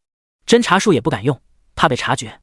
正要转身离开，灵犀眼尖看见一朵七彩花朵在岩浆的中间绽放着，它无视滚烫的红色，傲然而开。因为满眼的红色，差点被忽略。那是什么？目光微凝，在岩浆里生长的花怎么可能存在？那还能算是植物吗？那是彼岸花。林青开口，语气震惊。灵犀早就知道林青的存在，在苏醒后就和他对过话，但是对于自己的过去总是支支吾吾，不说明白，似乎有些害怕。如此，灵犀无奈之下，只能如何强求。彼岸花，灵犀一惊，似乎在记忆中，那是日本传说中的东西，象征死亡。寻常的彼岸花没有什么大不了的，分为白色、红色和黄色的单一颜色。但是若彼岸花因为岁月产生灵性，就会慢慢增长彼岸花的自身颜色，3色同有是仙级，7彩则是神级。你是说这是神级的彼岸花？灵犀倒吸口气，心砰砰直跳。而且彼岸花若有灵性，产生神智，一般为温柔的少女，非常善良。林青激动道，若是可以得到彼岸花，加上我血色腰莲，你2朵神级宝物护体，绝对是年轻一代的第一强者。灵犀抹了把汗，不知是不是被热气逼出，还是算了吧，贪得无厌可不是什么好事，一旦吵醒这尊恐怖的存在，死无葬身之地啊。林青失望道，那好吧，那就勉强不来了。感到有些失望，毕竟同为神级宝物，而且都是女性，总会比较投机。闻言，灵犀有些犹豫，若得双神物护体，可以说绝对血赚，但是若不得，自己不吃亏，但也因此失去获得稀有的神级宝物的机会，而且林青会失望，唯一的好处就是安全。思忖再三，脸上阴晴不定，而后咬牙，妈的，拼了！大不了一死，人生没有冒险，如何成就大事？而且几率不小，毕竟只是岩浆中取出一朵花，没有多大的风波和声势。真的吗？林青惊喜道，你可不好勉强自己哦。苦笑不已，你别这样说，我会后悔的。嘻嘻，冷静下来，眼中没有一丝涟漪，心脏的跳动减到最低。8头大蛇没有围住整个火山口，只是围住2/3，放低脚步，来到它尾部，至少不会让这个睡得正香的庞然大物感受到怪异。眼中紫意流转，电光火石，掀起微风，但是在火山这样的闷热情况下，没有一点感知。点着岩浆，眉头微皱，脚尖和岩浆碰触的地方感到一阵火辣辣的疼痛，但必须忍。-21257，-25615，不断有伤害从头顶冒出，毕竟不过仙级下阶，对于岩浆的热度无法免疫。视野中，彼岸花摇曳，10米、5米，脚下听风，手中出现一把剑，正要挥下，突然彼岸花七彩光芒大盛，完了！林夕心中一紧，这时候出现动静，定然惊喜沉睡中的8头大蛇。彼岸花突然化为光芒，让听风落空。突然，光芒出现在林夕的背部。叮！彼岸花希望寄宿在你的身上，是否同意？心中大喜，同意。身上出现一股疼痛，不断放大。皱眉，转个弯，返回，离开岩浆，没有停下步伐，心脏剧烈跳动，回头看了看大蛇，8颗头颅都在睡眠，无动于衷。咻！化为清风，离开山洞，马不停蹄，必须离远点。没有因此松气，不断的奔跑。林夕的速度非常快，残影道道，无声无息。3分钟后，出口，眼中微亮，没有立刻前往，而是停下步伐，因为不知道出口处会有什么，怎么能不谨慎行事？背部的疼痛蔓延全身，控制不住，全身肌肉紧绷，必须忍。那股疼痛仿佛割开心脏，刺破5脏6腑，不断的有黑色的污渍出现在皮肤的表层，并且发出恶臭。林夕的牙齿狠狠地咬着，面目渐渐狰狞。这股疼痛超越想象，七彩光芒在背后绽放。叮！你获得彼岸花的祝福，全属性加500，攻击额外加5000，等级加10。叮！作为第4位得到神级宝物的原住民，奖励全属性加200。10大金光飞起，大量的黑色包裹全身。但是这并没有结束，血红色的光芒在身前出现，夺目无比。剧烈的疼痛消失，舒畅的感觉发自内心。叮！你获得血色妖莲的祝福，全属性加1000，攻击额外加10000，等级加10。汹涌的力量澎湃着，睁眼，金光闪过，浑身一抖，黑色的污渍溅射开，离开皮肤表面，身上的紫色衣服没有受到一点影响。摸摸衣服，感慨道：爱丽丝的这件衣服确实是好。紫星天残袍0级，防御加1500效果，免疫污渍效果，冬暖夏凉简介，千年天蚕所编织的蚕茧所制，拥有非常好的防护性能。没想到这次的收获居然这么大。林夕握拳，一股巨大的力量喷涌，实力提升太大。满足的笑意出现，而后收敛。现在后面是危险，前面是未知，没有时间开心。前面到底是什么呢？踏步前往。第116章，草原上的杀戮，一片明亮入目。这次林夕早有准备，微微眯起眼睛。这是草原？愣了，这是一座在草原上的火山。徐徐的微风带来泥土的芬芳，也有着似曾相识的气息，有些熟悉啊。林夕感慨，蔓延的是无际的绿。叮！请注意，来自中国的原住民出现在无际之源 35.24， 请注意，系统只提示1次。叮！请注意，来自中国的原住民出现在无际之源 35.24， 请注意，系统只提示1次。叮！请注意，来自中国的原住民出现在无际之源 35.24， 请注意，系统只提示1次。叮！你的位置已经被日本的原住民和冒险者知晓，请做好准备。注：日本对于你的到来并不是很欢迎。系统的提升声响起，拉回出神的心思。不欢迎？那就是说让我准备迎战了。林夕挑眉，正好，我也想试试自己的实力，心中浮现兴趣，但是唯一没有的就是对日本玩家的怜悯。不知何时对杀戮竟然毫无反感，甚至隐隐期待。混蛋，原来在无际草原，我说怎么找不到？无际之源，那不是很低级的地图吗？除了守护神兽在那里栖息，难道这个人有守护兽的实力？管他什么实力，敢挑衅我们大和民族，必须死！大量的玩家义愤填膺，冲向无际之源。漫游在无际之源，紫发被风吹拂，和煦的阳光散落在草原上，远方有羊群、牛羊，不错的景色。可惜了，林夕喃喃。远方人海汹涌，每个人面色不善，眼中甚至带着贪婪。毕竟仙气那可是不可多得的好东西，全世界也唯有中国区发生过一次大型的资料片，得到过仙气，其他国家的神兵排行榜最高只有0级，而现在这是我们日本的资料片，击杀他可以得到仙气，眼中是赤裸裸的欲望，确实不是很友善。林夕笑了笑，阳光热烈，战争开启。那些冒险者手持武器，疯狂地冲来。死吧，仙气是我的！一个玩家拿着太刀直接劈来，大叫。摇头，这群人还真不知道隐藏。刀锋锐利，刀锋凌厉。噗！那个玩家愕然劈空，而且脖梗多出伤害。-1206245，120万的伤害出现，血红色吓住无数玩家。纳尼？他们瞪大了眼，有人咬牙，他必须死，然后义无反顾。不仅仅是仙气，这还关乎一定的地狱荣耀，大家默不作声。杀！听风不知何时出现在手，都死吧！林夕面无表情，听风快速的收割。作为仙级的强者，本身就是现在玩家可望不可及的存在，远远不是对手，更何况刚刚得到2样神级宝物的祝福，全属性暴涨。紫电天狼，仙级，等级102生命，17700000攻击，68700加2500防御，39700速度，45技能，雷霆之手电光火石急闪，雷霆万钧杀戮之心祭月。简介：失去记忆的神秘紫发男子，他究竟有怎样的过往？7万多的攻击根本不可抵抗，太强。至于林清为何现在才给予祝福，自然不会多问，明白这是他还没有彻底归心。至于为何彼岸花会直接祝福，现在不是时候问。听风细而长，薄而硬，却无可匹敌。紫发乱甩，血液喷涌，沾染血色的紫发妖冶恐怖。杀！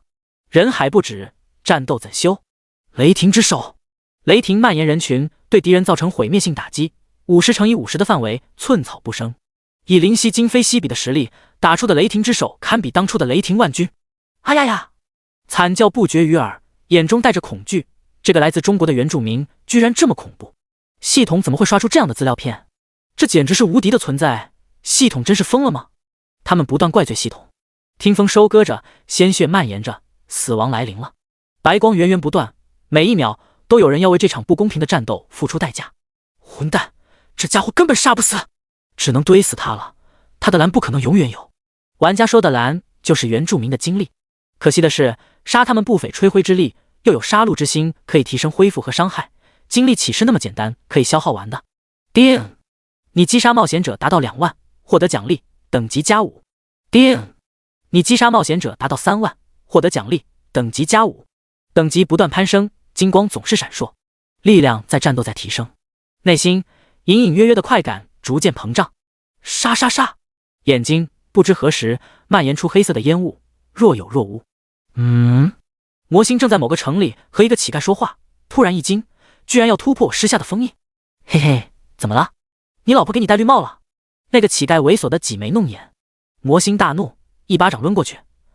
你老婆才给你戴绿帽呢！卧槽，老子要是有老婆还他妈的在这和你说话，早回家干活去了。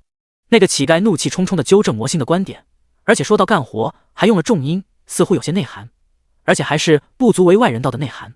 旁边路过的女玩家听到，鄙夷地看着他。那个乞丐丝毫不觉得羞耻，挺胸，干嘛？你们冒险者敢打我原住民？你动手试试。你那什么眼神？想见识见识我的长枪不成？那个女玩家气炸了肺。魔星心中有马在奔腾。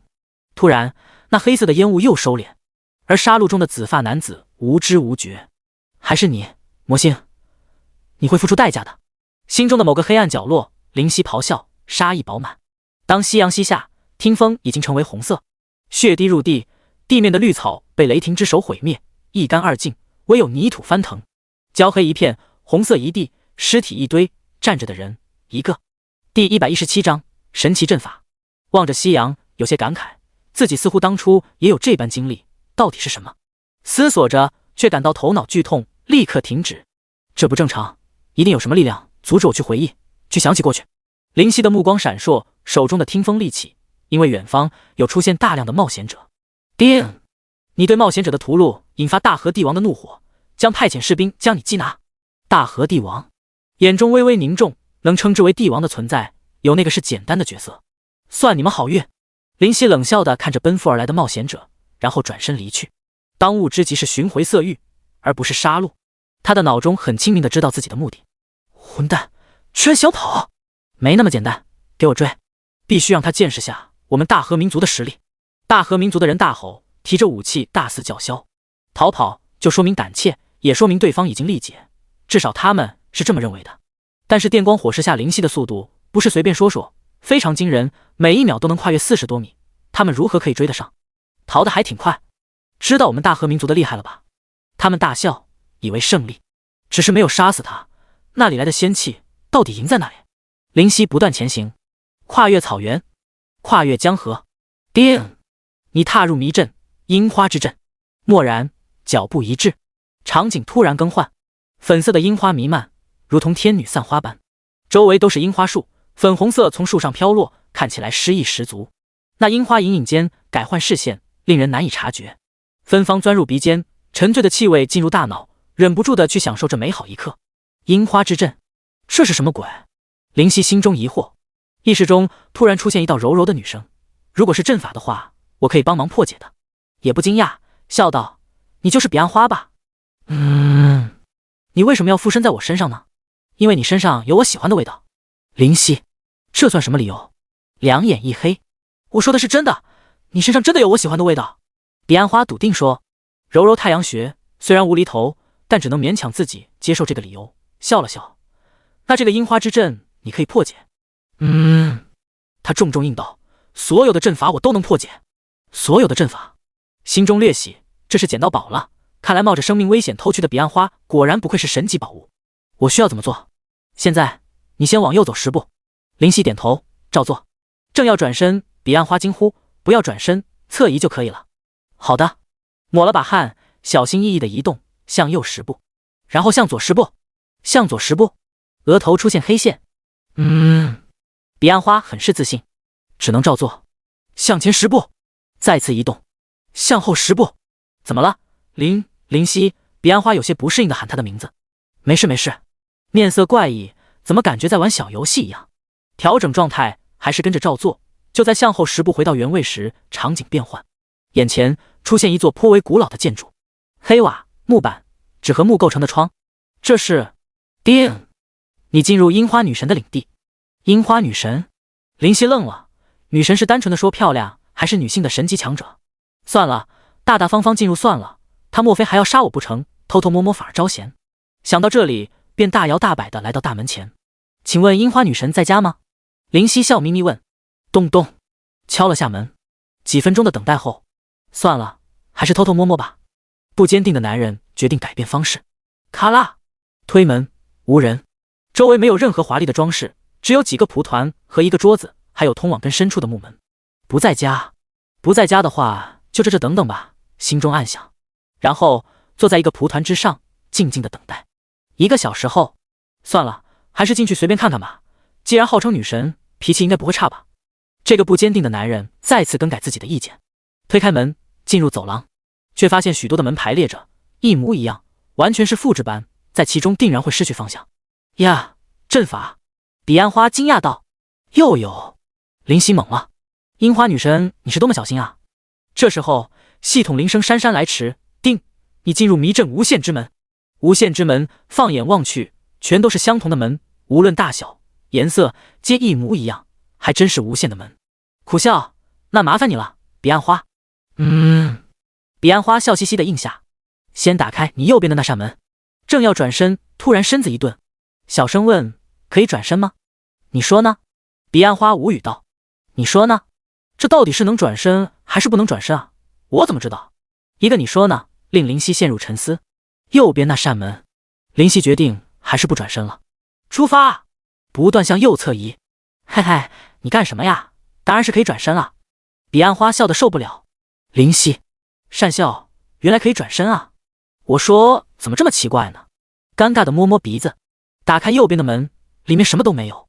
要说有人吗？这3个字，有人吗？再打开左边第2个门，灵犀照做。要说没人，没人，彻底无语，头都要裂开的感觉。打开右边第2个门，说有人，有人，有人，有人。不要和灵犀说话，现在他正处于崩溃中。打开右边第3个门，说快开门呀，快开门呀。第118章，樱花女神。场景变化，众多的门消失，出现在进入走廊的那一刻。出来了。灵犀热泪盈眶，这阵法是恶作剧吗？忍不住产生这样的疑问，简直坑爹啊，有木有。既然你不仁，别怪我不义。灵犀龇牙咧嘴，既然是樱花女神，宝贝应该不少吧。开始动起歪脑子，找藏宝库先。说干就干，环顾四周，这房子不算特别大，找起来还是非常简单。走廊上的门有3个，灵犀来到其中一个房间的门口，小心翼翼地打开，千万不要又有迷阵了。心中默念。开门，进入，里面居然是闺房，粉红色的气息蔓延每一个角落。樱花女神？确定不是樱花女孩？无语。踏入，然后发现场景变成沙漠，自己在沙漠中望不到边际，金色的沙子在烈日下散发灼热，周围没有植物，哪怕是仙人掌，没有动物，哪怕是蝎子。呀，迷阵！彼岸花又出声，哭笑不得，看来迷阵真的不少哈。彼岸花，交给你了。他似乎自信满满，先大喊：“我要怒放的生命！我要怒放的生命！”灵犀大喊，然后大喊：“我怒放你妈！”狠狠地抹了把脸，我怒放你妈！砰！迷阵破开，重新出现在樱花女神的闺房。既然用迷阵，那么里面应该有值得使用迷阵的好东西吧？让我找找有没有什么好东西。灵犀现在被玩出火气，很是不爽。推开床，看看床底，没有地下通道。打开梳妆台，全是化妆品。敲遍各个角落，没有一处是空心的。灵犀陷入沉思，看来樱花女孩还真节俭，一点好东西都没有，属性加1的也看不见。推开门离开，闺房的一切都摆放完毕，没有差错，不会被发现。然后进入第2扇门，咔啦，映入眼帘的是一堆的字画，署名皆为樱花女神。既然是樱花女神收藏的宝物，这些东西哪怕我不加属性也很值钱吧。灵犀想到这里，推门而入，场景突变，出现在一座大湖边，微风徐徐，湖面荡漾着涟漪，风入树间，发出簌簌的声音。呀，迷阵！彼岸花微微惊讶，对，绝对没错，就是迷阵，交给你了，彼岸花。灵犀的眼泪都要蹦出来，这樱花女神脑中有病啊，什么地方都放迷阵，这到底是不是你自己家啊？先大喊：“湖水真清澈，湖水真清澈！”灵犀大喊，然后大喊：“我清澈你妈！”感受到了，灵犀终于感受到世界的深深恶意，咆哮：“我清澈你妈！”砰！迷阵碎开，出现在原地，怒气冲冲走入，直接将这些山水画撕掉。湖水很清澈是不是？我清澈你妈是不是？我让你见识下什么叫残忍！撕了，破碎声不断，畅快地将所有的山水画都撕碎，才感觉舒服点，释放掉郁气，连待都不想待，直接离开。来到第3个，也是最后一个大门的门口，深深呼吸，这次千万不要让我失望了。灵犀飞起一脚，直接把门踢飞，砰！大门飞出去很远才落地，碎成好几块。一看，里面是一位女子，绝美女子，在温泉外的椅子上坐着，正在洗浴。突然听见开门声，向她望来，然后一愣，完美的胴体被一览无余，如白玉的冰肌雪骨，令人疯狂。那绝世的双峰和挺翘的臀部没有遮掩物，粉色的梦幻长发沾着水迹，整幅画面如同2次元般不切实际又真实存在。灵犀看着毫无动容，许久，突然扶额大笑，哈哈，这样的丑八怪也想让我陷入迷阵，开什么玩笑？冷冷地望着女子，凝视许久，遗憾般摇头，丑，真的丑，你丑成这副样子是要遭天打雷劈的，你知道吗？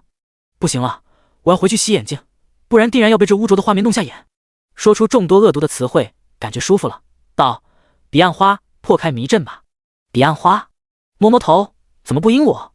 灵犀，这是真人，不是迷阵，而且是樱花女神。林青带着哭腔道，脸上的笑意僵。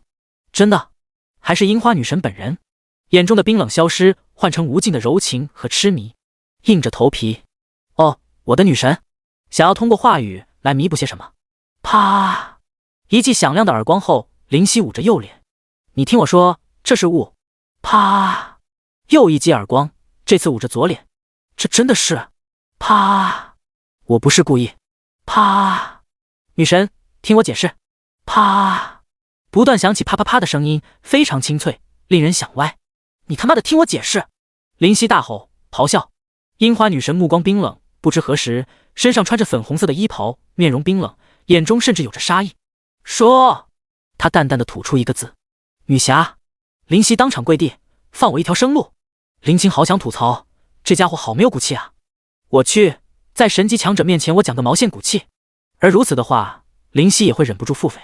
但是林青现在不敢交流，对方可是神级强者，稍有风吹草动都会被察觉的可怕存在。凭什么？樱花女神面无表情，淡淡的吐出3个字，表情肃然道：那个，因为我是来向你汇报情况的。什么情况？她面色冰冷道。这个，情急之下，灵犀的脑袋疯狂运转，在无际草原上，超过万名的冒险者被未知的强者杀害，这和我有什么关系？灵犀假装愕然，一向以善良、美丽著称的樱花女神居然对这件事无动于衷。樱花女神语气一顿，我只是觉得因为这件事你强闯我的房间，这个理由不够。那个人或许不是日本人，而是来自神魔大陆的其他地方。拼命的转移话题中，其他地方？樱花女神产生兴趣，能打破天神的结界，看来这家伙非同小可。林夕拼命点头，还造成数万生命的逝去，简直罪该万死。瞥向他，樱花女神冷笑：可是你偷窥我洗浴，而且还骂我丑，所以你必死无疑。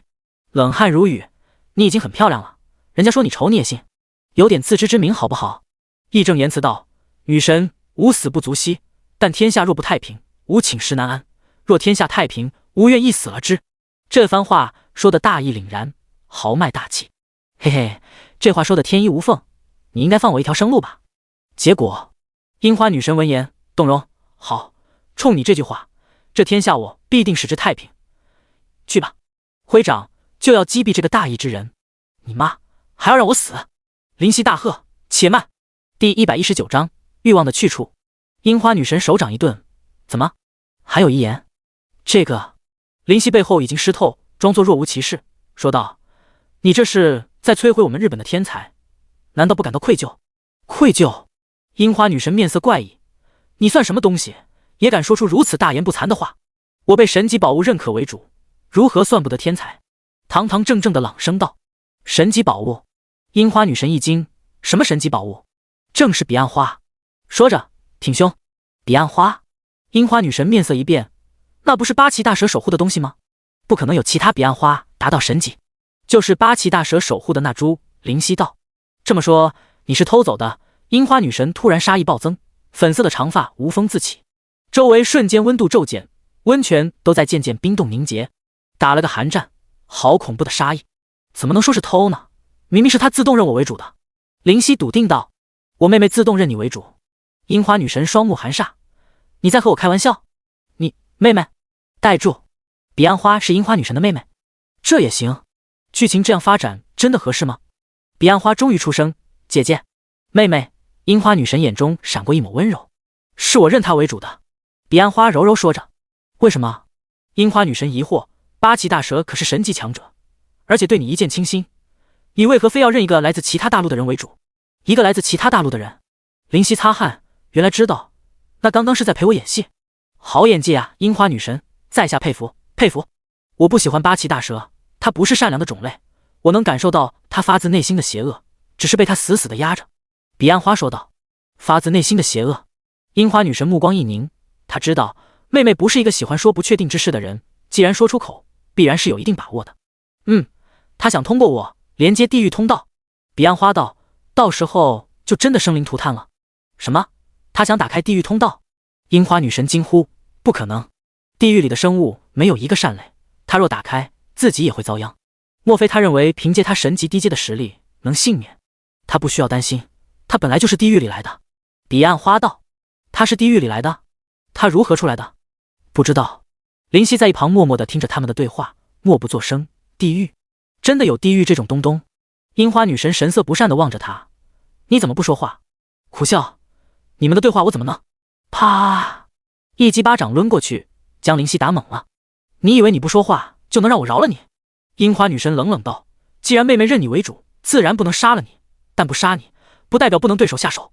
告诉你，我妹妹有一点不顺心，我就宰了你。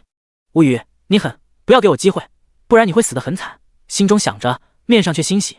放心吧，樱花女神，我一定好好待她。没办法，一旦翻脸，遭殃的只能是灵犀自己，现在根本不是对手。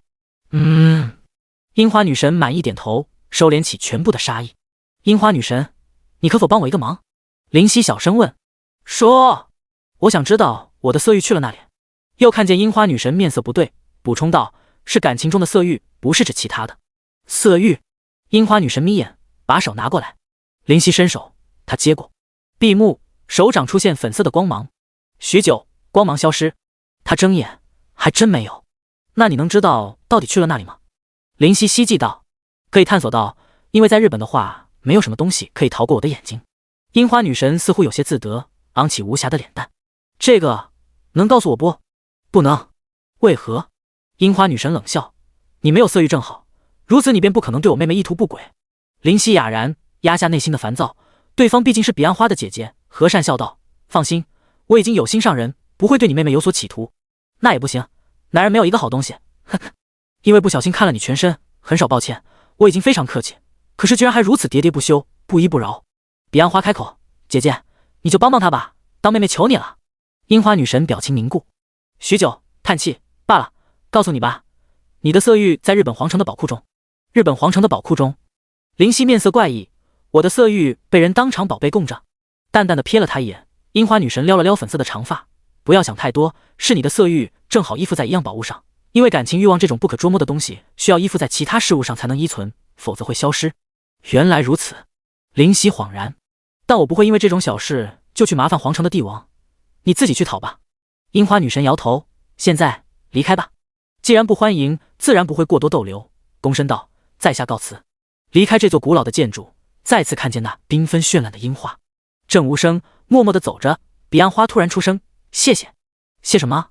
林夕挑眉疑惑：“我能感受到你内心汹涌的杀意，我们彼岸花对于感情的变化也是很敏感的。”他小声道：“得了，你姐姐脾气太差，我又不是对手，只能受着了。”摆摆手，无所谓道：“其实你未必不是我姐姐的对手。”“哦？”林夕惊奇道：“我不过仙级低阶，如何打得过神级强者？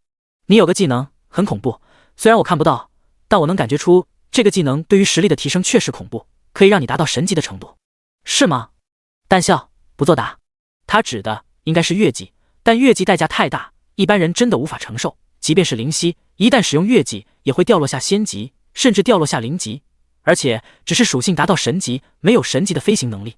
如果我是樱花女神，只要飞入天空，等待月季结束，那么一切都成定局，根本不需要花任何功夫。林夕的目光微微闪烁，他早就考虑到一切的后果。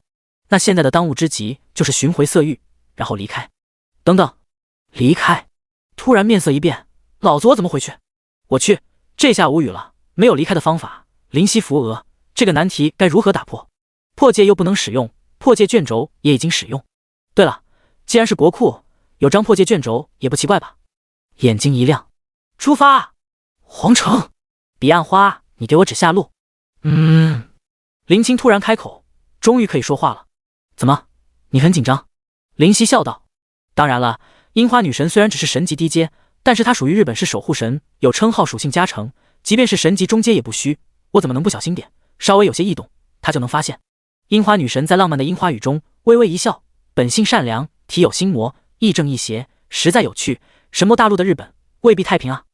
第120章，城内纷争。日本皇城，一排的臣子整齐排列，面目严肃，眼神不敢飘忽，甚至额头有汗溢出。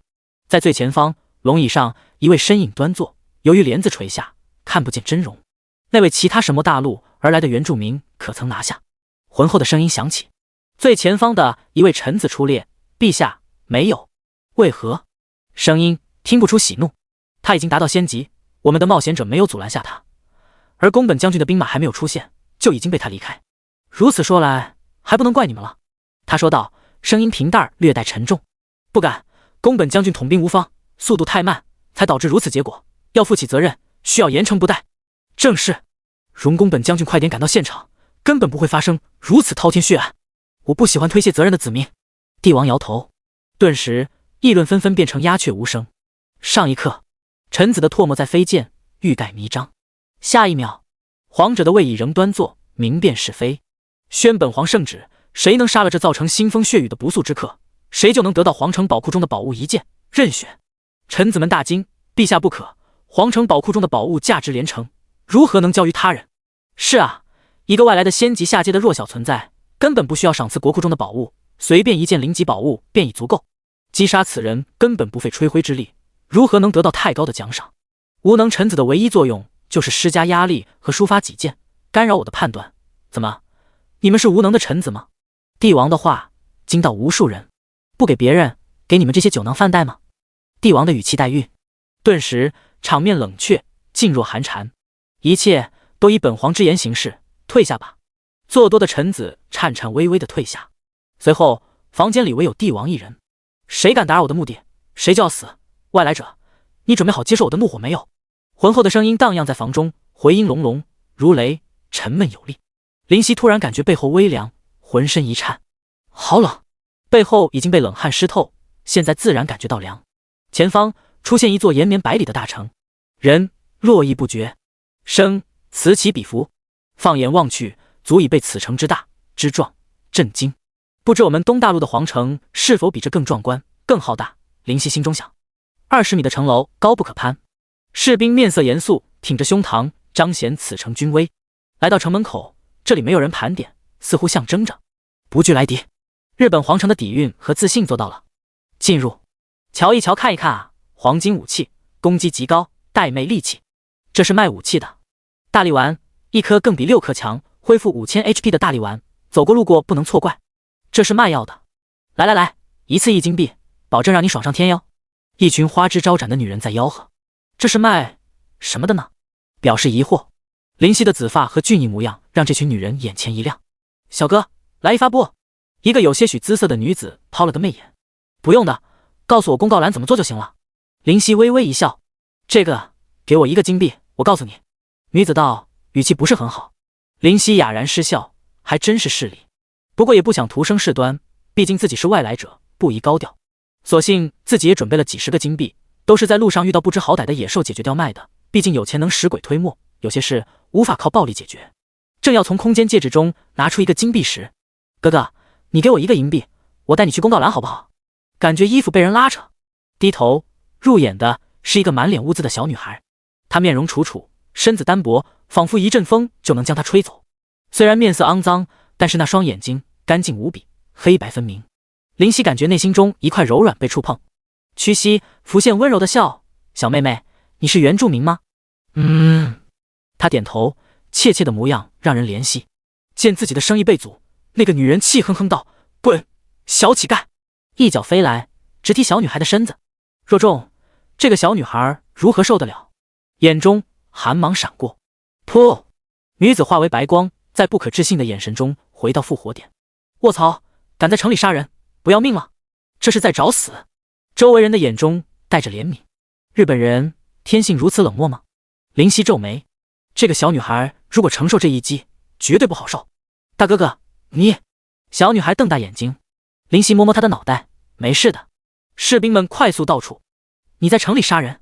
带头的士兵语气不善。是的。为什么杀人？因为那个冒险者想打这个女孩。再次温柔地摸摸女孩，女孩的身躯微微颤抖，不知为何。冒险者吗？带头的士兵脸上有着一道长长的伤疤，从额头到下巴，从侧部，非常夸张。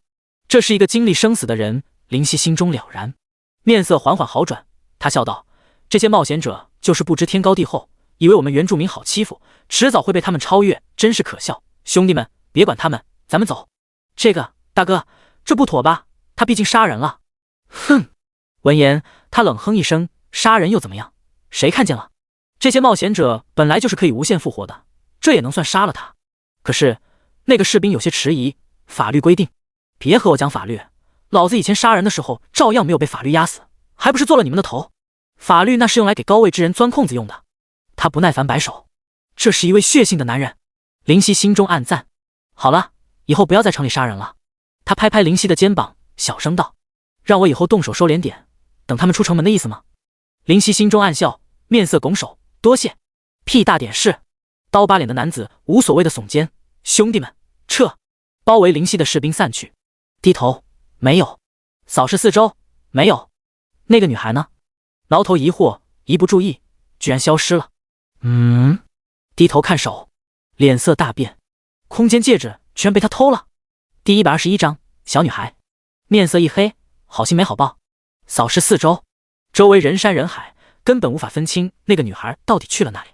有趣，自己仙级的实力被偷走戒指，居然无知无觉，这能力也是值得赞扬。心中带着冷意，林夕来到就近的一家店铺，询问：请问你有见过一个身子单薄、脸上脏兮兮的小女孩吗？这是一家杂货铺，里面只有一个老奶奶。她慈眉善目，笑着道：你是有东西被她偷了吗？点头，看来自己不是第一个。如果我告诉你，你能不怪她吗？林夕心中微微一愕。老婆婆叹气道：尽管皇城里繁花似锦，但也有乞丐的存在，他们无依无靠，都住在离皇城不远的小庙宇。你可以去那里看看，你说的小女孩应该也在那里，她在那里照顾所有的小孩。大致了解为何让我不要怪罪她了。林夕笑道：多谢老婆婆。这多大的事，你不要把气往他们身上撒就好了。哎，那个可怜的小女孩，我真的很想收留，只是每次都拒绝我的好意。老婆婆和蔼的笑，面带遗憾。庙宇中，佛的石像已碎，堆积在一旁，周围杂草却没有，地面古朴而干净。蜘蛛在屋檐上结网中被人用扫帚打落，许多的小孩子被放养在这里。我回来了，小女孩开心地跑回来，脏兮兮的脸蛋透出红晕。姐姐回来了！一个7岁的小男孩惊喜道：“姐姐，有没有吃的？我好饿啊！”有个9岁的女孩模样可怜，摸着干瘪的小肚子。有，我带饭团来了。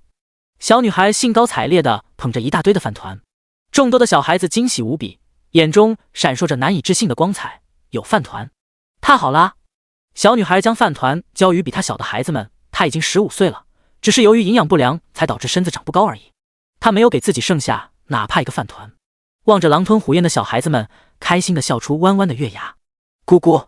突然肚子响了，她倔强地摸摸肚子，轻轻呢喃：“不行哦，要等他们吃饱才可以。”乖，小孩子们显然是饿坏，拼命地往嘴里塞饭团，甚至被噎到，便感觉去喝破瓦罐里的水。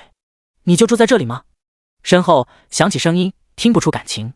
小女孩身躯微微颤抖，她听过这个声音，因为刚刚她才遇到这个好心人。她转过身，望着紫发男子，然后低头，双手交错：“大哥哥，我。”紫发男子挑眉：“你怎么了？”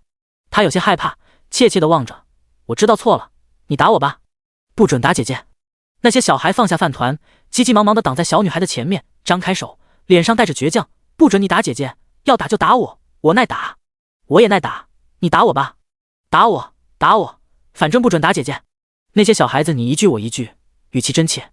林夕哭笑不得：“我又没说要打他啊，你不打姐姐，那你来干什么呀？难道我不打他就不能来吗？”忍不住苦笑，推开瘦小的孩子们，来到小女孩的边上，蹲下来：“你自己怎么不吃呢？”小女孩如啮，不敢大声，我怕他们吃不饱。他们吃光了，那你呢？林夕眼中带着温柔，轻轻笑着问：“我没关系的，对不起，大哥哥，您明明对我好，帮我还偷您的东西，我没有花很多，花了大哥哥您一个金币，以后我长大了一定会努力赚钱还你的。”他颤巍巍从破破烂烂的口袋里拿出一枚戒指，正是储物戒指，眼泪却止不住的落下。他紧紧地咬着嘴唇：“大哥哥，还给你，戒指里的东西太贵重，我不敢乱拿。”林夕心中微酸，无论世界多么肮脏和黑暗，孩子总是最无辜的，他们还没有被混乱的世界玷污。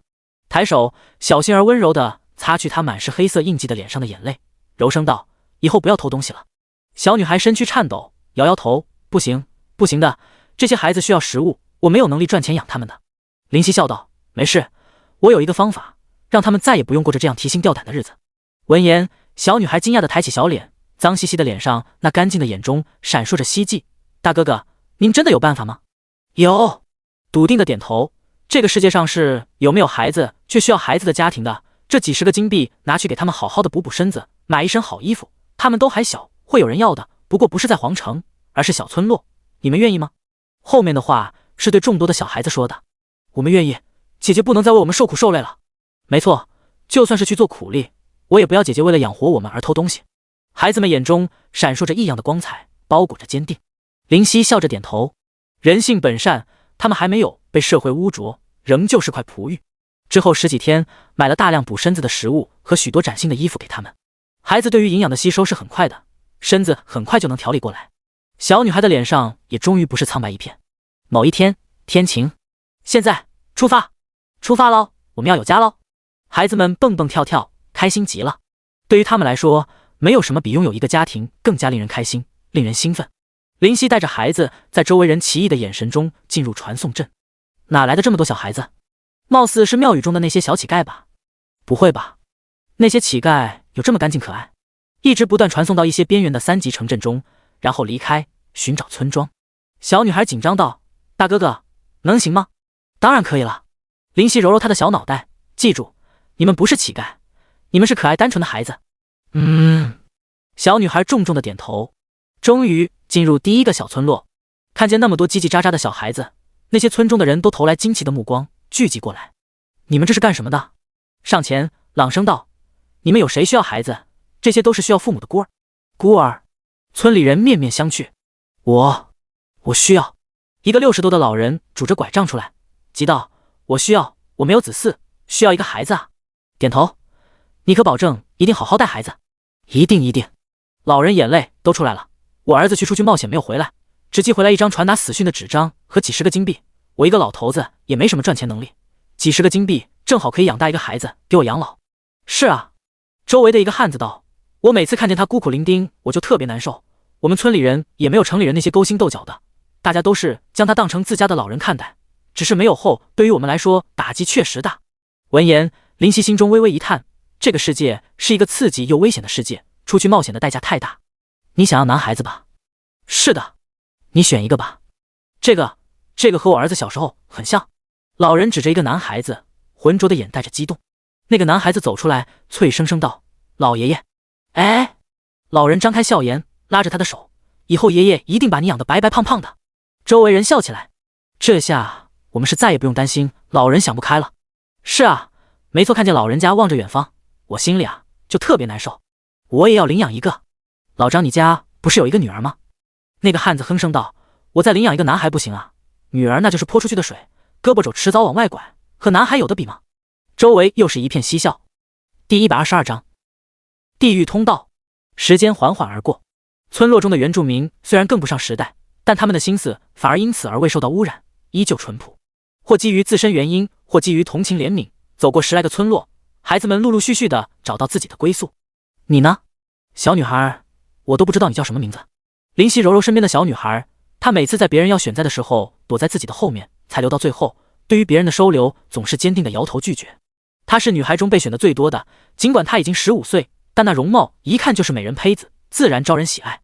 林夕也有些感慨，当初满脸黑迹看不出来，洗干净之后，竟然也有着别人羡慕的容貌。她俏生生地抬头，很是享受他经常的揉头，害羞道：大哥哥，我想跟在您身边。表情微滞，动作一缓。见到林夕这副表情，小女孩急道：大哥哥，我洗衣做饭都可以的，所有的家务我都会，所有的杂事你都可以交给我，求求您了，大哥哥，您收留我吧。说着满脸的哀求。许久，摇头。为什么？女孩大失所望，她真的很想跟在这个大哥哥身边，因为她知道大哥哥很好，是一个好人。因为我在你碰不到的世界。瓦尔笑了笑，我再帮你找找吧。哦，对了，走，回皇城。小女孩眼睛一亮，大哥哥，你收留我了？哑然笑道：不是，我只是找到你的归宿了。小女孩满脸的遗憾和难过。别想太多，你可以得到幸福的生活。望着她的表情有些好笑。幸好她还小，有些事情忘得很快。只要能待在大哥哥身边，我就会很幸福。小女孩嘟囔，嘟嘴，摇头，失笑，不语。那他就交给你了。林夕回到皇城的杂货铺，对着老婆婆道。老婆婆脸上红润，很是开心。好的，放心吧，小米我一定会好好照顾的。原来叫小米吗？对着被老婆婆拉着手的小女孩道。小米，再见喽，我们还可以见面吗？小女孩昂起可爱的小脑袋，盯着她，要将她死死地记在脑海里，永远不肯忘记，因为她知道大哥哥很好，是个好人。他改变了她狼狈的一生，他在她心中留下很深的印记。这个不知道，或许有缘的话会很快就再见，没有缘的话可能一辈子不会见面。只能委婉说道自己迟早会回去，不会长留日本大陆。转身离去，在小女孩不舍的眼神中，大哥哥，你是一个好人。小女孩跑出杂货铺，对着林夕的背影喊道。林夕抬手摆了摆，远离杂货铺。林夕摸摸鼻子，突然善心大发，做好事了，笑了笑，心里感觉还不错。可惜杀了那么多无辜的生命，你以为做点善事能弥补吗？突然响起声音，谁？眼中一凝，快速的观察四周，不过是人来人往而已。错觉吗？挠挠头，有些不解。想不通就算了，当务之急是拿回色玉，其他暂时先放一边。说着向着公告栏移动。在皇城的这段时间，公告栏的位置也总算是找到了。心中某个阴暗的角落，可笑可笑啊！一团黑色的烟雾在狂妄的大笑。你杀的人有多少？你造成的杀孽有多少？做好事，这他妈的还是你吗？林夕，你还是会接受我的存在？你没有我，能做成什么事？10亿，我是你麻痹的亿，你又封印记忆，你居然又封印记忆，你这个懦弱的家伙，你这个懦夫！穿过数条街道，来到公告栏附近。几起毛线？才98级就不要嚣张，没有105级，现在都更不上主，留玩家好不好？神魔的火热不减，甚至更加火爆，号称第2世界的游戏前期可能不被一些落伍之人接受，但最后还是会被接受，因为内心的抗拒终究会因为一次小小的尝试而产生巨大的改变。林夕没有和他们一样去挤在寥寥无几的几个公告栏上，那些任务对于已经仙级的林夕没有太大的好处。环顾一番，果然发现一块公告栏被大家忽视。前往一看，都是高难度的任务，但高难度也就代表高奖励。地狱三头犬 S 级，来自地狱通道门口的三头犬出现在风之原野，使得和平安详的风之原野生灵涂炭，请前往击杀。由于地狱三头犬拥有来回于地狱的能力，所以尽管只有仙级的实力，也极难击杀。一旦发现来人实力强大，就会逃遁，因此王室才极为头疼，请酌情考虑是否接取。奖励：日本国库中宝物任选一件，等级加10。斩龙 SS 级，帝王需要一头仙级以上的巨龙之骨。奖励：全属性加20，等级加5，国库中宝库任选一件。注：巨龙基本都存在于龙域，龙域中有龙域者守护，没有神级请勿尝试，谢谢。神秘之石 SSS 级，10年前一颗陨石掉落在日本，陨石中蕴含着生命体，据说是传说中神魔之剑的剑灵，寻到它交于帝王。奖励：全属性加10000，等级加50，国库中宝物任选5件，可得隐藏职业神召者。我去，林夕忍不住吐槽，最后一个也太操蛋了，这奖励是要逆天啊！全属性加10000，还能得到隐藏职业，你在逗我吗？系统真的允许原住民设置怎么高的奖励？要知道，一旦奖励和难度不同，会触怒天神，导致其降下金色雷霆，惩罚颁发任务之人的，轻则重伤，重则死亡。然而，面对这样的任务，林夕虽然非常心动，但还是理智的摇摇头。奖励逆天也就代表难度逆天，两者成正比。看着公告栏，思忖着，唯一有机会完成的就是 S 级的任务——地狱三头犬，而且难度也不小。我本身也只有仙级低阶，地狱三头犬剑到我至少不会跑，但打到一半钻入所谓的地狱通道就麻烦了。林夕思忖，青儿，地狱通道我可以进入吗？询问林青，毕竟他的见识比自己多。青儿见其没有回答，再次问，干什么啊？我正在和彼岸花妹妹聊天呢，语气颇为不满。顿时冷汗流下，一朵莲花一朵彼岸花也能聊得那么起劲，都无视我的呼唤。嗨嗨，我是想问，地狱通道我可以进入吗？什么？地狱通道？林青惊奇问。听其语气似乎有法子，笑问，你是有办法吗？我哪来的办法？什么地狱通道？我听都没听过。林青哭笑不得。你为什么不问问彼岸花妹妹啊？她是日本土生土长的，应该知道的比我多才是。对啊，彼岸花不就是日本土生土长的神级宝物吗？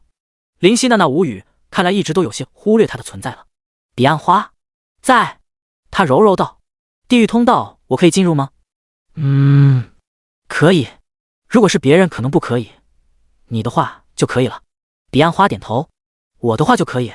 挑眉询问，这是为何？难道我有什么特殊之处？莫非我是小说的男主角，有着自己都不了解的特殊能力，一旦爆发，世界将会陷入一片危难之中？那么这份能力的钥匙是啥？女主角的香吻，还是遇到即将死亡的情况就会出现？林夕忍不住恶俗的想，因为你够资格进入地狱了。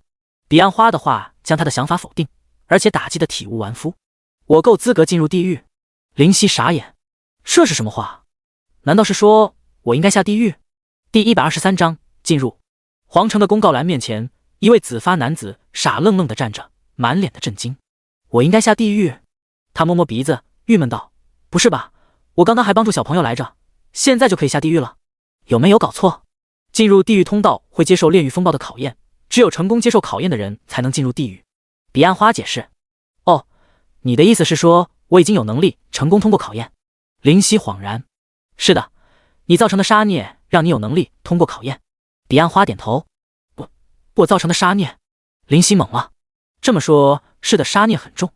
真的假的？过去我到底杀了多少生命？算了，不管了，只能走一步看一步，取回色欲再尝试回忆过去，事情一步一步来。深吸口气，目中坚决，取下公告栏上的任务。叮，你接取任务地狱三头犬 S 级，请在10日之内完成。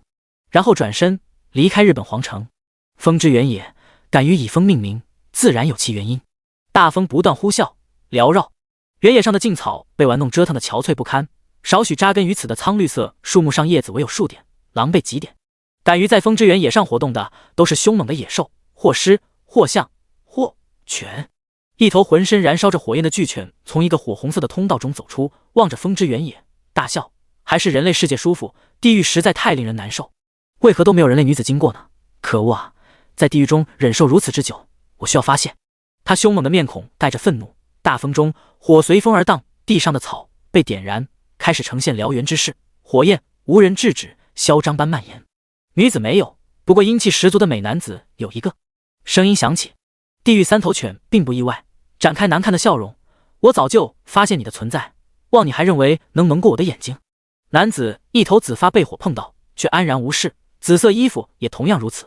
他淡笑道：我就没想过要蒙混你的眼睛。地狱三头犬既然能在神级强者到来前钻入地狱通道逃跑，定然是有其实力的，何必做无用之功？本身目的就是要击败他，能让他产生一些轻视最好。仙级低阶就敢嚣张，你还真是可笑。地狱三头犬鄙夷地望着他，自己可是拥有仙级中阶的实力，这人和他不是一个档次的。要知道，仙级每一个阶级的差距极大，所以连侦查术他都懒得用，根本就是只稍微强大点的蝼蚁，没有必要。仙级中阶就可以嚣张了。林夕哑然失笑，手中蓦然出现听风，听风将迎面而来的风彻彻底底的切断，发出嘶风的声音。咦，不错的剑。地狱三头犬显得游刃有余，目光盯着那把细剑，目中闪过贪婪。这把剑我要了。这把剑你想要？林夕也忍不住笑道。那这把剑你要不要？说着，将那把绿色的琉璃剑也从储物戒指中取出。剑身微微绿芒缭绕，莹莹的光辉让人一看就知晓此剑不俗。一把细剑，一把绿剑，都是仙气。地狱三头犬兴致更浓，眼中的贪婪灼灼燃烧。有趣，一个仙级低阶的蝼蚁居然能坐拥两把仙器。不知有句话你听说过没有？什么？故作不知的问。叫做宝物有得者居之。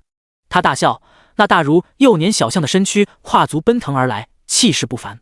草地上的火已经蔓延到远方，地面光秃秃的，焦黑一片。他奔腾的痕迹在地面留下居然的脚印。那你有没有听说过一句话？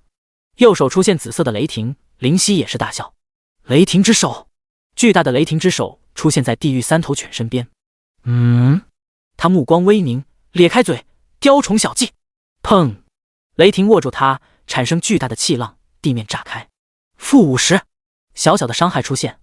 我说过，雕虫小技。他的身边不知何时出现3个火红色能量的盾牌，缭绕着，时时刻刻的保护他。是吗？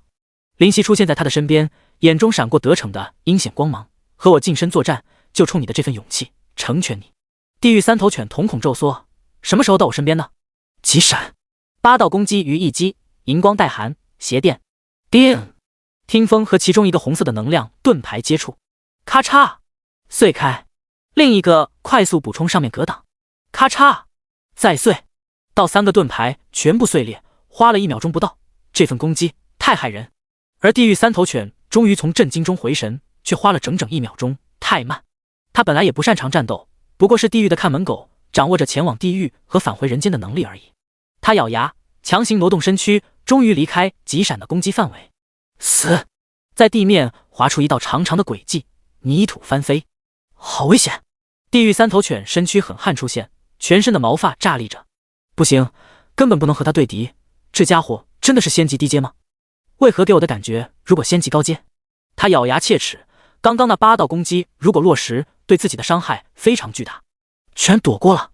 林夕眼皮一跳，极闪终于的攻击方式居然也能被躲过。虽然这次是因为盾牌格挡的缘故，其实他忘记过去，不然一定知晓自己的极闪已经被人格挡过一次，这次不过是第2次，不算什么大事。地狱三头犬许久才喘过气，再次看向这个紫发男子，眼神带着和刚刚完全不同的凝重和难以置信。原来这个和自己对敌的家伙居然拥有如此恐怖的实力。侦查术，灵犀仙级低阶，等级102生命，17700000攻击，68700加2500防御，39700速度，45技能，雷霆之手电光火石急闪雷霆万钧杀戮之心祭月。简介：失去记忆的神秘紫发男子，他究竟有怎样的过往？地狱三头犬看着他的属性，眼睛都快瞪裂。7万多的攻击，我才4万多而已，有没有搞错？我的攻击连他的防御都只能勉勉强强的破开，如何对敌？这也是仙级低阶该有的属性。天神，你在开什么玩笑？那我属性岂不是只有0级？如此你还把我归类到仙级中阶之中？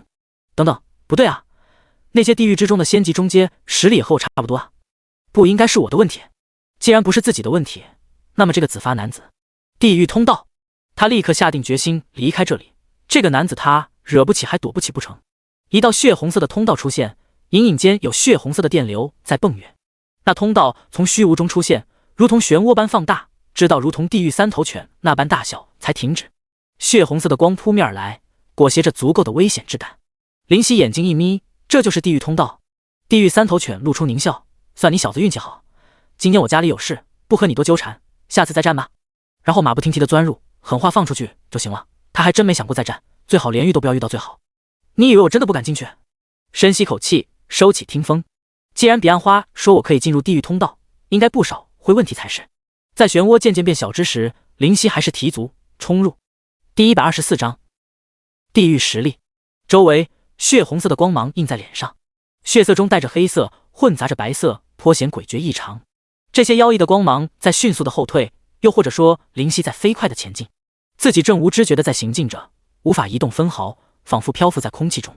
地狱三头犬就在林夕的前面漂浮，回头大惊：你还真敢进来，简直是疯了！地狱通道是那么好进的，有何不敢？进入又怎么样？呵，他冷冷讥笑，不是所有人都能进入地狱通道的，需要恐怖的杀孽缠身才可。你就那么自信，自己造的杀孽足够多吗？应该足够了。对此，林夕报以一笑，杀孽不是杀意，应当是杀的人太多而产生的东西，所以一般人根本无从知晓领会杀孽的多少，到底够吗？心中思索，并没有太大的底气，忘记过去是否真的杀了很多人，他如何有自信通过这地狱通道？那我就拭目以待了。地狱三头犬冷笑，通过地狱通道起码需要杀够10万人，这还只是勉强通过，会耗费大量的精力。这小子到时候即便成功也会精疲力尽，我再拿下他自然轻而易举。如果通不过，仙器至少不会被毁灭，我还能收获2件极品仙器，这买卖怎么算都不亏。想到这里，他忍不住心中暗赞自己机智过人。小子，看在你给我贡献2件宝物的份上，我也不和你斗嘴，你的仙器我会为你好好保管的。地狱三头犬龇牙咧嘴，林夕反唇相讥，到时候不要哭就好。一股血红色的烟从通道里飘出，单单看着就觉得毛骨悚然。哈哈，接受血色试炼吧。地狱三头犬大笑，叮，你被强制接受血色试炼，系统将会根据你通过所运用的时间和你的自身境界给出相应的奖励。望着那股红色的烟雾，林夕目光凝重，要如何才能通过血色试炼？彼岸花笑盈盈开口，不要想太多，让那股血色烟雾进入你的体内，你就会知道了。哑然，那股烟雾果然钻入身体之中，没有抗拒，因为能感觉到一旦反抗会受到沉重到极点的打击，甚至有生命危险。心中一股黑烟缭绕，这是什么玩意？给老子滚！老子的地盘你也敢占？找死！地狱三头犬看着林夕，眼中带着戏谑，怎么样，感觉如何？他摸摸身子，挠头，没什么感觉啊。他大惊，不可能，你没有任何感觉啊？林夕一愣，听你这么一说，我是感觉身子有点痒。血色烟雾快速地飞出林夕的身躯，狼狈不堪地返回周围的血色通道之中。叮！你通过血色试炼，生命加100000000，什么事情都没有发生，而且还加了整整1000万的生命，惊奇不已。这血色试炼的奖励还真不赖。地狱三头犬震惊无比，不可能，你杀的生命超过1000万，杀孽越大，奖励越高，最高的奖励便是1000万，证明屠杀超过1000万生命。地狱三头犬虽然看不到灵犀的信息提示，但他拥有地狱守门人这个称号，自然知道一切，连血色烟雾都避之不及。唯一的可能就是屠杀超过1000万甚至不止的鲜活生命，造就今天的杀孽才行。那样的杀孽，如果是神级才勉强能解释，毕竟人家一个技能下去，可能一座城超过10万甚至100万的生命都要尸骨无存，但仙级不可能，超过1000万，自己也吓一跳。我到底有着怎样的过去，居然造就超过1000万的杀孽？过去的我如此的嗜血吗？情不自禁的苦笑，难道是正因为如此，我才选择忘记过去吗？难怪他仙级低阶就能拥有近乎仙级高阶的实力，我在和杀戮超过1000万的绝世凶人对抗，我这是在找死啊！地狱三头犬身上的火焰在颤抖，整个身躯匍匐做求饶状，大哥，你饶我一命吧，我再也不敢了。林夕一愣，这么没骨气，刚刚不是挺凶悍的吗？摇头失笑道，不行啊，日本皇城里的公告栏上有你的悬赏，我不拿你的头颅去领奖，自己就要受到惩罚，你也要为我着想啊。说着还遗憾地摇摇头。地狱三头犬愕然，只是要领赏你，就要我的命。林夕也是愕然，难道这还不够？倒不是说不够，只是如果只是要地狱三头犬的头颅的话，好说啊。他起劲了，地狱里的三头犬特别多，而且我们的身躯不容易腐朽，要不这样，我给你找一个死去不救的地狱三头犬的头颅拿去顶替可以不？这话简直是大跌眼镜，你不是独一无二的？怎么可能？地狱三头犬道，地狱里的三头犬多的是，我只不过实力不错，达到仙级中阶，所以才能领到看守地狱通道只有的肥差而已。还有这种说法？林夕感觉认知中的地狱三头犬形象全毁，感情只是地狱中遍地的东西，还以为是稀有的兽类呢。那行吧，给我一个头颅。头疼的摆摆手，没想到还有用其他三头犬的头颅来换。好的好的。显然这家伙没有一点的种族荣誉感，脸上带着死里逃生的庆幸。幸好这家伙好讲话，不然今天就交代在这里了。他松了口气，和我讲讲地狱里的分布和势力。瞥了他一眼，淡淡道，没有在他的头颅上过多纠缠，其中原因之一就是如果想要离开地狱通道，还需要他的帮助。他若死去，地狱通道的守门人必然更换，离开时或许会多生事端。地狱三头犬一愣，思忖一会儿，回答道，地狱中混乱不堪，但强者遍地，仙级虽然极为稀少，但那也是相对的，地狱中的仙级强者超过1000，而神级强者更是有10位以上。若非要和神魔大陆上的势力比的话，丝毫不逊色东大陆上的魔族。堪比魔族？心中微微一惊，只有的势力可了不得。要知道，光芒阵营和黑暗阵营可是占据整个东大陆，也就是说，地狱中的势力若是出现在大陆上，将会和人类、魔族形成三足鼎立之势。你们地狱中最强之人达到怎么样的程度？忍不住询问。这个地狱三头犬挠头，其实地狱中的神级强者一般恪守一方，寻常不会起争执，就算有矛盾，也不是我能了解的。非要说实力特别突出的人，那可能是邪地狱谷天魔了。邪地狱谷天魔？眯眼再次问他达到怎么样的实力？神级巅峰是必然的，有没有达到神级之上就不知道了。神级巅峰是必然。林夕苦笑，幸好地狱自成一界，不然大陆上又要掀起腥风血雨。并不是这样的。三头犬摇头，语气认真，只不过因为有地狱通道的阻隔，我们无法到达地面，地狱中的环境非常恶劣，不然也不会被称作地狱。这通道具有两面性，进入需要足够的杀孽，出去也需要足够的杀孽。原来如此。林夕恍然，那是谁创造地狱通道这样的东西？天神。天神。心神晃动，随后苦笑，也是，也只是天神才能做到，不是只有天神能做到。地狱三头犬摇头，愕然，还有谁能创造如此通道？东大陆的大帝。地狱三头犬身躯颤了下，东大陆的大陆曾经来过地狱，似乎是玉骨天魔希望他能打破这通道的隔绝，让地狱进入人间。这件事是因为我作为守门人才隐约知晓，你可千万不要告诉别人，你放我一马，这就当做我的回报。希望打破这通道。林夕彻底震惊，原来东大陆的大帝如此可怕。如果不是失去记忆，他现在应当知晓帝王乃是神级之上，没想到居然能知晓如此难以置信的隐秘。目光闪烁，望着地狱三头犬，既然这通道还在，想来失败了。他摇头，具体事情我并不知，也不是我能知晓的。林夕点头表示理解，神级之间的事，作为仙级的他能知道一点已经是难能可贵。这条通道要多久？快了，还有10来分钟。地狱和人家可以说是两个位面，穿梭时间自然会久。林夕点头致意。第125章，来到地狱。10分钟后，到了。地狱三头犬眼睛一亮，林夕望去，远方是白色的洞，充满光亮。两者的身躯接近那个光亮的圆洞时被吞噬。滋滋，紫发男子出现在地面上，抬头，巨大的太阳呈现惊人的红色。地狱居然如此燥热，我还以为地狱是很阴森恐怖的呢。林夕呼吸一口气，发现浑浊不堪，而且脚底传来的热感强烈。这里便是地狱。扫视四周，满眼的岩石被晒得干裂，火炉般烫手，没有草木遮阴，没有树叶乘凉。地狱三头犬就在林夕的旁边。就是因为地狱实在太难受，所以我才想去外面舒服下。如果地狱也和外面一样，那傻逼才出去呢。抬手遮住刺人眼球的阳光，原来如此，这环境比黑暗阵营中心圈也不遑多让。整个地狱都是如此恶劣？自然不是，城市中会好很多，因为那里有神级强者做的保护罩，可以净化空气，净化毒辣的阳光。只是城市太少，只有10来座，每一座没有灵级是进不去的。当然好的背景自然不需要在意。那我们走吧。地狱三头犬点头，等等。他几个闪身离开林夕的视野。5分钟后，地狱三头犬跑回，诺，这是你要的头颅，这家伙是前几天死的，正好新鲜。他的口中咬着一颗同类的头颅。林夕表情怪异，你们丝毫没有种族的荣誉感吗？种族的荣誉感？他用前足挠挠头，那是什么东西？地狱不需要死去的生命，地狱的资源很少，宝物也少得可怜，即便我已经达到仙级，也无济于事。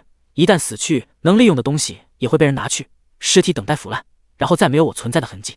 林夕点头，通过这三言两语可以判断出地狱的残酷程度。既然敢成为地狱，果然不愧这个地方的名字。现在带我去最近的城市吧。如此环境实在令自己感到不适。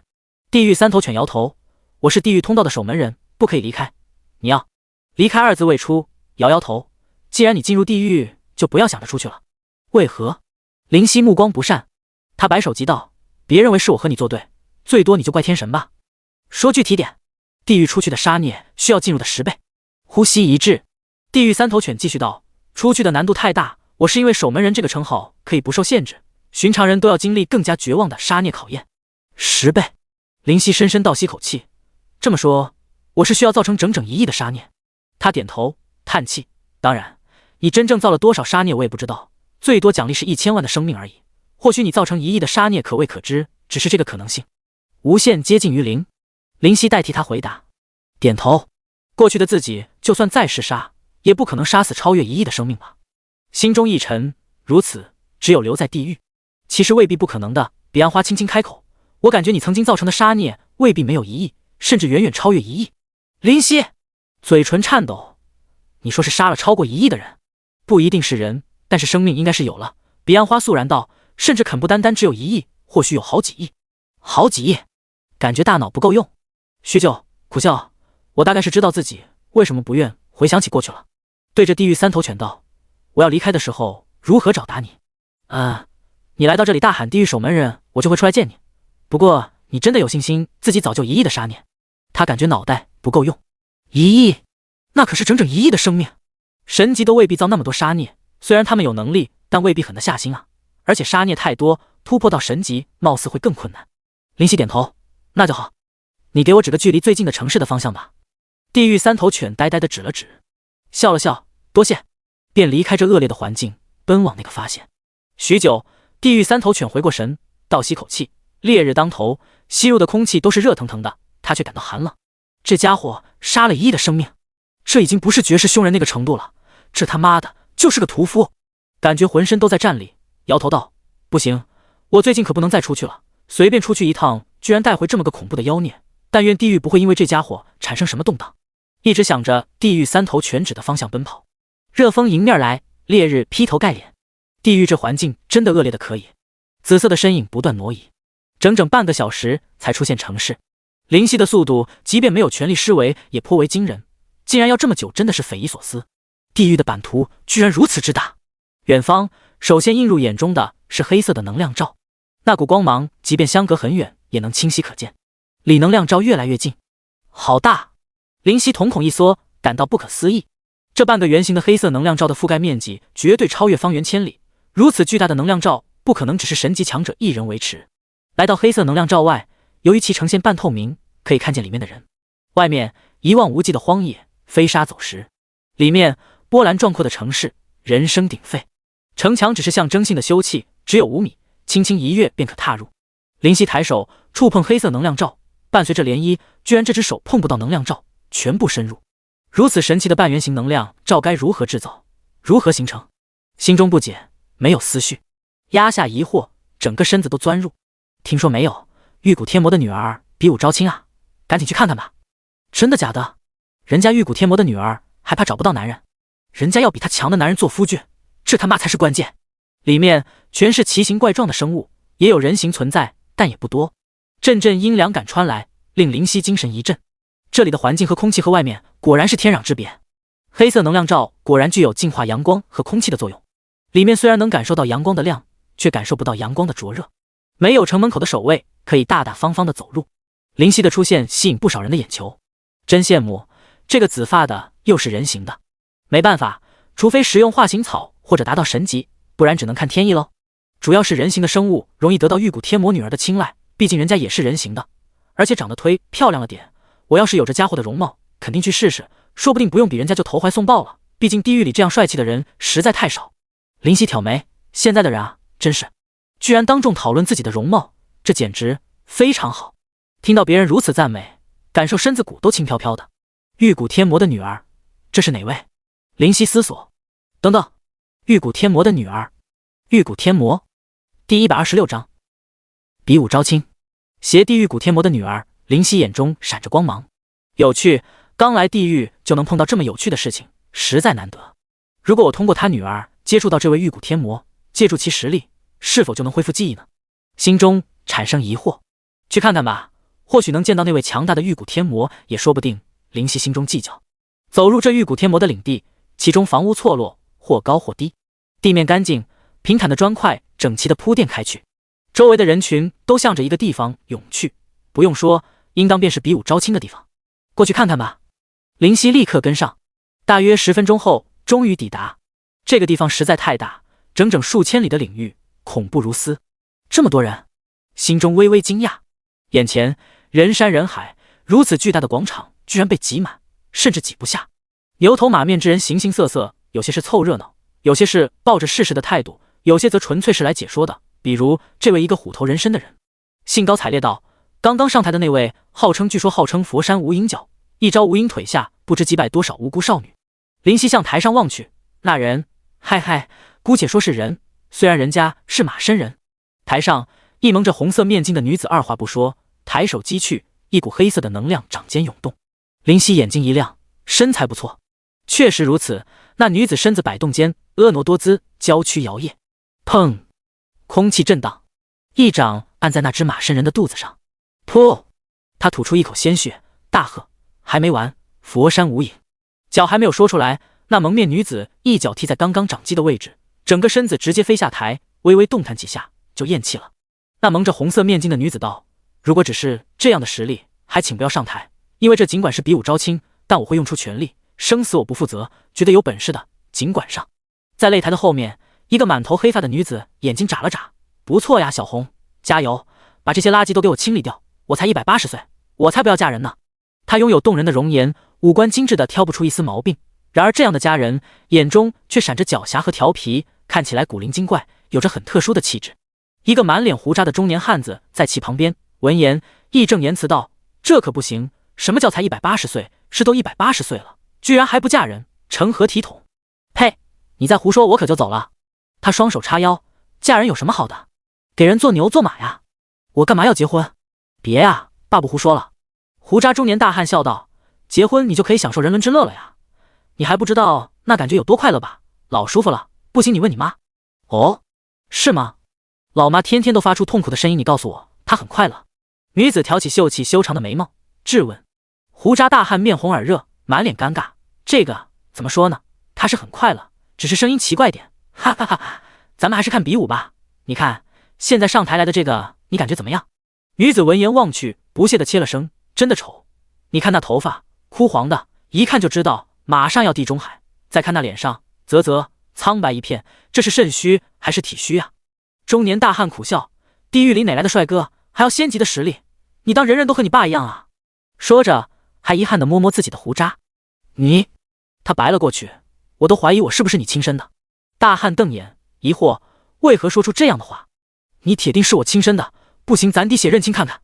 滴血认亲就算了，我怕疼，我只是怀疑你这么丑一个人，这么生出来的我这么漂亮而已。女子摆摆手，满不在乎道。大汉泪流满面，这话可就扎心了。有你这么说你爸的吗？怎么不行？女子眼睛一瞥，行，有什么不行？哈哈哈哈！大汉大笑，别吵，安心看比武。明知道自己嗓门大还乱吼，你有没有公德心啊你？女子蹙眉，大汉立刻停止大笑，安心的看比赛，表情淡然。然而看似平静，其实内心汹涌澎湃，放在后面的手在不停的颤抖。赶紧来个人把他领走吧，这女儿我不要还不行吗？我这是造了哪门子的孽啊？这蛇身人实力不错呀。林夕赞叹，这已经有仙级中阶了，而且擅长感觉速度，攻击中带着毒，令人无从下手。的确，这是目前为止唯一和那女子僵持不下的人。虎头人身的解说道：这个人号称打遍仙级中阶无敌手，据说拥有1000万粉丝，人们都叫他青蛇郎君。女儿，你看这个蛇身人怎么样？大汉小心翼翼问。你看他那眼睛。女子指向那蛇身人。大汉望去，疑惑，没什么问题啊。你仔细看看。大汉再次看去，突然心神一震，看见没有？绝色黑发女子撇嘴，这眼神一看就知道是色鬼。你女儿嫁给这家伙，你说能有孩日子过？大汉擦汗，自己女儿的观察力还真是过人，连他这个做爹的都要甘拜下风。这蛇身人虽然实力不错，但确实这人品不行。不选，我传音让小红快点解决他，这才对嘛。他点头表示赞同。胡渣中年苦笑，女儿，你的要求也别太高了，做男人的哪个不色？你爸我年轻时候也是色鬼一个，还不是被你妈训得服服帖帖的，啥事都他做主。结婚以后，女儿你亲自出手调教，你丈夫还敢不听从你的？要是敢欺负你，你爸我出马，还不是一样把他训得服服帖帖？切！女子不屑道，我妈说了，你以前一直花天酒地，要不是她用毒酒让你再也无法在外风流，只有得到老妈解药才能暂时解除毒性1个小时，你现在说不定早就换老婆了。大汉擦汗，这他都和你讲，这也太不给面子了吧。我堂堂神级强者是个妻管严，要是传出去还不贻笑大方。当然了，老妈说了，男人那都是贱的，得不到才会珍惜，得到了就弃如敝屣，一定要握住把柄或者吊住胃口，不然吃苦的肯定是自己，是吗？大汉异常尴尬的笑，哈哈哈哈，老婆你的教导有问题啊。他心中波涛汹涌，住口，注意点形象，还神级强者类，搞得和地痞流氓一样，不知道的还以为是个被女儿带在身边的神经病呢。真是。女儿遗憾的摇头。再一次的，他萌生这次一定要将女儿嫁出去的想法。再留在家里，我在家里的地位就从第2跑第3去了，不行，有个老婆丫头上已经很辛苦了，还来个女儿，我不得直接离家出走。小红，赶紧解决她。蒙着红色面巾的女子突然手中出现黑色的能量球，有点黑色跳动。林夕看着心神一动，这是要出技能了。那黑色能量球越跳越剧烈。呵！蒙面女子一声娇喝，能量球脱手而出。青色毒烟！蛇身人大喝，身上出现青色的烟雾包裹自己，迅速蔓延全身。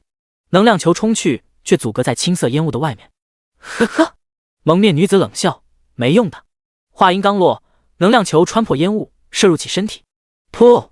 蛇身人口吐鲜血，身子跌下擂台。砰！众人赶紧躲避，他落在地面，砸出小坑。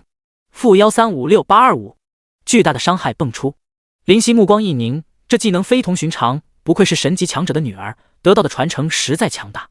擂台上的女子娇声道：“还有人上来吗？”台下无人敢胡乱言语，纷纷噤声。我来。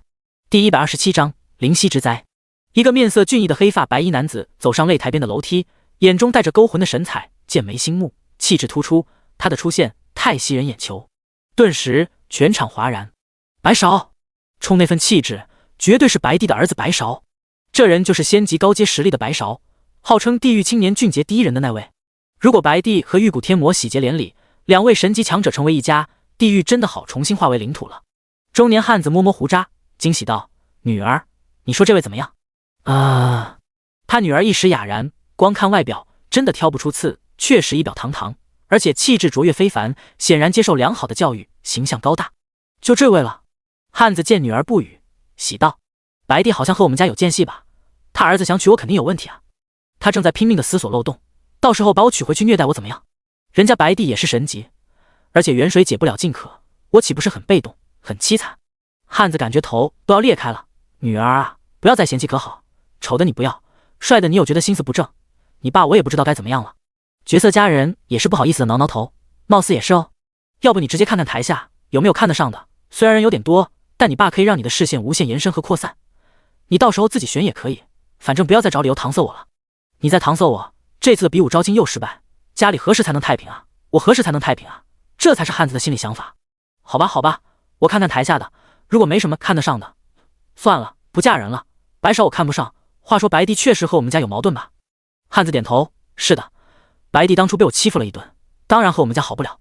你打他干嘛？女儿问。又没说打，只是欺负他而已。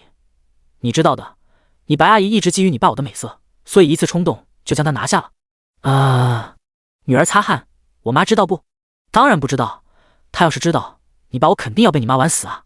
大汉立刻说道：“你也别和你妈说了，这对家庭和睦，嗨，很不好。”哦，女儿不语，盯着他爸，死死地盯着，不说话。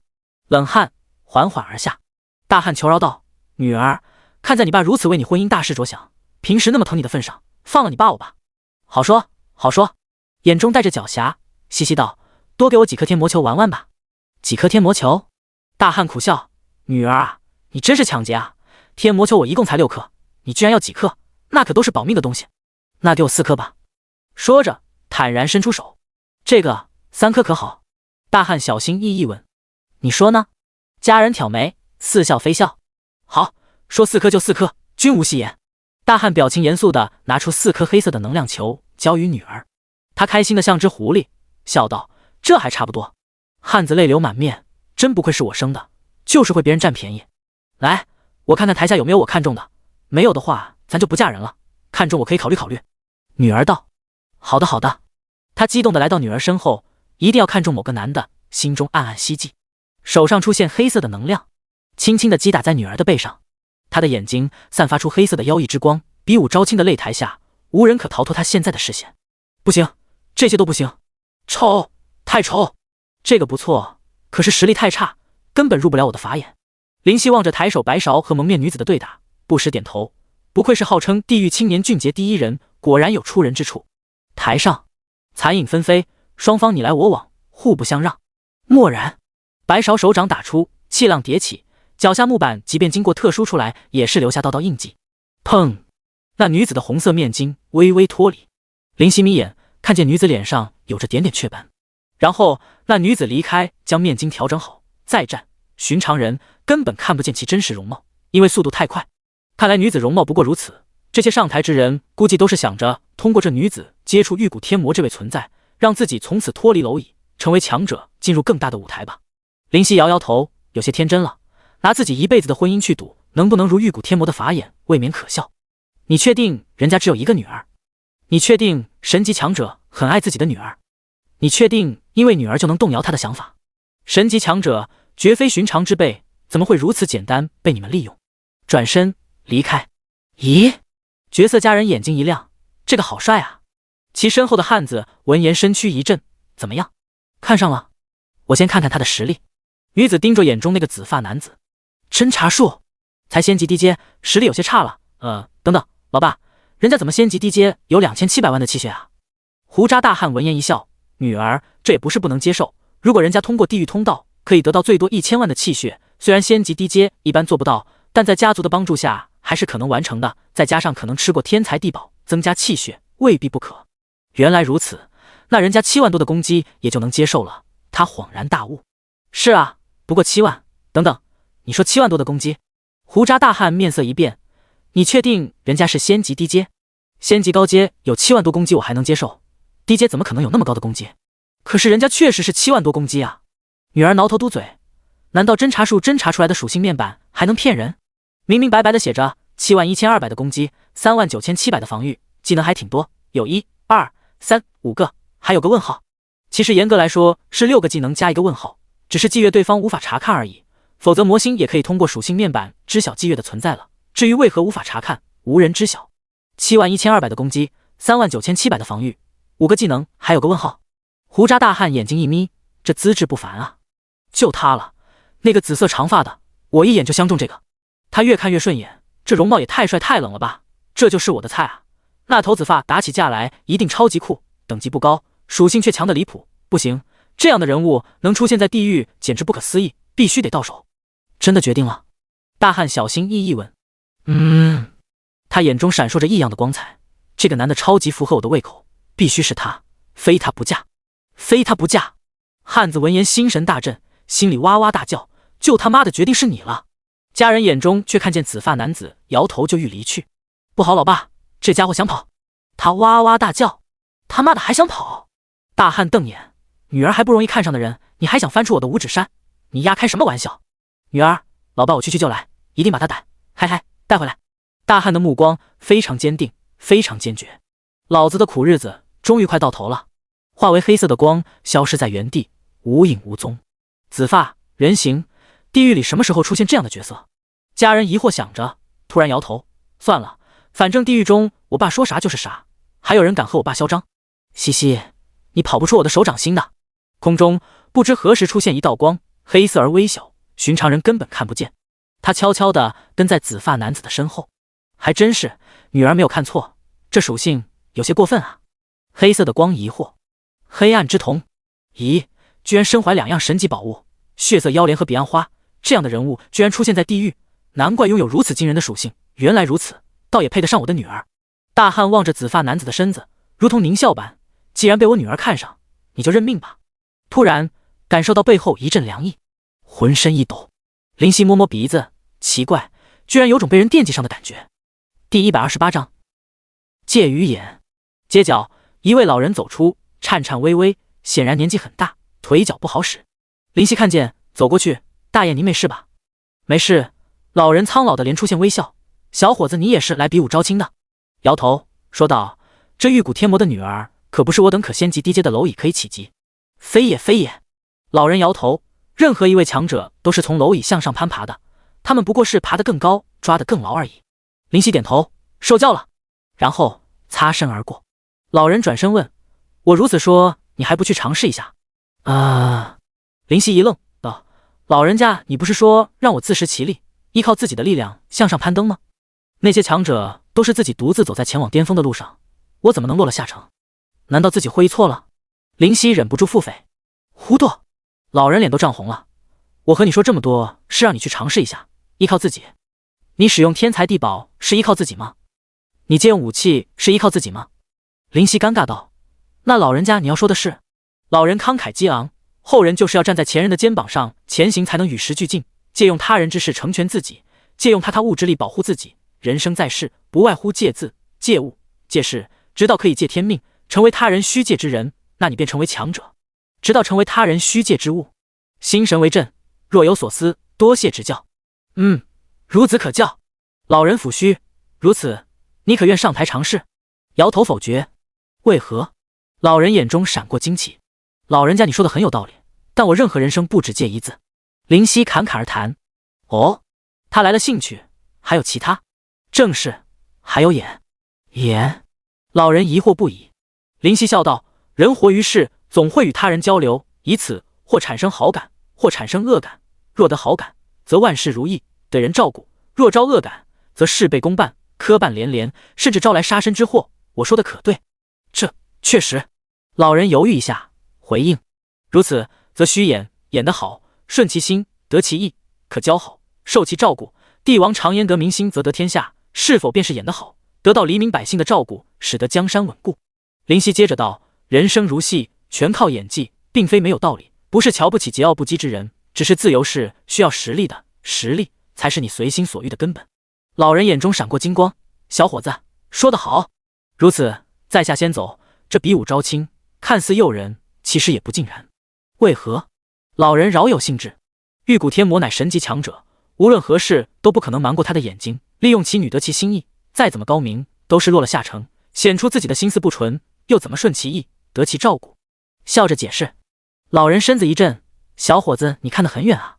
所以，玉骨天魔的女儿不要也罢，人生不止一条路，死盯着一条路，只会让其他路越来越远而已。”林夕耸耸肩：“你说的不错。”老人抚须：“如此，你便必须去比武招亲了。”愕然不明所以：“为什么？”“因为你被我玉骨天魔看中，还想跑。”老人突然大笑，相貌在瞬间变化，成为一个胡渣大汉，虎背熊腰，黑发披肩，呆呆地望着眼前这一幕，震惊：“你是玉骨天魔？”突然，一股浓郁的异香传来，钻入鼻尖，闻了闻，一瞬间居然感到莫名的头晕目眩。卧槽，中招了！林夕心中大骂，脚一软，眼前骤黑，倒下。大汉多出个麻袋，直接套住，嘿嘿笑道：“被我女儿看上，你还想跑？门都没有！看来女儿的眼光确实不错，这小子资质确实不错。”玉骨天魔扛起麻袋，跟你好说歹说吹嘘半天没用，还是武力行事最简单，真是什么眼，绝对的实力面前，我演尼玛啊！然后扛着个麻袋就往女儿那里跑。“女儿，你老爸我把人给你带回来了。”胡渣大汉咧开嘴，放下背上的麻袋。“真的？”黑发少女眼睛一亮，解开麻袋，果然紫发男子正躺在其中，看了看，担忧道：“老爸，你不会把人家怎么样了吧？”“怎么可能？你看上的人，我哪敢怎么样？”大汉无辜的瞪眼：“我只是用天魔香把他弄晕而已。”“这样啊？”他放心了。玉骨天魔看到女儿的表现，牙都快笑裂了，看来有戏啊！如此，我再为他们准备个盛大的婚礼，然后让女儿搬出去，一切都顺理成章。至于灵犀的想法，他已经选择性的忽略了。拒绝？谁敢拒绝他女儿？不要命了？老子神级的修为摆在这，你自己看着办吧。等灵犀醒来，入眼的是为绝代佳人，精致的五官宛如天成，一双玲珑的眼睛扑腾扑腾眨着，雪白的肌肤找不到瑕疵。他展开微笑：“你醒了。”声音温柔。灵犀挣扎起身：“这里是比武招亲的后台。”佳人露出洁白整齐的牙，眼中带着狡黠和笑意。比武招亲的后台？直接傻眼，我怎么到这里来了？脑中快速运转。对了，老人是玉骨天魔，变成一个胡渣大汉，把自己弄晕了。然后发现那个胡渣大汉就在女子的身后，朝他嘿嘿笑：“小子，你醒了。”灵犀眼睛斗大：“玉骨天魔。”哎，他得意的挺胸：“正是在下，怎么样，帅吧？”说着摆了个很是臭屁的姿势。微微愣住，然后哭笑不得：“你一位神级高手把我掳来干什么？”“干一件非常令你惊喜的事，你猜猜。”“我猜。”一时间陷入沉思，3秒后小心翼翼问：“让我娶你女儿？”“正是。”他非常赞同的点头：“孺子可教，老子可教你马呀！”灵犀一头黑线，苦笑：“那个玉骨天魔大人，怎么还叫我玉骨天魔大人？”胡渣大汉挑眉：“愕然，不叫玉骨天魔大人，难道叫你岳父大人不成？”他感觉眼前都有些黑了，这就是神级强者，怎么一个比一个奇葩？普拉达已经够无语了，这不还来个更操蛋的？还不快叫我岳父大人！果然，心中想的事情发生了，心中有马在奔腾，努力微笑：“玉骨天魔大人何必强求婚姻大事？而且地狱之中人才辈出，何必选择在下这样的无名小卒？你看那外面的那位白勺就不错，仪表堂堂，威风凛凛，剑眉星目，五官端正，一派正气，在下真的不合适啊！毛线个不合适！你看看，你看看！”胡渣大汉指着佳人：“这么漂亮，那点配不上你。”灵犀愕然：“不是外面那位，外面那个是我的替身。”这时，这位绝色女子回答他的问题：“替身？”彻底懵了。比武招亲还能有替身？这是在演戏还是在招亲呢？反正你说他哪点配不上？玉骨天魔喋喋不休：“这容貌堪称国色也不过分吧？这气质，说是仙子下凡都有人信。这样的美人，你说你娶了她是不是8辈子的福分？”闻言头疼不已，指了指自己：“你女儿怎么优秀？你怎么还像是推销货物一样给我推销？”这个玉骨天魔语气一顿，咳嗽道：“因为我女儿对你有点好感，否则我如何会让你入我不家的门？”灵犀看向女子：“你看上我？”她害羞的点头：“嗯。”一头黑线：“这么不客气。这个你可不要一时冲动，毁掉一辈子的幸福。我何德何能配不上你？我在外面可是有许多的风流债，我根本就是个纨绔而已。”“真的假的？”玉骨天魔惊奇的看着他：“你一身风流债，还是个处男？”灵犀第129章业障滔天。比武招亲擂台上，白衣飘飘的白勺意气风发。比武招亲擂台下，摩肩接踵的人们津津有味。比武招亲擂台后，紫发男子的额头直冒冷汗，擦汗苦笑：“你怎么知道我是处男？这还要想？”胡渣大汉嘿嘿笑道：“刚刚我把你套进麻袋里后，测试了一番，当然知晓。”“测试？”疑惑问：“如何测试？”“当然是脱掉衣服，拿着你的羊根细细把玩了一番才知晓的。”他理所当然的点头，顿时大脑当场宕机，一片空白。细细把玩？我把玩你马呀！内心有熊熊烈焰在燃烧，很想直接将这大汉碎尸万段，但却理智的强行压下杀意。根本不是对手，只能任其宰割。这便是实力差距。冷静，唯有冷静。深吸口气，在下何德何能娶令爱？还是算了。绝色佳人嘟嘴：“老爸，看你把人家吓的，真是……放心吧，没有的事。”“是这样吗？”灵犀望着大汉询问。“啧，所以说女人都是胳膊肘往外拐，这么快就帮着外人欺负家里人了？”玉骨天魔摇头叹气。佳人直跺脚，脸红彤彤的，不知是气是羞。“老爸，你说什么呢？”心里暗暗咬牙：“老爸，你死定了！敢戏弄我，有你好看的！”玉骨天魔感觉背后一凉，察觉到女儿的眼神，感觉不妙，咳嗽一下，严肃道：“你叫灵犀是吧？”点头。“灵犀，做我玉骨天魔的女婿，可不是人人都行的。你要想清楚，只要点头，我就将得到我的传承。”“玉骨天魔的传承？”灵犀眼中闪烁的异样的光。这个又会有多大？堪称神魔大陆数得上的宝物吧？确实难以拒绝。不仅如此，地狱之花我也可以给你。玉骨天魔看见灵犀一动，咧开嘴：“地狱之花？地狱之花。林夕是疑惑的语气，而林青的震惊的语气。林青，你传出意识不怕被玉骨天魔发现吗？林夕讶然，怎么会？人家可是神级巅峰强者，我早就被发现了。你也太小看玉骨天魔，也太高看我了吧？林青无语道。原来如此。林夕点头，我知道地狱之花，这是所有的神级宝物只要产生意识都会知道的。彼岸花也开口，所有的神级宝物。林夕一惊，地狱之花在神级宝物中如此出名，地狱之花究竟有什么作用？忍不住开口询问。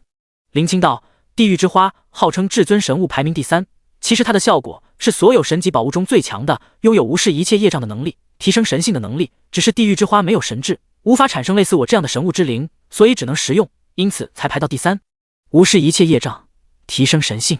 林夕愕然，不是因为效果的惊人，而是不知道这到底是指什么。这时玉骨天魔居然开口，无视业障的效果就在于提升至神级和神级之上，当你在仙级巅峰突破神级，是需要接受天神的试炼之雷的，业障越多，试炼之雷越恐怖。心中一震，他和林青是用意识交流而已，居然被玉骨天魔知晓并且道出，这实力实在可怕，深不可测。那业障如何形成？望着仿若没事人一样的胡渣大汉，现在才真的相信这家伙便是地狱的神级巅峰强者玉骨天魔。小子，你自己的业障就很多，多到我都要惊叹的地步。你说业障是什么？他没有直接回答，而是调侃说道，我的业障就很多。我为什么业障多？脑中出现灵光，杀的人越多，业障越多。就是如此。他赞赏地看了林夕一眼，反应不错，业障便是造的孽，你杀人自然是造孽吧。不仅仅杀人，你干坏事，违背良心道德，甚至乱丢垃圾都会产生业障，只是多少而已。而业障平时无法感知，只有在突破到神级，甚至神级之上的时候才会产生反作用。这股反作用若是成功的下场，你一定知道吧？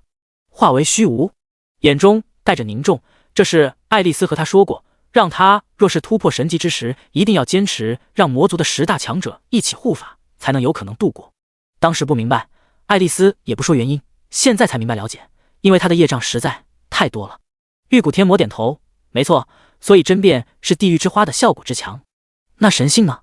接着问。神性，玉骨天魔摇头，你知道也没有，你现在才仙级低阶而已，距离神级太远太远。太远？林夕愕然。小子！玉骨天魔有些恼火道，你不会以为你有血色妖莲和彼岸花也能到神级吧？说实在的，林夕确实有这样的想法。真是现在的年轻人。玉骨天魔摇头。这时他女儿抢过话来说，我来。嗨嗨。他装模作样的清清嗓子道，这么说吧，你觉得如何才能突破境界呢？如何突破境界？林夕陷入沉思，半晌才轻轻问，提升属性。没错，差不多就是这个概念。现在天神给了属性面板，确实可以理解为提升属性。他赞赏地看了林夕一眼，一头黑线，你实力和我差不多，甚至比我还要差点，你用这样的眼神看我真的合适吗？他自然不会说自己是因为被老爸教训同样的一番话，现在是只搬过来给林夕而已，连表情也是搬过来的。那如何提升属性？他悄声声问。如何提升属性？升级，还有。心中蓦然一沉，发现了除了升级这项大家都知道的方法，根本没有其他法子，而升级提升的实力寥寥无几。你现在102级是仙级，很不错，但是150级甚至200级还是仙级低阶呢。这林夕才发现，确实自己提升实力似乎都是依靠外物，虽然记得不过去，但是似乎至今为止只有得到彼岸花那时大幅度提升过属性。所以说从仙级低阶再到神级，路途是很远的，道路是坎坷的。他似乎十分沧桑地叹了口气。玉骨天魔感觉牙龈疼，这话怎么越听越耳熟，自己似乎讲过一模一样的话。而且最无语的是，那声叹息都他妈的拿去用了，我真的是不愧是我的女儿，有一套。没想到竟然如此，深深吸口气，感到压力。只能借助稀有的宝物才能提升实力吗？嗨嗨。玉骨天魔咳嗽来增加自己的存在感，笑道，不过也别太悲观，你既然可以以102级的水平达到仙级，就是不错的成就。而且这仙级低阶还真的是一点水分都没有，整整7万的攻击，我当场也就才5万而已。虽说和神级宝物的祝福有关，但自己当初也有古魔的传承在身啊，还是有点过分了。但愿如此。林夕点头致意，只是被他一说，心中的那份隐隐间存在的傲气也消弭殆尽。除了宝物升级，可有其他提升的法子吗？再次询问。这件事太重要，关系到未来所能抵达的实力。有，玉骨天魔的女儿道。就在玉骨天魔准备开口的刹那，接过话来，把他的话堵在嘴边。还有非常珍贵的传承。传承？他面含稚气，却摆出沧桑。那些曾经的强者的传承，能让你的属性在一定程度上飞涨，而且是持续性的。此话怎讲？虚心请教的拱了拱手。就这么说吧，你接受一个人的传承，他的技能便会在你实力足够的时候被你领悟，而且每次领悟更够得到的属性会很多。当然，主要还是看传承给你的人到底是怎么样的实力，他实力越高，你得到的属性也越高。竟然还有如此说法，灵犀目光闪烁。也不瞒你了，大家以后都是一家人。玉骨天魔摆摆手，我得到的是古魔的传承，所以才能凭借传承直达神级巅峰。你知道传承对属性增加的恐怖之处了吧？灵犀摇头，他一愣，这还不知道？我是说我们什么时候是一家人了？无语，补充道。你玉骨天魔瞪大眼。第130章挑战。灵犀无辜地指了指自己，我怎么了？你他妈的！玉骨天魔气得牙痒痒。你还不明白，只要做我女婿，那地狱之花我可以给你，而且还可以接受我的传承。以后神级不敢说100%，50%可能是有点，还不心动？对啊对啊，你还不动心？绝色家人点头，你娶了我，好处多多哎。一头黑线，你长那么漂亮，还怕找不到丈夫？至于这么推销自己吗？唉。突然，灵犀仿佛苍老了50岁，遗憾说道：“不是不想，而是不能，不能，不能。”玉骨天魔和他女儿二人面面相觑，彻底陷入蒙蔽。良久，嗖！玉骨天魔悄无声息出现在他面前，拎起他的前胸衣物，恶狠狠道：“你他妈的无能！”能够体会到玉骨天魔强忍着的杀意，那股杀意略微感受，便知滔天。冷静，不是，不是。灵犀讪笑。本来想说自己确实是性无能的，现在立刻否决，怕被玉骨天魔冲动之下直接一掌给毙了。不是，那到底是什么不能？他一愣，面色突然缓和，然后放下衣领，整理了一下，微微笑着：“下次要讲清楚，不然我会误会的。”真是的，你丫的无能，我和你扯犊子扯半天。你要是不能让我女儿搬到外面去住，你说你还有什么用？是。灵犀感到背后有些凉，不知何时居然惊出冷汗，差点忘了自己面对的是神魔大陆的巅峰强者。是我失去色欲。灵犀小声道。啥？是失去七情六欲中的色欲。抹了把汗，玉骨天魔和他女儿怎么都咋咋呼呼的，绝壁是亲生的。失去色欲？玉骨天魔摸摸胡渣道：“说清楚。”将原委全盘托出。如果是这样的话，你只能离开地狱，前往人间去取回色欲了。玉骨天魔点头，表示了解。是啊。灵犀立刻认同道：“失去色欲，我还能算是正常男人吗？”不算，当然不算。毫不犹豫的，玉骨天魔说道：“总之，必须放回人间取回色欲，才能成亲，你说是吧？”不！玉骨天魔急道：“成了亲再去也一样，谁又没规定成亲当晚一定要发生什么？你说是吧？”这个，你说什么就是什么。苦笑，却无力反驳。人家神级强者说什么，我还能不认同吗？那明晚成婚吧。一拍他的肩膀，欣慰道：“啥？明晚？”一瞬间反应不过来，愣住。这位大佬怎么这么爱语出惊人呢？怎么，你有意见？他淡淡瞥向灵犀。没有。苦笑，唯有苦笑。这都什么事啊？搞得和催婚一样。现在先要去服众，去外面打败那个白芍，然后咱们回去。是。拱拱手，无力反抗。蓦然，一道黑光出现在玉骨天魔手上，打入灵犀体内。顿时，全身化为黑光，出现在擂台下方最后面，人潮拥挤，无人注意。这都是什么事啊？一切发展太快，让灵犀有些猝不及防。往台上望去，白芍和蒙面女子已经快要分出胜负。只见白芍一记手掌打在女子的胸口，她狼狈的踉跄后退。你输了。白芍嘴角含笑。是我输了。白芍有些疑惑。你真的是不灵不小。好了。玉骨天魔突然出现在擂台上，打断白芍的问话，道：“白芍，恭喜你获胜。”他笑眯眯的拱手：“多谢。”玉骨天魔摇头：“不要谢我，你自己的实力取得的胜利而已。那我是可以迎娶不灵小姐了。”白芍有些激动，他只不过是白帝是干儿子而已，根本没有任何权利，也没有得到白帝的传承，只不过得到些微薄的恩赐，才到如今这个地步。如果能迎娶玉骨天魔不天的女儿不灵，得到玉骨天魔的传承，便可往上爬。否则，现在的实力便到头了。玉骨天魔摇头。为何？白勺面色一沉，却不敢发作。眼前之人看似和蔼，实在是地狱最恐怖的存在。努力展开微笑。抱拳，是在下不能让不灵小姐下嫁吗？非也。玉骨天魔摸摸胡渣。你能比武招亲获胜，就有迎娶我的女儿的资格。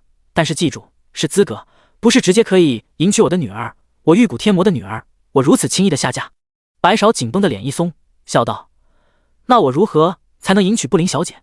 这番话说的意气风发，连场下之人都忍不住被感染。好，不愧是白帝的儿子，有气魄。就冲这份勇气，这份实力，我支持你。白勺心中一阵得意。嗨嗨，玉骨天魔暗骂：你小子本来我还挺看重，人长得也蛮顺眼的，结果现在出来个资质惊人的灵犀，而且女儿也对他有意思，他就可以滚蛋了。癞蛤蟆想吃天鹅肉，做梦呢！别以为我不知道你那点出息，白帝不肯把传承给你，便是看出你小子心思不纯吧。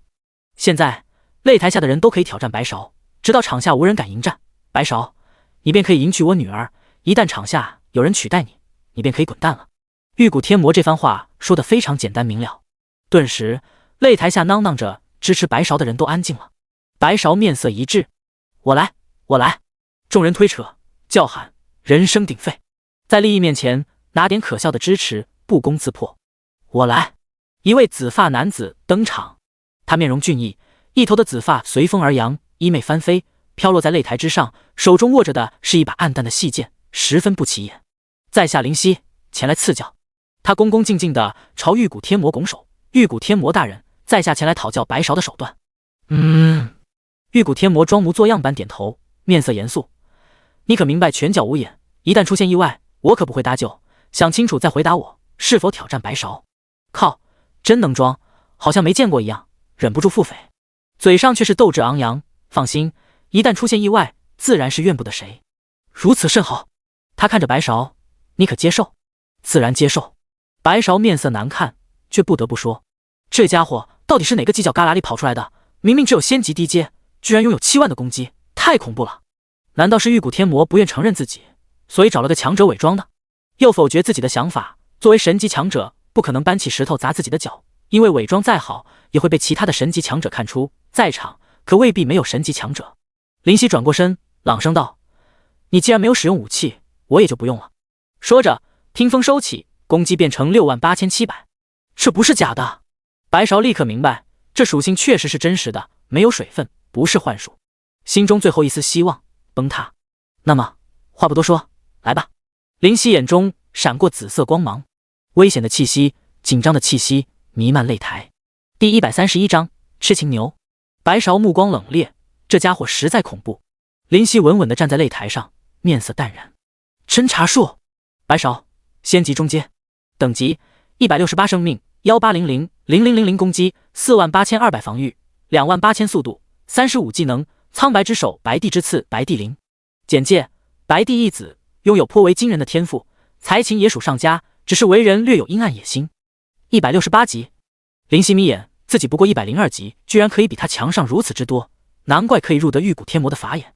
自己过去到底经历了什么，才能达到如此辉煌的成就？速战速决吧。抬手，紫色的雷霆出现，并且浓郁着。怜悯地望着白勺：抱歉了。抱歉？抱歉什么？白勺眼睛微微眯起，他从雷霆中感受到危机。挥手，雷霆轰然而出，化为手掌，裹挟着无匹的威能射去。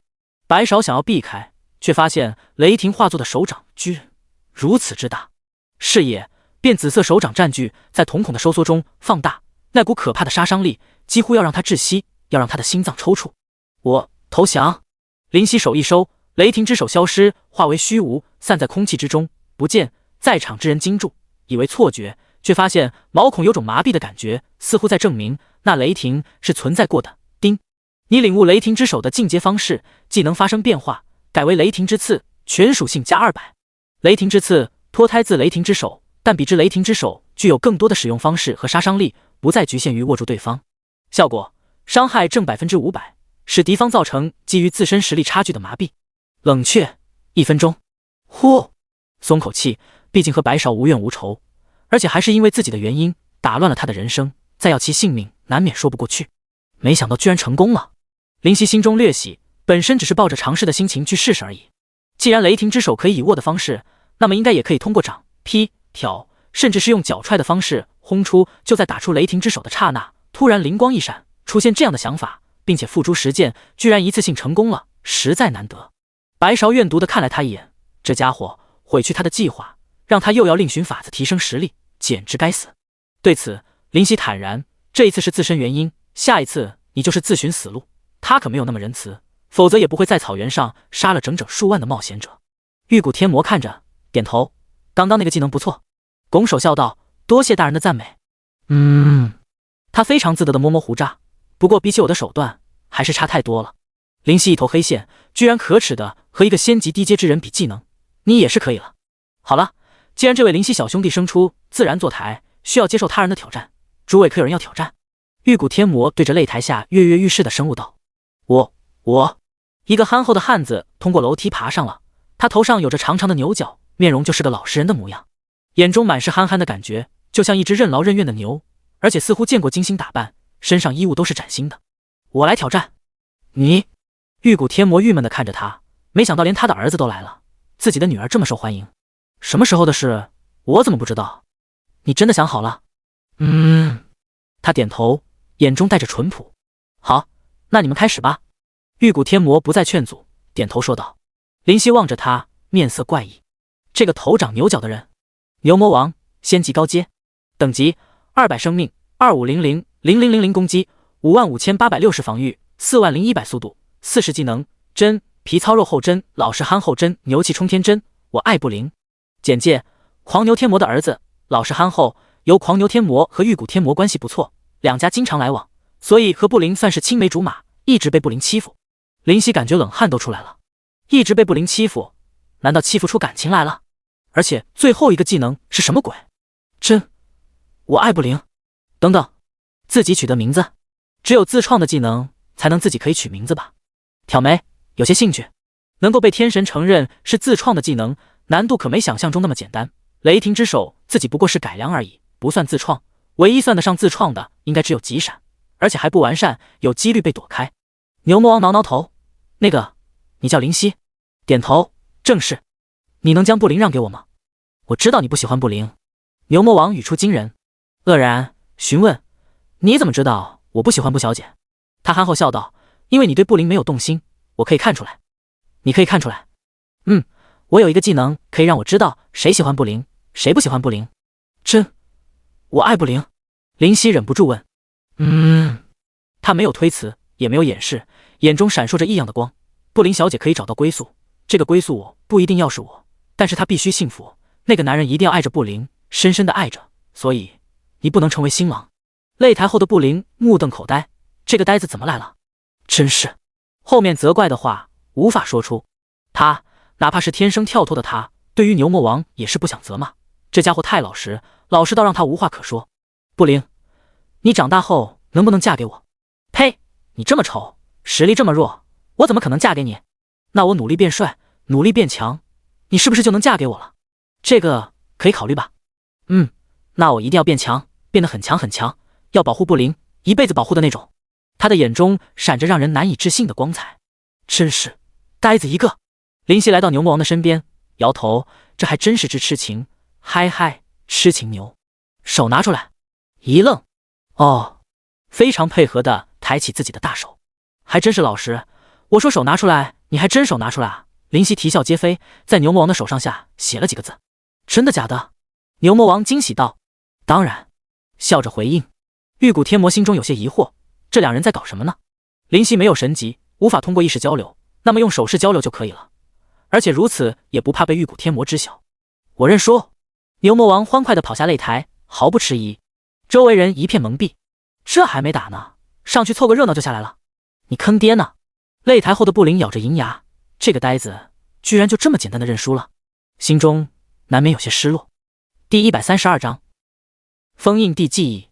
玉骨天魔问：你和他说了什么？没什么。林夕耸耸肩，只是说我会真心待你女儿而已。听到这句话，玉骨天魔想锤爆他的头。你真心待我女儿，她会那么开心？你丫的骗鬼呢？质疑的望着他，却带着点点深意，也不追究，抬手道：还有谁？我一个羊头人身的怪物走上来，望着他那兴奋的模样，林夕忍不住轻笑，问：“你知道侦查术这种技能吗？”“知道啊。”“那你侦查出我的属性没有？”“有啊。”“侦查出来了，为什么还这么淡定呢？”有些无语。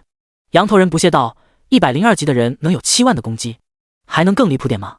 你就算是用幻术，也要合情合理才对。”恍然大悟，原来是不相信自己的实力才赶上来。我说呢，一个个怎么都跃跃欲试，寻常人看见其属性应当有自知之明才对。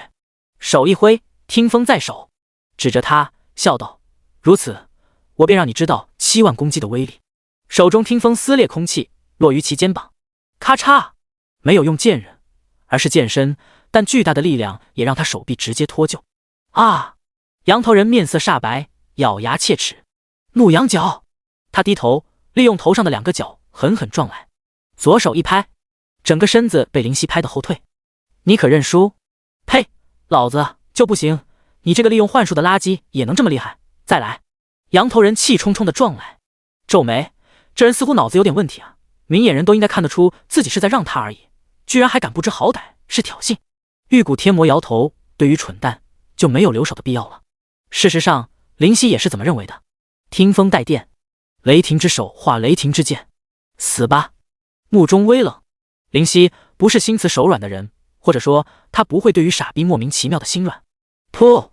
整个羊头被斩下，脖颈中的血液流出，似喷泉，太血腥。擂台下本来喧哗，如今顿时鸦雀无声。啪！羊头人的身躯到底，一滩浓郁的血迹铺开，令人作呕。我已经给了你机会，现在好好去地狱反思吧。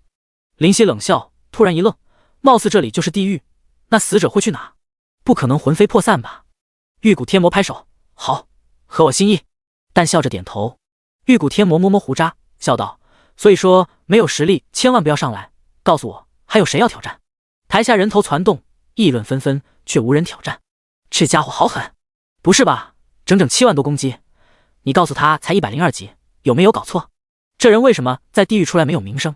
既然属性这么高，应该很出名才是。见无人挑战，朗声道：如此，林夕，你将迎娶我的女儿。林夕躬身，多谢大人。满意的点头。玉骨天魔道：回邪地宫。四周的人渐渐散去。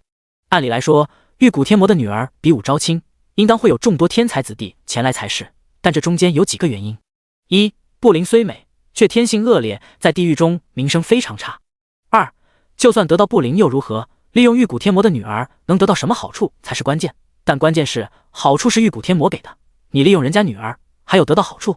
人家活了多久，你活了多久，在玉骨天魔面前伪装是无效的，人家那是老怪物，心如明镜。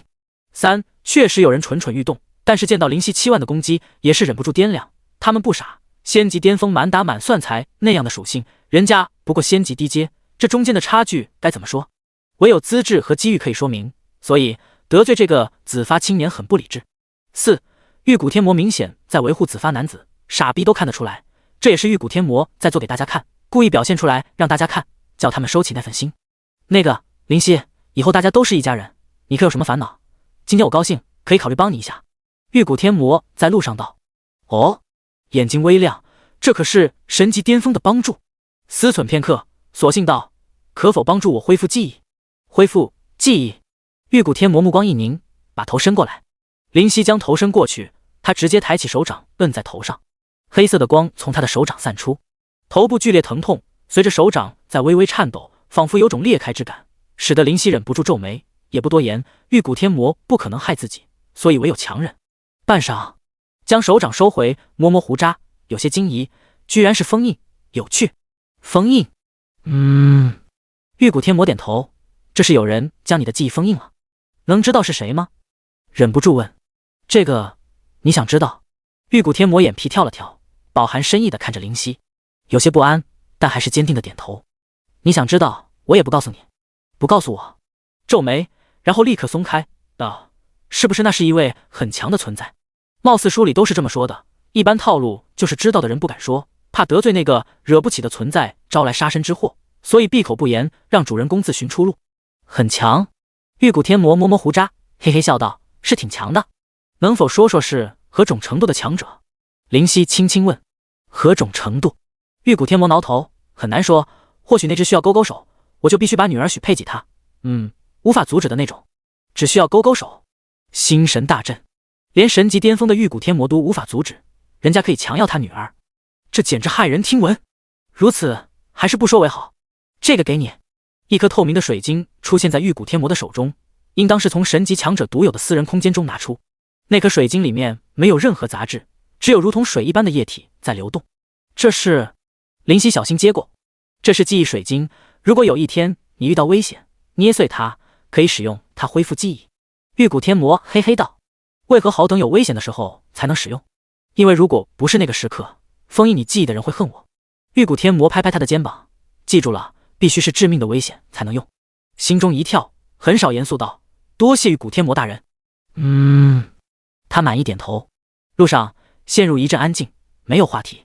玉骨天魔向后望了望，看见女儿似乎有些失神，摇头苦笑，自己的心意自己都不明白，真是。可以看出，您的女儿对牛魔王还是有一定好感，为何您不？得了，我早说过。你猜他怎么说？他说他和牛魔王从小在一起，没有那份恋爱的悸动感觉。玉骨天魔无奈，真是傻丫头，那只是短暂的一份心动而已，仅仅因为对方的外表和气质，根本不能算什么爱情。原来如此。林夕点头，在下有一法子，不知可否令令爱明白自己的心意。你和牛魔王说的话我懂，所以你自己看着办吧。玉骨天魔没有接话。闻言，林夕目光闪烁，如此就真的太谢谢了。显然这是同意他的胡闹。不要谢我女儿看起来很聪明，其实在爱情面前还是白痴一个。牛魔王的深情已经在他心中留下影子，只是他自己不懂而已。第133章地狱之花。一路再无言。到了。玉骨天魔抬手指了指前方的宫殿，邪地宫3字牌匾上飞舞。正在思索什么的林夕抬头，被眼前的景象震惊。宫殿巍峨耸立，隐隐间的一股浩瀚之感汹涌而来。众多侍女站在高耸的大门两边，气质突出。随着玉骨天魔走入邪地宫，由于静夜，房屋中灯火通明，红色的灯笼照耀出一片诗意。地面上刻意设计的花纹美而耐看。怎么样？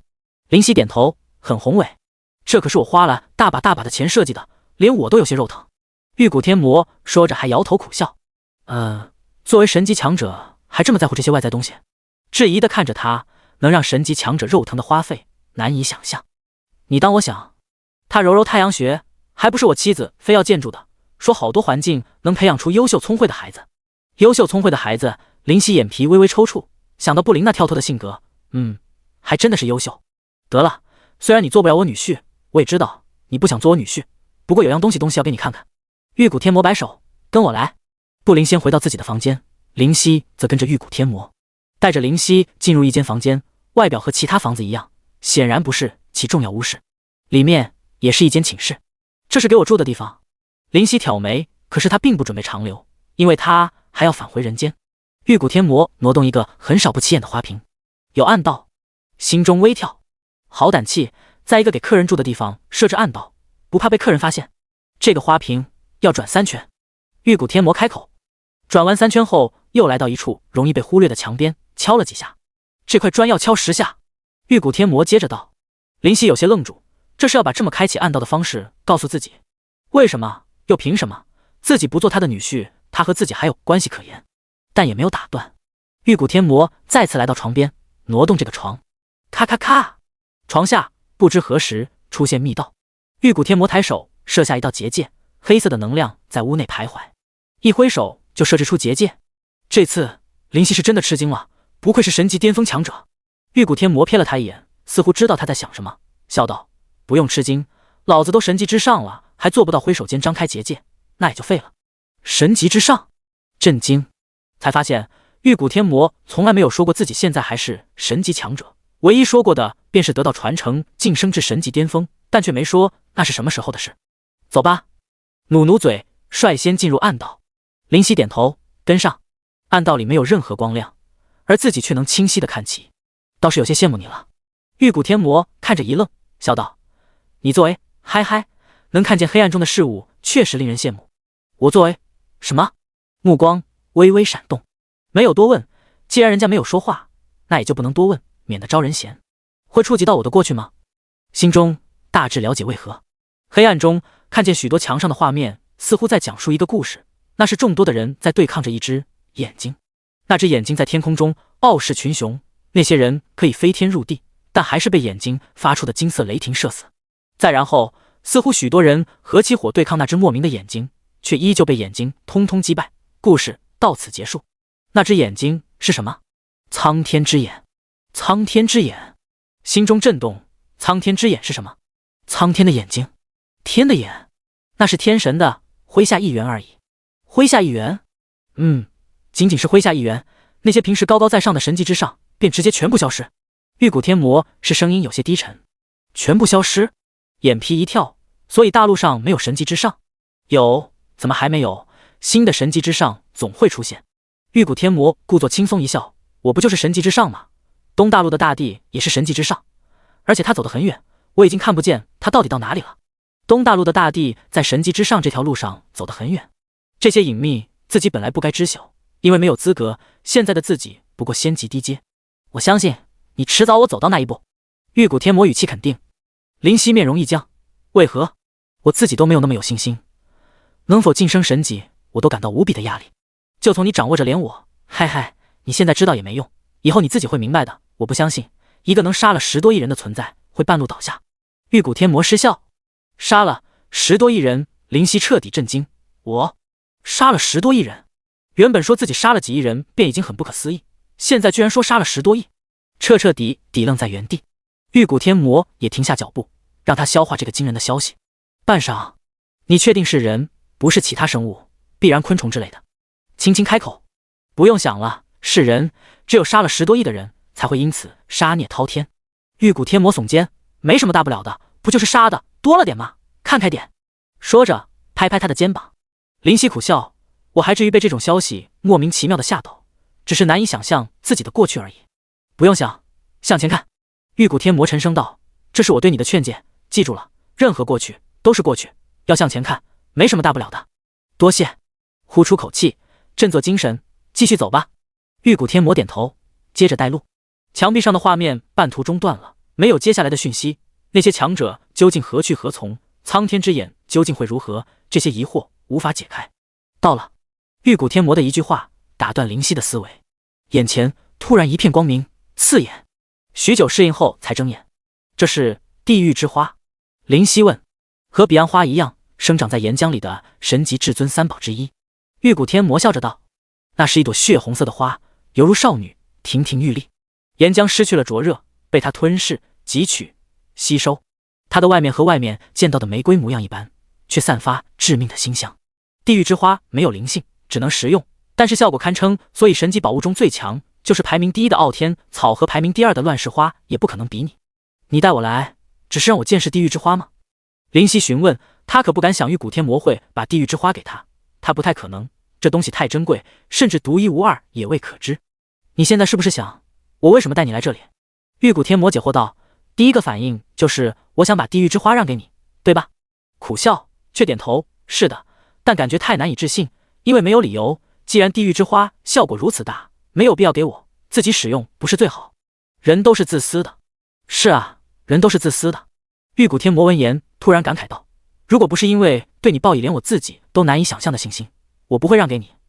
你比我更合适这地狱之花。我比你合适？玉骨天魔无奈道，地狱之花虽然没有灵性尝试，但是食用其实需要资格的，你才具有那份资格，我花了几万年也没有得到的资格。这为什么？林夕喃喃，有些不敢相信，我才具有的资格。因为你的杀孽太逆天，太恐怖，你拥有着令人疯狂的能力。对此没有愕然，没有惶恐，唯有苦涩的笑。又是过去吗？他笑眯眯的点头。现在的你实力不够，等神级之后你自己来拿吧。玉骨天魔道。自己来拿？神级之后？林夕感受到这句话有些不对劲。我晋升神级后你会去哪里？去一个未知的地方。至于为何是神级之后，你晋升神级的试炼之雷便是考验，若活则地狱之花归你，若死则当成什么事都没发生过吧。未知的地方？没有回答问题，耸耸肩，看也看了，走吧，出去。无奈只能点头。第134章，何为父爱？离开密道，走入客房。玉骨天魔将床位移回，直到看不出任何端倪。打开的方式你记住了吧？他转身问。林夕点头，这十分好记。如此最好。说着，撤去那笼罩房间的结界。林夕问：如果刚刚有人进入客房，触碰到结界会怎么样？我这不是伤人结界，只是使得进入之人无法看到打开的密道而已。伤人的结界我哪里敢乱放？要是我妻子进来，我还不得被他打死？被他打死？眼中微微一抽，看来这位玉骨天魔的夫人颇为凶悍。走吧，去见见不灵。对了，话说你到底要怎么样帮助牛魔王得到他的芳心？这个林夕擦汗，小心翼翼问：那个玉骨天魔大人，请问牛魔王和不灵应该彼此互相喜欢吧？自然。他点头，摸摸胡渣。不是我说，我和狂牛天魔那是真兄弟，所以从小经常串门。狂牛天魔的儿子和我女儿也是青梅竹马，所以自然有好感。只是这份好感无法发酵成爱情，中间缺失一些东西而已。可惜。那就没错了。林夕点头。你有没有想过一件事？什么？玉骨天魔满脸疑问。就是通往女人心灵，嗨，就是那条道路。是什么？如果能行的话，一定可以发酵成爱情的，相信我。尴尬地回答他的问题。通往女人心灵的道路。玉骨天魔愕然，那是什么东东？一阵思索，通往女人心灵的道路。蓦然金光一闪，卧槽，你狠！他给林夕竖起大拇指，唯有讪笑。这个赞美真的不是特别想要，只是个不得已的办法，因为这个办法是最简单、最暴力、最快捷的，最他妈有效。因为他并不准备长久地狱，还要拿回一世的欲望，所以需要短时间内奏效的办法。你这办法具体怎么实施？玉骨天魔好奇问。很简单，你这样，再这样，最后这样。许久，两个人相视一笑，然后砰！林夕感觉脑袋冒星星，出现黑眼圈。你这是？玉骨天魔狞笑，小子，你这办法有没有用我不知道，但作为不灵他爸，我有必要让你见识到我因为女儿被人玷污的愤怒。这和说好的不一样啊！忍不住叫屈，你女儿还没有被人玷污啊？毛线不一样，没有也快了。这个办法我会尝试一下，你已经没有用处了，反正要滚出地狱，先让我打你一顿先。玉骨天魔说着就往林夕脸上招呼。我这不是迫不得已的法子吗？而且从此以后你女儿就是欺负牛魔王去了，你也落得清闲。林夕无语，这简直是过河拆桥，太他妈狠了！你放屁！老子这么爱自己的女儿，怎么可能会被她欺负？看来你还怀疑我的父爱。看拳！一击闷在林夕的眼睛上，顿时出现黑眼圈。被打后，林夕突然脸色严肃。玉骨天魔大人，我忘记告诉你一件事。什么？玉骨天魔问。你凑近点，我在你耳边说。脸上阴沉的要滴水，仿佛真有大事。玉骨天魔将信将疑的将耳朵凑近，眼中出现金光，小声在他耳边道：玉骨天魔大人，我告诉你一个秘密，你可千万不要告诉别人。摸摸胡渣，饶有兴致，点头。其实我是你失散多年的。我失散多年的？玉骨天魔一愣，自己在外面有私生子？不可能吧，我可是一直被妻子管得严实，哪里有机会拈花惹草？我是你失散多年的父亲。林夕突然在他耳边大喝。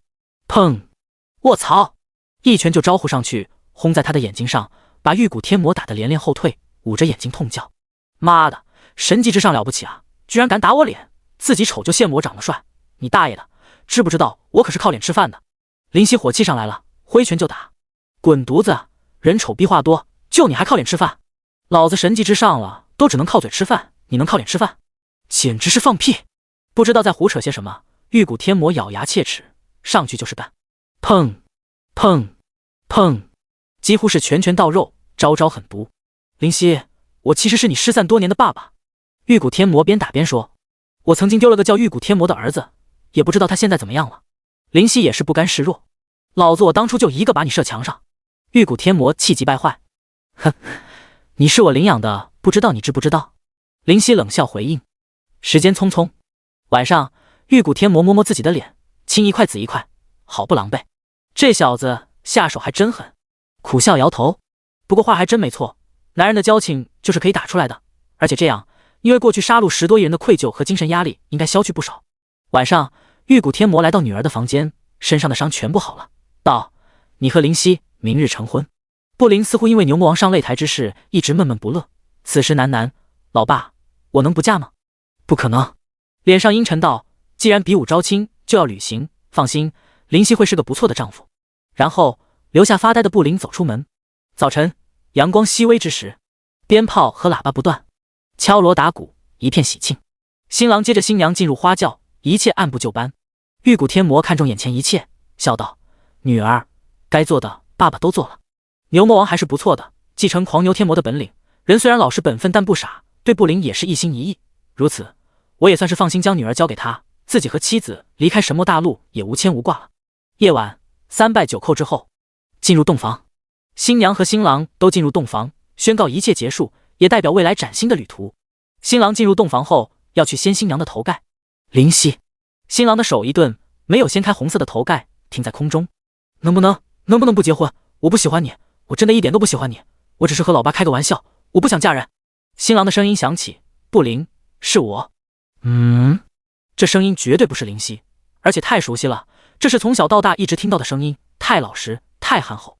不灵掀开头盖，看见的是身穿红色新郎服的牛魔王。怎么是你？不灵娇嫩的脸蛋带着惊讶，然后脸上煞白。你来干什么？你疯了？想死吗？啊，我不想死。牛魔王道，我就是新郎啊，没有错呀。你是新郎？不灵眼中带着疑惑。灵犀呢？灵犀说你太丑了，根本入不了他的眼睛，所以就把你让给我了。他真是个好人。牛魔王满脸的感谢。我丑？不灵眼睛瞪得老大，他眼睛瞎了还是怎么的？那个不灵，我们怎么了？不灵眼中含煞，在牛魔王面前，他才是真正的自己。这个我们该圆房了。圆房？不灵冷笑，给我去外面坐着去。哦。牛魔王一愣，挠挠头，走出去。呆子，我叫你出去，你还真出去啊？不灵气呼呼道。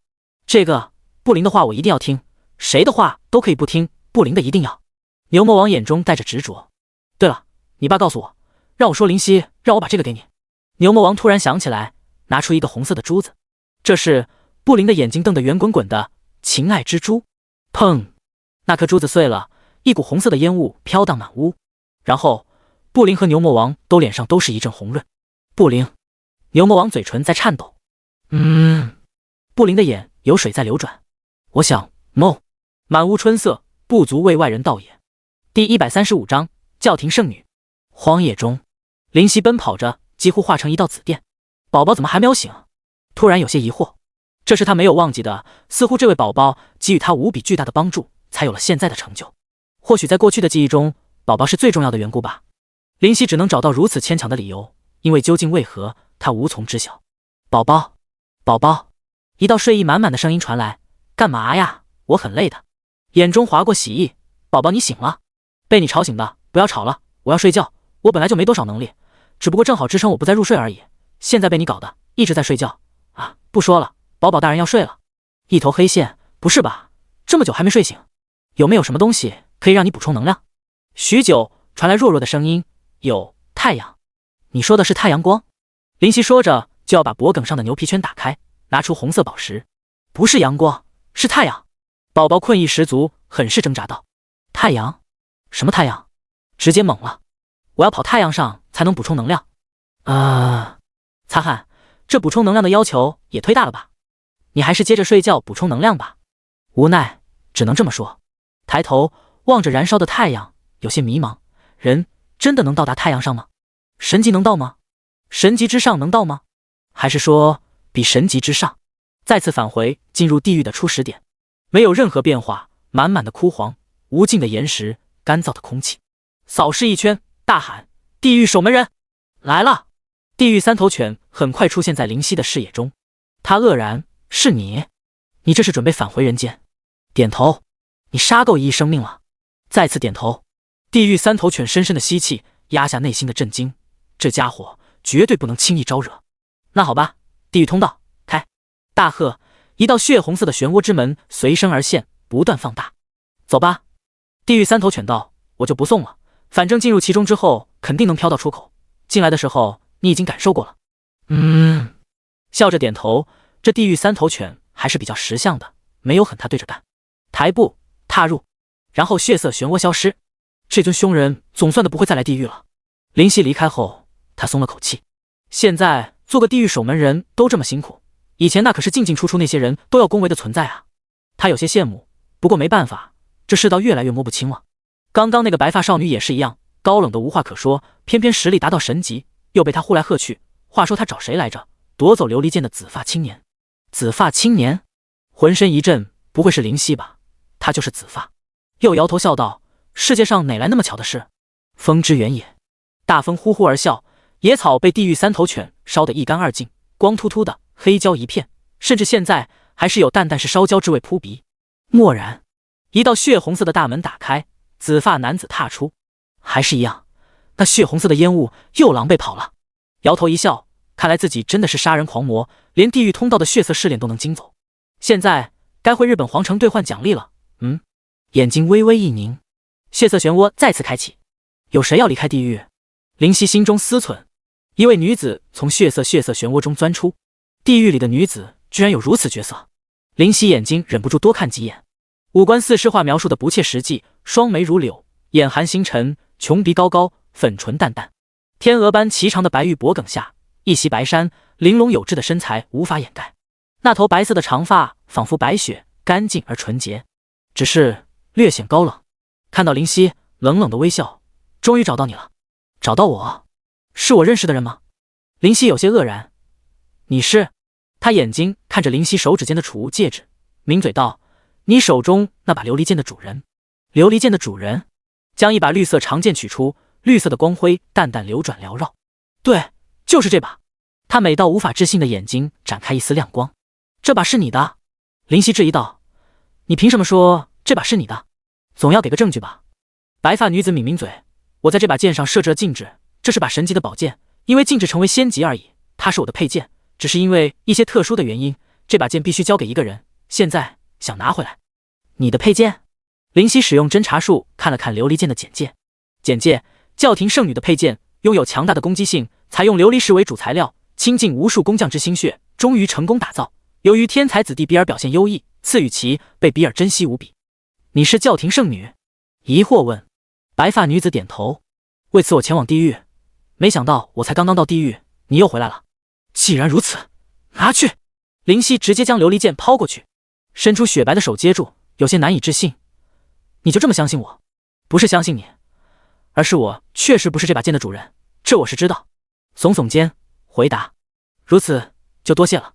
白发女子展开微笑，她已经做好抢夺的准备，没想到居然如此简单。以后不要再将它交于别人了，自己好好保管吧。闻言，女子正是这个紫发男子，眼中微微涟漪，随后点头，笑了笑，转身离去。你既然把这把琉璃剑交于我，我自然要答谢你。这样吧，如果以后有困难，可以来光明教廷，我可以帮助你。他望着紫发紫衣的青年道，摆摆手，我会记住的。大风呼啸，白发被吹得飞舞。那把剑的主人居然是神级。灵犀摇头，他不是白痴，也不是烂好人，怎么可能如此这样将仙级的武器送人？即便这位是主人，只是神级强者，现在的他完全不是对手，而且对方不是简简单单是神级，而是光明教廷的圣女，所以只能装作慷慨的还人。算了，一把听风对于现在已经足够。甩出纷杂的心思，返回日本皇城，这次一定能取回色欲了。眼中闪烁着光。日本皇城依旧气派异常，人流量恐怖，在其中会生出自己不过蝼蚁的感受。没有逗留，直接来到皇宫。站住！两位士兵用武器阻挡他的去路。麻烦你们上报，就说风之原野的地狱三头犬被我杀了，我是拿着头颅来领赏的。你杀了地狱三头犬？士兵震惊，还不快去上报吗？请稍等。其中一位士兵反应过来，进入皇宫中禀报。10分钟后，你可以进入了。那个士兵满头大汗，辛苦了，点头，然后随着另一个侍卫一起进入。这一行不知道是否能够顺利。第136章登天梯。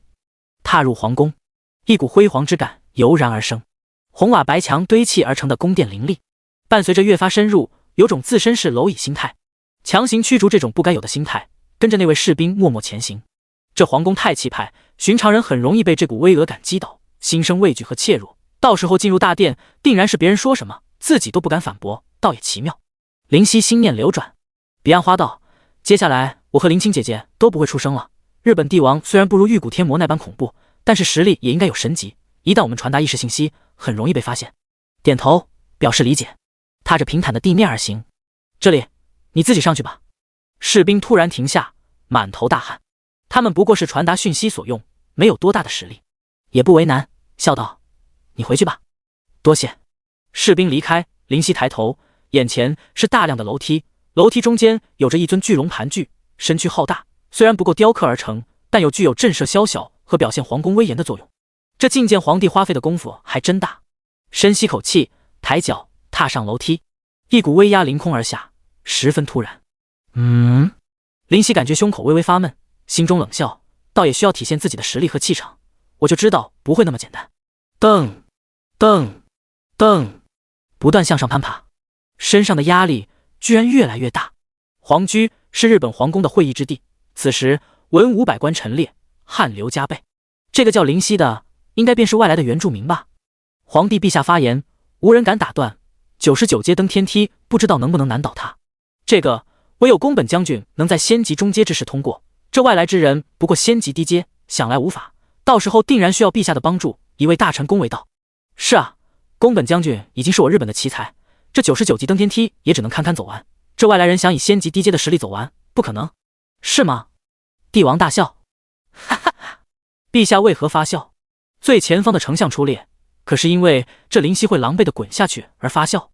不，帝王在垂帘之后笑道：我在为你们这般瞧不起外来人也发笑，既然他能屠杀上万的冒险者从容离去，便证明其实力绝对不俗。你们如此看不起，一味的轻视，也算是臣子，无才无德，如何上位？众臣大惊，却不敢反驳，噤若寒蝉。陛下自从去年因为欲娶樱花女神而不可得，被其拒绝，而且狠狠修理一顿后，感觉性情大变啊，这完全不似陛下的作风。丞相回归列位，心中有些不安。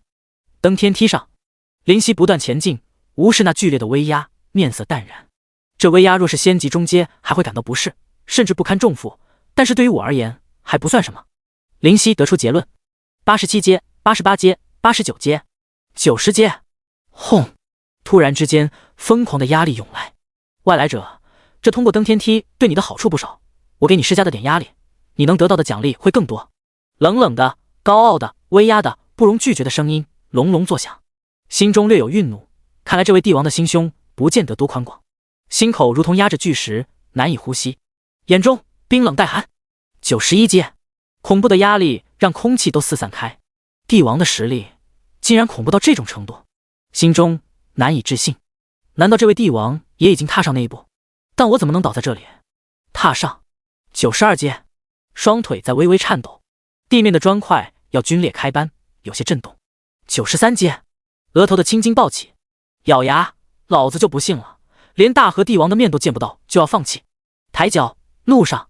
94阶，威压如山如渊，浩大到让人恐惧，神圣感油然而生，心态欲崩溃。刚刚升起，林夕立刻将其泯灭。如果来反抗的勇气都没有，才算是败了。这样就想让我趴下，门都没有。95阶、96阶、97阶，脸上涨红，气喘吁吁。这股威压实在太强大，强大到根本无法抵抗。背上好像驮着大山，难以移动分毫。即便是强行振作精神，也动不了。给我起！额头的青筋在碰撞，然而全身泛起无力，四肢酸软，肌肉开始因为过度的使用而颤抖。算了，我还是放弃吧，毕竟人家是神级强者。苦笑，一时间失去任何对抗的信心。差距太大，而且还有整整2阶，每一阶的压力都在疯狂上涨。你这也算男人？林夕！一道声音响起。谁？猛然一惊，周围没有人，唯有威压如海，深邃而不可测。不知道是不是因为精疲力尽而产生的错觉，不过这话没有错，如果来威压都扛不住，我他妈也算是男人。眼中带着执着，必须要通过断楼梯。不因为莫名其妙的虚荣，不因为突发奇想的狂傲，更不是因为无缘无故的好胜心，只是因为不想败。实力，必须提升实力。林夕眼睛带着疯狂，没有实力，什么都不是，任人宰割。仙级看似荣耀，在神级面前也不过是蝼蚁，也不过是一只手可以碾死的存在。必须变强，强到谁都无法小看我，强到谁都要看我的脸色。蓦然，黑色的烟雾从眼中散溢开，身上涌出不知从何而来的力量。但是现在这不是重点，力量，我需要更加强大的力量。林夕在心中咆哮，心中一团黑烟在缭绕。哈哈，林夕，你还是需要我，你还是需要我，我能给你力量，只有我能给你力量。98阶，轰！威压如同海啸袭来，这样就像想让我跪下，不够，不够。黑烟在喷涌，全身出现黑色纹络。99阶，砰！地面上的石块碎裂，裂纹蔓延，1块、2块、98块、99块。所有的阶梯都布满裂开的痕迹。这就是你的威压吗，大和帝王？这未免太弱了。灵犀嘲弄。黑色的纹络在身上熠熠蔓延，却无知无觉。再踏上100阶，所有的压力消失，全身一轻，踉踉跄跄地走了几步才稳住，因为突然的放松实在太突然。弥漫全身的黑色的纹络陡然开始消退，短短2秒消失殆尽。魔星，混蛋，妈的又是你！你以为你能困住我一辈子？不可能，我脱困是迟早的。第137章觐见。叮！你通过登天梯试炼，获得奖励全属性加500，由于试炼难度增加，额外获得奖励全属性加500，整整增加1000的属性。身上泛起些微力量，可以站稳，唯有呼吸急促。我还是闯过来了。灵犀眼中泛着光，身上的异状却不知晓。抬步进入眼前的皇居，踏入，映入眼睛的是满朝文武百官整齐的陈列。因为他的踏入，纷纷转头，面色不善。最前方，垂帘中的大和帝王端坐，散发若有若无的威严，令人无法直视，不敢直视。看着眼前的一切，笑道：“怎么这么欢迎我？还不快来觐见陛下！”一位文官瞪眼：“你眼睛瞪这么大，是怎么做到的？我都做不到。”灵犀惊讶道。那位文官无语，哼了声，转头默不作声。有趣。面带笑意，满朝的文武百官都只能用眼睛和威势来胁迫人吗？有没有一位愿意让我领教日本大陆的能耐？无人作声，鸦雀无声。半晌，大和帝王开口：“日本真正的强者都派出去了做事，在皇城待着干嘛？被我管着吗？只有外面才能大展拳脚。”灵犀闻言，目光闪烁，抱拳道：“大和帝王，我即便是外来的，完成公告栏上的任务，也应当可以领取奖励吧？”这是自然。大和帝王的语气很和善：“君无戏言，既然发布了任务，完成自然可以领取奖励。你说说，你完成什么任务？”地狱守门人被我杀了。声音平稳，未起波澜，眼神直视垂帘，欲看透其中人物。什么？地狱守门人都你杀了？大和帝王的语气有些惊讶，有明了道：“不过也对，你是等级比他低，境界比他低，他若是掉以轻心，自然会被你斩杀，来不及开启地狱通道。”灵犀躬身笑道：“陛下英明。”打开储物戒指，将地狱3头犬的头颅取出，确实是地狱3头犬。大和帝王点头，没有过多追究，道：“来人，在！”开启国库，让其任选1件宝物。大和帝王没有任何阻拦，直接宣布：“叮！恭喜你完成任务，地狱3头犬获得奖励，等级加10，日本国库宝物任选1件。”轰！10道金光飞起，已经干涸的身躯得到滋润，再次出现些微力量。陛下，丞相似乎有话要说。大和帝王带着愠怒：“怎么，我的话你们敢不听？”“不敢。”丞相顿时额头冒汗：“来人，带领下去国库中选取1件宝物。”是。一个士兵进殿道：“请跟我来。”灵犀点头，跟上。转身离去时，回头望了眼安静到落针可闻的皇居大殿，心中有些疑惑：这日本的皇帝和文武百官之间的关系有些不对劲啊，气氛太诡异。一直跟随那位士兵来到国库，国库大门有金龙雕琢，单单看去便知不凡。大量的士兵在巡逻，不间断，不可能有人能够偷偷摸摸的进入。开启国库。是。咔啦，大门从中间打开，向两边张开，进入一道凹缝之中。我的欲望终于可以找回。灵犀的情绪也有些激动。请进，但记住，只能选取1件，一旦超过1件，将立刻被国库的机关碾成粉末，消失在人间。那位士兵例行公事般说道，眼中看不到什么，如同幽谈，笑着点头，然后进入。走了几步，突然一顿：“怎么了？”那个士兵问。转头，眼中带着睿智的光芒：“我可不会因为你是士兵就对你产生轻视，宫本将军。”那位士兵神色微滞，而后笑道：“我也没想过你会因此对我产生轻视，请进吧，速度快点，陛下还在等你呢。”灵犀点头，进入国库。这小子，宫本云间笑道：“可惜了。”遗憾的摇头，不知为何。国库中金光灿灿，灵犀随便拿起1件宝物，鱼龙刀，先级，攻击加2200，效果攻击速度正35%，附带技能鱼龙之门。简介：一条快要化成龙的鱼类在渡劫之时被击杀，用龙心铸剑魂，用逆鳞做剑身，用龙血来灌溉浇筑制造而出，拥有非同寻常的锋利。一眼望去，起码有上百件宝物，如果全是仙级，未免太过骇人。咦？灵犀一声惊疑，有股可怕的气息从深处弥漫而来。渐渐深入，在宝库的最内部发现一把剑插在铁石之上。这把剑有股唯我独尊的气息，剑柄克龙，龙口之中射出剑身，呈现黑色。林静居然感受到剑意传来的刺痛。这把剑眼神裹挟着凝重，眉头微微皱起。天丛云剑神级，攻击4万，效果攻击正 20%， 效果全属性加5000，效果攻击速度正 50%， 效果挥剑时产生残影，容易让对方无从格挡。附带技能凌云，附带技能破天一剑。简介：传言这是八岐大蛇蛇尾中拔出之物，得到八岐大蛇一身蛇血的酝酿，从而具有非常恐惧的杀伤力。被须佐之男从蛇尾拔出后，使得八岐大蛇实力大减。后来须佐之男认为此剑乃至宝，交于大和帝王，被大和帝王珍藏于国库。此剑和八尺琼曲玉以及八指镜被奉为日本3神器。天丛云剑，瞳孔骤缩，此把剑太恐怖！一把剑加了4万的攻击和 20% 的总攻击加成，还有5000的全属性加成，不算使用者本人，便已经达到5万多的攻击。这样一把剑怎么可能放在国库默默无名，定然被无数人选中，目光带着质疑，这太不符合实际。来到铁块之上，握起剑柄，切！大喝一声，手臂发起。然而刺入铁块的天丛云剑竟然纹丝不动，苦笑不已。我大概是知道为什么了，这把剑估计只是用来看的，根本没有想过被人拿出。无奈挠头，既然敢于放在这里，自然是有足够的信心不会被人取出。林青，我该如何寻回色玉这种不可琢磨的东西？林夕问。不知道，不过你可以感受下，既然是你身体中的欲望，那么一定和本尊有感应才是。林青回答。想想也是，点头闭目，将心绪放空，努力去感应。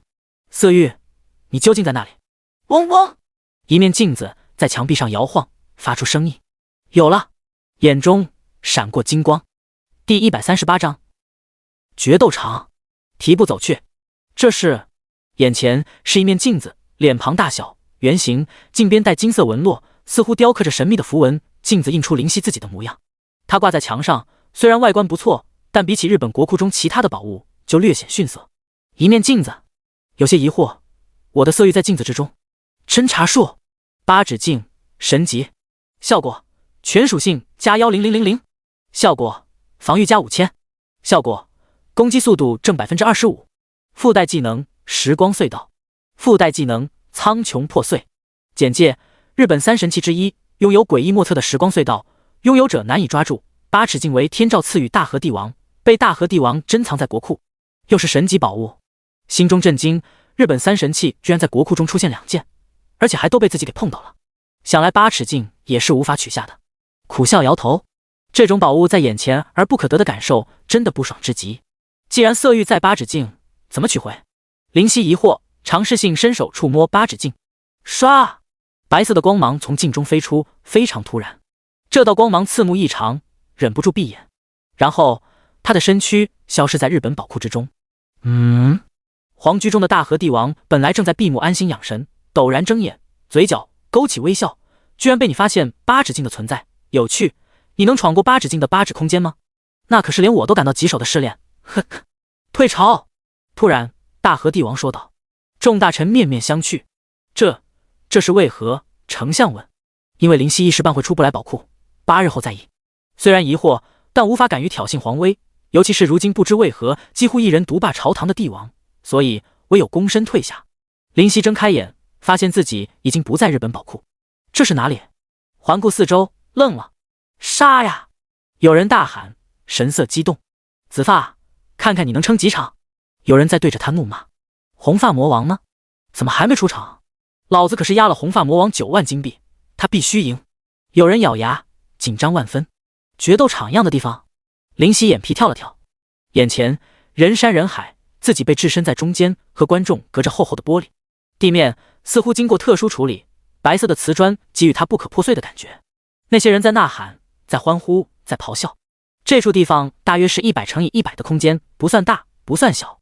来到玻璃处，停下，抬手一拳打在玻璃上，手臂微麻，玻璃纹丝不动。这家伙在干嘛？有是一个乡巴佬，这玻璃要是这么好弄破，就不是云天晶了，可能是被人传送过来的可怜人，可惜马上就要死。周围一片嘘声和嘲笑。云天晶？林夕问：青儿，你知道什么是云天晶吗？不知道。林青摇头，对这一幕也是无比好奇。这时候系统似乎才反应过来般姗姗来迟。叮！你进入域外空间决斗场，在这里，你必须战胜和你同境界的存在，一直存活8日才能离去。叮！这是八指镜对你的考验。域外空间，林夕眼睛眯起，看来神魔大陆并不是这个世界的全部。一处地面瓷砖凹陷下去，再次承载上来，有一位红发魁梧大汉，他脸上带着狞笑，胸口具有无数的刀疤，肌肉高高隆起，是红发魔王。这位小家伙真的可怜，第一场就碰到红发魔王，这下完了，我都不忍心看下去。有人故作怜悯般扶额。那红发魁梧大汉望着林夕，蝼蚁，如果跪下，我可以给你一条生路，你扭断你一条胳膊，哈哈。侦查术，叮！此处无法使用侦查术。果然，不可以使用这种预测对方实力的技能。林夕早有所料，也不气馁。既然是同境界，那就没什么好说的，唯有看实力了。我仙级低阶拥有仙级高阶，甚至超越仙级高阶的实力，根本不需任何人。心中想着，听闻红发大汉的嘲讽，林夕耸肩，我也可以给你一条生路，你自己扭断一条胳膊，我放你一条生路。哦，是吗？他的眼中出现杀意，这地方就是一言不合就可以杀人的地方，法律可束缚不了这里。手上出现一把火红色的斧头，能死在仙气天罡斧之下，你可以安息了。感到有趣，从储物戒指中拿出听风，能死在仙气听风之下，你可以安息了。大汉瞪眼，你也有仙气？林夕也瞪眼，你也有仙气？简直赤裸裸的挑衅。那么你的仙气归我了。大汉眼中闪烁着贪婪。那么你的仙气归我了。林夕嘴角勾勒出玩味。砰！伴随音爆，红发大汉持斧劈来，两人相隔不过10米，不过是瞬间的事情。铿锵！剑与斧的碰撞，火星四溅。不错，虽然同为仙级低阶，但是他已经有仙级中阶的属性。林夕心中了然，看出红发大汉的实力极限。小子力气挺大呀！大汉瞪眼发力，肌肉膨胀。林夕显得游刃有余，甚至笑道：不是我力气大，是你的力气太小了。你确定你使劲了？红发大汉涨红了脸，肌肉上的静脉爆出，血液似乎在其中疯狂的涌动。你确定？很是认真的回答他：我确定。这紫发的小家伙还挺厉害，居然接住红发魔王的斧头，看来也是有些实力的。不过红发魔王的那招还没有打出，如果打出那一招，胜负立刻就能分出。观众们看得津津有味，指手画脚。这到底是个怎样的地方？林夕皱眉，把别人的生死决斗当成自己的视觉盛宴，被人看着自己与人厮杀，他也感觉心中不舒服。铿锵，两人分开。红发大汉面色没有刚开始的轻松，这混蛋的力量太大了，他使出全力都无法拿他一点办法。他眼中的混蛋却面色淡然，望着他轻轻道：还有继续吗？自然。他狞笑，这里可没有同情和怜悯，小子，你不适合这里。是吗？眼中毫无波动。必须速战速决，继续纠缠，我必死无疑。大汉深吸口气，举起火红色的大斧，要拿出技能了。挑眉却没有意外，他知道这红发大汉已经明白彼此之间的差距，而观众还无知无觉，在呐喊：红发魔王要出大招了！我就知道这红发魔王已经不耐烦，上啊！为了我的9万金币。第139章连胜。轰！陡然，他那火红色的斧头燃起熊熊火焰，周围的温度骤然增加不少，一股无形的气浪掀起，以红发大汉为中心向旁边波及开。林夕的紫发被吹得向后飞起，这已经不是释放技能那么简单了，明显是直接放大招定胜负。眼睛微微一眯，这个决斗场一定要生与死，没有胜与负吗？而后闪过冷意，我记住你的话了。红发大汉眼中带着疑惑，什么我的话？我说了什么？听风微微颤动，面色肃然。大汉狞笑，我就不信你能接住我的火蛇舞。呵！他大喝一声，燃烧着火焰的斧头直接劈下，那火焰脱斧而出，形成一条由火汇聚而成的可怕巨蛇，张开血盆大口向着林夕射来。听风化为寒芒，悄无声息出现在其背后。回敬你！而后8道攻击凝聚冲出，噗噗噗噗噗噗噗噗，胸口绽放蟹花。那火蛇失去目标，射在玻璃上，砰！火焰在玻璃上爆炸铺开，然而玻璃纹丝不动。叮！你使用技能狂剑乱舞，对敌方单体造成750、320、9560的伤害。叮！你使用技能急闪，对敌方单体造成基于自身攻击的80、37655、100、42685、120、5102355、140、58485、186.68423%187.58506%200.8356850%300.134.2000的伤害，近750万的伤害。显然，这位仙级低阶的红发大汉没有足够的生命去支撑。大汉低头看着胸口突出的剑尖，渐渐失去焦距。我怎么能在这里倒下？我应该站在更高的舞台上。我不能在这里倒下，我不能。身躯前倾，倒地，没有声音，唯有一滩血色汩汩。大汉在人生最后一秒，突然想到紫发男子到底记住了自己的什么话？这里可没有同情和怜悯。收起听风，呼出口气，周围一片呐喊和怒骂。他们的红发魔王没有为他们创造足够的财富。混蛋，给我起来！居然只是因为对方的一次攻击便倒下，开什么玩笑？红发魔王怎么会输？我可是亲眼见过他击败仙级中阶的人物，不可能！红发魔王，给我站起来！我的9万金币啊！无视喧哗声，捡起大汉的火红色斧头，这毕竟是一把仙器，怎么能不心动？放进储物戒指后，默默在一旁等待。他要在这里停留8天，所以需要战斗8天，所以会死很多人。然而内心有些兴奋，自己在同境界中到底处于一个怎么样的水平呢？1刻钟过去，所有的消耗都通通恢复，这似乎意味着新的战斗要开始了。一块瓷砖缓缓下去，灵犀缓缓起身，听风再现于手。这次出现的是一位蓝发女子，颇有几分姿色，身上只有单薄的蓝色纱衣。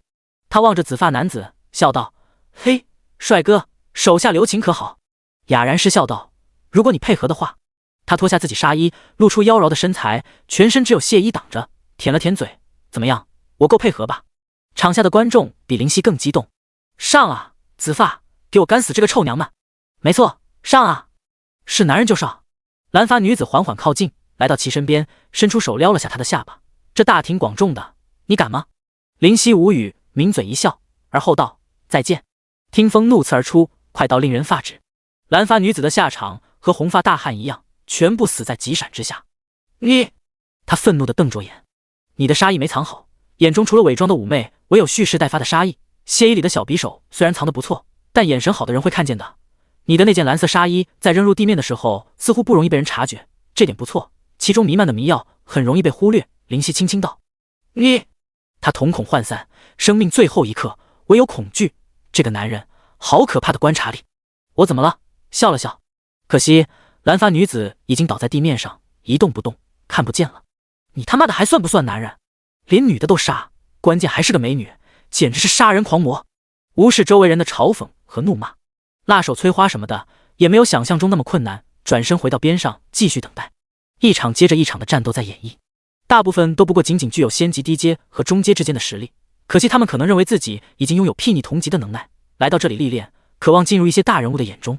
这决斗场外的观众可不仅仅是观众，有些人物可是具有大背景的。这里应该是仙级低阶的决斗场，所以不会出现其他的境界的强者。林夕若有所思，这域外空间究竟是一个怎么样的地方呢？观众席中，一位蓝衣观众万分仔细地看着紫发男子的战斗，目中带着凝重。这个紫发的到底是哪里来的人物，能在短时间内击败红发魔王，实力确实惊人。妹妹有些危险了。哟，这不是纳兰纵横吗？怎么来仙级低阶的决斗场来看戏？充满戏谑的声音出现在纳兰纵横的耳边，眼神离开决斗场，望去，来人长得颇为帅气，一袭青色长长，衬托出其笔挺的身材，面容精神，但是眼中却裹挟着若有若无的阴翳之感，使人不敢靠近。东方天，纳兰纵横皱眉，这家伙来干什么？好久不见啊，纳兰兄。东方天笑道。他点头示意，确实挺久没见了。东方兄怎么又空来这里？哎，无聊啊。东方天摊手，修炼整整2个月，闷死我了。这不是来决斗场这样热闹的地方透透气吗？原来如此。纳兰纵横点头，笑了笑。纳兰兄为何在仙级低阶这样低下的决斗场出现？东方天询问，眼中带着兴趣。这个在下的妹妹正好到仙级低阶，被父亲派来历练。纳兰纵横唯有苦笑，这东方家族势力太大，他纳兰家也不敢得罪，唯有说出缘由。你妹妹？东方天笑了笑，你说的是纳兰白？点头。纳兰小姐可是美若天仙，你父亲也狠得下心。他扶额，要是有个3长2短怎么办？我可是会心疼的。纳兰纵横闻言皱眉，关你什么事？你心疼的毛线？不过也不敢这般和他说，拱手道：这是父亲的命令，我妹妹也没有办法。令父不是很疼爱令妹的吗？怎么狠得下心？东方天眼中带着疑惑，这有些不对劲啊！父亲大人的命令，唯有遵从。纳兰纵横摇头，表示自己也不理解，为何几乎溺爱着妹妹的父亲会做出这样惊人的决定。只是当时父亲的表情异常严肃，他也不敢多问。瓷砖不停地上上下下，倒在林夕面前的仙级低阶之人越来越多，30个，这已经是第30个了。这家伙真的太强大了，没有一个人能在其手里过上10招。仙级低阶，这家伙已经无敌，他绝对不是寻常人物。难道是4大家族中的人？有这个可能。第140章，纳兰白。观众的议论林夕无视，他只需要经历8天。既然这是8指境的考验，是否说明我只要我成功通过这次考验，8指境就要认我为主？这才是林夕关心的。没多久，瓷砖再次载人上来。林夕摇头一笑，还是先想想如何熬过这8天吧。若是碰到强者倒在这里，那可就贻笑大方了。瓷砖缓缓上升，这次承载上来的竟然是一位女子，蓝色的发，白皙的肌肤，精致绝伦的五官，纤毫不差的窈窕身材。她手中拿着一柄剑，剑身同样为蓝，带着寒冷的凉气，似乎有白色的光在剑上缭绕旋转。她的眼中带着战意，如火般熊熊燃烧的战意。林夕一愣，现在的女人怎么了？这么漂亮还有来寻死？没错，这就是寻死。不是他狂妄地认为自己无人可敌，而是这个决斗场存在的意义便是让人寻死。谁能保证自己在同一境界无人能敌？谁都不能，哪怕是林夕。我得到2样神级宝物的祝福和洗礼，再加上还在沉睡的宝宝，才达到如此成就。那么为什么没有人能得到类似宝宝这样的存在，得到3件甚至4件神级宝物祝福？摇头，世界太大，永远都不能否定别人的能耐，可以对自己的能耐感到自信，但自信就够了，狂妄没有必要。来者报名！那女子娇喝，声如出谷黄莺，清脆嘹亮。微微一愣，现在还流行这套？你当着是沙场啊？不过还是相当配合，笑道：在下姓赵，单名一个云，字子龙，你可以叫我赵云或者赵子龙。好，我手下不占无名之辈，现在战吧。说着，他提剑攻来。观众席上，纳兰纵横紧张地握起拳头，剑眉皱起。妹妹这次可是碰到非常棘手的对手啊。旁边的东方天疑惑道：这个紫发的很厉害，他毕竟才刚刚过来，并没有看过之前的战斗。他非常严肃地点头，非常厉害，我就从来没有见过如此厉害的仙级低阶之人。东方天一愣，这个评价有点高啊，顶多达到仙级中阶的水准吧。你妹妹可是吃了大量的天才地宝，即便现在是仙级低阶，仙级高阶是水准肯定有了。东方天反驳。纳兰纵横闻言苦笑，那个红发魔王你可知道？哦，那个杀了上百个同境界的仙级低阶。东方天点头，那家伙这以为自己有多强，真是可笑，最多算仙级中阶的实力而已，也算他运气好，没有碰上一些妖孽。问题是，那个所谓的红发魔王没有在这个紫发男子手中走过3招就倒地了。纳兰纵横语气怪异，如果说是真实实力达到神级，那解决红发魔王的速度太慢，如果说没有神级，哪怕是仙级高阶，击杀的速度又快了。没过3招。东方天惊讶，是的，如此说来，你妹妹危险了，面色稍稍凝重。且慢，林夕喝道。那女子顿住，疑惑道：怎么还有遗言？笑了笑，指了指自己，我的名字都告诉你了，你呢？要知道，我的手下可是不斩无名之辈的。语气似乎很是认真。绝美的蓝发女子闻言，豪气道：我叫纳兰白，纳兰家族族长之女。纳兰家族族长之女？轻轻问。女子点头，姓名我也通报了，来吧，战！她的眼中有战意汹涌，举起听风，这次没有开玩笑，道：来吧。他也能感受带女子的实力，没有想象中那么简单。纳兰家族的族长之女，纳兰家皱眉，摒弃一切杂念，现在不是想这些的时候。咻！纳兰白持剑在空中射来，剑刃凌厉，令人不寒而栗。那就先拼拼谁的剑更好吧。看着直接飞驰的蓝色利剑，林夕心中产生比较的情绪。抬臂，听风直刺，与其蓝色之剑碰撞。叮！听风虽细，却异常坚硬，寻常仙气根本无法让它动摇分毫，而如今竟然微微弯曲。那蓝白的剑却毫发无损，没有一点异状，那股白色的光辉依旧缭绕不止，甚至让林夕感受到一丝凉意。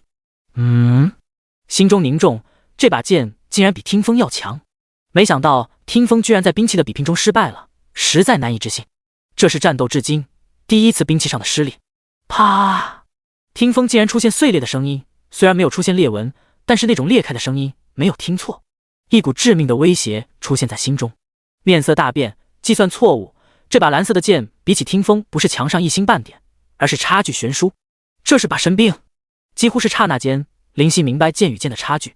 想到天丛云剑那把攻击达到4万，加上效果加成达到5万多的可怕神兵，仙气和神气之间的差距，就像是仙级和神级之间的差距，实在是天壤云泥之别。借着听风弯曲的反弹力，急速后退开去，只能暂时避其锋芒。哪里跑？纳兰白显然不是白痴，会给对手缓冲的余地，立刻乘胜追击。纳兰纵横见到自己的妹妹居然占据上风，呼出口气，悬着的心稍稍放松。东方天看着战斗，笑道：“你妹妹手里拿到应该是低阶神器吧？”“没错，就幸亏是神器，能在兵器上压倒对方，才能有现在的上风。”纳兰纵横点头，庆幸道：“若是对方也是神兵，那么这场战斗不用比他也知道，妹妹定然会输。虽然是低阶神器，但是仙气和神器之间的差距还是非常大。这把剑能给你妹妹加成2万多的攻击，至少在攻击上，你妹妹不需这个紫发的了。”东方天点头，笑着道：“只是攻击上而已，战斗可不仅仅只是攻击那么简单。比如说……”他的话戛然而止，因为他的嘴已经无法合拢。他想说的战斗要素，在这个紫发男子身上出现了。东方天的面色也是一沉，这个紫发男子让他也感到棘手。当然，他说的是同阶级之下。半晌，他补全了纳兰纵横的话，比如说攻击速度和移动速度。嗖，音爆声不断，灵犀化为紫色的光一般，游走在这个100×100的范围内。叮叮叮，听风和蓝色神兵的碰撞总是浅尝辄止。纳兰白气喘吁吁，胸口起伏，脸蛋出现红晕。有本事不要跑！我没本事。难得抽空回了一句，这个女人真是倔强，居然尝试在速度上和他比拼，把自己累个半死。冲这份勇气，哪怕战斗中说话会分神，是大忌，也不得不回他一句。几乎在短短1分钟内，双方之间的位置开始转换，纳兰白落入下风。林夕眼中的紫意如此的明亮，那是电光火石开启的表现。妈的，真子发的混账真是猥琐，专门攻打一些刁钻的地方打。纳兰纵横在场外看得咬牙切齿，刚刚有几次妹妹差点没有防住，实在是千钧一发。东方天哭笑不得，纳兰兄弟真是暧昧心切，难道不是吗？纳兰纵横眼神很不好，这家伙还不够猥琐啊！东方天头疼，对，没错，这家伙实在是太猥琐了，居然专攻纳兰妹子的脆弱部位，让纳兰妹子疲于防御，简直是混账至极。说着，还狠狠地拍了下旁边观众的大腿。你打完干什么？那个观众疑惑道。你说这紫发的可恨不可恨？他似乎很是气愤道。这他妈关我！那名观众感到莫名其妙，突然看见纳兰纵横投来的眼神，心中莫名升起冷意，浑身一抖，恐惧之下，朝着决斗场内大喝：“紫发的，你他妈的简直猥琐至极，有种别跑，正面刚啊！”可是话虽如此，其实他的内心是崩溃的。第141章徒手。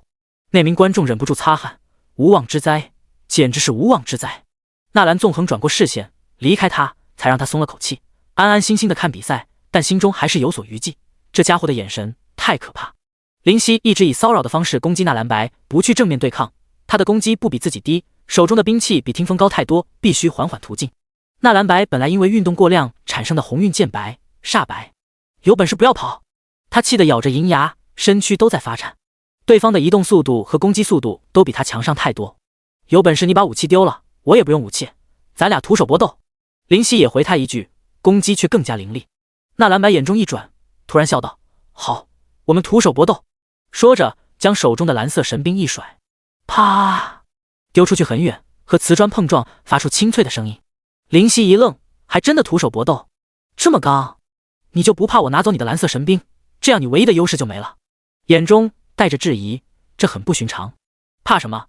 一看就知道是个穷光蛋，身上没有神兵，到达神级的宝物是会认主的，唯有原主人死去才能使用其宝物，否则会受到反噬，懂不懂？纳兰白无语，闻言忍不住擦汗，原来如此，还有这样的说法，是在下孤陋寡闻了。自己身上还真没有像样的神器存在，毕竟不是大家族子弟。既然你不用神兵，我成全你。林夕笑着，他对自己的肉搏战还是颇有信心，毕竟听风对自己的加成只有2500的攻击加成，攻击速度和移动速度即便减少也比他高很多，完全是自己占优势。只是能达到仙级的都不傻，怎么可能会甘心放弃自己的绝对优势去换掉对方的强项？是个人都会觉得有问题。除非他对自己的肉搏战特别有信心，眼中带着疑惑。女子的肉搏战天生比男子要弱，这是先天因素的制约。啪！他两手一拳一掌互击，而后眼中带着战意。来吧！林夕勾勾手，挑衅，心中还是有些不对劲。噔噔噔，那蓝白冲来，虽然有些盲点，还此时来不及多想。就在他来到身边的时候，出拳，雷霆之刺，拳间雷霆奔腾，活跃。天水拳！那蓝白大喝，不甘示弱，同样出拳，拳出有蓝光包裹。砰！气浪席卷，双拳相撞。噗！一口鲜血涌出，身子在空中飞退，手掌麻痹，眼珠子都要瞪出来了。这怎么可能？叮！你被那蓝白攻击，受到1356899X 伤害。东方天看着无语，好一招天水拳。纳兰兄，你说呢？东方兄就不要取笑我了。纳兰纵横苦笑，哼，他轻笑着，没想到纳兰兄竟然将自己的武技传入无色经中，让你妹妹通过储物戒指使用出来。这也是不得已，没办法。若是妹妹有个3长2短，我这个做哥哥的真的要自责一辈子了。纳兰纵横叹气，他自己也知道这实在有些卑鄙，甚至是无耻。这不是他妹妹在和别人对打，而是自己。无色经真正释放出纳兰兄的技能，应该威力只有1/10不到，居然也能将这紫发的小子打飞，厉害，真的厉害。东方天竖起大拇指，苦笑，唯有苦笑，虽是挖苦，却只能受着。这错在自己，但必须如此。砰！身子撞在玻璃之上，然后下滑，重重落地。嗨嗨！鲜红的血液从口中流出，不可制止，眼中的紫意略略暗淡。这力道他妈的是女人该有的，心中的震惊根本无法平复。同境界之下，别女人打飞，实在不敢想象。乘胜追击，那蓝白提拳哇哇叫着冲来，老子就不信了！心中发狠，自己的力量会不如一个女人？开玩笑！再来！擦去嘴角血渍，眼中的紫意陡然暴增，被那蓝白玩出真火。天水拳！娇喝着挥拳，蓝光骤起，感受身体周遭被凝固，无法移动，必须受着，只能拼，不能退。事到如今，然而脑中一片清明。给我破！怒吼声中，拳头握得紧紧的，疯狂的砸去。急闪！八拳几乎融为一拳，有着杀戮之心的增幅，急闪威力极为恐怖。砰！再一次，双拳对碰，咔啦，骨折声清脆而残忍。哼！纳兰白胸口发闷，退后数步，然而口中心甜，眼中带着不可思议。哥哥的天水拳被接住了，然而接住此拳的代价是骨头的折裂，是右手的残废。眼中带着疯狂，喘着粗气。叮！你被纳兰白攻击，受到伤害2847500。系统的声音还是那么无情，不带任何情绪，只在陈述事实。天水拳，林夕开口，口中有红色的血，不过如此。再来！不想败，就是不想败。不明白原因，或许是好胜心，或许是记忆中的片段在作祟。这个算了吧，你投降，我放你一条生路。虽然受伤，但只是小伤而已。那蓝白看着他凄惨的模样，有些不忍的蹙眉。不是他心软，他走到如今这个地步，杀的人自然不少，而是他知道自己胜之不武，完全不是依靠自己的力量去战胜对方。我不需要同情。林夕冷冷道，这个地方不需要同情，你的同情会葬送你。那蓝白闻言，心中微微发凉，一股寒意从脊梁骨下升起。到底是怎么回事？感觉这家伙……那蓝白惊疑不定，这家伙现在很危险。心中，没错，没错，你可是林夕，你怎么能败在一个娘们手上？什么天水拳，什么神器，只要你肯愿意，完全不需要在意。战吧！黑烟在放肆的大笑，每一次愤怒都能让魔性的封印削弱。快了，我终于快要出去了，林夕，我们又将再度融合。眼中紫色消散，取而代之的是黑色的浓烟，邪恶而纯粹，神秘且致命。林夕展开微笑，勾勒出不屑。来吧，所谓的天水拳。第142章，行不更名。那蓝白感到不可思议，这家伙还那么中气十足，明明受了那么重的伤，右臂都折断了，但事实由不得他不接受。眼中的黑烟裹挟着杀意，雷霆之刺，冷冷的话语在口中出现，不带感情。一只雷霆组成的手掌出现在纳兰白的身边，悄无声息。不好！他的心中骤然一惊，这个技能竟然没有前奏。不过电流缠绕的手掌不会去关心他的想法，狠狠握住。轰！巨大的轰鸣声，但这不是沙地，没有尘埃的遮掩，观众一清二楚。嗨嗨！纳兰白快速后退，让自己先缓和过来。你要去哪？耳边出现灵犀的声音。怎么可能？心中骇然，不知何时出现在其背后，自己还不知道。你运气真好，我的技能还在冷却。砰！背后遭到攻击，一阵剧烈疼痛，因为冲击向前扑去。我可没有怜香惜玉的心情，何况刚刚你打得我很惨。身上的黑色纹络隐隐间透露。抬脚踏下，就在那蓝白想要起身的时候，顿时再次和亲密地面接触。痛不痛？邪魅的话在他的耳边缭绕，痛楚不断地从身体的背部传达。蹬蹬蹬，不断地踩踏。滚！那蓝白猛然翻身一踢，却踢中空气。人呢？愣住，在这里。不知何时再次出现在背后。啪！一脚踢在他的背上，使他直接飞出去。纳兰纵横胸口起伏，眼中燃烧着愤怒。这杂碎，老子要宰了他！东方天眼中带着的是前所未有的凝重，他的格斗能力太可怕，总是能料到你妹妹下一步要做的动作，提前做出下一步的动作，这种预判。他想说，这种预判，即便是他想要真正正确的实行，也异常困难。这需要敏锐的感知和丰富到难以想象的战斗经验。一个仙级低阶的人有那么多的战斗经验，管这些干什么？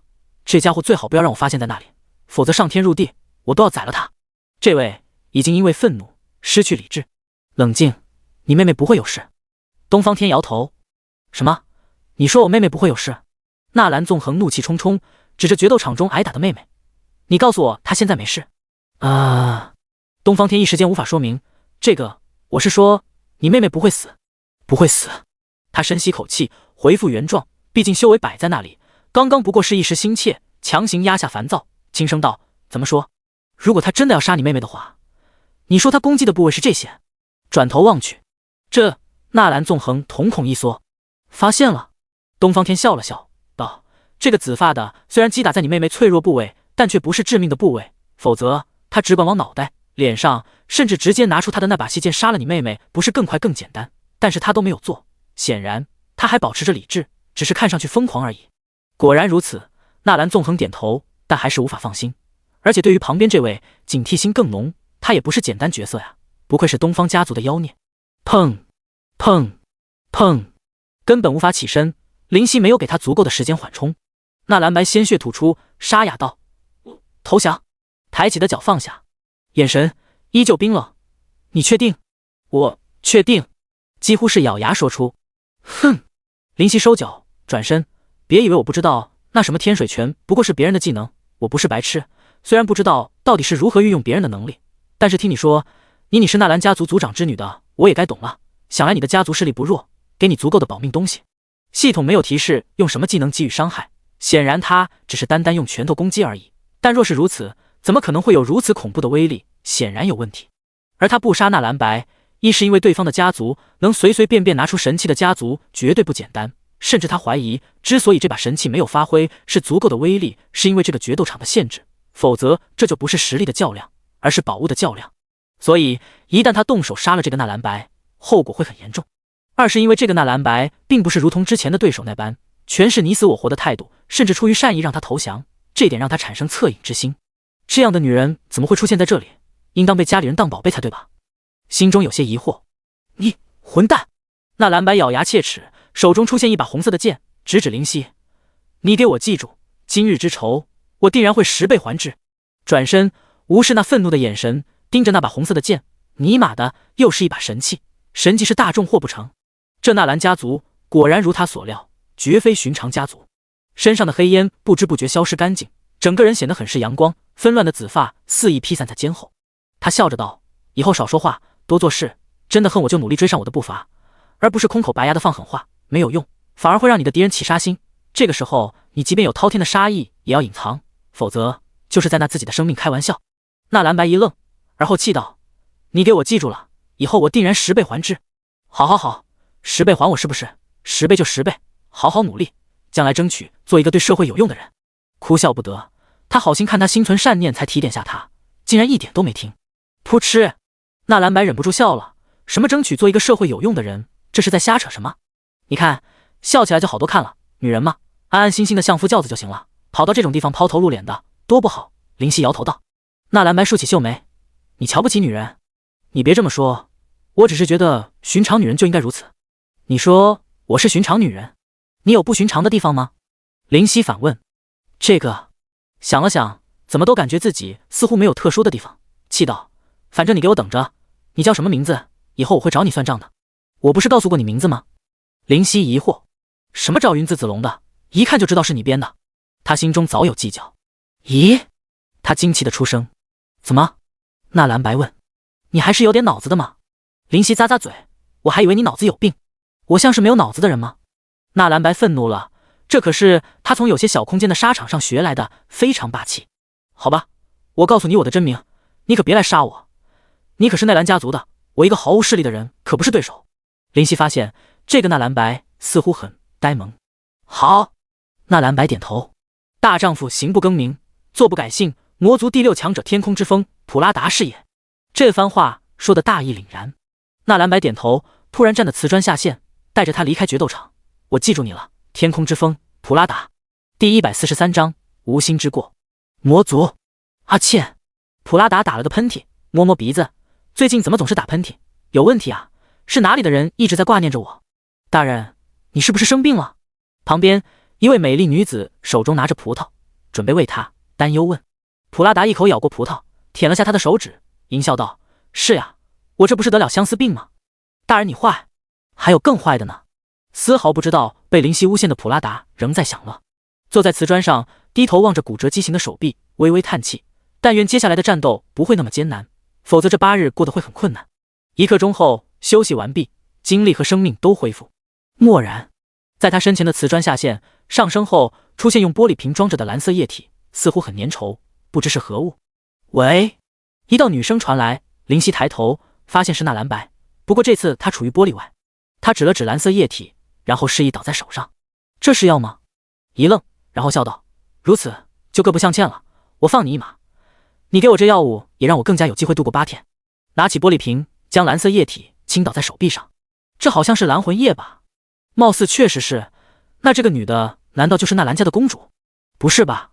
仙级宝物蓝魂液这么珍贵的东西，用力接骨，你大爷，简直是暴殄天物！那粘稠的蓝魂也落于折断的手臂上，没有一点落于地面，竟然全部攀附上去。那蓝色液体不断的蠕动，如同小虫子般。林夕忍不住皱眉，手臂的瘙痒感十分难以忍受，但必须受着。咔嚓，手臂开始自动归位，渐渐修复。林夕眼中带着惊奇，好神奇的蓝魂液，这是仙级宝物吗？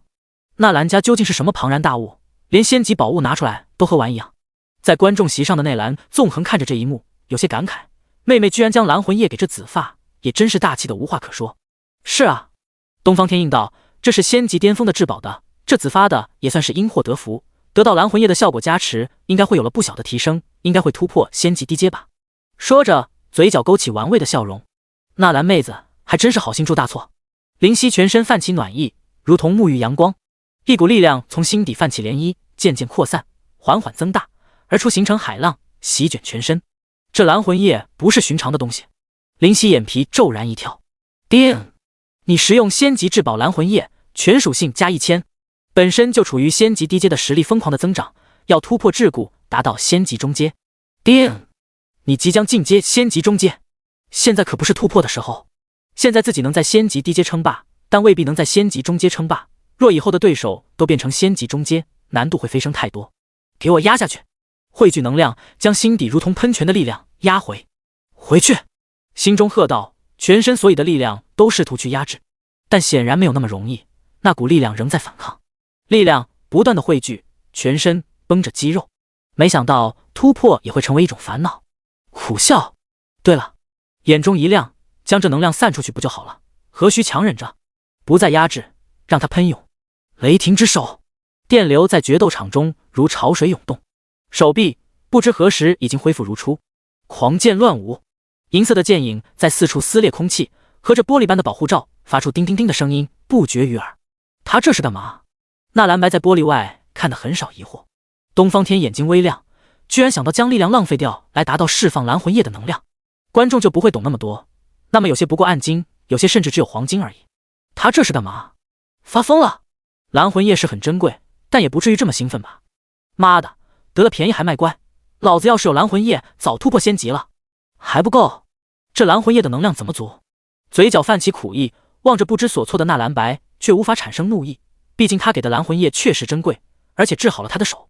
没办法了，全身电流跳动，眼中充满紫意，那紫色的雷霆汇聚蔓延，渐渐的包裹住全身。没想到雷霆万钧会用来打空气，忍不住无语。自从失忆以来，自己从来没有使用过雷霆万钧这个强大的技能，哪怕是面对让他倍感棘手的纳兰白，也同样没有。现在却必须要释放。那雷霆包裹住灵犀的全身，他消失在雷雨点的交错之中。他这是不得不翻出杀手锏来消耗能量啊！东方天一目了然，笑着对纳兰纵横道：“是啊，妹妹这好心却做了蠢事，她的杀手锏就这样成为观众们一饱眼福的技能。”纳兰纵横摇了摇头，叹气，但责怪妹妹，她是万万不得做不得的，倒要好好看看这紫发的杀手锏究竟多强。东方天轻松道，但眼中却带着别人所不了解的诡谲：“你现在的实力是否有多当年那般？就让我见识见识吧。”雷霆蹦跳，在白色瓷砖上闪烁互撞，却无法留下任何痕迹。空气中弥漫着危险致命的气息，令观众即便在玻璃外也有些惶惶然。见鬼了，这什么鬼技能？他这是脑子出毛病了？有可能，我刚刚看他和奈兰小姐对战的时候就有些问题。雷霆万钧灵犀口中轻轻道：“轰！”雷霆如蛇海，以他为中心向四周铺开，蔓延，速度惊人。白色的瓷砖上铺满紫色的异彩，啪啦啪啦，电流的炸裂如同巨兽的咆哮。砰！雷霆波及到玻璃，被玻璃挡住，并且纹丝不动，可想而起其坚固。紫色的光柱充满决斗场的每一个角落，包括空中，毕竟整个决斗场才方圆100米而已。一些离玻璃较近的观众忍不住起身后退开去，即便没有被打中，全身都会出现如同电击的麻痹感，毛孔竖立。东方天眯眼，很强的技能，比起当年的他不遑多让，但仅仅如此。纳兰纵横倒吸口气，这小子如果非要和神级对杀，可能会是一死一伤的局面。紫发死，神级伤，而且是重伤。当然只是神级低阶，但哪怕是低阶也是神级，而紫发不过仙级低阶而已。他的眼中带着肃穆，这小子如果不夭折，会是个狠人。第144章八指境内，这一点我不反对。东方天笑道，但眼中带着莫名的味道。问题是，他能不夭折吗？纳兰纵横没有多言，沉默。他们自然能看都一些其他人看不到的东西。如此恐怖的业障，这家伙绝对会遭天谴。当无尽的雷霆缓缓散去，灵犀重新出现在众人的视野中，他傲然立于决斗场中，面色淡然。成功了！东方天疑惑，呼，松出口气，终于还是避免了晋升。叮！你使用技能雷霆万钧，由于使用的力量被蓝魂液所不错，负面效果去除，蓝魂液效果降低为全属性加200。蓝魂液还是给予了不小的属性加成，这下仙级低阶已经真真正正的达到这个境界所能容纳的极限，再多1分都要晋升。望着决斗场外的纳兰白，拱拱手，还是表示感谢。嗨嗨，虽然有些坑人。纳兰白展开微笑回应，而后回到哥哥那里。哥哥，纳兰白道，我失败了。人没事就好。纳兰纵横笑道，你可是家里的宝贝，要是有个3长2短，老爸估计要炸了。嘻嘻。纳兰白露出一排整齐的洁白牙齿，我把蓝魂液给人了，你不会怪我吧？那里的话，既然是给你的，自然是随你处置。对了，擂台上的那个紫发的男子是谁？纳兰纵横问。他说他叫天空之风普拉达。天空之风普拉达吗？我记住这个名字了。如果你达到神级，我还真想见见遭到天谴的家伙会成为什么模样。一旁的东方天也是一脸兴趣，可惜了，如果他晋升神级那一刻我在场就好了，真想看看那恐怖的漫天雷海是如何疯狂，他又该如何挣扎。时间缓缓而过。第3天，林夕遇到一位相当强劲的对手，拥有罕见的冰之属性，攻击速度居然可以媲美自己，而且攻击中附带寒气，令对手无法发挥全力，异常棘手。若非随后使用雷霆之剑硬生生贯穿冰面的保护，强行捅入其心脏，使其并电流麻痹，无法发挥全力，才勉强获胜。当然，这是指没有使用雷霆万钧，因为这个技能威力虽大，却会降低5级，虽然处于可接受范围，但能不用进来不用。很何况回去后会有恶战也说不定。接下来林夕没有杀哪怕一个人，因为一旦升级，属性提升就会晋升，必须保证自己处于仙级低阶这个水平。不是没有想过干脆直接晋升，只是这里的规矩并不清楚，既然仙级低阶的允许使用低阶神兵，那么中阶呢？武器之间的差距会很大，原本在与纳兰白的神兵对碰中受伤的听风会因此受到更大的损伤，得不偿失。接下来没有遇到任何危险，因为并不是所有人都能在仙级低阶拥有灵犀这般实力，实属罕见。后面2天，灵犀迎战的次数越来越少，因为大家都不说白痴，这个人的实力很不好惹。纳兰白在决斗场外的观众席嘟嘴，有些烦躁。他这是要打多少次啊？不知道，但现在的他在仙级低阶已经无敌了，倒是不用过于担心。纳兰纵横回答：“我都忘记问他到底是哪个地方的人，以后都不知道怎么去找他。”他遗憾的叹气，但他已经失去比赛的资格，没有办法进入决斗场内，哪怕他是纳兰家族的人也不行。这个我会派人打听的，这家伙我也很有兴趣。纳兰白眼睛微亮，连连点头：“要派人你找。”东方天笑道：“纳兰妹子，这是动芳心了。他是什么人，一眼就看出不寻常的地方。”没事的事。纳兰白脸蛋突然燃起红霞，反驳：“我只是觉得实力天赋这么高的人应该为我们纳兰家族所用而已。”哦，东方天惊奇问：“纵横，你怎么看？”他嘴角一抽：“我表示不想回答你，并且给你一个白眼。”东方天大笑，玩笑之中，其实他们心知肚明，这个人以他现在的实力发展，想要通过所谓的试炼之雷，几率为零。砰！一拳打飞一只半人半鳄的怪物，他在空中翻腾许久才重重落地。白色瓷砖很坚硬，不是泥土和沙地可比，如此亲密接触非常痛苦。地面的白色瓷砖不知为何材料所致，从来不沾染任何污渍和血液，只要有衣物在瓷砖上，便会被渐渐吸收消失。我投降，我投降！他的脸都变形了，歪歪扭扭，狼狈至极，依旧没下杀人，冷冷道：“滚！”瓷砖凹陷，将他带下去。最后1分钟，灵犀提起精神，总算是有惊无险地度过这8天，紧绷的心终于放松。如此，8指境的考验我也算是完成了吧？微微一笑，是否说明我可以得到第1件神级呢？有些期待。身躯缓缓消失，化为零星光点。他走了。纳兰白惊奇道：“回去吧，仙级低阶的比赛已经没有任何看头。”纳兰纵横道。东方天不知何时已经离去，没有久留，只留下一句话：“能和我当年一般水准的人，根本不会在同阶碰到对手。接下来的比赛我没看也知道，这个紫发的会一直胜出，直到离去。”对此，纳兰白撇嘴不信。对此，纳兰纵横无声沉默。决斗场的观众换了一批又一批，决斗场的狂人来了一个又一个，不变的是呐喊、咆哮、怒吼混在的决斗场的天空，那声音久久不散。这是哪里？林夕有些惊奇地看着四周，在决斗场完成8天的历练后，被突然传送至这里，周围全是一片白色，纯白，有些类似于柯蒂斯世界，但柯蒂斯世界有墙壁，而这里什么都没有。自己站在无尽的白色中，地面上的影子都没有出现，似乎证明这光亮是四面八方的。这是8指境的内部空间。声音响起，林夕的眼前出现一位老人，满头白发，脸上皱纹漫漫，而眼中的沧桑令人难忘。那是一双几乎洞穿一切的眼睛，被他看着，仿佛没有秘密可言。8指境的内部空间吗？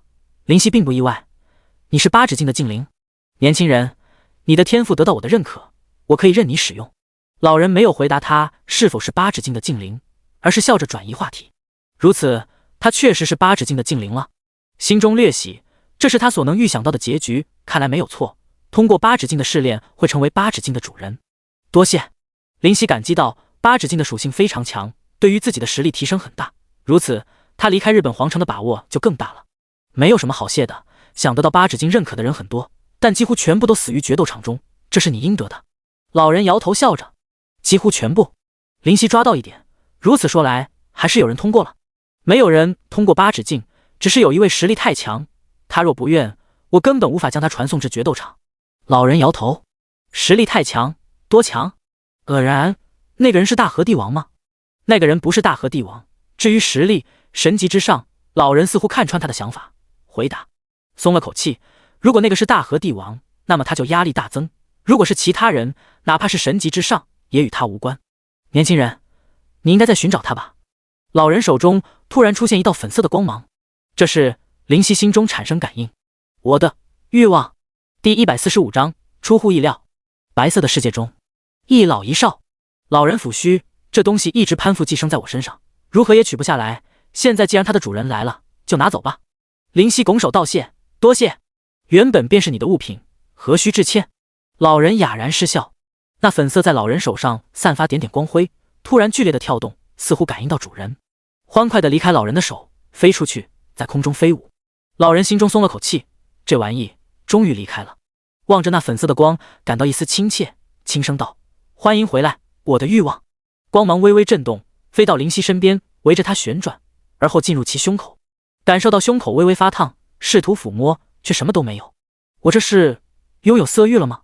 脑中试图想一些旖旎香艳的画面，比如爱丽丝的娇躯，表达情绪。看来是回来了。灵犀微微一笑，老人望着他，眼中带着一些看不明白的东西。现在离开吧。离开？我会宝库吗？愣住，问。当然。日本国库中，一道白色光芒闪过，紫发男子出现在八指镜面前。终于回来了。望着四周的琳琅满目，有些好笑。外表过来不代表一切，八指镜样子并不特别突出，却是神级。这样华丽点缀的宝物，反而落得下乘。听风也是如此，看似暗淡，却是仙气。取下八指镜，侦查术，八指镜神级，效果全属性加10000，效果防御加5000，效果攻击速度正25%。附带技能时光隧道，附带技能苍穹破碎。简介：日本三神器之一，拥有诡异莫测的时光隧道，拥有者难以抓住。八指镜为天照赐予大和帝王，被大和帝王珍藏在国库。忍不住发出啧啧之声。神器不愧是神器，确实拥有难以置信的属性加成。这八指镜应该放哪里？灵犀疑惑。放在储物戒指里，定然是没有属性加成的。放在胸前吧。老人的声音响起。充当护心镜吗？灵犀顿时了然，将八指镜放在紫色衣服里，贴于胸口。看看技能吧。时空隧道可随机降落于5000里内的任何地方，冷却时间5天。苍穹破碎，令周围500×500的空间震动崩塌，产生基于自身攻击的破坏性伤害，冷却时间120分钟。时空隧道简直就是保命神技，遇到打不过的存在，一个时空隧道逃离便可，根本不给对方任何机会。苍穹破碎则是强大的范围攻击，而且关键是两个技能都是由八指镜发动，不需要消耗自己的精力。时空隧道，灵犀眼中闪烁，笑道：“八指镜，启用时空隧道。”好的。八指镜没有任何犹豫，然而有些期待。这八指镜语气好奇怪，心中疑虑陡增。我使用时空隧道，他开心什么？等等，灵犀喝道：“怎么了？”老人愕然问：“我忘了，我现在正处于日本国库中。”咧嘴笑了笑。首先必须要找到的东西。灵犀在卷轴堆放的地方查看。烈焰卷轴，使用后可召唤禁咒及技能烈焰风暴，对1000×1000范围造成固定的1000万伤害。寒冰卷轴，使用后可召唤禁咒及技能天寒地冻，对500×500的范围造成固定的25000000伤害。时间卷轴，使用后可召唤禁咒及技能时间冻结，使40×40范围内所有生物的时间冻结2分钟。大量的卷轴被翻出，这些可都是宝贝，每一样都能保住性命，威力巨大。有些卷轴即便是灵犀的生命也无法承受，所以通通放入储物戒指，一件不留。这些卷轴占据的面积是最小的，效果是最大的，当然不能留下。不停地翻弄着，仔细地翻弄着。有了，眼睛一亮。破界卷轴可破开国界限制，进入其他国家。使用次数1，如此便可离开日本，放回东大陆了。心中一定，这些东西也不能浪费了。望着散发耀眼夺目光芒的各式兵器、铠甲、首饰，眼中闪烁着愉悦。如果将这些带回去，以后自己招兵买马便有所依托，赏赐之物也就有了。可惜戒指不够大，现在恨不得储物戒指再放大3倍。手上不停地将东西塞入储物戒指，知道将其中塞得满满的，再也放不下任何东西。环顾四周，光芒减少许多，因为数量大减。遗憾道：“这些可都是宝贝啊，可惜不能带走，你说是不是很遗憾？”林青无语：“你都带走其中近1/3的宝物了，还不知足？”灵犀尴尬一笑：“八指镜，时空隧道。”好的。一道白色的能量包裹自己，而后消失。灵犀的想法就是立刻跑到国界，使用卷轴离开。这次的日本之行就算是圆满结束。只是一切未必会如想象中简单，因为命途总是多舛，总是颠覆理想，违背想象，所以才有希望，所以才有绝望，所以世界和平成了奢望。白光出现，灵犀睁眼，望着眼前出现的景象，陷入震惊。怎么可能？瞳孔骤然缩小，身躯都感到冰冷，彻骨的寒意在游走4肢百骸。满朝文武百官陈列，跪在地上，自己面对着一道垂帘，就在垂帘的前方站着。那些官员低着头，突然发现灵犀的身影出现，震惊骇然。灵犀，你不是在国库之中吗？为何突然出现在这？我为何无知无觉？你不过仙级低级，我拥有仙级中阶的实力，为何无所察觉？陛下说今日你会离开国库，果然是早有所料。这些官员在不断的议论，对于明察秋毫的陛下感到震惊。何时陛下竟然达到如此程度？何时陛下的判断这般出色？何时陛下的威严那样强烈？强烈到所有官员被压在地面，无法动弹。哈哈！浑厚的声音在大殿中回荡，隆隆。好久不见啊，灵犀。第146章，宫本的抉择。紫发男子面对着垂帘，面色凝固。文武百官面带着垂帘，心神胆寒。垂帘后仿若有洪荒猛兽，危险的气息几乎出现在所有人的心头。半晌，灵犀苦笑：这次你赢了。我赢了？我当然会赢，我不可能会输。大和帝王大笑，声音浑厚如山，压于心头。这位存在深不可测，反抗又能如何？陛下，丞相发言，额头出现大量汗水，可否先解开威压？臣快受不了了。他跪拜在地上，无法动弹，汗水打湿身上的衣袍。哼！大和帝王没有解开威压，然而加重。你不过才0级，何能做丞相？在下世之至官，靠脑力为官，不是武官，不需要太强的实力。丞相几乎快要窒息，勉强回答：你至官与否我不知晓，但你是贪官我倒是有所耳闻。国库里的宝物有近1/5被你吞了，别以为我不知道。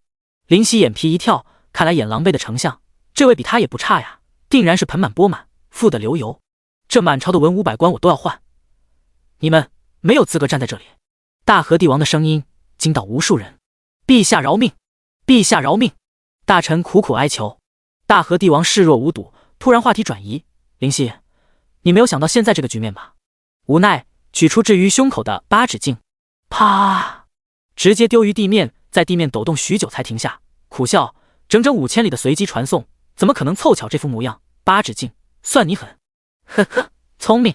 大和帝王似乎很是开心，赞美道：只是格外刺耳。八指镜是什么？你应当知晓，乃是我日本市3大神器，怎么可能会听从外人的话？原来如此。灵犀点头，难怪自己觉得有些怪异。怪异之处便在于系统没有任何的提示，例如林青和彼岸花都会认自己为主，自己选择接受，而八指镜没有任何提示。现在你们都去死吧，所有人！垂帘中的帝王挥了挥右手，一道道的锋刃出现，离开垂帘袭来，而没有损伤垂帘哪怕一星半点。这可怕的控制力堪称恐怖。噗！陛下饶命啊！陛下，我再也不敢了！无数的哀求升起，但是无用。无情的锋刃毫不犹豫地割破他们的身躯，出现大量的鲜血在地面汇聚。红色腥味成为整个皇居的主旋律。灵犀却安然无恙，周遭不知何时出现一道透明的风墙，将一切伤害挡在外面。砰砰砰！风墙和锋刃互相消弭，全部消失。这是日本国库中的一张仙级卷轴的效果。至此，皇居中只有灵犀和大和帝王，以及满目尸体。外面的士兵不知何时已经撤离，没有任何人进来，所以对于这其中发生的一切都不知晓，无从知晓。灵犀扫视一圈，没有怜悯。要怪只能怪实力不够，这本就是强者为尊的世界，实力是根本，是话语权，否则他们就是例子，即便高官厚禄，瞬间死于非命。他面无表情，望着垂帘里安坐稳如泰山的存在。我猜你一定会将所有的罪状都怪到我头上。聪明！大和帝王赞叹，只是仍旧刺耳，依然嘲讽。突然，一个寻常士兵铠甲的进入，对于眼前的景象大惊，这是怎么回事？灵犀招手：好久不见，宫本将军。宫本云间面色铁青：陛下，这是为何？这是这位紫发狂徒干的。大和帝王如同在陈述实情，语气没有丝毫起伏，平静的如同大海，深藏着未知的大海。宫本云间望向灵犀，他眨眼，咧嘴笑道：你信吗？你信吗？3个字代表回答。信吗？宫本心中震惊到无以复加，震惊到不敢置信。不信，当然不信。但是话是从陛下口中说出，怎么能不信？不信能怎么？陛下，你为难到我了。宫本云间面色复杂，信则活，不信则死。这便是他来到皇居突如其来的选择，无法回避的选择。是挺为难你的，那你是选择勉为其难呢，还是选择干脆果断？大和帝王对于宫本的回答很是不满，声音满含杀意。他没有回答，转过身，突然来到丞相的身边，半跪，望着他那不甘难看的模样，眼中不忍，合起他睁得斗大的眼睛，面色哀伤。义父，孩儿没能保住你的性命，孩儿晚了一步，如此，我便知晓了。大和帝王点头，声音平静，毫无波澜，平静的如同暴风雨前夕的安宁，让人不安，让人恐惧的安宁。既然如此，全部死吧！终于还是无法隐藏内心的杀意，语气骤然冷如冰。轰！紫黑色的龙出现，穿越垂帘，奔驰。怎么出现的？这是个问题，但现在不需要知道。逃！林夕和宫本互视一眼，疯狂逃窜，向着皇居外面冲去。逃如果有用的话，你们尽管试试吧，很期待。你们是否能逃离我的掌控？大和帝王的声音带着无尽的杀意和戏谑。知道这件事的人必须死，外来人也必须死。宫本和林夕冲出大门的瞬间，紫黑巨龙冲出，将大门轰出更大的门，木屑飞扬。好！巨龙在咆哮，如同真实存在。没想到竟然沦落到如今地步，心中微微发冷。那八指镜中的老人居然骗过了他，成功将他陷入危局。宫本云间的手中出现一把太刀，刀背呈乌黑，刀刃为白，隐隐泛光，摄人心魄。他的面色复杂而愤怒，和蔼的大和帝王为何突然变成这样？狂龙舞，大喝，太刀乱舞，大风骤起，太刀如银龙猛然射出，这把刀再旋转却无声。轰！紫黑巨龙和银龙碰撞，气浪滔天。这宫本的实力不愧达到神级低阶，如此逃出升天的机会增大不少。这次还真要多亏他突然来到皇居了。林夕，你有什么杀手锏就快点放，磨磨蹭蹭的干嘛？宫本云间怒吼。对抗大和帝王的紫黑巨龙压力太大，难度逆天，身上众多的肌肉隆起，却血管炸裂。深吸口气，毫不犹豫地引来无尽雷霆。来吧！几乎在短短10秒内，身上的雷霆浓郁到头皮发麻，毛骨悚然。雷霆万钧，身躯向宫本对立的紫黑巨龙冲去。紫色的电流化龙，单体冲杀而出。好！龙首狰狞，龙身摇摆，龙尾震荡。轰！三股能量汇聚在一起，双龙对一龙，地面疯狂碎裂凹陷，所谓的登天梯狼藉不堪。第147章至高之神。轰！登天梯碎，一片废墟。掀起的尘埃中，唯有紫黑色、紫色、银色清晰可见，并且传来浩大的力量。噗！宫本云间和林夕同时吐血后退，但所幸终于让紫黑色的巨龙消弭。砰！两者落于100米之外，砸出巨大凹坑。发生什么事？皇居那把有问题！士兵们当然能看见，立刻拿着武器奔驰而来。当他们赶到现场，被眼前大坑的始作俑者惊到。宫本大将军！宫本云间根本没有多余时间解释什么，大喝：跑！这些都是他的兵，是他的兄弟。到底发生什么事啊？一个相貌普通但眉宇间满是刚毅的男子瞪眼：快说，兄弟们是胆小鼠辈不成？没错，有什么敌人，我们不能一起战。兄弟们，摆阵！他们围住林夕和宫本云间，展开大阵，不断旋转变换，空气似乎都凝滞不少，呼吸沉重。林夕望着他们的步伐，这阵法很强。强！宫本云间大怒：强你妈呀！你们他妈的快点滚啊，不然来不及了！不用走了。一位身穿黄袍的男子出现在众人视野，他浮于空中，一头紫黑长发，面容刚毅，语气冰冷，眼神带着杀意。他的身子不算高大，但却蕴含跟我无法估计的伟力，远远看去便知不可力敌。他开口：既然看见了，都不用走了，全部留下吧，也让宫本大将军路上有个伴。他的话宣判死刑，他的话晴天霹雳。陛下，怎么可能？这不是真的！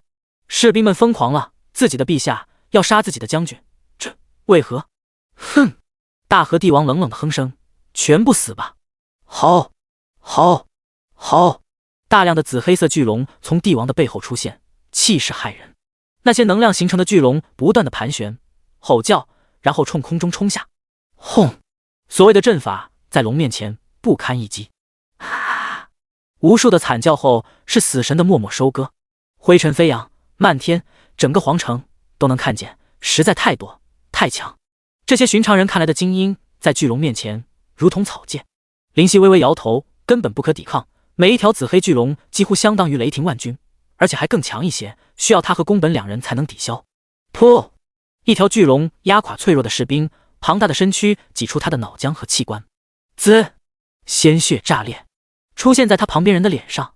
颤巍巍的抬手摸了摸脸，血还是滚烫的，热乎的。不！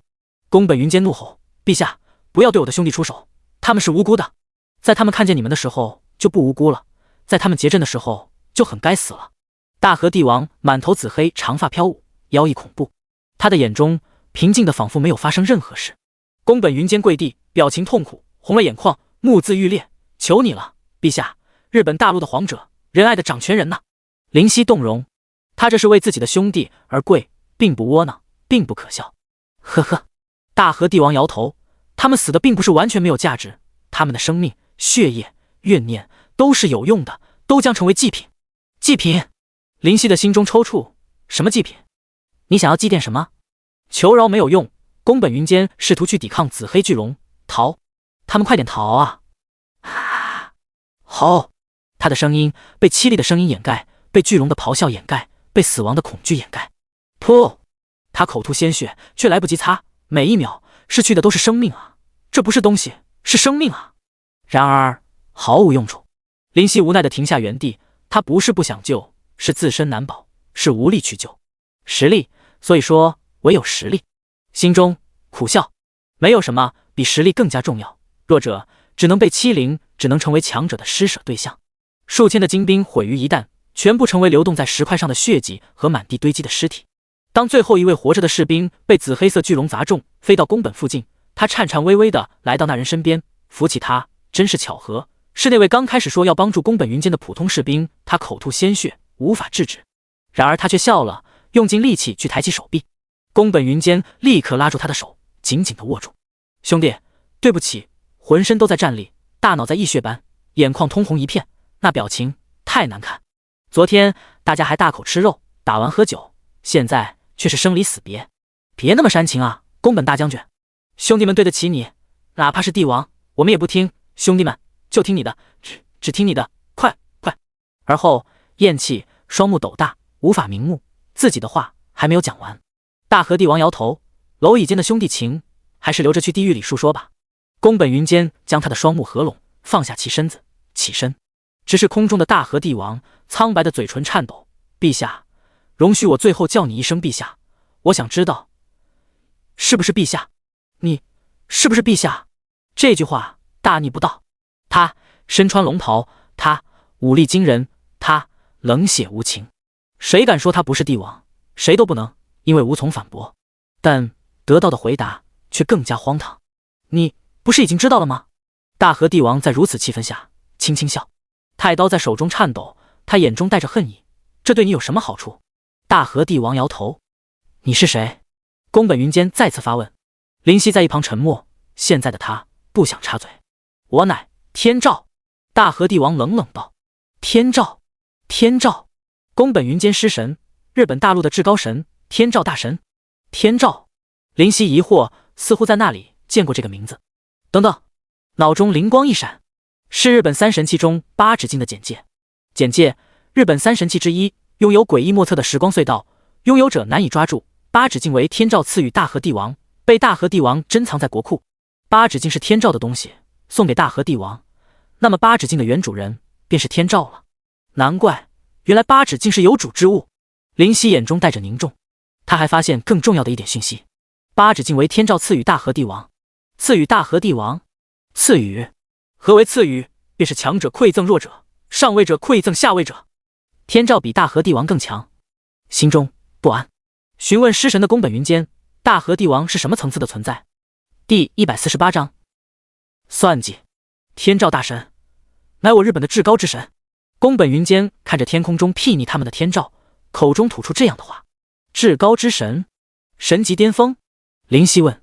他摇头，比神级更强，方为至高。比神级更强，心中猛然一沉。天照身上的黄袍在风中衣袂翻飞，笑道：怎么，灵犀，你也会感到恐惧吗？你不是一直都淡定自若吗？灵犀摇头，世人都会恐惧，没有人活在世上毫无恐惧之物，哪怕他权倾天下，哪怕他盖世无双，而我只是不想表达出来，因为那只能让自己更加狼狈而已。你也说了，只是人，可惜我是神。天照放肆大笑，在这浓郁的血泊残酷风景之上，神不会恐惧。你不是神，你不过是强大的人而已。这个世界没有神，如果有，便是天神。他没有思想，所以不算人。灵犀淡淡开口：我说了，我是神。天照的眼中散发着诡异的紫黑光芒。吼！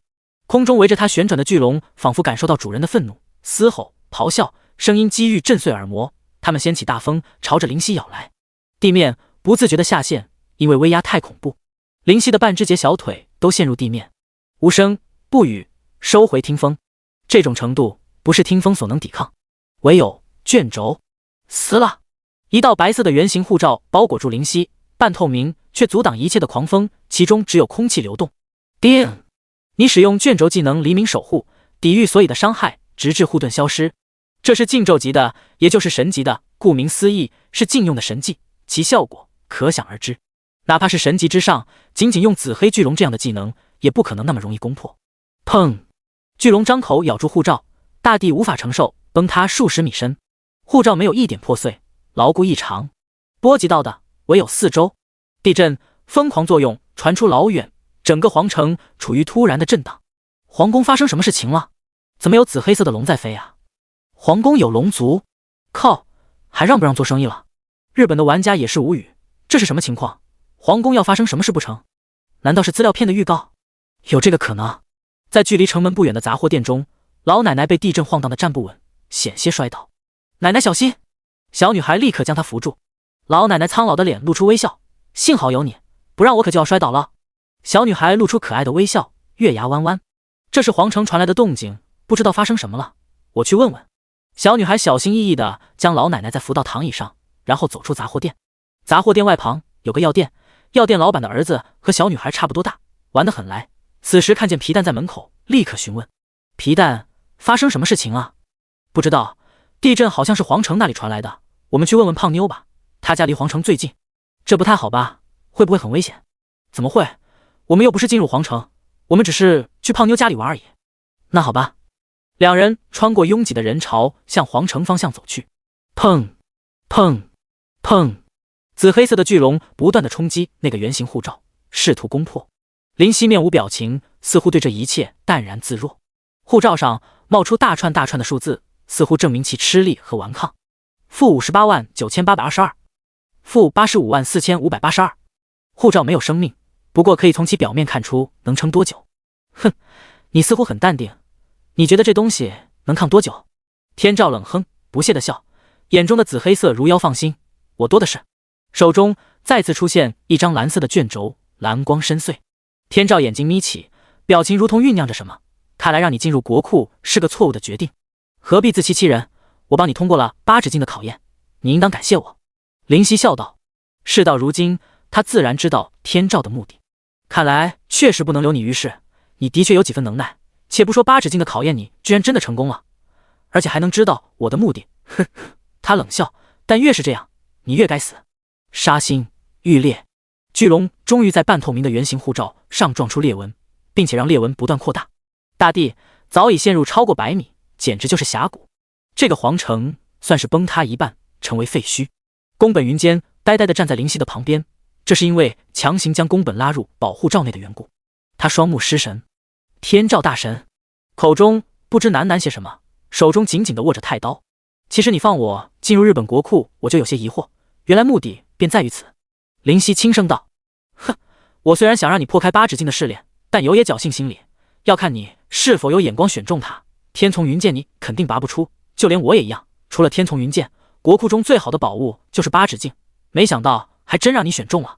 天照轻笑，没有一点慌张，因为他稳操胜券，他实在想不出灵犀有胜出或者哪怕逃跑的机会，拖延时间没有用，更何况时间对他而言也很重要。灵犀苦笑，他的眼光可没这么好，而是自己的欲望眼光实在太好。这巧合让他无言以对，让他无力吐槽。似乎是看出他的疑惑，天照好笑道：是不是觉得特别巧合？浑身一震，皱眉，这也是你设计的？如果他从长远的曾经便开始算计，未免太过恐怖，简直难以想象。我说是的，你会信吗？不知为何，天照的心情似乎很好，调侃道：摇头，怎么可能会信？你确定连面都没有见过的人能真的通过考验？那太扯淡，我也不信。你的欲望是八指境的元镜灵看期快要消散在空中，好心收留的。天照大笑，我真的没想到，那个顽固的镜灵居然帮我这样一个大忙，简直太谢谢他了。元镜灵，原来如此，那个老人是天照用来取代元镜灵的。那么元镜灵可想而知已经死去，不愧是神级之上的存在，连八指境的这种神奇的镜灵都能成功偷天换日。还有大忙？什么大忙？闻言，心中疑虑太多。不知何时，紫黑色的巨龙已经让护罩布满蜘蛛网般的碎纹。咔咔，护罩破碎，消失。同一时刻，林夕撕开手中的蓝色卷轴，卷轴瞬间化为蓝色护罩，包裹住四周。叮！你使用卷轴技能海洋之护，免疫所有的伤害，直到海洋之护消失。巨龙唯有不停歇的撞击。林夕被群龙撕扯在狭小的空间，犹如群龙戏珠。第149章生死逃离。林夕转头对着护罩里的宫本云间道：“宫本将军，你现在在干什么？可对得起你那些出生入死的好兄弟？”这句话太过嘲讽，效果也非比寻常。宫本云间身躯微震，恢复意识，苦涩道：“自己的国家因为自己的守护神而陷入如此境地，当真可笑至极。”确实可笑，所以你愿意让这可笑持续下去？林夕点头，他浑身一震，眼中带着不可置信：“你有把握杀了天照？”事到如今，他也不会叫天照为天照大神，因为他的举动没有资格被他尊敬。摇头，没有，你在开什么玩笑？神级之上的存在，你让我杀了他，怎么可能？宫本心中沉到谷底。也对，宫本将军，现在不行，不代表以后不行啊。林夕劝道，只是需要时间而已。你的意思是你有能力逃跑？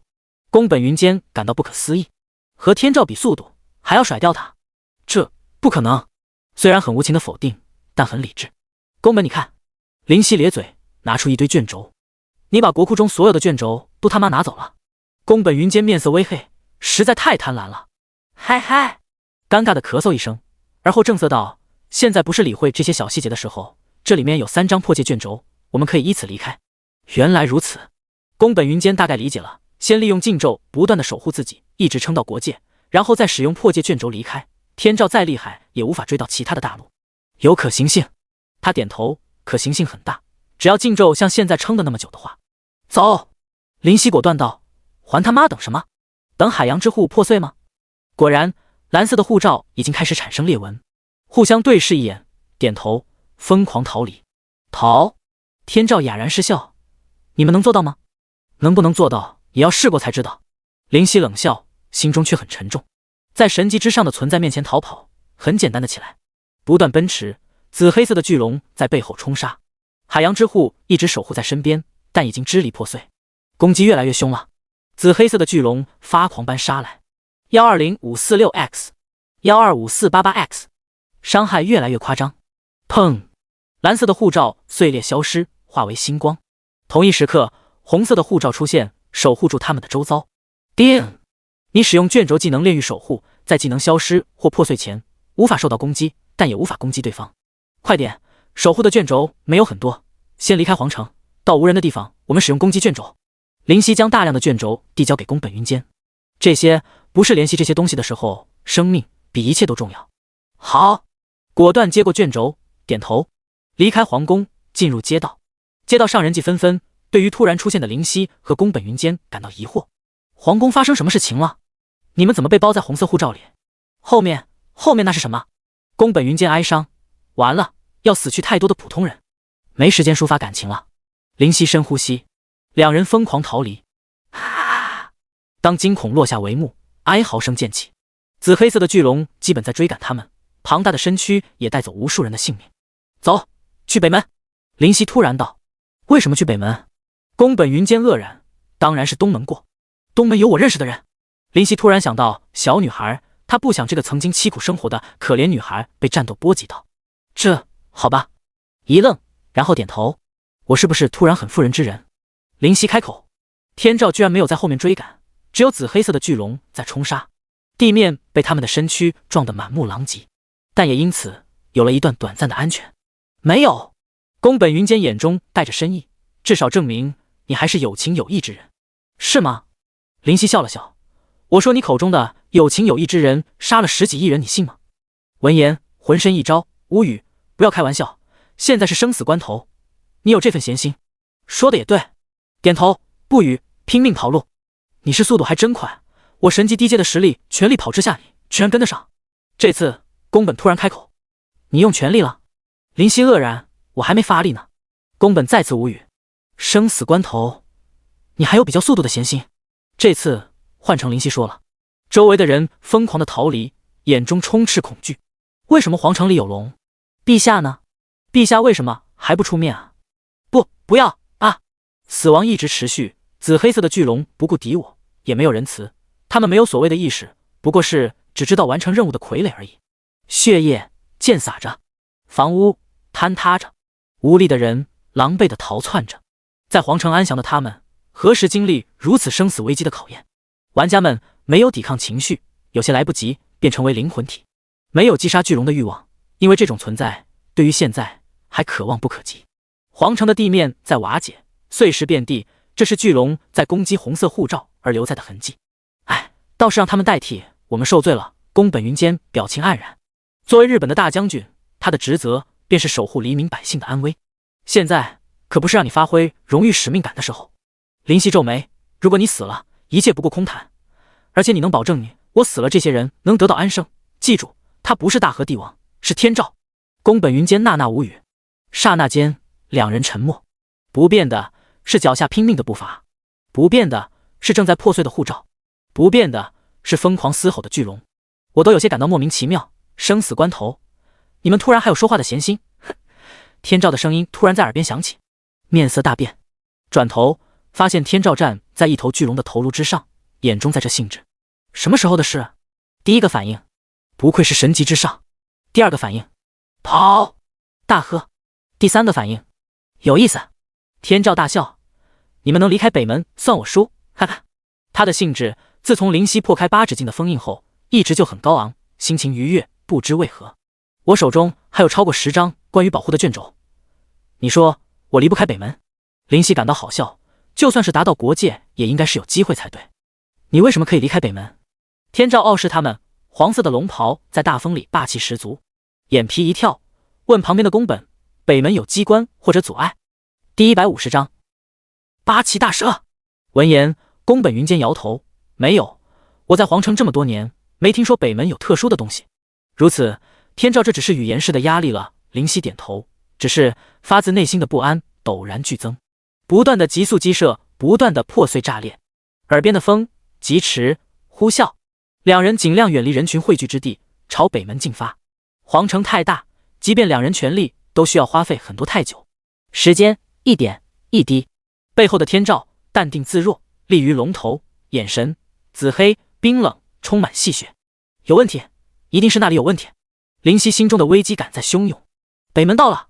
宫本云间眼睛一亮，离开北门，直奔国界不需要太久，毕竟皇城距离国界不远。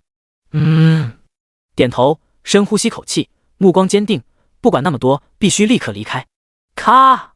一条巨龙的龙尾扫来，落于红色护照。哦！他痛吼一声，但也因此护照出现裂痕。护照坚持不了多久，两人冲向关上大门的北城门，城门高高的矗立着，一般人定然望而生畏。这门一般人无法攀爬。上！两人直接冲上北城门的城墙，身子横过来，脚步不减。这一幕令远方的民众感到震惊，这是要多快的速度才能做到？这已经不是速度的问题，快跑！巨龙来了，快跑！民众落荒而逃，丢下手头的一切。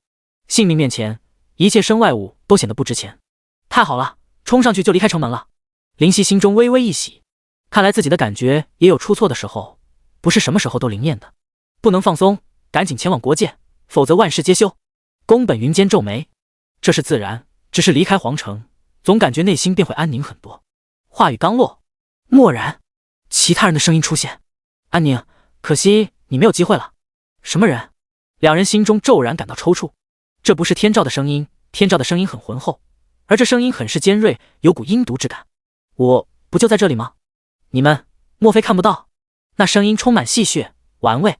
灵犀不安感浓郁，这声音是从上面传来的，是从北城门外传来的。踏！两人踏上城门，而后抬头，而后凝固，而后绝望。眼前的是一条白色的蛇。一条蛇，大蛇，超大蛇，8头的超大蛇，别名八岐大蛇。8颗头颅注视着两人，他那如成人般大小的眼近在眼前，毛骨悚然，浑身毛发炸立。头颅的额头部位具有不同颜色的宝石，对应着金、木、水、火、土、光、暗和中间一颗透明的宝石。乳白色的蛇身比之身后的紫黑色巨龙大太多，在其面前，所谓的城门简直是个笑话。单单一眼，便是来自灵魂的绝望感。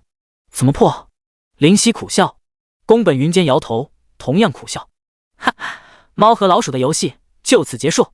天照从后面赶来，太阳在西边的远方落下，带着惨烈的红。大蛇在北边的大地矗立，带着骇人的白。天照在东边的巨龙傲视，带着嗜血的紫。这是绝境，这没有希望。黑暗渐渐降临大地，夕阳的余晖满含遗憾的消失。昏暗于世界尽头澎湃。灵犀体内的灵青和彼岸花也无声了，也紧张了。对于他们而言，灵犀死，他们死；灵犀活，他们活。他和他们早就荣辱与共。现在还想跑吗？天照的嘴角勾起笑容。八岐大蛇的身躯横亘着，阻拦着，想要越过他，不可能，至少现在绝不可能。跑也无济于事了。灵犀回答：我知道你为什么和我们废话那么久了，你在等八岐大蛇从无际之远赶来吧？事到如今，不需要谎言了，不需要伪装了，不需要虚与委蛇了。没错，我早就在他们跑出皇居大门的时候就发送讯息给八岐大蛇。天照很是开心，这种一切尽在计划之中的感受，没有人会不喜欢。宫本云间保持着沉默，他没有说话。灵犀又转身看着八岐大蛇，好久不见。他那阴毒的声音出现，令人浑身颤抖，响亮而尖锐的声音刺入耳膜，绝对不好受。是啊，好久不见。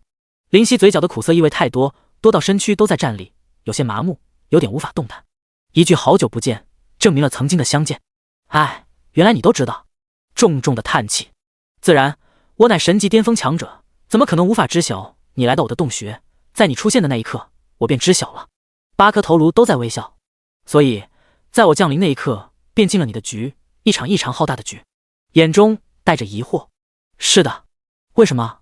因为地狱通道。八岐大蛇笑道。彼岸花能打开地狱通道，这是樱花女神和彼岸花之间对话的时候灵犀晓得。所以你让我将彼岸花带出来，带到这里。是的，彼岸花需要离开的理由，而你便是理由。八岐大蛇点头，眼中带着睿智。地狱通道的开启需要的代价太多太重，自然需要早早的布置好。什么代价？灵犀问。你想知道？天照此时笑着说。是的，我想知道。其实说起来很简单，便是以彼岸花为中心，以亿万生灵的生命和灵魂做支柱，以滔天的血液画出地狱大阵的每一笔，祭献帝王的骸骨，便可打开永久的地狱通道。当然，只是支点，一个互相来往的支点，一个只有地狱中少部分人知道的支点。天照眼中带着狂热。如此，烈狱君王大人终于要君临天下，以1亿生灵的生命和灵魂做支柱。灵犀感觉自己的心脏都要停止，灵魂都在颤抖。这句话包含的杀戮太恐怖，大脑要宕机，要空白。风轻轻吹，时间凝固般，场面压抑。半晌，嘴唇在颤抖中吐出一句话，一句看似疑问，实则不敢置信，却不得不信的疑问。你们要以皇城所有的生命来做支柱。151章禁咒之潮。聪明。天照笑道，包含太多的讥讽。宫本云间终于抬头。天照，日本皇城中都是你的子民啊，他们都是祭祀你、崇拜你的人啊。他的眼睛充满血丝，这是信仰崩塌的痛苦。天照指了指身后，他们为何要祭祀我？因为你是我们的守护神啊。宫本云间在大吼。不，因为我比他们都要强，他们不得不祭祀我。如果有谁比我强，想要取代我，不过是轻而易举。天照摇头回答，我守护他们这么久，现在是回报我的时候了。回报你的时候，宫本云间疯狂了，他们天天祭祀你，向你祷告，没好处。你敢说你没好处吗？天照眼中带着杀意。你狂妄了。狂妄。宫本云间惨笑，面色苍白。是的，我是狂妄，待会还有更狂妄的，我让你见识一下什么叫狂妄。值得吗？灵犀出声问八岐大蛇。值，不得不值。他8颗头颅都在吐着猩红的信子。炼狱君王太强，我们除了听从，没有存活的其他办法。炼狱君王，灵犀带着疑惑。他很强。是的，他强大到神级巅峰强者只需要轻轻弹指便可消灭的程度。你说他能不强吗？八岐大蛇眼中闪烁着恐惧。神级巅峰的强者弹手可灭，愕然，那是多么恐怖的属性！攻击上亿，还是上10亿？所以你们甘愿为奴？当然，况且得到的奖励会不少。八岐大蛇的眼中带着贪婪。原来如此，终究不是恐惧，原来只是贪婪。话也说了那么多，可以安心去死了吧？八岐大蛇表情突然平淡，看在你功劳不小的份上，才满足你的求知欲，现在可以瞑目了。是啊，可以瞑目了，笑了笑，然后突然大骂：我瞑目个毛！砰！红色的护罩碎裂，死！白色的卷轴撕裂，轰！冰冷的寒气炸裂，叮！你使用卷轴技能天寒地冻，对500×500的范围造成固定的25000000伤害。白色的寒气流动席卷，以灵犀和宫本为中心，彻骨的寒气却影响不到中心的他们。八岐大蛇和天照首当其冲，乳白色的身躯微凝寒霜，大地成为白色的世界。天照的紫黑色能量形成的巨龙都被寒意包裹，瞬间凝固于空中。宫本将军，宫本云间点头，明白，这是要做最后一搏。绿色的卷轴出现在他的手里，撕开，叮！你使用卷轴技能精灵之剑，对30×300的范围造成固定的5000万伤害。翡翠般的弓箭出现在宫本云间的上空，那把剑太大，太恐怖，那璀璨的光辉让皇城里的所有人不得不注目，不得不震惊。大风流卷盘旋在他的身边，天照，承受禁咒的审判吧！轰！音爆中，翡翠大剑射出，威势太大，大风已经被玩弄得不堪重负。城墙咬牙，选择宝金风霜，大剑准确无误地射中天照，带着他射出天际，绿色成为一道逆向流星，在天空耀眼。灵犀毫不犹豫地撕开火红色卷轴，我的卷轴多的是，要我死还早，现在唯有玩命才有一线生机。叮！你使用卷轴烈焰巨人，召唤一位烈焰巨人，对敌方造成毁灭性打击。一个火焰巨人出现在城墙外，他身高数十丈，全身燃烧着熊熊火焰。对于他的出现，八岐大蛇的8颗头颅带着敌意和谨慎。吼！他咆哮，冲上去抱住八岐大蛇的身躯，火焰和乳白色的蛇皮接触，发出滋吱的声音。嘶嘶！眼中闪烁着痛苦和愤怒，一张卷轴也想伤我。轰！火焰巨人爆炸，烈焰席卷八岐大蛇的全身，形成滔天的火焰龙卷风。黑暗中出现一道火光，照亮皇城无数人的脸，他们的脸上带着不安，带着恐惧。玩家们反倒看得津津有味。这资料片我也是服了，太炫酷了！我们什么时候一个技能打出来有这样的效果？什么美国大片，简直烂到爆啊！升级，我要快点升级！玩家不会死，也就失去了恐惧的源泉。他们议论纷纷，指手画脚。冰与火的交汇，如何？灵犀冷笑，他不相信禁咒对于天照和八岐大蛇会没有任何效果，这不可能。还可以。八岐大蛇的声音出现，嘶嘶，8颗头颅在嘶吼，那火焰龙卷风砰一下散开，消弭。不过还是缺了点火候。八岐大蛇的笑在耳边回荡，旋转。怎么可能？心猛然掉入谷底，禁咒都不起效果。我可是免疫魔法攻击的50%，你的禁咒真的不算特别厉害。八岐大蛇似乎看出其震惊，笑着解释，他喜欢玩弄对方感情，已经胜券在握，哪怕他站在对面角度绞尽脑汁，也想不出任何能够逃得一死的办法，一点都没有。他对自己的智慧很有信心，既然自己没有办法，那么谁能有？宫本也是默然。天照完好无损地站在他的前方，眼中带着笑意。禁咒很不错，对于神级巅峰之人或许有点效果，要暂避其锋，但对于我而言，威力太小，无法对我造成伤害。天照的语气是那么的轻松和愉悦。强者，这便是强者。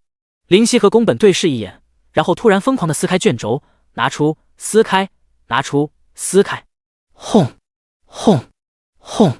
无尽的魔法元素在汇聚，爆炸。那些元素让天空乱出一团，黑夜无奈只能展开光亮。没用的，何苦呢？垂死挣扎而已。天照不屑，这些伤害犹如挠痒。那些固定的伤害对于一般人可能高到发指，但对于他而言，数字太小，根本不够看。五颜六色的元素在逃窜，缤纷夺目的魔法在施展，景象太恐怖，匪夷所思。这超出一个人对特效的认知。水、火、土、金、木、光，按7大元素混杂于一块，时空都仿佛在颤抖。八岐大蛇和天照消失在彩色之中，唯有爆炸的声音孤独作响。第152章，粉色的希望。当魔法的海洋终于迎来退潮，渐渐露出的是绝望。奇迹没有眷顾两人，很不幸，也很正常。视野中，八岐大蛇和天照完好无损，没有丝毫的狼狈。那乳白色的蛇皮没有黑点，那身上的黄袍没有污渍。魔法唯一的杰作就是快要倾倒的北城门，沉闷的空气。现在还有什么反抗的能力吗？天照的眼中带着笑意，嘲弄而不屑的笑意。没有。林夕和宫本互视一眼，都看到对方眼中的无奈，摇头，很认真的回答：没有，那便死吧。且慢！林夕大喝：怎么，最后的遗言？天照愣了愣，八岐大蛇的八颗可怕又庞大的舌头微微摇动着。不用再说了，再说就真的出神妖意外了，迟则生变。挑眉笑道：怎么，你怕了？哼，你还真敢说。我不是怕，而是不想和你这样的蝼蚁大费口舌，你的利用价值已经尽了。死吧！天照这次听从了八岐大蛇的意见，下手，手中出现黑色长刀，一挥，浓郁的紫黑色能量形成刀刃般的形状。咻！类似剑气的东西迸出，空间都在作响。望着迎面而来的能量，宫本眼中闪着异光，没有办法的话，只能召唤它了。可是即便召唤了又能如何，也无法脱离困境。林夕心神紧紧地绷着，如何破去？依靠禁咒卷轴没有用，虽然禁咒很强，但天照的攻击属于神级之上，单单看着那剑气能量便知不是一个档次的攻击。一切真的要这般结束掉吗？有点不甘心啊。魔法散去的黑暗铺天盖地，紫黑色的光芒与夜共存，来自死神的召唤近在眼前。拼了！宫本表情疯狂，眼中涌出战意。林夕眼皮跳动，这位还有一战之力吗？他不过神级低阶啊。侦查术，宫本云间神级低阶，等级205生命，2亿攻击，255000防御，153,200速度，45技能，傲然一剑战役凌天万古剑体幻云。简介：日本皇城的大将军，统领千军万马，为人仗义，深得皇帝陛下的喜爱，其天资和实力得到所有人的肯定，是日本公认的最强天才。很强的属性，林夕没有一项可以超越他，唯有所谓的速度可以与之比肩。这样的属性到哪里都可以纵横一方，只是现在不够看。短短2秒间，宫本云间气息暴增，怒喝：给我来幻云！声音震荡在天空，紫黑色的刀气灵体没有触及，刀意已然割破肌肤，血在流溢。咻！天空中黑色的光射过，比流星更恐怖，快到脱离时空。那是……林夕瞳孔骤缩，心脏抽搐，居然是……黑光与刀气的碰撞点燃了空气，飓风无形中掀起，北城门不堪重负，终于倒下。轰！霎时间飞沙走石，声音比海啸还大还响。这是数年心血才能建造的北城门，毁于一旦。八岐大蛇也是震惊，原来你是他的主人。他不会被所谓的障碍物阻挡了视线。风吹走了尘埃，几人已经站在大地之上。时间流逝中，星空微微亮，点缀了夜空，散发的光辉渺小却动人。宫本云间傲然站在乱砖堆中，表情冷酷，手中不知何时换了把武器，那是一把剑柄克隆，龙口之中射出剑身，呈现黑色的剑，有股唯我独尊的气息，隐约间感受到。幽冷的剑光在星光下衬托着。天丛云剑！天照大惊，大惊后则是大怒，大怒后则是大贪。原来你是天丛云剑的主人，我说为什么没有人能拿动，原来已经认主了。天照大笑，宫本将军，你隐藏的还真深啊。宫本云间无奈，本来并不想太早用你的天丛云剑。剑微微颤，已然生灵，对着宫本仿佛撒娇般。现在唯有战了。眼中出现战意，神级之上，他很害怕，也和兴奋。铿锵！上一秒还在原地，下一秒已经纠缠。天丛云剑和天照的刀碰撞，火星四溅。嘣！天照的刀出现缺口，被砸出一个缺口。好刀，好刀！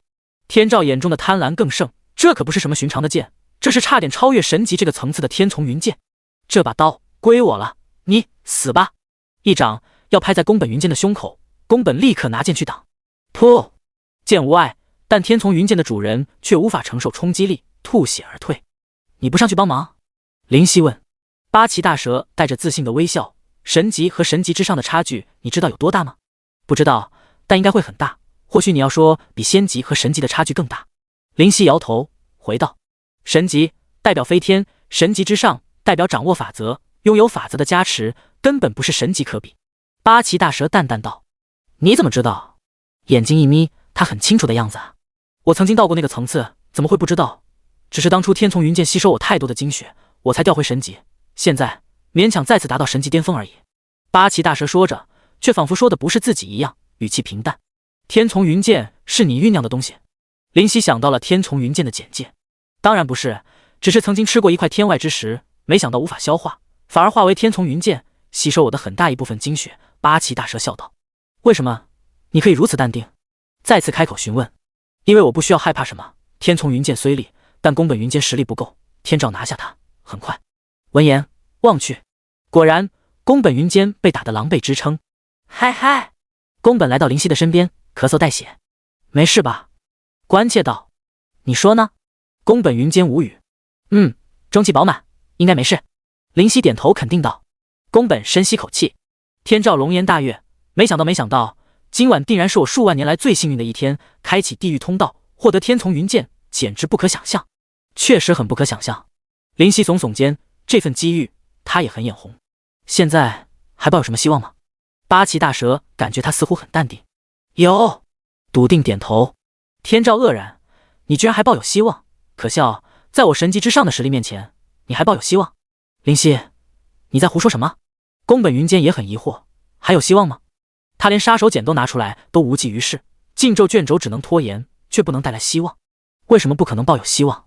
林夕转头望着远方，众人忍不住和他一样望去，在天边出现一位绝色女子，粉色的长发在飘荡，太华丽，身上的粉色衣物翻飞，如同天女，更像是二次元中的天使女神。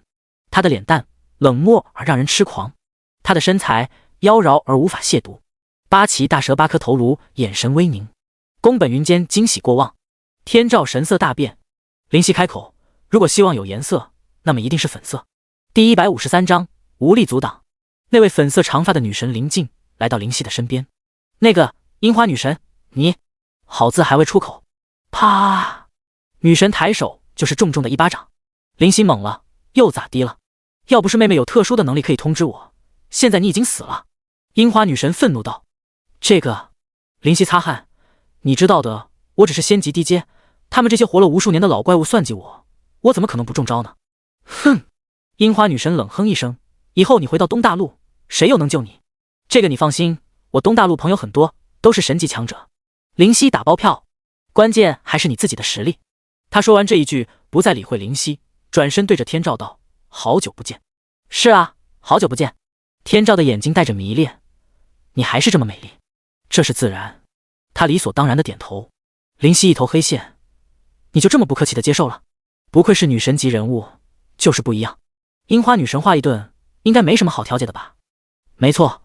天照点头：“没什么好说的，今天必须开启地狱通道。”他不再和天照说话，转身对着八岐大蛇道：“原来你是神级巅峰的实力，一直在隐藏。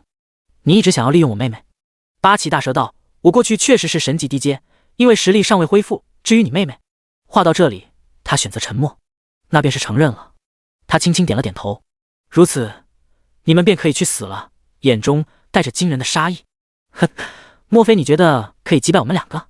天照感到不可思议：“我承认，你若是认真起来，确实有比我略强的实力，但你最多拉住我一个。八岐大蛇莫非是摆设不成？”“他不是摆设，但你们还是要死。”樱花女神吹弹可破的冰肌雪骨，有粉色的隐隐光辉在闪耀，表情很是认真。“天照，你本是我日本市守护神，却对民众做出这样的事情，太让日本的黎民百姓感到失望了。”樱花女神的气势在增加，那粉色的长长在摇摆。“什么失望不失望的？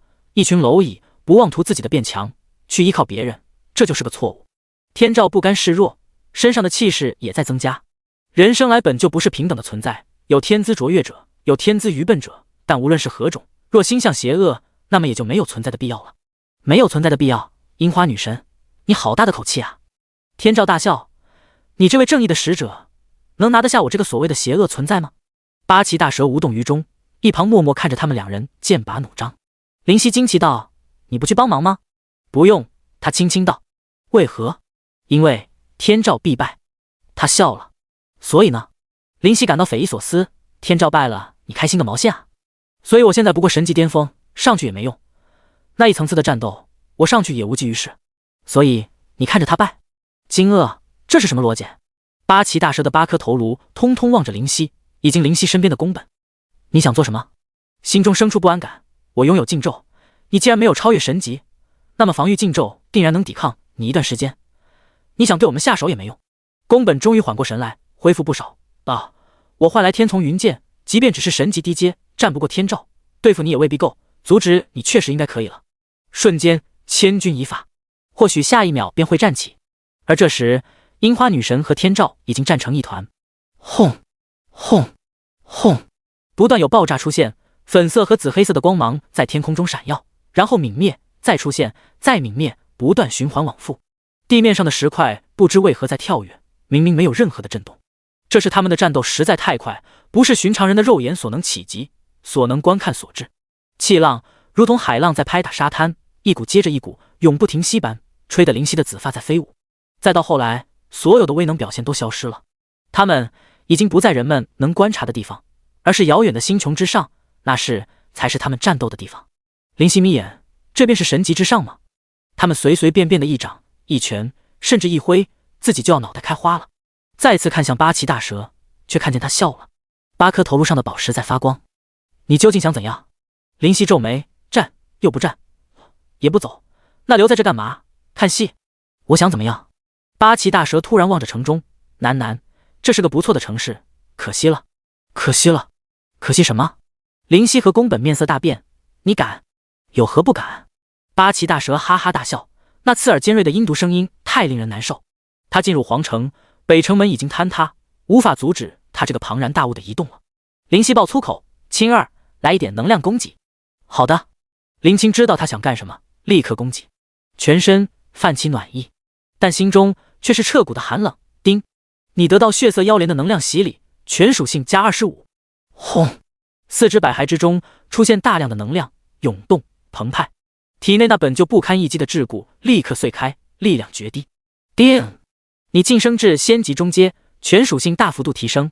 紫色的电流在涌动，化为电光，来到八岐大蛇身躯边上。雷霆之刺，听风出击。叮！听风和他那乳白色的蛇皮接触，却出现清脆的声音。-1，眼皮大跳，这是蛇皮？这简直就是铁块！八岐大蛇哑然失笑，莫非你认为你突破在仙级中阶便可以和我一较长短？告诉你，你对我产生的伤害小得可怜。砰！他那庞大身躯的另一处爆发出巨大的伤害。-2352154，宫本云间手持天丛云剑，笑道：怎么样，这伤害够不够小？没有听到他那刺耳的声音，他更加快速进入皇城，压探民居、商铺，那些渺小的存在，随随便便便可碾压而过。身上不知不觉出现乳白色的光芒，似乎是防御的技能。嘶嘶，8颗头颅眼睛充斥危险，蛇的眼睛在紧缩。叮叮叮，-45637，-78456。这次连宫本云间的天丛云剑都无法造成有效伤害，怎么可能？他大惊，自己的攻击还不够。天丛云剑是足够锋利，但所幸你的境界还是低得可怜。我稍微利用技能提升些防御，便让你如此吃惊吗？八岐大蛇7颗头颅张开嘴，有元素能量在凝聚汇集。8颗头颅除了一颗带着透明晶体的头没有元素，其他头颅上的宝石便象征着一种可以操控的元素。快速的深入皇城，接近那些平民的居所。他怎么会在这里？跑，快跑！八岐大蛇居然来攻打日本皇城，玩家则是咂舌，这资料片来的有点小猛啊。这还小猛？这简直是逆天了！神级巅峰的八岐大蛇是玩家能扛得住的？你丫逗我呢？下线，快点下线躲躲！连录制的心情都没了。士官等级马不停蹄地化为白光下线避难。当7颗头颅都汇聚完能量，在血盆大口中出现一颗圆球。现在，蝼蚁们，为炼狱君王的驾临，奉献生命吧！他大笑，语气嚣张而疯狂。7种颜色的圆球射出，裹挟的能量太庞大，这不是禁咒，因为禁咒如果不封印在卷轴中，需要的时间和吟唱会很久。然而，圆球的威力却比禁咒更强，施展速度更快。轰轰轰！生命如此轻而易举的消失，成为祭品。第154章，变强的理由。轰！7颗蘑菇云诞生，在远方，在视野的尽头，在皇城的人群汇聚之地。啊！惨叫，只因为恐惧，因为凡是承受了攻击的人，已经失去苦痛的权利，化为血迹，人间蒸发。皇城的近1/20化为焦黑的土地，凹陷的深谷。混蛋！宫本云间咬牙切齿，握着天丛云剑的手都在颤抖。你造成的杀孽会让你永世不得超生。如果你说业障的话，你大可不必担心，因为天丛云剑的缘故，我的实力再也不能突破神级，达到神级之上，也就不会承受天神的试炼之雷。八岐大蛇语气平淡，但其中却蕴含太多的恨意。你良心会受到谴责的。宫本云间愤怒无比。呵呵。八岐大蛇眼睛瞥向灵犀，他都没有受到谴责，良心过得去，我难道非要过不去？灵犀哑然，宫本无言。他们都看得出那是滔天的业障，如果通过特殊的方式去观察，那般形象根本难以置信，没有10多亿的生命陨落他手，他们自己都不信。我虽然不知道过去发生了什么，灵犀缓缓开口，过去的自己一定也在后悔，所以我失去过去，是吗？八岐大蛇不管不顾，语气戏谑，口中的能量还在汇聚。刚刚的可怕蘑菇云已经造成超过1000万的生命消失，但是仍旧不够。召唤炼狱君王需要的生命太多了，远远不够，必须要整个皇城作为献礼。八岐大蛇笑道，若是炼狱君王高兴之下愿意赏赐，我还有重新达到神级之上的可能性。哈哈，他那阴毒的声音太让耳朵受罪。灵犀目露思索，炼狱君王这是怎么样的存在？和东大陆的大地一样，在神级之上这条路上走得很远不成？为何地狱3头犬没有提及这尊存在？地狱中最强者不是玉骨天魔吗？炼狱君王应当没有玉骨天魔强吧？可是仅仅一个高兴之下的赏赐，能让八岐大蛇重回神级之上，这真是会弱吗？玉骨天魔真的有他强吗？心中的疑虑太多。你给我闭嘴！宫本云间的天丛云剑舞动，出现黑色剑光，猛然发力打出。咻！剑意澎湃，空气四处逃散开去。何必呢？似乎在惋惜，你阻止不了我。现在的你应当快点离开，因为你本就不是我们的目标，没有任何价值，能被天丛云剑认主，你的天资绝对惊人，真的想陨落在这里？宫本云间大吼，老子不是怂货，我的生命有皇城所有百姓的什么重要吗？灵犀动容，心中升起钦佩之情。若是自己能做到这样吗？扪心自问般设身处地的考虑，得到的答案是摇头否定。自己很自私，没有大义，在乎亲人，但非亲非故之人却难以做出什么值得佩服的选择。很不堪，但很真实，问心无愧。天丛云剑怒滑，剑与空气摩擦的声音作响。傲然一剑，剑意彻骨，汇聚成天丛云剑的模样，在空中旋转，爆射而出，刺向那堪称铁块的乳白色蛇皮。叮！声音依旧，只是更重。给我破开！大吼中，愤怒中，那把凝聚宫本云间所以力量的傲然一剑，竟然钻入乳白色蛇皮。灵犀眼中微亮，成功了，破开了，很不错的一剑，我很佩服。八岐大蛇那颗镶嵌透明宝石的头颅感慨，若非我曾经达到那个境界，虽然后来掉落，但还是有不少的提升，比之一般的神级巅峰强很多，还真要因为你这一剑，不得不先停下。那股剑意无形中消弭于其体内，失去反应。宫本云间的脸上煞白，刚刚那一剑用了他太多的精力，口中的各色魔法元素重新汇聚。身为神级巅峰的他也很急迫，才会不顾两人的攻击，非要完成这一使命。樱花女神迟早会击败天照，时间长短问题而已，自己需要在这一段时间内成功召唤所谓炼狱君王，否则自己也会死。樱花女神实力太强。青儿，樱花女神有多强？灵犀也问过血色妖莲，就在樱花女神和天照战斗的那一刻。然而得到的答案是沉默。陷入并不是想曾经得到的结论那样，只是神级低阶。无力感充斥全身，眼中紫意暗淡，苦笑。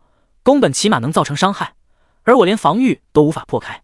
他是理智的人，就从那一的伤害来看，自己浪费再多的精力也无济于事。唯有如此吗？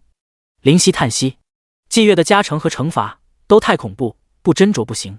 八岐大蛇又开始移动，地面的震动如同12级，寻常人根本站不住。宫本留在原地，气喘吁吁，他的精力更不上了。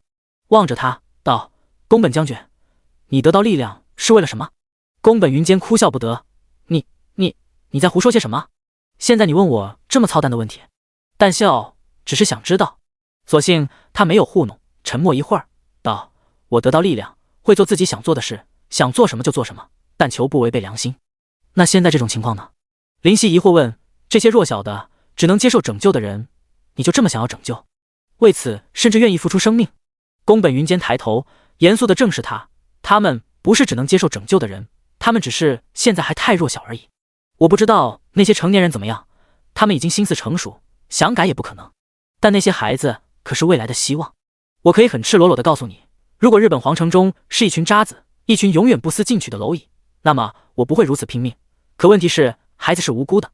但若是只有1个、10个、100个孩子，我也不会如此拼命，因为我的命比他们值钱，至少我自己会这么认为。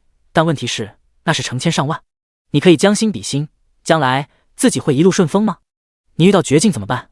同样会需要强者来救赎，将你带出黑暗，因为你实力不够，但又不想死。这一番话长篇大论，这一番话醍醐灌顶，这一番话撕开虚伪，深谈本心。呼呼，大风在吹，只有风吹。林夕想到了那个帮助流离失所的孩子的小女孩，那个天真的自己饿着肚子，又偏偏先让其他人吃的小傻瓜。或许日本皇城中的有些人不值得拯救，但终归有那么一部分人，他们不该惨死。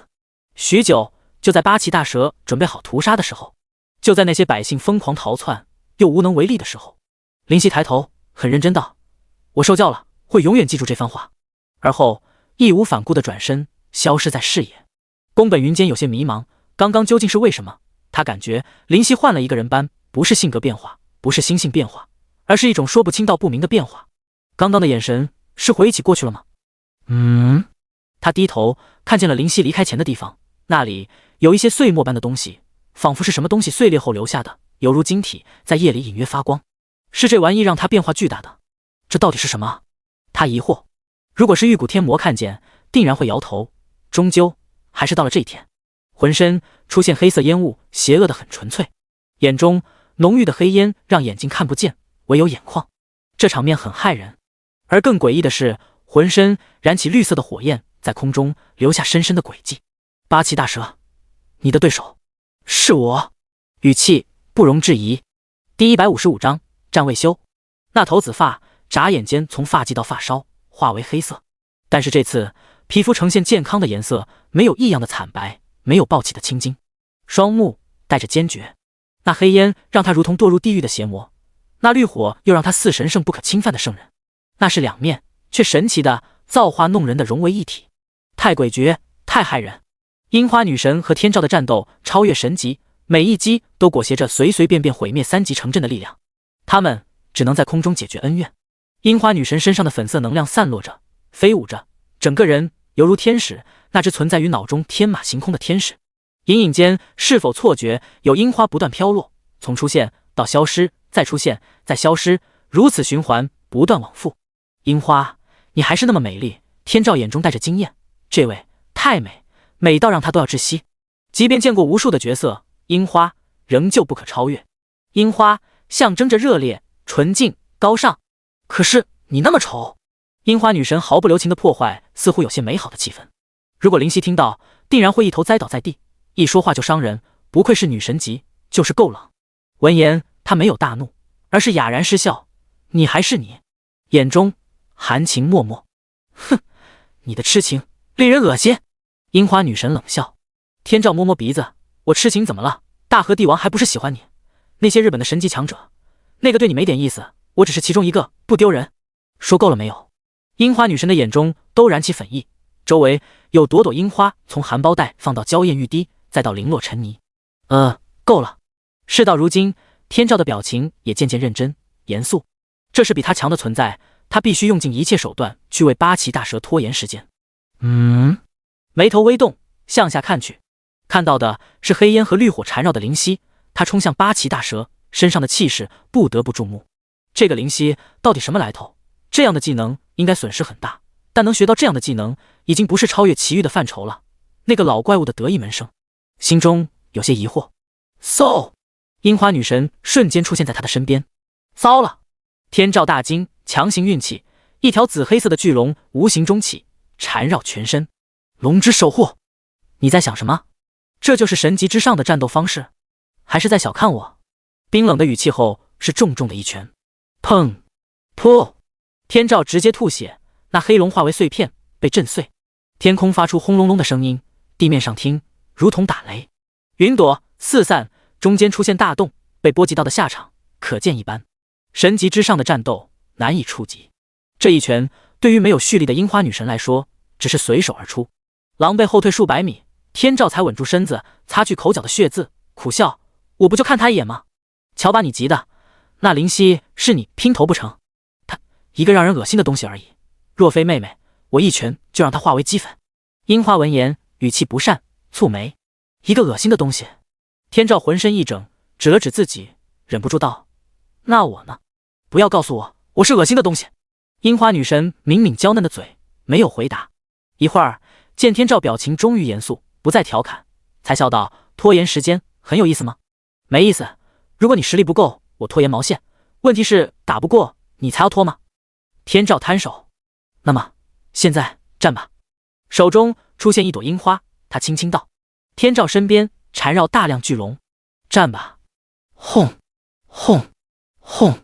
天空如雷神之怒，不肯停歇。偶尔出现的绚烂粉色璀璨夺目，比烟花绚烂，比核弹更强。八岐大蛇正是奔腾而来的灵犀，那是让人无法想象的模样，令他也有些忌惮。看来你还有隐藏，我居然没有发现。霁月没进入其他人的侦查面板，而心魔算不上技能，所以才是。灵犀笑着：“一切都不重要，现在战吧，战吧。”八岐大蛇闻言没有反驳，更不用挑衅，做出不屑的神色。强者之间，这一切会变成小丑般的演戏。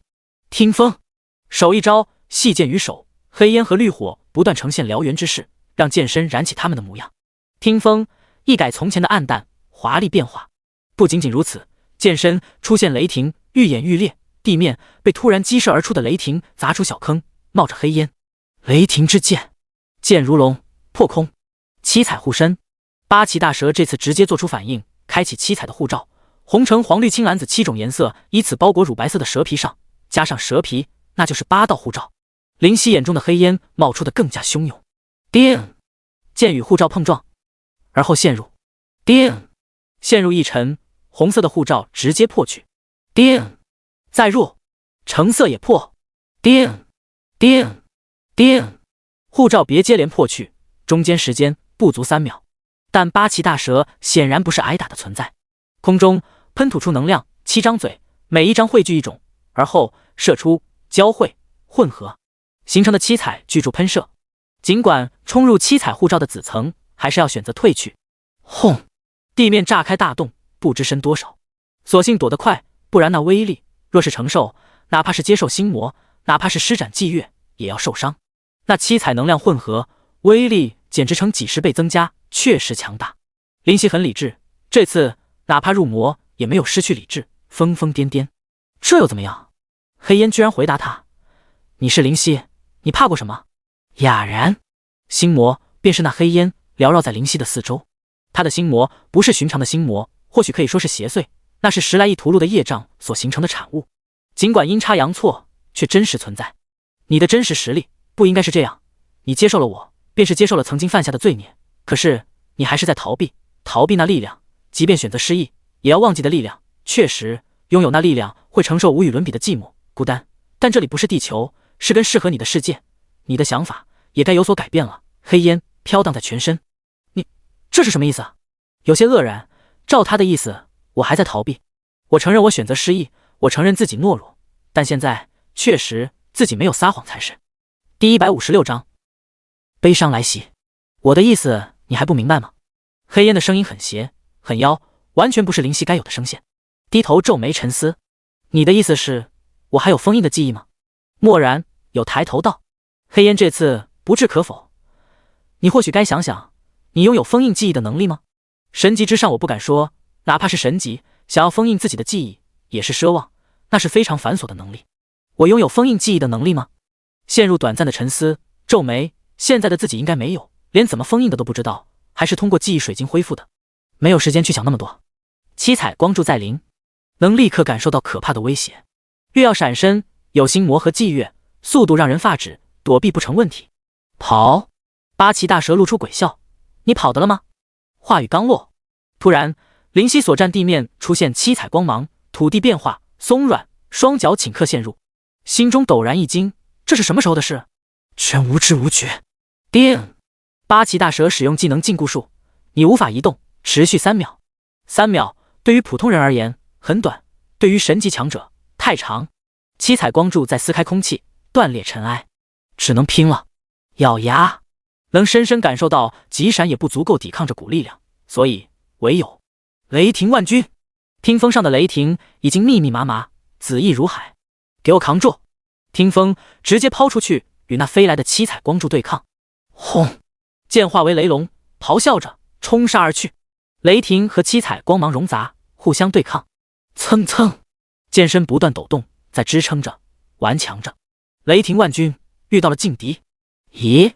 八岐大蛇惊奇道：“居然可以和我的能量冲击互拼，值得赞美。”呵呵，那阴毒的声音太刺耳，没有被他的言语影响，深吸口气，压下内心浮现的虚弱感，手中再次打出一击雷霆之刺，电流迅速逼近。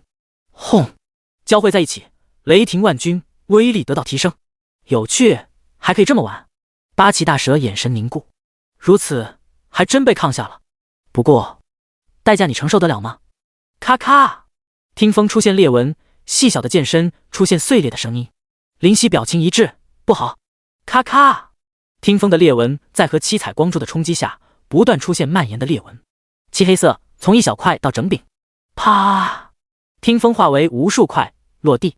叮叮叮，声音很清楚。林夕紧紧皱眉，这把陪伴自己如此之久的剑，终于还是迎来的毁灭吗？七彩光柱也因为听风的拼死抵抗消失，盯着地上不远处的碎片，重重的叹气。这便是嚣张的代价。呵呵，如此你也要付出代价。林夕轻轻道。我？八岐大蛇大笑，见他表情淡然，戛然而止。凭什么？我是奈何你不得，但只要拖住你便可，其他的我不用管。樱花女神迟早会击败天照，这是你说的。你说你拖住了吗？八岐大蛇语气带着疑惑。你为什么可以这么说？你现在不是必须。林夕的话断了，表情凝固了。哈哈，你懂不懂？莫非你可笑的认为我只有什么七彩光柱能量攻击？你当我是神级还是灵级？他哈哈大笑，眼泪都要出来了。笑死我了，你拖住我了，你也能拖得住我，你真的是幽默啊。他的奚落声缭绕在耳边。黑烟也就是心魔道，我想提醒你的，只是不是时候。风带来死亡的寂寥，大地如同传来尸体的味道，无声无息，最为致命。我应该想到的，他是蛇，蛇怎么会不会放毒呢？林夕的语气很自责，表情很难看。原来不知何时，日本皇城没有活人了，那些人最多不过暗精灵级，怎么承受八岐大蛇的毒气？这毒气对于林夕而言不过如此，甚至被忽视，但是对于平凡人是剧毒。所以满城人已经阵亡，超越1亿的生灵失去生命，那些尸体躺在地上，难怪再没有惨叫发出，只有林夕和八岐大蛇的打斗声。他们面色发青，死于非命，在地上的模样真的好笑。人啊，真的太脆弱。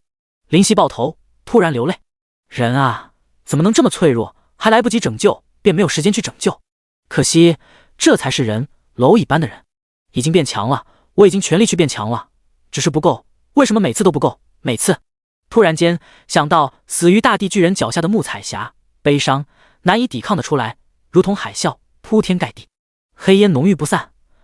你他妈的有没有一点出息？你是不是男人？给老子坚强点，哭哭啼啼有个毛线用？给人笑话吗？心魔，你说木彩霞怎么样了？黑烟哑然，无法回答。这问题怎么回答？说死了，粉身碎骨了。他尸骨无存吗？嘴唇都在颤抖。事到如今，你问个屁啊！心魔爆粗口，他就算是死去，也是很久以前了。是啊，很久以前了。懦弱，老子真他妈的胆小如鼠，什么都不敢面对。林夕哽咽，眼泪直流，好不狼狈。那份开始的决然和毅然，仿佛用尽，仿佛成为笑话。我知道，我现在一定很怂，被人骂千次万次都不为过，所有人嘲笑我也没人会怜悯，只是受不了，根本受不了，我才选择去忘却啊。心里根本受不了，过不去，我怎么过得去？你当我是什么人啊？我只是一个保安。保安？你知道保安吗？就是别人呼来喝去的那种，低贱的像只狗的那种。心魔没有回答，他知道林夕不是单纯的保安，只是现在如何回答？他是心魔，也是林夕，那股悲伤会渲染到他，感同身受，便是如此。沉默，唯有沉默。突然一片死寂。八岐大蛇大笑吼道：“现在该开始召唤炼狱君王了。”宫本云间突然出现在渐渐模糊的视野中，擦去挡住视线的泪水，发现他腋下夹着一个女孩。女孩？林夕仔细一看，面色大变。你把她带过来干嘛？宫本！那是曾经林夕想要帮助的那个小女孩，善良而单纯的小女孩。第157章小米之死。宫本云间看着脸色满是泪水，表情难看的林夕，出声：全城只有他没有死去，似乎免疫毒气侵害。我想将他带走，他却说一定要来见你，所以你就同意了？林夕感到匪夷所思。你是男人吗？他叫你干什么你就干什么？你是铁血的将军，还是言听计从的仆人？现在是叙旧的时候，还是你将希望寄托在一个女孩子身上？宫本云间沉默，他有他的想法，只是这想法难以公诸于众。全城上亿人不是死了，只是因为毒气陷入昏迷休克，呼吸没有失去。他又道：所以呢？林夕眼睛瞪大，所以你能怎么办？大哥哥，你不要怪他了。小女孩来到林夕的身边，伸出手去拉拉他那破损的衣袍，抬头：是我要来的。表情凝滞，而后微微展开微笑，却笑得很惨淡。我知道你的名字，小米，是吗？小米点头，眼中带着欣喜。大哥哥知道他的名字，让他好开心。你要见我是为什么呢？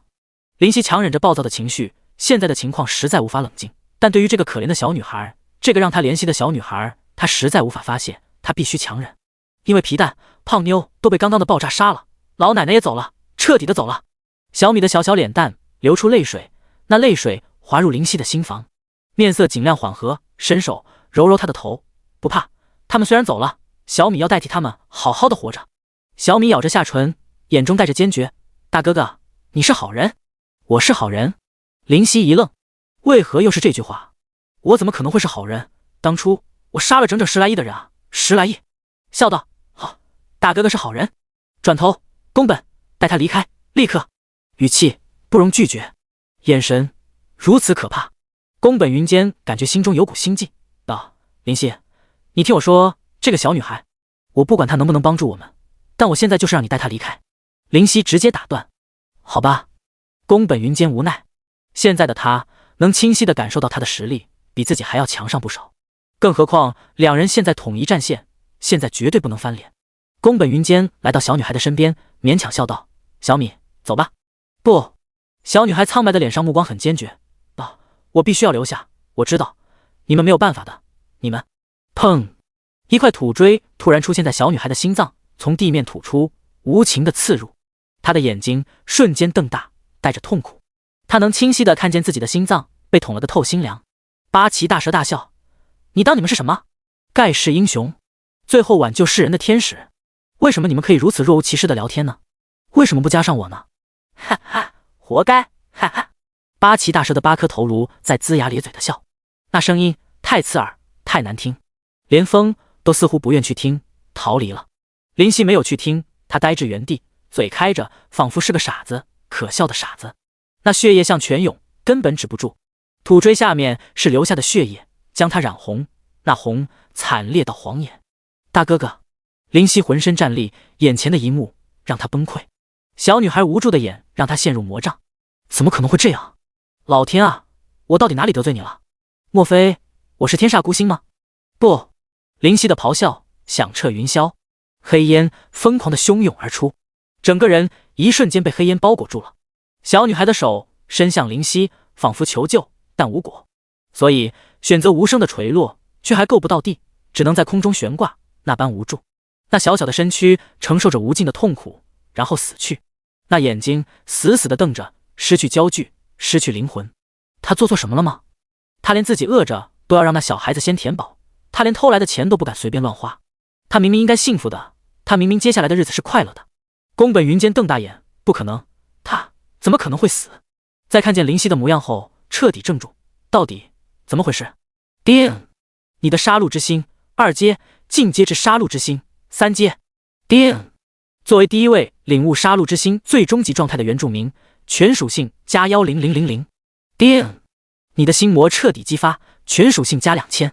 杀戮之心3阶，极度疯狂和杀戮下领悟的杀戮之道，唯有经历了绝望，才能明白杀戮的真正意味。效果：基础伤害正100%，攻击速度正100%，恢复速度正200%。基础属性上升太多，祭月之下，增幅恐怖到极限。绿色的火焰熊熊燃烧，黑烟和绿火成为一颗妖冶的球体。砰！球体爆炸！那爆炸中出现的人影居然是黑色的皮肤，全身没有一块白色的痕迹，紫色的衣物随着爆炸也消失了。他的表情无情的让人绝望，他的表情让人疑惑，好好的一个人到底怎么了？宫本云间试图上前劝阻，灵犀，不要太伤心，全城的人都等着。你想说什么？他的语气好轻。宫本雅然，你想说全城人的生命更重要吗？灵犀似乎将他的话补全，你是想这么说吧？语气好轻。不过宫本云间乃是神级强者，这点听力还是有的。虽然很不想这么说，但还是要说，因为这是他所要守护的人。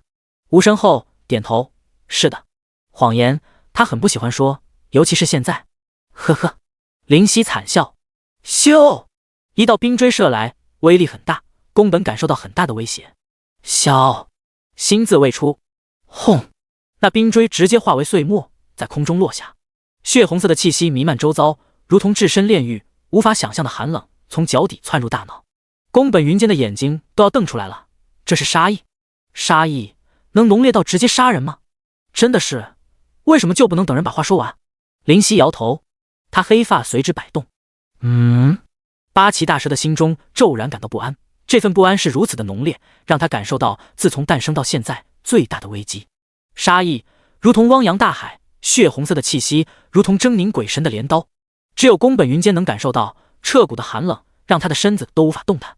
宫本将军，灵犀道，你和我说了你想变强的原因，我受益匪浅，现在我来和你说说我的原因吧。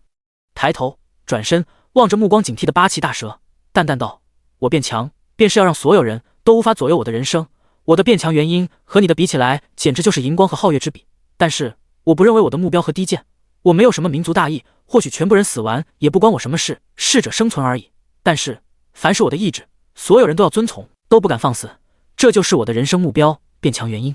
砰！声音中消失在原地。宫本云间呆若木鸡，失神地看着小女孩的尸体。不应该是这样的。宫本云间临近，小米，你的真实身份应该让你不会这样死去才是。第158章吞噬。黑影化为黑色流光，冲向八岐大蛇。许久，地面出现爆炸，似乎是因此冲击太恐怖。他表情淡然，缓缓开口，今天没有人能阻止我杀了你，如果有，那就一起宰了。那语气太令人胆寒，血红色的滔天杀意刺骨。八岐大蛇表情严肃，咦，好大的口气。那杀意连他也感到心中有些恐惧震惊，真不愧是能下手杀戮10多亿人的存在，不过你杀的人如此之多，必定会遭天谴，活不了多久。他冷笑，八颗头颅晃动，这话不是威胁，只是述说事实。是吗？灵犀轻笑，如果真的是这样的话，那么这天也该死，那么这天也该死。这话气魄太大了，与天斗其乐无穷。闻言，八岐大蛇笑的眼泪都要出来了。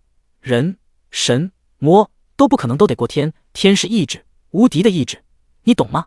你不懂，你活在天之下，还想和天斗？你在斗我吗？是吗？灵犀终于出现在八岐大蛇的腹部，道：无敌的意志就不会有崩溃的时候吗？天谴又如何？世界上怎么可能只有我一个人遭受天谴？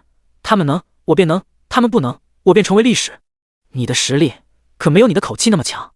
八岐大蛇的八颗头颅狰狞，口中的七彩能量汇聚，挥拳急闪，空气无声，一拳轰在八岐大蛇的腹部，那里有七彩的能量和乳白色的蛇皮存在，堪称固若金汤。砰！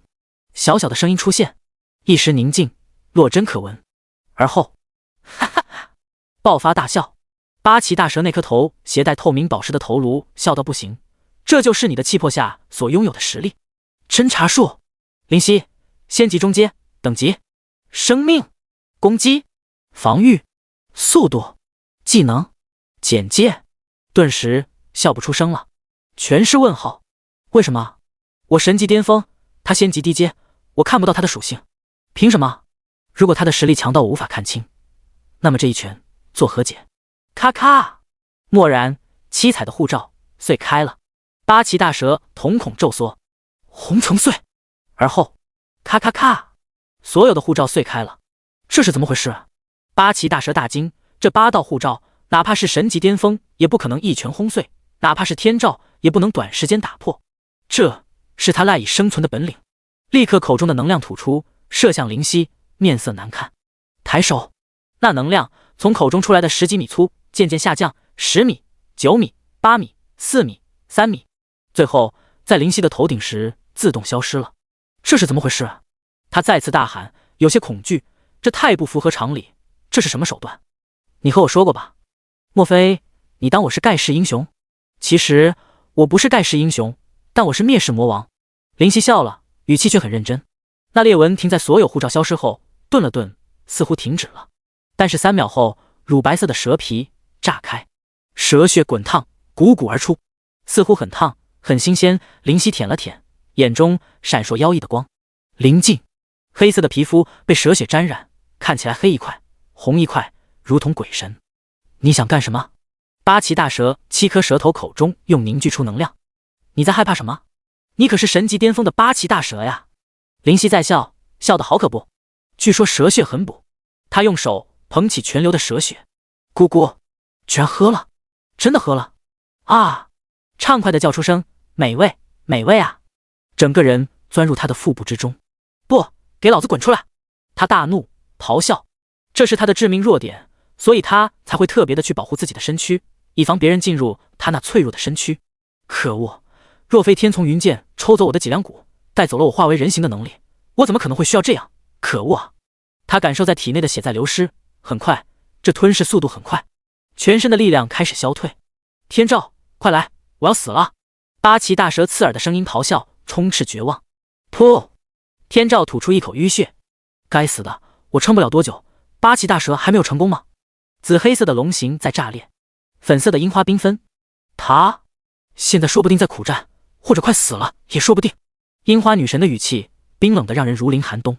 天照失笑摇头，宫本即便有了天从云剑，也不可能是八岐大蛇的对手。他毕竟进入过神级之上，不是其他的神级巅峰可比。至于那灵犀，虽然实力通过什么特殊手段实力暴增，但仅限于此。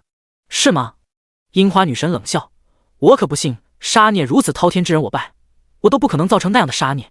他那样的业障，天神的试炼之雷绝对会要了他的命，什么都不用想，必死无疑的人而已。怎么，你对他很在意？樱花，看来你是真的动了凡心了。天照语言调戏。天照，快来，我要死了！八岐大蛇的声音穿越云层，进入天照的耳朵。怎么可能？他瞪大了眼。怎么不可能？樱花女神理所当然道，他不可能如此简单的死去的。这话很肯定，比灵犀自己还要肯定。现在不是你拖着我，而是我拖着你了，而且你还不是我的对手，你们可以安心的去了。这话平淡冰冷，却无法掩盖那杀意。黑色的人影在八岐大蛇的体内流动。这是什么？他摸到一个椭圆形的东西，滚烫的。算了，吃了吧。这是什么？他又摸到东西，还是滚烫的。算了，吃了吧。话毛骨悚然。啊！轰！八岐大蛇痛苦的嘶吼，身躯侧倒，所有头倒在地上，掀起尘土，引发地震。房屋早已一片废墟，有人被他压着，消失在身下，挤成一团血水。放了我！放了我！我可以把我的力量全部给你，我有宝藏，通通给你，放了我啊！体表渐渐干瘪下来，8颗头颅的眼睛逐渐失去神采，之后失去生命迹象。味道真好。灵犀走来出来。叮！你击杀神级巅峰领主八岐大蛇，获得经验+500000000000，身上金色的光芒闪烁，身上鲜红的蛇血在滴溅，场面惊心。第159章，命运的嘲笑声。太好吃了！舔进嘴边的血迹，尽管全身都是红色的血。叮！你吞噬八岐大蛇蛇胆，全属性+500。叮！你吞噬八岐大蛇一身蛇血，防御+2000。宫本云间看着八岐大蛇那庞大的身躯干瘪的不成样子，看见灵犀嗜血的模样，毛骨悚然，浑身麻痹。这是人吗？真好吃！他的嘴角下滑，原来你那恶心的外表下居然流淌着美味的血，真是的，你应该早点告诉我啊！无人回答，八岐大蛇已经死得不能再死，唯有风在吹，如同作答。还不够，不够啊！要是还有一只八岐大蛇就好了。他摸摸肚皮，意犹未尽。哦，对了，还有头顶的8颗宝石。走上前，每颗宝石还在熠熠闪耀着。伸手微微用力，伴随着点点血迹，直接取下，丢入口中。咔啦咔啦，晶体结实，却还是无法抵御牙齿的锋利，然后伴随着喉结的耸动，吞下，还挺硬的，呵呵。他露出沾满血迹的牙齿给宫本云间看，那表情血腥狰狞。蓦然，七彩的能量在肚中爆发，让眼睛中都充斥七彩光芒，全身冒气热气，空气都充斥各种元素的跳跃，后劲还挺大。叮！你吞噬水晶，生命加20000000，水系元素攻击免疫25%，等级加10。叮！你吞噬火晶，攻击加5000，火系元素攻击免疫25%，等级加10。叮！你吞噬金晶，全属性加1000，金系元素攻击免疫25%，等级加10。叮！你吞噬土晶，防御加5000，土系元素攻击免疫25%，等级加10。叮！你吞噬木晶，速度加1，木系元素攻击免疫25%，等级加10。叮！你吞噬光晶，全属性加1500，光系元素攻击免疫25%，等级加10。叮！你吞噬暗晶，全属性加1500，暗系元素攻击免疫25%，等级加10。八岐大蛇一身的精华都在那晶体上，如今却被吞噬得一干二净，身上的金色光芒不断闪烁，升级太快了，许久，效果还真大，这等级简直飞快啊！所以我需要再来一只八岐大蛇。身躯的麻痹感褪去，宫本云间看着还在那里自言自语的林夕，走上前：“林夕，你还是你吗？”我。林夕愕然看着他，指了指自己：“我怎么就不是自己了？”他不语。你说啊，我怎么就不是自己了？还是无声。我倒是说话呀，我怎么就不是自己了？宫本云间指着小女孩：“小米，该安葬了。”声音好轻，就像刚刚的林夕。呼，风微微过，吹动发丝，一切骤然安静了。小米，林夕轻轻道：“你为什么要把她带过来啊？”宫本云间取出天丛云剑，指着剑道：“天丛云剑是有剑灵的，所以呢？”面无表情问：“在见到小米的时候，他的同伴都昏厥了，因为八岐大蛇的蛇毒。”宫本云间再次道：“所以呢？所以他与众不同。”与众不同。林夕抬头直视宫本的眼睛。现在呢？宫本云间感到心中发凉，那是怎么样的眼睛？明明喷吐着黑烟，看不真切，他却感到发自内心的窒息感，似乎说错一句话，便要顷刻死于非命。见到他时，天丛云剑颤抖了。宫本云间指着小女孩，见到小米，神级巅峰的天丛云剑害怕的颤抖了。所以你觉得他与众不同？林夕笑了，就因为你那把该死的天丛云剑导致了小米的死。杀意渐渐浓郁，血红色的气息在身躯中燃烧，寒冷迅速在夜里侵袭。林夕，你听我说。宫本云间大喝，他感觉如果没有理由，天丛云剑可能会遭难，甚至毁灭。说，声音冰冷。你可能不知道，在我们日本曾经降落下神魔之剑的剑灵。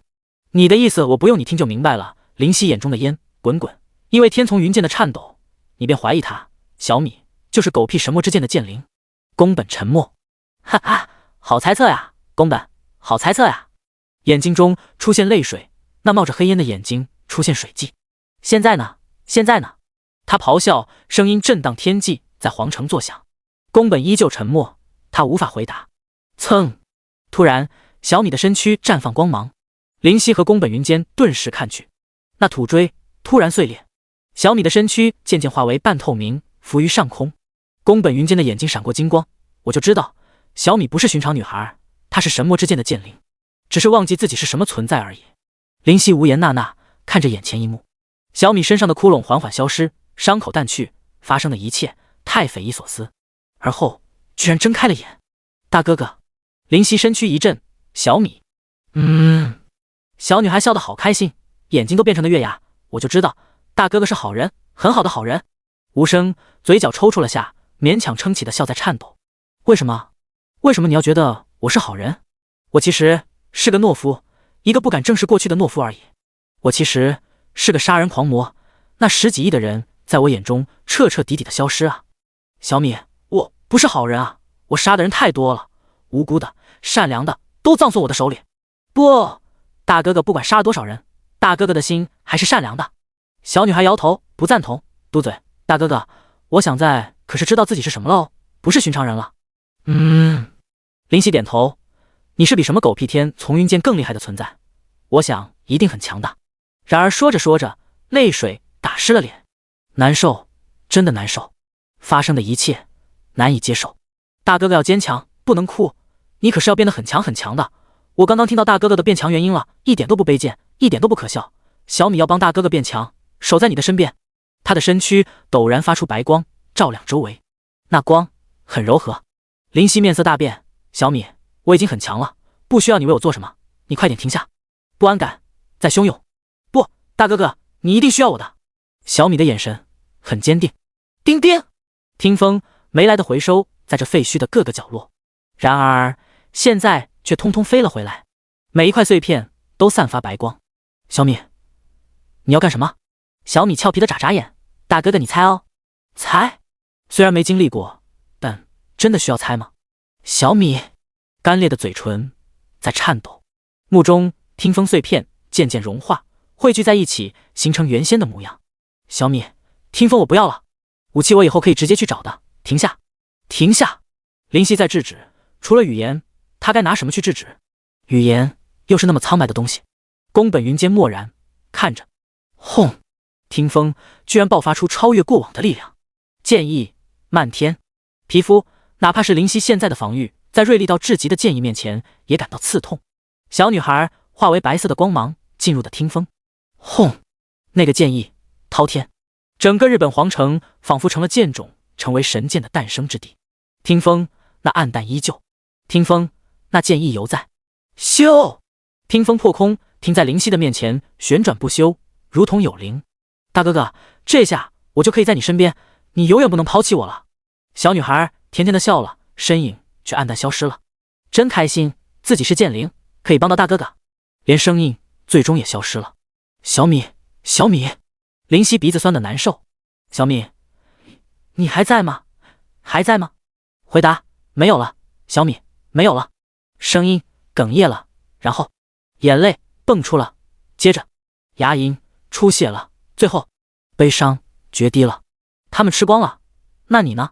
我没关系的，对不起，大哥哥，你明明对我好，我还偷您的东西，我没有花很多，花了大哥哥您一个金币，以后我长大了一定会努力赚钱还你的。我们还可以见面吗？这个不知道，或许有缘的话会很快就再见，没有缘的话可能一辈子不会见面。过去的话在脑海里回荡着，如此清晰，仿若昨日。命运如风，无形中在笑，笑着缘分来得太快太早。第160章，返回东大陆。曙光出现在天边，日本皇城迎来了新的一天。人们都从梦魇中苏醒，却发现自己躺在地面。这是怎么回事？孩子他爸，你为什么离我们而去啊？昨天绝对的做梦，对，做梦而已。只是周围的场景无法改变，残酷地提醒他们，这是现实。没有了大和帝王的日本是不完整的，没有了文武百官的日本也是不完整的，但所幸仅限于此，所以日本百废待兴。宫本云间成功地坐上了皇座，成为第36代大和帝王，这一切都顺理成章。得到称号加成和祭祀之力后，他突破神级低阶，成为中阶。无数人的努力下，房屋建筑得很快，一切从死意中渐渐苏醒，展现一派生机。1个月后，巍峨皇城再次拔地而起，匆匆的时间让一切恢复原状。你要走了？身穿黄袍的宫本云间问。一位黑发的男子在他的眼前，在国界的边缘，他的面色微微苍白，身子消瘦却不脆弱，紫色的衣物随风而荡，英气俊朗。点头笑道，日本没有什么好留恋的，还是离开这个伤心之地吧。你现在身为帝王，要拿出皇帝的样子。宫本云间哭笑不得，我就不是做皇帝的料，每天头疼的要死，妈的，以后做个接班人，我就去东大陆找你。找我？林夕哑然，虽然素不相识，因为同是一根绳上的蚂蚱而不得不并肩作战，但关系没有好到那种程度吧。找我有什么好的？你已经是神级中阶的强者，没有老怪物，可以纵横天下，想去哪里就去那里吧。宫本云间认真道，我觉得将来你会出人头地，跟在你身边，我能见识到我看不到的景色，波澜壮阔的景色。林夕无语，拱手，随你吧，好好提升实力吧。下次再见你，要是我已经晋升神级，而你却还是神级中阶，那就可笑了。这你放心，我的实力现在远远不够，我的目标是神级之上。宫本云间豪气大发，好强的帝王之气，我都要心生折服了。林夕假装要跪地求饶，无奈摇头，你这装的不像，应该离开跪下，抱住我的脚大叫，皇上万岁万万岁才对。两人相视，默契一笑，再见了，再见。林夕来到金色的国界旁边，拿出破戒卷轴就要撕裂。等等，彼岸花突然出声，手上一顿，问：怎么，彼岸花，你还有事？是不想和我离开日本，前往东大陆？觉得也是，彼岸花毕竟是日本土生土长的，如此就将她留在日本大陆吧。不是的，只是我姐姐要来了。林夕挑眉，你姐姐？说着就要马上撕开破戒卷轴。他妈的，见他姐姐干什么？那可是神级之上的强者，还是日本的最强之人，高冷成那副模样，说话又带刺，我见他是找不自在。你似乎很急。声音从身后出现，很好听的声音，清脆悦耳，只是好冷。面色微僵，这么迅速，不是要来了吗？怎么是已经来了？转身强笑道：怎么会，我急什么？我有什么好急的？我只是突然想到东大陆那把有些事情没有处理，所以想快点回去，而且怪想念那些朋友的。呵呵。身后的他，绝美的容颜还是美得像是二次元从跑出来的，精致的五官在旭日下美得惊心动魄。粉色的衣物似乎是精心挑选，非常可爱，只是那表情不是特别有爱。宫本云间见到那个粉色的背影，立刻屈膝，半跪下来参见樱花女神。虽然衣物有些可爱风格，感觉怪异，但什么都当作没看见。樱花女神点点真手，示意而后望着林夕：你说谎都不打草稿。宫本云间怜悯地注视林夕，起身在背后当作长颈鹅，摸摸鼻子，尴尬道：我怎么就说谎了呢？真是，女神就是女神，说话就爱开玩笑。女神就是女神，说话也是他妈的直接，一点情面都不给，直接拆穿。寻常人应当顺着我的话就过去了才是，非要找不自在。樱花女神冷笑：是吗？是啊是啊。林夕连忙点头，他抿抿嘴，终于不再追究，道：我有样东西要给你。东西？什么东西？林夕惊讶，樱花女神要给他东西，莫非是宝物？他伸出手，那是一棵草，绿油油的草，没有草根，只是一小片草。林夕愕然，这草有什么特殊之处吗？为什么完全没有特殊之处？侦查树？草似乎没有什么用处的草，难道是有什么特殊之处？比如召唤喜羊羊？没有什么可以作为送别之礼的，就送你这棵吧。樱花女神突然展开笑颜，如同百花齐放，一瞬间林夕有种目眩之感，无法控制的心生异样。这大概就是色欲回来后的结果。好女色，每个男人的缺点，毋庸置疑。谢谢。郑重的接过收入空间戒指，然后低声询问：这草有什么用？你以后就知道了。他没有回答这个问题，而是选择讳莫如深，也不追问。不是没有用的草就已经乐开花了，还需要追问个毛线？对了，那个天照你最后到底把他怎么样了？突然想到那个神级之上的存在，问道。樱花女神笑道：他那么想打开地狱通道，想来是想要进入地狱，我就把他送进去了。送进去？嘴角一抽，不愧是神级之上，进入可以打开地狱通道，直接送天照进去。你不要误会，我不是拥有打开地狱通道的能力，只是我有朋友在地狱中，所以我叫他把天照送进去了。朋友？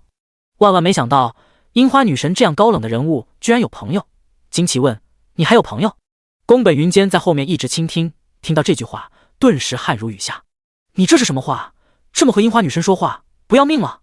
不怕她一个心情不好直接甩你进地狱？嗨嗨，此地狱非彼地狱，这是自然。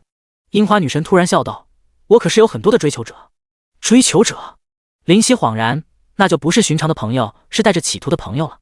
可惜他们打不过我。他冷冷一笑：打不过你？感觉浑身一震，这话的潜在意思是不是说要征服他的心必须比他强，能在实力是打得过他，这还能嫁得出去？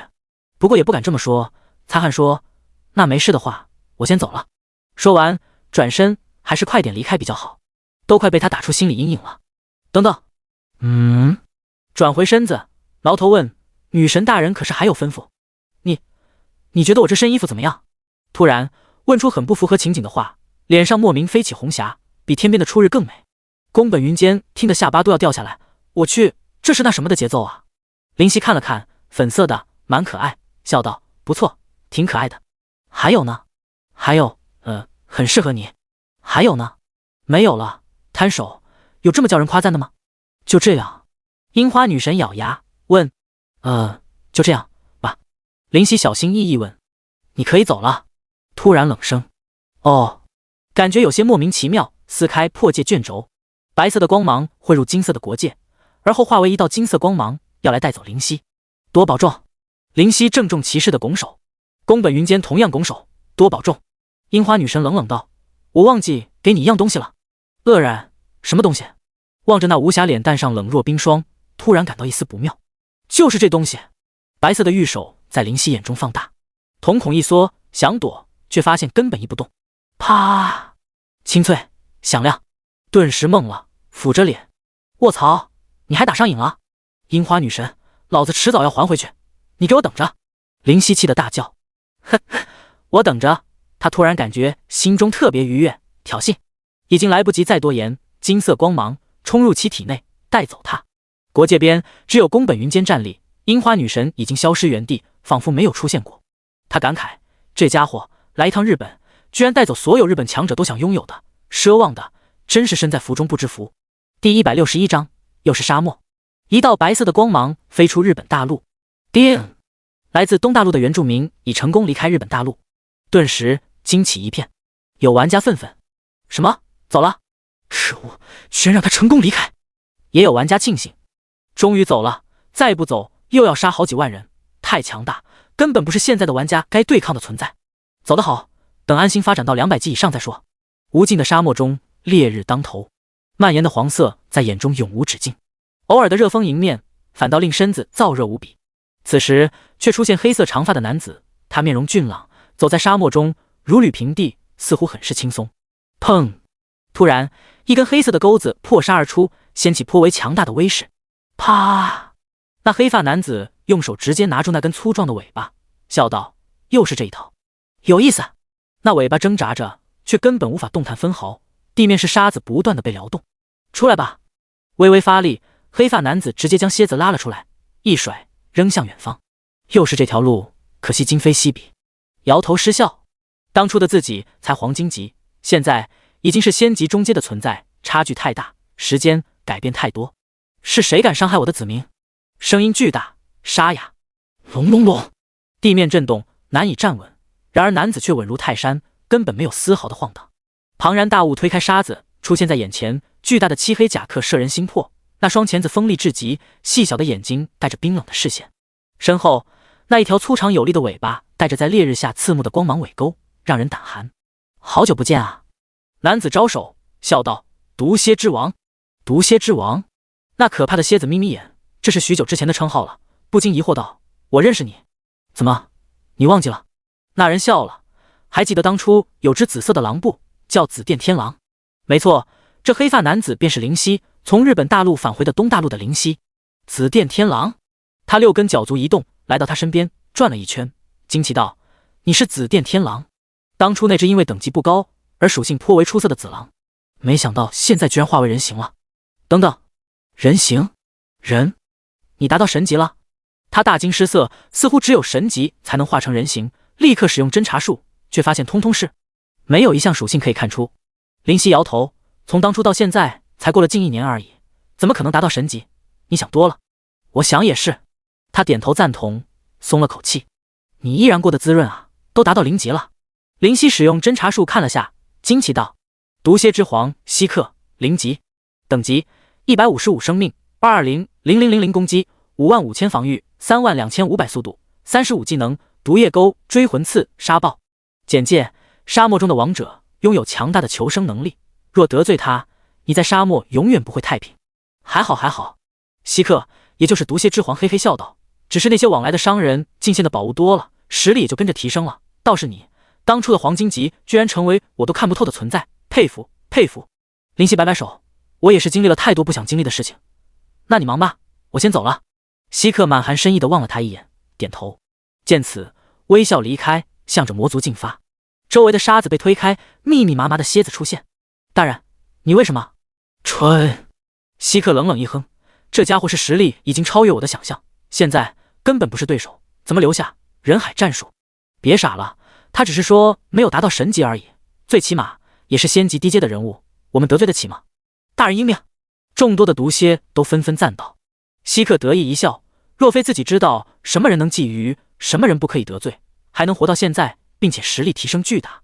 林夕感慨：宝宝，当初我们通过这沙漠还是用狐假虎威，用不存在的势力来威慑他们，现在却只需要依靠自己，这份进步你看见了吗？又想起他还在沉睡，有些怅然若失，没有宝宝斗嘴，还真的是少了点趣味。我看见了。宝宝的声音突然响起，却没好气。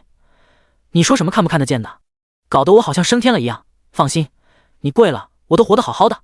失笑摇头，说的也是，又惊喜道：你恢复了？没有，不过也差不多了，再睡个把月也就差不多了。宝宝叉腰骄横道：个把月？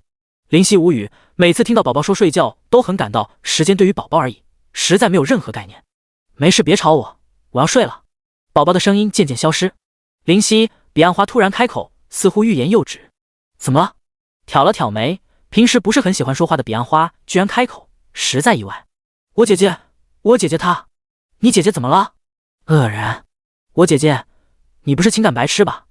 彼岸花咬牙道，很是郁闷。这话太干脆，如果不是低能儿，都能理解是什么意思。林夕沉默。她是情感白痴吗？很遗憾，并不是。她看得懂，看得比谁都明白。只是，为什么？你姐姐为什么喜欢我？我和她没发生什么事情吧？淡淡开口。如果不算你偷看她洗澡的话。彼岸花道。嗨嗨。林夕尴尬的咳嗽下，义正言辞道：我可不是有意的。再说，就算退一万步讲，我真的偷看她洗浴，又算什么？她便会喜欢我。这是现实，不是文人墨客描绘的浪漫情节。可是姐姐就是喜欢你啊，你怎么能当做什么都不知道呢？彼岸花反驳。沉默半晌。我和樱花女神没有太多的交集，以后更不会有，或许日本也不会去，也未可知，所以还是选择遗忘吧。干脆的开口，目中带着坚决，装傻是为了给樱花女神留些余地，毕竟她是神级之上，她若不傻，会懂自己的意思。至于什么拖拖拉拉、犹犹豫豫，那是不一个真正的男人该有的，当断则断，方是王道，否则会为此付出代价，因为现实不是小说。一个木彩霞已经让他伤透心，现在他只想拥有力量，不被别人主宰的力量。古代的那些三妻四妾，也说了是古代，现代是不存在的。内心早已接受木彩霞，又怎么可以容纳其他人？至少真正的爱情是不存在那种风流的玩意。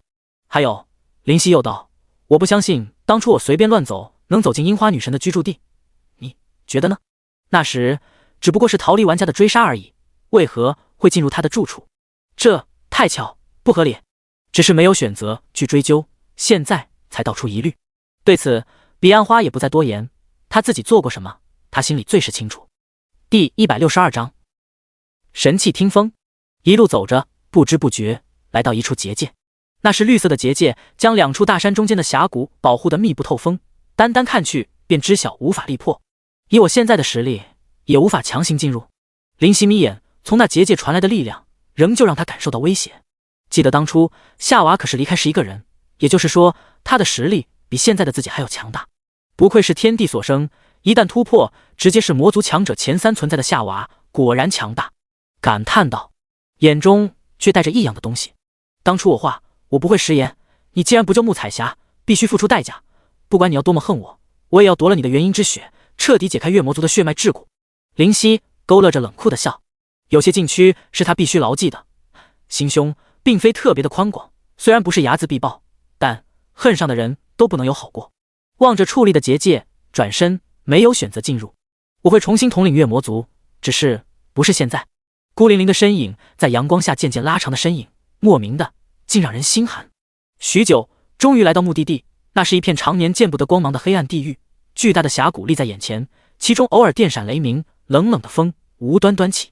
然而在这人迹罕至的地方，却矗立着一座城堡，城堡高大巍峨，只是处于如此阴暗恶劣的环境，让人疑惑。来到大门边，推开，咔啦，入眼的竟是长长的火红色地毯。啪啪啪，鞭炮声噼里啪啦的响起，周围挂着红色的喜庆东西，愕然不已。这是谁要结婚了？塔拉横置的一块布落下，上门写着龙飞凤舞的几个字，恭喜林夕寻回色欲，满头黑线。这是要闹内啊？面容寻常但身穿红色衣袍的人走来，拱手恭喜恭喜，嘴角抽搐，刚来就要恶搞，无奈拱手同喜同喜。我喜什么？那身穿红袍的男人指指自己，懵了。哎，林夕拍拍他的肩膀，疑惑道，我寻回色欲你不开心？开心啊，怎么能不开心？你此番旅途很是艰苦，能活着回来我自然开心。他大笑道，能活着回来？嘴角一抽，你巴不得我死在那里不成？所以说啊，我能回来你感到开心，可不就是同喜吗？林夕理所当然的点头，似乎说的头头是道。哦，红袍男子，也就是普拉达傻眼，还有这种说法？这么说你不开心？开心啊，那不就得了？无辜摊手。普拉达，这次的日本之旅，你的收获很大，居然直接打到仙级中阶，而且这属性，啧，我很看好你。普拉达啧称奇，拍着他的肩膀，一副长辈模样，很是欣慰。我想问你个问题。林夕问。什么问题？问吧。普拉达干脆无比。你当时在场吗？什么时候？普拉达挠头，抿嘴不语。普拉达摇头，这次很认真道：没有，我当时并不在场。哦，淡淡道：现在你已经有这样的实力，按理来说成为一个领主已经不成问题。不过我这里有个惊险刺激的任务，你要不要接？普拉达笑得像只狐狸，嘿嘿道：不用了，给我块领地，我想安安静静的休养一段时间。很是不客气的拒绝。你哪次给我的任务不是特别坑爹的？去什么幻魔族，结果带回一尊魔星大佬去参加什么为了表忠心的天才之间的比试，结果狼狈收场，代价那么的大，无法接受。不行，你必须接。突然表情很是认真，心中早有计较。为何？因为这个任务对你很重要。普拉达满脸的严肃，如同风雨欲来，要发生什么异常严峻的事故般。为何很重要？不可说，不可说。然后转身，语气讳莫如深，如含极度深意，需要他自己领会。林夕感觉头都要裂开了。为何不可说？因为不可说，所以无可奉告。普拉达遗憾的叹气。林夕，不是我狠心，只是事急从权。是吗？心中那是他妈的10000个不信，就你丫的碍眼，没有任何事能让人觉得靠谱。那任务对我有什么好处？再问。好处？这是组织派发给你的任务，你还要好处？普拉达没好气道。是吗？组织？不知道是什么组织派发给我的任务，等下哈，我去问下柯蒂斯。说着就要离开这是充满喜庆的城堡。别啊，柯蒂斯他知道个屁啊！普拉达咧嘴，来到林夕的身前，劝道：他不是魔族的10大强者之一吗？怎么就不知道了？林夕故作疑惑挠头。装？你倒是接着装啊！这个任务可能就涉及到他，所以没有告知。普拉达皱眉，似乎很是为难。那这个任务涉及夏娃吗？我去问问他吧，也好久没有见他了，甚是想念。感慨道，目露回忆，似乎想到了他和夏娃的某些交集。回忆个毛线？你和夏娃能有个屁的关系？普拉达心中腹诽，牙疼道：这个任务也涉及到夏娃。什么？大吃一惊，和夏娃也有关系？那没办法了。是啊，没办法了，你只能接受任务了。普拉达咧嘴抢笑，嗨嗨。林夕咳嗽，那没办法，我只能问问达拉斯了。你告诉我他在哪里吧。达拉斯？普拉达无语，忘了他还认识达拉斯，正要说话，却被林夕截去话语。我相信这个任务一定和达拉斯没什么特别的联系，你说呢？是啊是啊，只能打哈哈，笑道，确实和他没什么关系。那我去问问他。说着就要离开这个不祥之地。1步2步，一把仙气。普拉达出声，身子一顿，一见仙气就想让我屈服？如果是当初，或许我会真的心动，不过现在可惜了，今非昔比。默默地从空间戒指中取出暗淡的细剑，赫然便是听风。我的听风真是越来越锋利了。普拉达眼睛都瞪出来了，听风什么时候是神器了？还他妈的是神器中的极品。听风神级，攻击6万，效果攻击正 25%， 效果全属性加8000，效果攻击速度正 100%， 附带技能狂剑乱舞，附带技能神魔乱舞。简介：碎裂的仙气听风得到了未知力量的加成后，获得新生，成为超越想象的神兵，而且是神兵中无可比拟的巅峰之剑。仔细的观察听风一番，然后收回听风，继续离开。一颗增加属性的神级丹药。普拉达道，没有回应，继续离开。2颗，最多2颗，再多你就走吧，我另寻他人。心痛无比，语气似乎垂心泣血，悲痛万分。3颗，不可能，就2颗。普拉达坚决道，否则我就找别人。成交。实在没底，不知道这不是他的底线，也无法再探，怕真的找了别人。现在的林夕最需要的便是提升实力。你这次的任务会很简单，放心，我是不会坑你的。他开心地勾住了林夕的脖子。是吗？哭笑不得，你觉得我还会再信你的邪？第163章营救卡勒。林夕问，这次是什么任务？不是特别困难的任务。普拉达搓手，嘿嘿笑着，话到这里却不说了。到底是什么任务？心中陡然微跳，这么难以启齿。怎么有种上了贼船的感觉？你还记得当初我们选你作为候选者的投票吗？他突然话锋一转，点头说道：记得，当初利用夏娃的3个要求获得1票，达拉斯1票，靠着略有些过分是手段夺得了柯蒂斯的1票，方才成功。你应该还记得，那时候有一位强者没有到场吧？没有到场。细细思忖，突然想起，确实，似乎排名第4的存在没有来，好像是叫上古龙神卡勒来着。你对大家说的是他有事不能来了。普拉达尴尬一笑，其实当初我用了些手段，让他无法来的。手段？也不惊讶，当初便感觉有鬼，果不其然。好奇问：什么手段？就是突然左右环顾，小心翼翼道：就是把他的信息透露给龙语者木婉了。龙语者？疑惑：这是什么？巨龙？龙语者就是龙域的守护者，这一点你能明白吧？他说道。点头，也不插话。卡勒是上古龙神背叛龙域，来到我魔族的。我明白了。灵犀恍然大悟，所以卡勒很不受龙语者待见。不，普拉达伸出右手的食指摇了摇。不是，我的意思是，不是受不受待见，而是血海深仇。他叹气道：要只是不受待见就好了，哪里有那么多事？关键是卡勒叛离前还杀了年迈无力的龙域龙神，被龙域列为永久的追杀对象，所以被龙语者追杀得很惨。擦汗，看来能成为魔族强者的没有一个善茬。询问他拥有什么实力？神级巅峰吧。普拉达道，他还没有能力突破到神级之上。那龙语者木尔是什么实力？再问，神级巅峰吧。两者都是神级巅峰，卡勒怎么会被追杀得很惨？将心中的疑惑道出。都说了是龙语者，什么叫龙语者？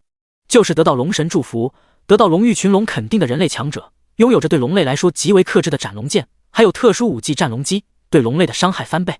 普拉达很是详细的将龙语者的概念说了遍。原来如此。林夕一拍手，我明白了。你终于明白了？你明白就好。他很是欣慰的笑了。我明白，你就是想让我去送死，是吧？眼神骤然很不善。嗨嗨，普拉达呛了下，苦笑，怎么能说是让你去送死呢？这不是送死是什么？林夕道，你是意思是不是让我去救出卡勒？聪明，竖起大拇指，狠狠地给了个赞。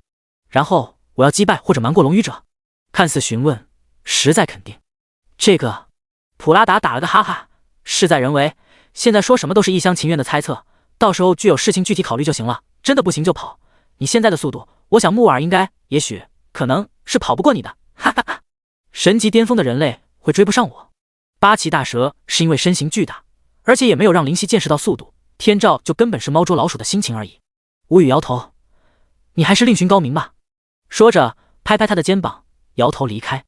那眼神似乎在说，根本不会有人能胜任。1步2步3颗，几乎是从喉咙里咆哮出来的。3颗，最多3颗，要是再贪你就滚，就当我没你这样的兄弟。步伐停下，嘴角勾起笑容，得逞。你看你看，生气的转过身，皱眉道，我们之间算什么关系？我可是把你当兄弟的，你就这么和我谈利益？难道利益会有我们的兄弟情重要？普拉达呆愣住了，不是吧？你把我当兄弟？真的假的？我怎么不知道？林夕上前严肃道，既然你非说3颗增加属性的丹药，我也就不和你争了，不拿3颗岂不是不给你普拉达面子？那行吧，现在和我谈谈具体事宜。好吧。定。你获得任务，营救卡勒。营救卡勒 SS 上古龙神卡勒被龙语者关押，请将其营救回来。奖励3颗神级丹药。接取任务者林夕、迪拉克。普拉达回神，眼中带着深意的看了他一眼，笑道，你其实这次任务不算特别简单，其中还是有些生命危险的，因为除了龙语者穆瓦尔是神级巅峰强者外，还有龙神同样是神级巅峰。哦，对了，还有龙族除了现任龙神外的第1强者叫敖江，似乎达到神级高阶，你也要小心点。林夕眨眼，这么多狠人，怎么有种还是入套的感觉？不过放心，这次有人和你一起的行动。普拉达给了他一个惊喜。有人？谁？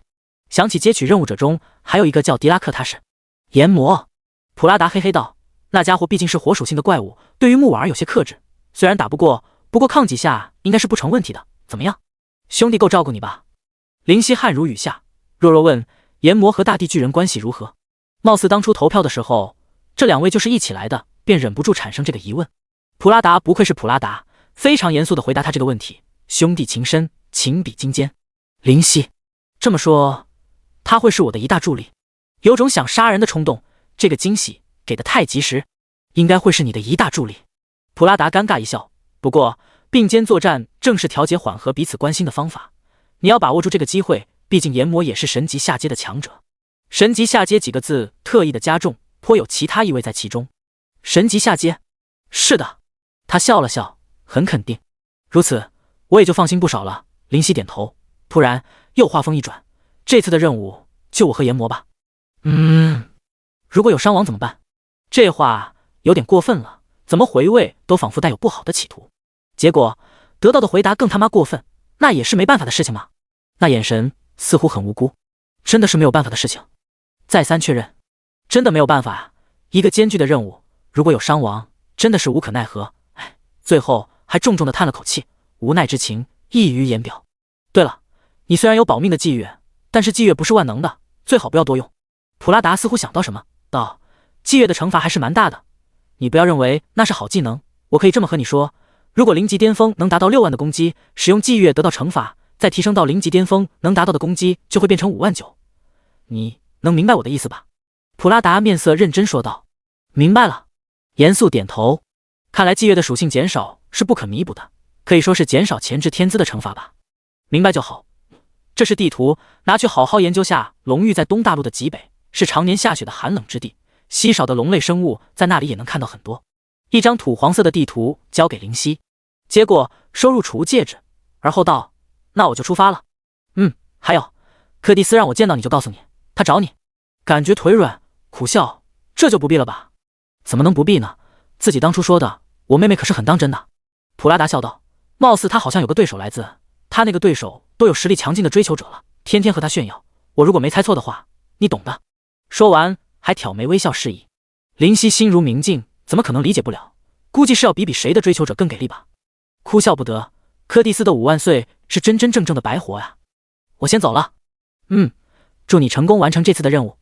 林夕离开后，普拉达眯眼，不错，现在的实力如果发挥星魔和祭月，已经可以拥有神级中阶的实力。只是八岐大蛇是神级巅峰，他到底是怎么击败的？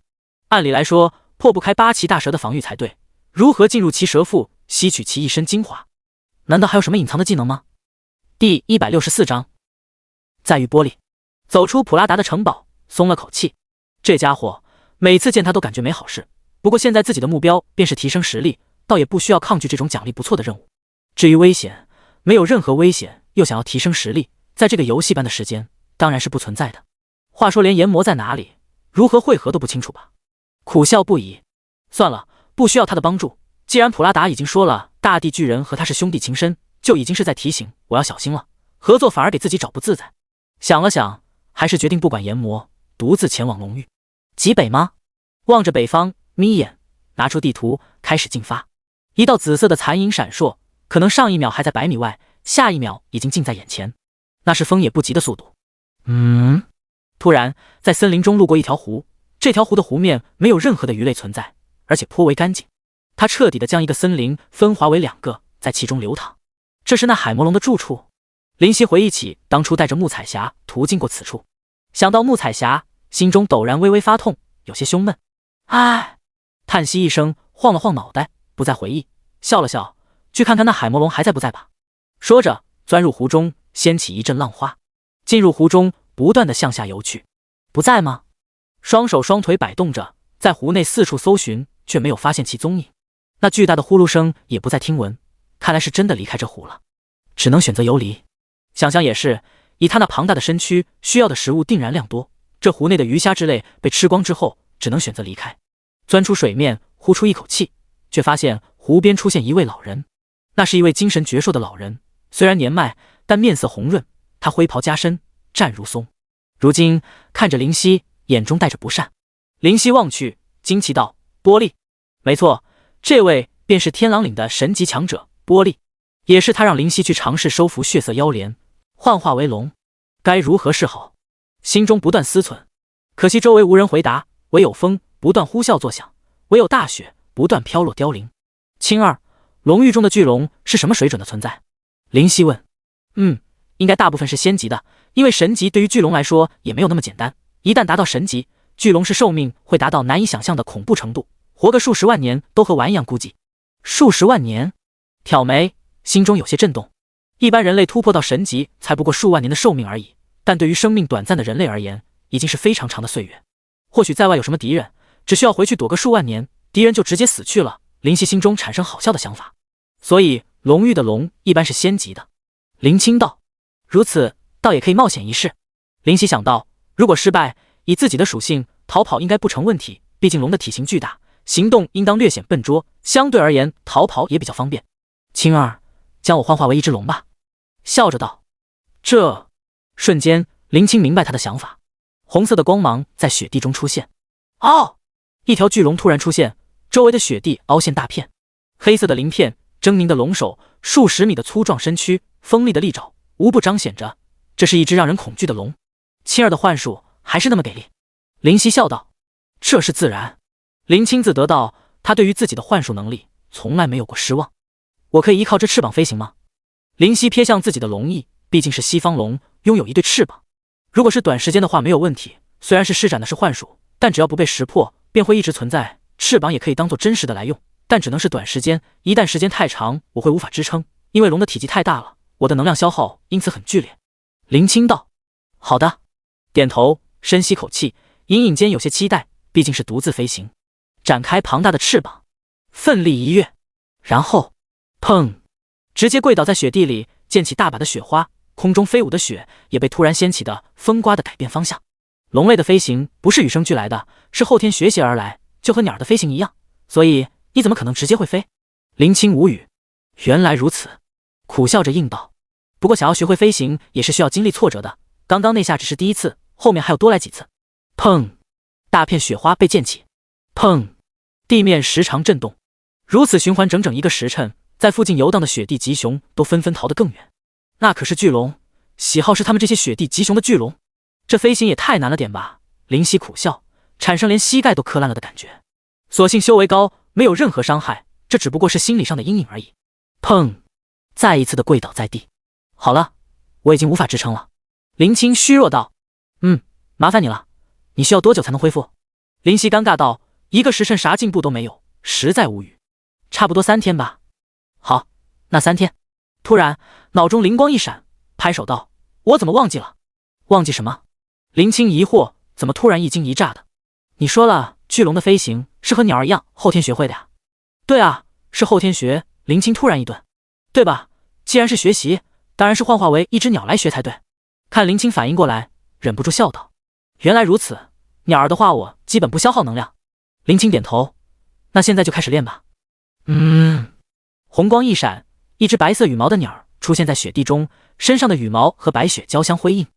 你可以接着练习了。说完，林青不再出声，鸟儿落地就不会发出什么声音，还没有大风的呼啸声大。3天后，深呼吸，想着鸟儿飞翔的模样，张开厚重的翅膀。哦！巨龙咆哮，庞大的肉翼遮天起，快速飞入天空，钻入云层。终于是学会了，林夕差点就泪奔。这几天对他来说简直是噩梦。不断的飞入极北的深处，雪花覆盖全部视野，呼出的气瞬间便能凝结成冰。龙族为何会喜欢寒冷的地方？林夕疑惑问林青。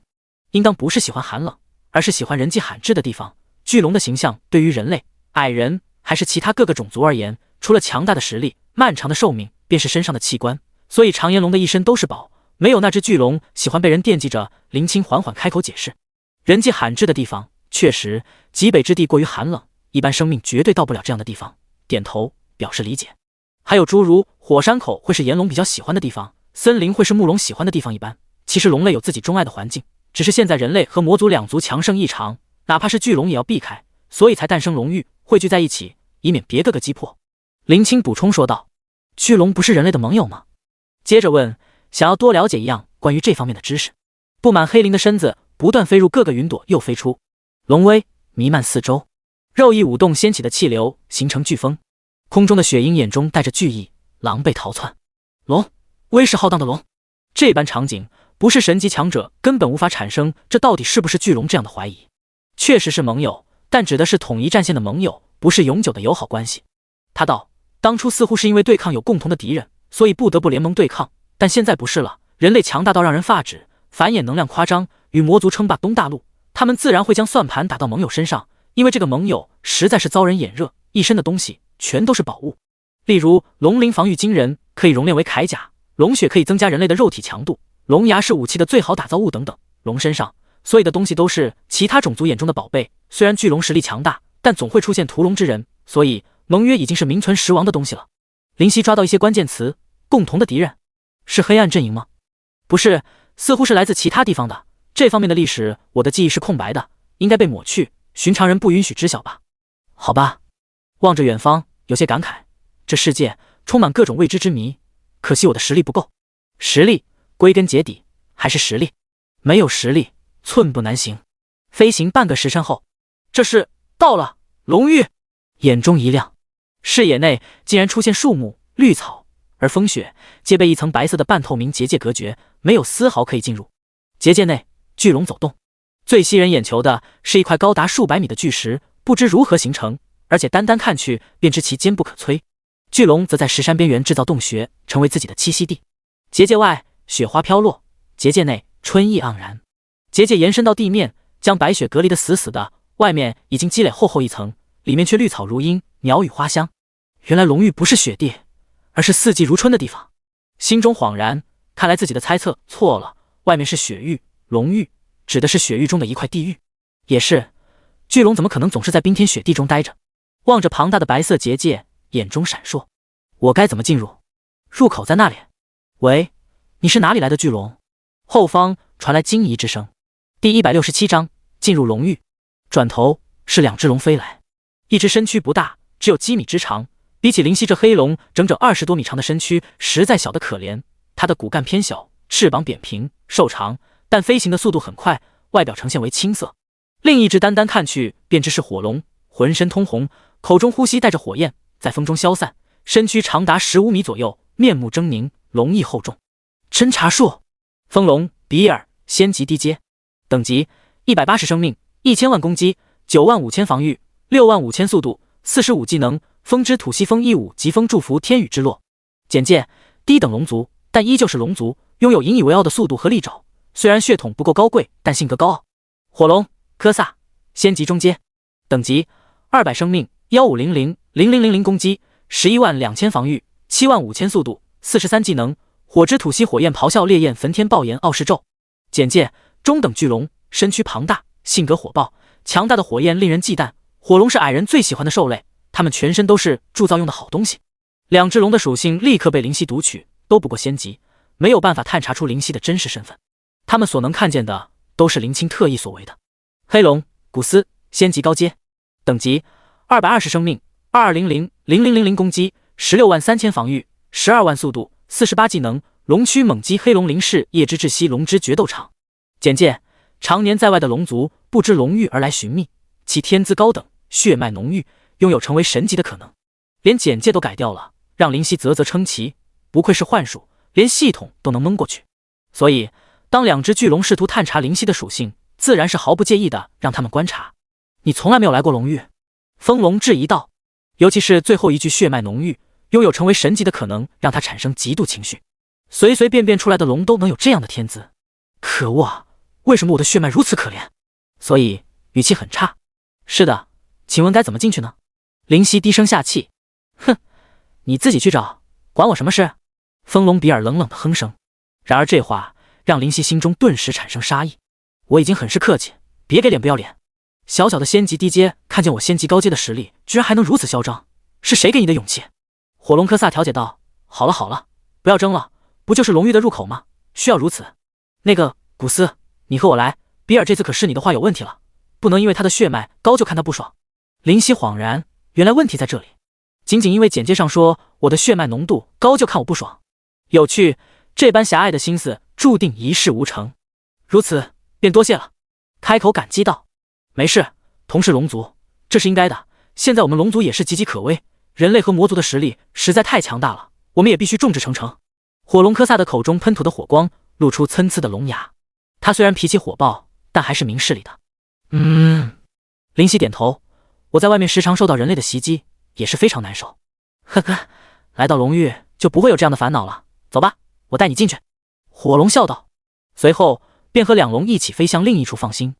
中途，风龙总是回头看他，面含鄙夷：“来龙域都没来过，你也算龙？”“哼，我当然是龙，而且10条像你这样的垃圾也不可能是我的对手。”林夕杀心大起：“莫非你当我是软柿子？我一再忍让，竟成为你狂傲的资本？够了！”火龙科萨喝道：“比尔，你好好反省下，再出言挑衅，就是在给我们龙域抹黑。将来还会有龙愿意来龙域？”比尔只能噤声，不敢说话。火龙的实力和脾气，那都是远近闻名的。绕着那白色结界飞行许久，中途不得不感叹着结界之大，比地狱中那笼罩城池的黑色结界还要大很多。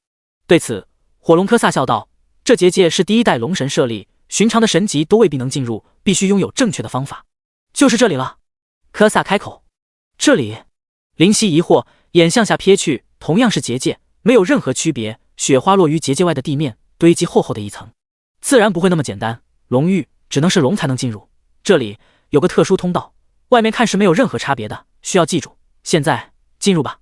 说完，他钻入这个白色结界，那结界荡起剧烈的涟漪，他那火红色的龙躯整个进入，然后那半透明的结界看进去却找不到他的踪迹。原来如此，这结界还带有幻术效果，所以外面看进去所有的东西都不过是假象，飞舞的龙也是假的。林夕目光闪烁，那风龙比尔看了眼林夕，同样钻入。哼，这家伙将来有机会一定要宰了。面色渐渐出现杀意，而后化为和煦的微笑，冲入，从龙首到龙尾，伴随着涟漪彻底消失。外面雪花飘飘，皑皑的白色洒落着，仿佛什么事情都没有发生。这便是龙域吗？林夕愣在空中，无数的龙在飞舞，天空中有小龙追逐嬉戏，在玩闹，有巨龙咆哮，展示能耐，求偶。大地上甚至有巨龙如同人类一般在摆摊，拿出许多的宝贝摆在身前。有巨龙在地上栖息着，有长达100米的恐怖存在，有矮小不比人大多少的瘦弱存在。外面看去，唯一准确的是那苍劲的树木森林、溪泉河流、泥土气息，以及那遮天的巨石块作为巨龙的家。在龙域最中心，有座浩大如擎天之柱的宝塔，塔身刻画无尽繁杂冗长的皱纹，有七彩的光芒隐隐间闪烁，它的每一层都有自己的旋转速度和方向，互不干扰。它矗立于大地，所有的巨龙都要绕行，不敢放肆。它太大，林夕不得不注意到，因为一进入就不得不看见这巨塔的存在。怎么样，龙域？火龙科萨笑道，可有让你失望？彻底的惊住后，回神，摇头叹息，这里和外面比，简直是天堂。这样的布置应该是最适合龙类生存的，所以不得不赞美。连氛围都让林夕感到舒服，显然也是特意调制。如此环境的造就需要的功夫太大，第1代龙神是有多么强大啊！林夕忍不住感慨，他一定是神级之上，这一点毋庸置疑。科萨道，没有神级之上，根本无法布置出如此环境。点头表示认同。走吧，去登记下。登记？询问道。龙实在已经少得可怜，虽然现在你看着似乎很多，但这已经差不多是神魔大陆上全部的巨龙，在外的实在少之又少，每一只巨龙都必须做到登记。好的。林夕明白这点，巨龙的繁衍能力似乎是差到一个极点，几乎难以想象的极点，所以巨龙渐渐稀少，有被其他种族觊觎，才从当初的霸主地位沦为如今不得不抱团的形式。第168章龙种。跟随着火龙科萨来到巨龙居住的地方，庞大的石山。石山有大量的洞穴，都是龙栖息的地方。这里没有什么巨龙飞翔，因为动静太大会影响别人的睡眠。要知道，龙一睡便是数月。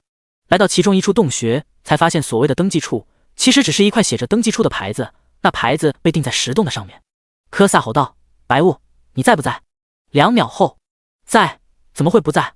水龙疲倦的声音传来，而后蓝色的龙躯从山洞中出来，他似乎很是疲惫，还在打哈欠。怎么了，水龙？你很累？科萨惊奇道，不会吧，你也没什么事干，累什么？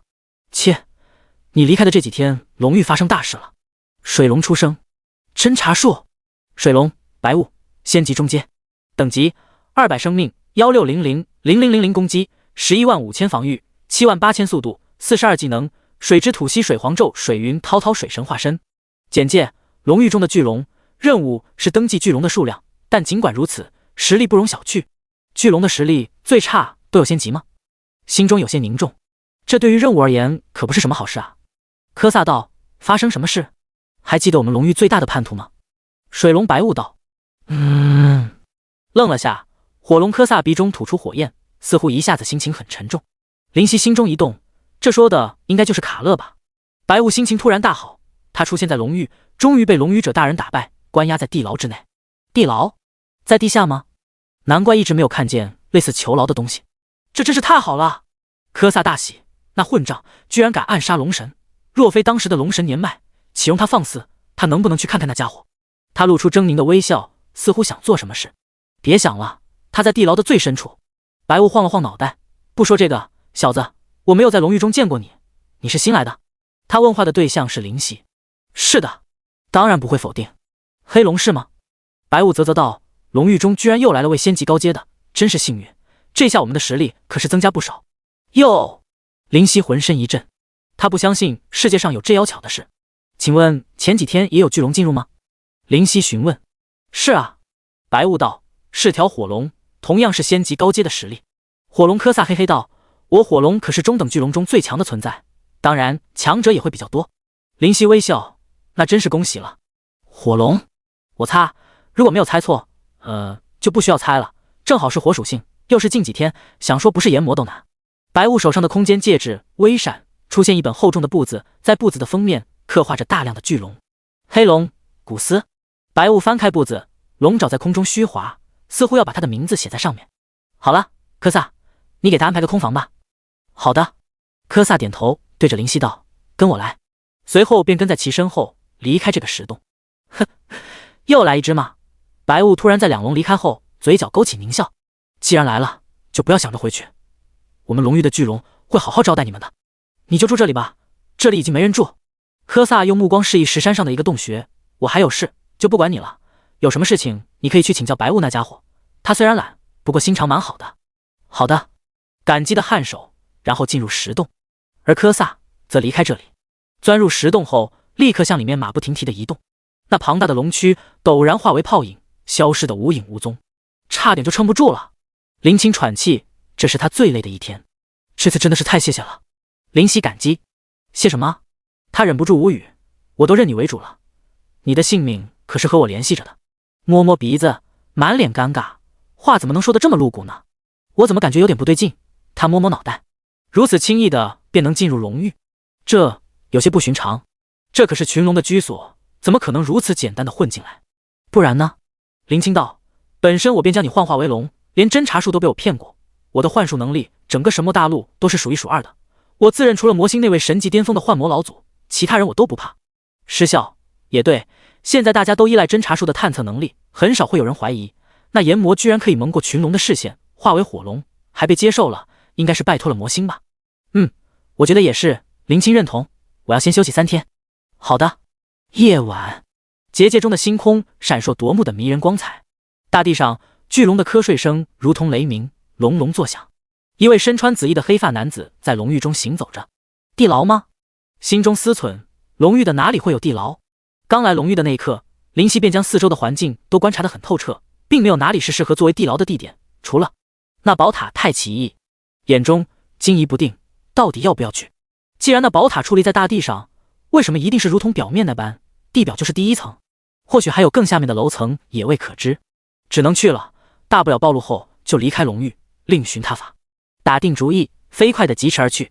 那宝塔太大太高，如同直冲云霄，庞大的巨龙都没有起第一层的1%大。这宝塔到底是做什么用的？疑惑，但只能压下。来到塔边，深吸口气。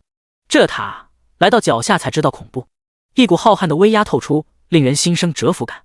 黑夜里，它没有任何光亮，但那体积已经成为焦点，已经不需要再寻找任何存在感。第一层的门上有块门匾，上面写着2个字：龙冢。龙冢！震惊！这是死亡的巨龙所埋葬的地方。难以置信，怎么会是塔？死亡的归处不应该是坟墓吗？入土为安应该不单单是人类的习俗吧？疑点太多，但只能前进。青儿3天不能再让我化为巨龙，这3日若有龙再寻我，我在劫难逃，必须速战速决。今晚只能是今晚。早已想好计划。来到巨塔的大门前，门呈现红色，上面雕刻着龙死亡后将运入其中的画面。用手去推，纹丝不动。给我开！低喝，手臂发力，咔咔咔咔，能开。继续使力，终于将门推开20厘米，可以进入。但愿无事吧。事到如今，没有时间去感慨和后悔，必须争分夺秒。踏步踏入，咔咔咔咔，门缓缓合闭，夜依旧相安无事。只是巨龙的瞌睡声突然齐齐消失，龙域气氛怪异起来。第169章龙语者。叮！你进入龙域龙种，真是龙种！林夕警惕心暴增。卡勒如果被关在这里的话，不是已经龙死了才会进入龙种的吧？这是最差的结果。眼前虽然一片漆黑，但眼中闪着绿色光芒之下，却无法阻止他看清。四周什么都没有，是巨大的广场，没有坟墓的存在，黑色的地板整齐地排列着开去。第一层的宝塔的最广之层约有1000米范围，这应当如何前往下一层？皱眉疑惑，既然是龙种，那龙的尸体呢？蓦然一道声音传来，接走了他接下来想说的话。林夕耸肩，对这声音的出现并不意外，笑道：是啊，龙的尸体或者坟墓呢？身后一位浑身有着火焰在缭绕的男子出现，他身穿火红色的衣袍，身躯魁梧，眼中带着阴翳。早在进入的那一刻，便感知到门的边缘有人存在。好久不见，炎魔。招手问号，脸上带着和煦的笑。是啊，林夕。炎魔眼中闪过金光，没想到当初的蝼蚁居然可以击败恩斯，而且还宰了8岐大蛇，这样的神级巅峰存在，实在难以置信。说着，眼中带着警惕。这家伙侦查术中的属性已经超越仙级中阶该有的水准。紫电天狼，仙级中阶，等级195生命，29000000攻击，237500防御，86500速度，50技能，雷霆之刺，电光火石，急闪，雷霆万钧，杀戮之心，祭月，破戒。简介：回忆起过去的黑发青年，他到底拥有怎样的隐藏能力？他到底是正义的使者，还是灭世的魔王？炎魔感觉心脏抽搐，两个问号到底是什么？正义的使者，灭世的魔王。简介到底在讲什么？你有什么发现吗？感应到炎魔应当在探查自己的属性，也不意外，轻松问。压下内心的杀意，现在不是内讧的时候。恩斯，我会为你报仇雪恨的。炎魔环顾四周说，我进来也没有多久，就在你进入前1个时辰而已，然而根本没有任何发现，这地方仿佛与世隔绝。我们现在所在的第1层只有20米高而已，那上面那些楼层到底如何上去，我也搞不明白。你们当然搞不明白。冷冷的女声出现，清丽悦耳。谁？两人大喝。太突然，让林夕和炎魔都吓了一跳。这声音，炎魔面带惊色，只有那位存在心中闪过一丝异样，眯眼，有本事滚出来！我可不就在你们的面前吗？场景突然转化，周围的黑色地板消失，取而代之的是坚硬的石块。黑暗褪去，光芒充斥视野，眼前再不是空无一物。一条黑色的巨龙，身躯魁梧，却被钉在墙壁上，浑身缠绕着粗壮如树干的锁链。他的表情麻木，似乎经历了非人的对待。那墙壁和碎裂都有着神秘符文闪动，显然经过特殊处理才能困住神级巅峰的卡勒。但这不是最让林夕和炎魔注意的，而是黑龙身前下方有着一位女子，持剑女子。她冰冷的如同万年玄冰的气质，在看见的第一眼别发自内心的出现。五官如画，美如仙，白发在后，青树披肩，若雪的肌肤令所有女子自惭形愧。身上白色铠甲隐隐透着寒意，彰显着不凡。纤细的腰背裹紧，将那婀娜的身姿表达得淋漓尽致。手中一柄金色之剑握着，双眸透露冷电，让人心寒。龙语者，炎魔显然见过，深吸口气，面容肃然。龙语者，灵犀目光微眯，这便是神级巅峰的龙域守护人。很美，但很强。试图用侦查术查看，得出的只是问号而已。他嘴角带着浅浅的笑，我等你们好久了。手中的剑雕刻的金龙，剑刃射人。他举剑指着两人，等我们。两人面面相觑，瞬间了然，看来自己的计谋早就被他们发现。也是，我就认为如此简单的混入龙域有些问题，林夕心中倒也没觉得不正常。现在你们只有一个选择。他身上透出寒气，地面上有霜在凝结，石块发出滋吱的声音，让人浑身难受，甚至颤抖。那寒气冲荡周围，那黑色巨龙睁开眼，炎魔，快跑！你打不过龙语者。咻！金色的剑气打在黑龙的腹部，太凌厉。黑龙那在龙族之中数一数二的坚硬龙皮，居然顷刻破裂，皮开肉绽。哎呀！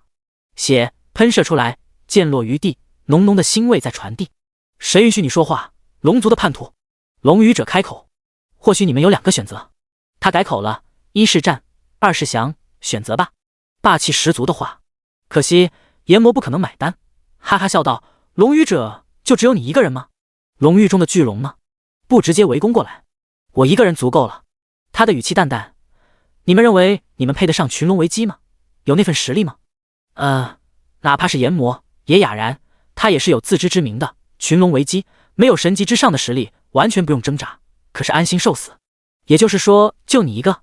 炎魔大笑：“如此，我就放心了。”林夕没有说话，听闻炎魔的话，眼皮猛跳，心中有些警觉。炎魔不过神级低阶而已，那里来的勇气敢挑衅神级巅峰的龙语者？面对这位冰美人，他也感受到无与伦比的压力和危机。你放心就好。他浅浅笑，握紧的手却更紧。不用多言，战吧。他眼中的杀意绽放，双腿微屈，发力弹射而来。砰！地面的碎冰溅落了，石块崩溃了，混乱的气流在冲袭四周。一闪身，已在炎魔身前。轰！剑与火墙碰撞，金色与红色交融。不知何时，炎魔身躯前方陡然出现着浅红色的墙壁，阻挡他的攻击。501204X， 噗！鲜血从炎魔口中溢出。这就是你放心的资本？龙语者的眼毫无波澜，如同寒潭。我说过，我放心了。炎魔咧开嘴，牙中带血，难看的笑。是吗？似乎被挑衅出了火气，他的表情渐渐冰冷，双眸裹挟锋利的小刀般，让人产生割破肌肤的疼痛。再次劈砍火墙，直接将其碎裂成渣，然后急速退开。落于远处，突然那把金色的剑抖动，温度大减，从温暖到零下，仅仅数秒。这份威势太骇人。炎魔的笑戛然而止，嘴角下垂。林夕，你还不出手？耸肩，无奈罢手。我为什么要出手？你……炎魔眼中裹挟着压抑的杀意。暴虐，这狗杂种迟早要你付出代价。但现在翻脸可不是好事，老子必须忍。退一步，海阔天空。努力抢笑。林夕，无论有何仇怨，我们都同是黑暗阵营的，总要帮忙吧。退一万步讲，你不帮我，待会龙语者自然我收拾你，你又怎么可能会好过？颔首，表情严肃，认同道：“你说的很对。如此，你是愿意出手了？”炎魔惊喜道，心中却在冷笑：“你还是太嫩。”没错，我愿意出手。林夕突然开始活动四胳膊，大力的前后挥舞。等我热下身，这里太冷，我必须适应下。毕竟是零下的温度，实在难受。然后趴在地上开始俯卧撑，1、2、3，做了3个，直接倒地不起，气喘吁吁，面色涨红，似乎很是吃力。不行了，我需要休息下。炎魔，你给我争取时间。炎魔，龙语者，第170章，龙陨之日。炎魔大怒：“你耍我？”林夕无辜道：“没有啊，只是锻炼脱力而已，总要休息吧。”他深吸口气，不语。仙级中阶还会脱力？龙语者冷笑：“炎魔，看来你和此行的同伴关系挺不错。”是啊。炎魔狞笑：“反正无论是谁都要死，什么同伴不同伴的，我完全不知道你在说什么。”滋滋，他举剑射来，不再多言。给我挡住！炎魔大喝。炎魔护盾。红色的墙壁消失，取而代之的是一块火焰组成的盾牌，表面如同狰狞的恶魔，有着恐怖难看的五官的一张盾牌。破！龙语者轻喝，金色之剑化为金龙。隐隐间，龙在咆哮，宛若真实存在。轰！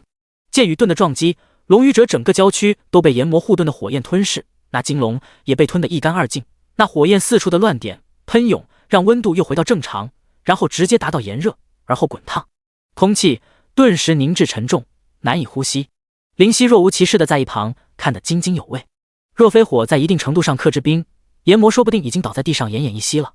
心中判断两人高低，这反抗已经很是精彩，只是可惜。突然叹气，炎魔已经很尽力，可是龙语者还未发力。护盾后方，炎魔不断是大口呼吸，汗流浃背。他作为火焰的化身，肯定不是被热出来的汗，而是惊出来的。毕竟对手实在太恐怖，龙域的最强者、守护者，那可是只有魔族前3强者都不能忽视的存在。挡住了！炎魔气喘吁吁，庆幸道：“还好。”话语凝固，陡然，护盾的火焰突然发出咔咔之声。火焰很顽强，没有熄灭，这很好。只是整个被冻住了。白色的冰蔓延于炎魔护盾的火焰之上，寒气席卷，将热意驱赶。温度又从上百摄氏度有降落至零下100度。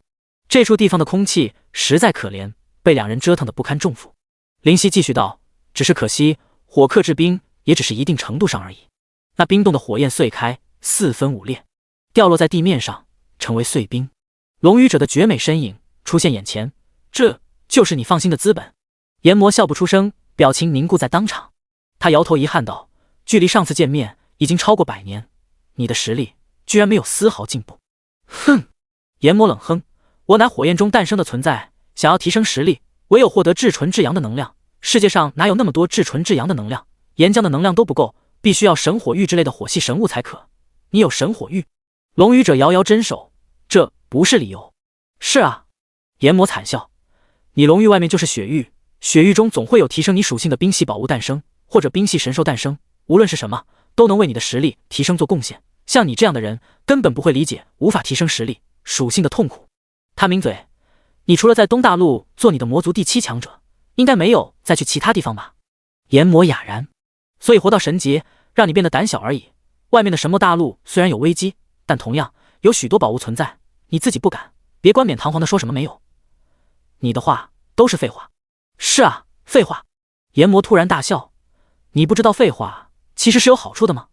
拖延时间，还是苟延残喘？”他冷笑：“你待会就知道。”嗨嗨，口中再出吐血。显然炎魔护盾的破碎让他受到的伤害很大。炎魔，难道你真的成功的？被锁链困于10强之上的黑龙震惊，似乎想到什么。每次我成功的采集到烈阳花、天域草、神乱核、东来香等神物，制成传说中的神药。炎魔大笑：“烈阳花、天域草、神乱核、东来香等神物。”林夕惊疑不定，询问林青：“青儿，你听说过这些东西吗？”青儿居然又没有得到回应，无语。难道在和彼岸花聊天不成？我只是被炎魔的话吓到了。吓到？怎么？这些东西很珍贵？很珍贵，非常稀少，稀少到每一样都起码是仙级，甚至有些是神级的层次。林青说道。仙级，甚至神级？深吸口气，问：又这么多东西制成的，到底是什么？是林青娜娜？是什么？林夕再次问。让神级宝物血色妖莲精成这样，这可是他听闻地狱之花都没有这副模样。莫非这玩意比地狱之花还要珍贵？显然不是。是春药。林青似乎很难为情。林夕，嗨嗨，感觉被噎到，懵了。春药？就是春药。林青重复道，而且不是一般的春药，是烈到世界上无人可挡的春药。所以，林夕眼睛看着大笑的炎魔，嘴角一抽，他想给龙语者下春药。然后，应该就是这样。林青点头。扶额无力吐槽，这就炎魔的点子。他要怎么下春药？用那么多稀有神物制造的春药会很简单。林青忍不住道：“难道是无色无闻，呼吸下空气就会沉沦欲海，男的人畜不分，女的变成荡妇？”惊奇问：“这是地球上看一些低俗小说才出现的桥段，再如何也不可能有那么恐怖的东西吧？最多就是迷药而已，神级巅峰的强者能中招，差不多吧？”然而居然得到认同的回答。真的？林夕陡然面色大变，同样面色大变是还有龙语者。两人立刻屏住呼吸。你觉得现在闭气还有用吗？炎魔舔嘴，阴翳的眼神在龙语者的身上不断移动。这么好的身材，老子一辈子都玩不腻。厉害啊，炎魔！黑龙也是激动吼叫，没想到你居然成功制造出天下最强的春药，看来这神魔大陆上所有的绝色女子都逃不过你的魔爪。这是自然。炎魔得意道，到时候爱丽丝、夏娃我都要好好的玩弄，可别忘了兄弟我。黑龙道，放心，少不了你的。这时候炎魔大气得很。林夕听见他们的话，心中大骂，这就是2只好色到极点的色魔呀，简直该人到毁灭。你们这群垃圾！龙语者娇躯颤抖，面色通红，怒喝：给我死！手中的金色宝剑射出无法直视的光，无数的金龙从剑内疯狂钻出，缭绕在其周围。地面上的石块碎开再碎开，跳动又跳动，那些石块都直接浮于空气。空气散发令人窒息的危机，犹如一条恐怖神龙用眼睛在注视着。林夕的胸口闷闷的，这是要施展大招？凝重的表情不得不出现，连瞳孔都在收缩。神级巅峰强者的底牌怎么可能会弱？吼吼！金龙虚影悄然出现，腰角怒吼，金色已经成为在场的主色调。地面、墙上所有角落都抹上金粉。黑龙怒吼：“龙语者，你疯了！你们逼的！”他喘气，酥胸起伏，眼中带着彻骨的寒意和怒意。地面上结冰，白色迅速蔓延，1秒、2秒、3秒，仅仅3秒，整个空间大约1000米，通通冻结，思想都要被冰冻的寒在席卷，在汹涌。金龙嘶吼声凄厉，冰霜之中寒气声凌冽。龙陨之第171章挣扎。吼吼吼！金龙的虚影疯狂挣扎，周围的寒气拼命席卷。炎魔笑不出声，大声喊：“卡勒，这是什么？”技能2字未出，黑龙卡勒大声咆哮：“不要啊！龙语者，不要放这个技能！炎魔，快把春药收回去，收回去！”怎么收？无奈道：“这玩意我自己也受不了。”龙语者浮于空中，眼中是无神的，瞳孔是白色的。没有人能亵渎我。他的声音冰冷至极，单单闻言便感受到发自内心的恐惧。你们都去死吧！金龙陡然全身化为灰色，那是充斥死亡意味的灰，然后嘶吼冲杀而来，向着炎魔，向着卡勒，向着灵犀。这是无差别的全范围攻击，逼人的寒气和死意在空中流转，在心中流转。这可了不得！灵犀眯眼，手中出现一张红色卷轴，毫不犹豫撕开。叮！你使用禁咒烈焰守护之罩，在护盾消失之前免疫一切伤害，唯有使用禁咒才能逃脱一劫。这龙陨之太逆天！灰色的巨龙将整个空间占据，炎魔和黑龙消失在灰色的海洋，没有惨叫，只有寒气呼啸，无法逃避，只能狼狈挣扎。塔外，巨龙包围在周围，这是龙域的所有具有战斗能力的龙，太多，上千巨龙都在飞，火龙、水龙、土龙、风龙、黑龙一应俱全。这是龙的盛典，群龙的主场。在最前遭有着一只黑龙和金龙，这2只相比其他，体型、威势都不可比较。那些周围的龙都带着敬意和惧意，他们是巨龙中的王者，龙神云溪以及龙族第一高手黑龙敖江。那黑龙也就是敖江出口问：“龙神大人，龙语者大人不会有事吧？”“不会。”那条金龙也就是龙神笃定道：“龙语者的实力比我都要强不少，一个仙级中阶，一个神级低阶，怎么可能会是对手？”“我觉得也是。”黑龙敖江放下心，想想也不会有什么意外。作为神级高阶的他，知道神级的每一个阶级的属性增加之夸张。龙神瞥了眼他：“敖江，龙语者是不可亵渎的。”这话不是白痴都知道是什么意思。敖江表情一凝：“龙神大人，为什么？”“因为从他成为龙语者的那一刻，不允许拥有爱情。”龙神摇头，似乎有些遗憾：“这是祖训，每一代的龙语者实力都能达到神级，这一代更是惊人，他已经达到神级巅峰的顶点，距离神级之上只有1层纸的距离。若是只有神级中阶的龙语者，我可以破去祖训，尝试说服，但是这一代不行，他必须保持冰清玉洁，因为只有如此才能冲击神级之上。你可懂？”长篇大论的和敖江说那么多，可见龙神是多么看着敖江。“我懂了。”敖江目光闪烁，语气恭敬：“你若能明白就好。”龙神叹气：“而且此代龙语者不是否因为属性为冰，性格格外的冰冷淡漠，若逼他，我怕他直接卸去龙语者之职。”敖江疑惑：“不是一旦接受龙语者一职便无法卸去，否则将受到群龙的围攻和诅咒吗？”龙神瞥了下他，眼神凌厉，让敖江不要多言，一切都是相对的，群龙若不是龙语者对手，便不是灾难，诅咒请人破去也就不存在了。敖江顿时感觉心中微冷，自己问的有点多了，但即便如此，龙神也不责怪，可见对其之器重。龙于空中飞舞，耐心等待着。咔咔，禁咒护盾碎裂，转眼消失，其中所用时间不过3米。灵犀瞳孔猛缩，这威力！再次拿出一张蓝色卷轴，撕开，化为蓝光，在红色护盾消失之时，代替其保护灵犀安全。叮！你使用卷轴技能冰霜之神的守护，在护盾消失之前免疫一切攻击，同时你也无法攻击。现在可不需要发起自寻死路的攻击。那寒气即便没有感受，也知道多么剔骨。无尽灰色巨龙仍旧不息不止不停，身躯腰脚不休，冲击着大地、墙壁、护盾，发出各种各样的声音。早在护盾的帮助下，周围出现半圆形的凹陷，凌厉的风刮在护盾之上，划出道道痕迹。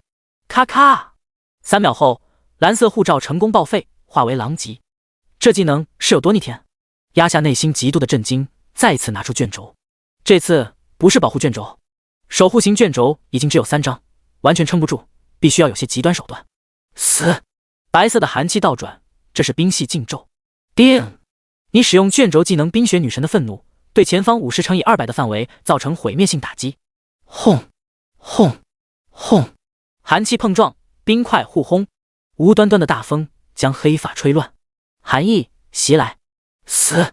倒吸口冷气，身躯颤抖一下，脊梁骨中一股冷气从下方袭来，这是连神级也无法忍耐的寒意。附近已经看不清东西，唯有白雾、冰霜、灰龙，无数的冰锥出现在灵犀的上方，然后射出。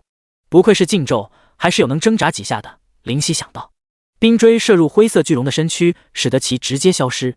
1条、2条、3条，2条附近的灰龙都消失殆尽。熬过去了，惊疑不定，但不敢放松。吼！数十条灰龙涌来，肆意翻腾，在冰冷的寒气中滚滚汹涌。卧槽！忍不住大骂，拿出一张绿色卷轴。叮！你使用森林女神的守护，免疫一切攻击，直到护盾消失。砰！首当其冲的灰色巨龙被挡在绿色护罩的外面，无法进入。好险！擦汗苦笑，不愧是普拉达，这任务简直坑爹，这龙语者简直变态无敌了。一个技能，哪怕是大招，消耗了整整3张防御卷轴和1只攻击卷轴了，居然还没有消失或者虚弱，这简直是操蛋。为了3颗神丹，现在只能玩命。灵犀的心头在滴血，这些珍贵的卷轴可是用1张少1张，都是一次性宝物，无法反复使用的。灰色的巨龙和白色的巨大冰石还在纷乱中咆哮，绿色的护罩却迎来破碎的预兆。咔咔，随之而起的是无奈的苦涩微笑。还有2张防御卷轴以及8张攻击卷轴，我就不信我熬不过去。灵犀咬牙发狠，再次取出储物戒指中寥寥无几的卷轴。这已经只是能卷轴了，自己除非使用祭月，否则立刻化为冰雕，然后成为碎末。这便是龙语者的实力。龙陨之日，恐怖如斯。第172章炎魔之死。这样的技能下，炎魔和卡勒都必死无疑吧。灵犀突然想到，并非自己一人受到这般冲击，或许炎魔和卡勒才是最主要的受害者，也未可知。砰！终于，绿色的护罩碎裂，给我扛住！撕开1张红色卷轴。火克冰，按理来说应当撑得久些。叮！你使用卷轴技能烈焰巨人，对敌方单位发起堪比神级中阶的禁咒攻击。吼！伴随吼叫，浑身燃烧着烈焰的巨人出现，体型巨大，威势不凡。周围寒气中带起暖意。滋滋！冰霜与火焰组成的巨人顷刻间汇合，冰与火一时间成为主旋律。干得漂亮！烈焰！话语戛然而止，寒冰熄灭了烈焰巨人身上的火焰，将他冻结。嘴角抽搐，我去你大爷的！转眼间化为巨大冰雕，而后碎开成为碎石，而灵犀在其身下，自然是往他身上砸来。才坚持5秒，无力吐槽，立刻撕开1张守护卷轴。黄色的护罩出现，挡住一切。如此，依靠这最后的守护卷轴和使用2张攻击卷轴，终于熬过整整1分钟。这1分钟太漫长。见到灰色巨龙消失，灵犀松了口气，总算是熬过去了。砰！最后的护罩破碎了，再没有抵御的手段。寒意犹在。在浴室之前所发生的事，冰霜满地，零碎的冰与霜混杂一块，地面狼藉成可怜模样。咔嚓！他在冰霜的地面上发出的声音很是清脆，踩断许多弱小的冰锥和碎块，将它们踩成粉末碎渣。龙语者怎么样了？炎魔和黑龙又如何？缓缓前进，心中警惕。眼前出现一个浑身都是冰霜的人，躺在地上奄奄一息。炎魔一眼便认出，眼皮一跳，这样都不死，神级是有多顽强？不过除了惊讶，也无其他。侦查术，炎魔狄拉克，神级低阶，生命5856758000000000，58亿的生命。愕然，不是吧？神级低阶就有如此夸张的生命值？然而现在却只有5万多的生命，可见其受伤之严重，龙语者的恐怖之处。来到其身边，蹲下。你没事吧？嗨嗨！炎魔狼狈咳嗽，无力道：“你绝对我像是没事的样子，还活着，不就是没事吗？”灵犀笑道：“你为什么没事？这才是炎魔真正关心的东西。龙陨之日，可是龙语者的最强之技，以这带龙语者神级巅峰的实力打出，即便是神级之上都要受到不小的伤害。小小的仙级中阶，即便属性达到神级中阶，可是没有神级中阶该有的生命，如何扛过？更何况毫发无损。问得好！林夕竖起大拇指，赞道：“这个问题很好，我可以回答你，是因为我在日本的国库中得到的禁咒卷轴。”原来如此。炎魔苦笑，居然还有这样的宝物。黑龙卡勒死了没？林夕问。应该没有，毕竟是排名第4的强大存在，没有那么简单就陨落。为什么不会如此简单的陨落呢？林夕忍不住问。哼！炎魔冷哼道，作为魔族前10的存在，怎么可能没有压箱底的保命玩意？就连承受了绝大部分的我都能活下来，卡勒那家伙自然也能。原来如此，点头表示认同。嗨嗨！炎魔剧烈咳嗽，踉踉跄跄起身。林夕表情淡漠，你知道我为什么回答你我能承受龙陨之日的原因吗？他的眼睛陡然睁大。喂，什么2字未出？因为他已经知道原因了。低头，一把暗淡的细剑穿过了他的胸膛。他的眼睛瞪得死死的，想知道原因。大地巨人是你兄弟？林夕问，却很是肯定，耸耸肩，很抱歉，你懂的。我就知道当初不应该投票。炎魔的眼血丝布满，不甘、愤怒、恐惧。不甘就此死去，他还有辉煌的人生；愤怒别他背叛，明明同是黑暗阵营；恐惧那一双眼，那是一双怎样的眼？林夕表情淡然到极点。你该死！拔去听风，噗！挥剑将剑身沾染血液剑去。叮！你击杀225级神级低阶领主炎魔，获得经验+10000000000。轰！轰！轰！数道金光散落。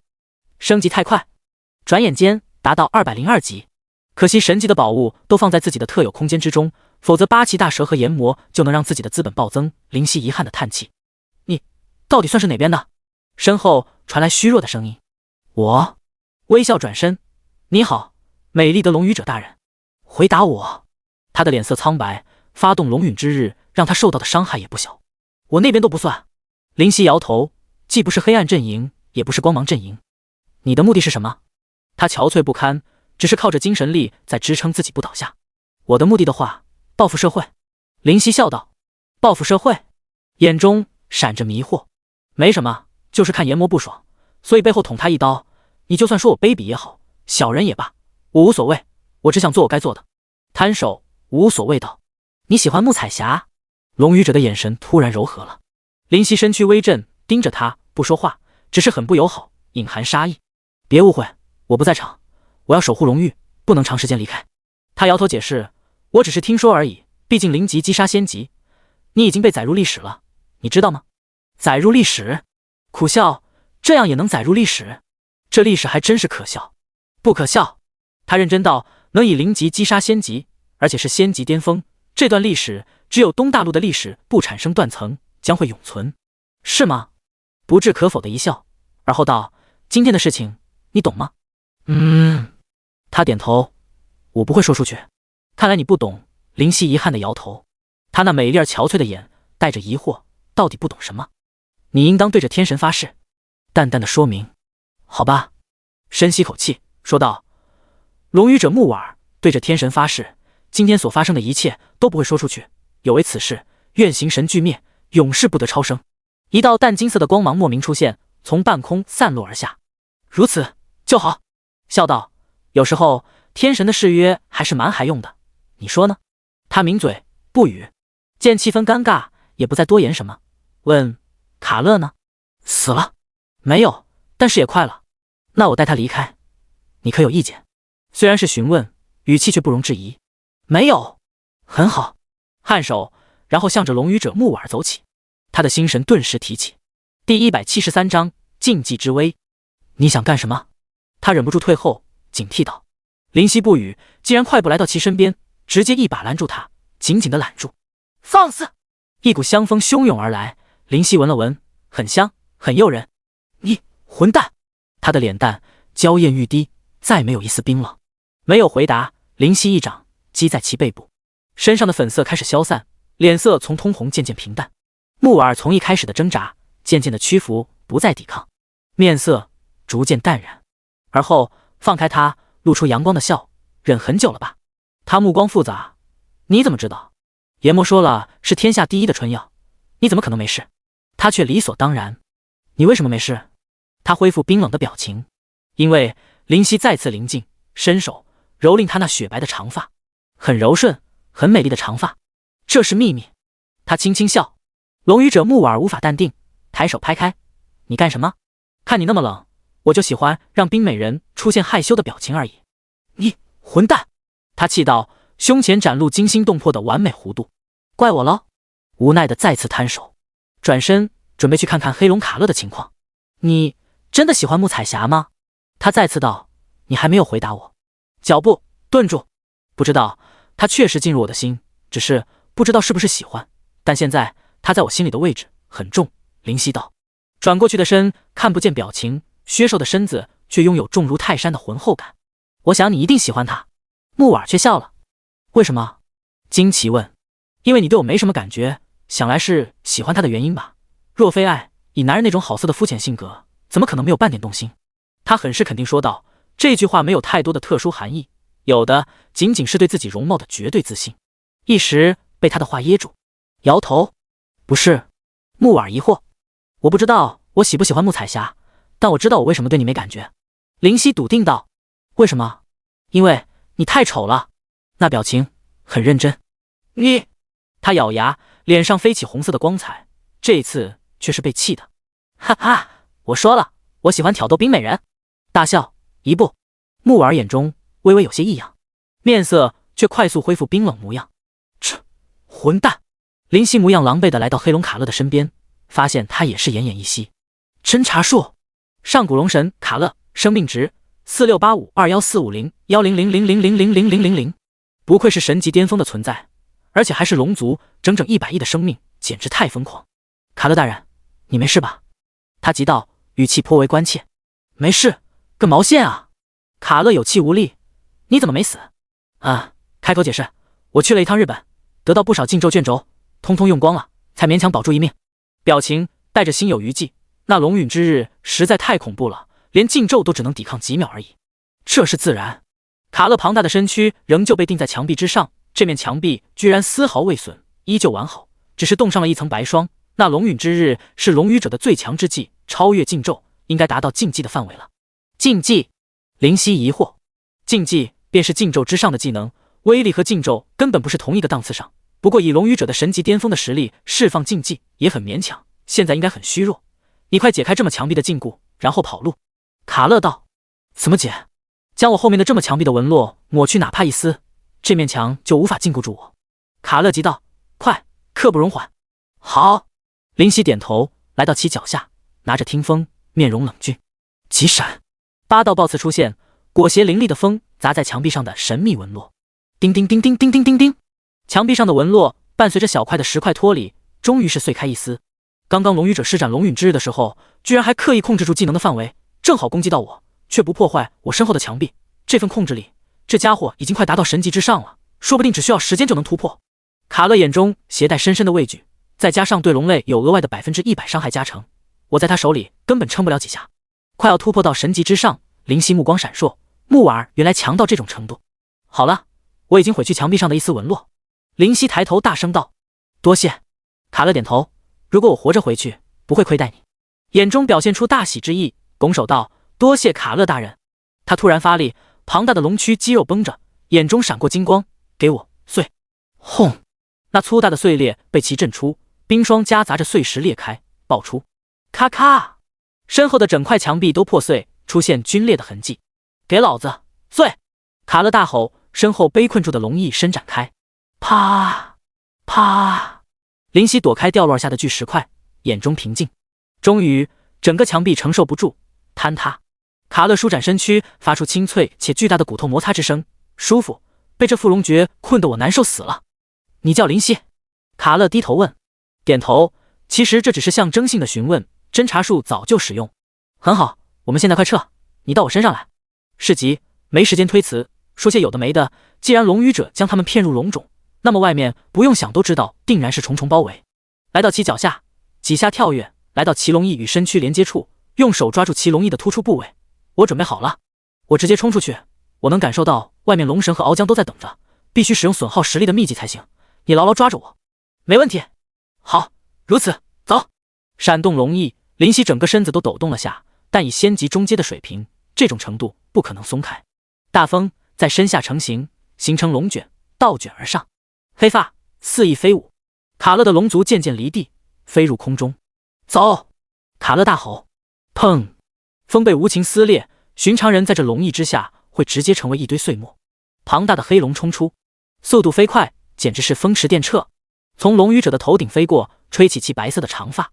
卡勒瞥见他冰冷的表情，浑身打了寒战，必须趁着现在他正陷入使用禁忌的虚弱状态下赶绝跑。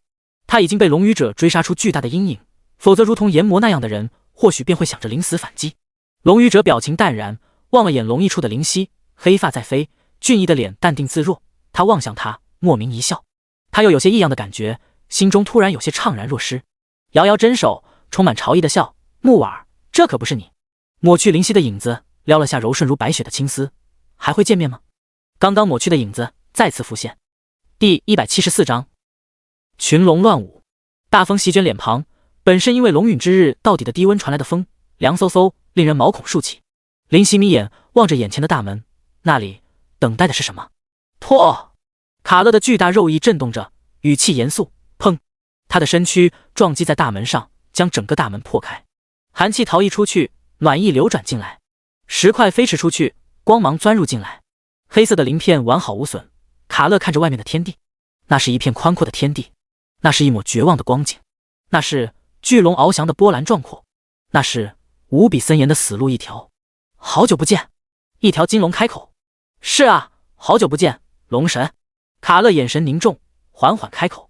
不出所料，外面是重重巨龙的包围，森严铺天盖地，所有的龙皆为仙级，双翼震动，使得这里成为了风的汇聚之地。你是我龙域的叛徒，我们可以忍受；你是我龙域的耻辱，我们可以忍受；你是我龙域的罪人，我们忍不可忍。金龙腰角于天，遮天之意，让璀璨的阳光成为奢望。嗷嗷嗷！群龙的咆哮震天，群龙的飞舞遮地。龙语者呢？金龙身边，黑龙喝问。龙语者？卡勒狞笑，她很漂亮，可惜了。说完，舔了舔嘴唇。混账！黑龙大怒，斩翼冲来。林夕，你还有卷轴吗？卡勒急问。现在刻不容缓。有。事到如今，不是心疼是时候。一旦卡勒死去，他也不会好过。那还在等什么啊？卡勒咆哮，毕竟是神级巅峰，与龙神比较，实力也不逊色的存在，怎么可能弱？巨大的音波以他为基准，扩散、爆炸，空间震动，隆隆作响，令众多巨龙无法靠近。从戒指中拿出一张黄色卷轴，撕碎，黄色的光芒暴涨，天空之中突然出现大量的陨石，擦着空气，冒着火光。叮！你使用禁咒卷轴大地的愤怒，对周围500乘以500造成5000万的固定伤害。这已经是神级巅峰的禁咒，为数不多，是林夕一直珍藏不肯用的。现在心疼也顾不得了。那巨石陨落，滚滚而下。怎么可能？禁咒卷轴在东大陆还有。龙神震怒，金色的鳞片散发着光芒。砰！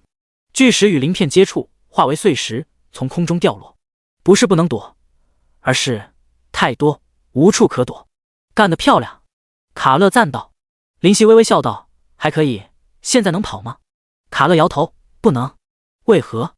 这个禁咒威力是大，但是龙族不是吃素的，群龙乱舞，看似混乱，其实是一种阵法，群龙才能用的阵法，一般情况没有神级之上，只会被活活耗死。卡勒道，语气不见轻松。阵法？眼皮一跳，望去，果然有门道。那巨石落于其他巨龙身上，却出现一层金色的护罩，挡去一层冲击，然后再落于其身上，威力却大不如前。能破开这阵法吗？低声问。这个阵法的核心是龙神，不可能破开，除非龙神陨落。卡勒摇头。那怎么办？苦笑不已。很简单，阵法虽然不可破，但以点破面，可以稍微使得阵法出现漏洞。说白点，就是朝一个方向进攻，破开一个洞，这样阵法虽然在，却无法困住我们。我生命不多，你有什么强效的恢复药物没有？卡勒瞥了眼灵犀，心中冷笑。你身为神级，专属空间里没有恢复药，要向我要？你觉得我会信？你觉得我会给？事到如今，还想着占便宜？不愧是和研磨一样的垃圾。哼，现在你姑且再活段时间吧，好好珍惜。摇头，遗憾道：“没有。”卡勒点了点巨大的龙首，没有就算了，你这禁咒不错，让我有机会查看薄弱点。他不断扫视，群龙因为大量从天而降的巨石，阵脚微乱。毕竟大部分龙族属于仙级之列，对于禁咒还要慎重对待。有了，卡勒眼中一亮，冲向西方位置，那里的龙族稍弱。混账！那条黑龙，也就是鳌江，咬牙切齿冲来，不顾巨石，滚开！卡勒大吼：“冲去！”你才是！鳌江不甘示弱，轰！两条以肉体强度著称的黑龙碰撞在一起，气浪飞出，声大如雷。砰！淡金色的护罩顷刻碎去，而后龙躯接触，咔咔咔，龙骨在摩擦撕裂。-34224-558，-68521-452。噗！鳌江吐血倒退飞出。嗨嗨！卡勒一血，却得意大笑，就凭你也敢和我玩命？我成为龙族第一强者之时，你还没出生呢。这时巨石却已经消失，禁咒时间已过。灵犀，还有卷轴吗？必须要争取时间。卡勒斩钉截铁。没有。摇头，最后5张攻击卷轴了，还是要省着点。这卡勒会没有压箱底的东西？打死灵犀都不信。如此就没有办法了。卡勒点头，眼中寒光烁烁。这小子已经没有用处，不如直接。算了，卡勒立刻否决。这家伙好像是普拉达的兄弟，还是要给点面子。再说他来救我，我弃他不顾，定然要被黑暗阵营耻笑，也让愿意站出来帮我的人心寒。电光火石间，想法一闪而过。灵犀看着他不语，内心却在冷笑：你这表情有点问题啊！哦，一条火龙喷吐龙息，熊熊烈焰射来，他赫然便是科萨。死吧！他大吼：妈的，仙级中阶也敢放肆！卡勒瞪眼，火气出来了，自己神级巅峰是这么容易挑衅的？张开血盆大口，黑色的火焰顿时汇聚，成为黑色圆球，喷吐而出。轰！红与黑的交融，在空中出现绚烂的火花，化为灼热地带。最后还是黑色火焰胜出，消灭所有的红色火焰，冲向科萨。轰！在科萨惊骇欲绝的表情中，黑色的火焰包裹住了他。啊！惨叫陡然出现，甚至庞大的身躯坠落，那周遭的淡金色护罩可是碎开。卡勒嘿嘿笑：妈的，和我比龙息，你还太嫩了。灵犀看着，忍不住点头。作为神级巅峰的强者，没有一个是弱小的角色。哦！见火龙落下，其他巨龙发狂，红色、蓝色、黄色、绿色，各种各样颜色的缤纷龙息袭来，其中夹杂着一抹璀璨的金色的龙息，那是龙神的龙息，威力不可与其他巨龙比较。卧槽，要不要这样？卡勒哇哇大叫，立刻飞奔逃离。其他的龙息中了也就中了，没什么大不了的，龙神的龙息也不是闹着玩的。那金色的能量太令人胆寒。卡勒飞速避开金色龙息，擦肩而过，连四周的空气都泯灭了。那金色的光芒太快了，若非躲闪及时，险些中招。砰砰砰！其余的龙息虽然有很大一部分砸中他，但所幸无大碍。好险！擦汗，连龙翼处的灵犀也是提心吊胆。老铁，求稳啊！第175章黑色龙卷风暴。现在怎么破？灵犀问。这个，卡勒额头冒汗，周围的群龙太多了。龙息还在持续，化为无数彩色光芒组成的蜘蛛网，而卡勒则是其中的猎物，逃无可逃。没办法了，深深的吸气，卡勒身边出现一道黑色的光芒，身边的风突然缭乱了，突然躁动了，似乎在预示着什么。龙躯上的肌肉绷着膨胀，鳞片内的血液在汩汩流动，声音清晰可闻。那狰狞的龙首表情有些无奈，又有些痛楚。龙神金色的瞳孔收缩，感到一丝不对劲，这股能量的汇聚太庞大。卡勒这叛徒还有反抗之力？他真的有反抗之力？他心中惊疑不定。龙羽者显然对其造成的伤害非常大，通过侦查术可以看出其生命值低的可怜。卡勒黑色的龙首转过来，对着灵犀道：小子，这次你帮我，我自然不会丢下你，让你见识一下我的绝招吧。若非龙羽者实在强大，我这绝招可以让我天下无处不可去。灵犀感激道：多谢卡勒大人。内心却是冷笑：你这话说的意思是为了我才使用的？那没有我，你又该怎么突破这群龙的围绕呢？还不是一样？他点头，而后眼中金光闪过，咬牙发狠：看我的黑色龙卷风暴！黑色的能量开始在周遭汇聚，大风更加的混乱不堪。卡勒的气息突然暴增，威势突升，大风吹出，响着每一只巨龙的身躯上吹动，气流实在太剧烈了。哦！龙神时刻注意着，此时一口龙息喷吐而出，这口龙息比上次更加恐怖，显然经过酝酿。金色的能量在空中疯狂迸射，令时光都仿佛凝固。那龙息如同光柱，天地都要黯然失色。金色光柱从上而下砸向卡勒，然而他却咧嘴笑了：“我的绝招可不是你单单一口龙息可以击败的，龙神，这就是群龙乱舞的缺点，无法使用大范围的技能，以免误伤。龙息虽然威力巨大，但也仅仅如此，不可能和你真正的手段比较，这是限制你的地方。”轰！身边的磅礴黑色能量在周围抵消璀璨龙息，黑羽金的消磨持续着，震动空间。气浪太强大，哪怕身处群龙阵法之中，巨龙有着淡金色的护罩保护，也是被冲击的到处摇摆不定。两股光芒太亮，刺入所有生命的眼睛，哪怕数千里外也可以清清楚楚的看见。那股威能让所有巨龙都是呼吸微滞，这便是神级巅峰之间的战斗，恐怖如斯。嗨嗨！卡勒口中一血，眼中却带着疯狂，大吼：“就这点威力也想让老子死？开什么玩笑！”黑色的能量暴涨，泉涌般将金色吞噬。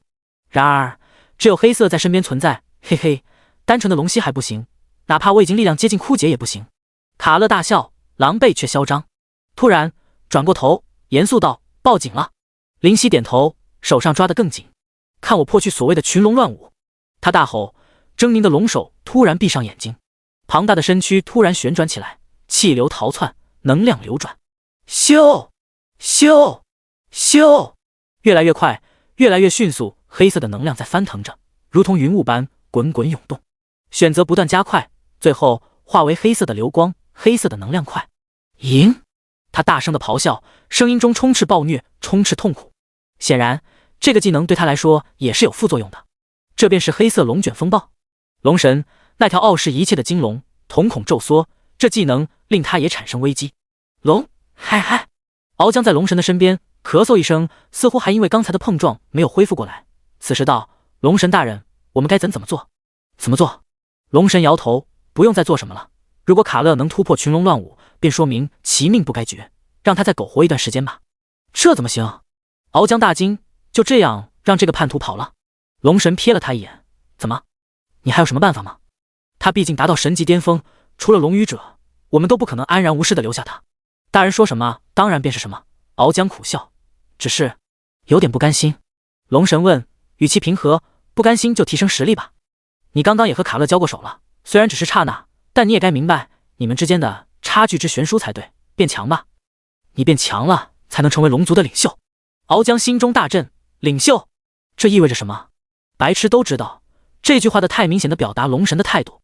激动道：“多谢龙神大人的扶持，这是你是实力应当得到的培养。”龙神摇头，而后不语，看向那黑色的能量块。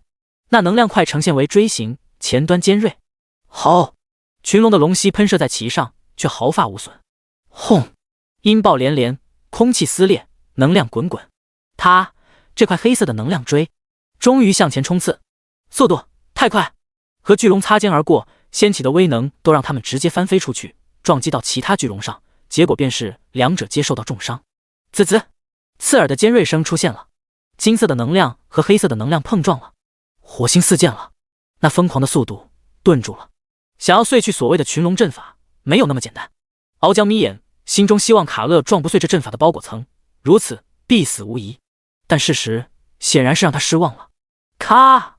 金色的护罩裂开了，哪怕在尖锐的黑色能量锥的冲击下，只是裂开一丝，也是裂开，毋庸置疑。于是敖江的表情凝固，于是龙神的瞳孔收缩，于是群龙的呼吸停滞，于是时间冻结在这一刻。那裂纹在缓缓蔓延，黑色的能量伴随旋转而澎湃汹涌。咔咔！转眼间，那块区域布满蜘蛛网。啪！金色的玻璃般物品脱离，晶莹的碎片在熠熠。终于没有阻挡，那能量锥无龙可阻，只是眼睁睁选择观看。射出，让音爆再起。方向是龙域出口。群龙在空中却失去目标，追不上，那速度根本无法追上，望尘莫及。他真的做到了。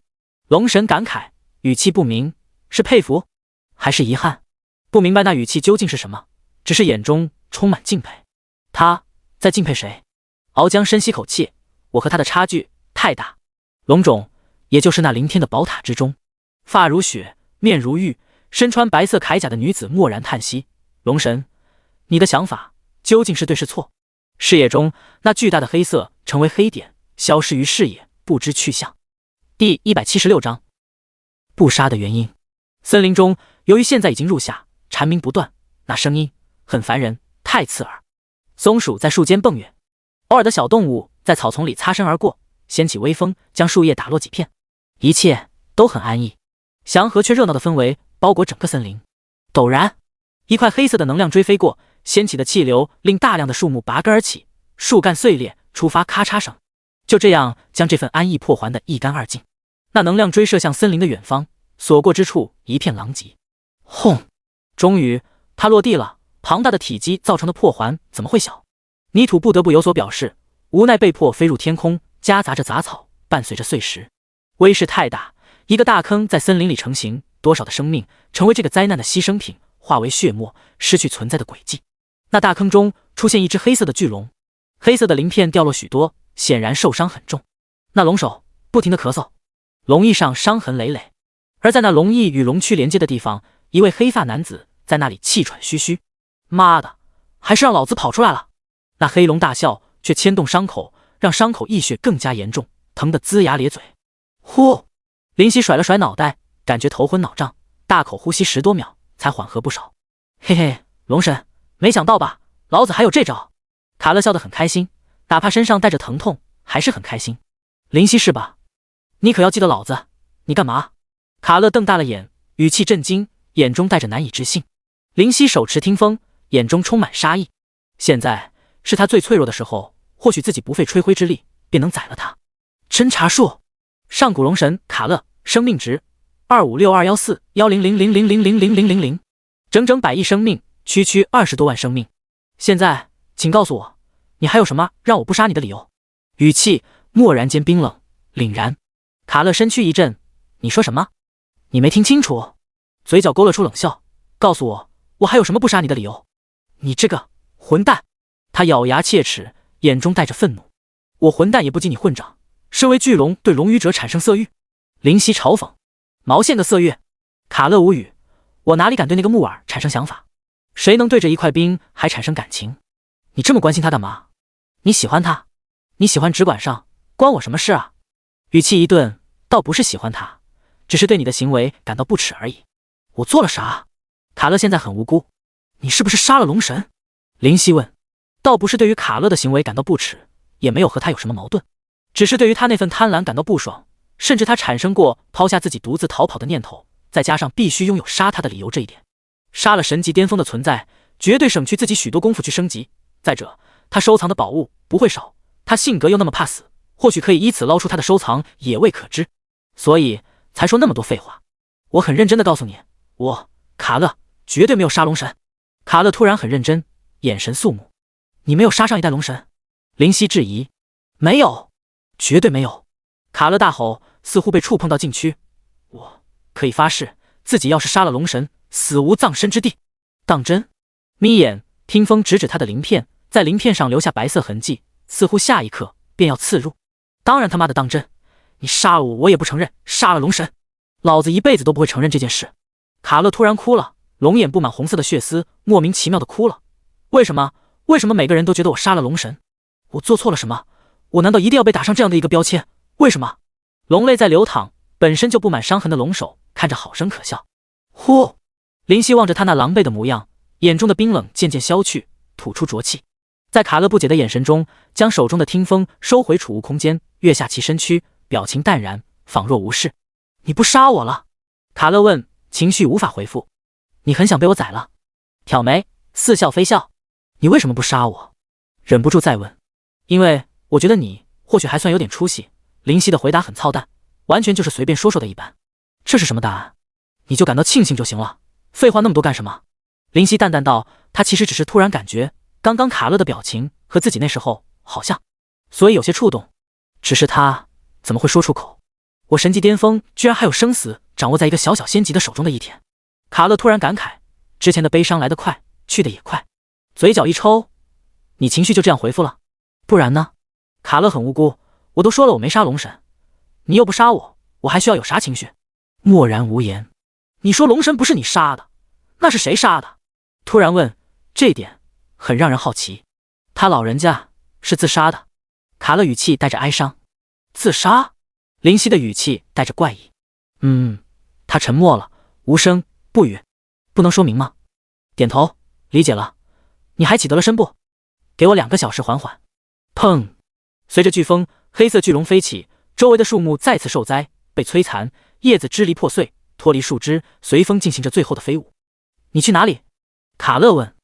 去普拉达家里。去找普拉达干嘛？他惊奇道。我找他接了个任务，救出你，给我3颗神级丹药。林夕淡淡回答。3颗？卡勒大惊。怎么，很多吗？卡勒无语。怎么会？我只是觉得太少了。林夕，我可是神级巅峰的强者，怎么说也要值10颗神丹吧？神级丹药这么不值钱？语气很差，貌似又再次被普拉达坑死。不，卡勒摇头，神级丹药很值钱，不过那说的是神级中阶或者高阶的丹药，以普拉达那吸血鬼一样的吝啬程度，当然是神级低阶的丹药而已。虽然珍贵，但也仅仅是珍贵。卡勒解释。好吧，平复内心的火气，点头。普拉达不愧是普拉达，够狠。黑龙在空中翱翔，林夕在龙背站立，云雾于身边缭绕。哎，我何时才能晋升神级？林夕有些羡慕，神级就能飞入空中，这份优势无与伦比。你晋升神级？卡勒的语气很怪异。怎么不可以？林夕挑眉。这个你应该知道，晋升神级是会有天神的试炼之雷的吧？点头回应。你也应该知道自己杀了多少人吧？淡淡回应。如此，你还觉得自己可以晋升？有何不可？林夕勾起自信的微笑。这个你也太自信了吧？卡勒无语。天神的试炼之雷可是很恐怖的，我当初若非无数巨龙相助，也很困难。我可没有你那么多的杀念，仍然心有余悸。那又如何？我必须要达到神级。为什么？和谁有仇？卡勒道。有仇我帮你报算了，别想着晋升神级了。你现在的实力也不需神级中阶的强者了。林夕瞥了他一眼。我和你关系很好，就在刚刚他还面临被自己宰杀的下场，现在居然套近乎。你不杀我，我这不是应该回报下你吗？卡勒讪笑，他只是突然觉得这家伙没想象中那么冷血无情，而且还有点面善的错觉。第177章年龄比较。我想变强。林夕的表情缓和。变强？卡勒愕然。很强很强。林夕很认真道。别问我理由，我不需要理由，我只需要实力。这个你说的很强很强，是指神级之上？或许吧。没有正面回答这个问题。巨龙的速度实在恐怖，仅仅1个时辰便来到普拉达的家门口。这里的环境还是那么差。卡勒开口，似乎无力吐槽。旁边的悬崖之下，如同深渊，深不见底，冷风刺骨，时常电闪雷鸣，环境阴暗，太阳似乎与这里无缘，天空永远都是昏暗的，而且总是无端端的吼叫传来，声音凄厉，不知来处。你知道他为什么选这个地方吗？林夕问。我总感觉因为让柯蒂斯搬家离开而住这里有些问题。这地方有想象中那么简单吗？这个我也不好透露太多，只能说这块地方是普拉达一直在镇守着。当然躲避柯蒂斯也没错，因为普拉达完全不需要镇守这里，只是他非要领取这么个任务。镇守？眼中带着疑惑。这块地方需要镇守？否则会有无尽的煞气冲出。好了，话到这里就可以了，多说无益。虽然你实力达到神级中阶的程度，但也只是神级中阶。普拉达是什么层次，你知道吗？卡勒道。神级低阶。林夕用侦查术确实探查到他只是神级低阶，只是仍旧感觉其有些深不可测的意味。表面上确实是这样，但如果论真实实力的话，比如我和他战斗拼命的情况下，我可能会被他宰了。卡勒来到古堡的大门口，掀起许多灰尘，稳稳地落于地面。林夕跃下他的龙背，而后他忽然全身散发黑光，然后便开始缩小。这是要化为人形吗？望着眼前景象，想到，当黑光消散，出现在眼帘之内的是一个小屁孩，1米4几的模样，眼睛忽闪忽闪的，充满狡黠，肉嘟嘟的脸颇为可爱。走吧，卡勒说道，声音再没有化为巨龙，充满稚嫩。你几岁？感觉嘴角抽搐。5000来岁吧。怎么？有问题？他疑惑道，声音清脆。没事，没事。我说他妈的情绪怎么会转换那么快？原来就是个小屁孩。满头黑线，现在才终于恍然大悟。卡勒推门进入，大叫：普拉达，我来看望你了。林夕也跟着进入古堡。普拉达从古堡内走出来，惊讶道：“可以呀，灵犀，居然真的把卡勒救出来了。”无语，你这话说的，我好像一定要有去无回。开口直接说道：“将奖励给我吧。”好说好说，普拉达嘿嘿道：“拿去。”手中出现3颗白色丹药，扔出去。接住，侦查术。提神丹，神级低阶，采用各种仙级草药炼制而成，其实最多只能算是仙级至宝，却强行提升到神级低阶，其实相差不大。效果：使用后增加属性1000点。注：最多只能吞服3次。看着提神丹的简介，心中拔凉拔凉的。厉害厉害，不愧是普拉达，就是他妈的厉害！卧槽，普拉达，你这么吝啬！卡勒看不下去了，大骂：这也算是神级丹药？最多只能算是仙级而已。普拉达瞥了他一眼：大人说话，小孩不要乱插嘴。你说谁小孩呢？卡勒急眼，只是那1.4米的身子真的没有任何威慑力，谁承认谁就是呗。普拉达捞了捞耳朵，无所谓道。果然，林夕目光微闪，普拉达果然不是表情看上去神级低阶那么简单。卡勒说道没有错，能在他面前如此嚣张，定然是拥有资本的。好了，不用多言，我先走了。林夕道。走？普拉达惊奇问：你去那里？你不要领土了？领土？林夕似笑非笑：你觉得我需要？确实不是特别需要。你如果想要领土，自己可以去打拼。普拉达回应。不过从我这里拿去一个不是方便点吗？你说是吧？你说的貌似很对。林夕点头沉吟。是啊，怎么样？要不要考虑下？而且再过不久你又要有事情干了。普拉达丝毫不知什么叫羞耻，舔着脸道：我又有什么事？指了指自己：你不会又有任务给我吧？他摆手：怎么会？是黑暗阵营的比武大会要开始了。比武大会？愕然，还有这种东西？这比武大会不像当初的天才试炼，是决定你在我们黑暗阵营中实力排名的大型比赛，决定我在黑暗阵营的排行。这么和你说吧，只有得到我们投票同意的候选者才能参加比赛，前10名可以挑战我们原10大强者，如此便能让我们黑暗阵营10大强者拥有处于一个顶点，就是新旧强者更换的比试吧。确实如此，到时候前3的存在也会到场，当然见面就算了，他们一个比一个神秘，我也很少见到他们。好处呢？林夕问。不可能没有好处还去参加吧？如果只是虚名，谁需要？好处就是前3都能得到神器1件，后7名则是仙器。神器？心中一动，神器的诱惑还真的不小。这还只是其中一个好处，第2个好处是得到专属称号。专属称号？是类似像你的天空之风，还有卡勒的上古龙神这样的称号？林夕忍不住询问。卡勒插嘴：是的，这专属称号对于实力的增幅非常恐怖。怎么获得？自己取的称号？这种东西实在难以琢磨。不是自己取，而是观众取的。普拉达纠正。比武是要给人看的，不然呢？普拉达哭笑不得。当然要给人看，称号是需要得到大家的认可的，这是其中一点。而且别人没看见，怎么服众？难道莫名其妙的出现新一代的前10强者？当然要让其他人看见才行，让他们对我们的实力心服口服才行。好吧。林夕点头，这比武大会确实有趣的必要，神器不得不心动，称号也不得不心动。到时候我会通知你。现在我们回归原题，怎么样？帮我去练练我手下的小崽子。普拉达挤眉弄眼，嘴角迅速下垂。我还有事。有事？私事。好吧，那没办法了。一旁的卡勒很难受，毫无说话的机会，被晾在一边，怎么都不给我说话的机会。普拉达转头看去，鄙夷道：都跟你说过了，大人说话，小孩别插嘴。这句话是有道理的。有道理个毛线！卡勒怒了：我5000岁了，是人类，估计最起码都传50多代，你说我小，可不是吗？普拉达指着自己：你知道我几岁吗？几岁？7万岁！挺胸，自得道。林夕听着，眼皮一跳：7万岁？你在逗我吗？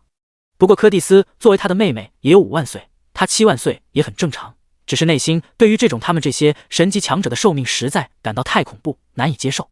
7万岁了不起了。卡勒也不气馁：你这叫老？你懂什么叫老吗？等你死了，我都未必花去我人生的1半寿命。对此，林夕虽然很想吐槽，但必须承认，巨龙的寿命实在太恐怖，可以说是整个神魔大陆寿命最漫长的种族。哼，普拉达冷笑：那可未必，说不定我都突破到神级之上，你还是神级巅峰，到时候说不定你的骸骨我要好好利用下，制造2件神器都没问题。哼，知道我是谁吗？卡勒得意道：上一代龙神可是说我是龙族历代最天才的人物，你说我无法突破神级之上，只要给我10几万年，我一定可以突破。林夕不由多看了他一眼，龙族最天才，这到底要有多妖孽才能让龙神自信说出这样的话？看来卡勒也不简单啊。第178章，再见爱丽丝。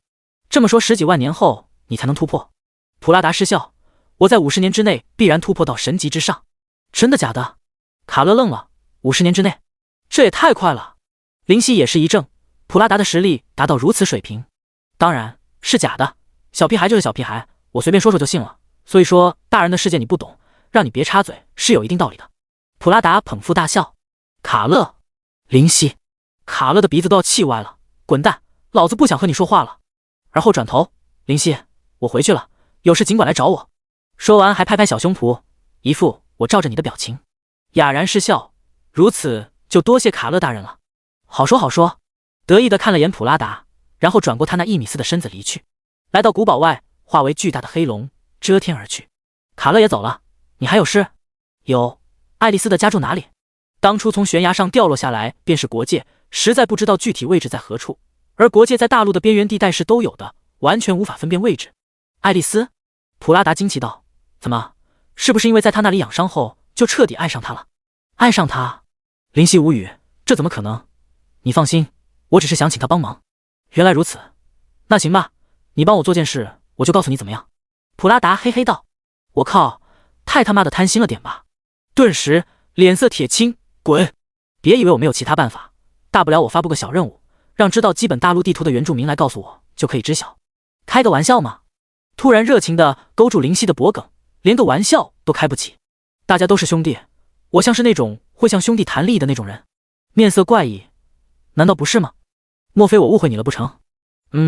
普拉达沉吟一声，指向东南方向，一直往这个方向走，便能看见周围环境，你也清楚，我就不多言了。多谢。拱手而后离去。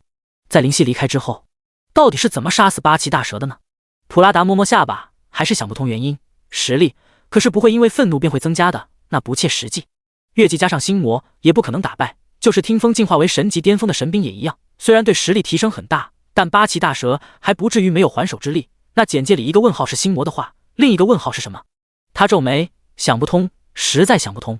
还有卡勒这小屁孩，确实不负上一代龙神的点评，实力和上次比较又增加不少，这才短短30年而已。巨龙可不是人类，寿命长，实力的提升也会很慢，一旦进入成熟期，提升速度便会大减。而巨龙只要满3000岁便已经是成年期，卡勒也算得上成年了。离开古堡便朝着东南方向前进。又要再见面了，爱丽丝。林夕微微一笑，眼中闪烁着莫名的深意。3天后，从东大陆的西边边缘地区赶到了东南方向的边缘。山下，望着直插云峰的挺拔，悠悠的云雾在弥漫，隐隐间有数点寒鸦点缀。偶尔的树木顽固地选择生长在山势边，徒添些许寂寥。感慨再次相见，没想到是那份场景。取出一把从日本国库中得到的仙器，来到悬崖峭壁之前，唰，直接轻而易举地捅入。听风再插，如此依靠2剑攀爬上去，10米、100米、1000米。爱丽丝，你狠！林夕咬牙，这也太高了。2000米、3000米，足足4000米，才终于看到顶端。切！手臂发力，将仙气留在悬崖边，身子向上猛提，砰，稳稳落在顶端。而后抬手朝前一看，你已经知道我要来了。眼前是位紫发的绝美女子，五官绝美，那双紫色的眼睛美得令人窒息。她淡然地站在那里，犹如一颗紫色的宝石，难以忽视，难以直视。那头紫发犹如瀑布，直直地垂挂在身后。轻轻的抿嘴，自然。你回忆起来了？他询问。林夕点头，其实很不想回忆起来，只是没有办法，命运总是由不得人。然后呢？你要做简介里那所谓的灭世的魔王，还是正义的使者？爱丽丝撩了下紫色的长发，淡淡道。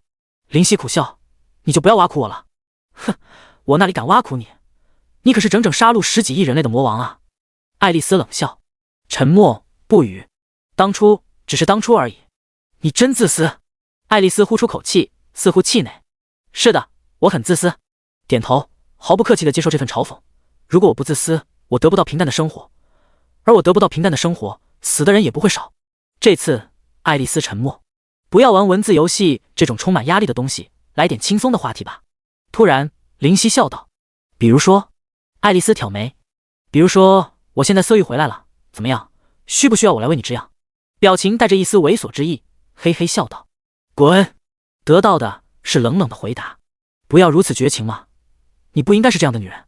林夕说着就要伸手抱她。你把我当成什么？爱丽丝问。手僵在空中，表情凝固。半晌，帮我个忙。林夕表情不再带有欲望。我就知道你找我就没有好事。爱丽丝冷笑。无视这种埋怨，我该如何才能复活木彩霞？或者说有什么宝物可以复活她？复活木彩霞？他失笑。你觉得被大地巨人碾成碎末的人能复生？为什么不能？林夕眼中带着难以置信的光。既然是游戏，就没有什么是不可能的。你说这是游戏，那你也觉得他是 NPC 吧？他那紫色的眼眸带着冷意。NPC？ 哑然失笑。这是个游戏世界，但其中的全都是玩家，不存在所谓的 NPC， 是吗？他问。不是吗？他答。这个忙我帮不了。爱丽丝话锋一转。那你告诉我，到底有没有什么宝物可以复活他？林夕再次问。他蹙眉，无可奉告。告诉我。声音略重。无可奉告。爱丽丝可不被这突然的强势压倒。就当我求你！林夕突然大吼，情绪太激动，满脸通红，有些震惊地看着他的模样。你也会有这样的表情？告诉我。声音很低沉，身上的黑烟莫名涌动。连心魔都释放了吗？爱丽丝心中一怔，即便恢复记忆，木彩霞仍旧很重要吗？告诉我。无视他的话，眼中带着无与伦比的执着。有。他终于选择正面回答。默然。林夕笑了，轻松无比。早说吗？你的占卜在这里也能用？为什么不能？对此，爱丽丝的反应神经也不逊色，表情没有任何怪异。你帮我占卜一件对你来说举手之劳的小事可好？搓手道。我考虑考虑。淡淡的展开微笑，让万物失色，暗淡的笑。可以啊，爱丽丝，你越来越美了。林夕似乎看呆了。是吗？是啊。那是我美呢，还是木彩霞美？那双美眸有水在流转般，顾盼间充满莫名的神采，动人迷人，太吸引人。第179章，所谓冷血。林夕摸摸鼻子，尴尬道：怎么突然比较起来了？突然就来个世纪难题高度的问题，很是不好回答呀。我比较一下而已，怎么很难回答吗？爱丽丝莞尔，那双眸子中紫意琉璃般动人，犹如包裹着纯净的宝石，直刺心房。当然不难回答，这还要得着比较吗？当然是你了。尴尬笑道，倒也不算昧着良心说话，毕竟两者其实旗鼓相当，各有各的风采。真的吗？他上前轻佻地勾起林夕的下巴，舔了舔嘴唇。当然是真的。不着声色地后退一步，离开控制，点头。爱丽丝也不在意，轻轻道：什么小事？帮我占卜下2个人。林夕的眼中闪过杀意，光芒阵营。外层边缘的小村落，到处都是茅草房，依靠栅栏来阻挡外敌，显然很是落后。大人，轻点。一位女子轻呼。嘿嘿，轻了你就不喜欢了。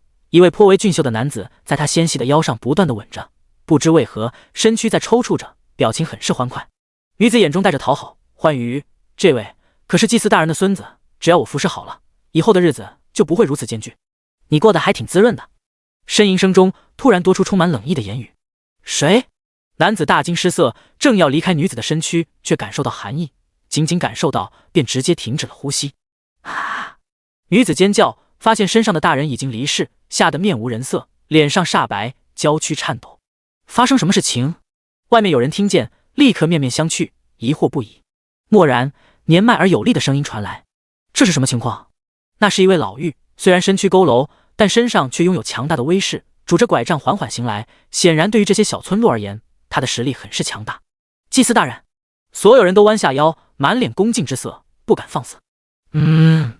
老妪点头，眼中充满享受，他很喜欢被人尊敬拥护的感觉。你似乎过得也不错。冰冷的声音传来。谁？众人朝着声源方向看去，发现那是一位黑发的青年，面容俊朗而裹挟冷意，身躯消瘦，却令人体会到泰山于前的气魄与威势。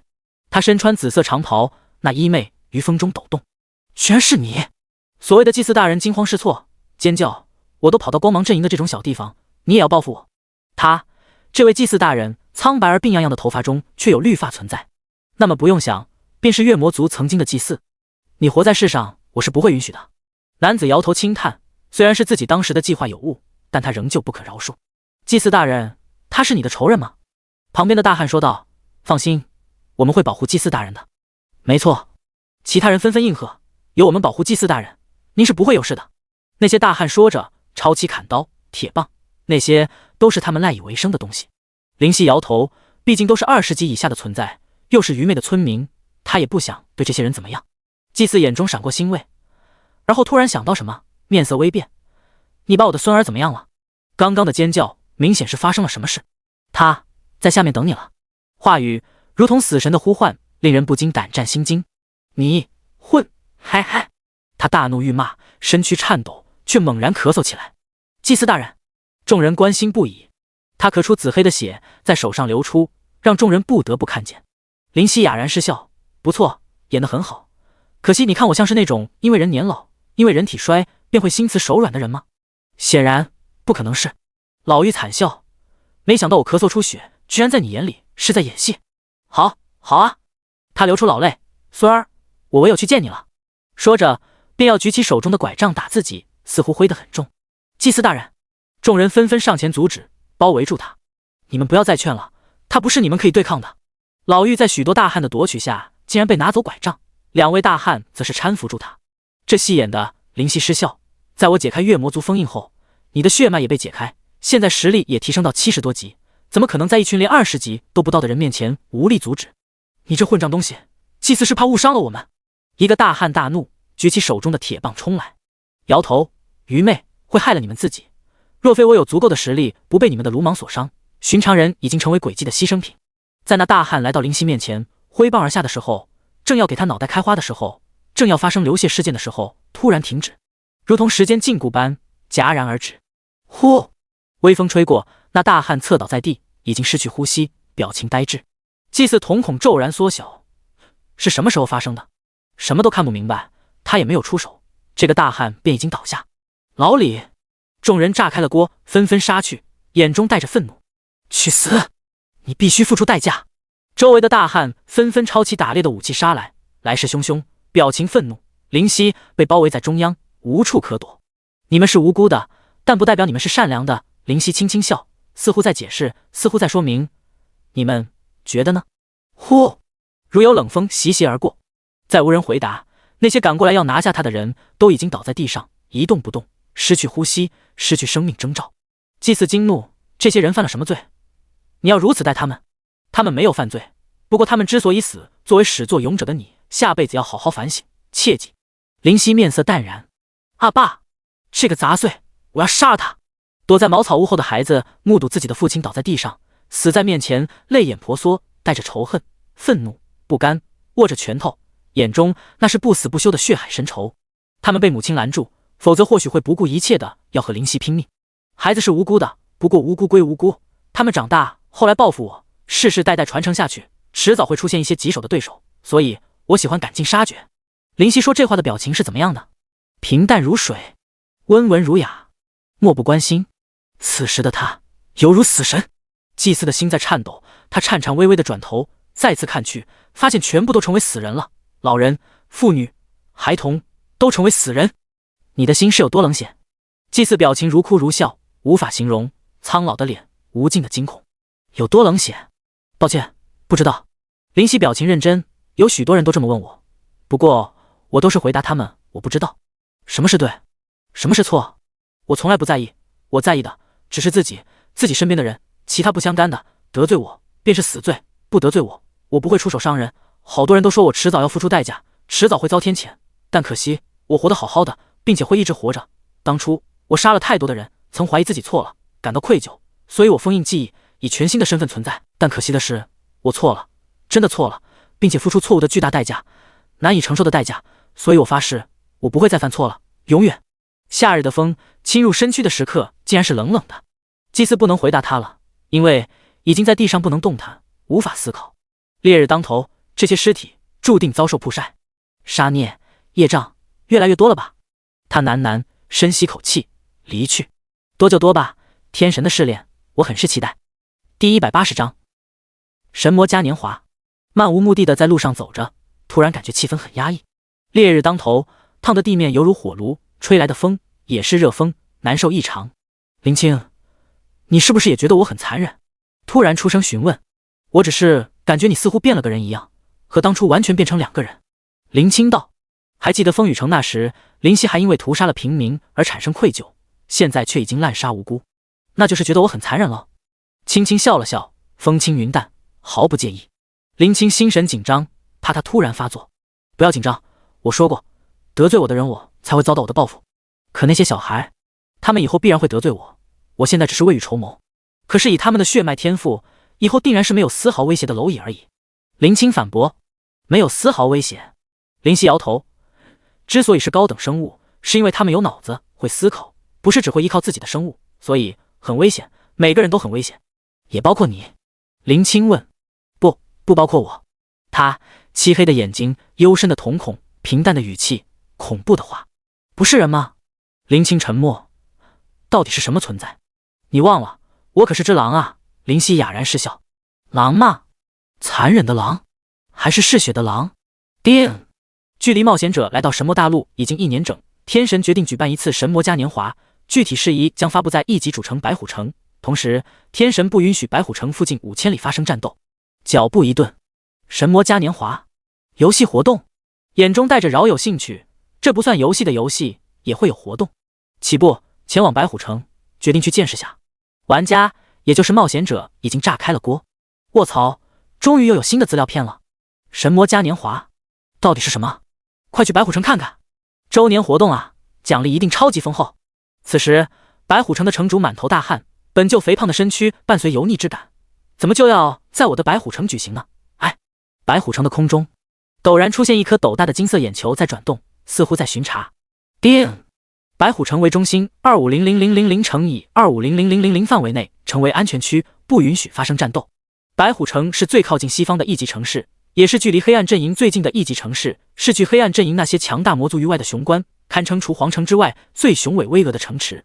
它的城墙呈现神秘的黑色，不知是运用何种材料砌成，在阳光下有着幽光。大门如今敞开，人山人海，摩肩接踵，异常热闹。传送阵不断的闪着光辉，带着一批又一批的冒险者和原住民前来，纷纷摩拳擦掌，似乎想要大展拳脚。这场神魔嘉年华不是单单局限于冒险者的活动，原住民同样有活动和奖励，无数自认实力强悍的原住民也络绎不绝。此时林夕来到白虎城的城门口，望着高达30多米的雄城，有些感慨。黑暗阵营虽然占据上风，在顶尖战力上占着优势，但想要真真正正的击垮光芒阵营还是太早了。这白虎城就是天堑般的存在，如何攻破，付出的代价会大到难以承受。踏步进入白虎城，去哪里查看活动的具体事宜都不用询问，只要跟着人群便能达到。白虎城很大，在其中走了半个时辰，才终于走完一半。其正中间居然有处练武场，4个范围极广的擂台摆放着。此时那颗金色的眼球中射出光芒，化为虚影呈现眼前。冒险者活动1，可挑战原住民虚影，虚影拥有原住民的 80% 属性，若胜利将得到基于原住民实力的奖励，奖励范围随机。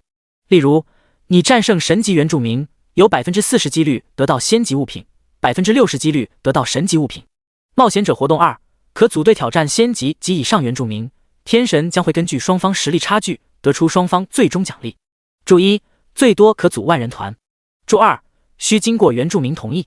注3，冒险者死亡不掉落等级，原住民不会真正死亡。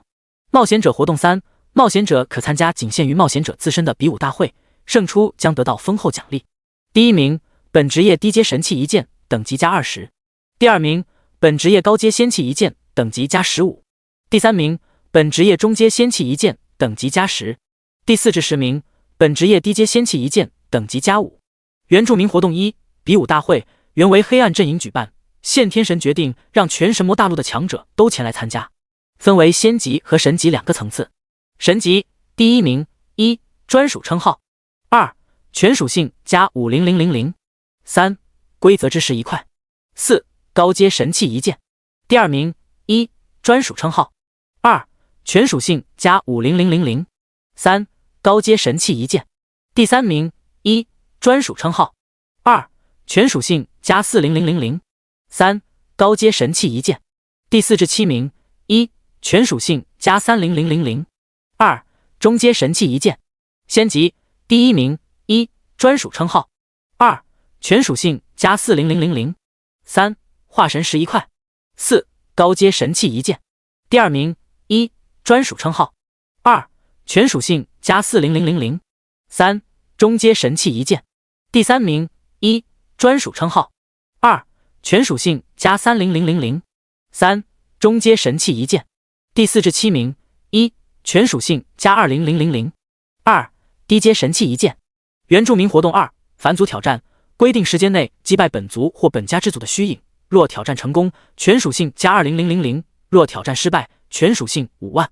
若挑战成功，可挑战更为悠远历史上的祖先，奖励与惩罚同上，最多可挑战3次。注意，祖先虚影的品阶与等级不会超过挑战者。注：第3次将会是种族最强者、无敌者，请衡量自己的实力再做决定。冒险者活动于原住民活动结束之后开启，以便冒险者了解不为人知的原住民。林夕目光闪烁，好丰厚的奖励，这次天神举行的活动不可能有人不心动。规则之时，居然是规则之时！有原住民失声大喊，充满震惊。他浑身衣衫褴褛，犹如乞丐，身高中等，但体型消散，如同长久未进食，饥饿的原因。面容猥琐，身上隐隐有股难闻的臭味，头上的黑发不知多久没有打理，乱糟糟的，脸上和身上污渍众多。望去，顺便使用侦查术，此人居然是神级强者。无赖王慕容鄂，神级中阶，等级：生命、攻击、防御、速度、技能、简介，全身都是问号，目光凝重。寻常的神级中阶，他应该是能看出一些属性的，毕竟炎魔作为神级低阶，完全没有任何遮掩，所有的属性都会被灵犀看出。小子，你看什么看？没见过像我这么帅的美男子啊！慕容鄂察觉到目光和侦查术，言语不善道：“这位前辈刚刚说规则之时是什么东西？”上前拱手询问，对于其身上的臭味，仿若未闻，没有任何表情上的难受。想让我告诉你，也不是不可以。这样吧，你看见前面那个女的没有？他眉开眼笑，舔了舔嘴，手往某个方向指去，嘿嘿道。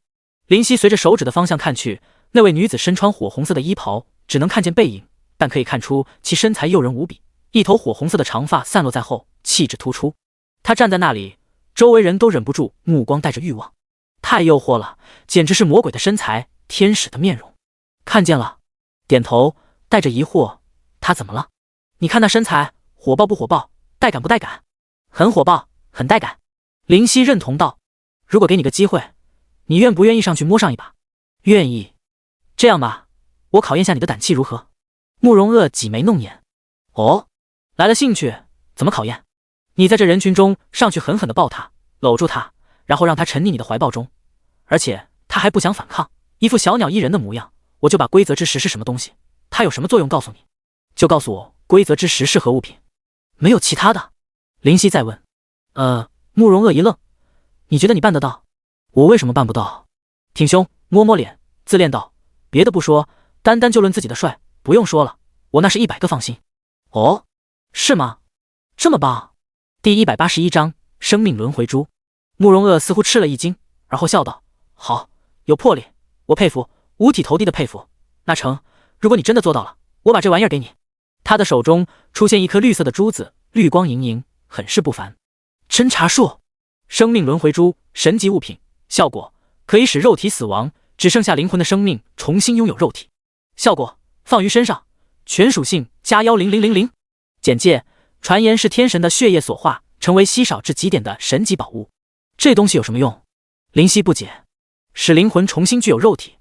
这世界上有离开肉体的灵魂存在？慕容鄂瞥了眼他，不耐烦摆手。这世界上是有灵魂存在的，他们不外乎肉体崩溃，灵魂逃跑，这样可以得到超越以往的速度逃命。但这类存在若没有生命轮回珠，永远只能依靠天才地宝存活，若没有天才地宝，必死无疑。好了，你不用了解这么多，去不去随你。去啊！林夕臭美的指指自己，你看我帅不？慕容鄂审视一番，点头，还可以，勉强有我的1/10了，不错不错。说着捋了捋自己乱糟糟的胡须，眼皮抽搐了下，这位的气度也是和普拉达一样不同寻常啊。笑道，我这么帅，你这生命轮回珠基本已经是我的囊中之物了，你不应该跟我讲清楚。他顿时瞪眼，尼玛，这货是不是脑残？真当自己天下无敌帅啊？你摸他一下，还没摸到就要被打死好不？还扯毛线啊？强行笑道，你说的很对，快去吧，等你成功，这神级至宝就是你的了。你要是不给怎么办？林夕质疑问。慕容鄂额头青筋暴起，有完没完啊？大手一挥，叮！神级强者慕容鄂欲委托你任务占便宜大作战，是否接受？是。叮！你得到任务，占便宜大作战。占便宜大作战，若成功将红衣女子搂入怀中，而且红衣女子还不抗拒，一副小鸟依人状，将得到慕容鄂的奖励。任务奖励：生命轮回珠。任务期限10分钟。你信不过，那天神你总该信得过吧？慕容鄂道。这下我就放心了。林夕点头，拍拍他的肩膀，眼中含着深意。这生命轮回珠，你再多摸摸吧，因为它马上就要易主了。哎，摸摸脸，遗憾的叹息，上天为何要给我这副绝世俊美的皮囊，让我好生烦恼。噗嗤，林青忍不住笑了，就你能吹？彼岸花也过来插嘴，你有那么帅吗？我怎么不知道？慕容鄂眼皮抖了抖，我勒个去，这货居然自恋到这种程度，还能存活，苍天无眼啊！快去吧，绝色美男子！慕容鄂抢笑，今天居然见到比我还他妈贱的人，果然是人外有人。我去就回，然后大摇大摆地走过去。慕容鄂嘿嘿笑，望着林夕的背影，像你这样的人，我一年打死好几百个。来到红衣女子的背后，嚣张道：小妞，看你身材火爆，姿色不错，给我抱抱可好？放心，我的肩膀可是很宽厚的，保证让你躺了之后不想离开。慕容鄂在后面差点笑岔气，厉害，单刀直入，厉害啊！那女子转身，林夕眼睛一亮，又美了不少，星眸带着诱惑般的魅意，五官宛若天成，无可挑剔。那白皙的肌肤找不到瑕疵，在太阳甚至感觉白嫩的随随便便就可以掐出水来。天鹅般颀长的脖颈如玉，完美的身躯在红色长袍下婀娜，她是所有男人心目中的女神，绝世的尤物。他望着林夕，蹙眉：你又玩什么把戏？没什么，就是想抱抱你而已。林夕说着，舔了舔嘴唇，一副急不可耐的表情。抱我？他忍不住笑了。你也配？我为什么不配？我长着怎么俊，怎么就不能抱你了？林夕说着，伸出3根手指，道：看见这手没有？我用这手能让你彻彻底底的屈服，从此迷恋上我。周围的人看懵了，呆若木鸡。慕容鄂傻眼，无力吐槽，这交流很有问题啊。这是所有人的脑中想法。结果投来的目光，有人佩服他的勇气，有人鄙夷他的庸俗。第3个愿望。他眯起眼睛，这是你的第3个愿望？没错，他就是夏娃，那被困在月魔族数万年天地所生的尤物。是的。林夕点头，张开手臂，来吧，记得要小鸟依人的模样。夏娃轻轻抿嘴，你在逼我杀你？怎么会？林夕惊奇道，你投进我的怀抱，就会彻底迷恋上我了，怎么会想杀我？呵呵，他莞尔，却笑得很冷。你在拿我开涮？怎么会？再次惊奇道，你投进我的怀抱，就是我的小妾之一，我怎么会拿你开涮？这位魅惑天下的女人彻底的冷下来。你记住今天的话，下次我会让你见识到，你现在的实力在我面前不过尔尔。林夕眼皮一跳，不过毫不示弱。我等着，不过现在你懂的。夏娃咬着银牙，在无数人的目光内，一步来到他的身边，张开如藕般的雪腻双手保住林夕的腰，居然真的投入这个白痴的怀抱。慕容鄂顿时麻痹当场，什么情况？夏娃这么开放？他感觉自己的世界观被颠覆了。在人群中，一位老者嘿嘿笑道：慕容鄂，你也有今天。夏娃可是还欠林夕一个愿望，这下好了，把生命轮回珠搭进去了吧。老人忍不住再看向林夕，你这愿望也敢许，我也是服。他赫然便是魔心。林夕顿时感觉香郁满怀，那柔软双峰清晰可感，红色的长发碰触鼻尖，有点痒痒的，连心都有些痒痒的。双手搭在他那软弱无骨的蛮腰上，能感觉他浑身颤了下。记得小鸟依人。林夕的话如同梦魇在他耳边响起，顿时耳朵都红了。夏娃侧脸躺在他的胸口，一副享受的模样。他的双手环抱着他的腰，而后玉手摸索了下腰边的肉，感觉到一丝不妙。林夕出言：你这是犯规，这是不被允许的。夏娃轻轻笑：你已经没有第4个愿望了。柔仪骤然发力，死！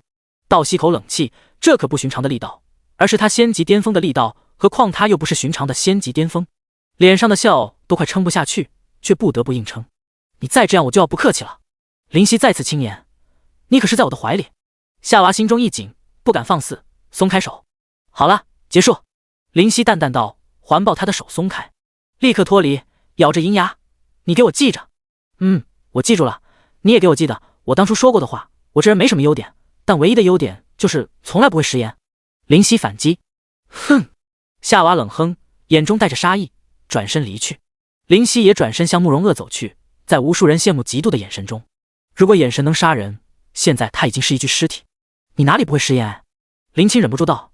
你忘了，白色琉璃都在天狼岭等多久了？你都食言好几月了吧？脚一软，一个踉跄，差点栽倒在地，苦笑。我就是随便说说，这么当真干嘛？狠话吗？当然是随便放的，又不值钱，气势上怎么能被压倒？林青来到发呆的慕容鄂面前，拱手，前辈，完美完成任务，请发放奖励。而他这时才反应过来，拎住他的衣领，恶狠狠道：你怎么做到的？第182章报名。林夕很无辜的挠头，就那样做到了，还能怎么做到？可能是被我的3根手指给征服了吧。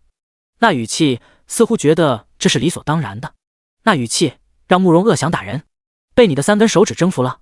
慕容鄂怒极反笑，去你大爷的征服！生命女妖夏娃是那么好征服的？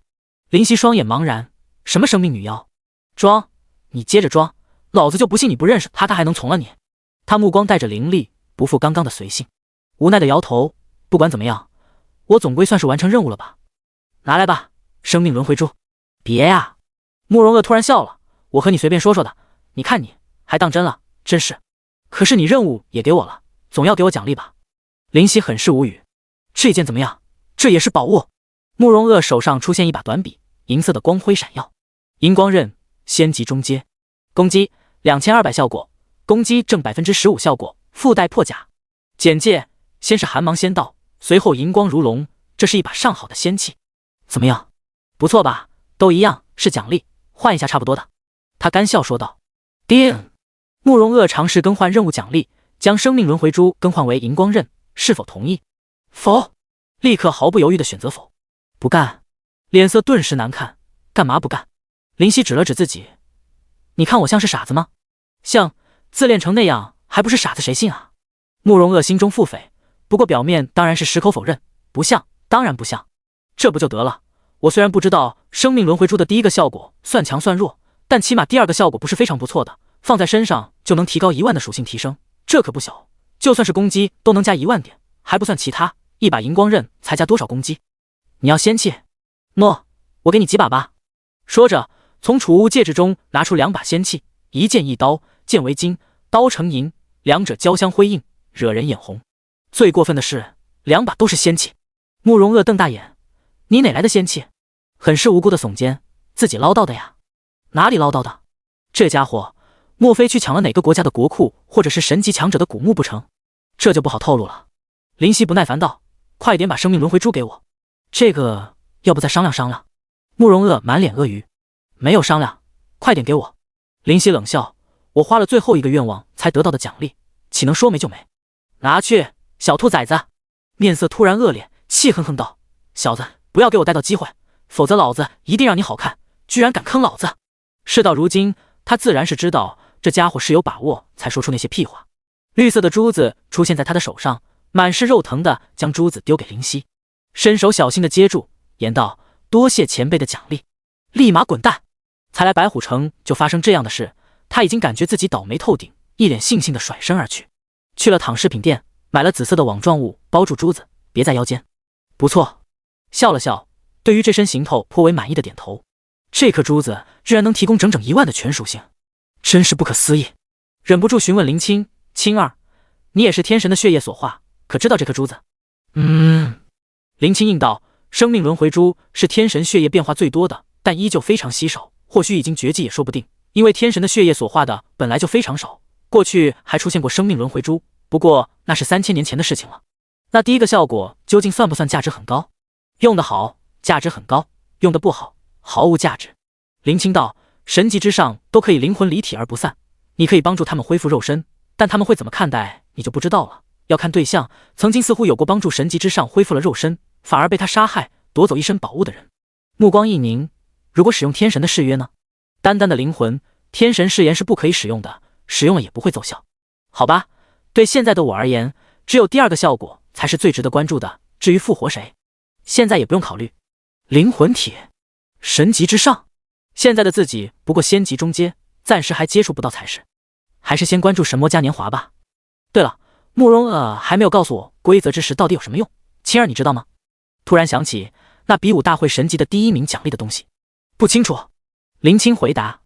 好吧，不过我大概有点了解了。林夕突然想到八岐大蛇说过，神级之上是领悟规则的存在，那么显然这神级第1名奖励的规则之石应该和领悟规则突破至神级之上有关。先去报名，而后吞服3颗提神丹。想到提神丹就感觉浑身不爽，每次都被普拉达坑死，这提神丹的效果可不是特别的好。报名点是在白虎城的城主外，那里已经排起长龙，都是对自己实力有信心前来参加比武大会的原住民和冒险者，当然其中定然不乏不知好歹之人。而其他活动的，例如冒险者挑战原住民虚影这类活动，则是在那4个广阔的擂台旁边，那里不知何时出现4道金色光柱，细而长，连接着天空中那只眼睛。对于金色眼睛，也曾想过是否便是所谓的苍天之眼，也就是在玉骨天魔家中密道看到的图案故事中的眼睛，但没有探寻的必要。不论如何，实力才是根本。弱小的时候知道不该知道的东西，会死得很惨，这点林夕看得很透彻。耐心的等待着，排队，没有人敢插队，因为来报名的没有好惹的角色，群起而攻之，没人受得了。能达到仙级、神级的存在，没有一语之辈，每一位皆有自己的独特的、不可复制的经历，伴随着磨练而提升上来，不是与生俱来的。共3条队伍，最左边的是冒险者的报名点，中间是仙级，右边则是神级。神级的基本没有排队一说，神级强者不是大众货，经历过天神的试炼还必须成功的人很少，手续也不繁琐，只是简单的做些记录，或许连名字都是假的，只是需要在上台的时候用来报出名字这项用途而已。10来分钟后，终于才排到林夕。名字：林夕。阵营：黑暗阵营。好了，这是您的编号，请收好。填写信息的人递过来一个圆形的铁片，上面写着854号。现在就有853个人来报过名了。眼睛一眯，陡然感到一阵压力。仙级，说实在的，并不少啊。虽然宝宝说只有上万个，比例很少，但还是多了。要快点提升实力了。即便拥有神级中阶的属性，对于能否夺冠还是很有压力。不小看自己，也不低估对手，这是原则。前几名的奖励太好，能得到的属性都有好几万，可能对于寻常的仙级而言，已经是全属性直接翻上好几倍的奖励。将编号收入储物戒指，而后离开。在比武大会之前，服用提神丹，然后去挑战下所谓的活动2仙，毕竟那能得到的奖励也很少丰厚。天神设置的奖励未免过于丰富，是要强行让仍旧处于和平的神魔大陆发起战争吗？眼睛眯起，感觉不对劲。比武大会也是闹矛盾的地方，本来相安无事的人，或许会因为比武大会发生不可消磨的矛盾。正要返回白虎城中心的擂台，突然后面有喊道：“林夕！”周围人闻言纷纷议论开。林夕？哪个林夕？是那个0级击败仙级巅峰的大地巨人的那个林夕。顿时吸引无数人的注意，始作俑者却仅仅只是因为叫下他的名字。转身发现是位身穿白衣的男子，鹰钩鼻，相貌寻常。第183章再遇教廷圣女。林夕观察眼前的男子，笑道：“我记得你叫阿法尔是吧？光芒阵营的第1天才。”白衣男子，也就是阿尔法苦笑拱手，在你面前我可不敢自称什么第1天才。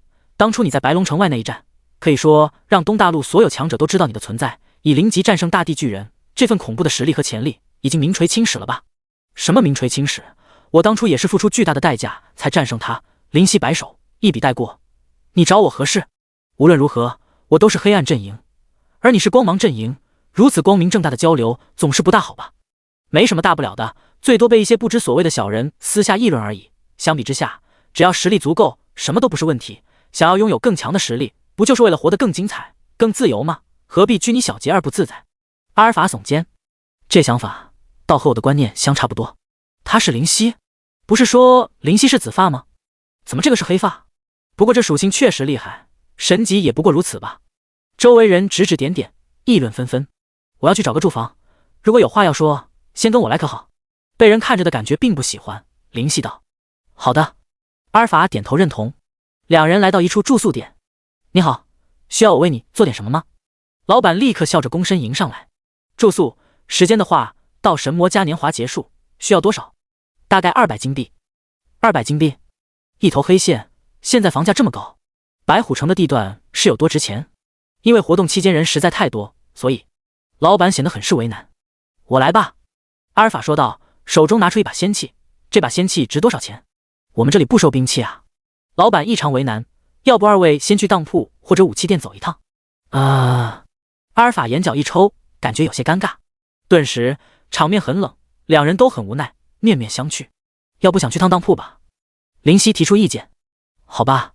正当两位准备离开，后面出现声音，我来吧。向后看去，那是一位女子，白发高冷，如同一朵纯净的莲花，素雅优美，眸含星辰，腮凝星枝，面赛白雪，身着白衣，纤细的身躯站在那里，傲然独立。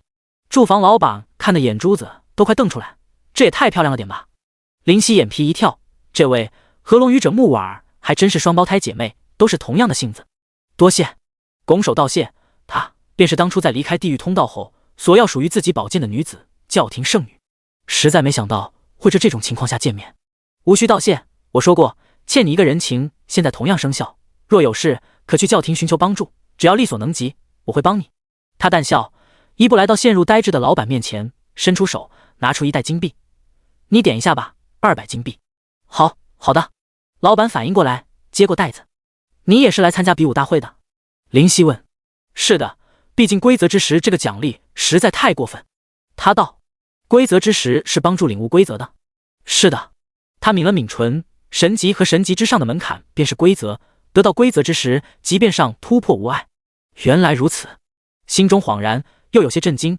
第1名的奖励如此而言，就太逆天了。估计全大陆认为自己实力不错的神级强者都不想错过。没错，是全大陆，不是单单东大陆。林夕记得清清楚楚，活动上写的是原为黑暗阵营举办，现天神决定让全神魔大陆的强者都前来参加。至于如何汇聚于一块，那不是现在该关心的。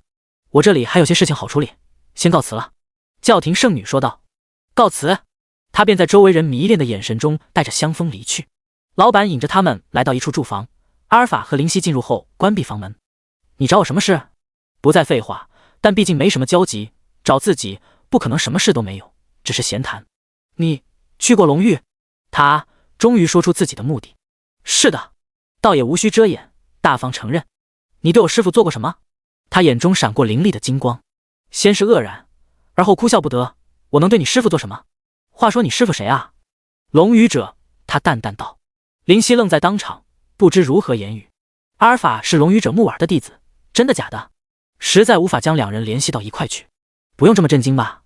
阿尔法微笑，龙语者是人，不是龙，他们的传承是从人类中选择的，很正常的事情。所以你会是下一代龙语者？可以这么说。他点头。若师父辞退龙语者之职，我便是龙语者。剧情还能这么发展？林夕有些惊奇。你现在是光芒阵营的，以后是要加入龙域吧？是的。那如果光芒阵营进攻龙域，你帮谁？龙域还是光芒阵营？结果阿尔法居然毫不犹豫道龙域。为何？那里有我最想守护的，而光芒阵营没有。好吧。林夕再问，你刚刚问我对木耳做了什么，我只能回答我什么都没有做。是吗？他眼中闪过金光。你确定？若如此，为何师父最近频频向我问起你？问我？林夕忍不住苦笑。问我什么？问我关于你的过去。阿尔法道。我从来没有见过他那冰冷的性格会如此关心一个人。哦。林夕忍不住笑了，感到匪夷所思，感到滑稽可笑。你的意思我是听明白了，你觉得你师父对我有意思？没错。结果他也丝毫不避讳，简洁明了。惊奇问，首先我和他什么事都没发生，怎么会产生感情？然后退一万步讲，就算他喜欢我，和你有什么关系？莫非？没错。阿尔法的眼神淡然。不是吧，傻眼，徒弟喜欢师父？你当你是杨过不成？你没杨过那么俊啊，何况你是杨过木婉儿，也不是小龙女，那是比小龙女高冷无数倍，强大无数倍的存在。当初若非知道他正处于释放龙允之日的虚弱状态，林夕也不敢放肆，否则现在一定已经成为碎渣，消失在世界上了。但也不好去说什么，人家的私事而已，我去计较什么？我不管你想怎么做，这和我无关吧？我什么事也没做。林夕道。还有，龙语者应该是不允许对谁产生感情的吧？是的，龙语者不允许产生爱情。犹豫了下，阿尔法道。那你还找我干什么？哭笑不得。一是想知道你用什么办法让冷得像块冰山的师父动情，二是提前打声招呼，上次没有交手，很遗憾，这次我很期待。他眼中燃烧着战意。同为仙级，你刚刚又在报名点，应当依据参加比武大会了吧？我也很期待光芒阵营第一强者到底多强。至于第一个问题，抱歉，无法回答，我自己也不清楚。点头，不再多言，不打扰你休息，我也需要为比武做些准备。随后便离开房间。第184章，清风狼皇，有趣，龙语者竟然会喜欢我。摸摸鼻子，觉得太不可思议。算了，管那么多干嘛？先提升实力要紧。来到床边，盘坐，手上出现一颗提神丹。虽然普拉达有点坑，但这3颗提神丹也能为我提供3000属性点，也是颇为可观的。张嘴，一口服下。轰！一股热流从腹中流向4肢百骸，暖意汹涌全身，仿佛血管内的血在急促的流动，肌肉不自觉地紧绷起来，眼中闪烁出幽幽的黑色光芒，发自内心的舒畅感令人着迷。身体陡然感受到一丝桎梏，不知不觉竟然已经达到仙级中阶巅峰，心中恍然。不过现在不是突破的时机。林夕清晰地记得原住民的挑战本族先祖的活动中，祖先虚影的品阶与等级不会超过挑战者。若现在突破仙级中阶达到高阶，实在不理智。起码第一次挑战还是让自己处于仙级中阶比较好。砰砰砰，能量仿佛在冲击桎梏，全身的血流更感到凝滞感。但最终这股能量还是不足以冲破，境界仍旧处于仙级中阶巅峰。叮！你服用提神丹，全属性加1000，精血得到补充，最高可达等级加1。系统铃声响起，目光微凝，精血得到补充。看来普拉达可没那么小气，哑然失笑，倒是自己小肚鸡肠了。当初被玻璃取走一滴精血，虽然通过血色妖莲的秘境将降低的属性弥补回来，但精血是全身最珍贵的血液，每一滴都不是那么好补回的。而这提神丹居然还补充精血的效果，实在不可想象。现在提神丹是不能服用了，而且任何提示属性的东西都最好不用。我感觉再加上几百点，可能就直接达到仙级高阶。如果第一次挑战先祖虚影成功，达到仙级高阶，对于比武大会也多几分把握。心中思忖，现在还是先去试试看挑战先祖虚影吧。说实在的，对于神魔嘉年华的活动还是颇为期待。我是狼，按理来说是挑战狼的祖先。离开客栈，由于距离白虎城中央的擂台不过1000米，短短10分钟便来到擂台边。那里4道细长的金色光柱依旧存在，而且旁边站满了人和动物。毕竟现在白虎城处于和平地区，无法发生战斗，黑暗阵营的也会来，毕竟天神从不亏待任何阵营，做到平等对待。妈的，又他妈的失败了！我虎族的祖先居然这么强，真的假的？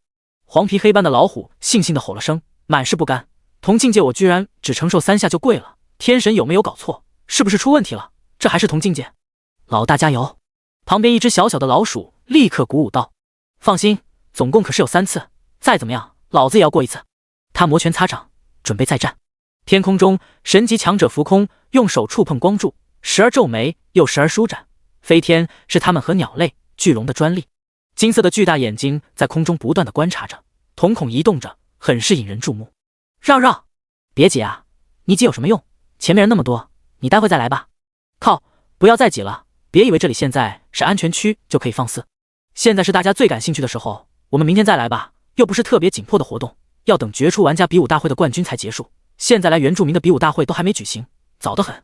其实林夕的想法和最后一位的想法一样，只是现在若是多点属性，比武大会也就多几分把握。这可是挑战成功就加整整2万属性，无法忽视。再通过这2万属性提升至仙级高阶，属性又是大涨，如此对于比武大会的冠军夺取才更有信心。挤了许久，才终于抵达金色光柱边上。挑战狼族的祖先吗？深吸口气，隐隐间还是有些紧张，用手触碰光柱，而后整个人突然阵阵眩晕感，忍不住闭眼。许久，再次睁眼，发现自己处于白色的世界，又是类似八指镜和柯蒂斯世界的地方。眯眼，这种环境是精神世界吗？叮！你即将挑战狼族同境界历史上最强者。系统铃声响起，要来了。叮！倒计时10、9、8、3、2、1，开始。眼前陡然出现一只青色巨狼，面目狰狞，身上的青色毛发竖立，2只獠牙惨白粗壮，锋利的利爪还在青色的隐约光辉，尤其是那双如同灯笼的眼睛，眼中充斥青色，无端端令人毛骨悚然。叮！历史上同境界最强者为清风狼皇。侦查术，清风狼皇，仙级中阶，等级202生命，25000000攻击，195000防御， 8万速度，45技能，清风术、清风傲视、青眼魔瞳、青之龙卷、青龙附体。简介：变异高等血脉的狼族，拥有可怕的天资，可谓纵横天下，为历史记载狼族强者之最。很强的属性，但可以接受。快速的浏览下属性面板，得出结论，松了口气。如此，击败这历史上记载的祖先虚影，我是不是算同境界第一了？灵犀笑道。呜！清风狼皇咆哮，面色狰狞，直接冲杀而来。嗖！空中不见痕迹，表情骤然认真严肃。这速度很快。黑瞳闪出紫翼，电光火石，风驰电铿间，一人一狼刹那碰撞，砰！手臂与利爪接触，威势太大，空气如同要粉碎开。噗！口中溢血，狼被推开。清风狼皇也是狼狈后退数步。倒是忘记，我不是狼族形态的话，发挥不出全部的实力。立刻想明白原因，手中出现听风。不过有听风的加持，我就很耍赖一样了。冷冷一笑，可惜战斗从来只关乎生死，不关乎公平。呜！清风狼皇再次愤怒咆哮，眼中的青色光芒隐隐带血丝，可怖异常。咻！他挥爪，寒芒带青光，一道青色的锋刃脱爪而出，射来。林夕早有防备，听风怒挑，那锋刃直接失去目标，偏离轨迹，从侧边飞过。掀起的风吹动黑发，咻咻咻，咻咻咻！他的爪子不断挥出，锋刃密集袭来，汹涌如潮，源源不绝。倒要看看你能放多少，能放多久。冷冷一哼，听风舞动，密不透风。叮叮叮，叮叮叮，那锋刃威力很大，那听风太过锋利。一人一狼，战斗如火如荼。第185章，一半的实力，丝毫不慌乱，稳稳的击飞或打散所有的锋刃，没有一道可以击到自己。有电光火石的加成，再加上听风速度加成，本身又是狼族，攻击速度完全跟得上锋刃的产生速度。见锋刃攻击无效，清风狼皇愤怒的吼叫，放弃这种攻击方式。可怖的眼如同青色的大灯笼，恐怖异常。蓦然，那双眼中青色的光芒凌厉刺目，灵犀看去，身躯一震，内心出现莫名其妙的恐惧感。那恐惧感使得身躯麻痹，使得神经麻痹，无法动弹，连表情都忍不住变色。叮！你被清风狼皇的青眼魔瞳攻击，陷入恐惧状态，持续至清风狼皇关闭技能为止。身为历史上的种族最强者，怎么会有实力弱小者？无论是虎还是鼠，所谓的体魄上的、体格上的先天优势都不复存在，有的仅是实力的强大。那股麻痹感无法消退，甚至在膨胀，在扩张。呜！清风狼皇的吼叫好似死神的嘶吼，在感官的放大下太悚然。锋刃再次于爪尖出现，这次拿什么去挡？听风垂落，快要无法握住，手在颤抖。你在害怕什么？林夕心中问自己。我有怕的事物吗？很遗憾，有。我会因为害怕而做出过激的反应吗？很抱歉，会。我会输吗？心中陡然掀起狂潮，眼中黑烟滚滚。清风狼皇眼中出现肃穆，不敢小视，究竟为何会出现黑烟？还有杀意，好浓，血色的气息弥漫，让周围仿佛静止，空气沉滞如同凝固成一团，难以剥夺其中的氧气。冷意出现心头，血液、腥味在冲洗四周，一遍又一遍。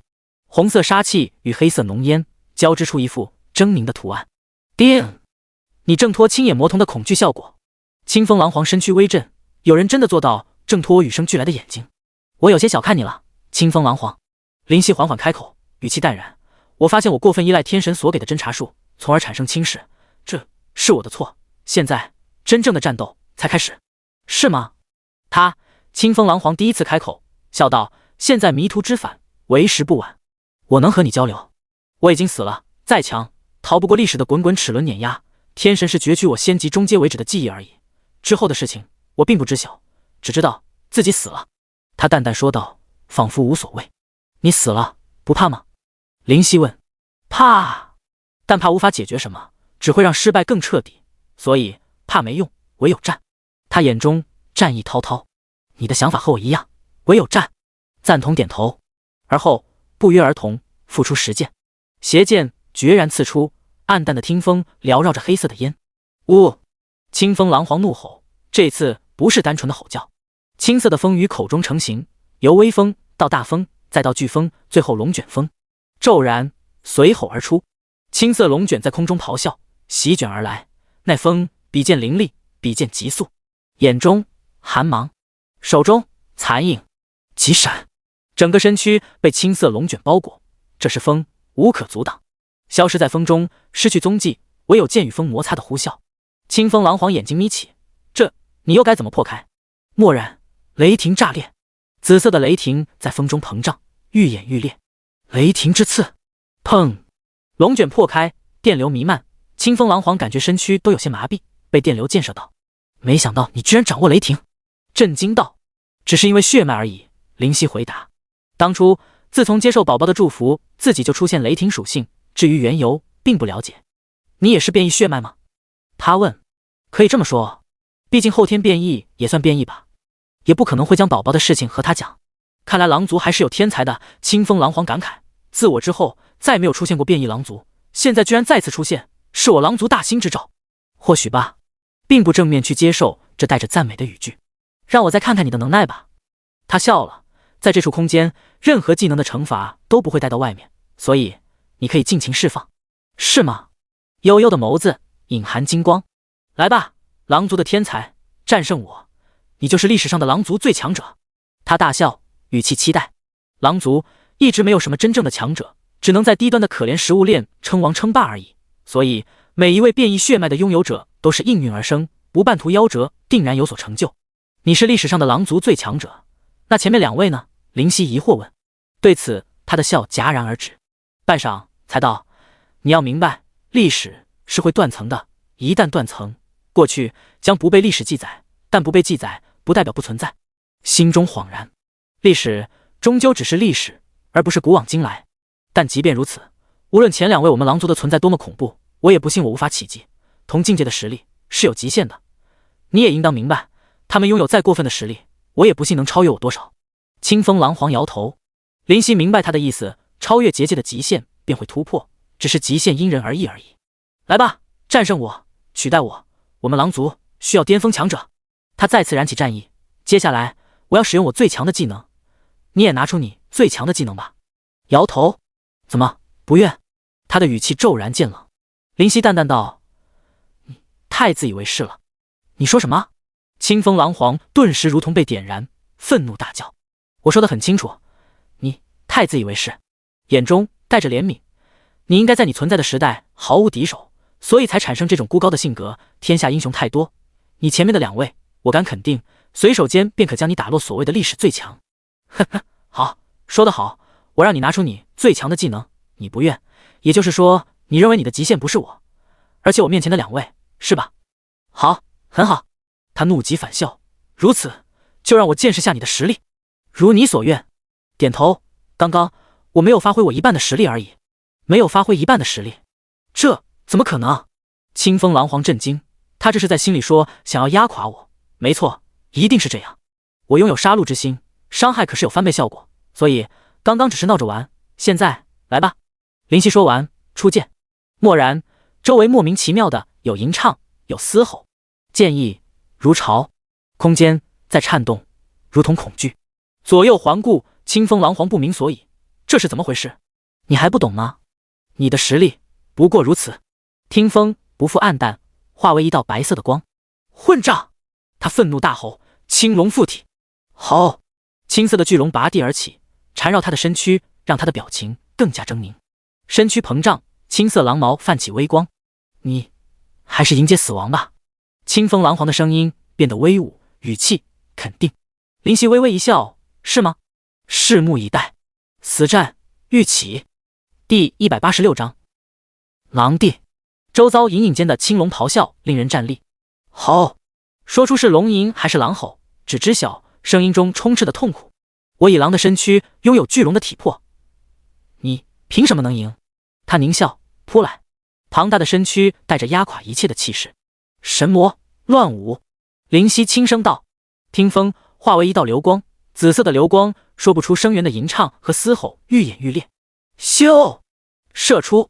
所谓的流星不过如此，所谓的光速不外如是，所谓的龙躯不过尔尔。空间震动，然而无声。清风狼皇的瞳孔骤缩，危险，极度危险。但怎么逃？身上的青龙虚影吼叫中，只能硬生生的承受。这速度，意识能反应已然不易，想要躲避，异想天开。叮，清脆的声音响起，随后，咔，所谓的青龙虚影碎成星点，于空中飘散。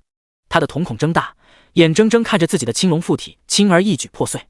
噗，皮开肉绽，血液怒溅，伴随着痛苦和绝望。林夕的眼睛带着怜悯。我说过，你的实力仅仅让我不能轻视而已。-22351452，这伤害蛮不讲理。听风贯彻他，从前兜后留下空空的洞，太恶心。叮，你使用技能神魔乱舞，对敌方单体造成基于自身攻击的3000%伤害。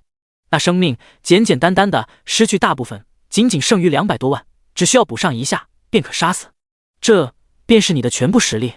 清风狼皇呆滞了，摇头，没有。如此是我狂妄了，但愿狼族以你为荣。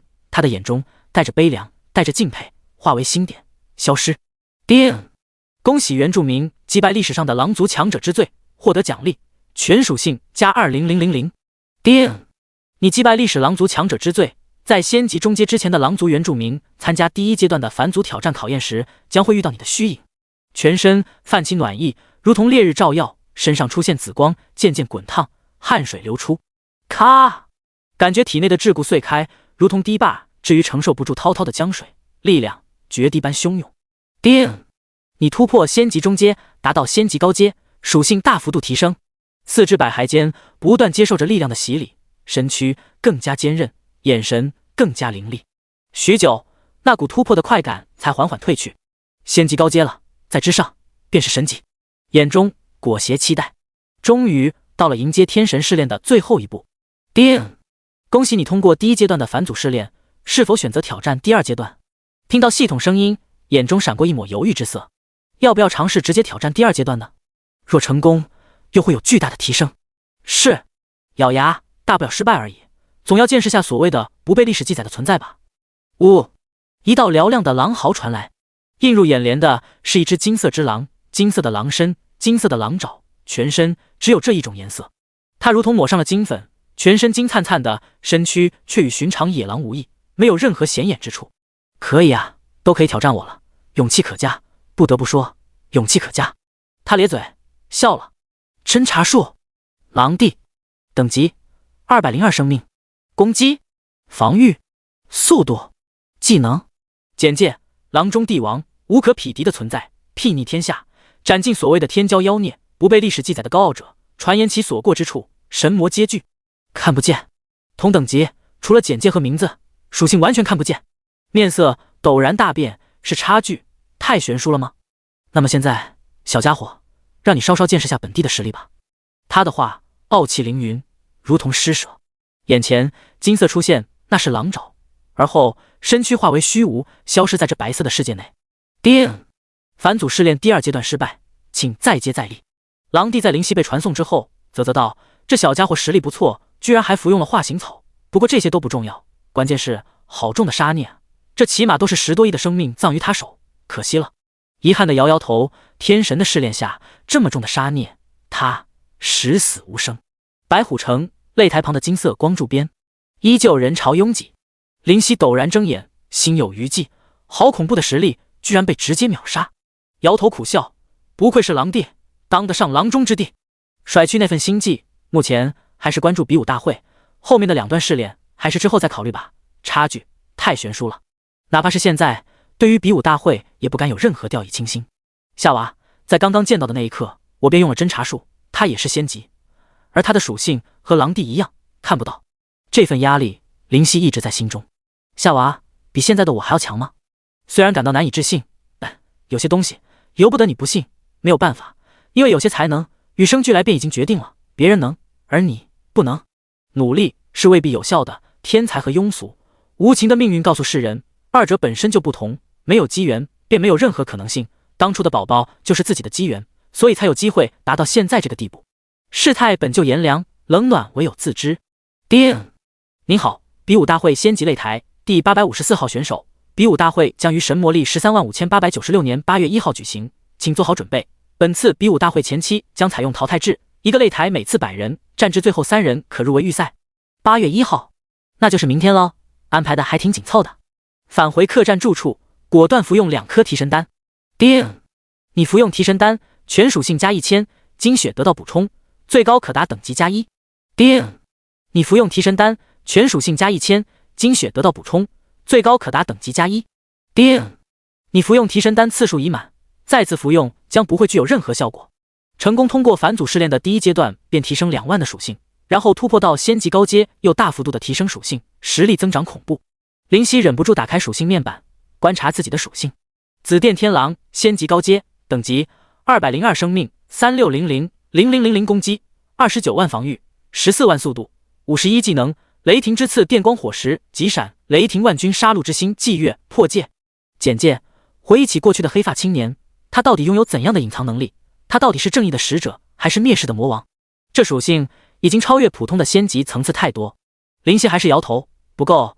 清风狼皇都拥有和我相差不多的属性面板，而后面的试炼我毫无反抗之力，而且还是同境界、同等级，我要走的路还远。第187章比武大会开幕。翌日，阳光明媚。叮，比武大会，原住民正式开幕，请参赛的原住民做好准备。系统铃声响起，林夕睁开眼睛，带着跃跃欲试。叮，参赛原住民854号，请前往白虎城中央擂台，否则将视为弃权淘汰。全属性5000，等级5。离开客栈，快速的来到那4个擂台处，发现此处已然人山人海，人头攒动。这次比武大会好像报名的有1万多人吧？没想到仙级居然这么多，平时都看不见这些存在，到底在哪里？有些激动啊，似乎先是决出每个大陆的仙级前50和神级前10，然后通过传送阵去其他空间进行比武。那我们不是看不到？放心，上面的眼睛会显示出现场状况的。你怎么知道这么多？系统没说啊。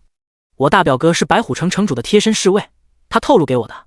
叮，请注意1-400号，请前往擂台上。4个直径超过100米的擂台上，分别出现1-100、101-200、201-300、301404个数字虚影，标示着参赛者应当前往的区域。如此，第1轮的淘汰赛会特别迅速了。不过也是整整1万多的参赛者，一个一个比，不知要何年何月了。林夕暗想。让开让开，本公子要上了。嚣张的声音出现在耳旁，忍不住侧目。说话者身上和林夕一样的紫色衣物，身上的饰品颇多，戒指、玉坠、项链都熠熠闪耀，满脸的得意，高昂着头颅。这比武大会的仙级层次，有谁是我对手？哑然失笑。世界上总有脑残之人喜欢出风头。旁边的人自觉地让出一条道给他通行。他就这样大摇大摆地来到1-100的参赛选手的擂台上。这谁啊？这么嚣张？嘘！晋升，白虎城城主的儿子，在白虎城中那是一霸，性格比谁都猖狂。原来如此，大家都不敢再多言。在白虎城和白虎城的城主儿子对抗，谁都不会傻到这种地步。陆陆续续的有兽上台。叮，请参赛选手在3分钟内上台，否则视为弃权。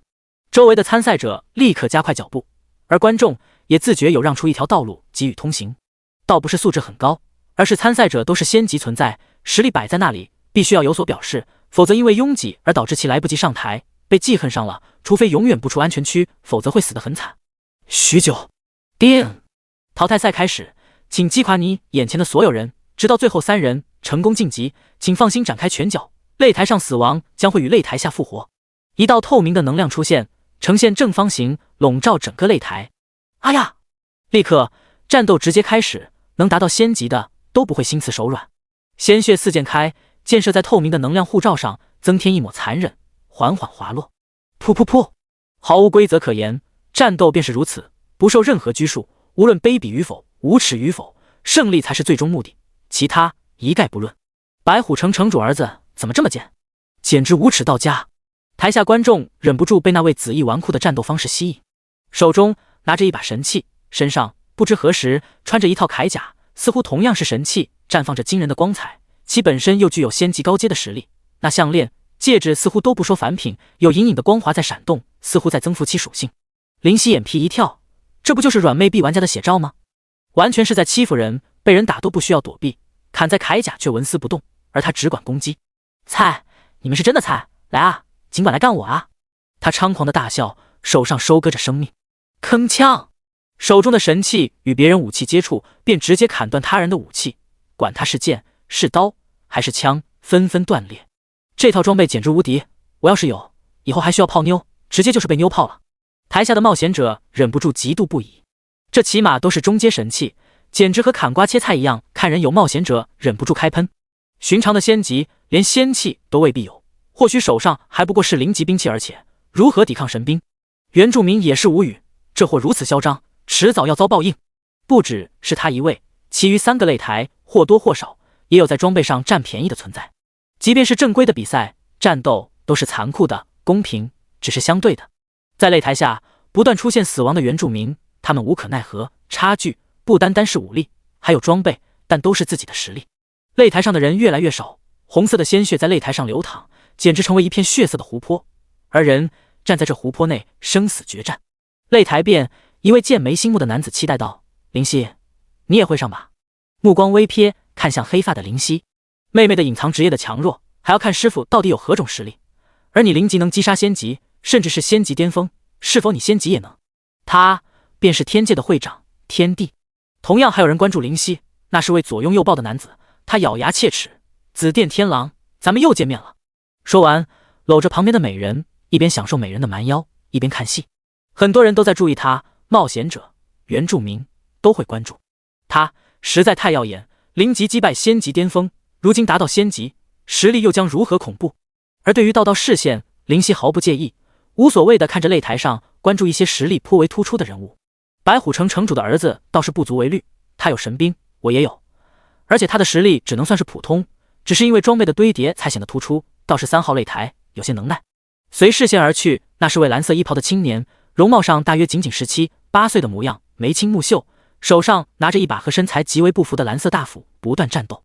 还有这位也是，皮肤暗黑，人形，身着灰色衣物，手中拿着黑色长刀，眉宇间充满自信，似乎对于实力很有把握。我不能败在这里！有人愤怒的怒吼，却还是被无情的斩杀。你们居然联手，实在太卑鄙！若非如此，你们根本不是我的对手。有人不甘的咆哮，却还是被残忍的屠戮。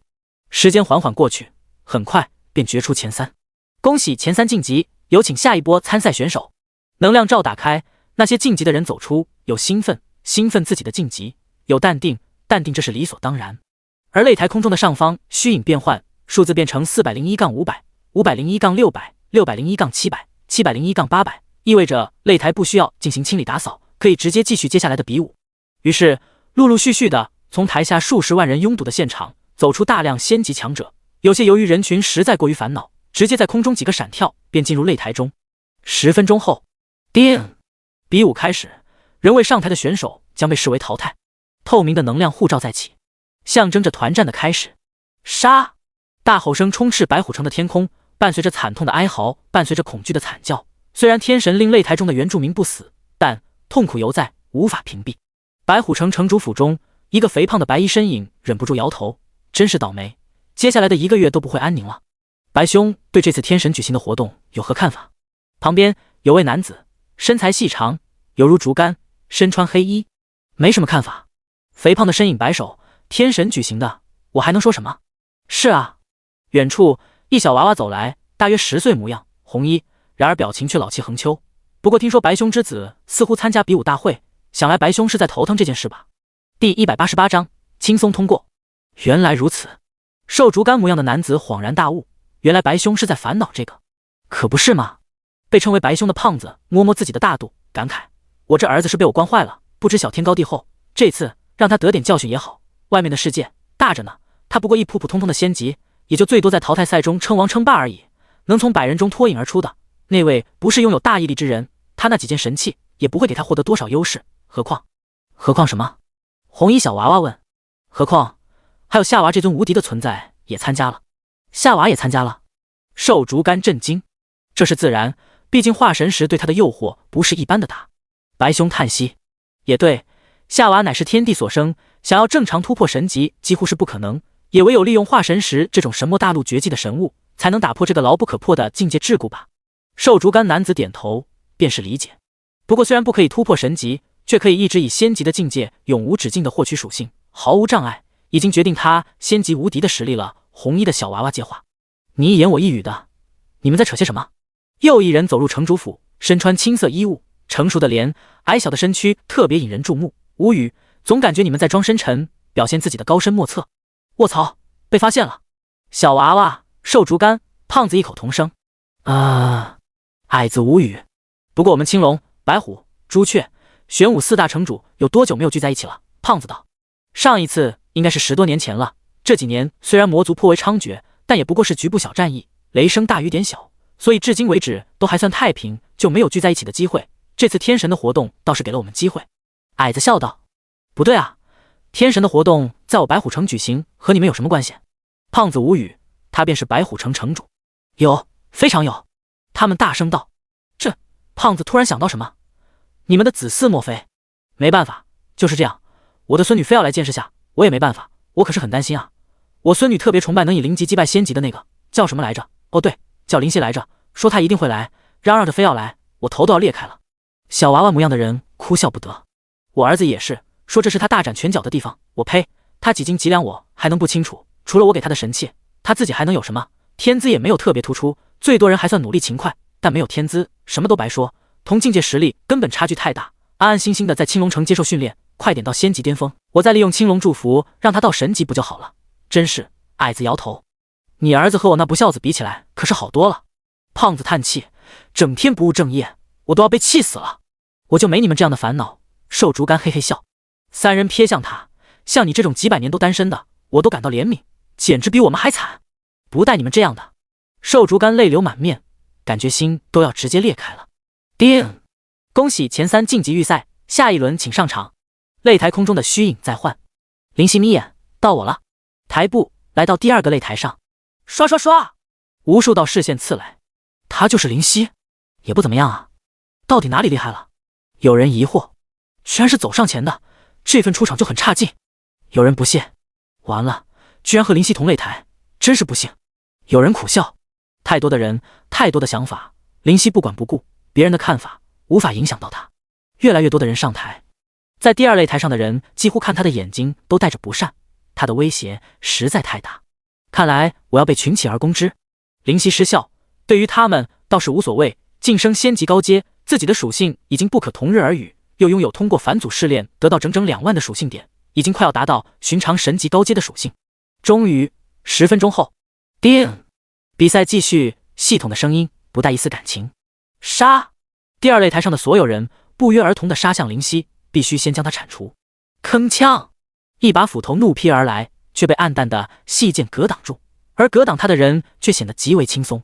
不可能，我这可是神兵！那人感到不可置信，忍不住哑然，又不是只有你一个人有神兵。噗！寒光抹过脖颈，那人直接倒地出局，剩下一滩血水，证明他参加过比武大会，但很可惜，到此结束。听风挥动，溅射一地血滴，顿时鸦雀无声。拼了！有人咬牙杀来，顿时感染大家，如同被引爆的火药桶，炸开了锅，疯狂地朝着灵犀涌来。噗噗噗！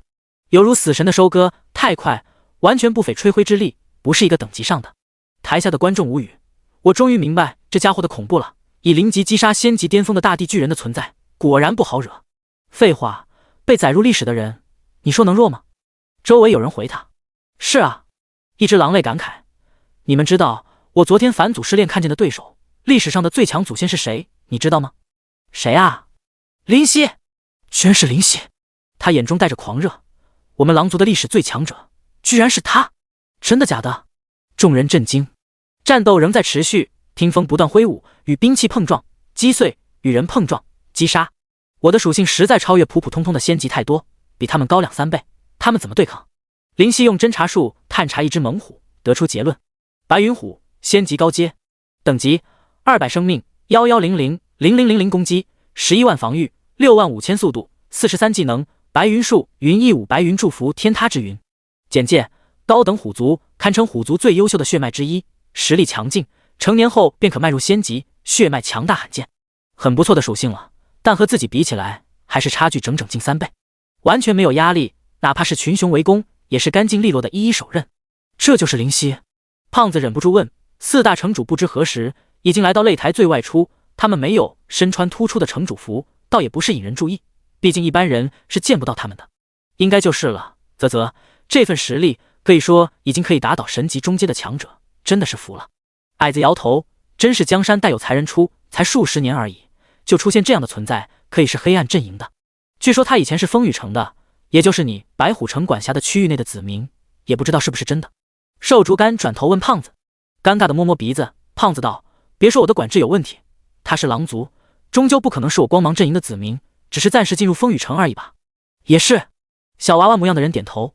狼族终究只能是黑暗阵营的子民。短短5分钟，第二擂台分出胜负，只有2个落后于人的仙级，侥幸逃得一死。我居然莫名其妙的晋级了，其中一个直接惊呆了。叮！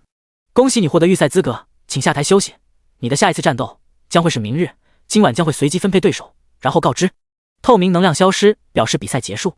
林夕将听风收起，一跃而下，在众人呆滞的眼神中稳稳落地，而后径直离开。这淘汰赛根本看不出什么名字，真正的厉害角色根本不会展现出他的实力，随随便便就能脱颖而出。林夕想到，这也太快了点吧？废话，一见一个，你行，你也可以这么快啊！快看，3号擂台也决出胜负了。真的假的？这个林夕这么快我还能理解，还有这么多妖孽不成？对此林夕没有回头，他知道第3擂台为何会那么快，因为夏娃在第3号擂台，想不快都难。第189章，宝宝苏醒。一袭红衣，天使面容，魔鬼身材，这是足以勾起所有男人欲望的尤物，没有人能抵抗他无形中释放的诱惑，美到某种极致，而且魅惑众生。所有原住民，甚至包括冒险者，只要将视线移到他的身上，便很难离去，会口干舌燥，会忍不住想要一亲芳泽。白虎城城主的儿子舔嘴，太漂亮了，可惜尽管是仙级，真的打起来我爸都不是他的对手，还是算了，遗憾摇头。长得过分也就罢了，实力还强得逆天。即便他是纨绔，但所幸脑子正常。这是朵玫瑰，可惜带刺，不可触碰。你说林夕是不是夏娃的对手？瘦竹竿忍不住问。这2人很难不用来比较，毕竟都太引人注目了。应该不是对手，夏娃毕竟有超越万年的魔力，属性太夸张了，我身为神级中阶都看不到他的具体属性，估计除了因为达到神级大幅度提升的生命能超越他之外，我其余每一项属性都会被吊打。胖子，也就是白虎城城主，无奈摇头。我觉得不一定，他以0级击败大地巨人的那一招，你们应该也有看过吧？娃娃模样的小屁孩，也就是朱雀城城主否决他的观点。看到过，冒险者确实神奇，居然可以记录看到过的一些录像。我仔细看了，那一道技能应该会是专门针对结界的技能，不过哪怕不是结界，对于战斗的破坏力，我也是心服口服。太凶残，绝对增幅超越100%，简直就是……说到这里，他的话顿住，皱眉。旁边的青叶矮子，也就是青龙城城主，忍不住补充道：“简直就是竞技。”4人都安静了，一时间无人回答，只有比赛在一人持续。那是自创的技能，他们看得出是利用3种元素汇合而成，这很令人震惊，但仅仅如此。但自创竞技，而且不过0级，这就已经不是常理可以说明的。他的肉体有巨龙那么坚硬吗？胖子问。瘦竹竿道：“不可能，他的肉体很出色，但没有那么夸张。如此，他到底是怎么承受住竞技的恐怖冲击呢？”小娃娃皱眉沉思，哪怕是神级巅峰，想要释放竞技都会有些勉强，之后定然会虚弱超过7天，而他居然无视肉体的承受能力。他们4人百思不得其解。回到客栈，老板忍不住道：“恭喜大人晋级。”他刚刚也去看了，见林夕要回来，立刻跑出来道喜。娃儿一笑，客气了，而后直接返回房间休息。夏娃到底该如何对付？躺在床上，忍不住皱眉思索。他的实力不用说，定然比我强，除非使用破戒，但破戒需要祭月铺垫，代价太大，而且未必能造成一击秒杀的效果，毕竟他的积累实在太雄厚。当初普拉达说他一旦晋级神级，必然是魔族排名前3的存在，现在我才能理解，因为他虽然无法突破，属性却依旧累加，平时可能服用天才地宝或者机缘，哪怕被月魔族困了数万年，属性依然堪称无解。摇头，感觉没有半点胜算可言，差距实在明显。而神魔嘉年华结束，他必然会因为我的第3的愿望太过分，找我算账，这下可就头疼了，揉揉太阳穴，感觉很烦躁。不要怕，这不是有我吗？宝宝突然出声了，声音依旧嚣张。宝宝你醒了。林夕惊喜道：“这次是睡够了？”还好还好，勉勉强强睡得差不多了。说完打了个哈气，睡眼惺忪的模样。你刚刚说有你，意思是不是你有办法？林夕询问。有啊，当然有，我是谁你知道吗？宝宝大人，天下第一的宝宝大人。宝宝娇哼道。什么办法？忍不住再次问。宝宝提起手指，指了指上面，就是空气，什么都没有发生。上面？微愣，这是什么意思啊？你还没懂？说完，又指了指上面，这次手指的幅度更大了，好像觉得这么好懂的意思居然看不懂，真的是无奈。林夕懵了，我应该懂什么？你指下上方，我就懂了。那我是对你有多了解啊？哎，你还是不懂。宝宝遗憾的摇头，很是烦闷，揉揉头，打开你的脑瓜，好好想想。无奈，只能试着思忖。上面有什么？飞行？蓝天？白云？还是飞机？宝宝你就不要为难我了，到底是什么？苦笑，他是真的猜不透上面的定义。哎，你还是太年轻了，真的。宝宝老气横秋的叹息，我的意思是，你觉得天上会掉馅饼吗？你也不想想，你不给宝宝大人足够的好处，宝宝大人干嘛要告诉你？上面的定义就是天上不会掉馅饼。彻底傻眼，你就是想说这句话？当然啦，可不就是吗？宝宝理所当然的点头。如果不是躺在床上，林夕发誓自己绝对会差点腿软站不稳，眼前一黑。卧槽，搞半天还以为你在打哑谜，装深沉呢，原来答案这么肤浅。哭笑不得道，那你想要什么好处？这个嘛，我没想好。对了，当初你放生命女要夏娃的时候，是要她答应你3个愿望是吧？宝宝嘻嘻道，感觉有些不安。你的意思是要我允诺你3个愿望，以后想到再说？不是。宝宝摇头，不是。那就好，松了口气，还以为是3个愿望这种过分的要求呢。我的意思是，你要答应宝宝大人5个愿望才可以，3个太少了。宝宝补充道。顿时感觉头疼。如果不是躺在床上，林夕可以发誓他现在一定已经腿软站不稳，跪倒在地上。5个太多了，2个，最多2个。林夕义正言辞道。2个太少了，4个，最少4个。宝宝坚守阵线道。双方你来我往，互不相让，最后终于达成3个的共同目标，愉快的成交了。然而林夕其实并不是很愉快，黑着脸，现在可以告诉我该怎么战胜夏娃了吧？很简单，只要你得到传承就行了。宝宝拍着小小的胸脯，昂起下巴，笃定道。传承？林夕愕然，倒不是对传承这个词的不理解，在地狱中，玉骨天魔曾经见过，传承是获得属性的很好途径，而且效果非常大，只是宝宝有传承。好事，宝宝的传承？如果是宝宝的传承，那他能传承些什么？将睡觉的功力传承给我，让我一睡数万年，让夏娃忘记我的存在。满头黑线的胡思乱想一阵，问谁的传承？兽王。宝宝道。兽王？那是怎样的存在？应该是脱离了天神的掌控，天神也无法用属性去衡量他的实力的存在。宝宝用白嫩嫩的手指点点下巴，思索道。脱离天神掌控？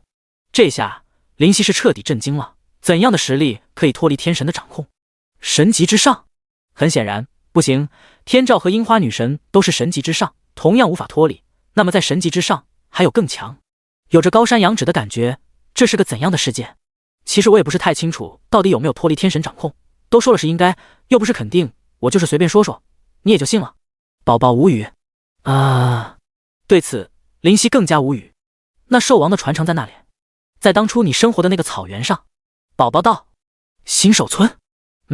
就是那里，当初其实是传承和我一起从空中掉落的，但是我没有将传承告诉你。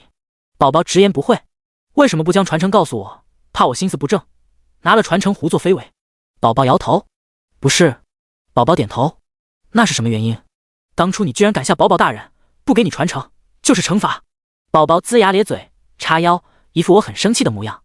我去，心中只想骂娘。幸好是躺在床上，否则林夕发誓现在一定已经磕死在地上。第190章预赛。传承需要多长时间呢？林夕苦笑问。这个差不多3天吧，如果你通过考验的速度够快的话。宝宝摇头晃脑。如果没通过考验的话，那么恭喜你，估计1个时辰都不用你就可以走了。不是吧，你对我怎么没信心？瞪眼，一副我这么强，你说我会失败，我很气不过的表情。不然呢？宝宝撇，你莫非认为兽王的传承试炼很简单不成？哎，太傻太天真。说完止不住的摇头，嘟囔，年轻，真的，你还是太年轻。如果你有我的阅历，你现在已经成为纵横天下的高手了。哦，是吗？林夕心中暗笑不已，表面却一副震惊的模样。不愧是宝宝大人，这份阅历在下不及也。说完竖起大拇指，满脸的赞叹和敬佩。那是。宝宝得意的挺起小胸脯，我是谁？全知全能的宝宝大人，无所不能。那行吧，等有空下来我们就去尝试下传承，全知全能无所不能的宝宝大人。林夕点头，现在还是要准备下比武大会。比武大会？啥比武大会？宝宝疑惑。就是天神举行的活动，成功者可以得到丰厚奖励。林夕耐着性子解释。丰厚奖励？宝宝搓手，可以呀，林夕，现在仙级高阶了，实力上去了，连翅膀都硬了，胆小如鼠的你都有勇气参加比武大会这种大规模的活动。我胆小如鼠？也不知道谁被我的原型直接吓哭了，大叫为什么是只狼进来，不是只兔子。林夕忍不住腹诽，揉揉太阳穴，好了，时间不早，咱们睡觉吧。呸！宝宝立刻炸开锅，如果被踩了尾巴的小猫咪，鄙夷道：什么咱们睡觉吧，说的好像我们要睡一起一样，真恶心。林夕气笑，你现在是不是在我脖梗的宝石里？是啊，那你是不是和我一起睡的？而且林夕坏笑，你还是睡在我胸口呢。毛线睡胸口？像你这么丑的人，我怎么可能睡你胸口？话说你这么丑，怎么好意思对自己这么自信的？反正我是难以想象的。说实在的，祝福给你我是1万个不情愿，1万个很为难的。立刻反唇相讥，不屑道：好吧，宝宝大人，尽管你是1万个不情愿，1万个很为难，但还是把祝福给我了。怎么，你还能要回去不成？来啊，我把祝福还给你，你倒是拿呀，拿呀。林夕很少无赖的说着屁话，最后2个字说的贼贱贼无耻。太久没和宝宝吵嘴，今天倒是来了些兴致，要好好为难他一下。哼，明知道我不可能再拿出来，还说这种话。好，我的第一个愿望决定了。宝宝咬牙切齿，眼睛圆滚滚的，一副恨其欲死的表情，很是可爱。决定了？微微愣住，突然有种不好的预感，严肃道：你要想清楚，愿望只有3个，你随便乱用，用完了就没了。没了就没了，我就不信你一辈子不找我帮忙。呵呵。宝宝咧嘴，突然笑得很阴险，就像是只狐狸。林夕也有些紧张，以宝宝的那脑瓜子，第一个愿望究竟会是什么？翌日清晨，阳光熹微，东方泛起鱼肚白，张氏一天的开始。街道开始落叶，人迹逐渐纷纷，错落的街道一尘不染。叮！比武大会预赛即将开始，请晋级选手立刻前往擂台。系统铃声使得这安静的街道上顿时热闹起来。终于要开始了，真的期待仙级的比武到底会是怎么样的。话说神级的比试在那里？不知道，可能只有神级的存在们自己才知道吧。都到了他们那个程度的实力，也不会爱慕虚名，比武或许就在进行呢，只是我们不知道而已。来到擂台处，发现已经人山人海，非常拥挤。苦笑，今天可是要丢脸了。想起宝宝的第一个愿望，就感觉头疼无比。林夕来了，这应该是夺冠的种子选手吧？还有夏娃，我有预感，第1名会在他们之间产生。你当其他什么大陆上的人都是吃素的？说不定我们东大陆连决赛都没进也有可能。屁，我们东大陆会比其他大陆差？不存在的。我觉得暗人族的那个少年是黑马，会夺冠，我有预感。狗屎，你那眼光还是安安心心的回家带孩子吧，还来看个毛线啊！如果不是因为这里是安全区域，说不定因此便会大打出手。叮！首先恭喜进入预赛的选手，你们即便淘汰也不会有任何惩罚，而且将会因为你们的英勇得到500的全属性提升。叮！天神已经用绝对公平的随机决定你们的对手，现在请注意自己的牌号，本次战斗将会是4组同时进行的方式开始，没有一组决出胜负，下一组便可上台开始。叮！第一组23号 vs 168号，第二组57号 vs 578号，第三组1056号 vs 888号，第四组1426号 vs 754号。半空中的金色眼球眨动，4个擂台出现号码的虚影，顿时人群中出现8人缓缓上台。至于人群的拥挤，对于他们而言完全无法阻止步伐。他们没有嬉笑，没有放肆，表情严肃，能够脱颖而出的人物都不会简单。场下激动，目光期待，这可是仙级强者之间的比试。不过也叫不出他们的名字，因为并不出名，有些甚至是深山老林中的人物，平时不显山不露水，但都是同境界100人中杀出的人物，让人无法小看。那个888号的有点眼熟啊。林夕眯眼看着3号擂台上的灰衣少年，他皮肤灰暗，身材消瘦，但目光澄澈，眼中裹挟着信心，手中拿着一把灰色剑刃，颇为不凡。侦查术。叮！你作为参赛选手，无法查看对手的属性，现在不能用。略略错愕，但还能坦然接受，毕竟这算是抢先去侦查对手的战斗讯息，做出对自己有利的判断，这在某种程度上来讲确实算作弊。至于战斗的观察，你看我的战斗，我也看你的战斗，算是对双方都有利，很公平。叮！比赛开始。系统铃声响起的瞬间，空气炸响，砰砰砰，战斗立刻席卷，出手没有留情一说，下手没有温柔可言。那位灰衣青年手中的黑色剑刃触及对手，立刻使得对手留下伤痕。他的对手是只大熊，达到仙级高阶的棕色大熊，巨大无比。他的移动会使得擂台都在震动，地面都在颤抖，可见其重量之恐怖。吼！大熊怒吼，因为身上的伤痕，这伤痕会对他而言无伤大雅，他的防御很强，这是他的自信存在。但即便如此，还是忍不住愤怒，这家伙实在太猥琐了，完全不和自己对抗，每每要互相攻击到对方立刻逃开，丝毫没有犹豫，知道遇到大熊无法攻击的角度，方才出手。林夕眼睛微亮，不错，立刻知晓，既然他的体积庞大，那么相对的速度会大减，利用身材游走攻击确实是不错的选择。不过他的战斗经验太差了，没有发现对手的目的。大熊表面被灰色利剑留下越来越多的伤痕。吼！怒吼，目眦欲裂，疯狂挥打。没用的，你打不到我，别怪我，战斗就是如此。那位皮肤暗灰的青年摇头。叮！狂野大熊使用技能禁锢之阵，你被禁锢3秒，无法移动，脚步戛然而止。面色大变，什么时候的事？脚下闪烁着阵法的棕色光芒。大熊得意的大笑，莫非你当我傻，只会挨打不成？天真！挥起壮硕的熊掌击出，熊掌上泛着刺眼的棕色光芒，与脚下的阵法交相辉映。结束了！得意的笑出声，这是他的得意绝技。若中，即便上不死，也没有反抗之力了。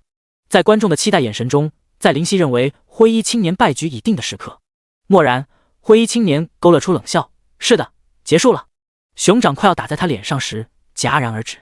这是什么？林夕瞳孔骤缩，大熊身上被黑色利刃所伤的地方冒出黑色的淤血，而后便没有然后。吼！棕熊大吼，不甘，如此倒下，他实在不甘，但结局已定，无力胜天，无奈到底，消失，留下一滩黑色的血迹。叮！恭喜888号选手胜出，晋级复赛。好险，差点就被他打中，幸好花儿你已经发挥效果了。青年庆幸地深吸口气，看向自己手中的剑，黑色利刃震动，如同撒娇。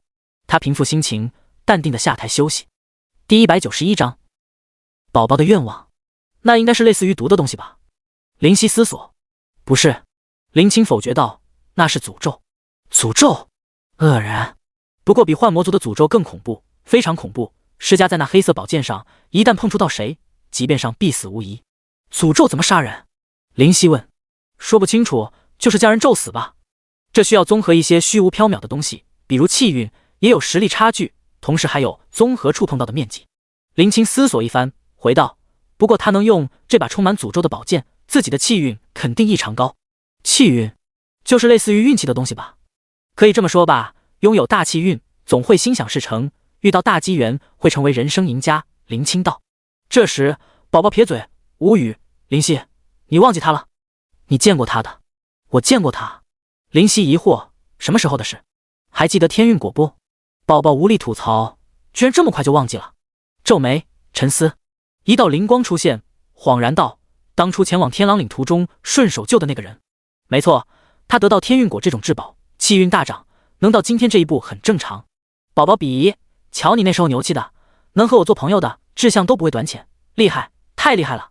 被宝宝这么说有点尴尬，讪讪道：事实上确实是这样，实力是在百般磨砺下而堆砌的，一味走运未必会是好事。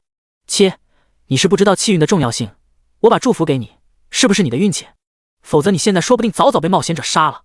宝宝这话说的也对，忍不住摸摸鼻子，我那是突然的惊喜，平时我可没有那样的运气。好了，我们安心看比赛吧。强制性的转移话题，这个话题不能再继续了。当灰衣青年下台，擂台上的虚影数字变化，成为911号 vs 650号。911号，林夕挑眉，这些有趣了。一位虎背熊腰的男子一跃入台，脸上带着自信，这次我定要大展拳脚。是吗？背后出现淡漠的女声，语气不屑，转身而后呆滞，红衣飘飘，红发四溢，美得令人窒息的身影让你流连忘返，根本无法控制住眼神。然而这位男子不是特别开心。夏娃，911号是夏娃？不是吧，我这么倒霉？他顿时苦着脸，自己下台还是我送你下去？夏娃淡淡说道。眼前这位男子太弱，弱到他不屑一顾。哼，夏娃，我承认你很强，但我也不是胆小鼠辈，投降不可能。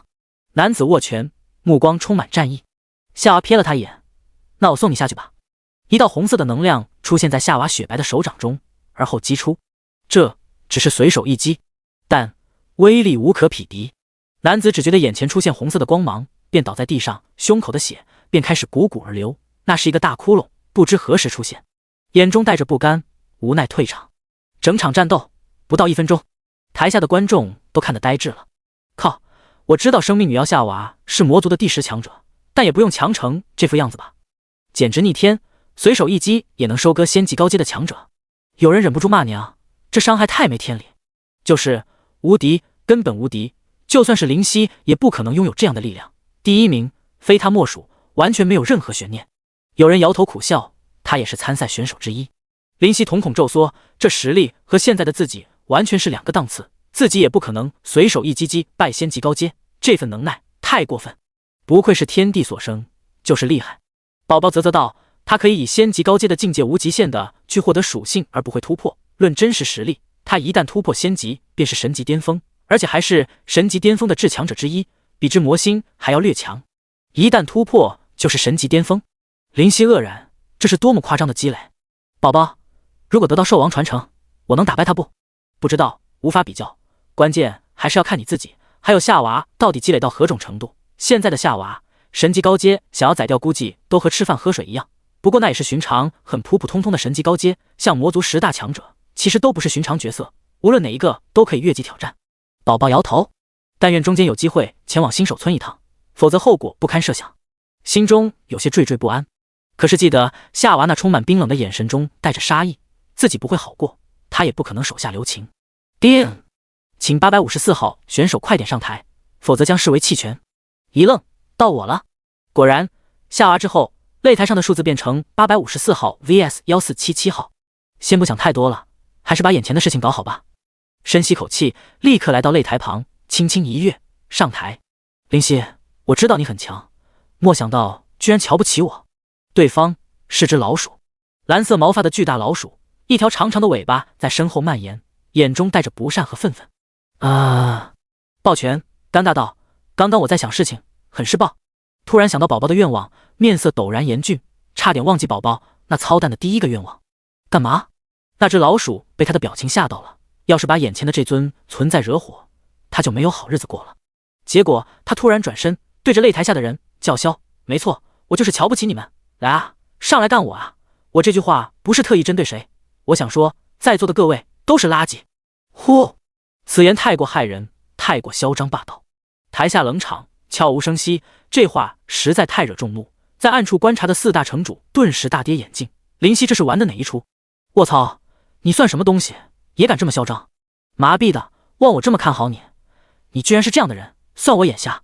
像你这样的人，我1年打死好几百个。擂台下的人纷纷大骂，许多人都瞬间从支持变为喷子。灵犀苦笑，宝宝的愿望也忒毒辣了点，这简直是让他在所有人眼里变成一个有点实力就嚣张的人。哈哈，宝宝捧腹大笑，不错不错，宝宝大人很满意，哈哈。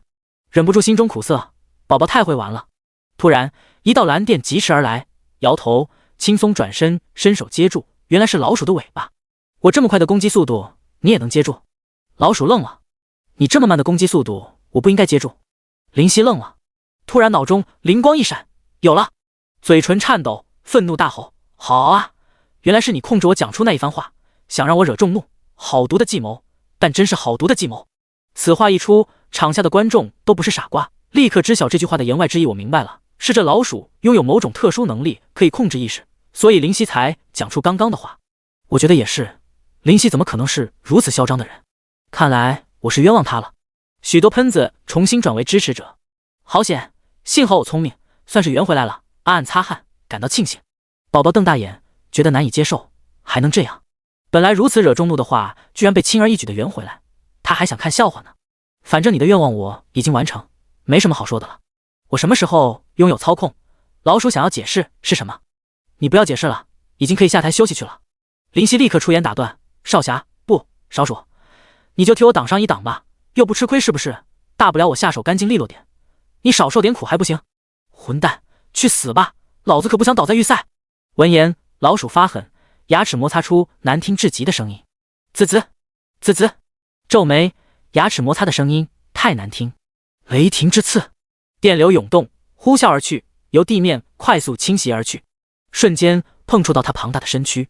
滋滋，滋滋，这次变成了电流的活跃跳动声，来不及发出惨叫，便成为烤熟的老鼠肉，冒出黑烟，传来鼠疫，最后化为虚影，消失，本体出现在台下。可恶啊，真是倒霉，碰到这么强的对手，不然我觉得我完全可以进入复赛。擂台下，老鼠气得跳脚，鼠须都在颤抖，好生滑稽。林夕只能哑然以对。我也是，要不是碰到夏娃，我觉得我不应该会倒在这里。虎背熊腰的大汉也是恨得牙痒痒。两人互视一眼，或许是因为同命相连，突然出现知己之感。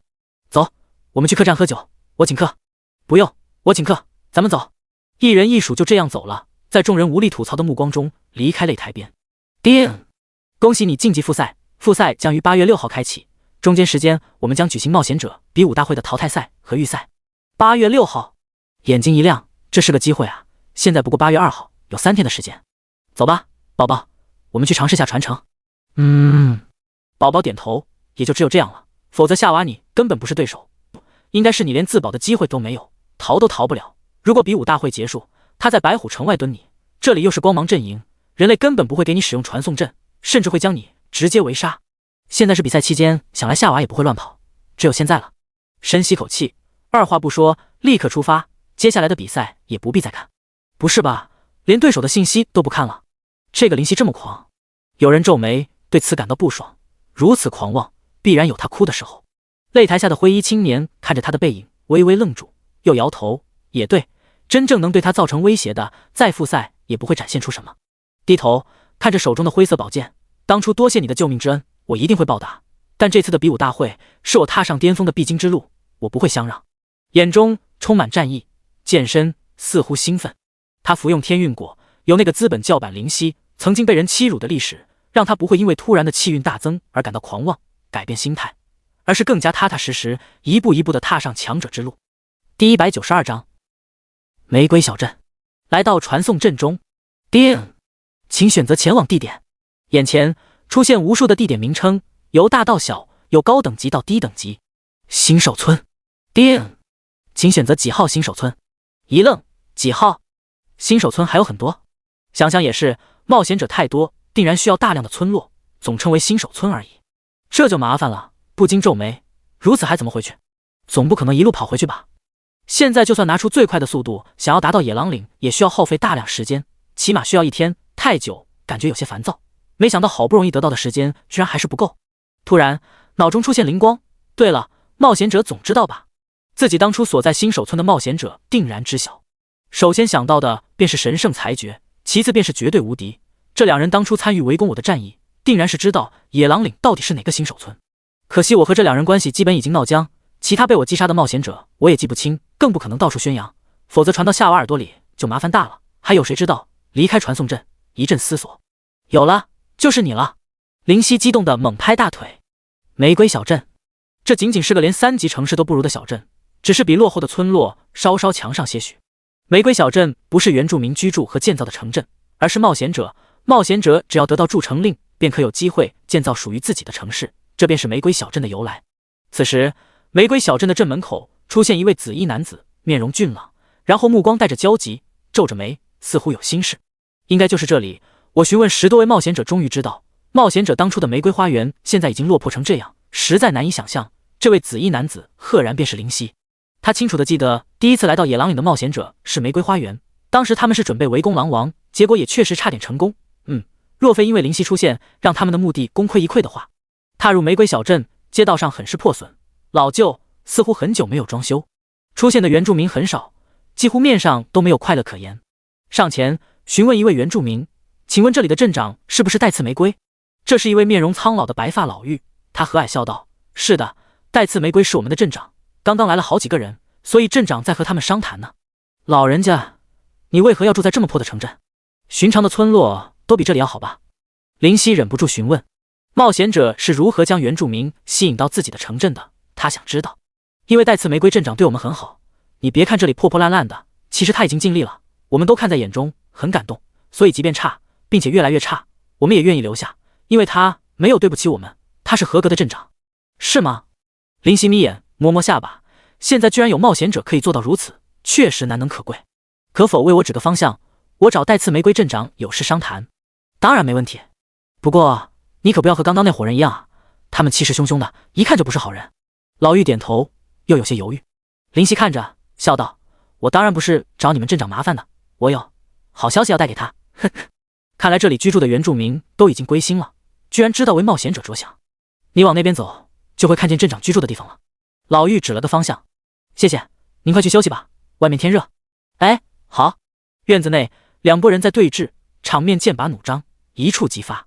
双方领头之人分别是一男一女，男子倒是容貌颇为寻常，只是那女子姿色非常动人，一袭铠甲衬托出婀娜的娇躯和英武的气质，找不出瑕疵的雪腻脸蛋上五官精致绝伦，黑色长发轻扎于后，柔顺如水。她的那双眼如同美玉珍珠，玲珑剔透。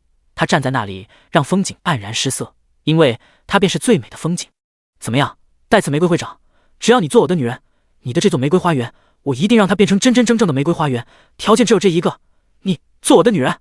一位男子眼中带着猥亵目光，淫笑道。他的身后站着5人，都是等级突破150级的，对于现在的玩家来说，已经是职业玩家的程度，非常厉害。你滚！带刺玫瑰咬着银牙，我的城镇不需要谁帮忙，我自己就能弄好。你自己？那男人忍不住大笑，这就是你近半年才成果。若非你们暗地捣乱，我的玫瑰小镇怎么可能会发展成这样？现在来说风凉话。带刺玫瑰身后的一位男子忍不住站出来，怒气冲冲，他的头上顶着一行字：风过不留痕，133级大战师。哼，主人没说话，狗倒是先开口了。带刺玫瑰，你就是这么管教你的手下的？男子冷哼一声，风过不留痕气的脸色铁青。你，好了，留痕，不要再说了。带刺玫瑰制止。可是，没有可是，不要再说了。带刺玫瑰蹙眉，而后对着男子面无表情道：我替手下赔个罪，是他唐突了。现在我们玫瑰小镇不欢迎你，你可以走了。走？男子失笑，玫瑰，你还没答应我呢，我怎么能走？答应你？带刺玫瑰冷笑，痴心妄想。我说了，我们玫瑰小镇不欢迎各位，可以走了。若非实力不够和对方抗衡，现在他很想拔剑杀了这些垃圾，但是比人强，只能忍。玫瑰，你不答应我，我不会走。这次我一定要你做我的女人。男子舔嘴，眼中带着色欲。这么漂亮的女人，他是第一次见，无论身材、声音还是气质，都让男人有股征服的欲望。他几乎每天都想将她压在自己身下，必须得到手。这样的角色必须要得到手。我再说一次，滚！带刺玫瑰蹙眉，拔出利剑。玫瑰，你才147级，已经是你们最强的实力了。我身后可是站着5位150级往上的玩家，你不是我们对手的。男子笑道。如此就是无话可说了。兄弟们，给我！带刺玫瑰心中燃着熊熊烈火，冷喝：这位美女不是说了让你滚吗？还留在这里干什么？突然出现声音，在场之人错愕。林夕缓步来到小院，轻松地走到男子面前。我数到3，你们不滚，立刻死。你算老几？男子忍不住发笑，莫非真当现实中能随随便便英雄救美不成？3，而后之间残影纷飞，6人直接死亡，连鲜血都来不及喷涌，便已经倒地。许久，才有红色从脖颈溢出。-5142648，-5841554，--5455245，3个庞大的数字姗姗来迟，惊呆在场所有人。不是吧？这些可都是150级的高手，就这么死了？原住民？我们玫瑰小镇里有这么强大的原住民？难道是隐藏在我们村里的强者？我们崛起的希望？我都说了，我数到3，你们不滚，立刻死！林夕将听风收回，而后转身笑道：带刺玫瑰会长，可否告诉我当初紫殿天狼所在的新手村是几号？现在已经没时间再废话，必须单刀直入。你是谁？他虽然惊讶于突然出现的黑发男子，更被巨大是伤害数字震慑到，但毕竟是一会之长，承受能力和反应能力出色，立刻回道：林夕。淡淡回答。林夕？他忍不住多看这位黑发男子几眼，突然想起什么，问：你是当初的紫殿天狼？不错，勾勒出一丝微笑。有什么条件？说，只要不过分，我可以帮你个忙。现在告诉我，当初野狼岭在哪个新手村？看他总是不断提及新手村，自然知晓是有急事，可不为难。542号新手村。多谢。感激的拱手，这个消息对自己太重要。没事，恭喜你，林夕，你成功了，成为无数人眼中敬畏的存在，从一只小小的野狼带刺玫瑰恭贺，他也很难想象，当初不过21级的隐藏 BOSS 居然会成长到这种地步。没什么好喜的，我也为此付出太多，不提这些，告诉我你的要求，我林夕从不亏欠任何人。一笑而过，而后问：爹，你得到202级仙级高阶领主林夕的帮助，请说出你的请求。202级仙级高阶，带刺玫瑰有些激动，这可是现在玩家可望不可及的存在，忍不住低头思索起来。虽然林夕有些着急，但是到如今也不急于一时，在旁耐心等待。带刺玫瑰背后的冒险者议论纷纷：玫瑰姐，我们逆袭的机会来了。是啊，要不我们要件神器吧？做梦呢，神器可以许一套仙器的要求。听着他们的议论，林夕哑然失笑。我虽然没有神器，不过仙级确实不少。望向带刺玫瑰，说道：如果你需要，我确实可以拿出一套仙器给你。一套？带刺玫瑰震惊，一套仙器是什么概念？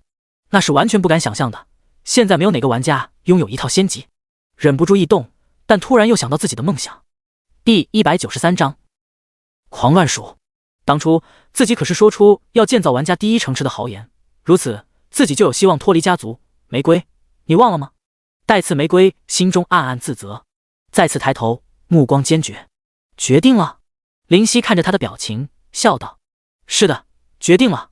他深吸口气，目露恳求：可否帮我将玫瑰小镇建设到2、3级城镇程度？2级实在太过分了，那可是比风雨城还大的城，不是城镇等级，而是城市，用一个小小的帮助换取如此大的奢望，实在不切实际，所以改口。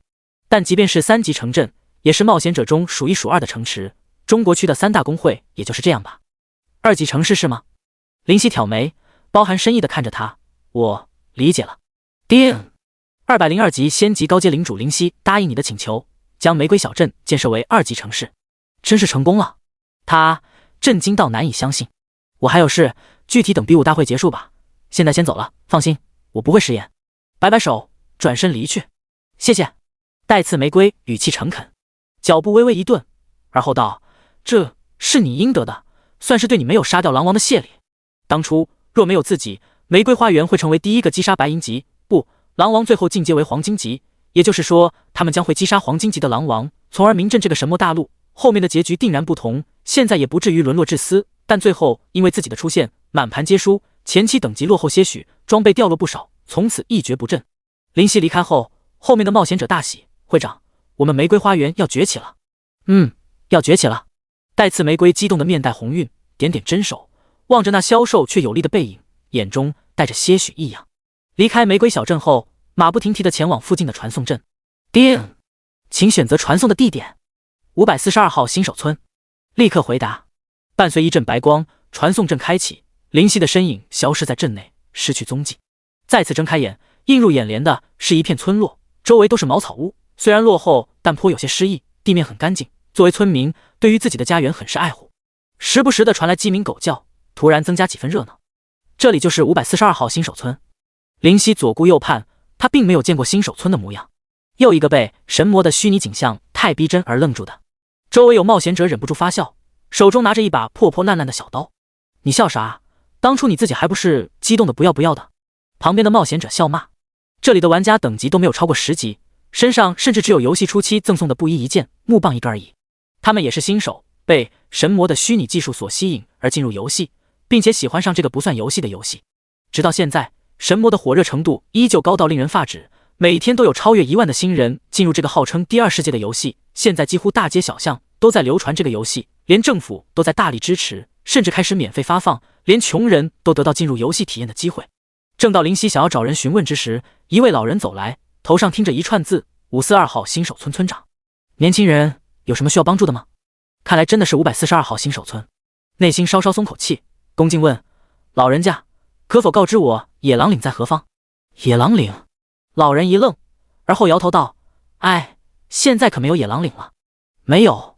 林夕心中骤然出现不安，急问：为何没有？野狼岭已经彻底被一群老鼠占领，这群老鼠不知为何非常强大，我们村里派出最厉害的猎人都没有办法，野狼也不是那些老鼠的对手，所以野狼岭改为魔鼠巢了。老人摇头：野狼起码不会对我们村民造成威胁，这些魔鼠简直就是疯子。我们将任务委托于冒险者，可是村里人又拿不出相应的奖励，所以最后老人垂头重重地叹了口气。请问魔鼠巢在哪里？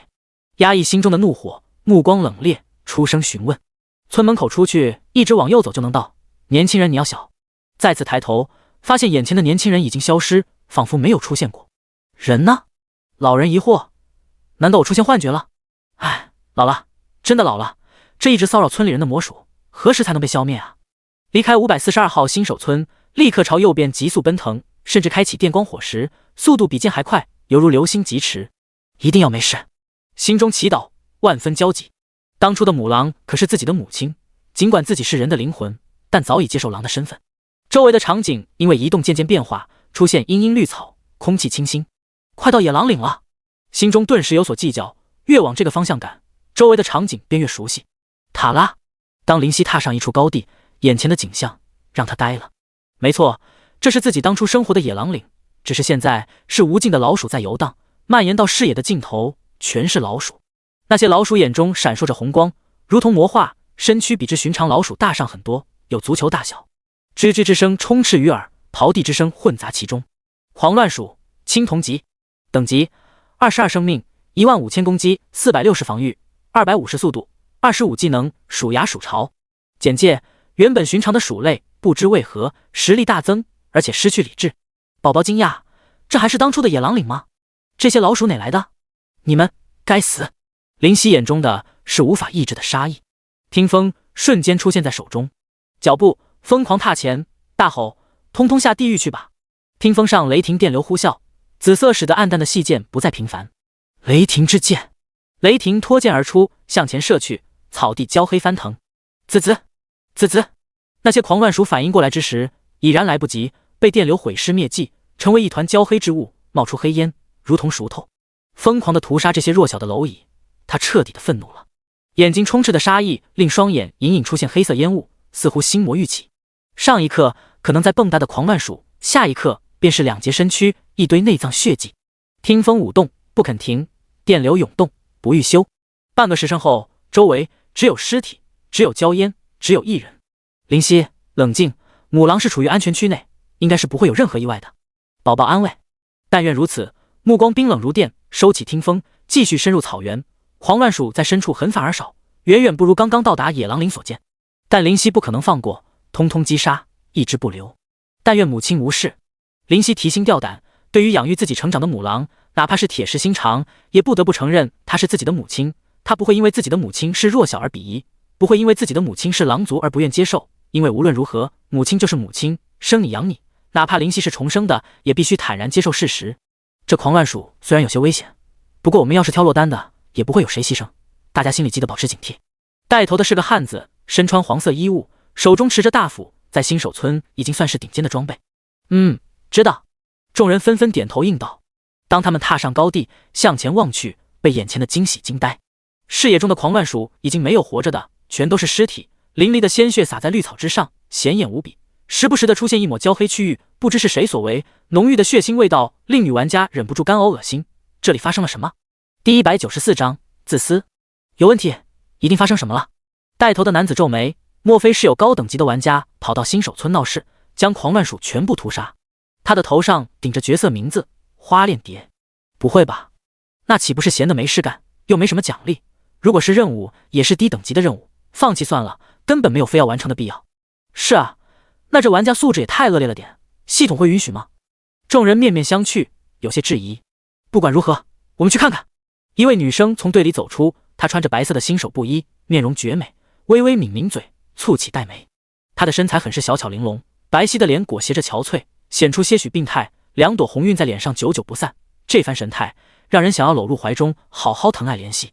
蝶恋花5级见习牧师，他一发话，在场的人都望向他，眼中带着炙热，这是无法抑制的，每个男人的缺点。小声的议论消失了，其他女冒险者看向他的面色带着不善，更是和他拉远距离，仿佛他的身上携带病毒。嗨嗨，带头的男子道：小蝶的这个意见不错，那大家进去看看吧。没错，进去看看就知道了，反正我们等级低，他要是真的想杀我们就给他杀好了，又不亏什么。一位队里的男生我同意小蝶的意见。我也同意。众人都纷纷点头应和，或许这就是美女效应，又或者该说是男人本性。这很危险，就算了吧。对啊，还是算了，这些狂乱鼠被杀得怎么快，而且死相这么惨，找到又能怎么样？还说不定会得罪他。我们走吧，去其他地图刷怪吧。那些女生就不会那么好心，不论如何都要去制止，去反驳。当然，他们的揣测没有错，很合理。蝶恋花忍不住左右为难，她不傻，自然知道他们的心思。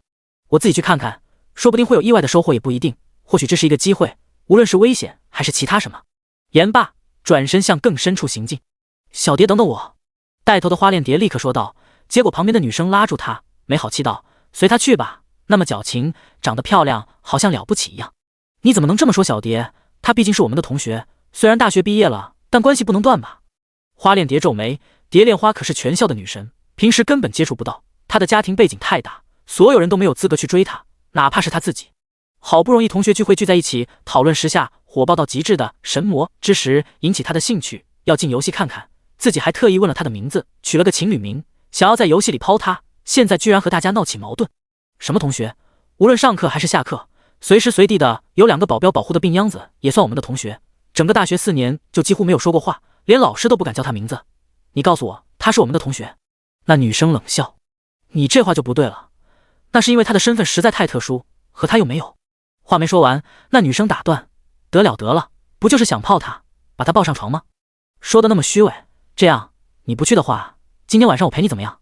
多久都可以，我的技巧可不是那个病秧子可以比拟的，保证让你爽上天。”花恋蝶闻言看了他一眼，这女生不得不说还是有几分姿色的，五官不错，身材也挺好，在班里也有许多人追，只是因为蝶恋花太漂亮，所以被忽略而已。没想到居然这么开放，说出如此暴露的话，估计也很太嫉妒蝶恋花有关吧？这可是你说的，可不准反悔。顿时心动，说实在的，追蝶恋花太难，实在高不可攀，而且只能看不能吃。眼前的虽然比起容貌不是一个档次，但也不错，而且除了可以看，还可以吃。骗你干嘛？放心，晚上我联系你，到时候我们去宾馆。他抛了个媚眼，性感的舔了舔嘴。最后真的和蝶恋花一起去草原更深处的没有几个。为一个高不可攀的存在放弃所有的花朵，理智的人会选择放弃，只有真的太喜欢蝶恋花的人会跟着去探查到底是什么。蝶恋花双眸中带着好奇，狂乱鼠死亡的凄惨死相让他很是不解，越往深处他便感觉到发自内心的期待。灵犀进入野狼岭的深处，四处寻觅，终于找到营地。其中母狼仍在，幼狼嬉戏，灰色的毛发在他眼里满是亲切。没事吗？心中悬着的心放下，看来安全区。不对，他们的等级：野狼黄金级，等级50生命，10万攻击，1250防御，880速度，29技能，饿狼捕食撕裂利爪狼嚎。简介：接受了神秘光芒的照射，获得比曾经强大无数倍的力量。野狼都成为黄金级的存在，当初不过是连10级都不到的新手链级怪而已。神秘光芒，灵犀立刻想到了红色宝石，过去自己便是经过宝石的红色光芒照射，从12级直接冲到21级。宝宝，在宝石表面出现的那种红色光芒是你释放的吗？灵犀问。那光？不是啊，是兽王家的。兽王？对啊。宝宝理所当然道，当初兽王在宝石的表面刻画了无数玄奥的符文，才出现红色光芒，可以使得接受光芒照射的生物直接获得经验，诸如此类的法术在兽王传承里也有。我怀疑这些狼是找到了兽王传承。找到？灵犀满头黑线。这么说，兽王传承已经有谁得到了？如此可就是白来一趟。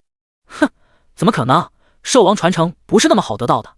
宝宝娇哼一声，摆手道：这些原本不过连10级都不到的野狼也能得到兽王传承，那传承未必也太简单。也是，松了口气。都是自私的，灵犀自然不例外，甚至更甚。有些东西灵犀还真的不想因为是同族或者是亲戚就想要和他们分享，保证自己足够强大再去负责种族，这才是灵犀的想法。或许这想法很自私自利，让人鄙夷、瞧不起、看不惯，但灵犀会表示无所谓，别人的看法和闲言闲语，只要自己足够强大，都会消失。传承在那里，既然这些幼狼和母狼无事，灵犀也就放心，不急着见面，询问宝宝。这个应该就在野狼岭的土里。土里？哭笑不得，这算什么答案？草原上没有，天空中更加不可能，当然是只有土里。关键是那块区域，你不会让我将整块野狼岭都翻个底朝天吧？那不切实际，时间上也不够，只有短短3天时间，哪里够？我再想想，有了，你把红色宝石拿出来。既然兽王施加过同样的法术，那么一定，应该会和传承之地有所感应。宝宝本来想说一定，但这话还真说不出口，立刻改口。这事到如今，也就只有将所有的可能都试试看。深吸口气，取下脖颈上的牛皮包裹的红色宝石，就牛皮也是坚韧，还没有破。林夕笑道：“当然，这也和自己有心去保护有关，哪怕是心魔出现，也一直很小心。”取出红色宝石，那光芒顿时散溢出来，照亮四周。所幸是白天，阳光明媚，所以并不显眼。嗨嗨，四处走走看，说不定可以会有所感应。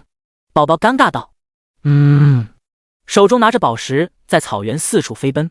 没有办法，比武大会的空档只有3天，时间上并不是特别充裕，还要接受历练。小蝶，你看，前面有个紫衣男人。”一个冒险者发现林夕，立刻指去，献殷勤。蝶恋花望去，果然，那紫衣男子在草原上飞奔，速度好快。这真的是人类能达到的速度吗？如同闲庭漫步，但眼睛都快跟不上他的身影。这应该是原住民吧？冒险者中的高手视频我看过，也没有这样的速度，简直是开了外挂一样。有人吃惊后觉得不太对劲，这种新手村里有这妖牛的原住民？真的假的？难道真的是大机缘？蝶恋花身边的男子立刻眼睛微亮。咦，有冒险者！林夕在他们看见自己的瞬间，便立刻发现他们转换方向奔去。你们来野狼岭干什么？来到他们面前，冷冷道。第195章，颁发任务。这个，您好，我们是新手村的冒险者，看您如此焦急的在草原市狂奔，是丢失什么东西吗？不知我们可否帮上什么忙？蝶恋花站出来开口，她的气质实在太突出，周围的冒险者为不约而同的以她为首。小小的郊区竟然充满挥斥方遒的气势，阳光散落于其雪腻中带着红晕的脸蛋，分外璀璨动人，难以直视。现在的冒险者都有这样的容貌啊！林夕不由多看一眼，在现代那么污浊的社会，居然孕育如此美丽又小家碧玉，犹如精灵的女子，实在难得。不用了，我自己的事，你们快点离开野狼岭吧。林夕摇头，语气稍稍回复，毕竟无怨无仇，还不至于见面就要对方的性命。这位大大，我们没有什么别的意思，就是想帮你的忙而已。旁边的一位男子舔着脸道：“我说了，不用，快点离开这里。如果你们想要杀狂乱鼠练级，那我很抱歉，已经被我全部解决。现在给你们1分钟离开我的视线。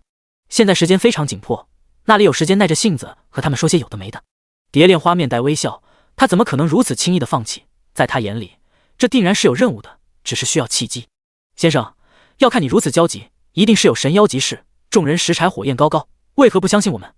而且我们等你如此之低，对你也造不成任何的威胁，你大可放心不是？闻言，林夕皱眉，还真当自己是寻常的颁发任务的 NPC 了。现在还有50秒，冷冷的话从口中吐出。真正的美人虽然少见，但不是没有，而谁都有可能怜香惜玉，但很可惜，林夕不会是其中之一，惹到自己，辣手摧花也不是特别为难。蝶恋花和身边的男同学纷纷变了脸色，强笑道：“你何必如此绝情？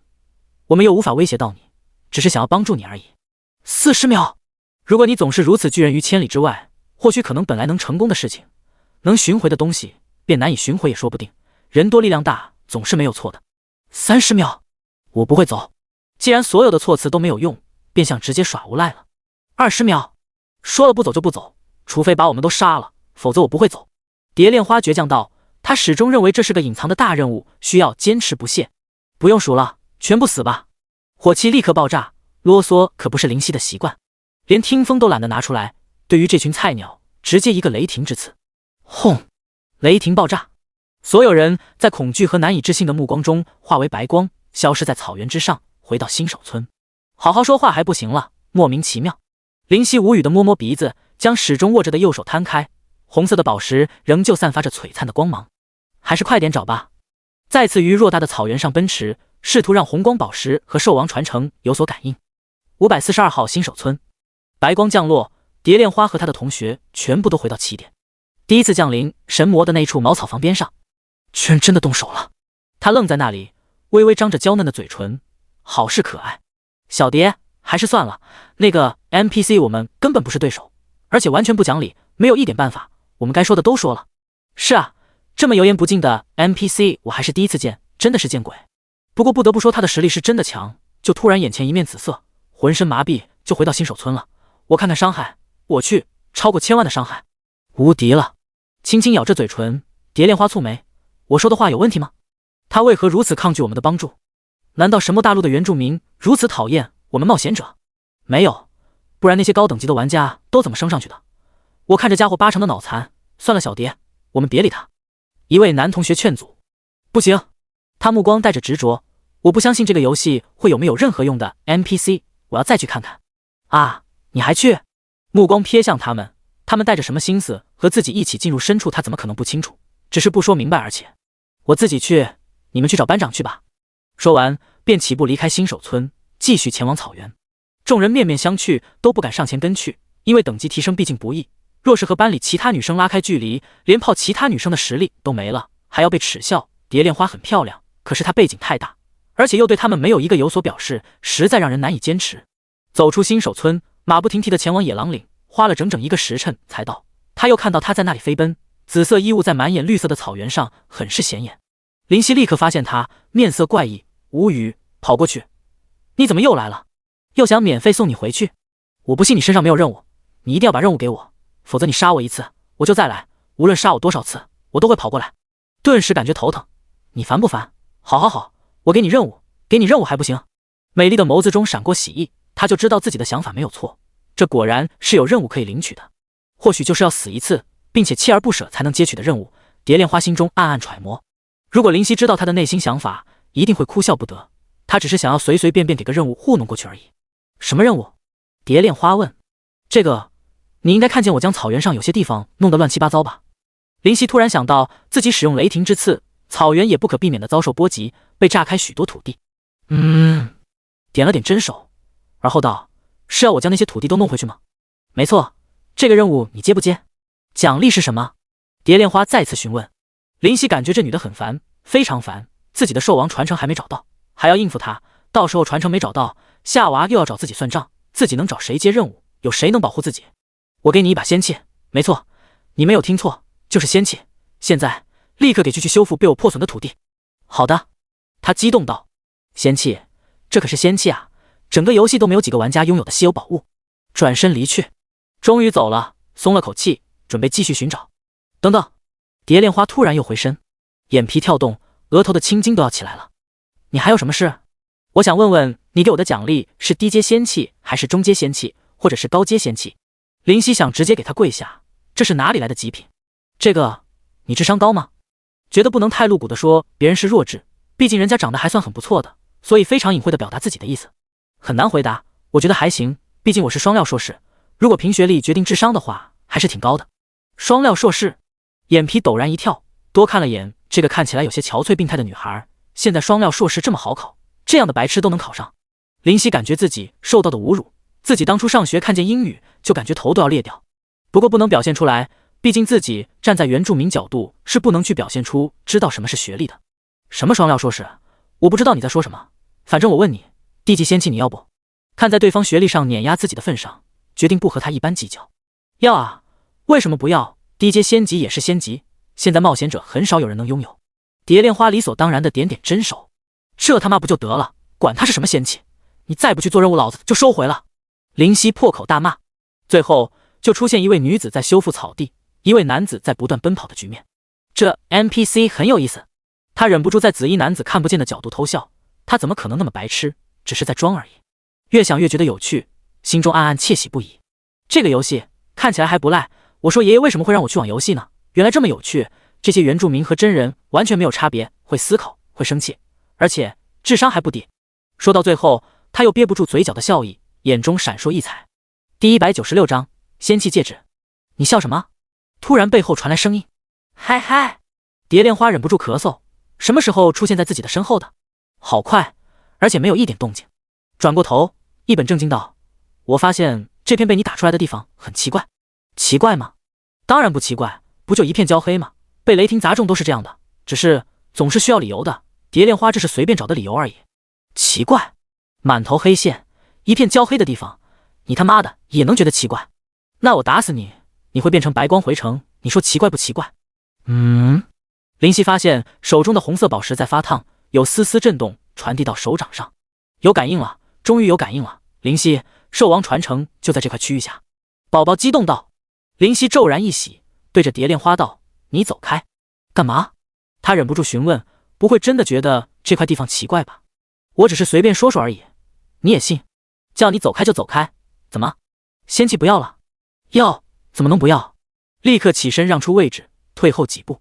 灵犀上前，发现手中的红色宝石愈发震动剧烈，没想到居然真的在这里。转身对着那个蝶恋花道：“你完成任务了，拿着。”一枚戒指出现在手中，而后扔过去，蝶恋花立刻接住，很漂亮的直接，上面有精致的雕纹，一只银白色的蝴蝶。侦查术，蝶恋花中阶仙器，效果：治疗效果正200%，效果：生命正15%，效果：全属性加500，附带技能化蝶。简介：传言一只蝶恋上一朵花，在花枯萎之时伴随其陨落，但无人能懂其爱之深之浓。天神感动，将他们的魂魄赋予一枚戒指，从此永远在一起，不会分开。蝶恋花吃惊地张开小嘴，蝶恋花只是词牌名而已，在神魔中居然可以有这样的传说，而且还是一枚仙器戒指，难以置信。不用太吃惊，现在赶紧滚蛋吧。灵犀摆手，这枚戒指的属性确实不错，不过对自己没什么太大的效果，有些属性是专门针对冒险者而设定的，原住民并不享有。你还有没有其他的任务？蝶恋花又赖上来，这位在他眼里简直有所传说中的大款，随随便便就能送出这样的奖励，任务还如此简单，他什么东西都没有干就得到仙器。灵犀的脸彻底黑了，这女人得是有多贪心，才能说出这样无耻的话。还没完没了了，不知道贪心是要付出代价的。没有，给你1分钟，离开我的视线，否则我送你回去。没好气地说道。若非莫名其妙地帮了自己一把，找到位于草原上的兽王传承，早就宰了他了。别呀！蝶恋花笑得灿烂，很是动人。原住民哥哥，再给我一个吗？我还要。你还要？突然仰天大笑，笑得也很灿烂。哈哈，你还想要是吧？原住民哥哥，再给最后一个，我就走了。最后一个？好好，很好。两人都灿烂地笑着，似乎关系很是融洽。而后，噗！听风直接捅入其娇小的身躯，鲜血四溅，毫不留情。蝶恋花瞪大了眼，似乎被背叛一般。为什么我明明那么信任你？灵犀感觉头都要炸开了。为什么我明明也是那么信任你？已经没有回话了，他化为白光，消失在草原上。这个结果告诉小朋友们，贪心是没有好报的。耸耸肩，深吸口气，平复情绪。啪嗒，一枚戒指掉落下来，赫然便是仙器蝶恋花。不是吧，这要巧！灵犀懵了，随便杀了他一下就把仙器给爆出来了。他这是有多衰？新手村茅草屋旁，嘻嘻，蝶恋花笑出月牙。如果是他的同学，见到他这副模样，定然要下巴都掉下来。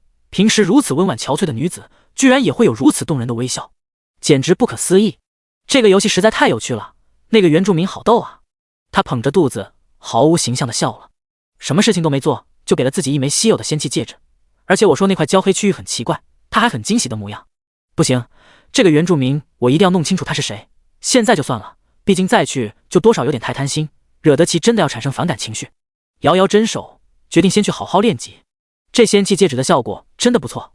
他打开包裹，而后表情凝固。我的戒指！周围的玩家都被他吓到。啥戒指？求婚戒指丢了。蝶恋花尴尬的浮现一抹红晕，而后马上又跑去野狼岭。就算再怎么恬不知耻，也必须要把戒指拿回来。当他来到草原，发现紫衣的原住民已经在那里等着。林静笑道：“那个，我是来拿戒指的。”无语，你他妈的还真有脸讲。拿去。手上一抛，银白色的戒指在空中旋转几圈，来到他的手中。谢谢，你应得的，我也得到我想要的东西。你确实帮到我了。林夕表情认真回答：“快点走吧，接下来的东西不能给你看，而且我很急，实在没时间和你再扯淡。”好吧。他抿抿嘴，不再纠缠，抬起纤细的手臂，握拳。虽然不知道是什么，但是加油。哑然失笑，忍不住摇头。比武大会你知道吗？比武大会？最近在举行的，大家都在说这件事，说奖励很丰厚。蝶恋花点点真手，快点到10级，你应该可以传送到白虎城，就可以看见我了。目露一彩，诧异，你也参加了？当然。好了，言尽于此，快走吧。摆手，转身往刚刚被自己打出一片焦黑的地方走去。时间刻不容缓，还不知道兽王传承到底能否成功，时间是否足够。望着那削瘦的背影，在草原上的风吹动下，黑发飘舞，有些异样。风中，他撩动长发，目若春水，荡起微微涟漪。可惜，你为什么是原住民呢？轻轻的，他微起嘴唇，开口，带着些许遗憾，离去。来到刚刚那处地方，拿出红色宝石，发现仍在震动。绝对没错，兽王传承确实在这里。快点吧，只有3天时间。宝宝催促道。点头。而后压下内心的激动，兽王的传承吗？让我见识下吧。雷霆之刺，雷霆出现于手，炸开身前的土地，热气混杂于娇气，电流滋滋跳动，一个4米的小坑出现。不够，应该在下面一点。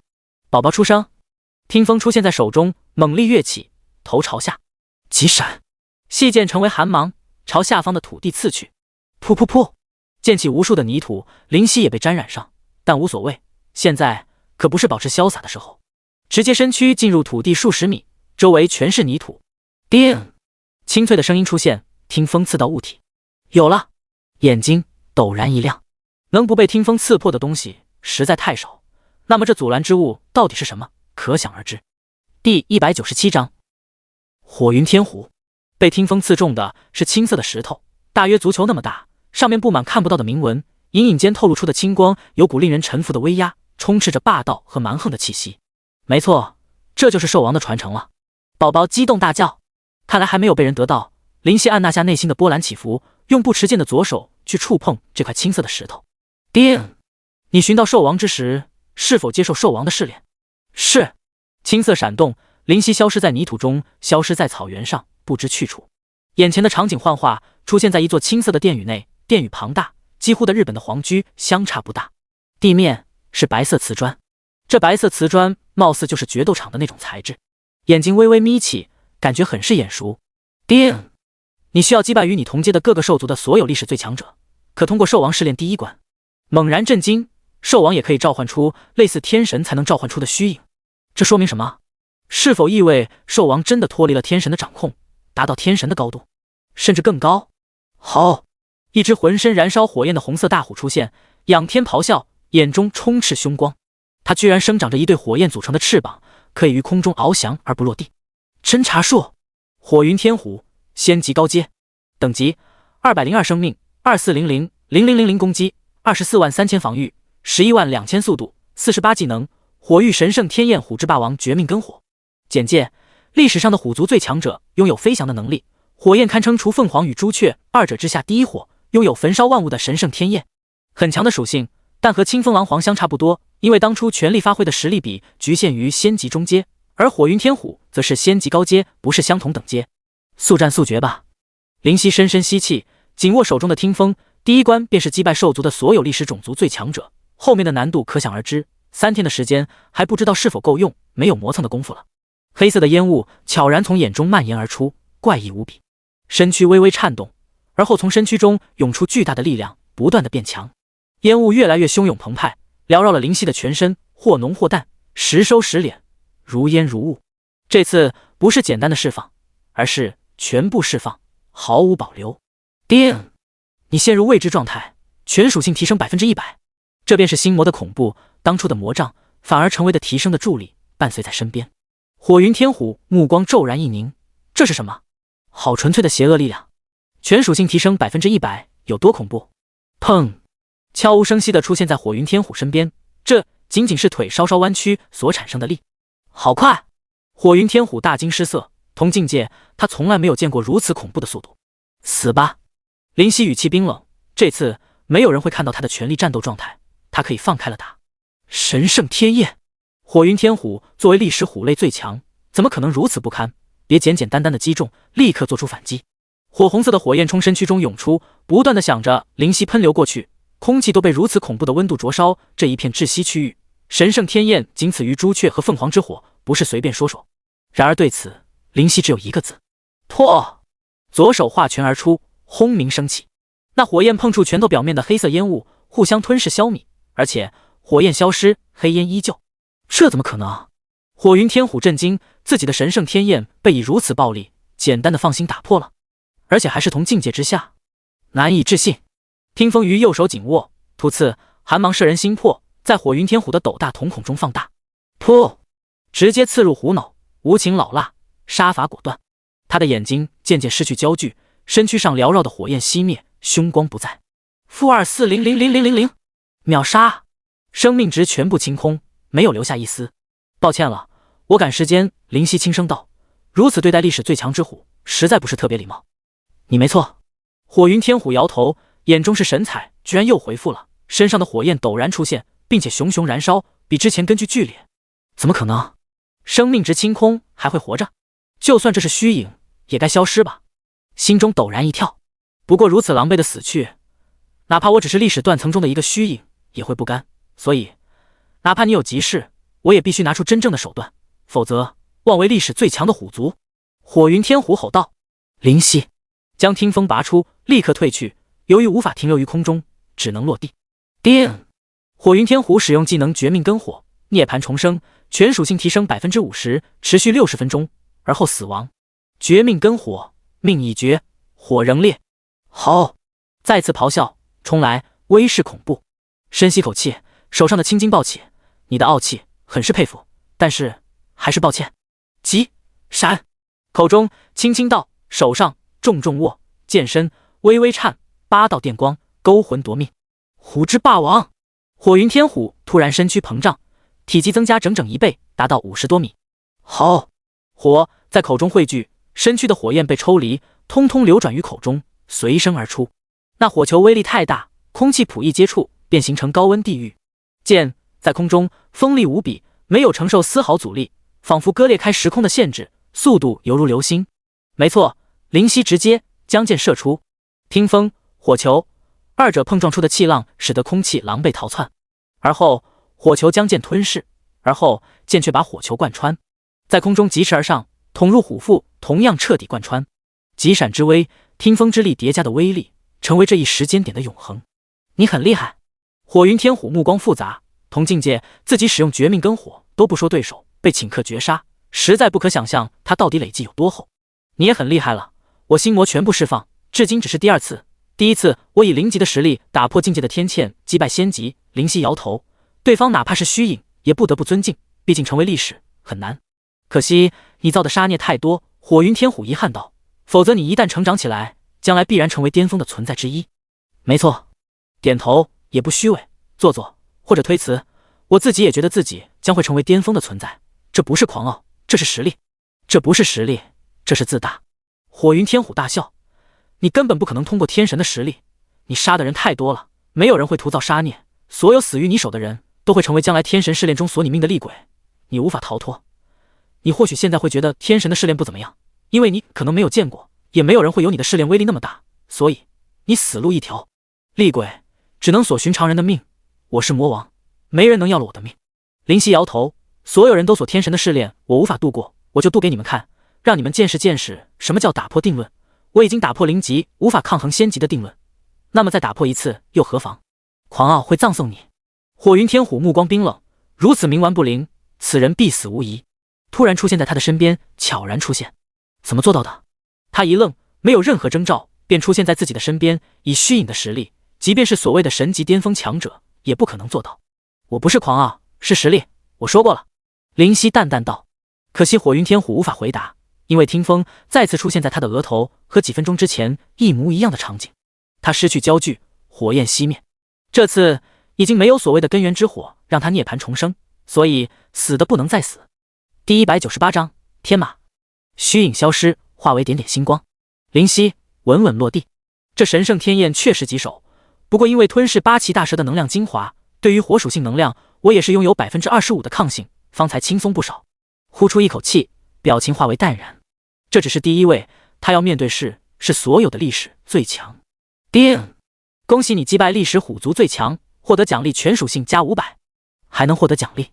心中陡然震惊，500的属性点加成可不是小数字，如此更有动力去击败其他的兽族最强者了。嘘，又是拥有翅膀的兽族，那是一只天马，背上生长着雪白的翅膀，浑身纯净如雪，找不到污渍和瑕疵。它就像是白马王子的那匹坐骑，实在太显眼，太漂亮。天马，仙级高阶，等级202生命，22000000攻击，22万防御，10万速度，49技能，御雷术，雷霆万钧，白雷断空。简介：有一天，王子问他：“你愿意成为高手吗？”白马说：“我愿意。”然后成了天马，从此纵横天下。又有一天，白马问：“今晚是陪白雪公主还是陪我？”王子笑答：“当然是陪你。白雪公主我已经骑腻了，嘿嘿，小悟一下就一下。毕竟是马中最强，比起虎类先天就差了许多，属性还不如火云天虎。雷霆万钧，哑然失笑，居然和自己一样拥有雷霆万钧这个技能。倒要看看你的雷霆万钧威力如何。笑容消失，听风果断出击，裹挟凌厉的锋芒。嘘！天马雪白的翅膀上出现紫色的电流，而后射向灵犀。哼！哼了声，这雷霆的威力实在太差，不足自己的一半威力。不浪费时间了，直接一招解决。听风只是缭绕起紫色的电流，射出，周围犹如有什么在吟唱祷告。砰！空气凝固，时间停止。噗！听风直接洞穿那雷霆，而后再贯穿天马下腹。叮！你使用技能神魔乱舞，对敌方单体造成基于自身攻击的3000%伤害。-50214785。灵犀现在的攻击在翻倍下达到近60万，恐怖异常。天马那弱小的10万防御如同虚设，秒杀，赤裸裸的秒杀，没有一点留情的余地。鲜血从马腹中淋漓而出，溅落在白色的瓷砖上，留下红色，而后别瓷砖吸收不见。听风在贯彻天马之后，旋转着绕回到手中，怎么没有消失啊？皱眉，感觉不对劲。按理来说，死亡是会直接消失才对，毕竟无论的清风狼皇还是火云天虎都是如此，想来天马也不能例外，毕竟只是虚影。望着灵犀，天马竟然开口：“记住你了。”而后身躯陡然充斥紫色的电流，开始密集，直到包裹全身，用力不过3秒。滋滋滋滋，紫色的雷霆居然化为白色，惨白一片，那白色让人恐惧。轰！白色的雷霆射向灵犀，心中骤然产生危机。这雷霆，天马嘶吼之声响彻，白雷在瞳孔中放大，想要移动，却发现无法抬步。叮！你陷入麻痹状态，持续1秒。为何会陷入麻痹状态？脚下不知何时出现大量的电蛇在疯狂的闪烁，原来已经着了你的道。这玩意应该是在刚刚出现的时候便在布置的，竟然让自己无知无觉。果然，他们没有一个是善茬，也没有一个是因为运气所致，他们都有走上历史顶端的能耐，自己比他们多的或许仅仅是属性而已。1秒钟的时间有多短？短到或许只是小小的眨眼间便没了。1秒钟的时间有多长？长到白色的雷霆足够吞噬灵犀全身。听风横着，企图格挡，但是这不是物理攻击，怎么能挡？白雷淹没全身，直接将其包裹，而后毫无声息，只有滋滋的刺耳声。周围彻底安静，只有雷霆孤独作响。半晌，很强的技能，不过已经够了。灵犀的声音传出：“破！”白色雷霆炸开，在空中消失。紫衣男子再次出现于视野，这威力还真大。狼狈的咳嗽一声，萎靡不振。打开系统面板，查看这技能的威力。叮！你被白雷断空击中，造成基于使用者自身攻击的4500%伤害。-50,001,485，足足45倍的伤害。没想到天马在仙级高阶便拥有如此恐怖的技能。苦笑，幸亏自己的防御在心魔的振幅下很高，白雷断空也很难破防，否则后果不堪设想。这或许便是自己觉得必胜的下场。敲起警钟，收敛起膨胀的傲气。叮！恭喜你击败马族最强者，全属性加500，又有500的属性点奖励。如此，若是将兽族所有的历史最强者击败，能得到多么庞大的属性点奖励？这也是兽王传承的一环吗？每通过试炼的些许，便有丰厚的奖励。叮！是否继续下一场战斗？可选择不继续。如此，你将拥有1个时辰的休息时间。系统铃声响起。是，继续。眼睛陡然闪过金光，选择接下来依旧战斗。比武大会，他并不想错过，那第1名的奖励实在太多，太让人眼红。专属称号既然来卡勒也说对实力的振幅恐怖，灵犀自然舍不得放弃。而且此时若是不去，必然被人耻笑。击！视野中出现巨大的蝙蝠，骨感的双翼展开，出现在空中。又能飞？灵犀苦笑。历史上的各个种族的最强者都能飞，马能飞就罢了，毕竟是天马，还能接受。他妈的虎也能飞，现在又是本身便会飞的蝙蝠，实在无语。不过不管能不能飞，现在只有战，只能战。眼中燃烧着战意，被白雷断空打垮的气势开始不断攀升。时间快速的过去，战斗一直不肯罢休，中途只有在实在无法承受的情况下才暂停休息一段时间，而后再战。叮！你击败蝙蝠族最强者，获得奖励全属性加500。叮！你击败羊族最强者，获得奖励全属性加500。叮！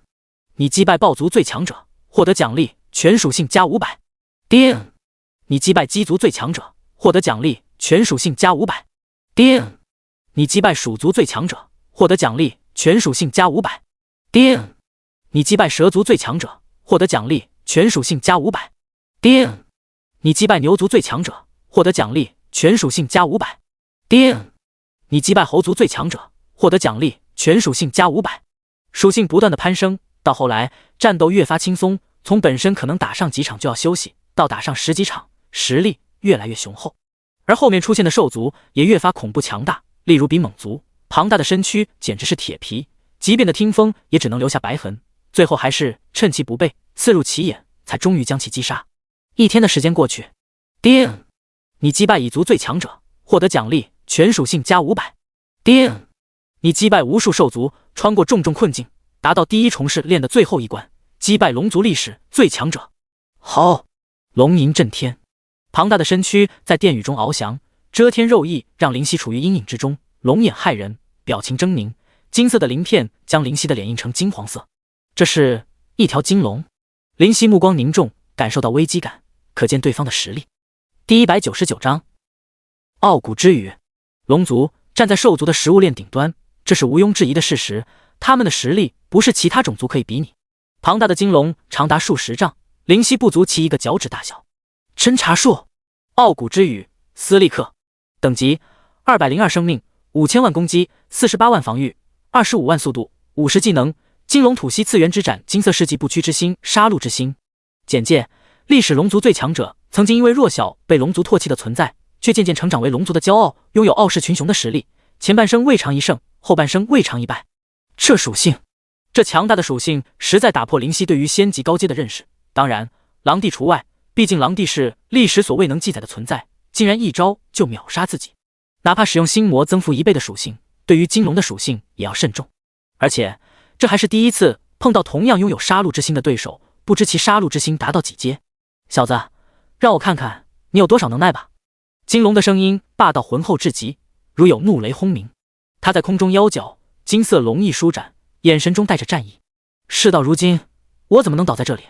听风微微颤动，如同兴奋，因为终于遇到真正的对手，值得他对抗的对手。金龙深吸口气，在吸气的同时，金色的能量在汇聚，周围掀起倒流的狂风，类似于龙神的龙息吗？眼睛眯起，当初龙神的龙息让他的印象非常深刻，毕竟威力太恐怖，强如卡勒都不敢去抵抗，去随便应接。眼中闪过紫意，电光火石。现在可不是等待对方蓄势的时候，这个世界可能是个游戏，但绝不可能是回合制游戏。砰！冲入空中，逼近金色的龙躯，暗淡的听风围绕紫色电流。给我去！向前猛砍，紫色的雷霆之刃脱剑而出，急速射去。叮！那紫色雷霆之刃触碰金龙之躯，却无法进入丝毫。在外，和金色的龙鳞溅起火星，却发出清脆的声音，渐渐消磨，直至完全不见。而那块龙鳞区域竟然没有任何痕迹，怎么可能？灵犀震惊，身上的黑色烟雾抖动几分。金龙的防御是很高，但自己的攻击也不是随便说说的，怎么可能简单防住？好！他大吼，龙息吐射而出。哼！冷冷的哼了声，目光冷冽，他还不至于傻到要应接。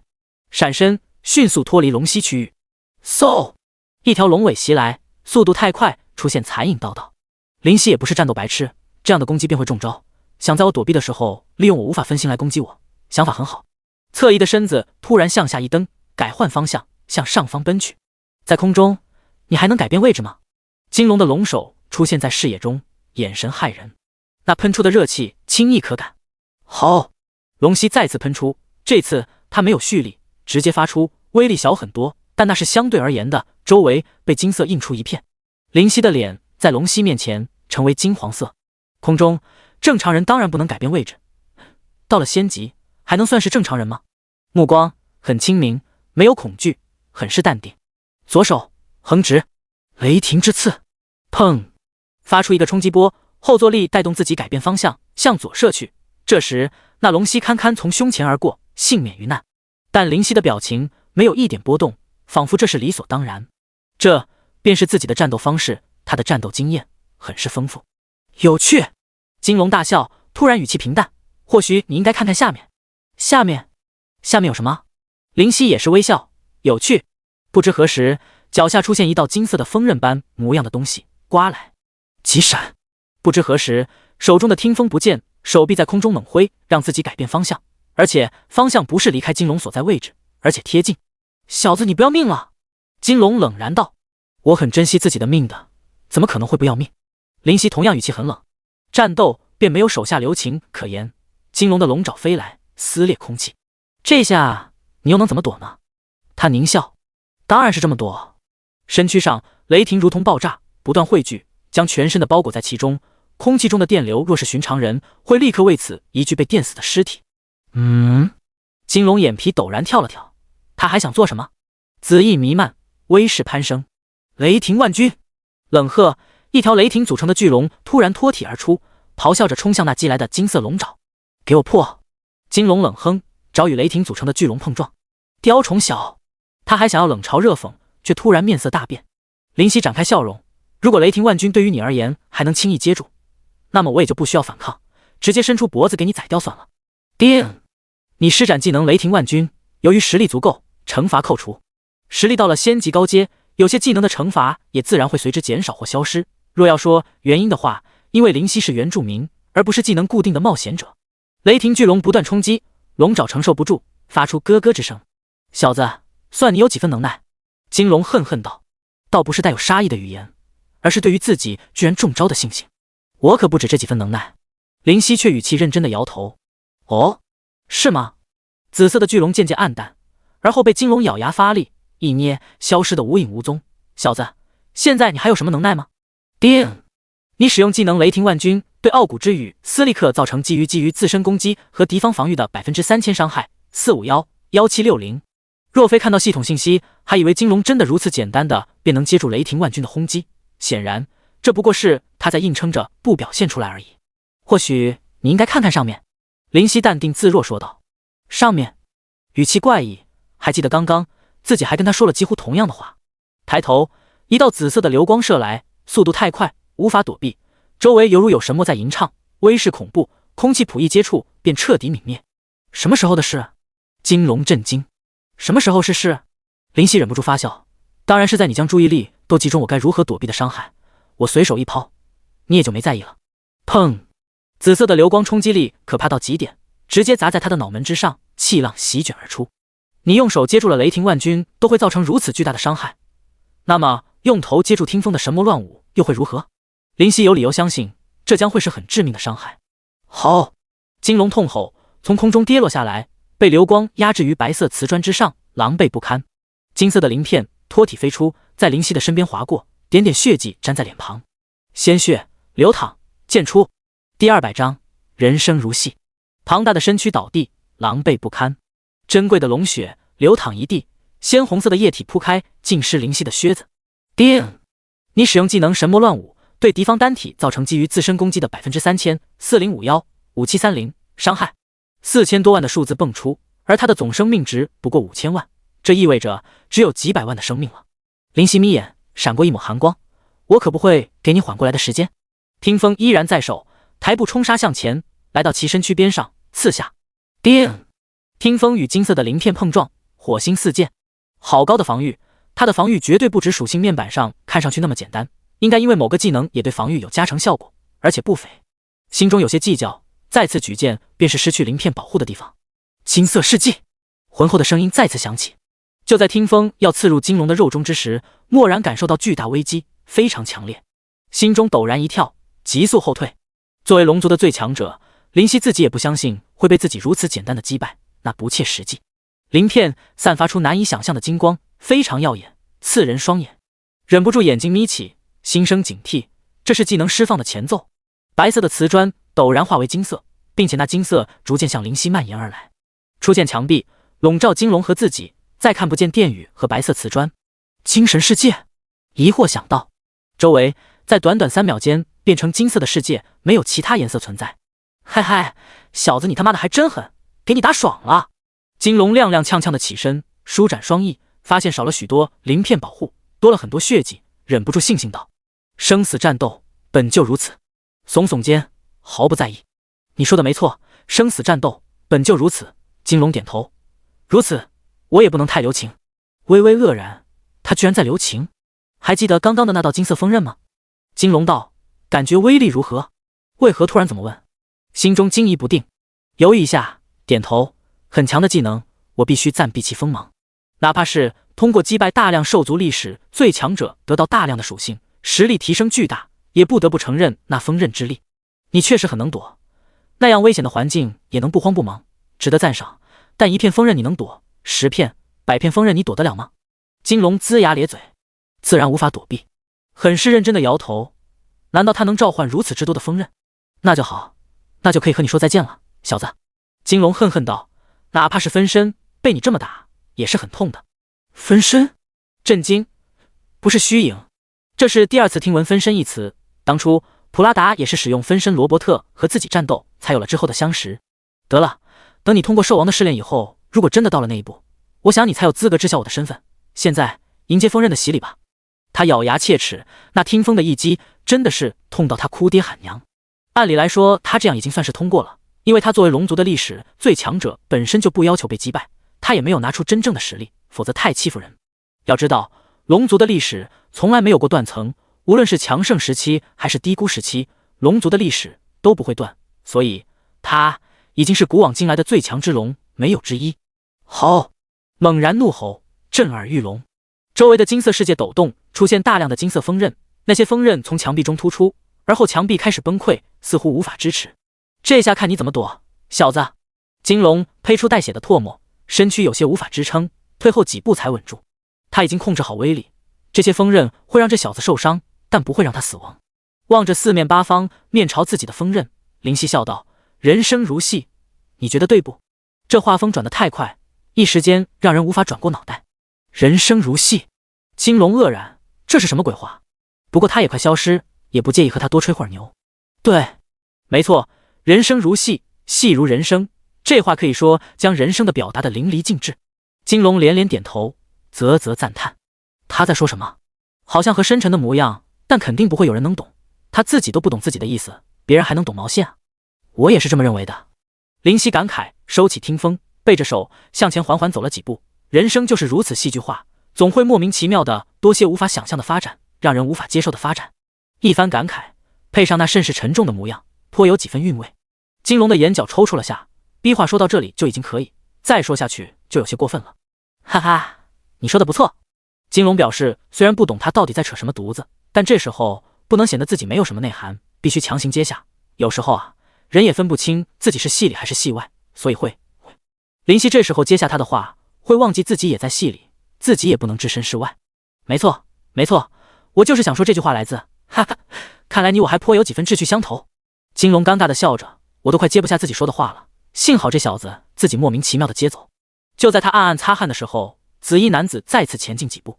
这时候，周围的锋刃都蓄势待发。我刚刚都不知道自己在说什么，没想到你居然能接下去，佩服，我林某人佩服。林夕突然抱拳，目光敬佩。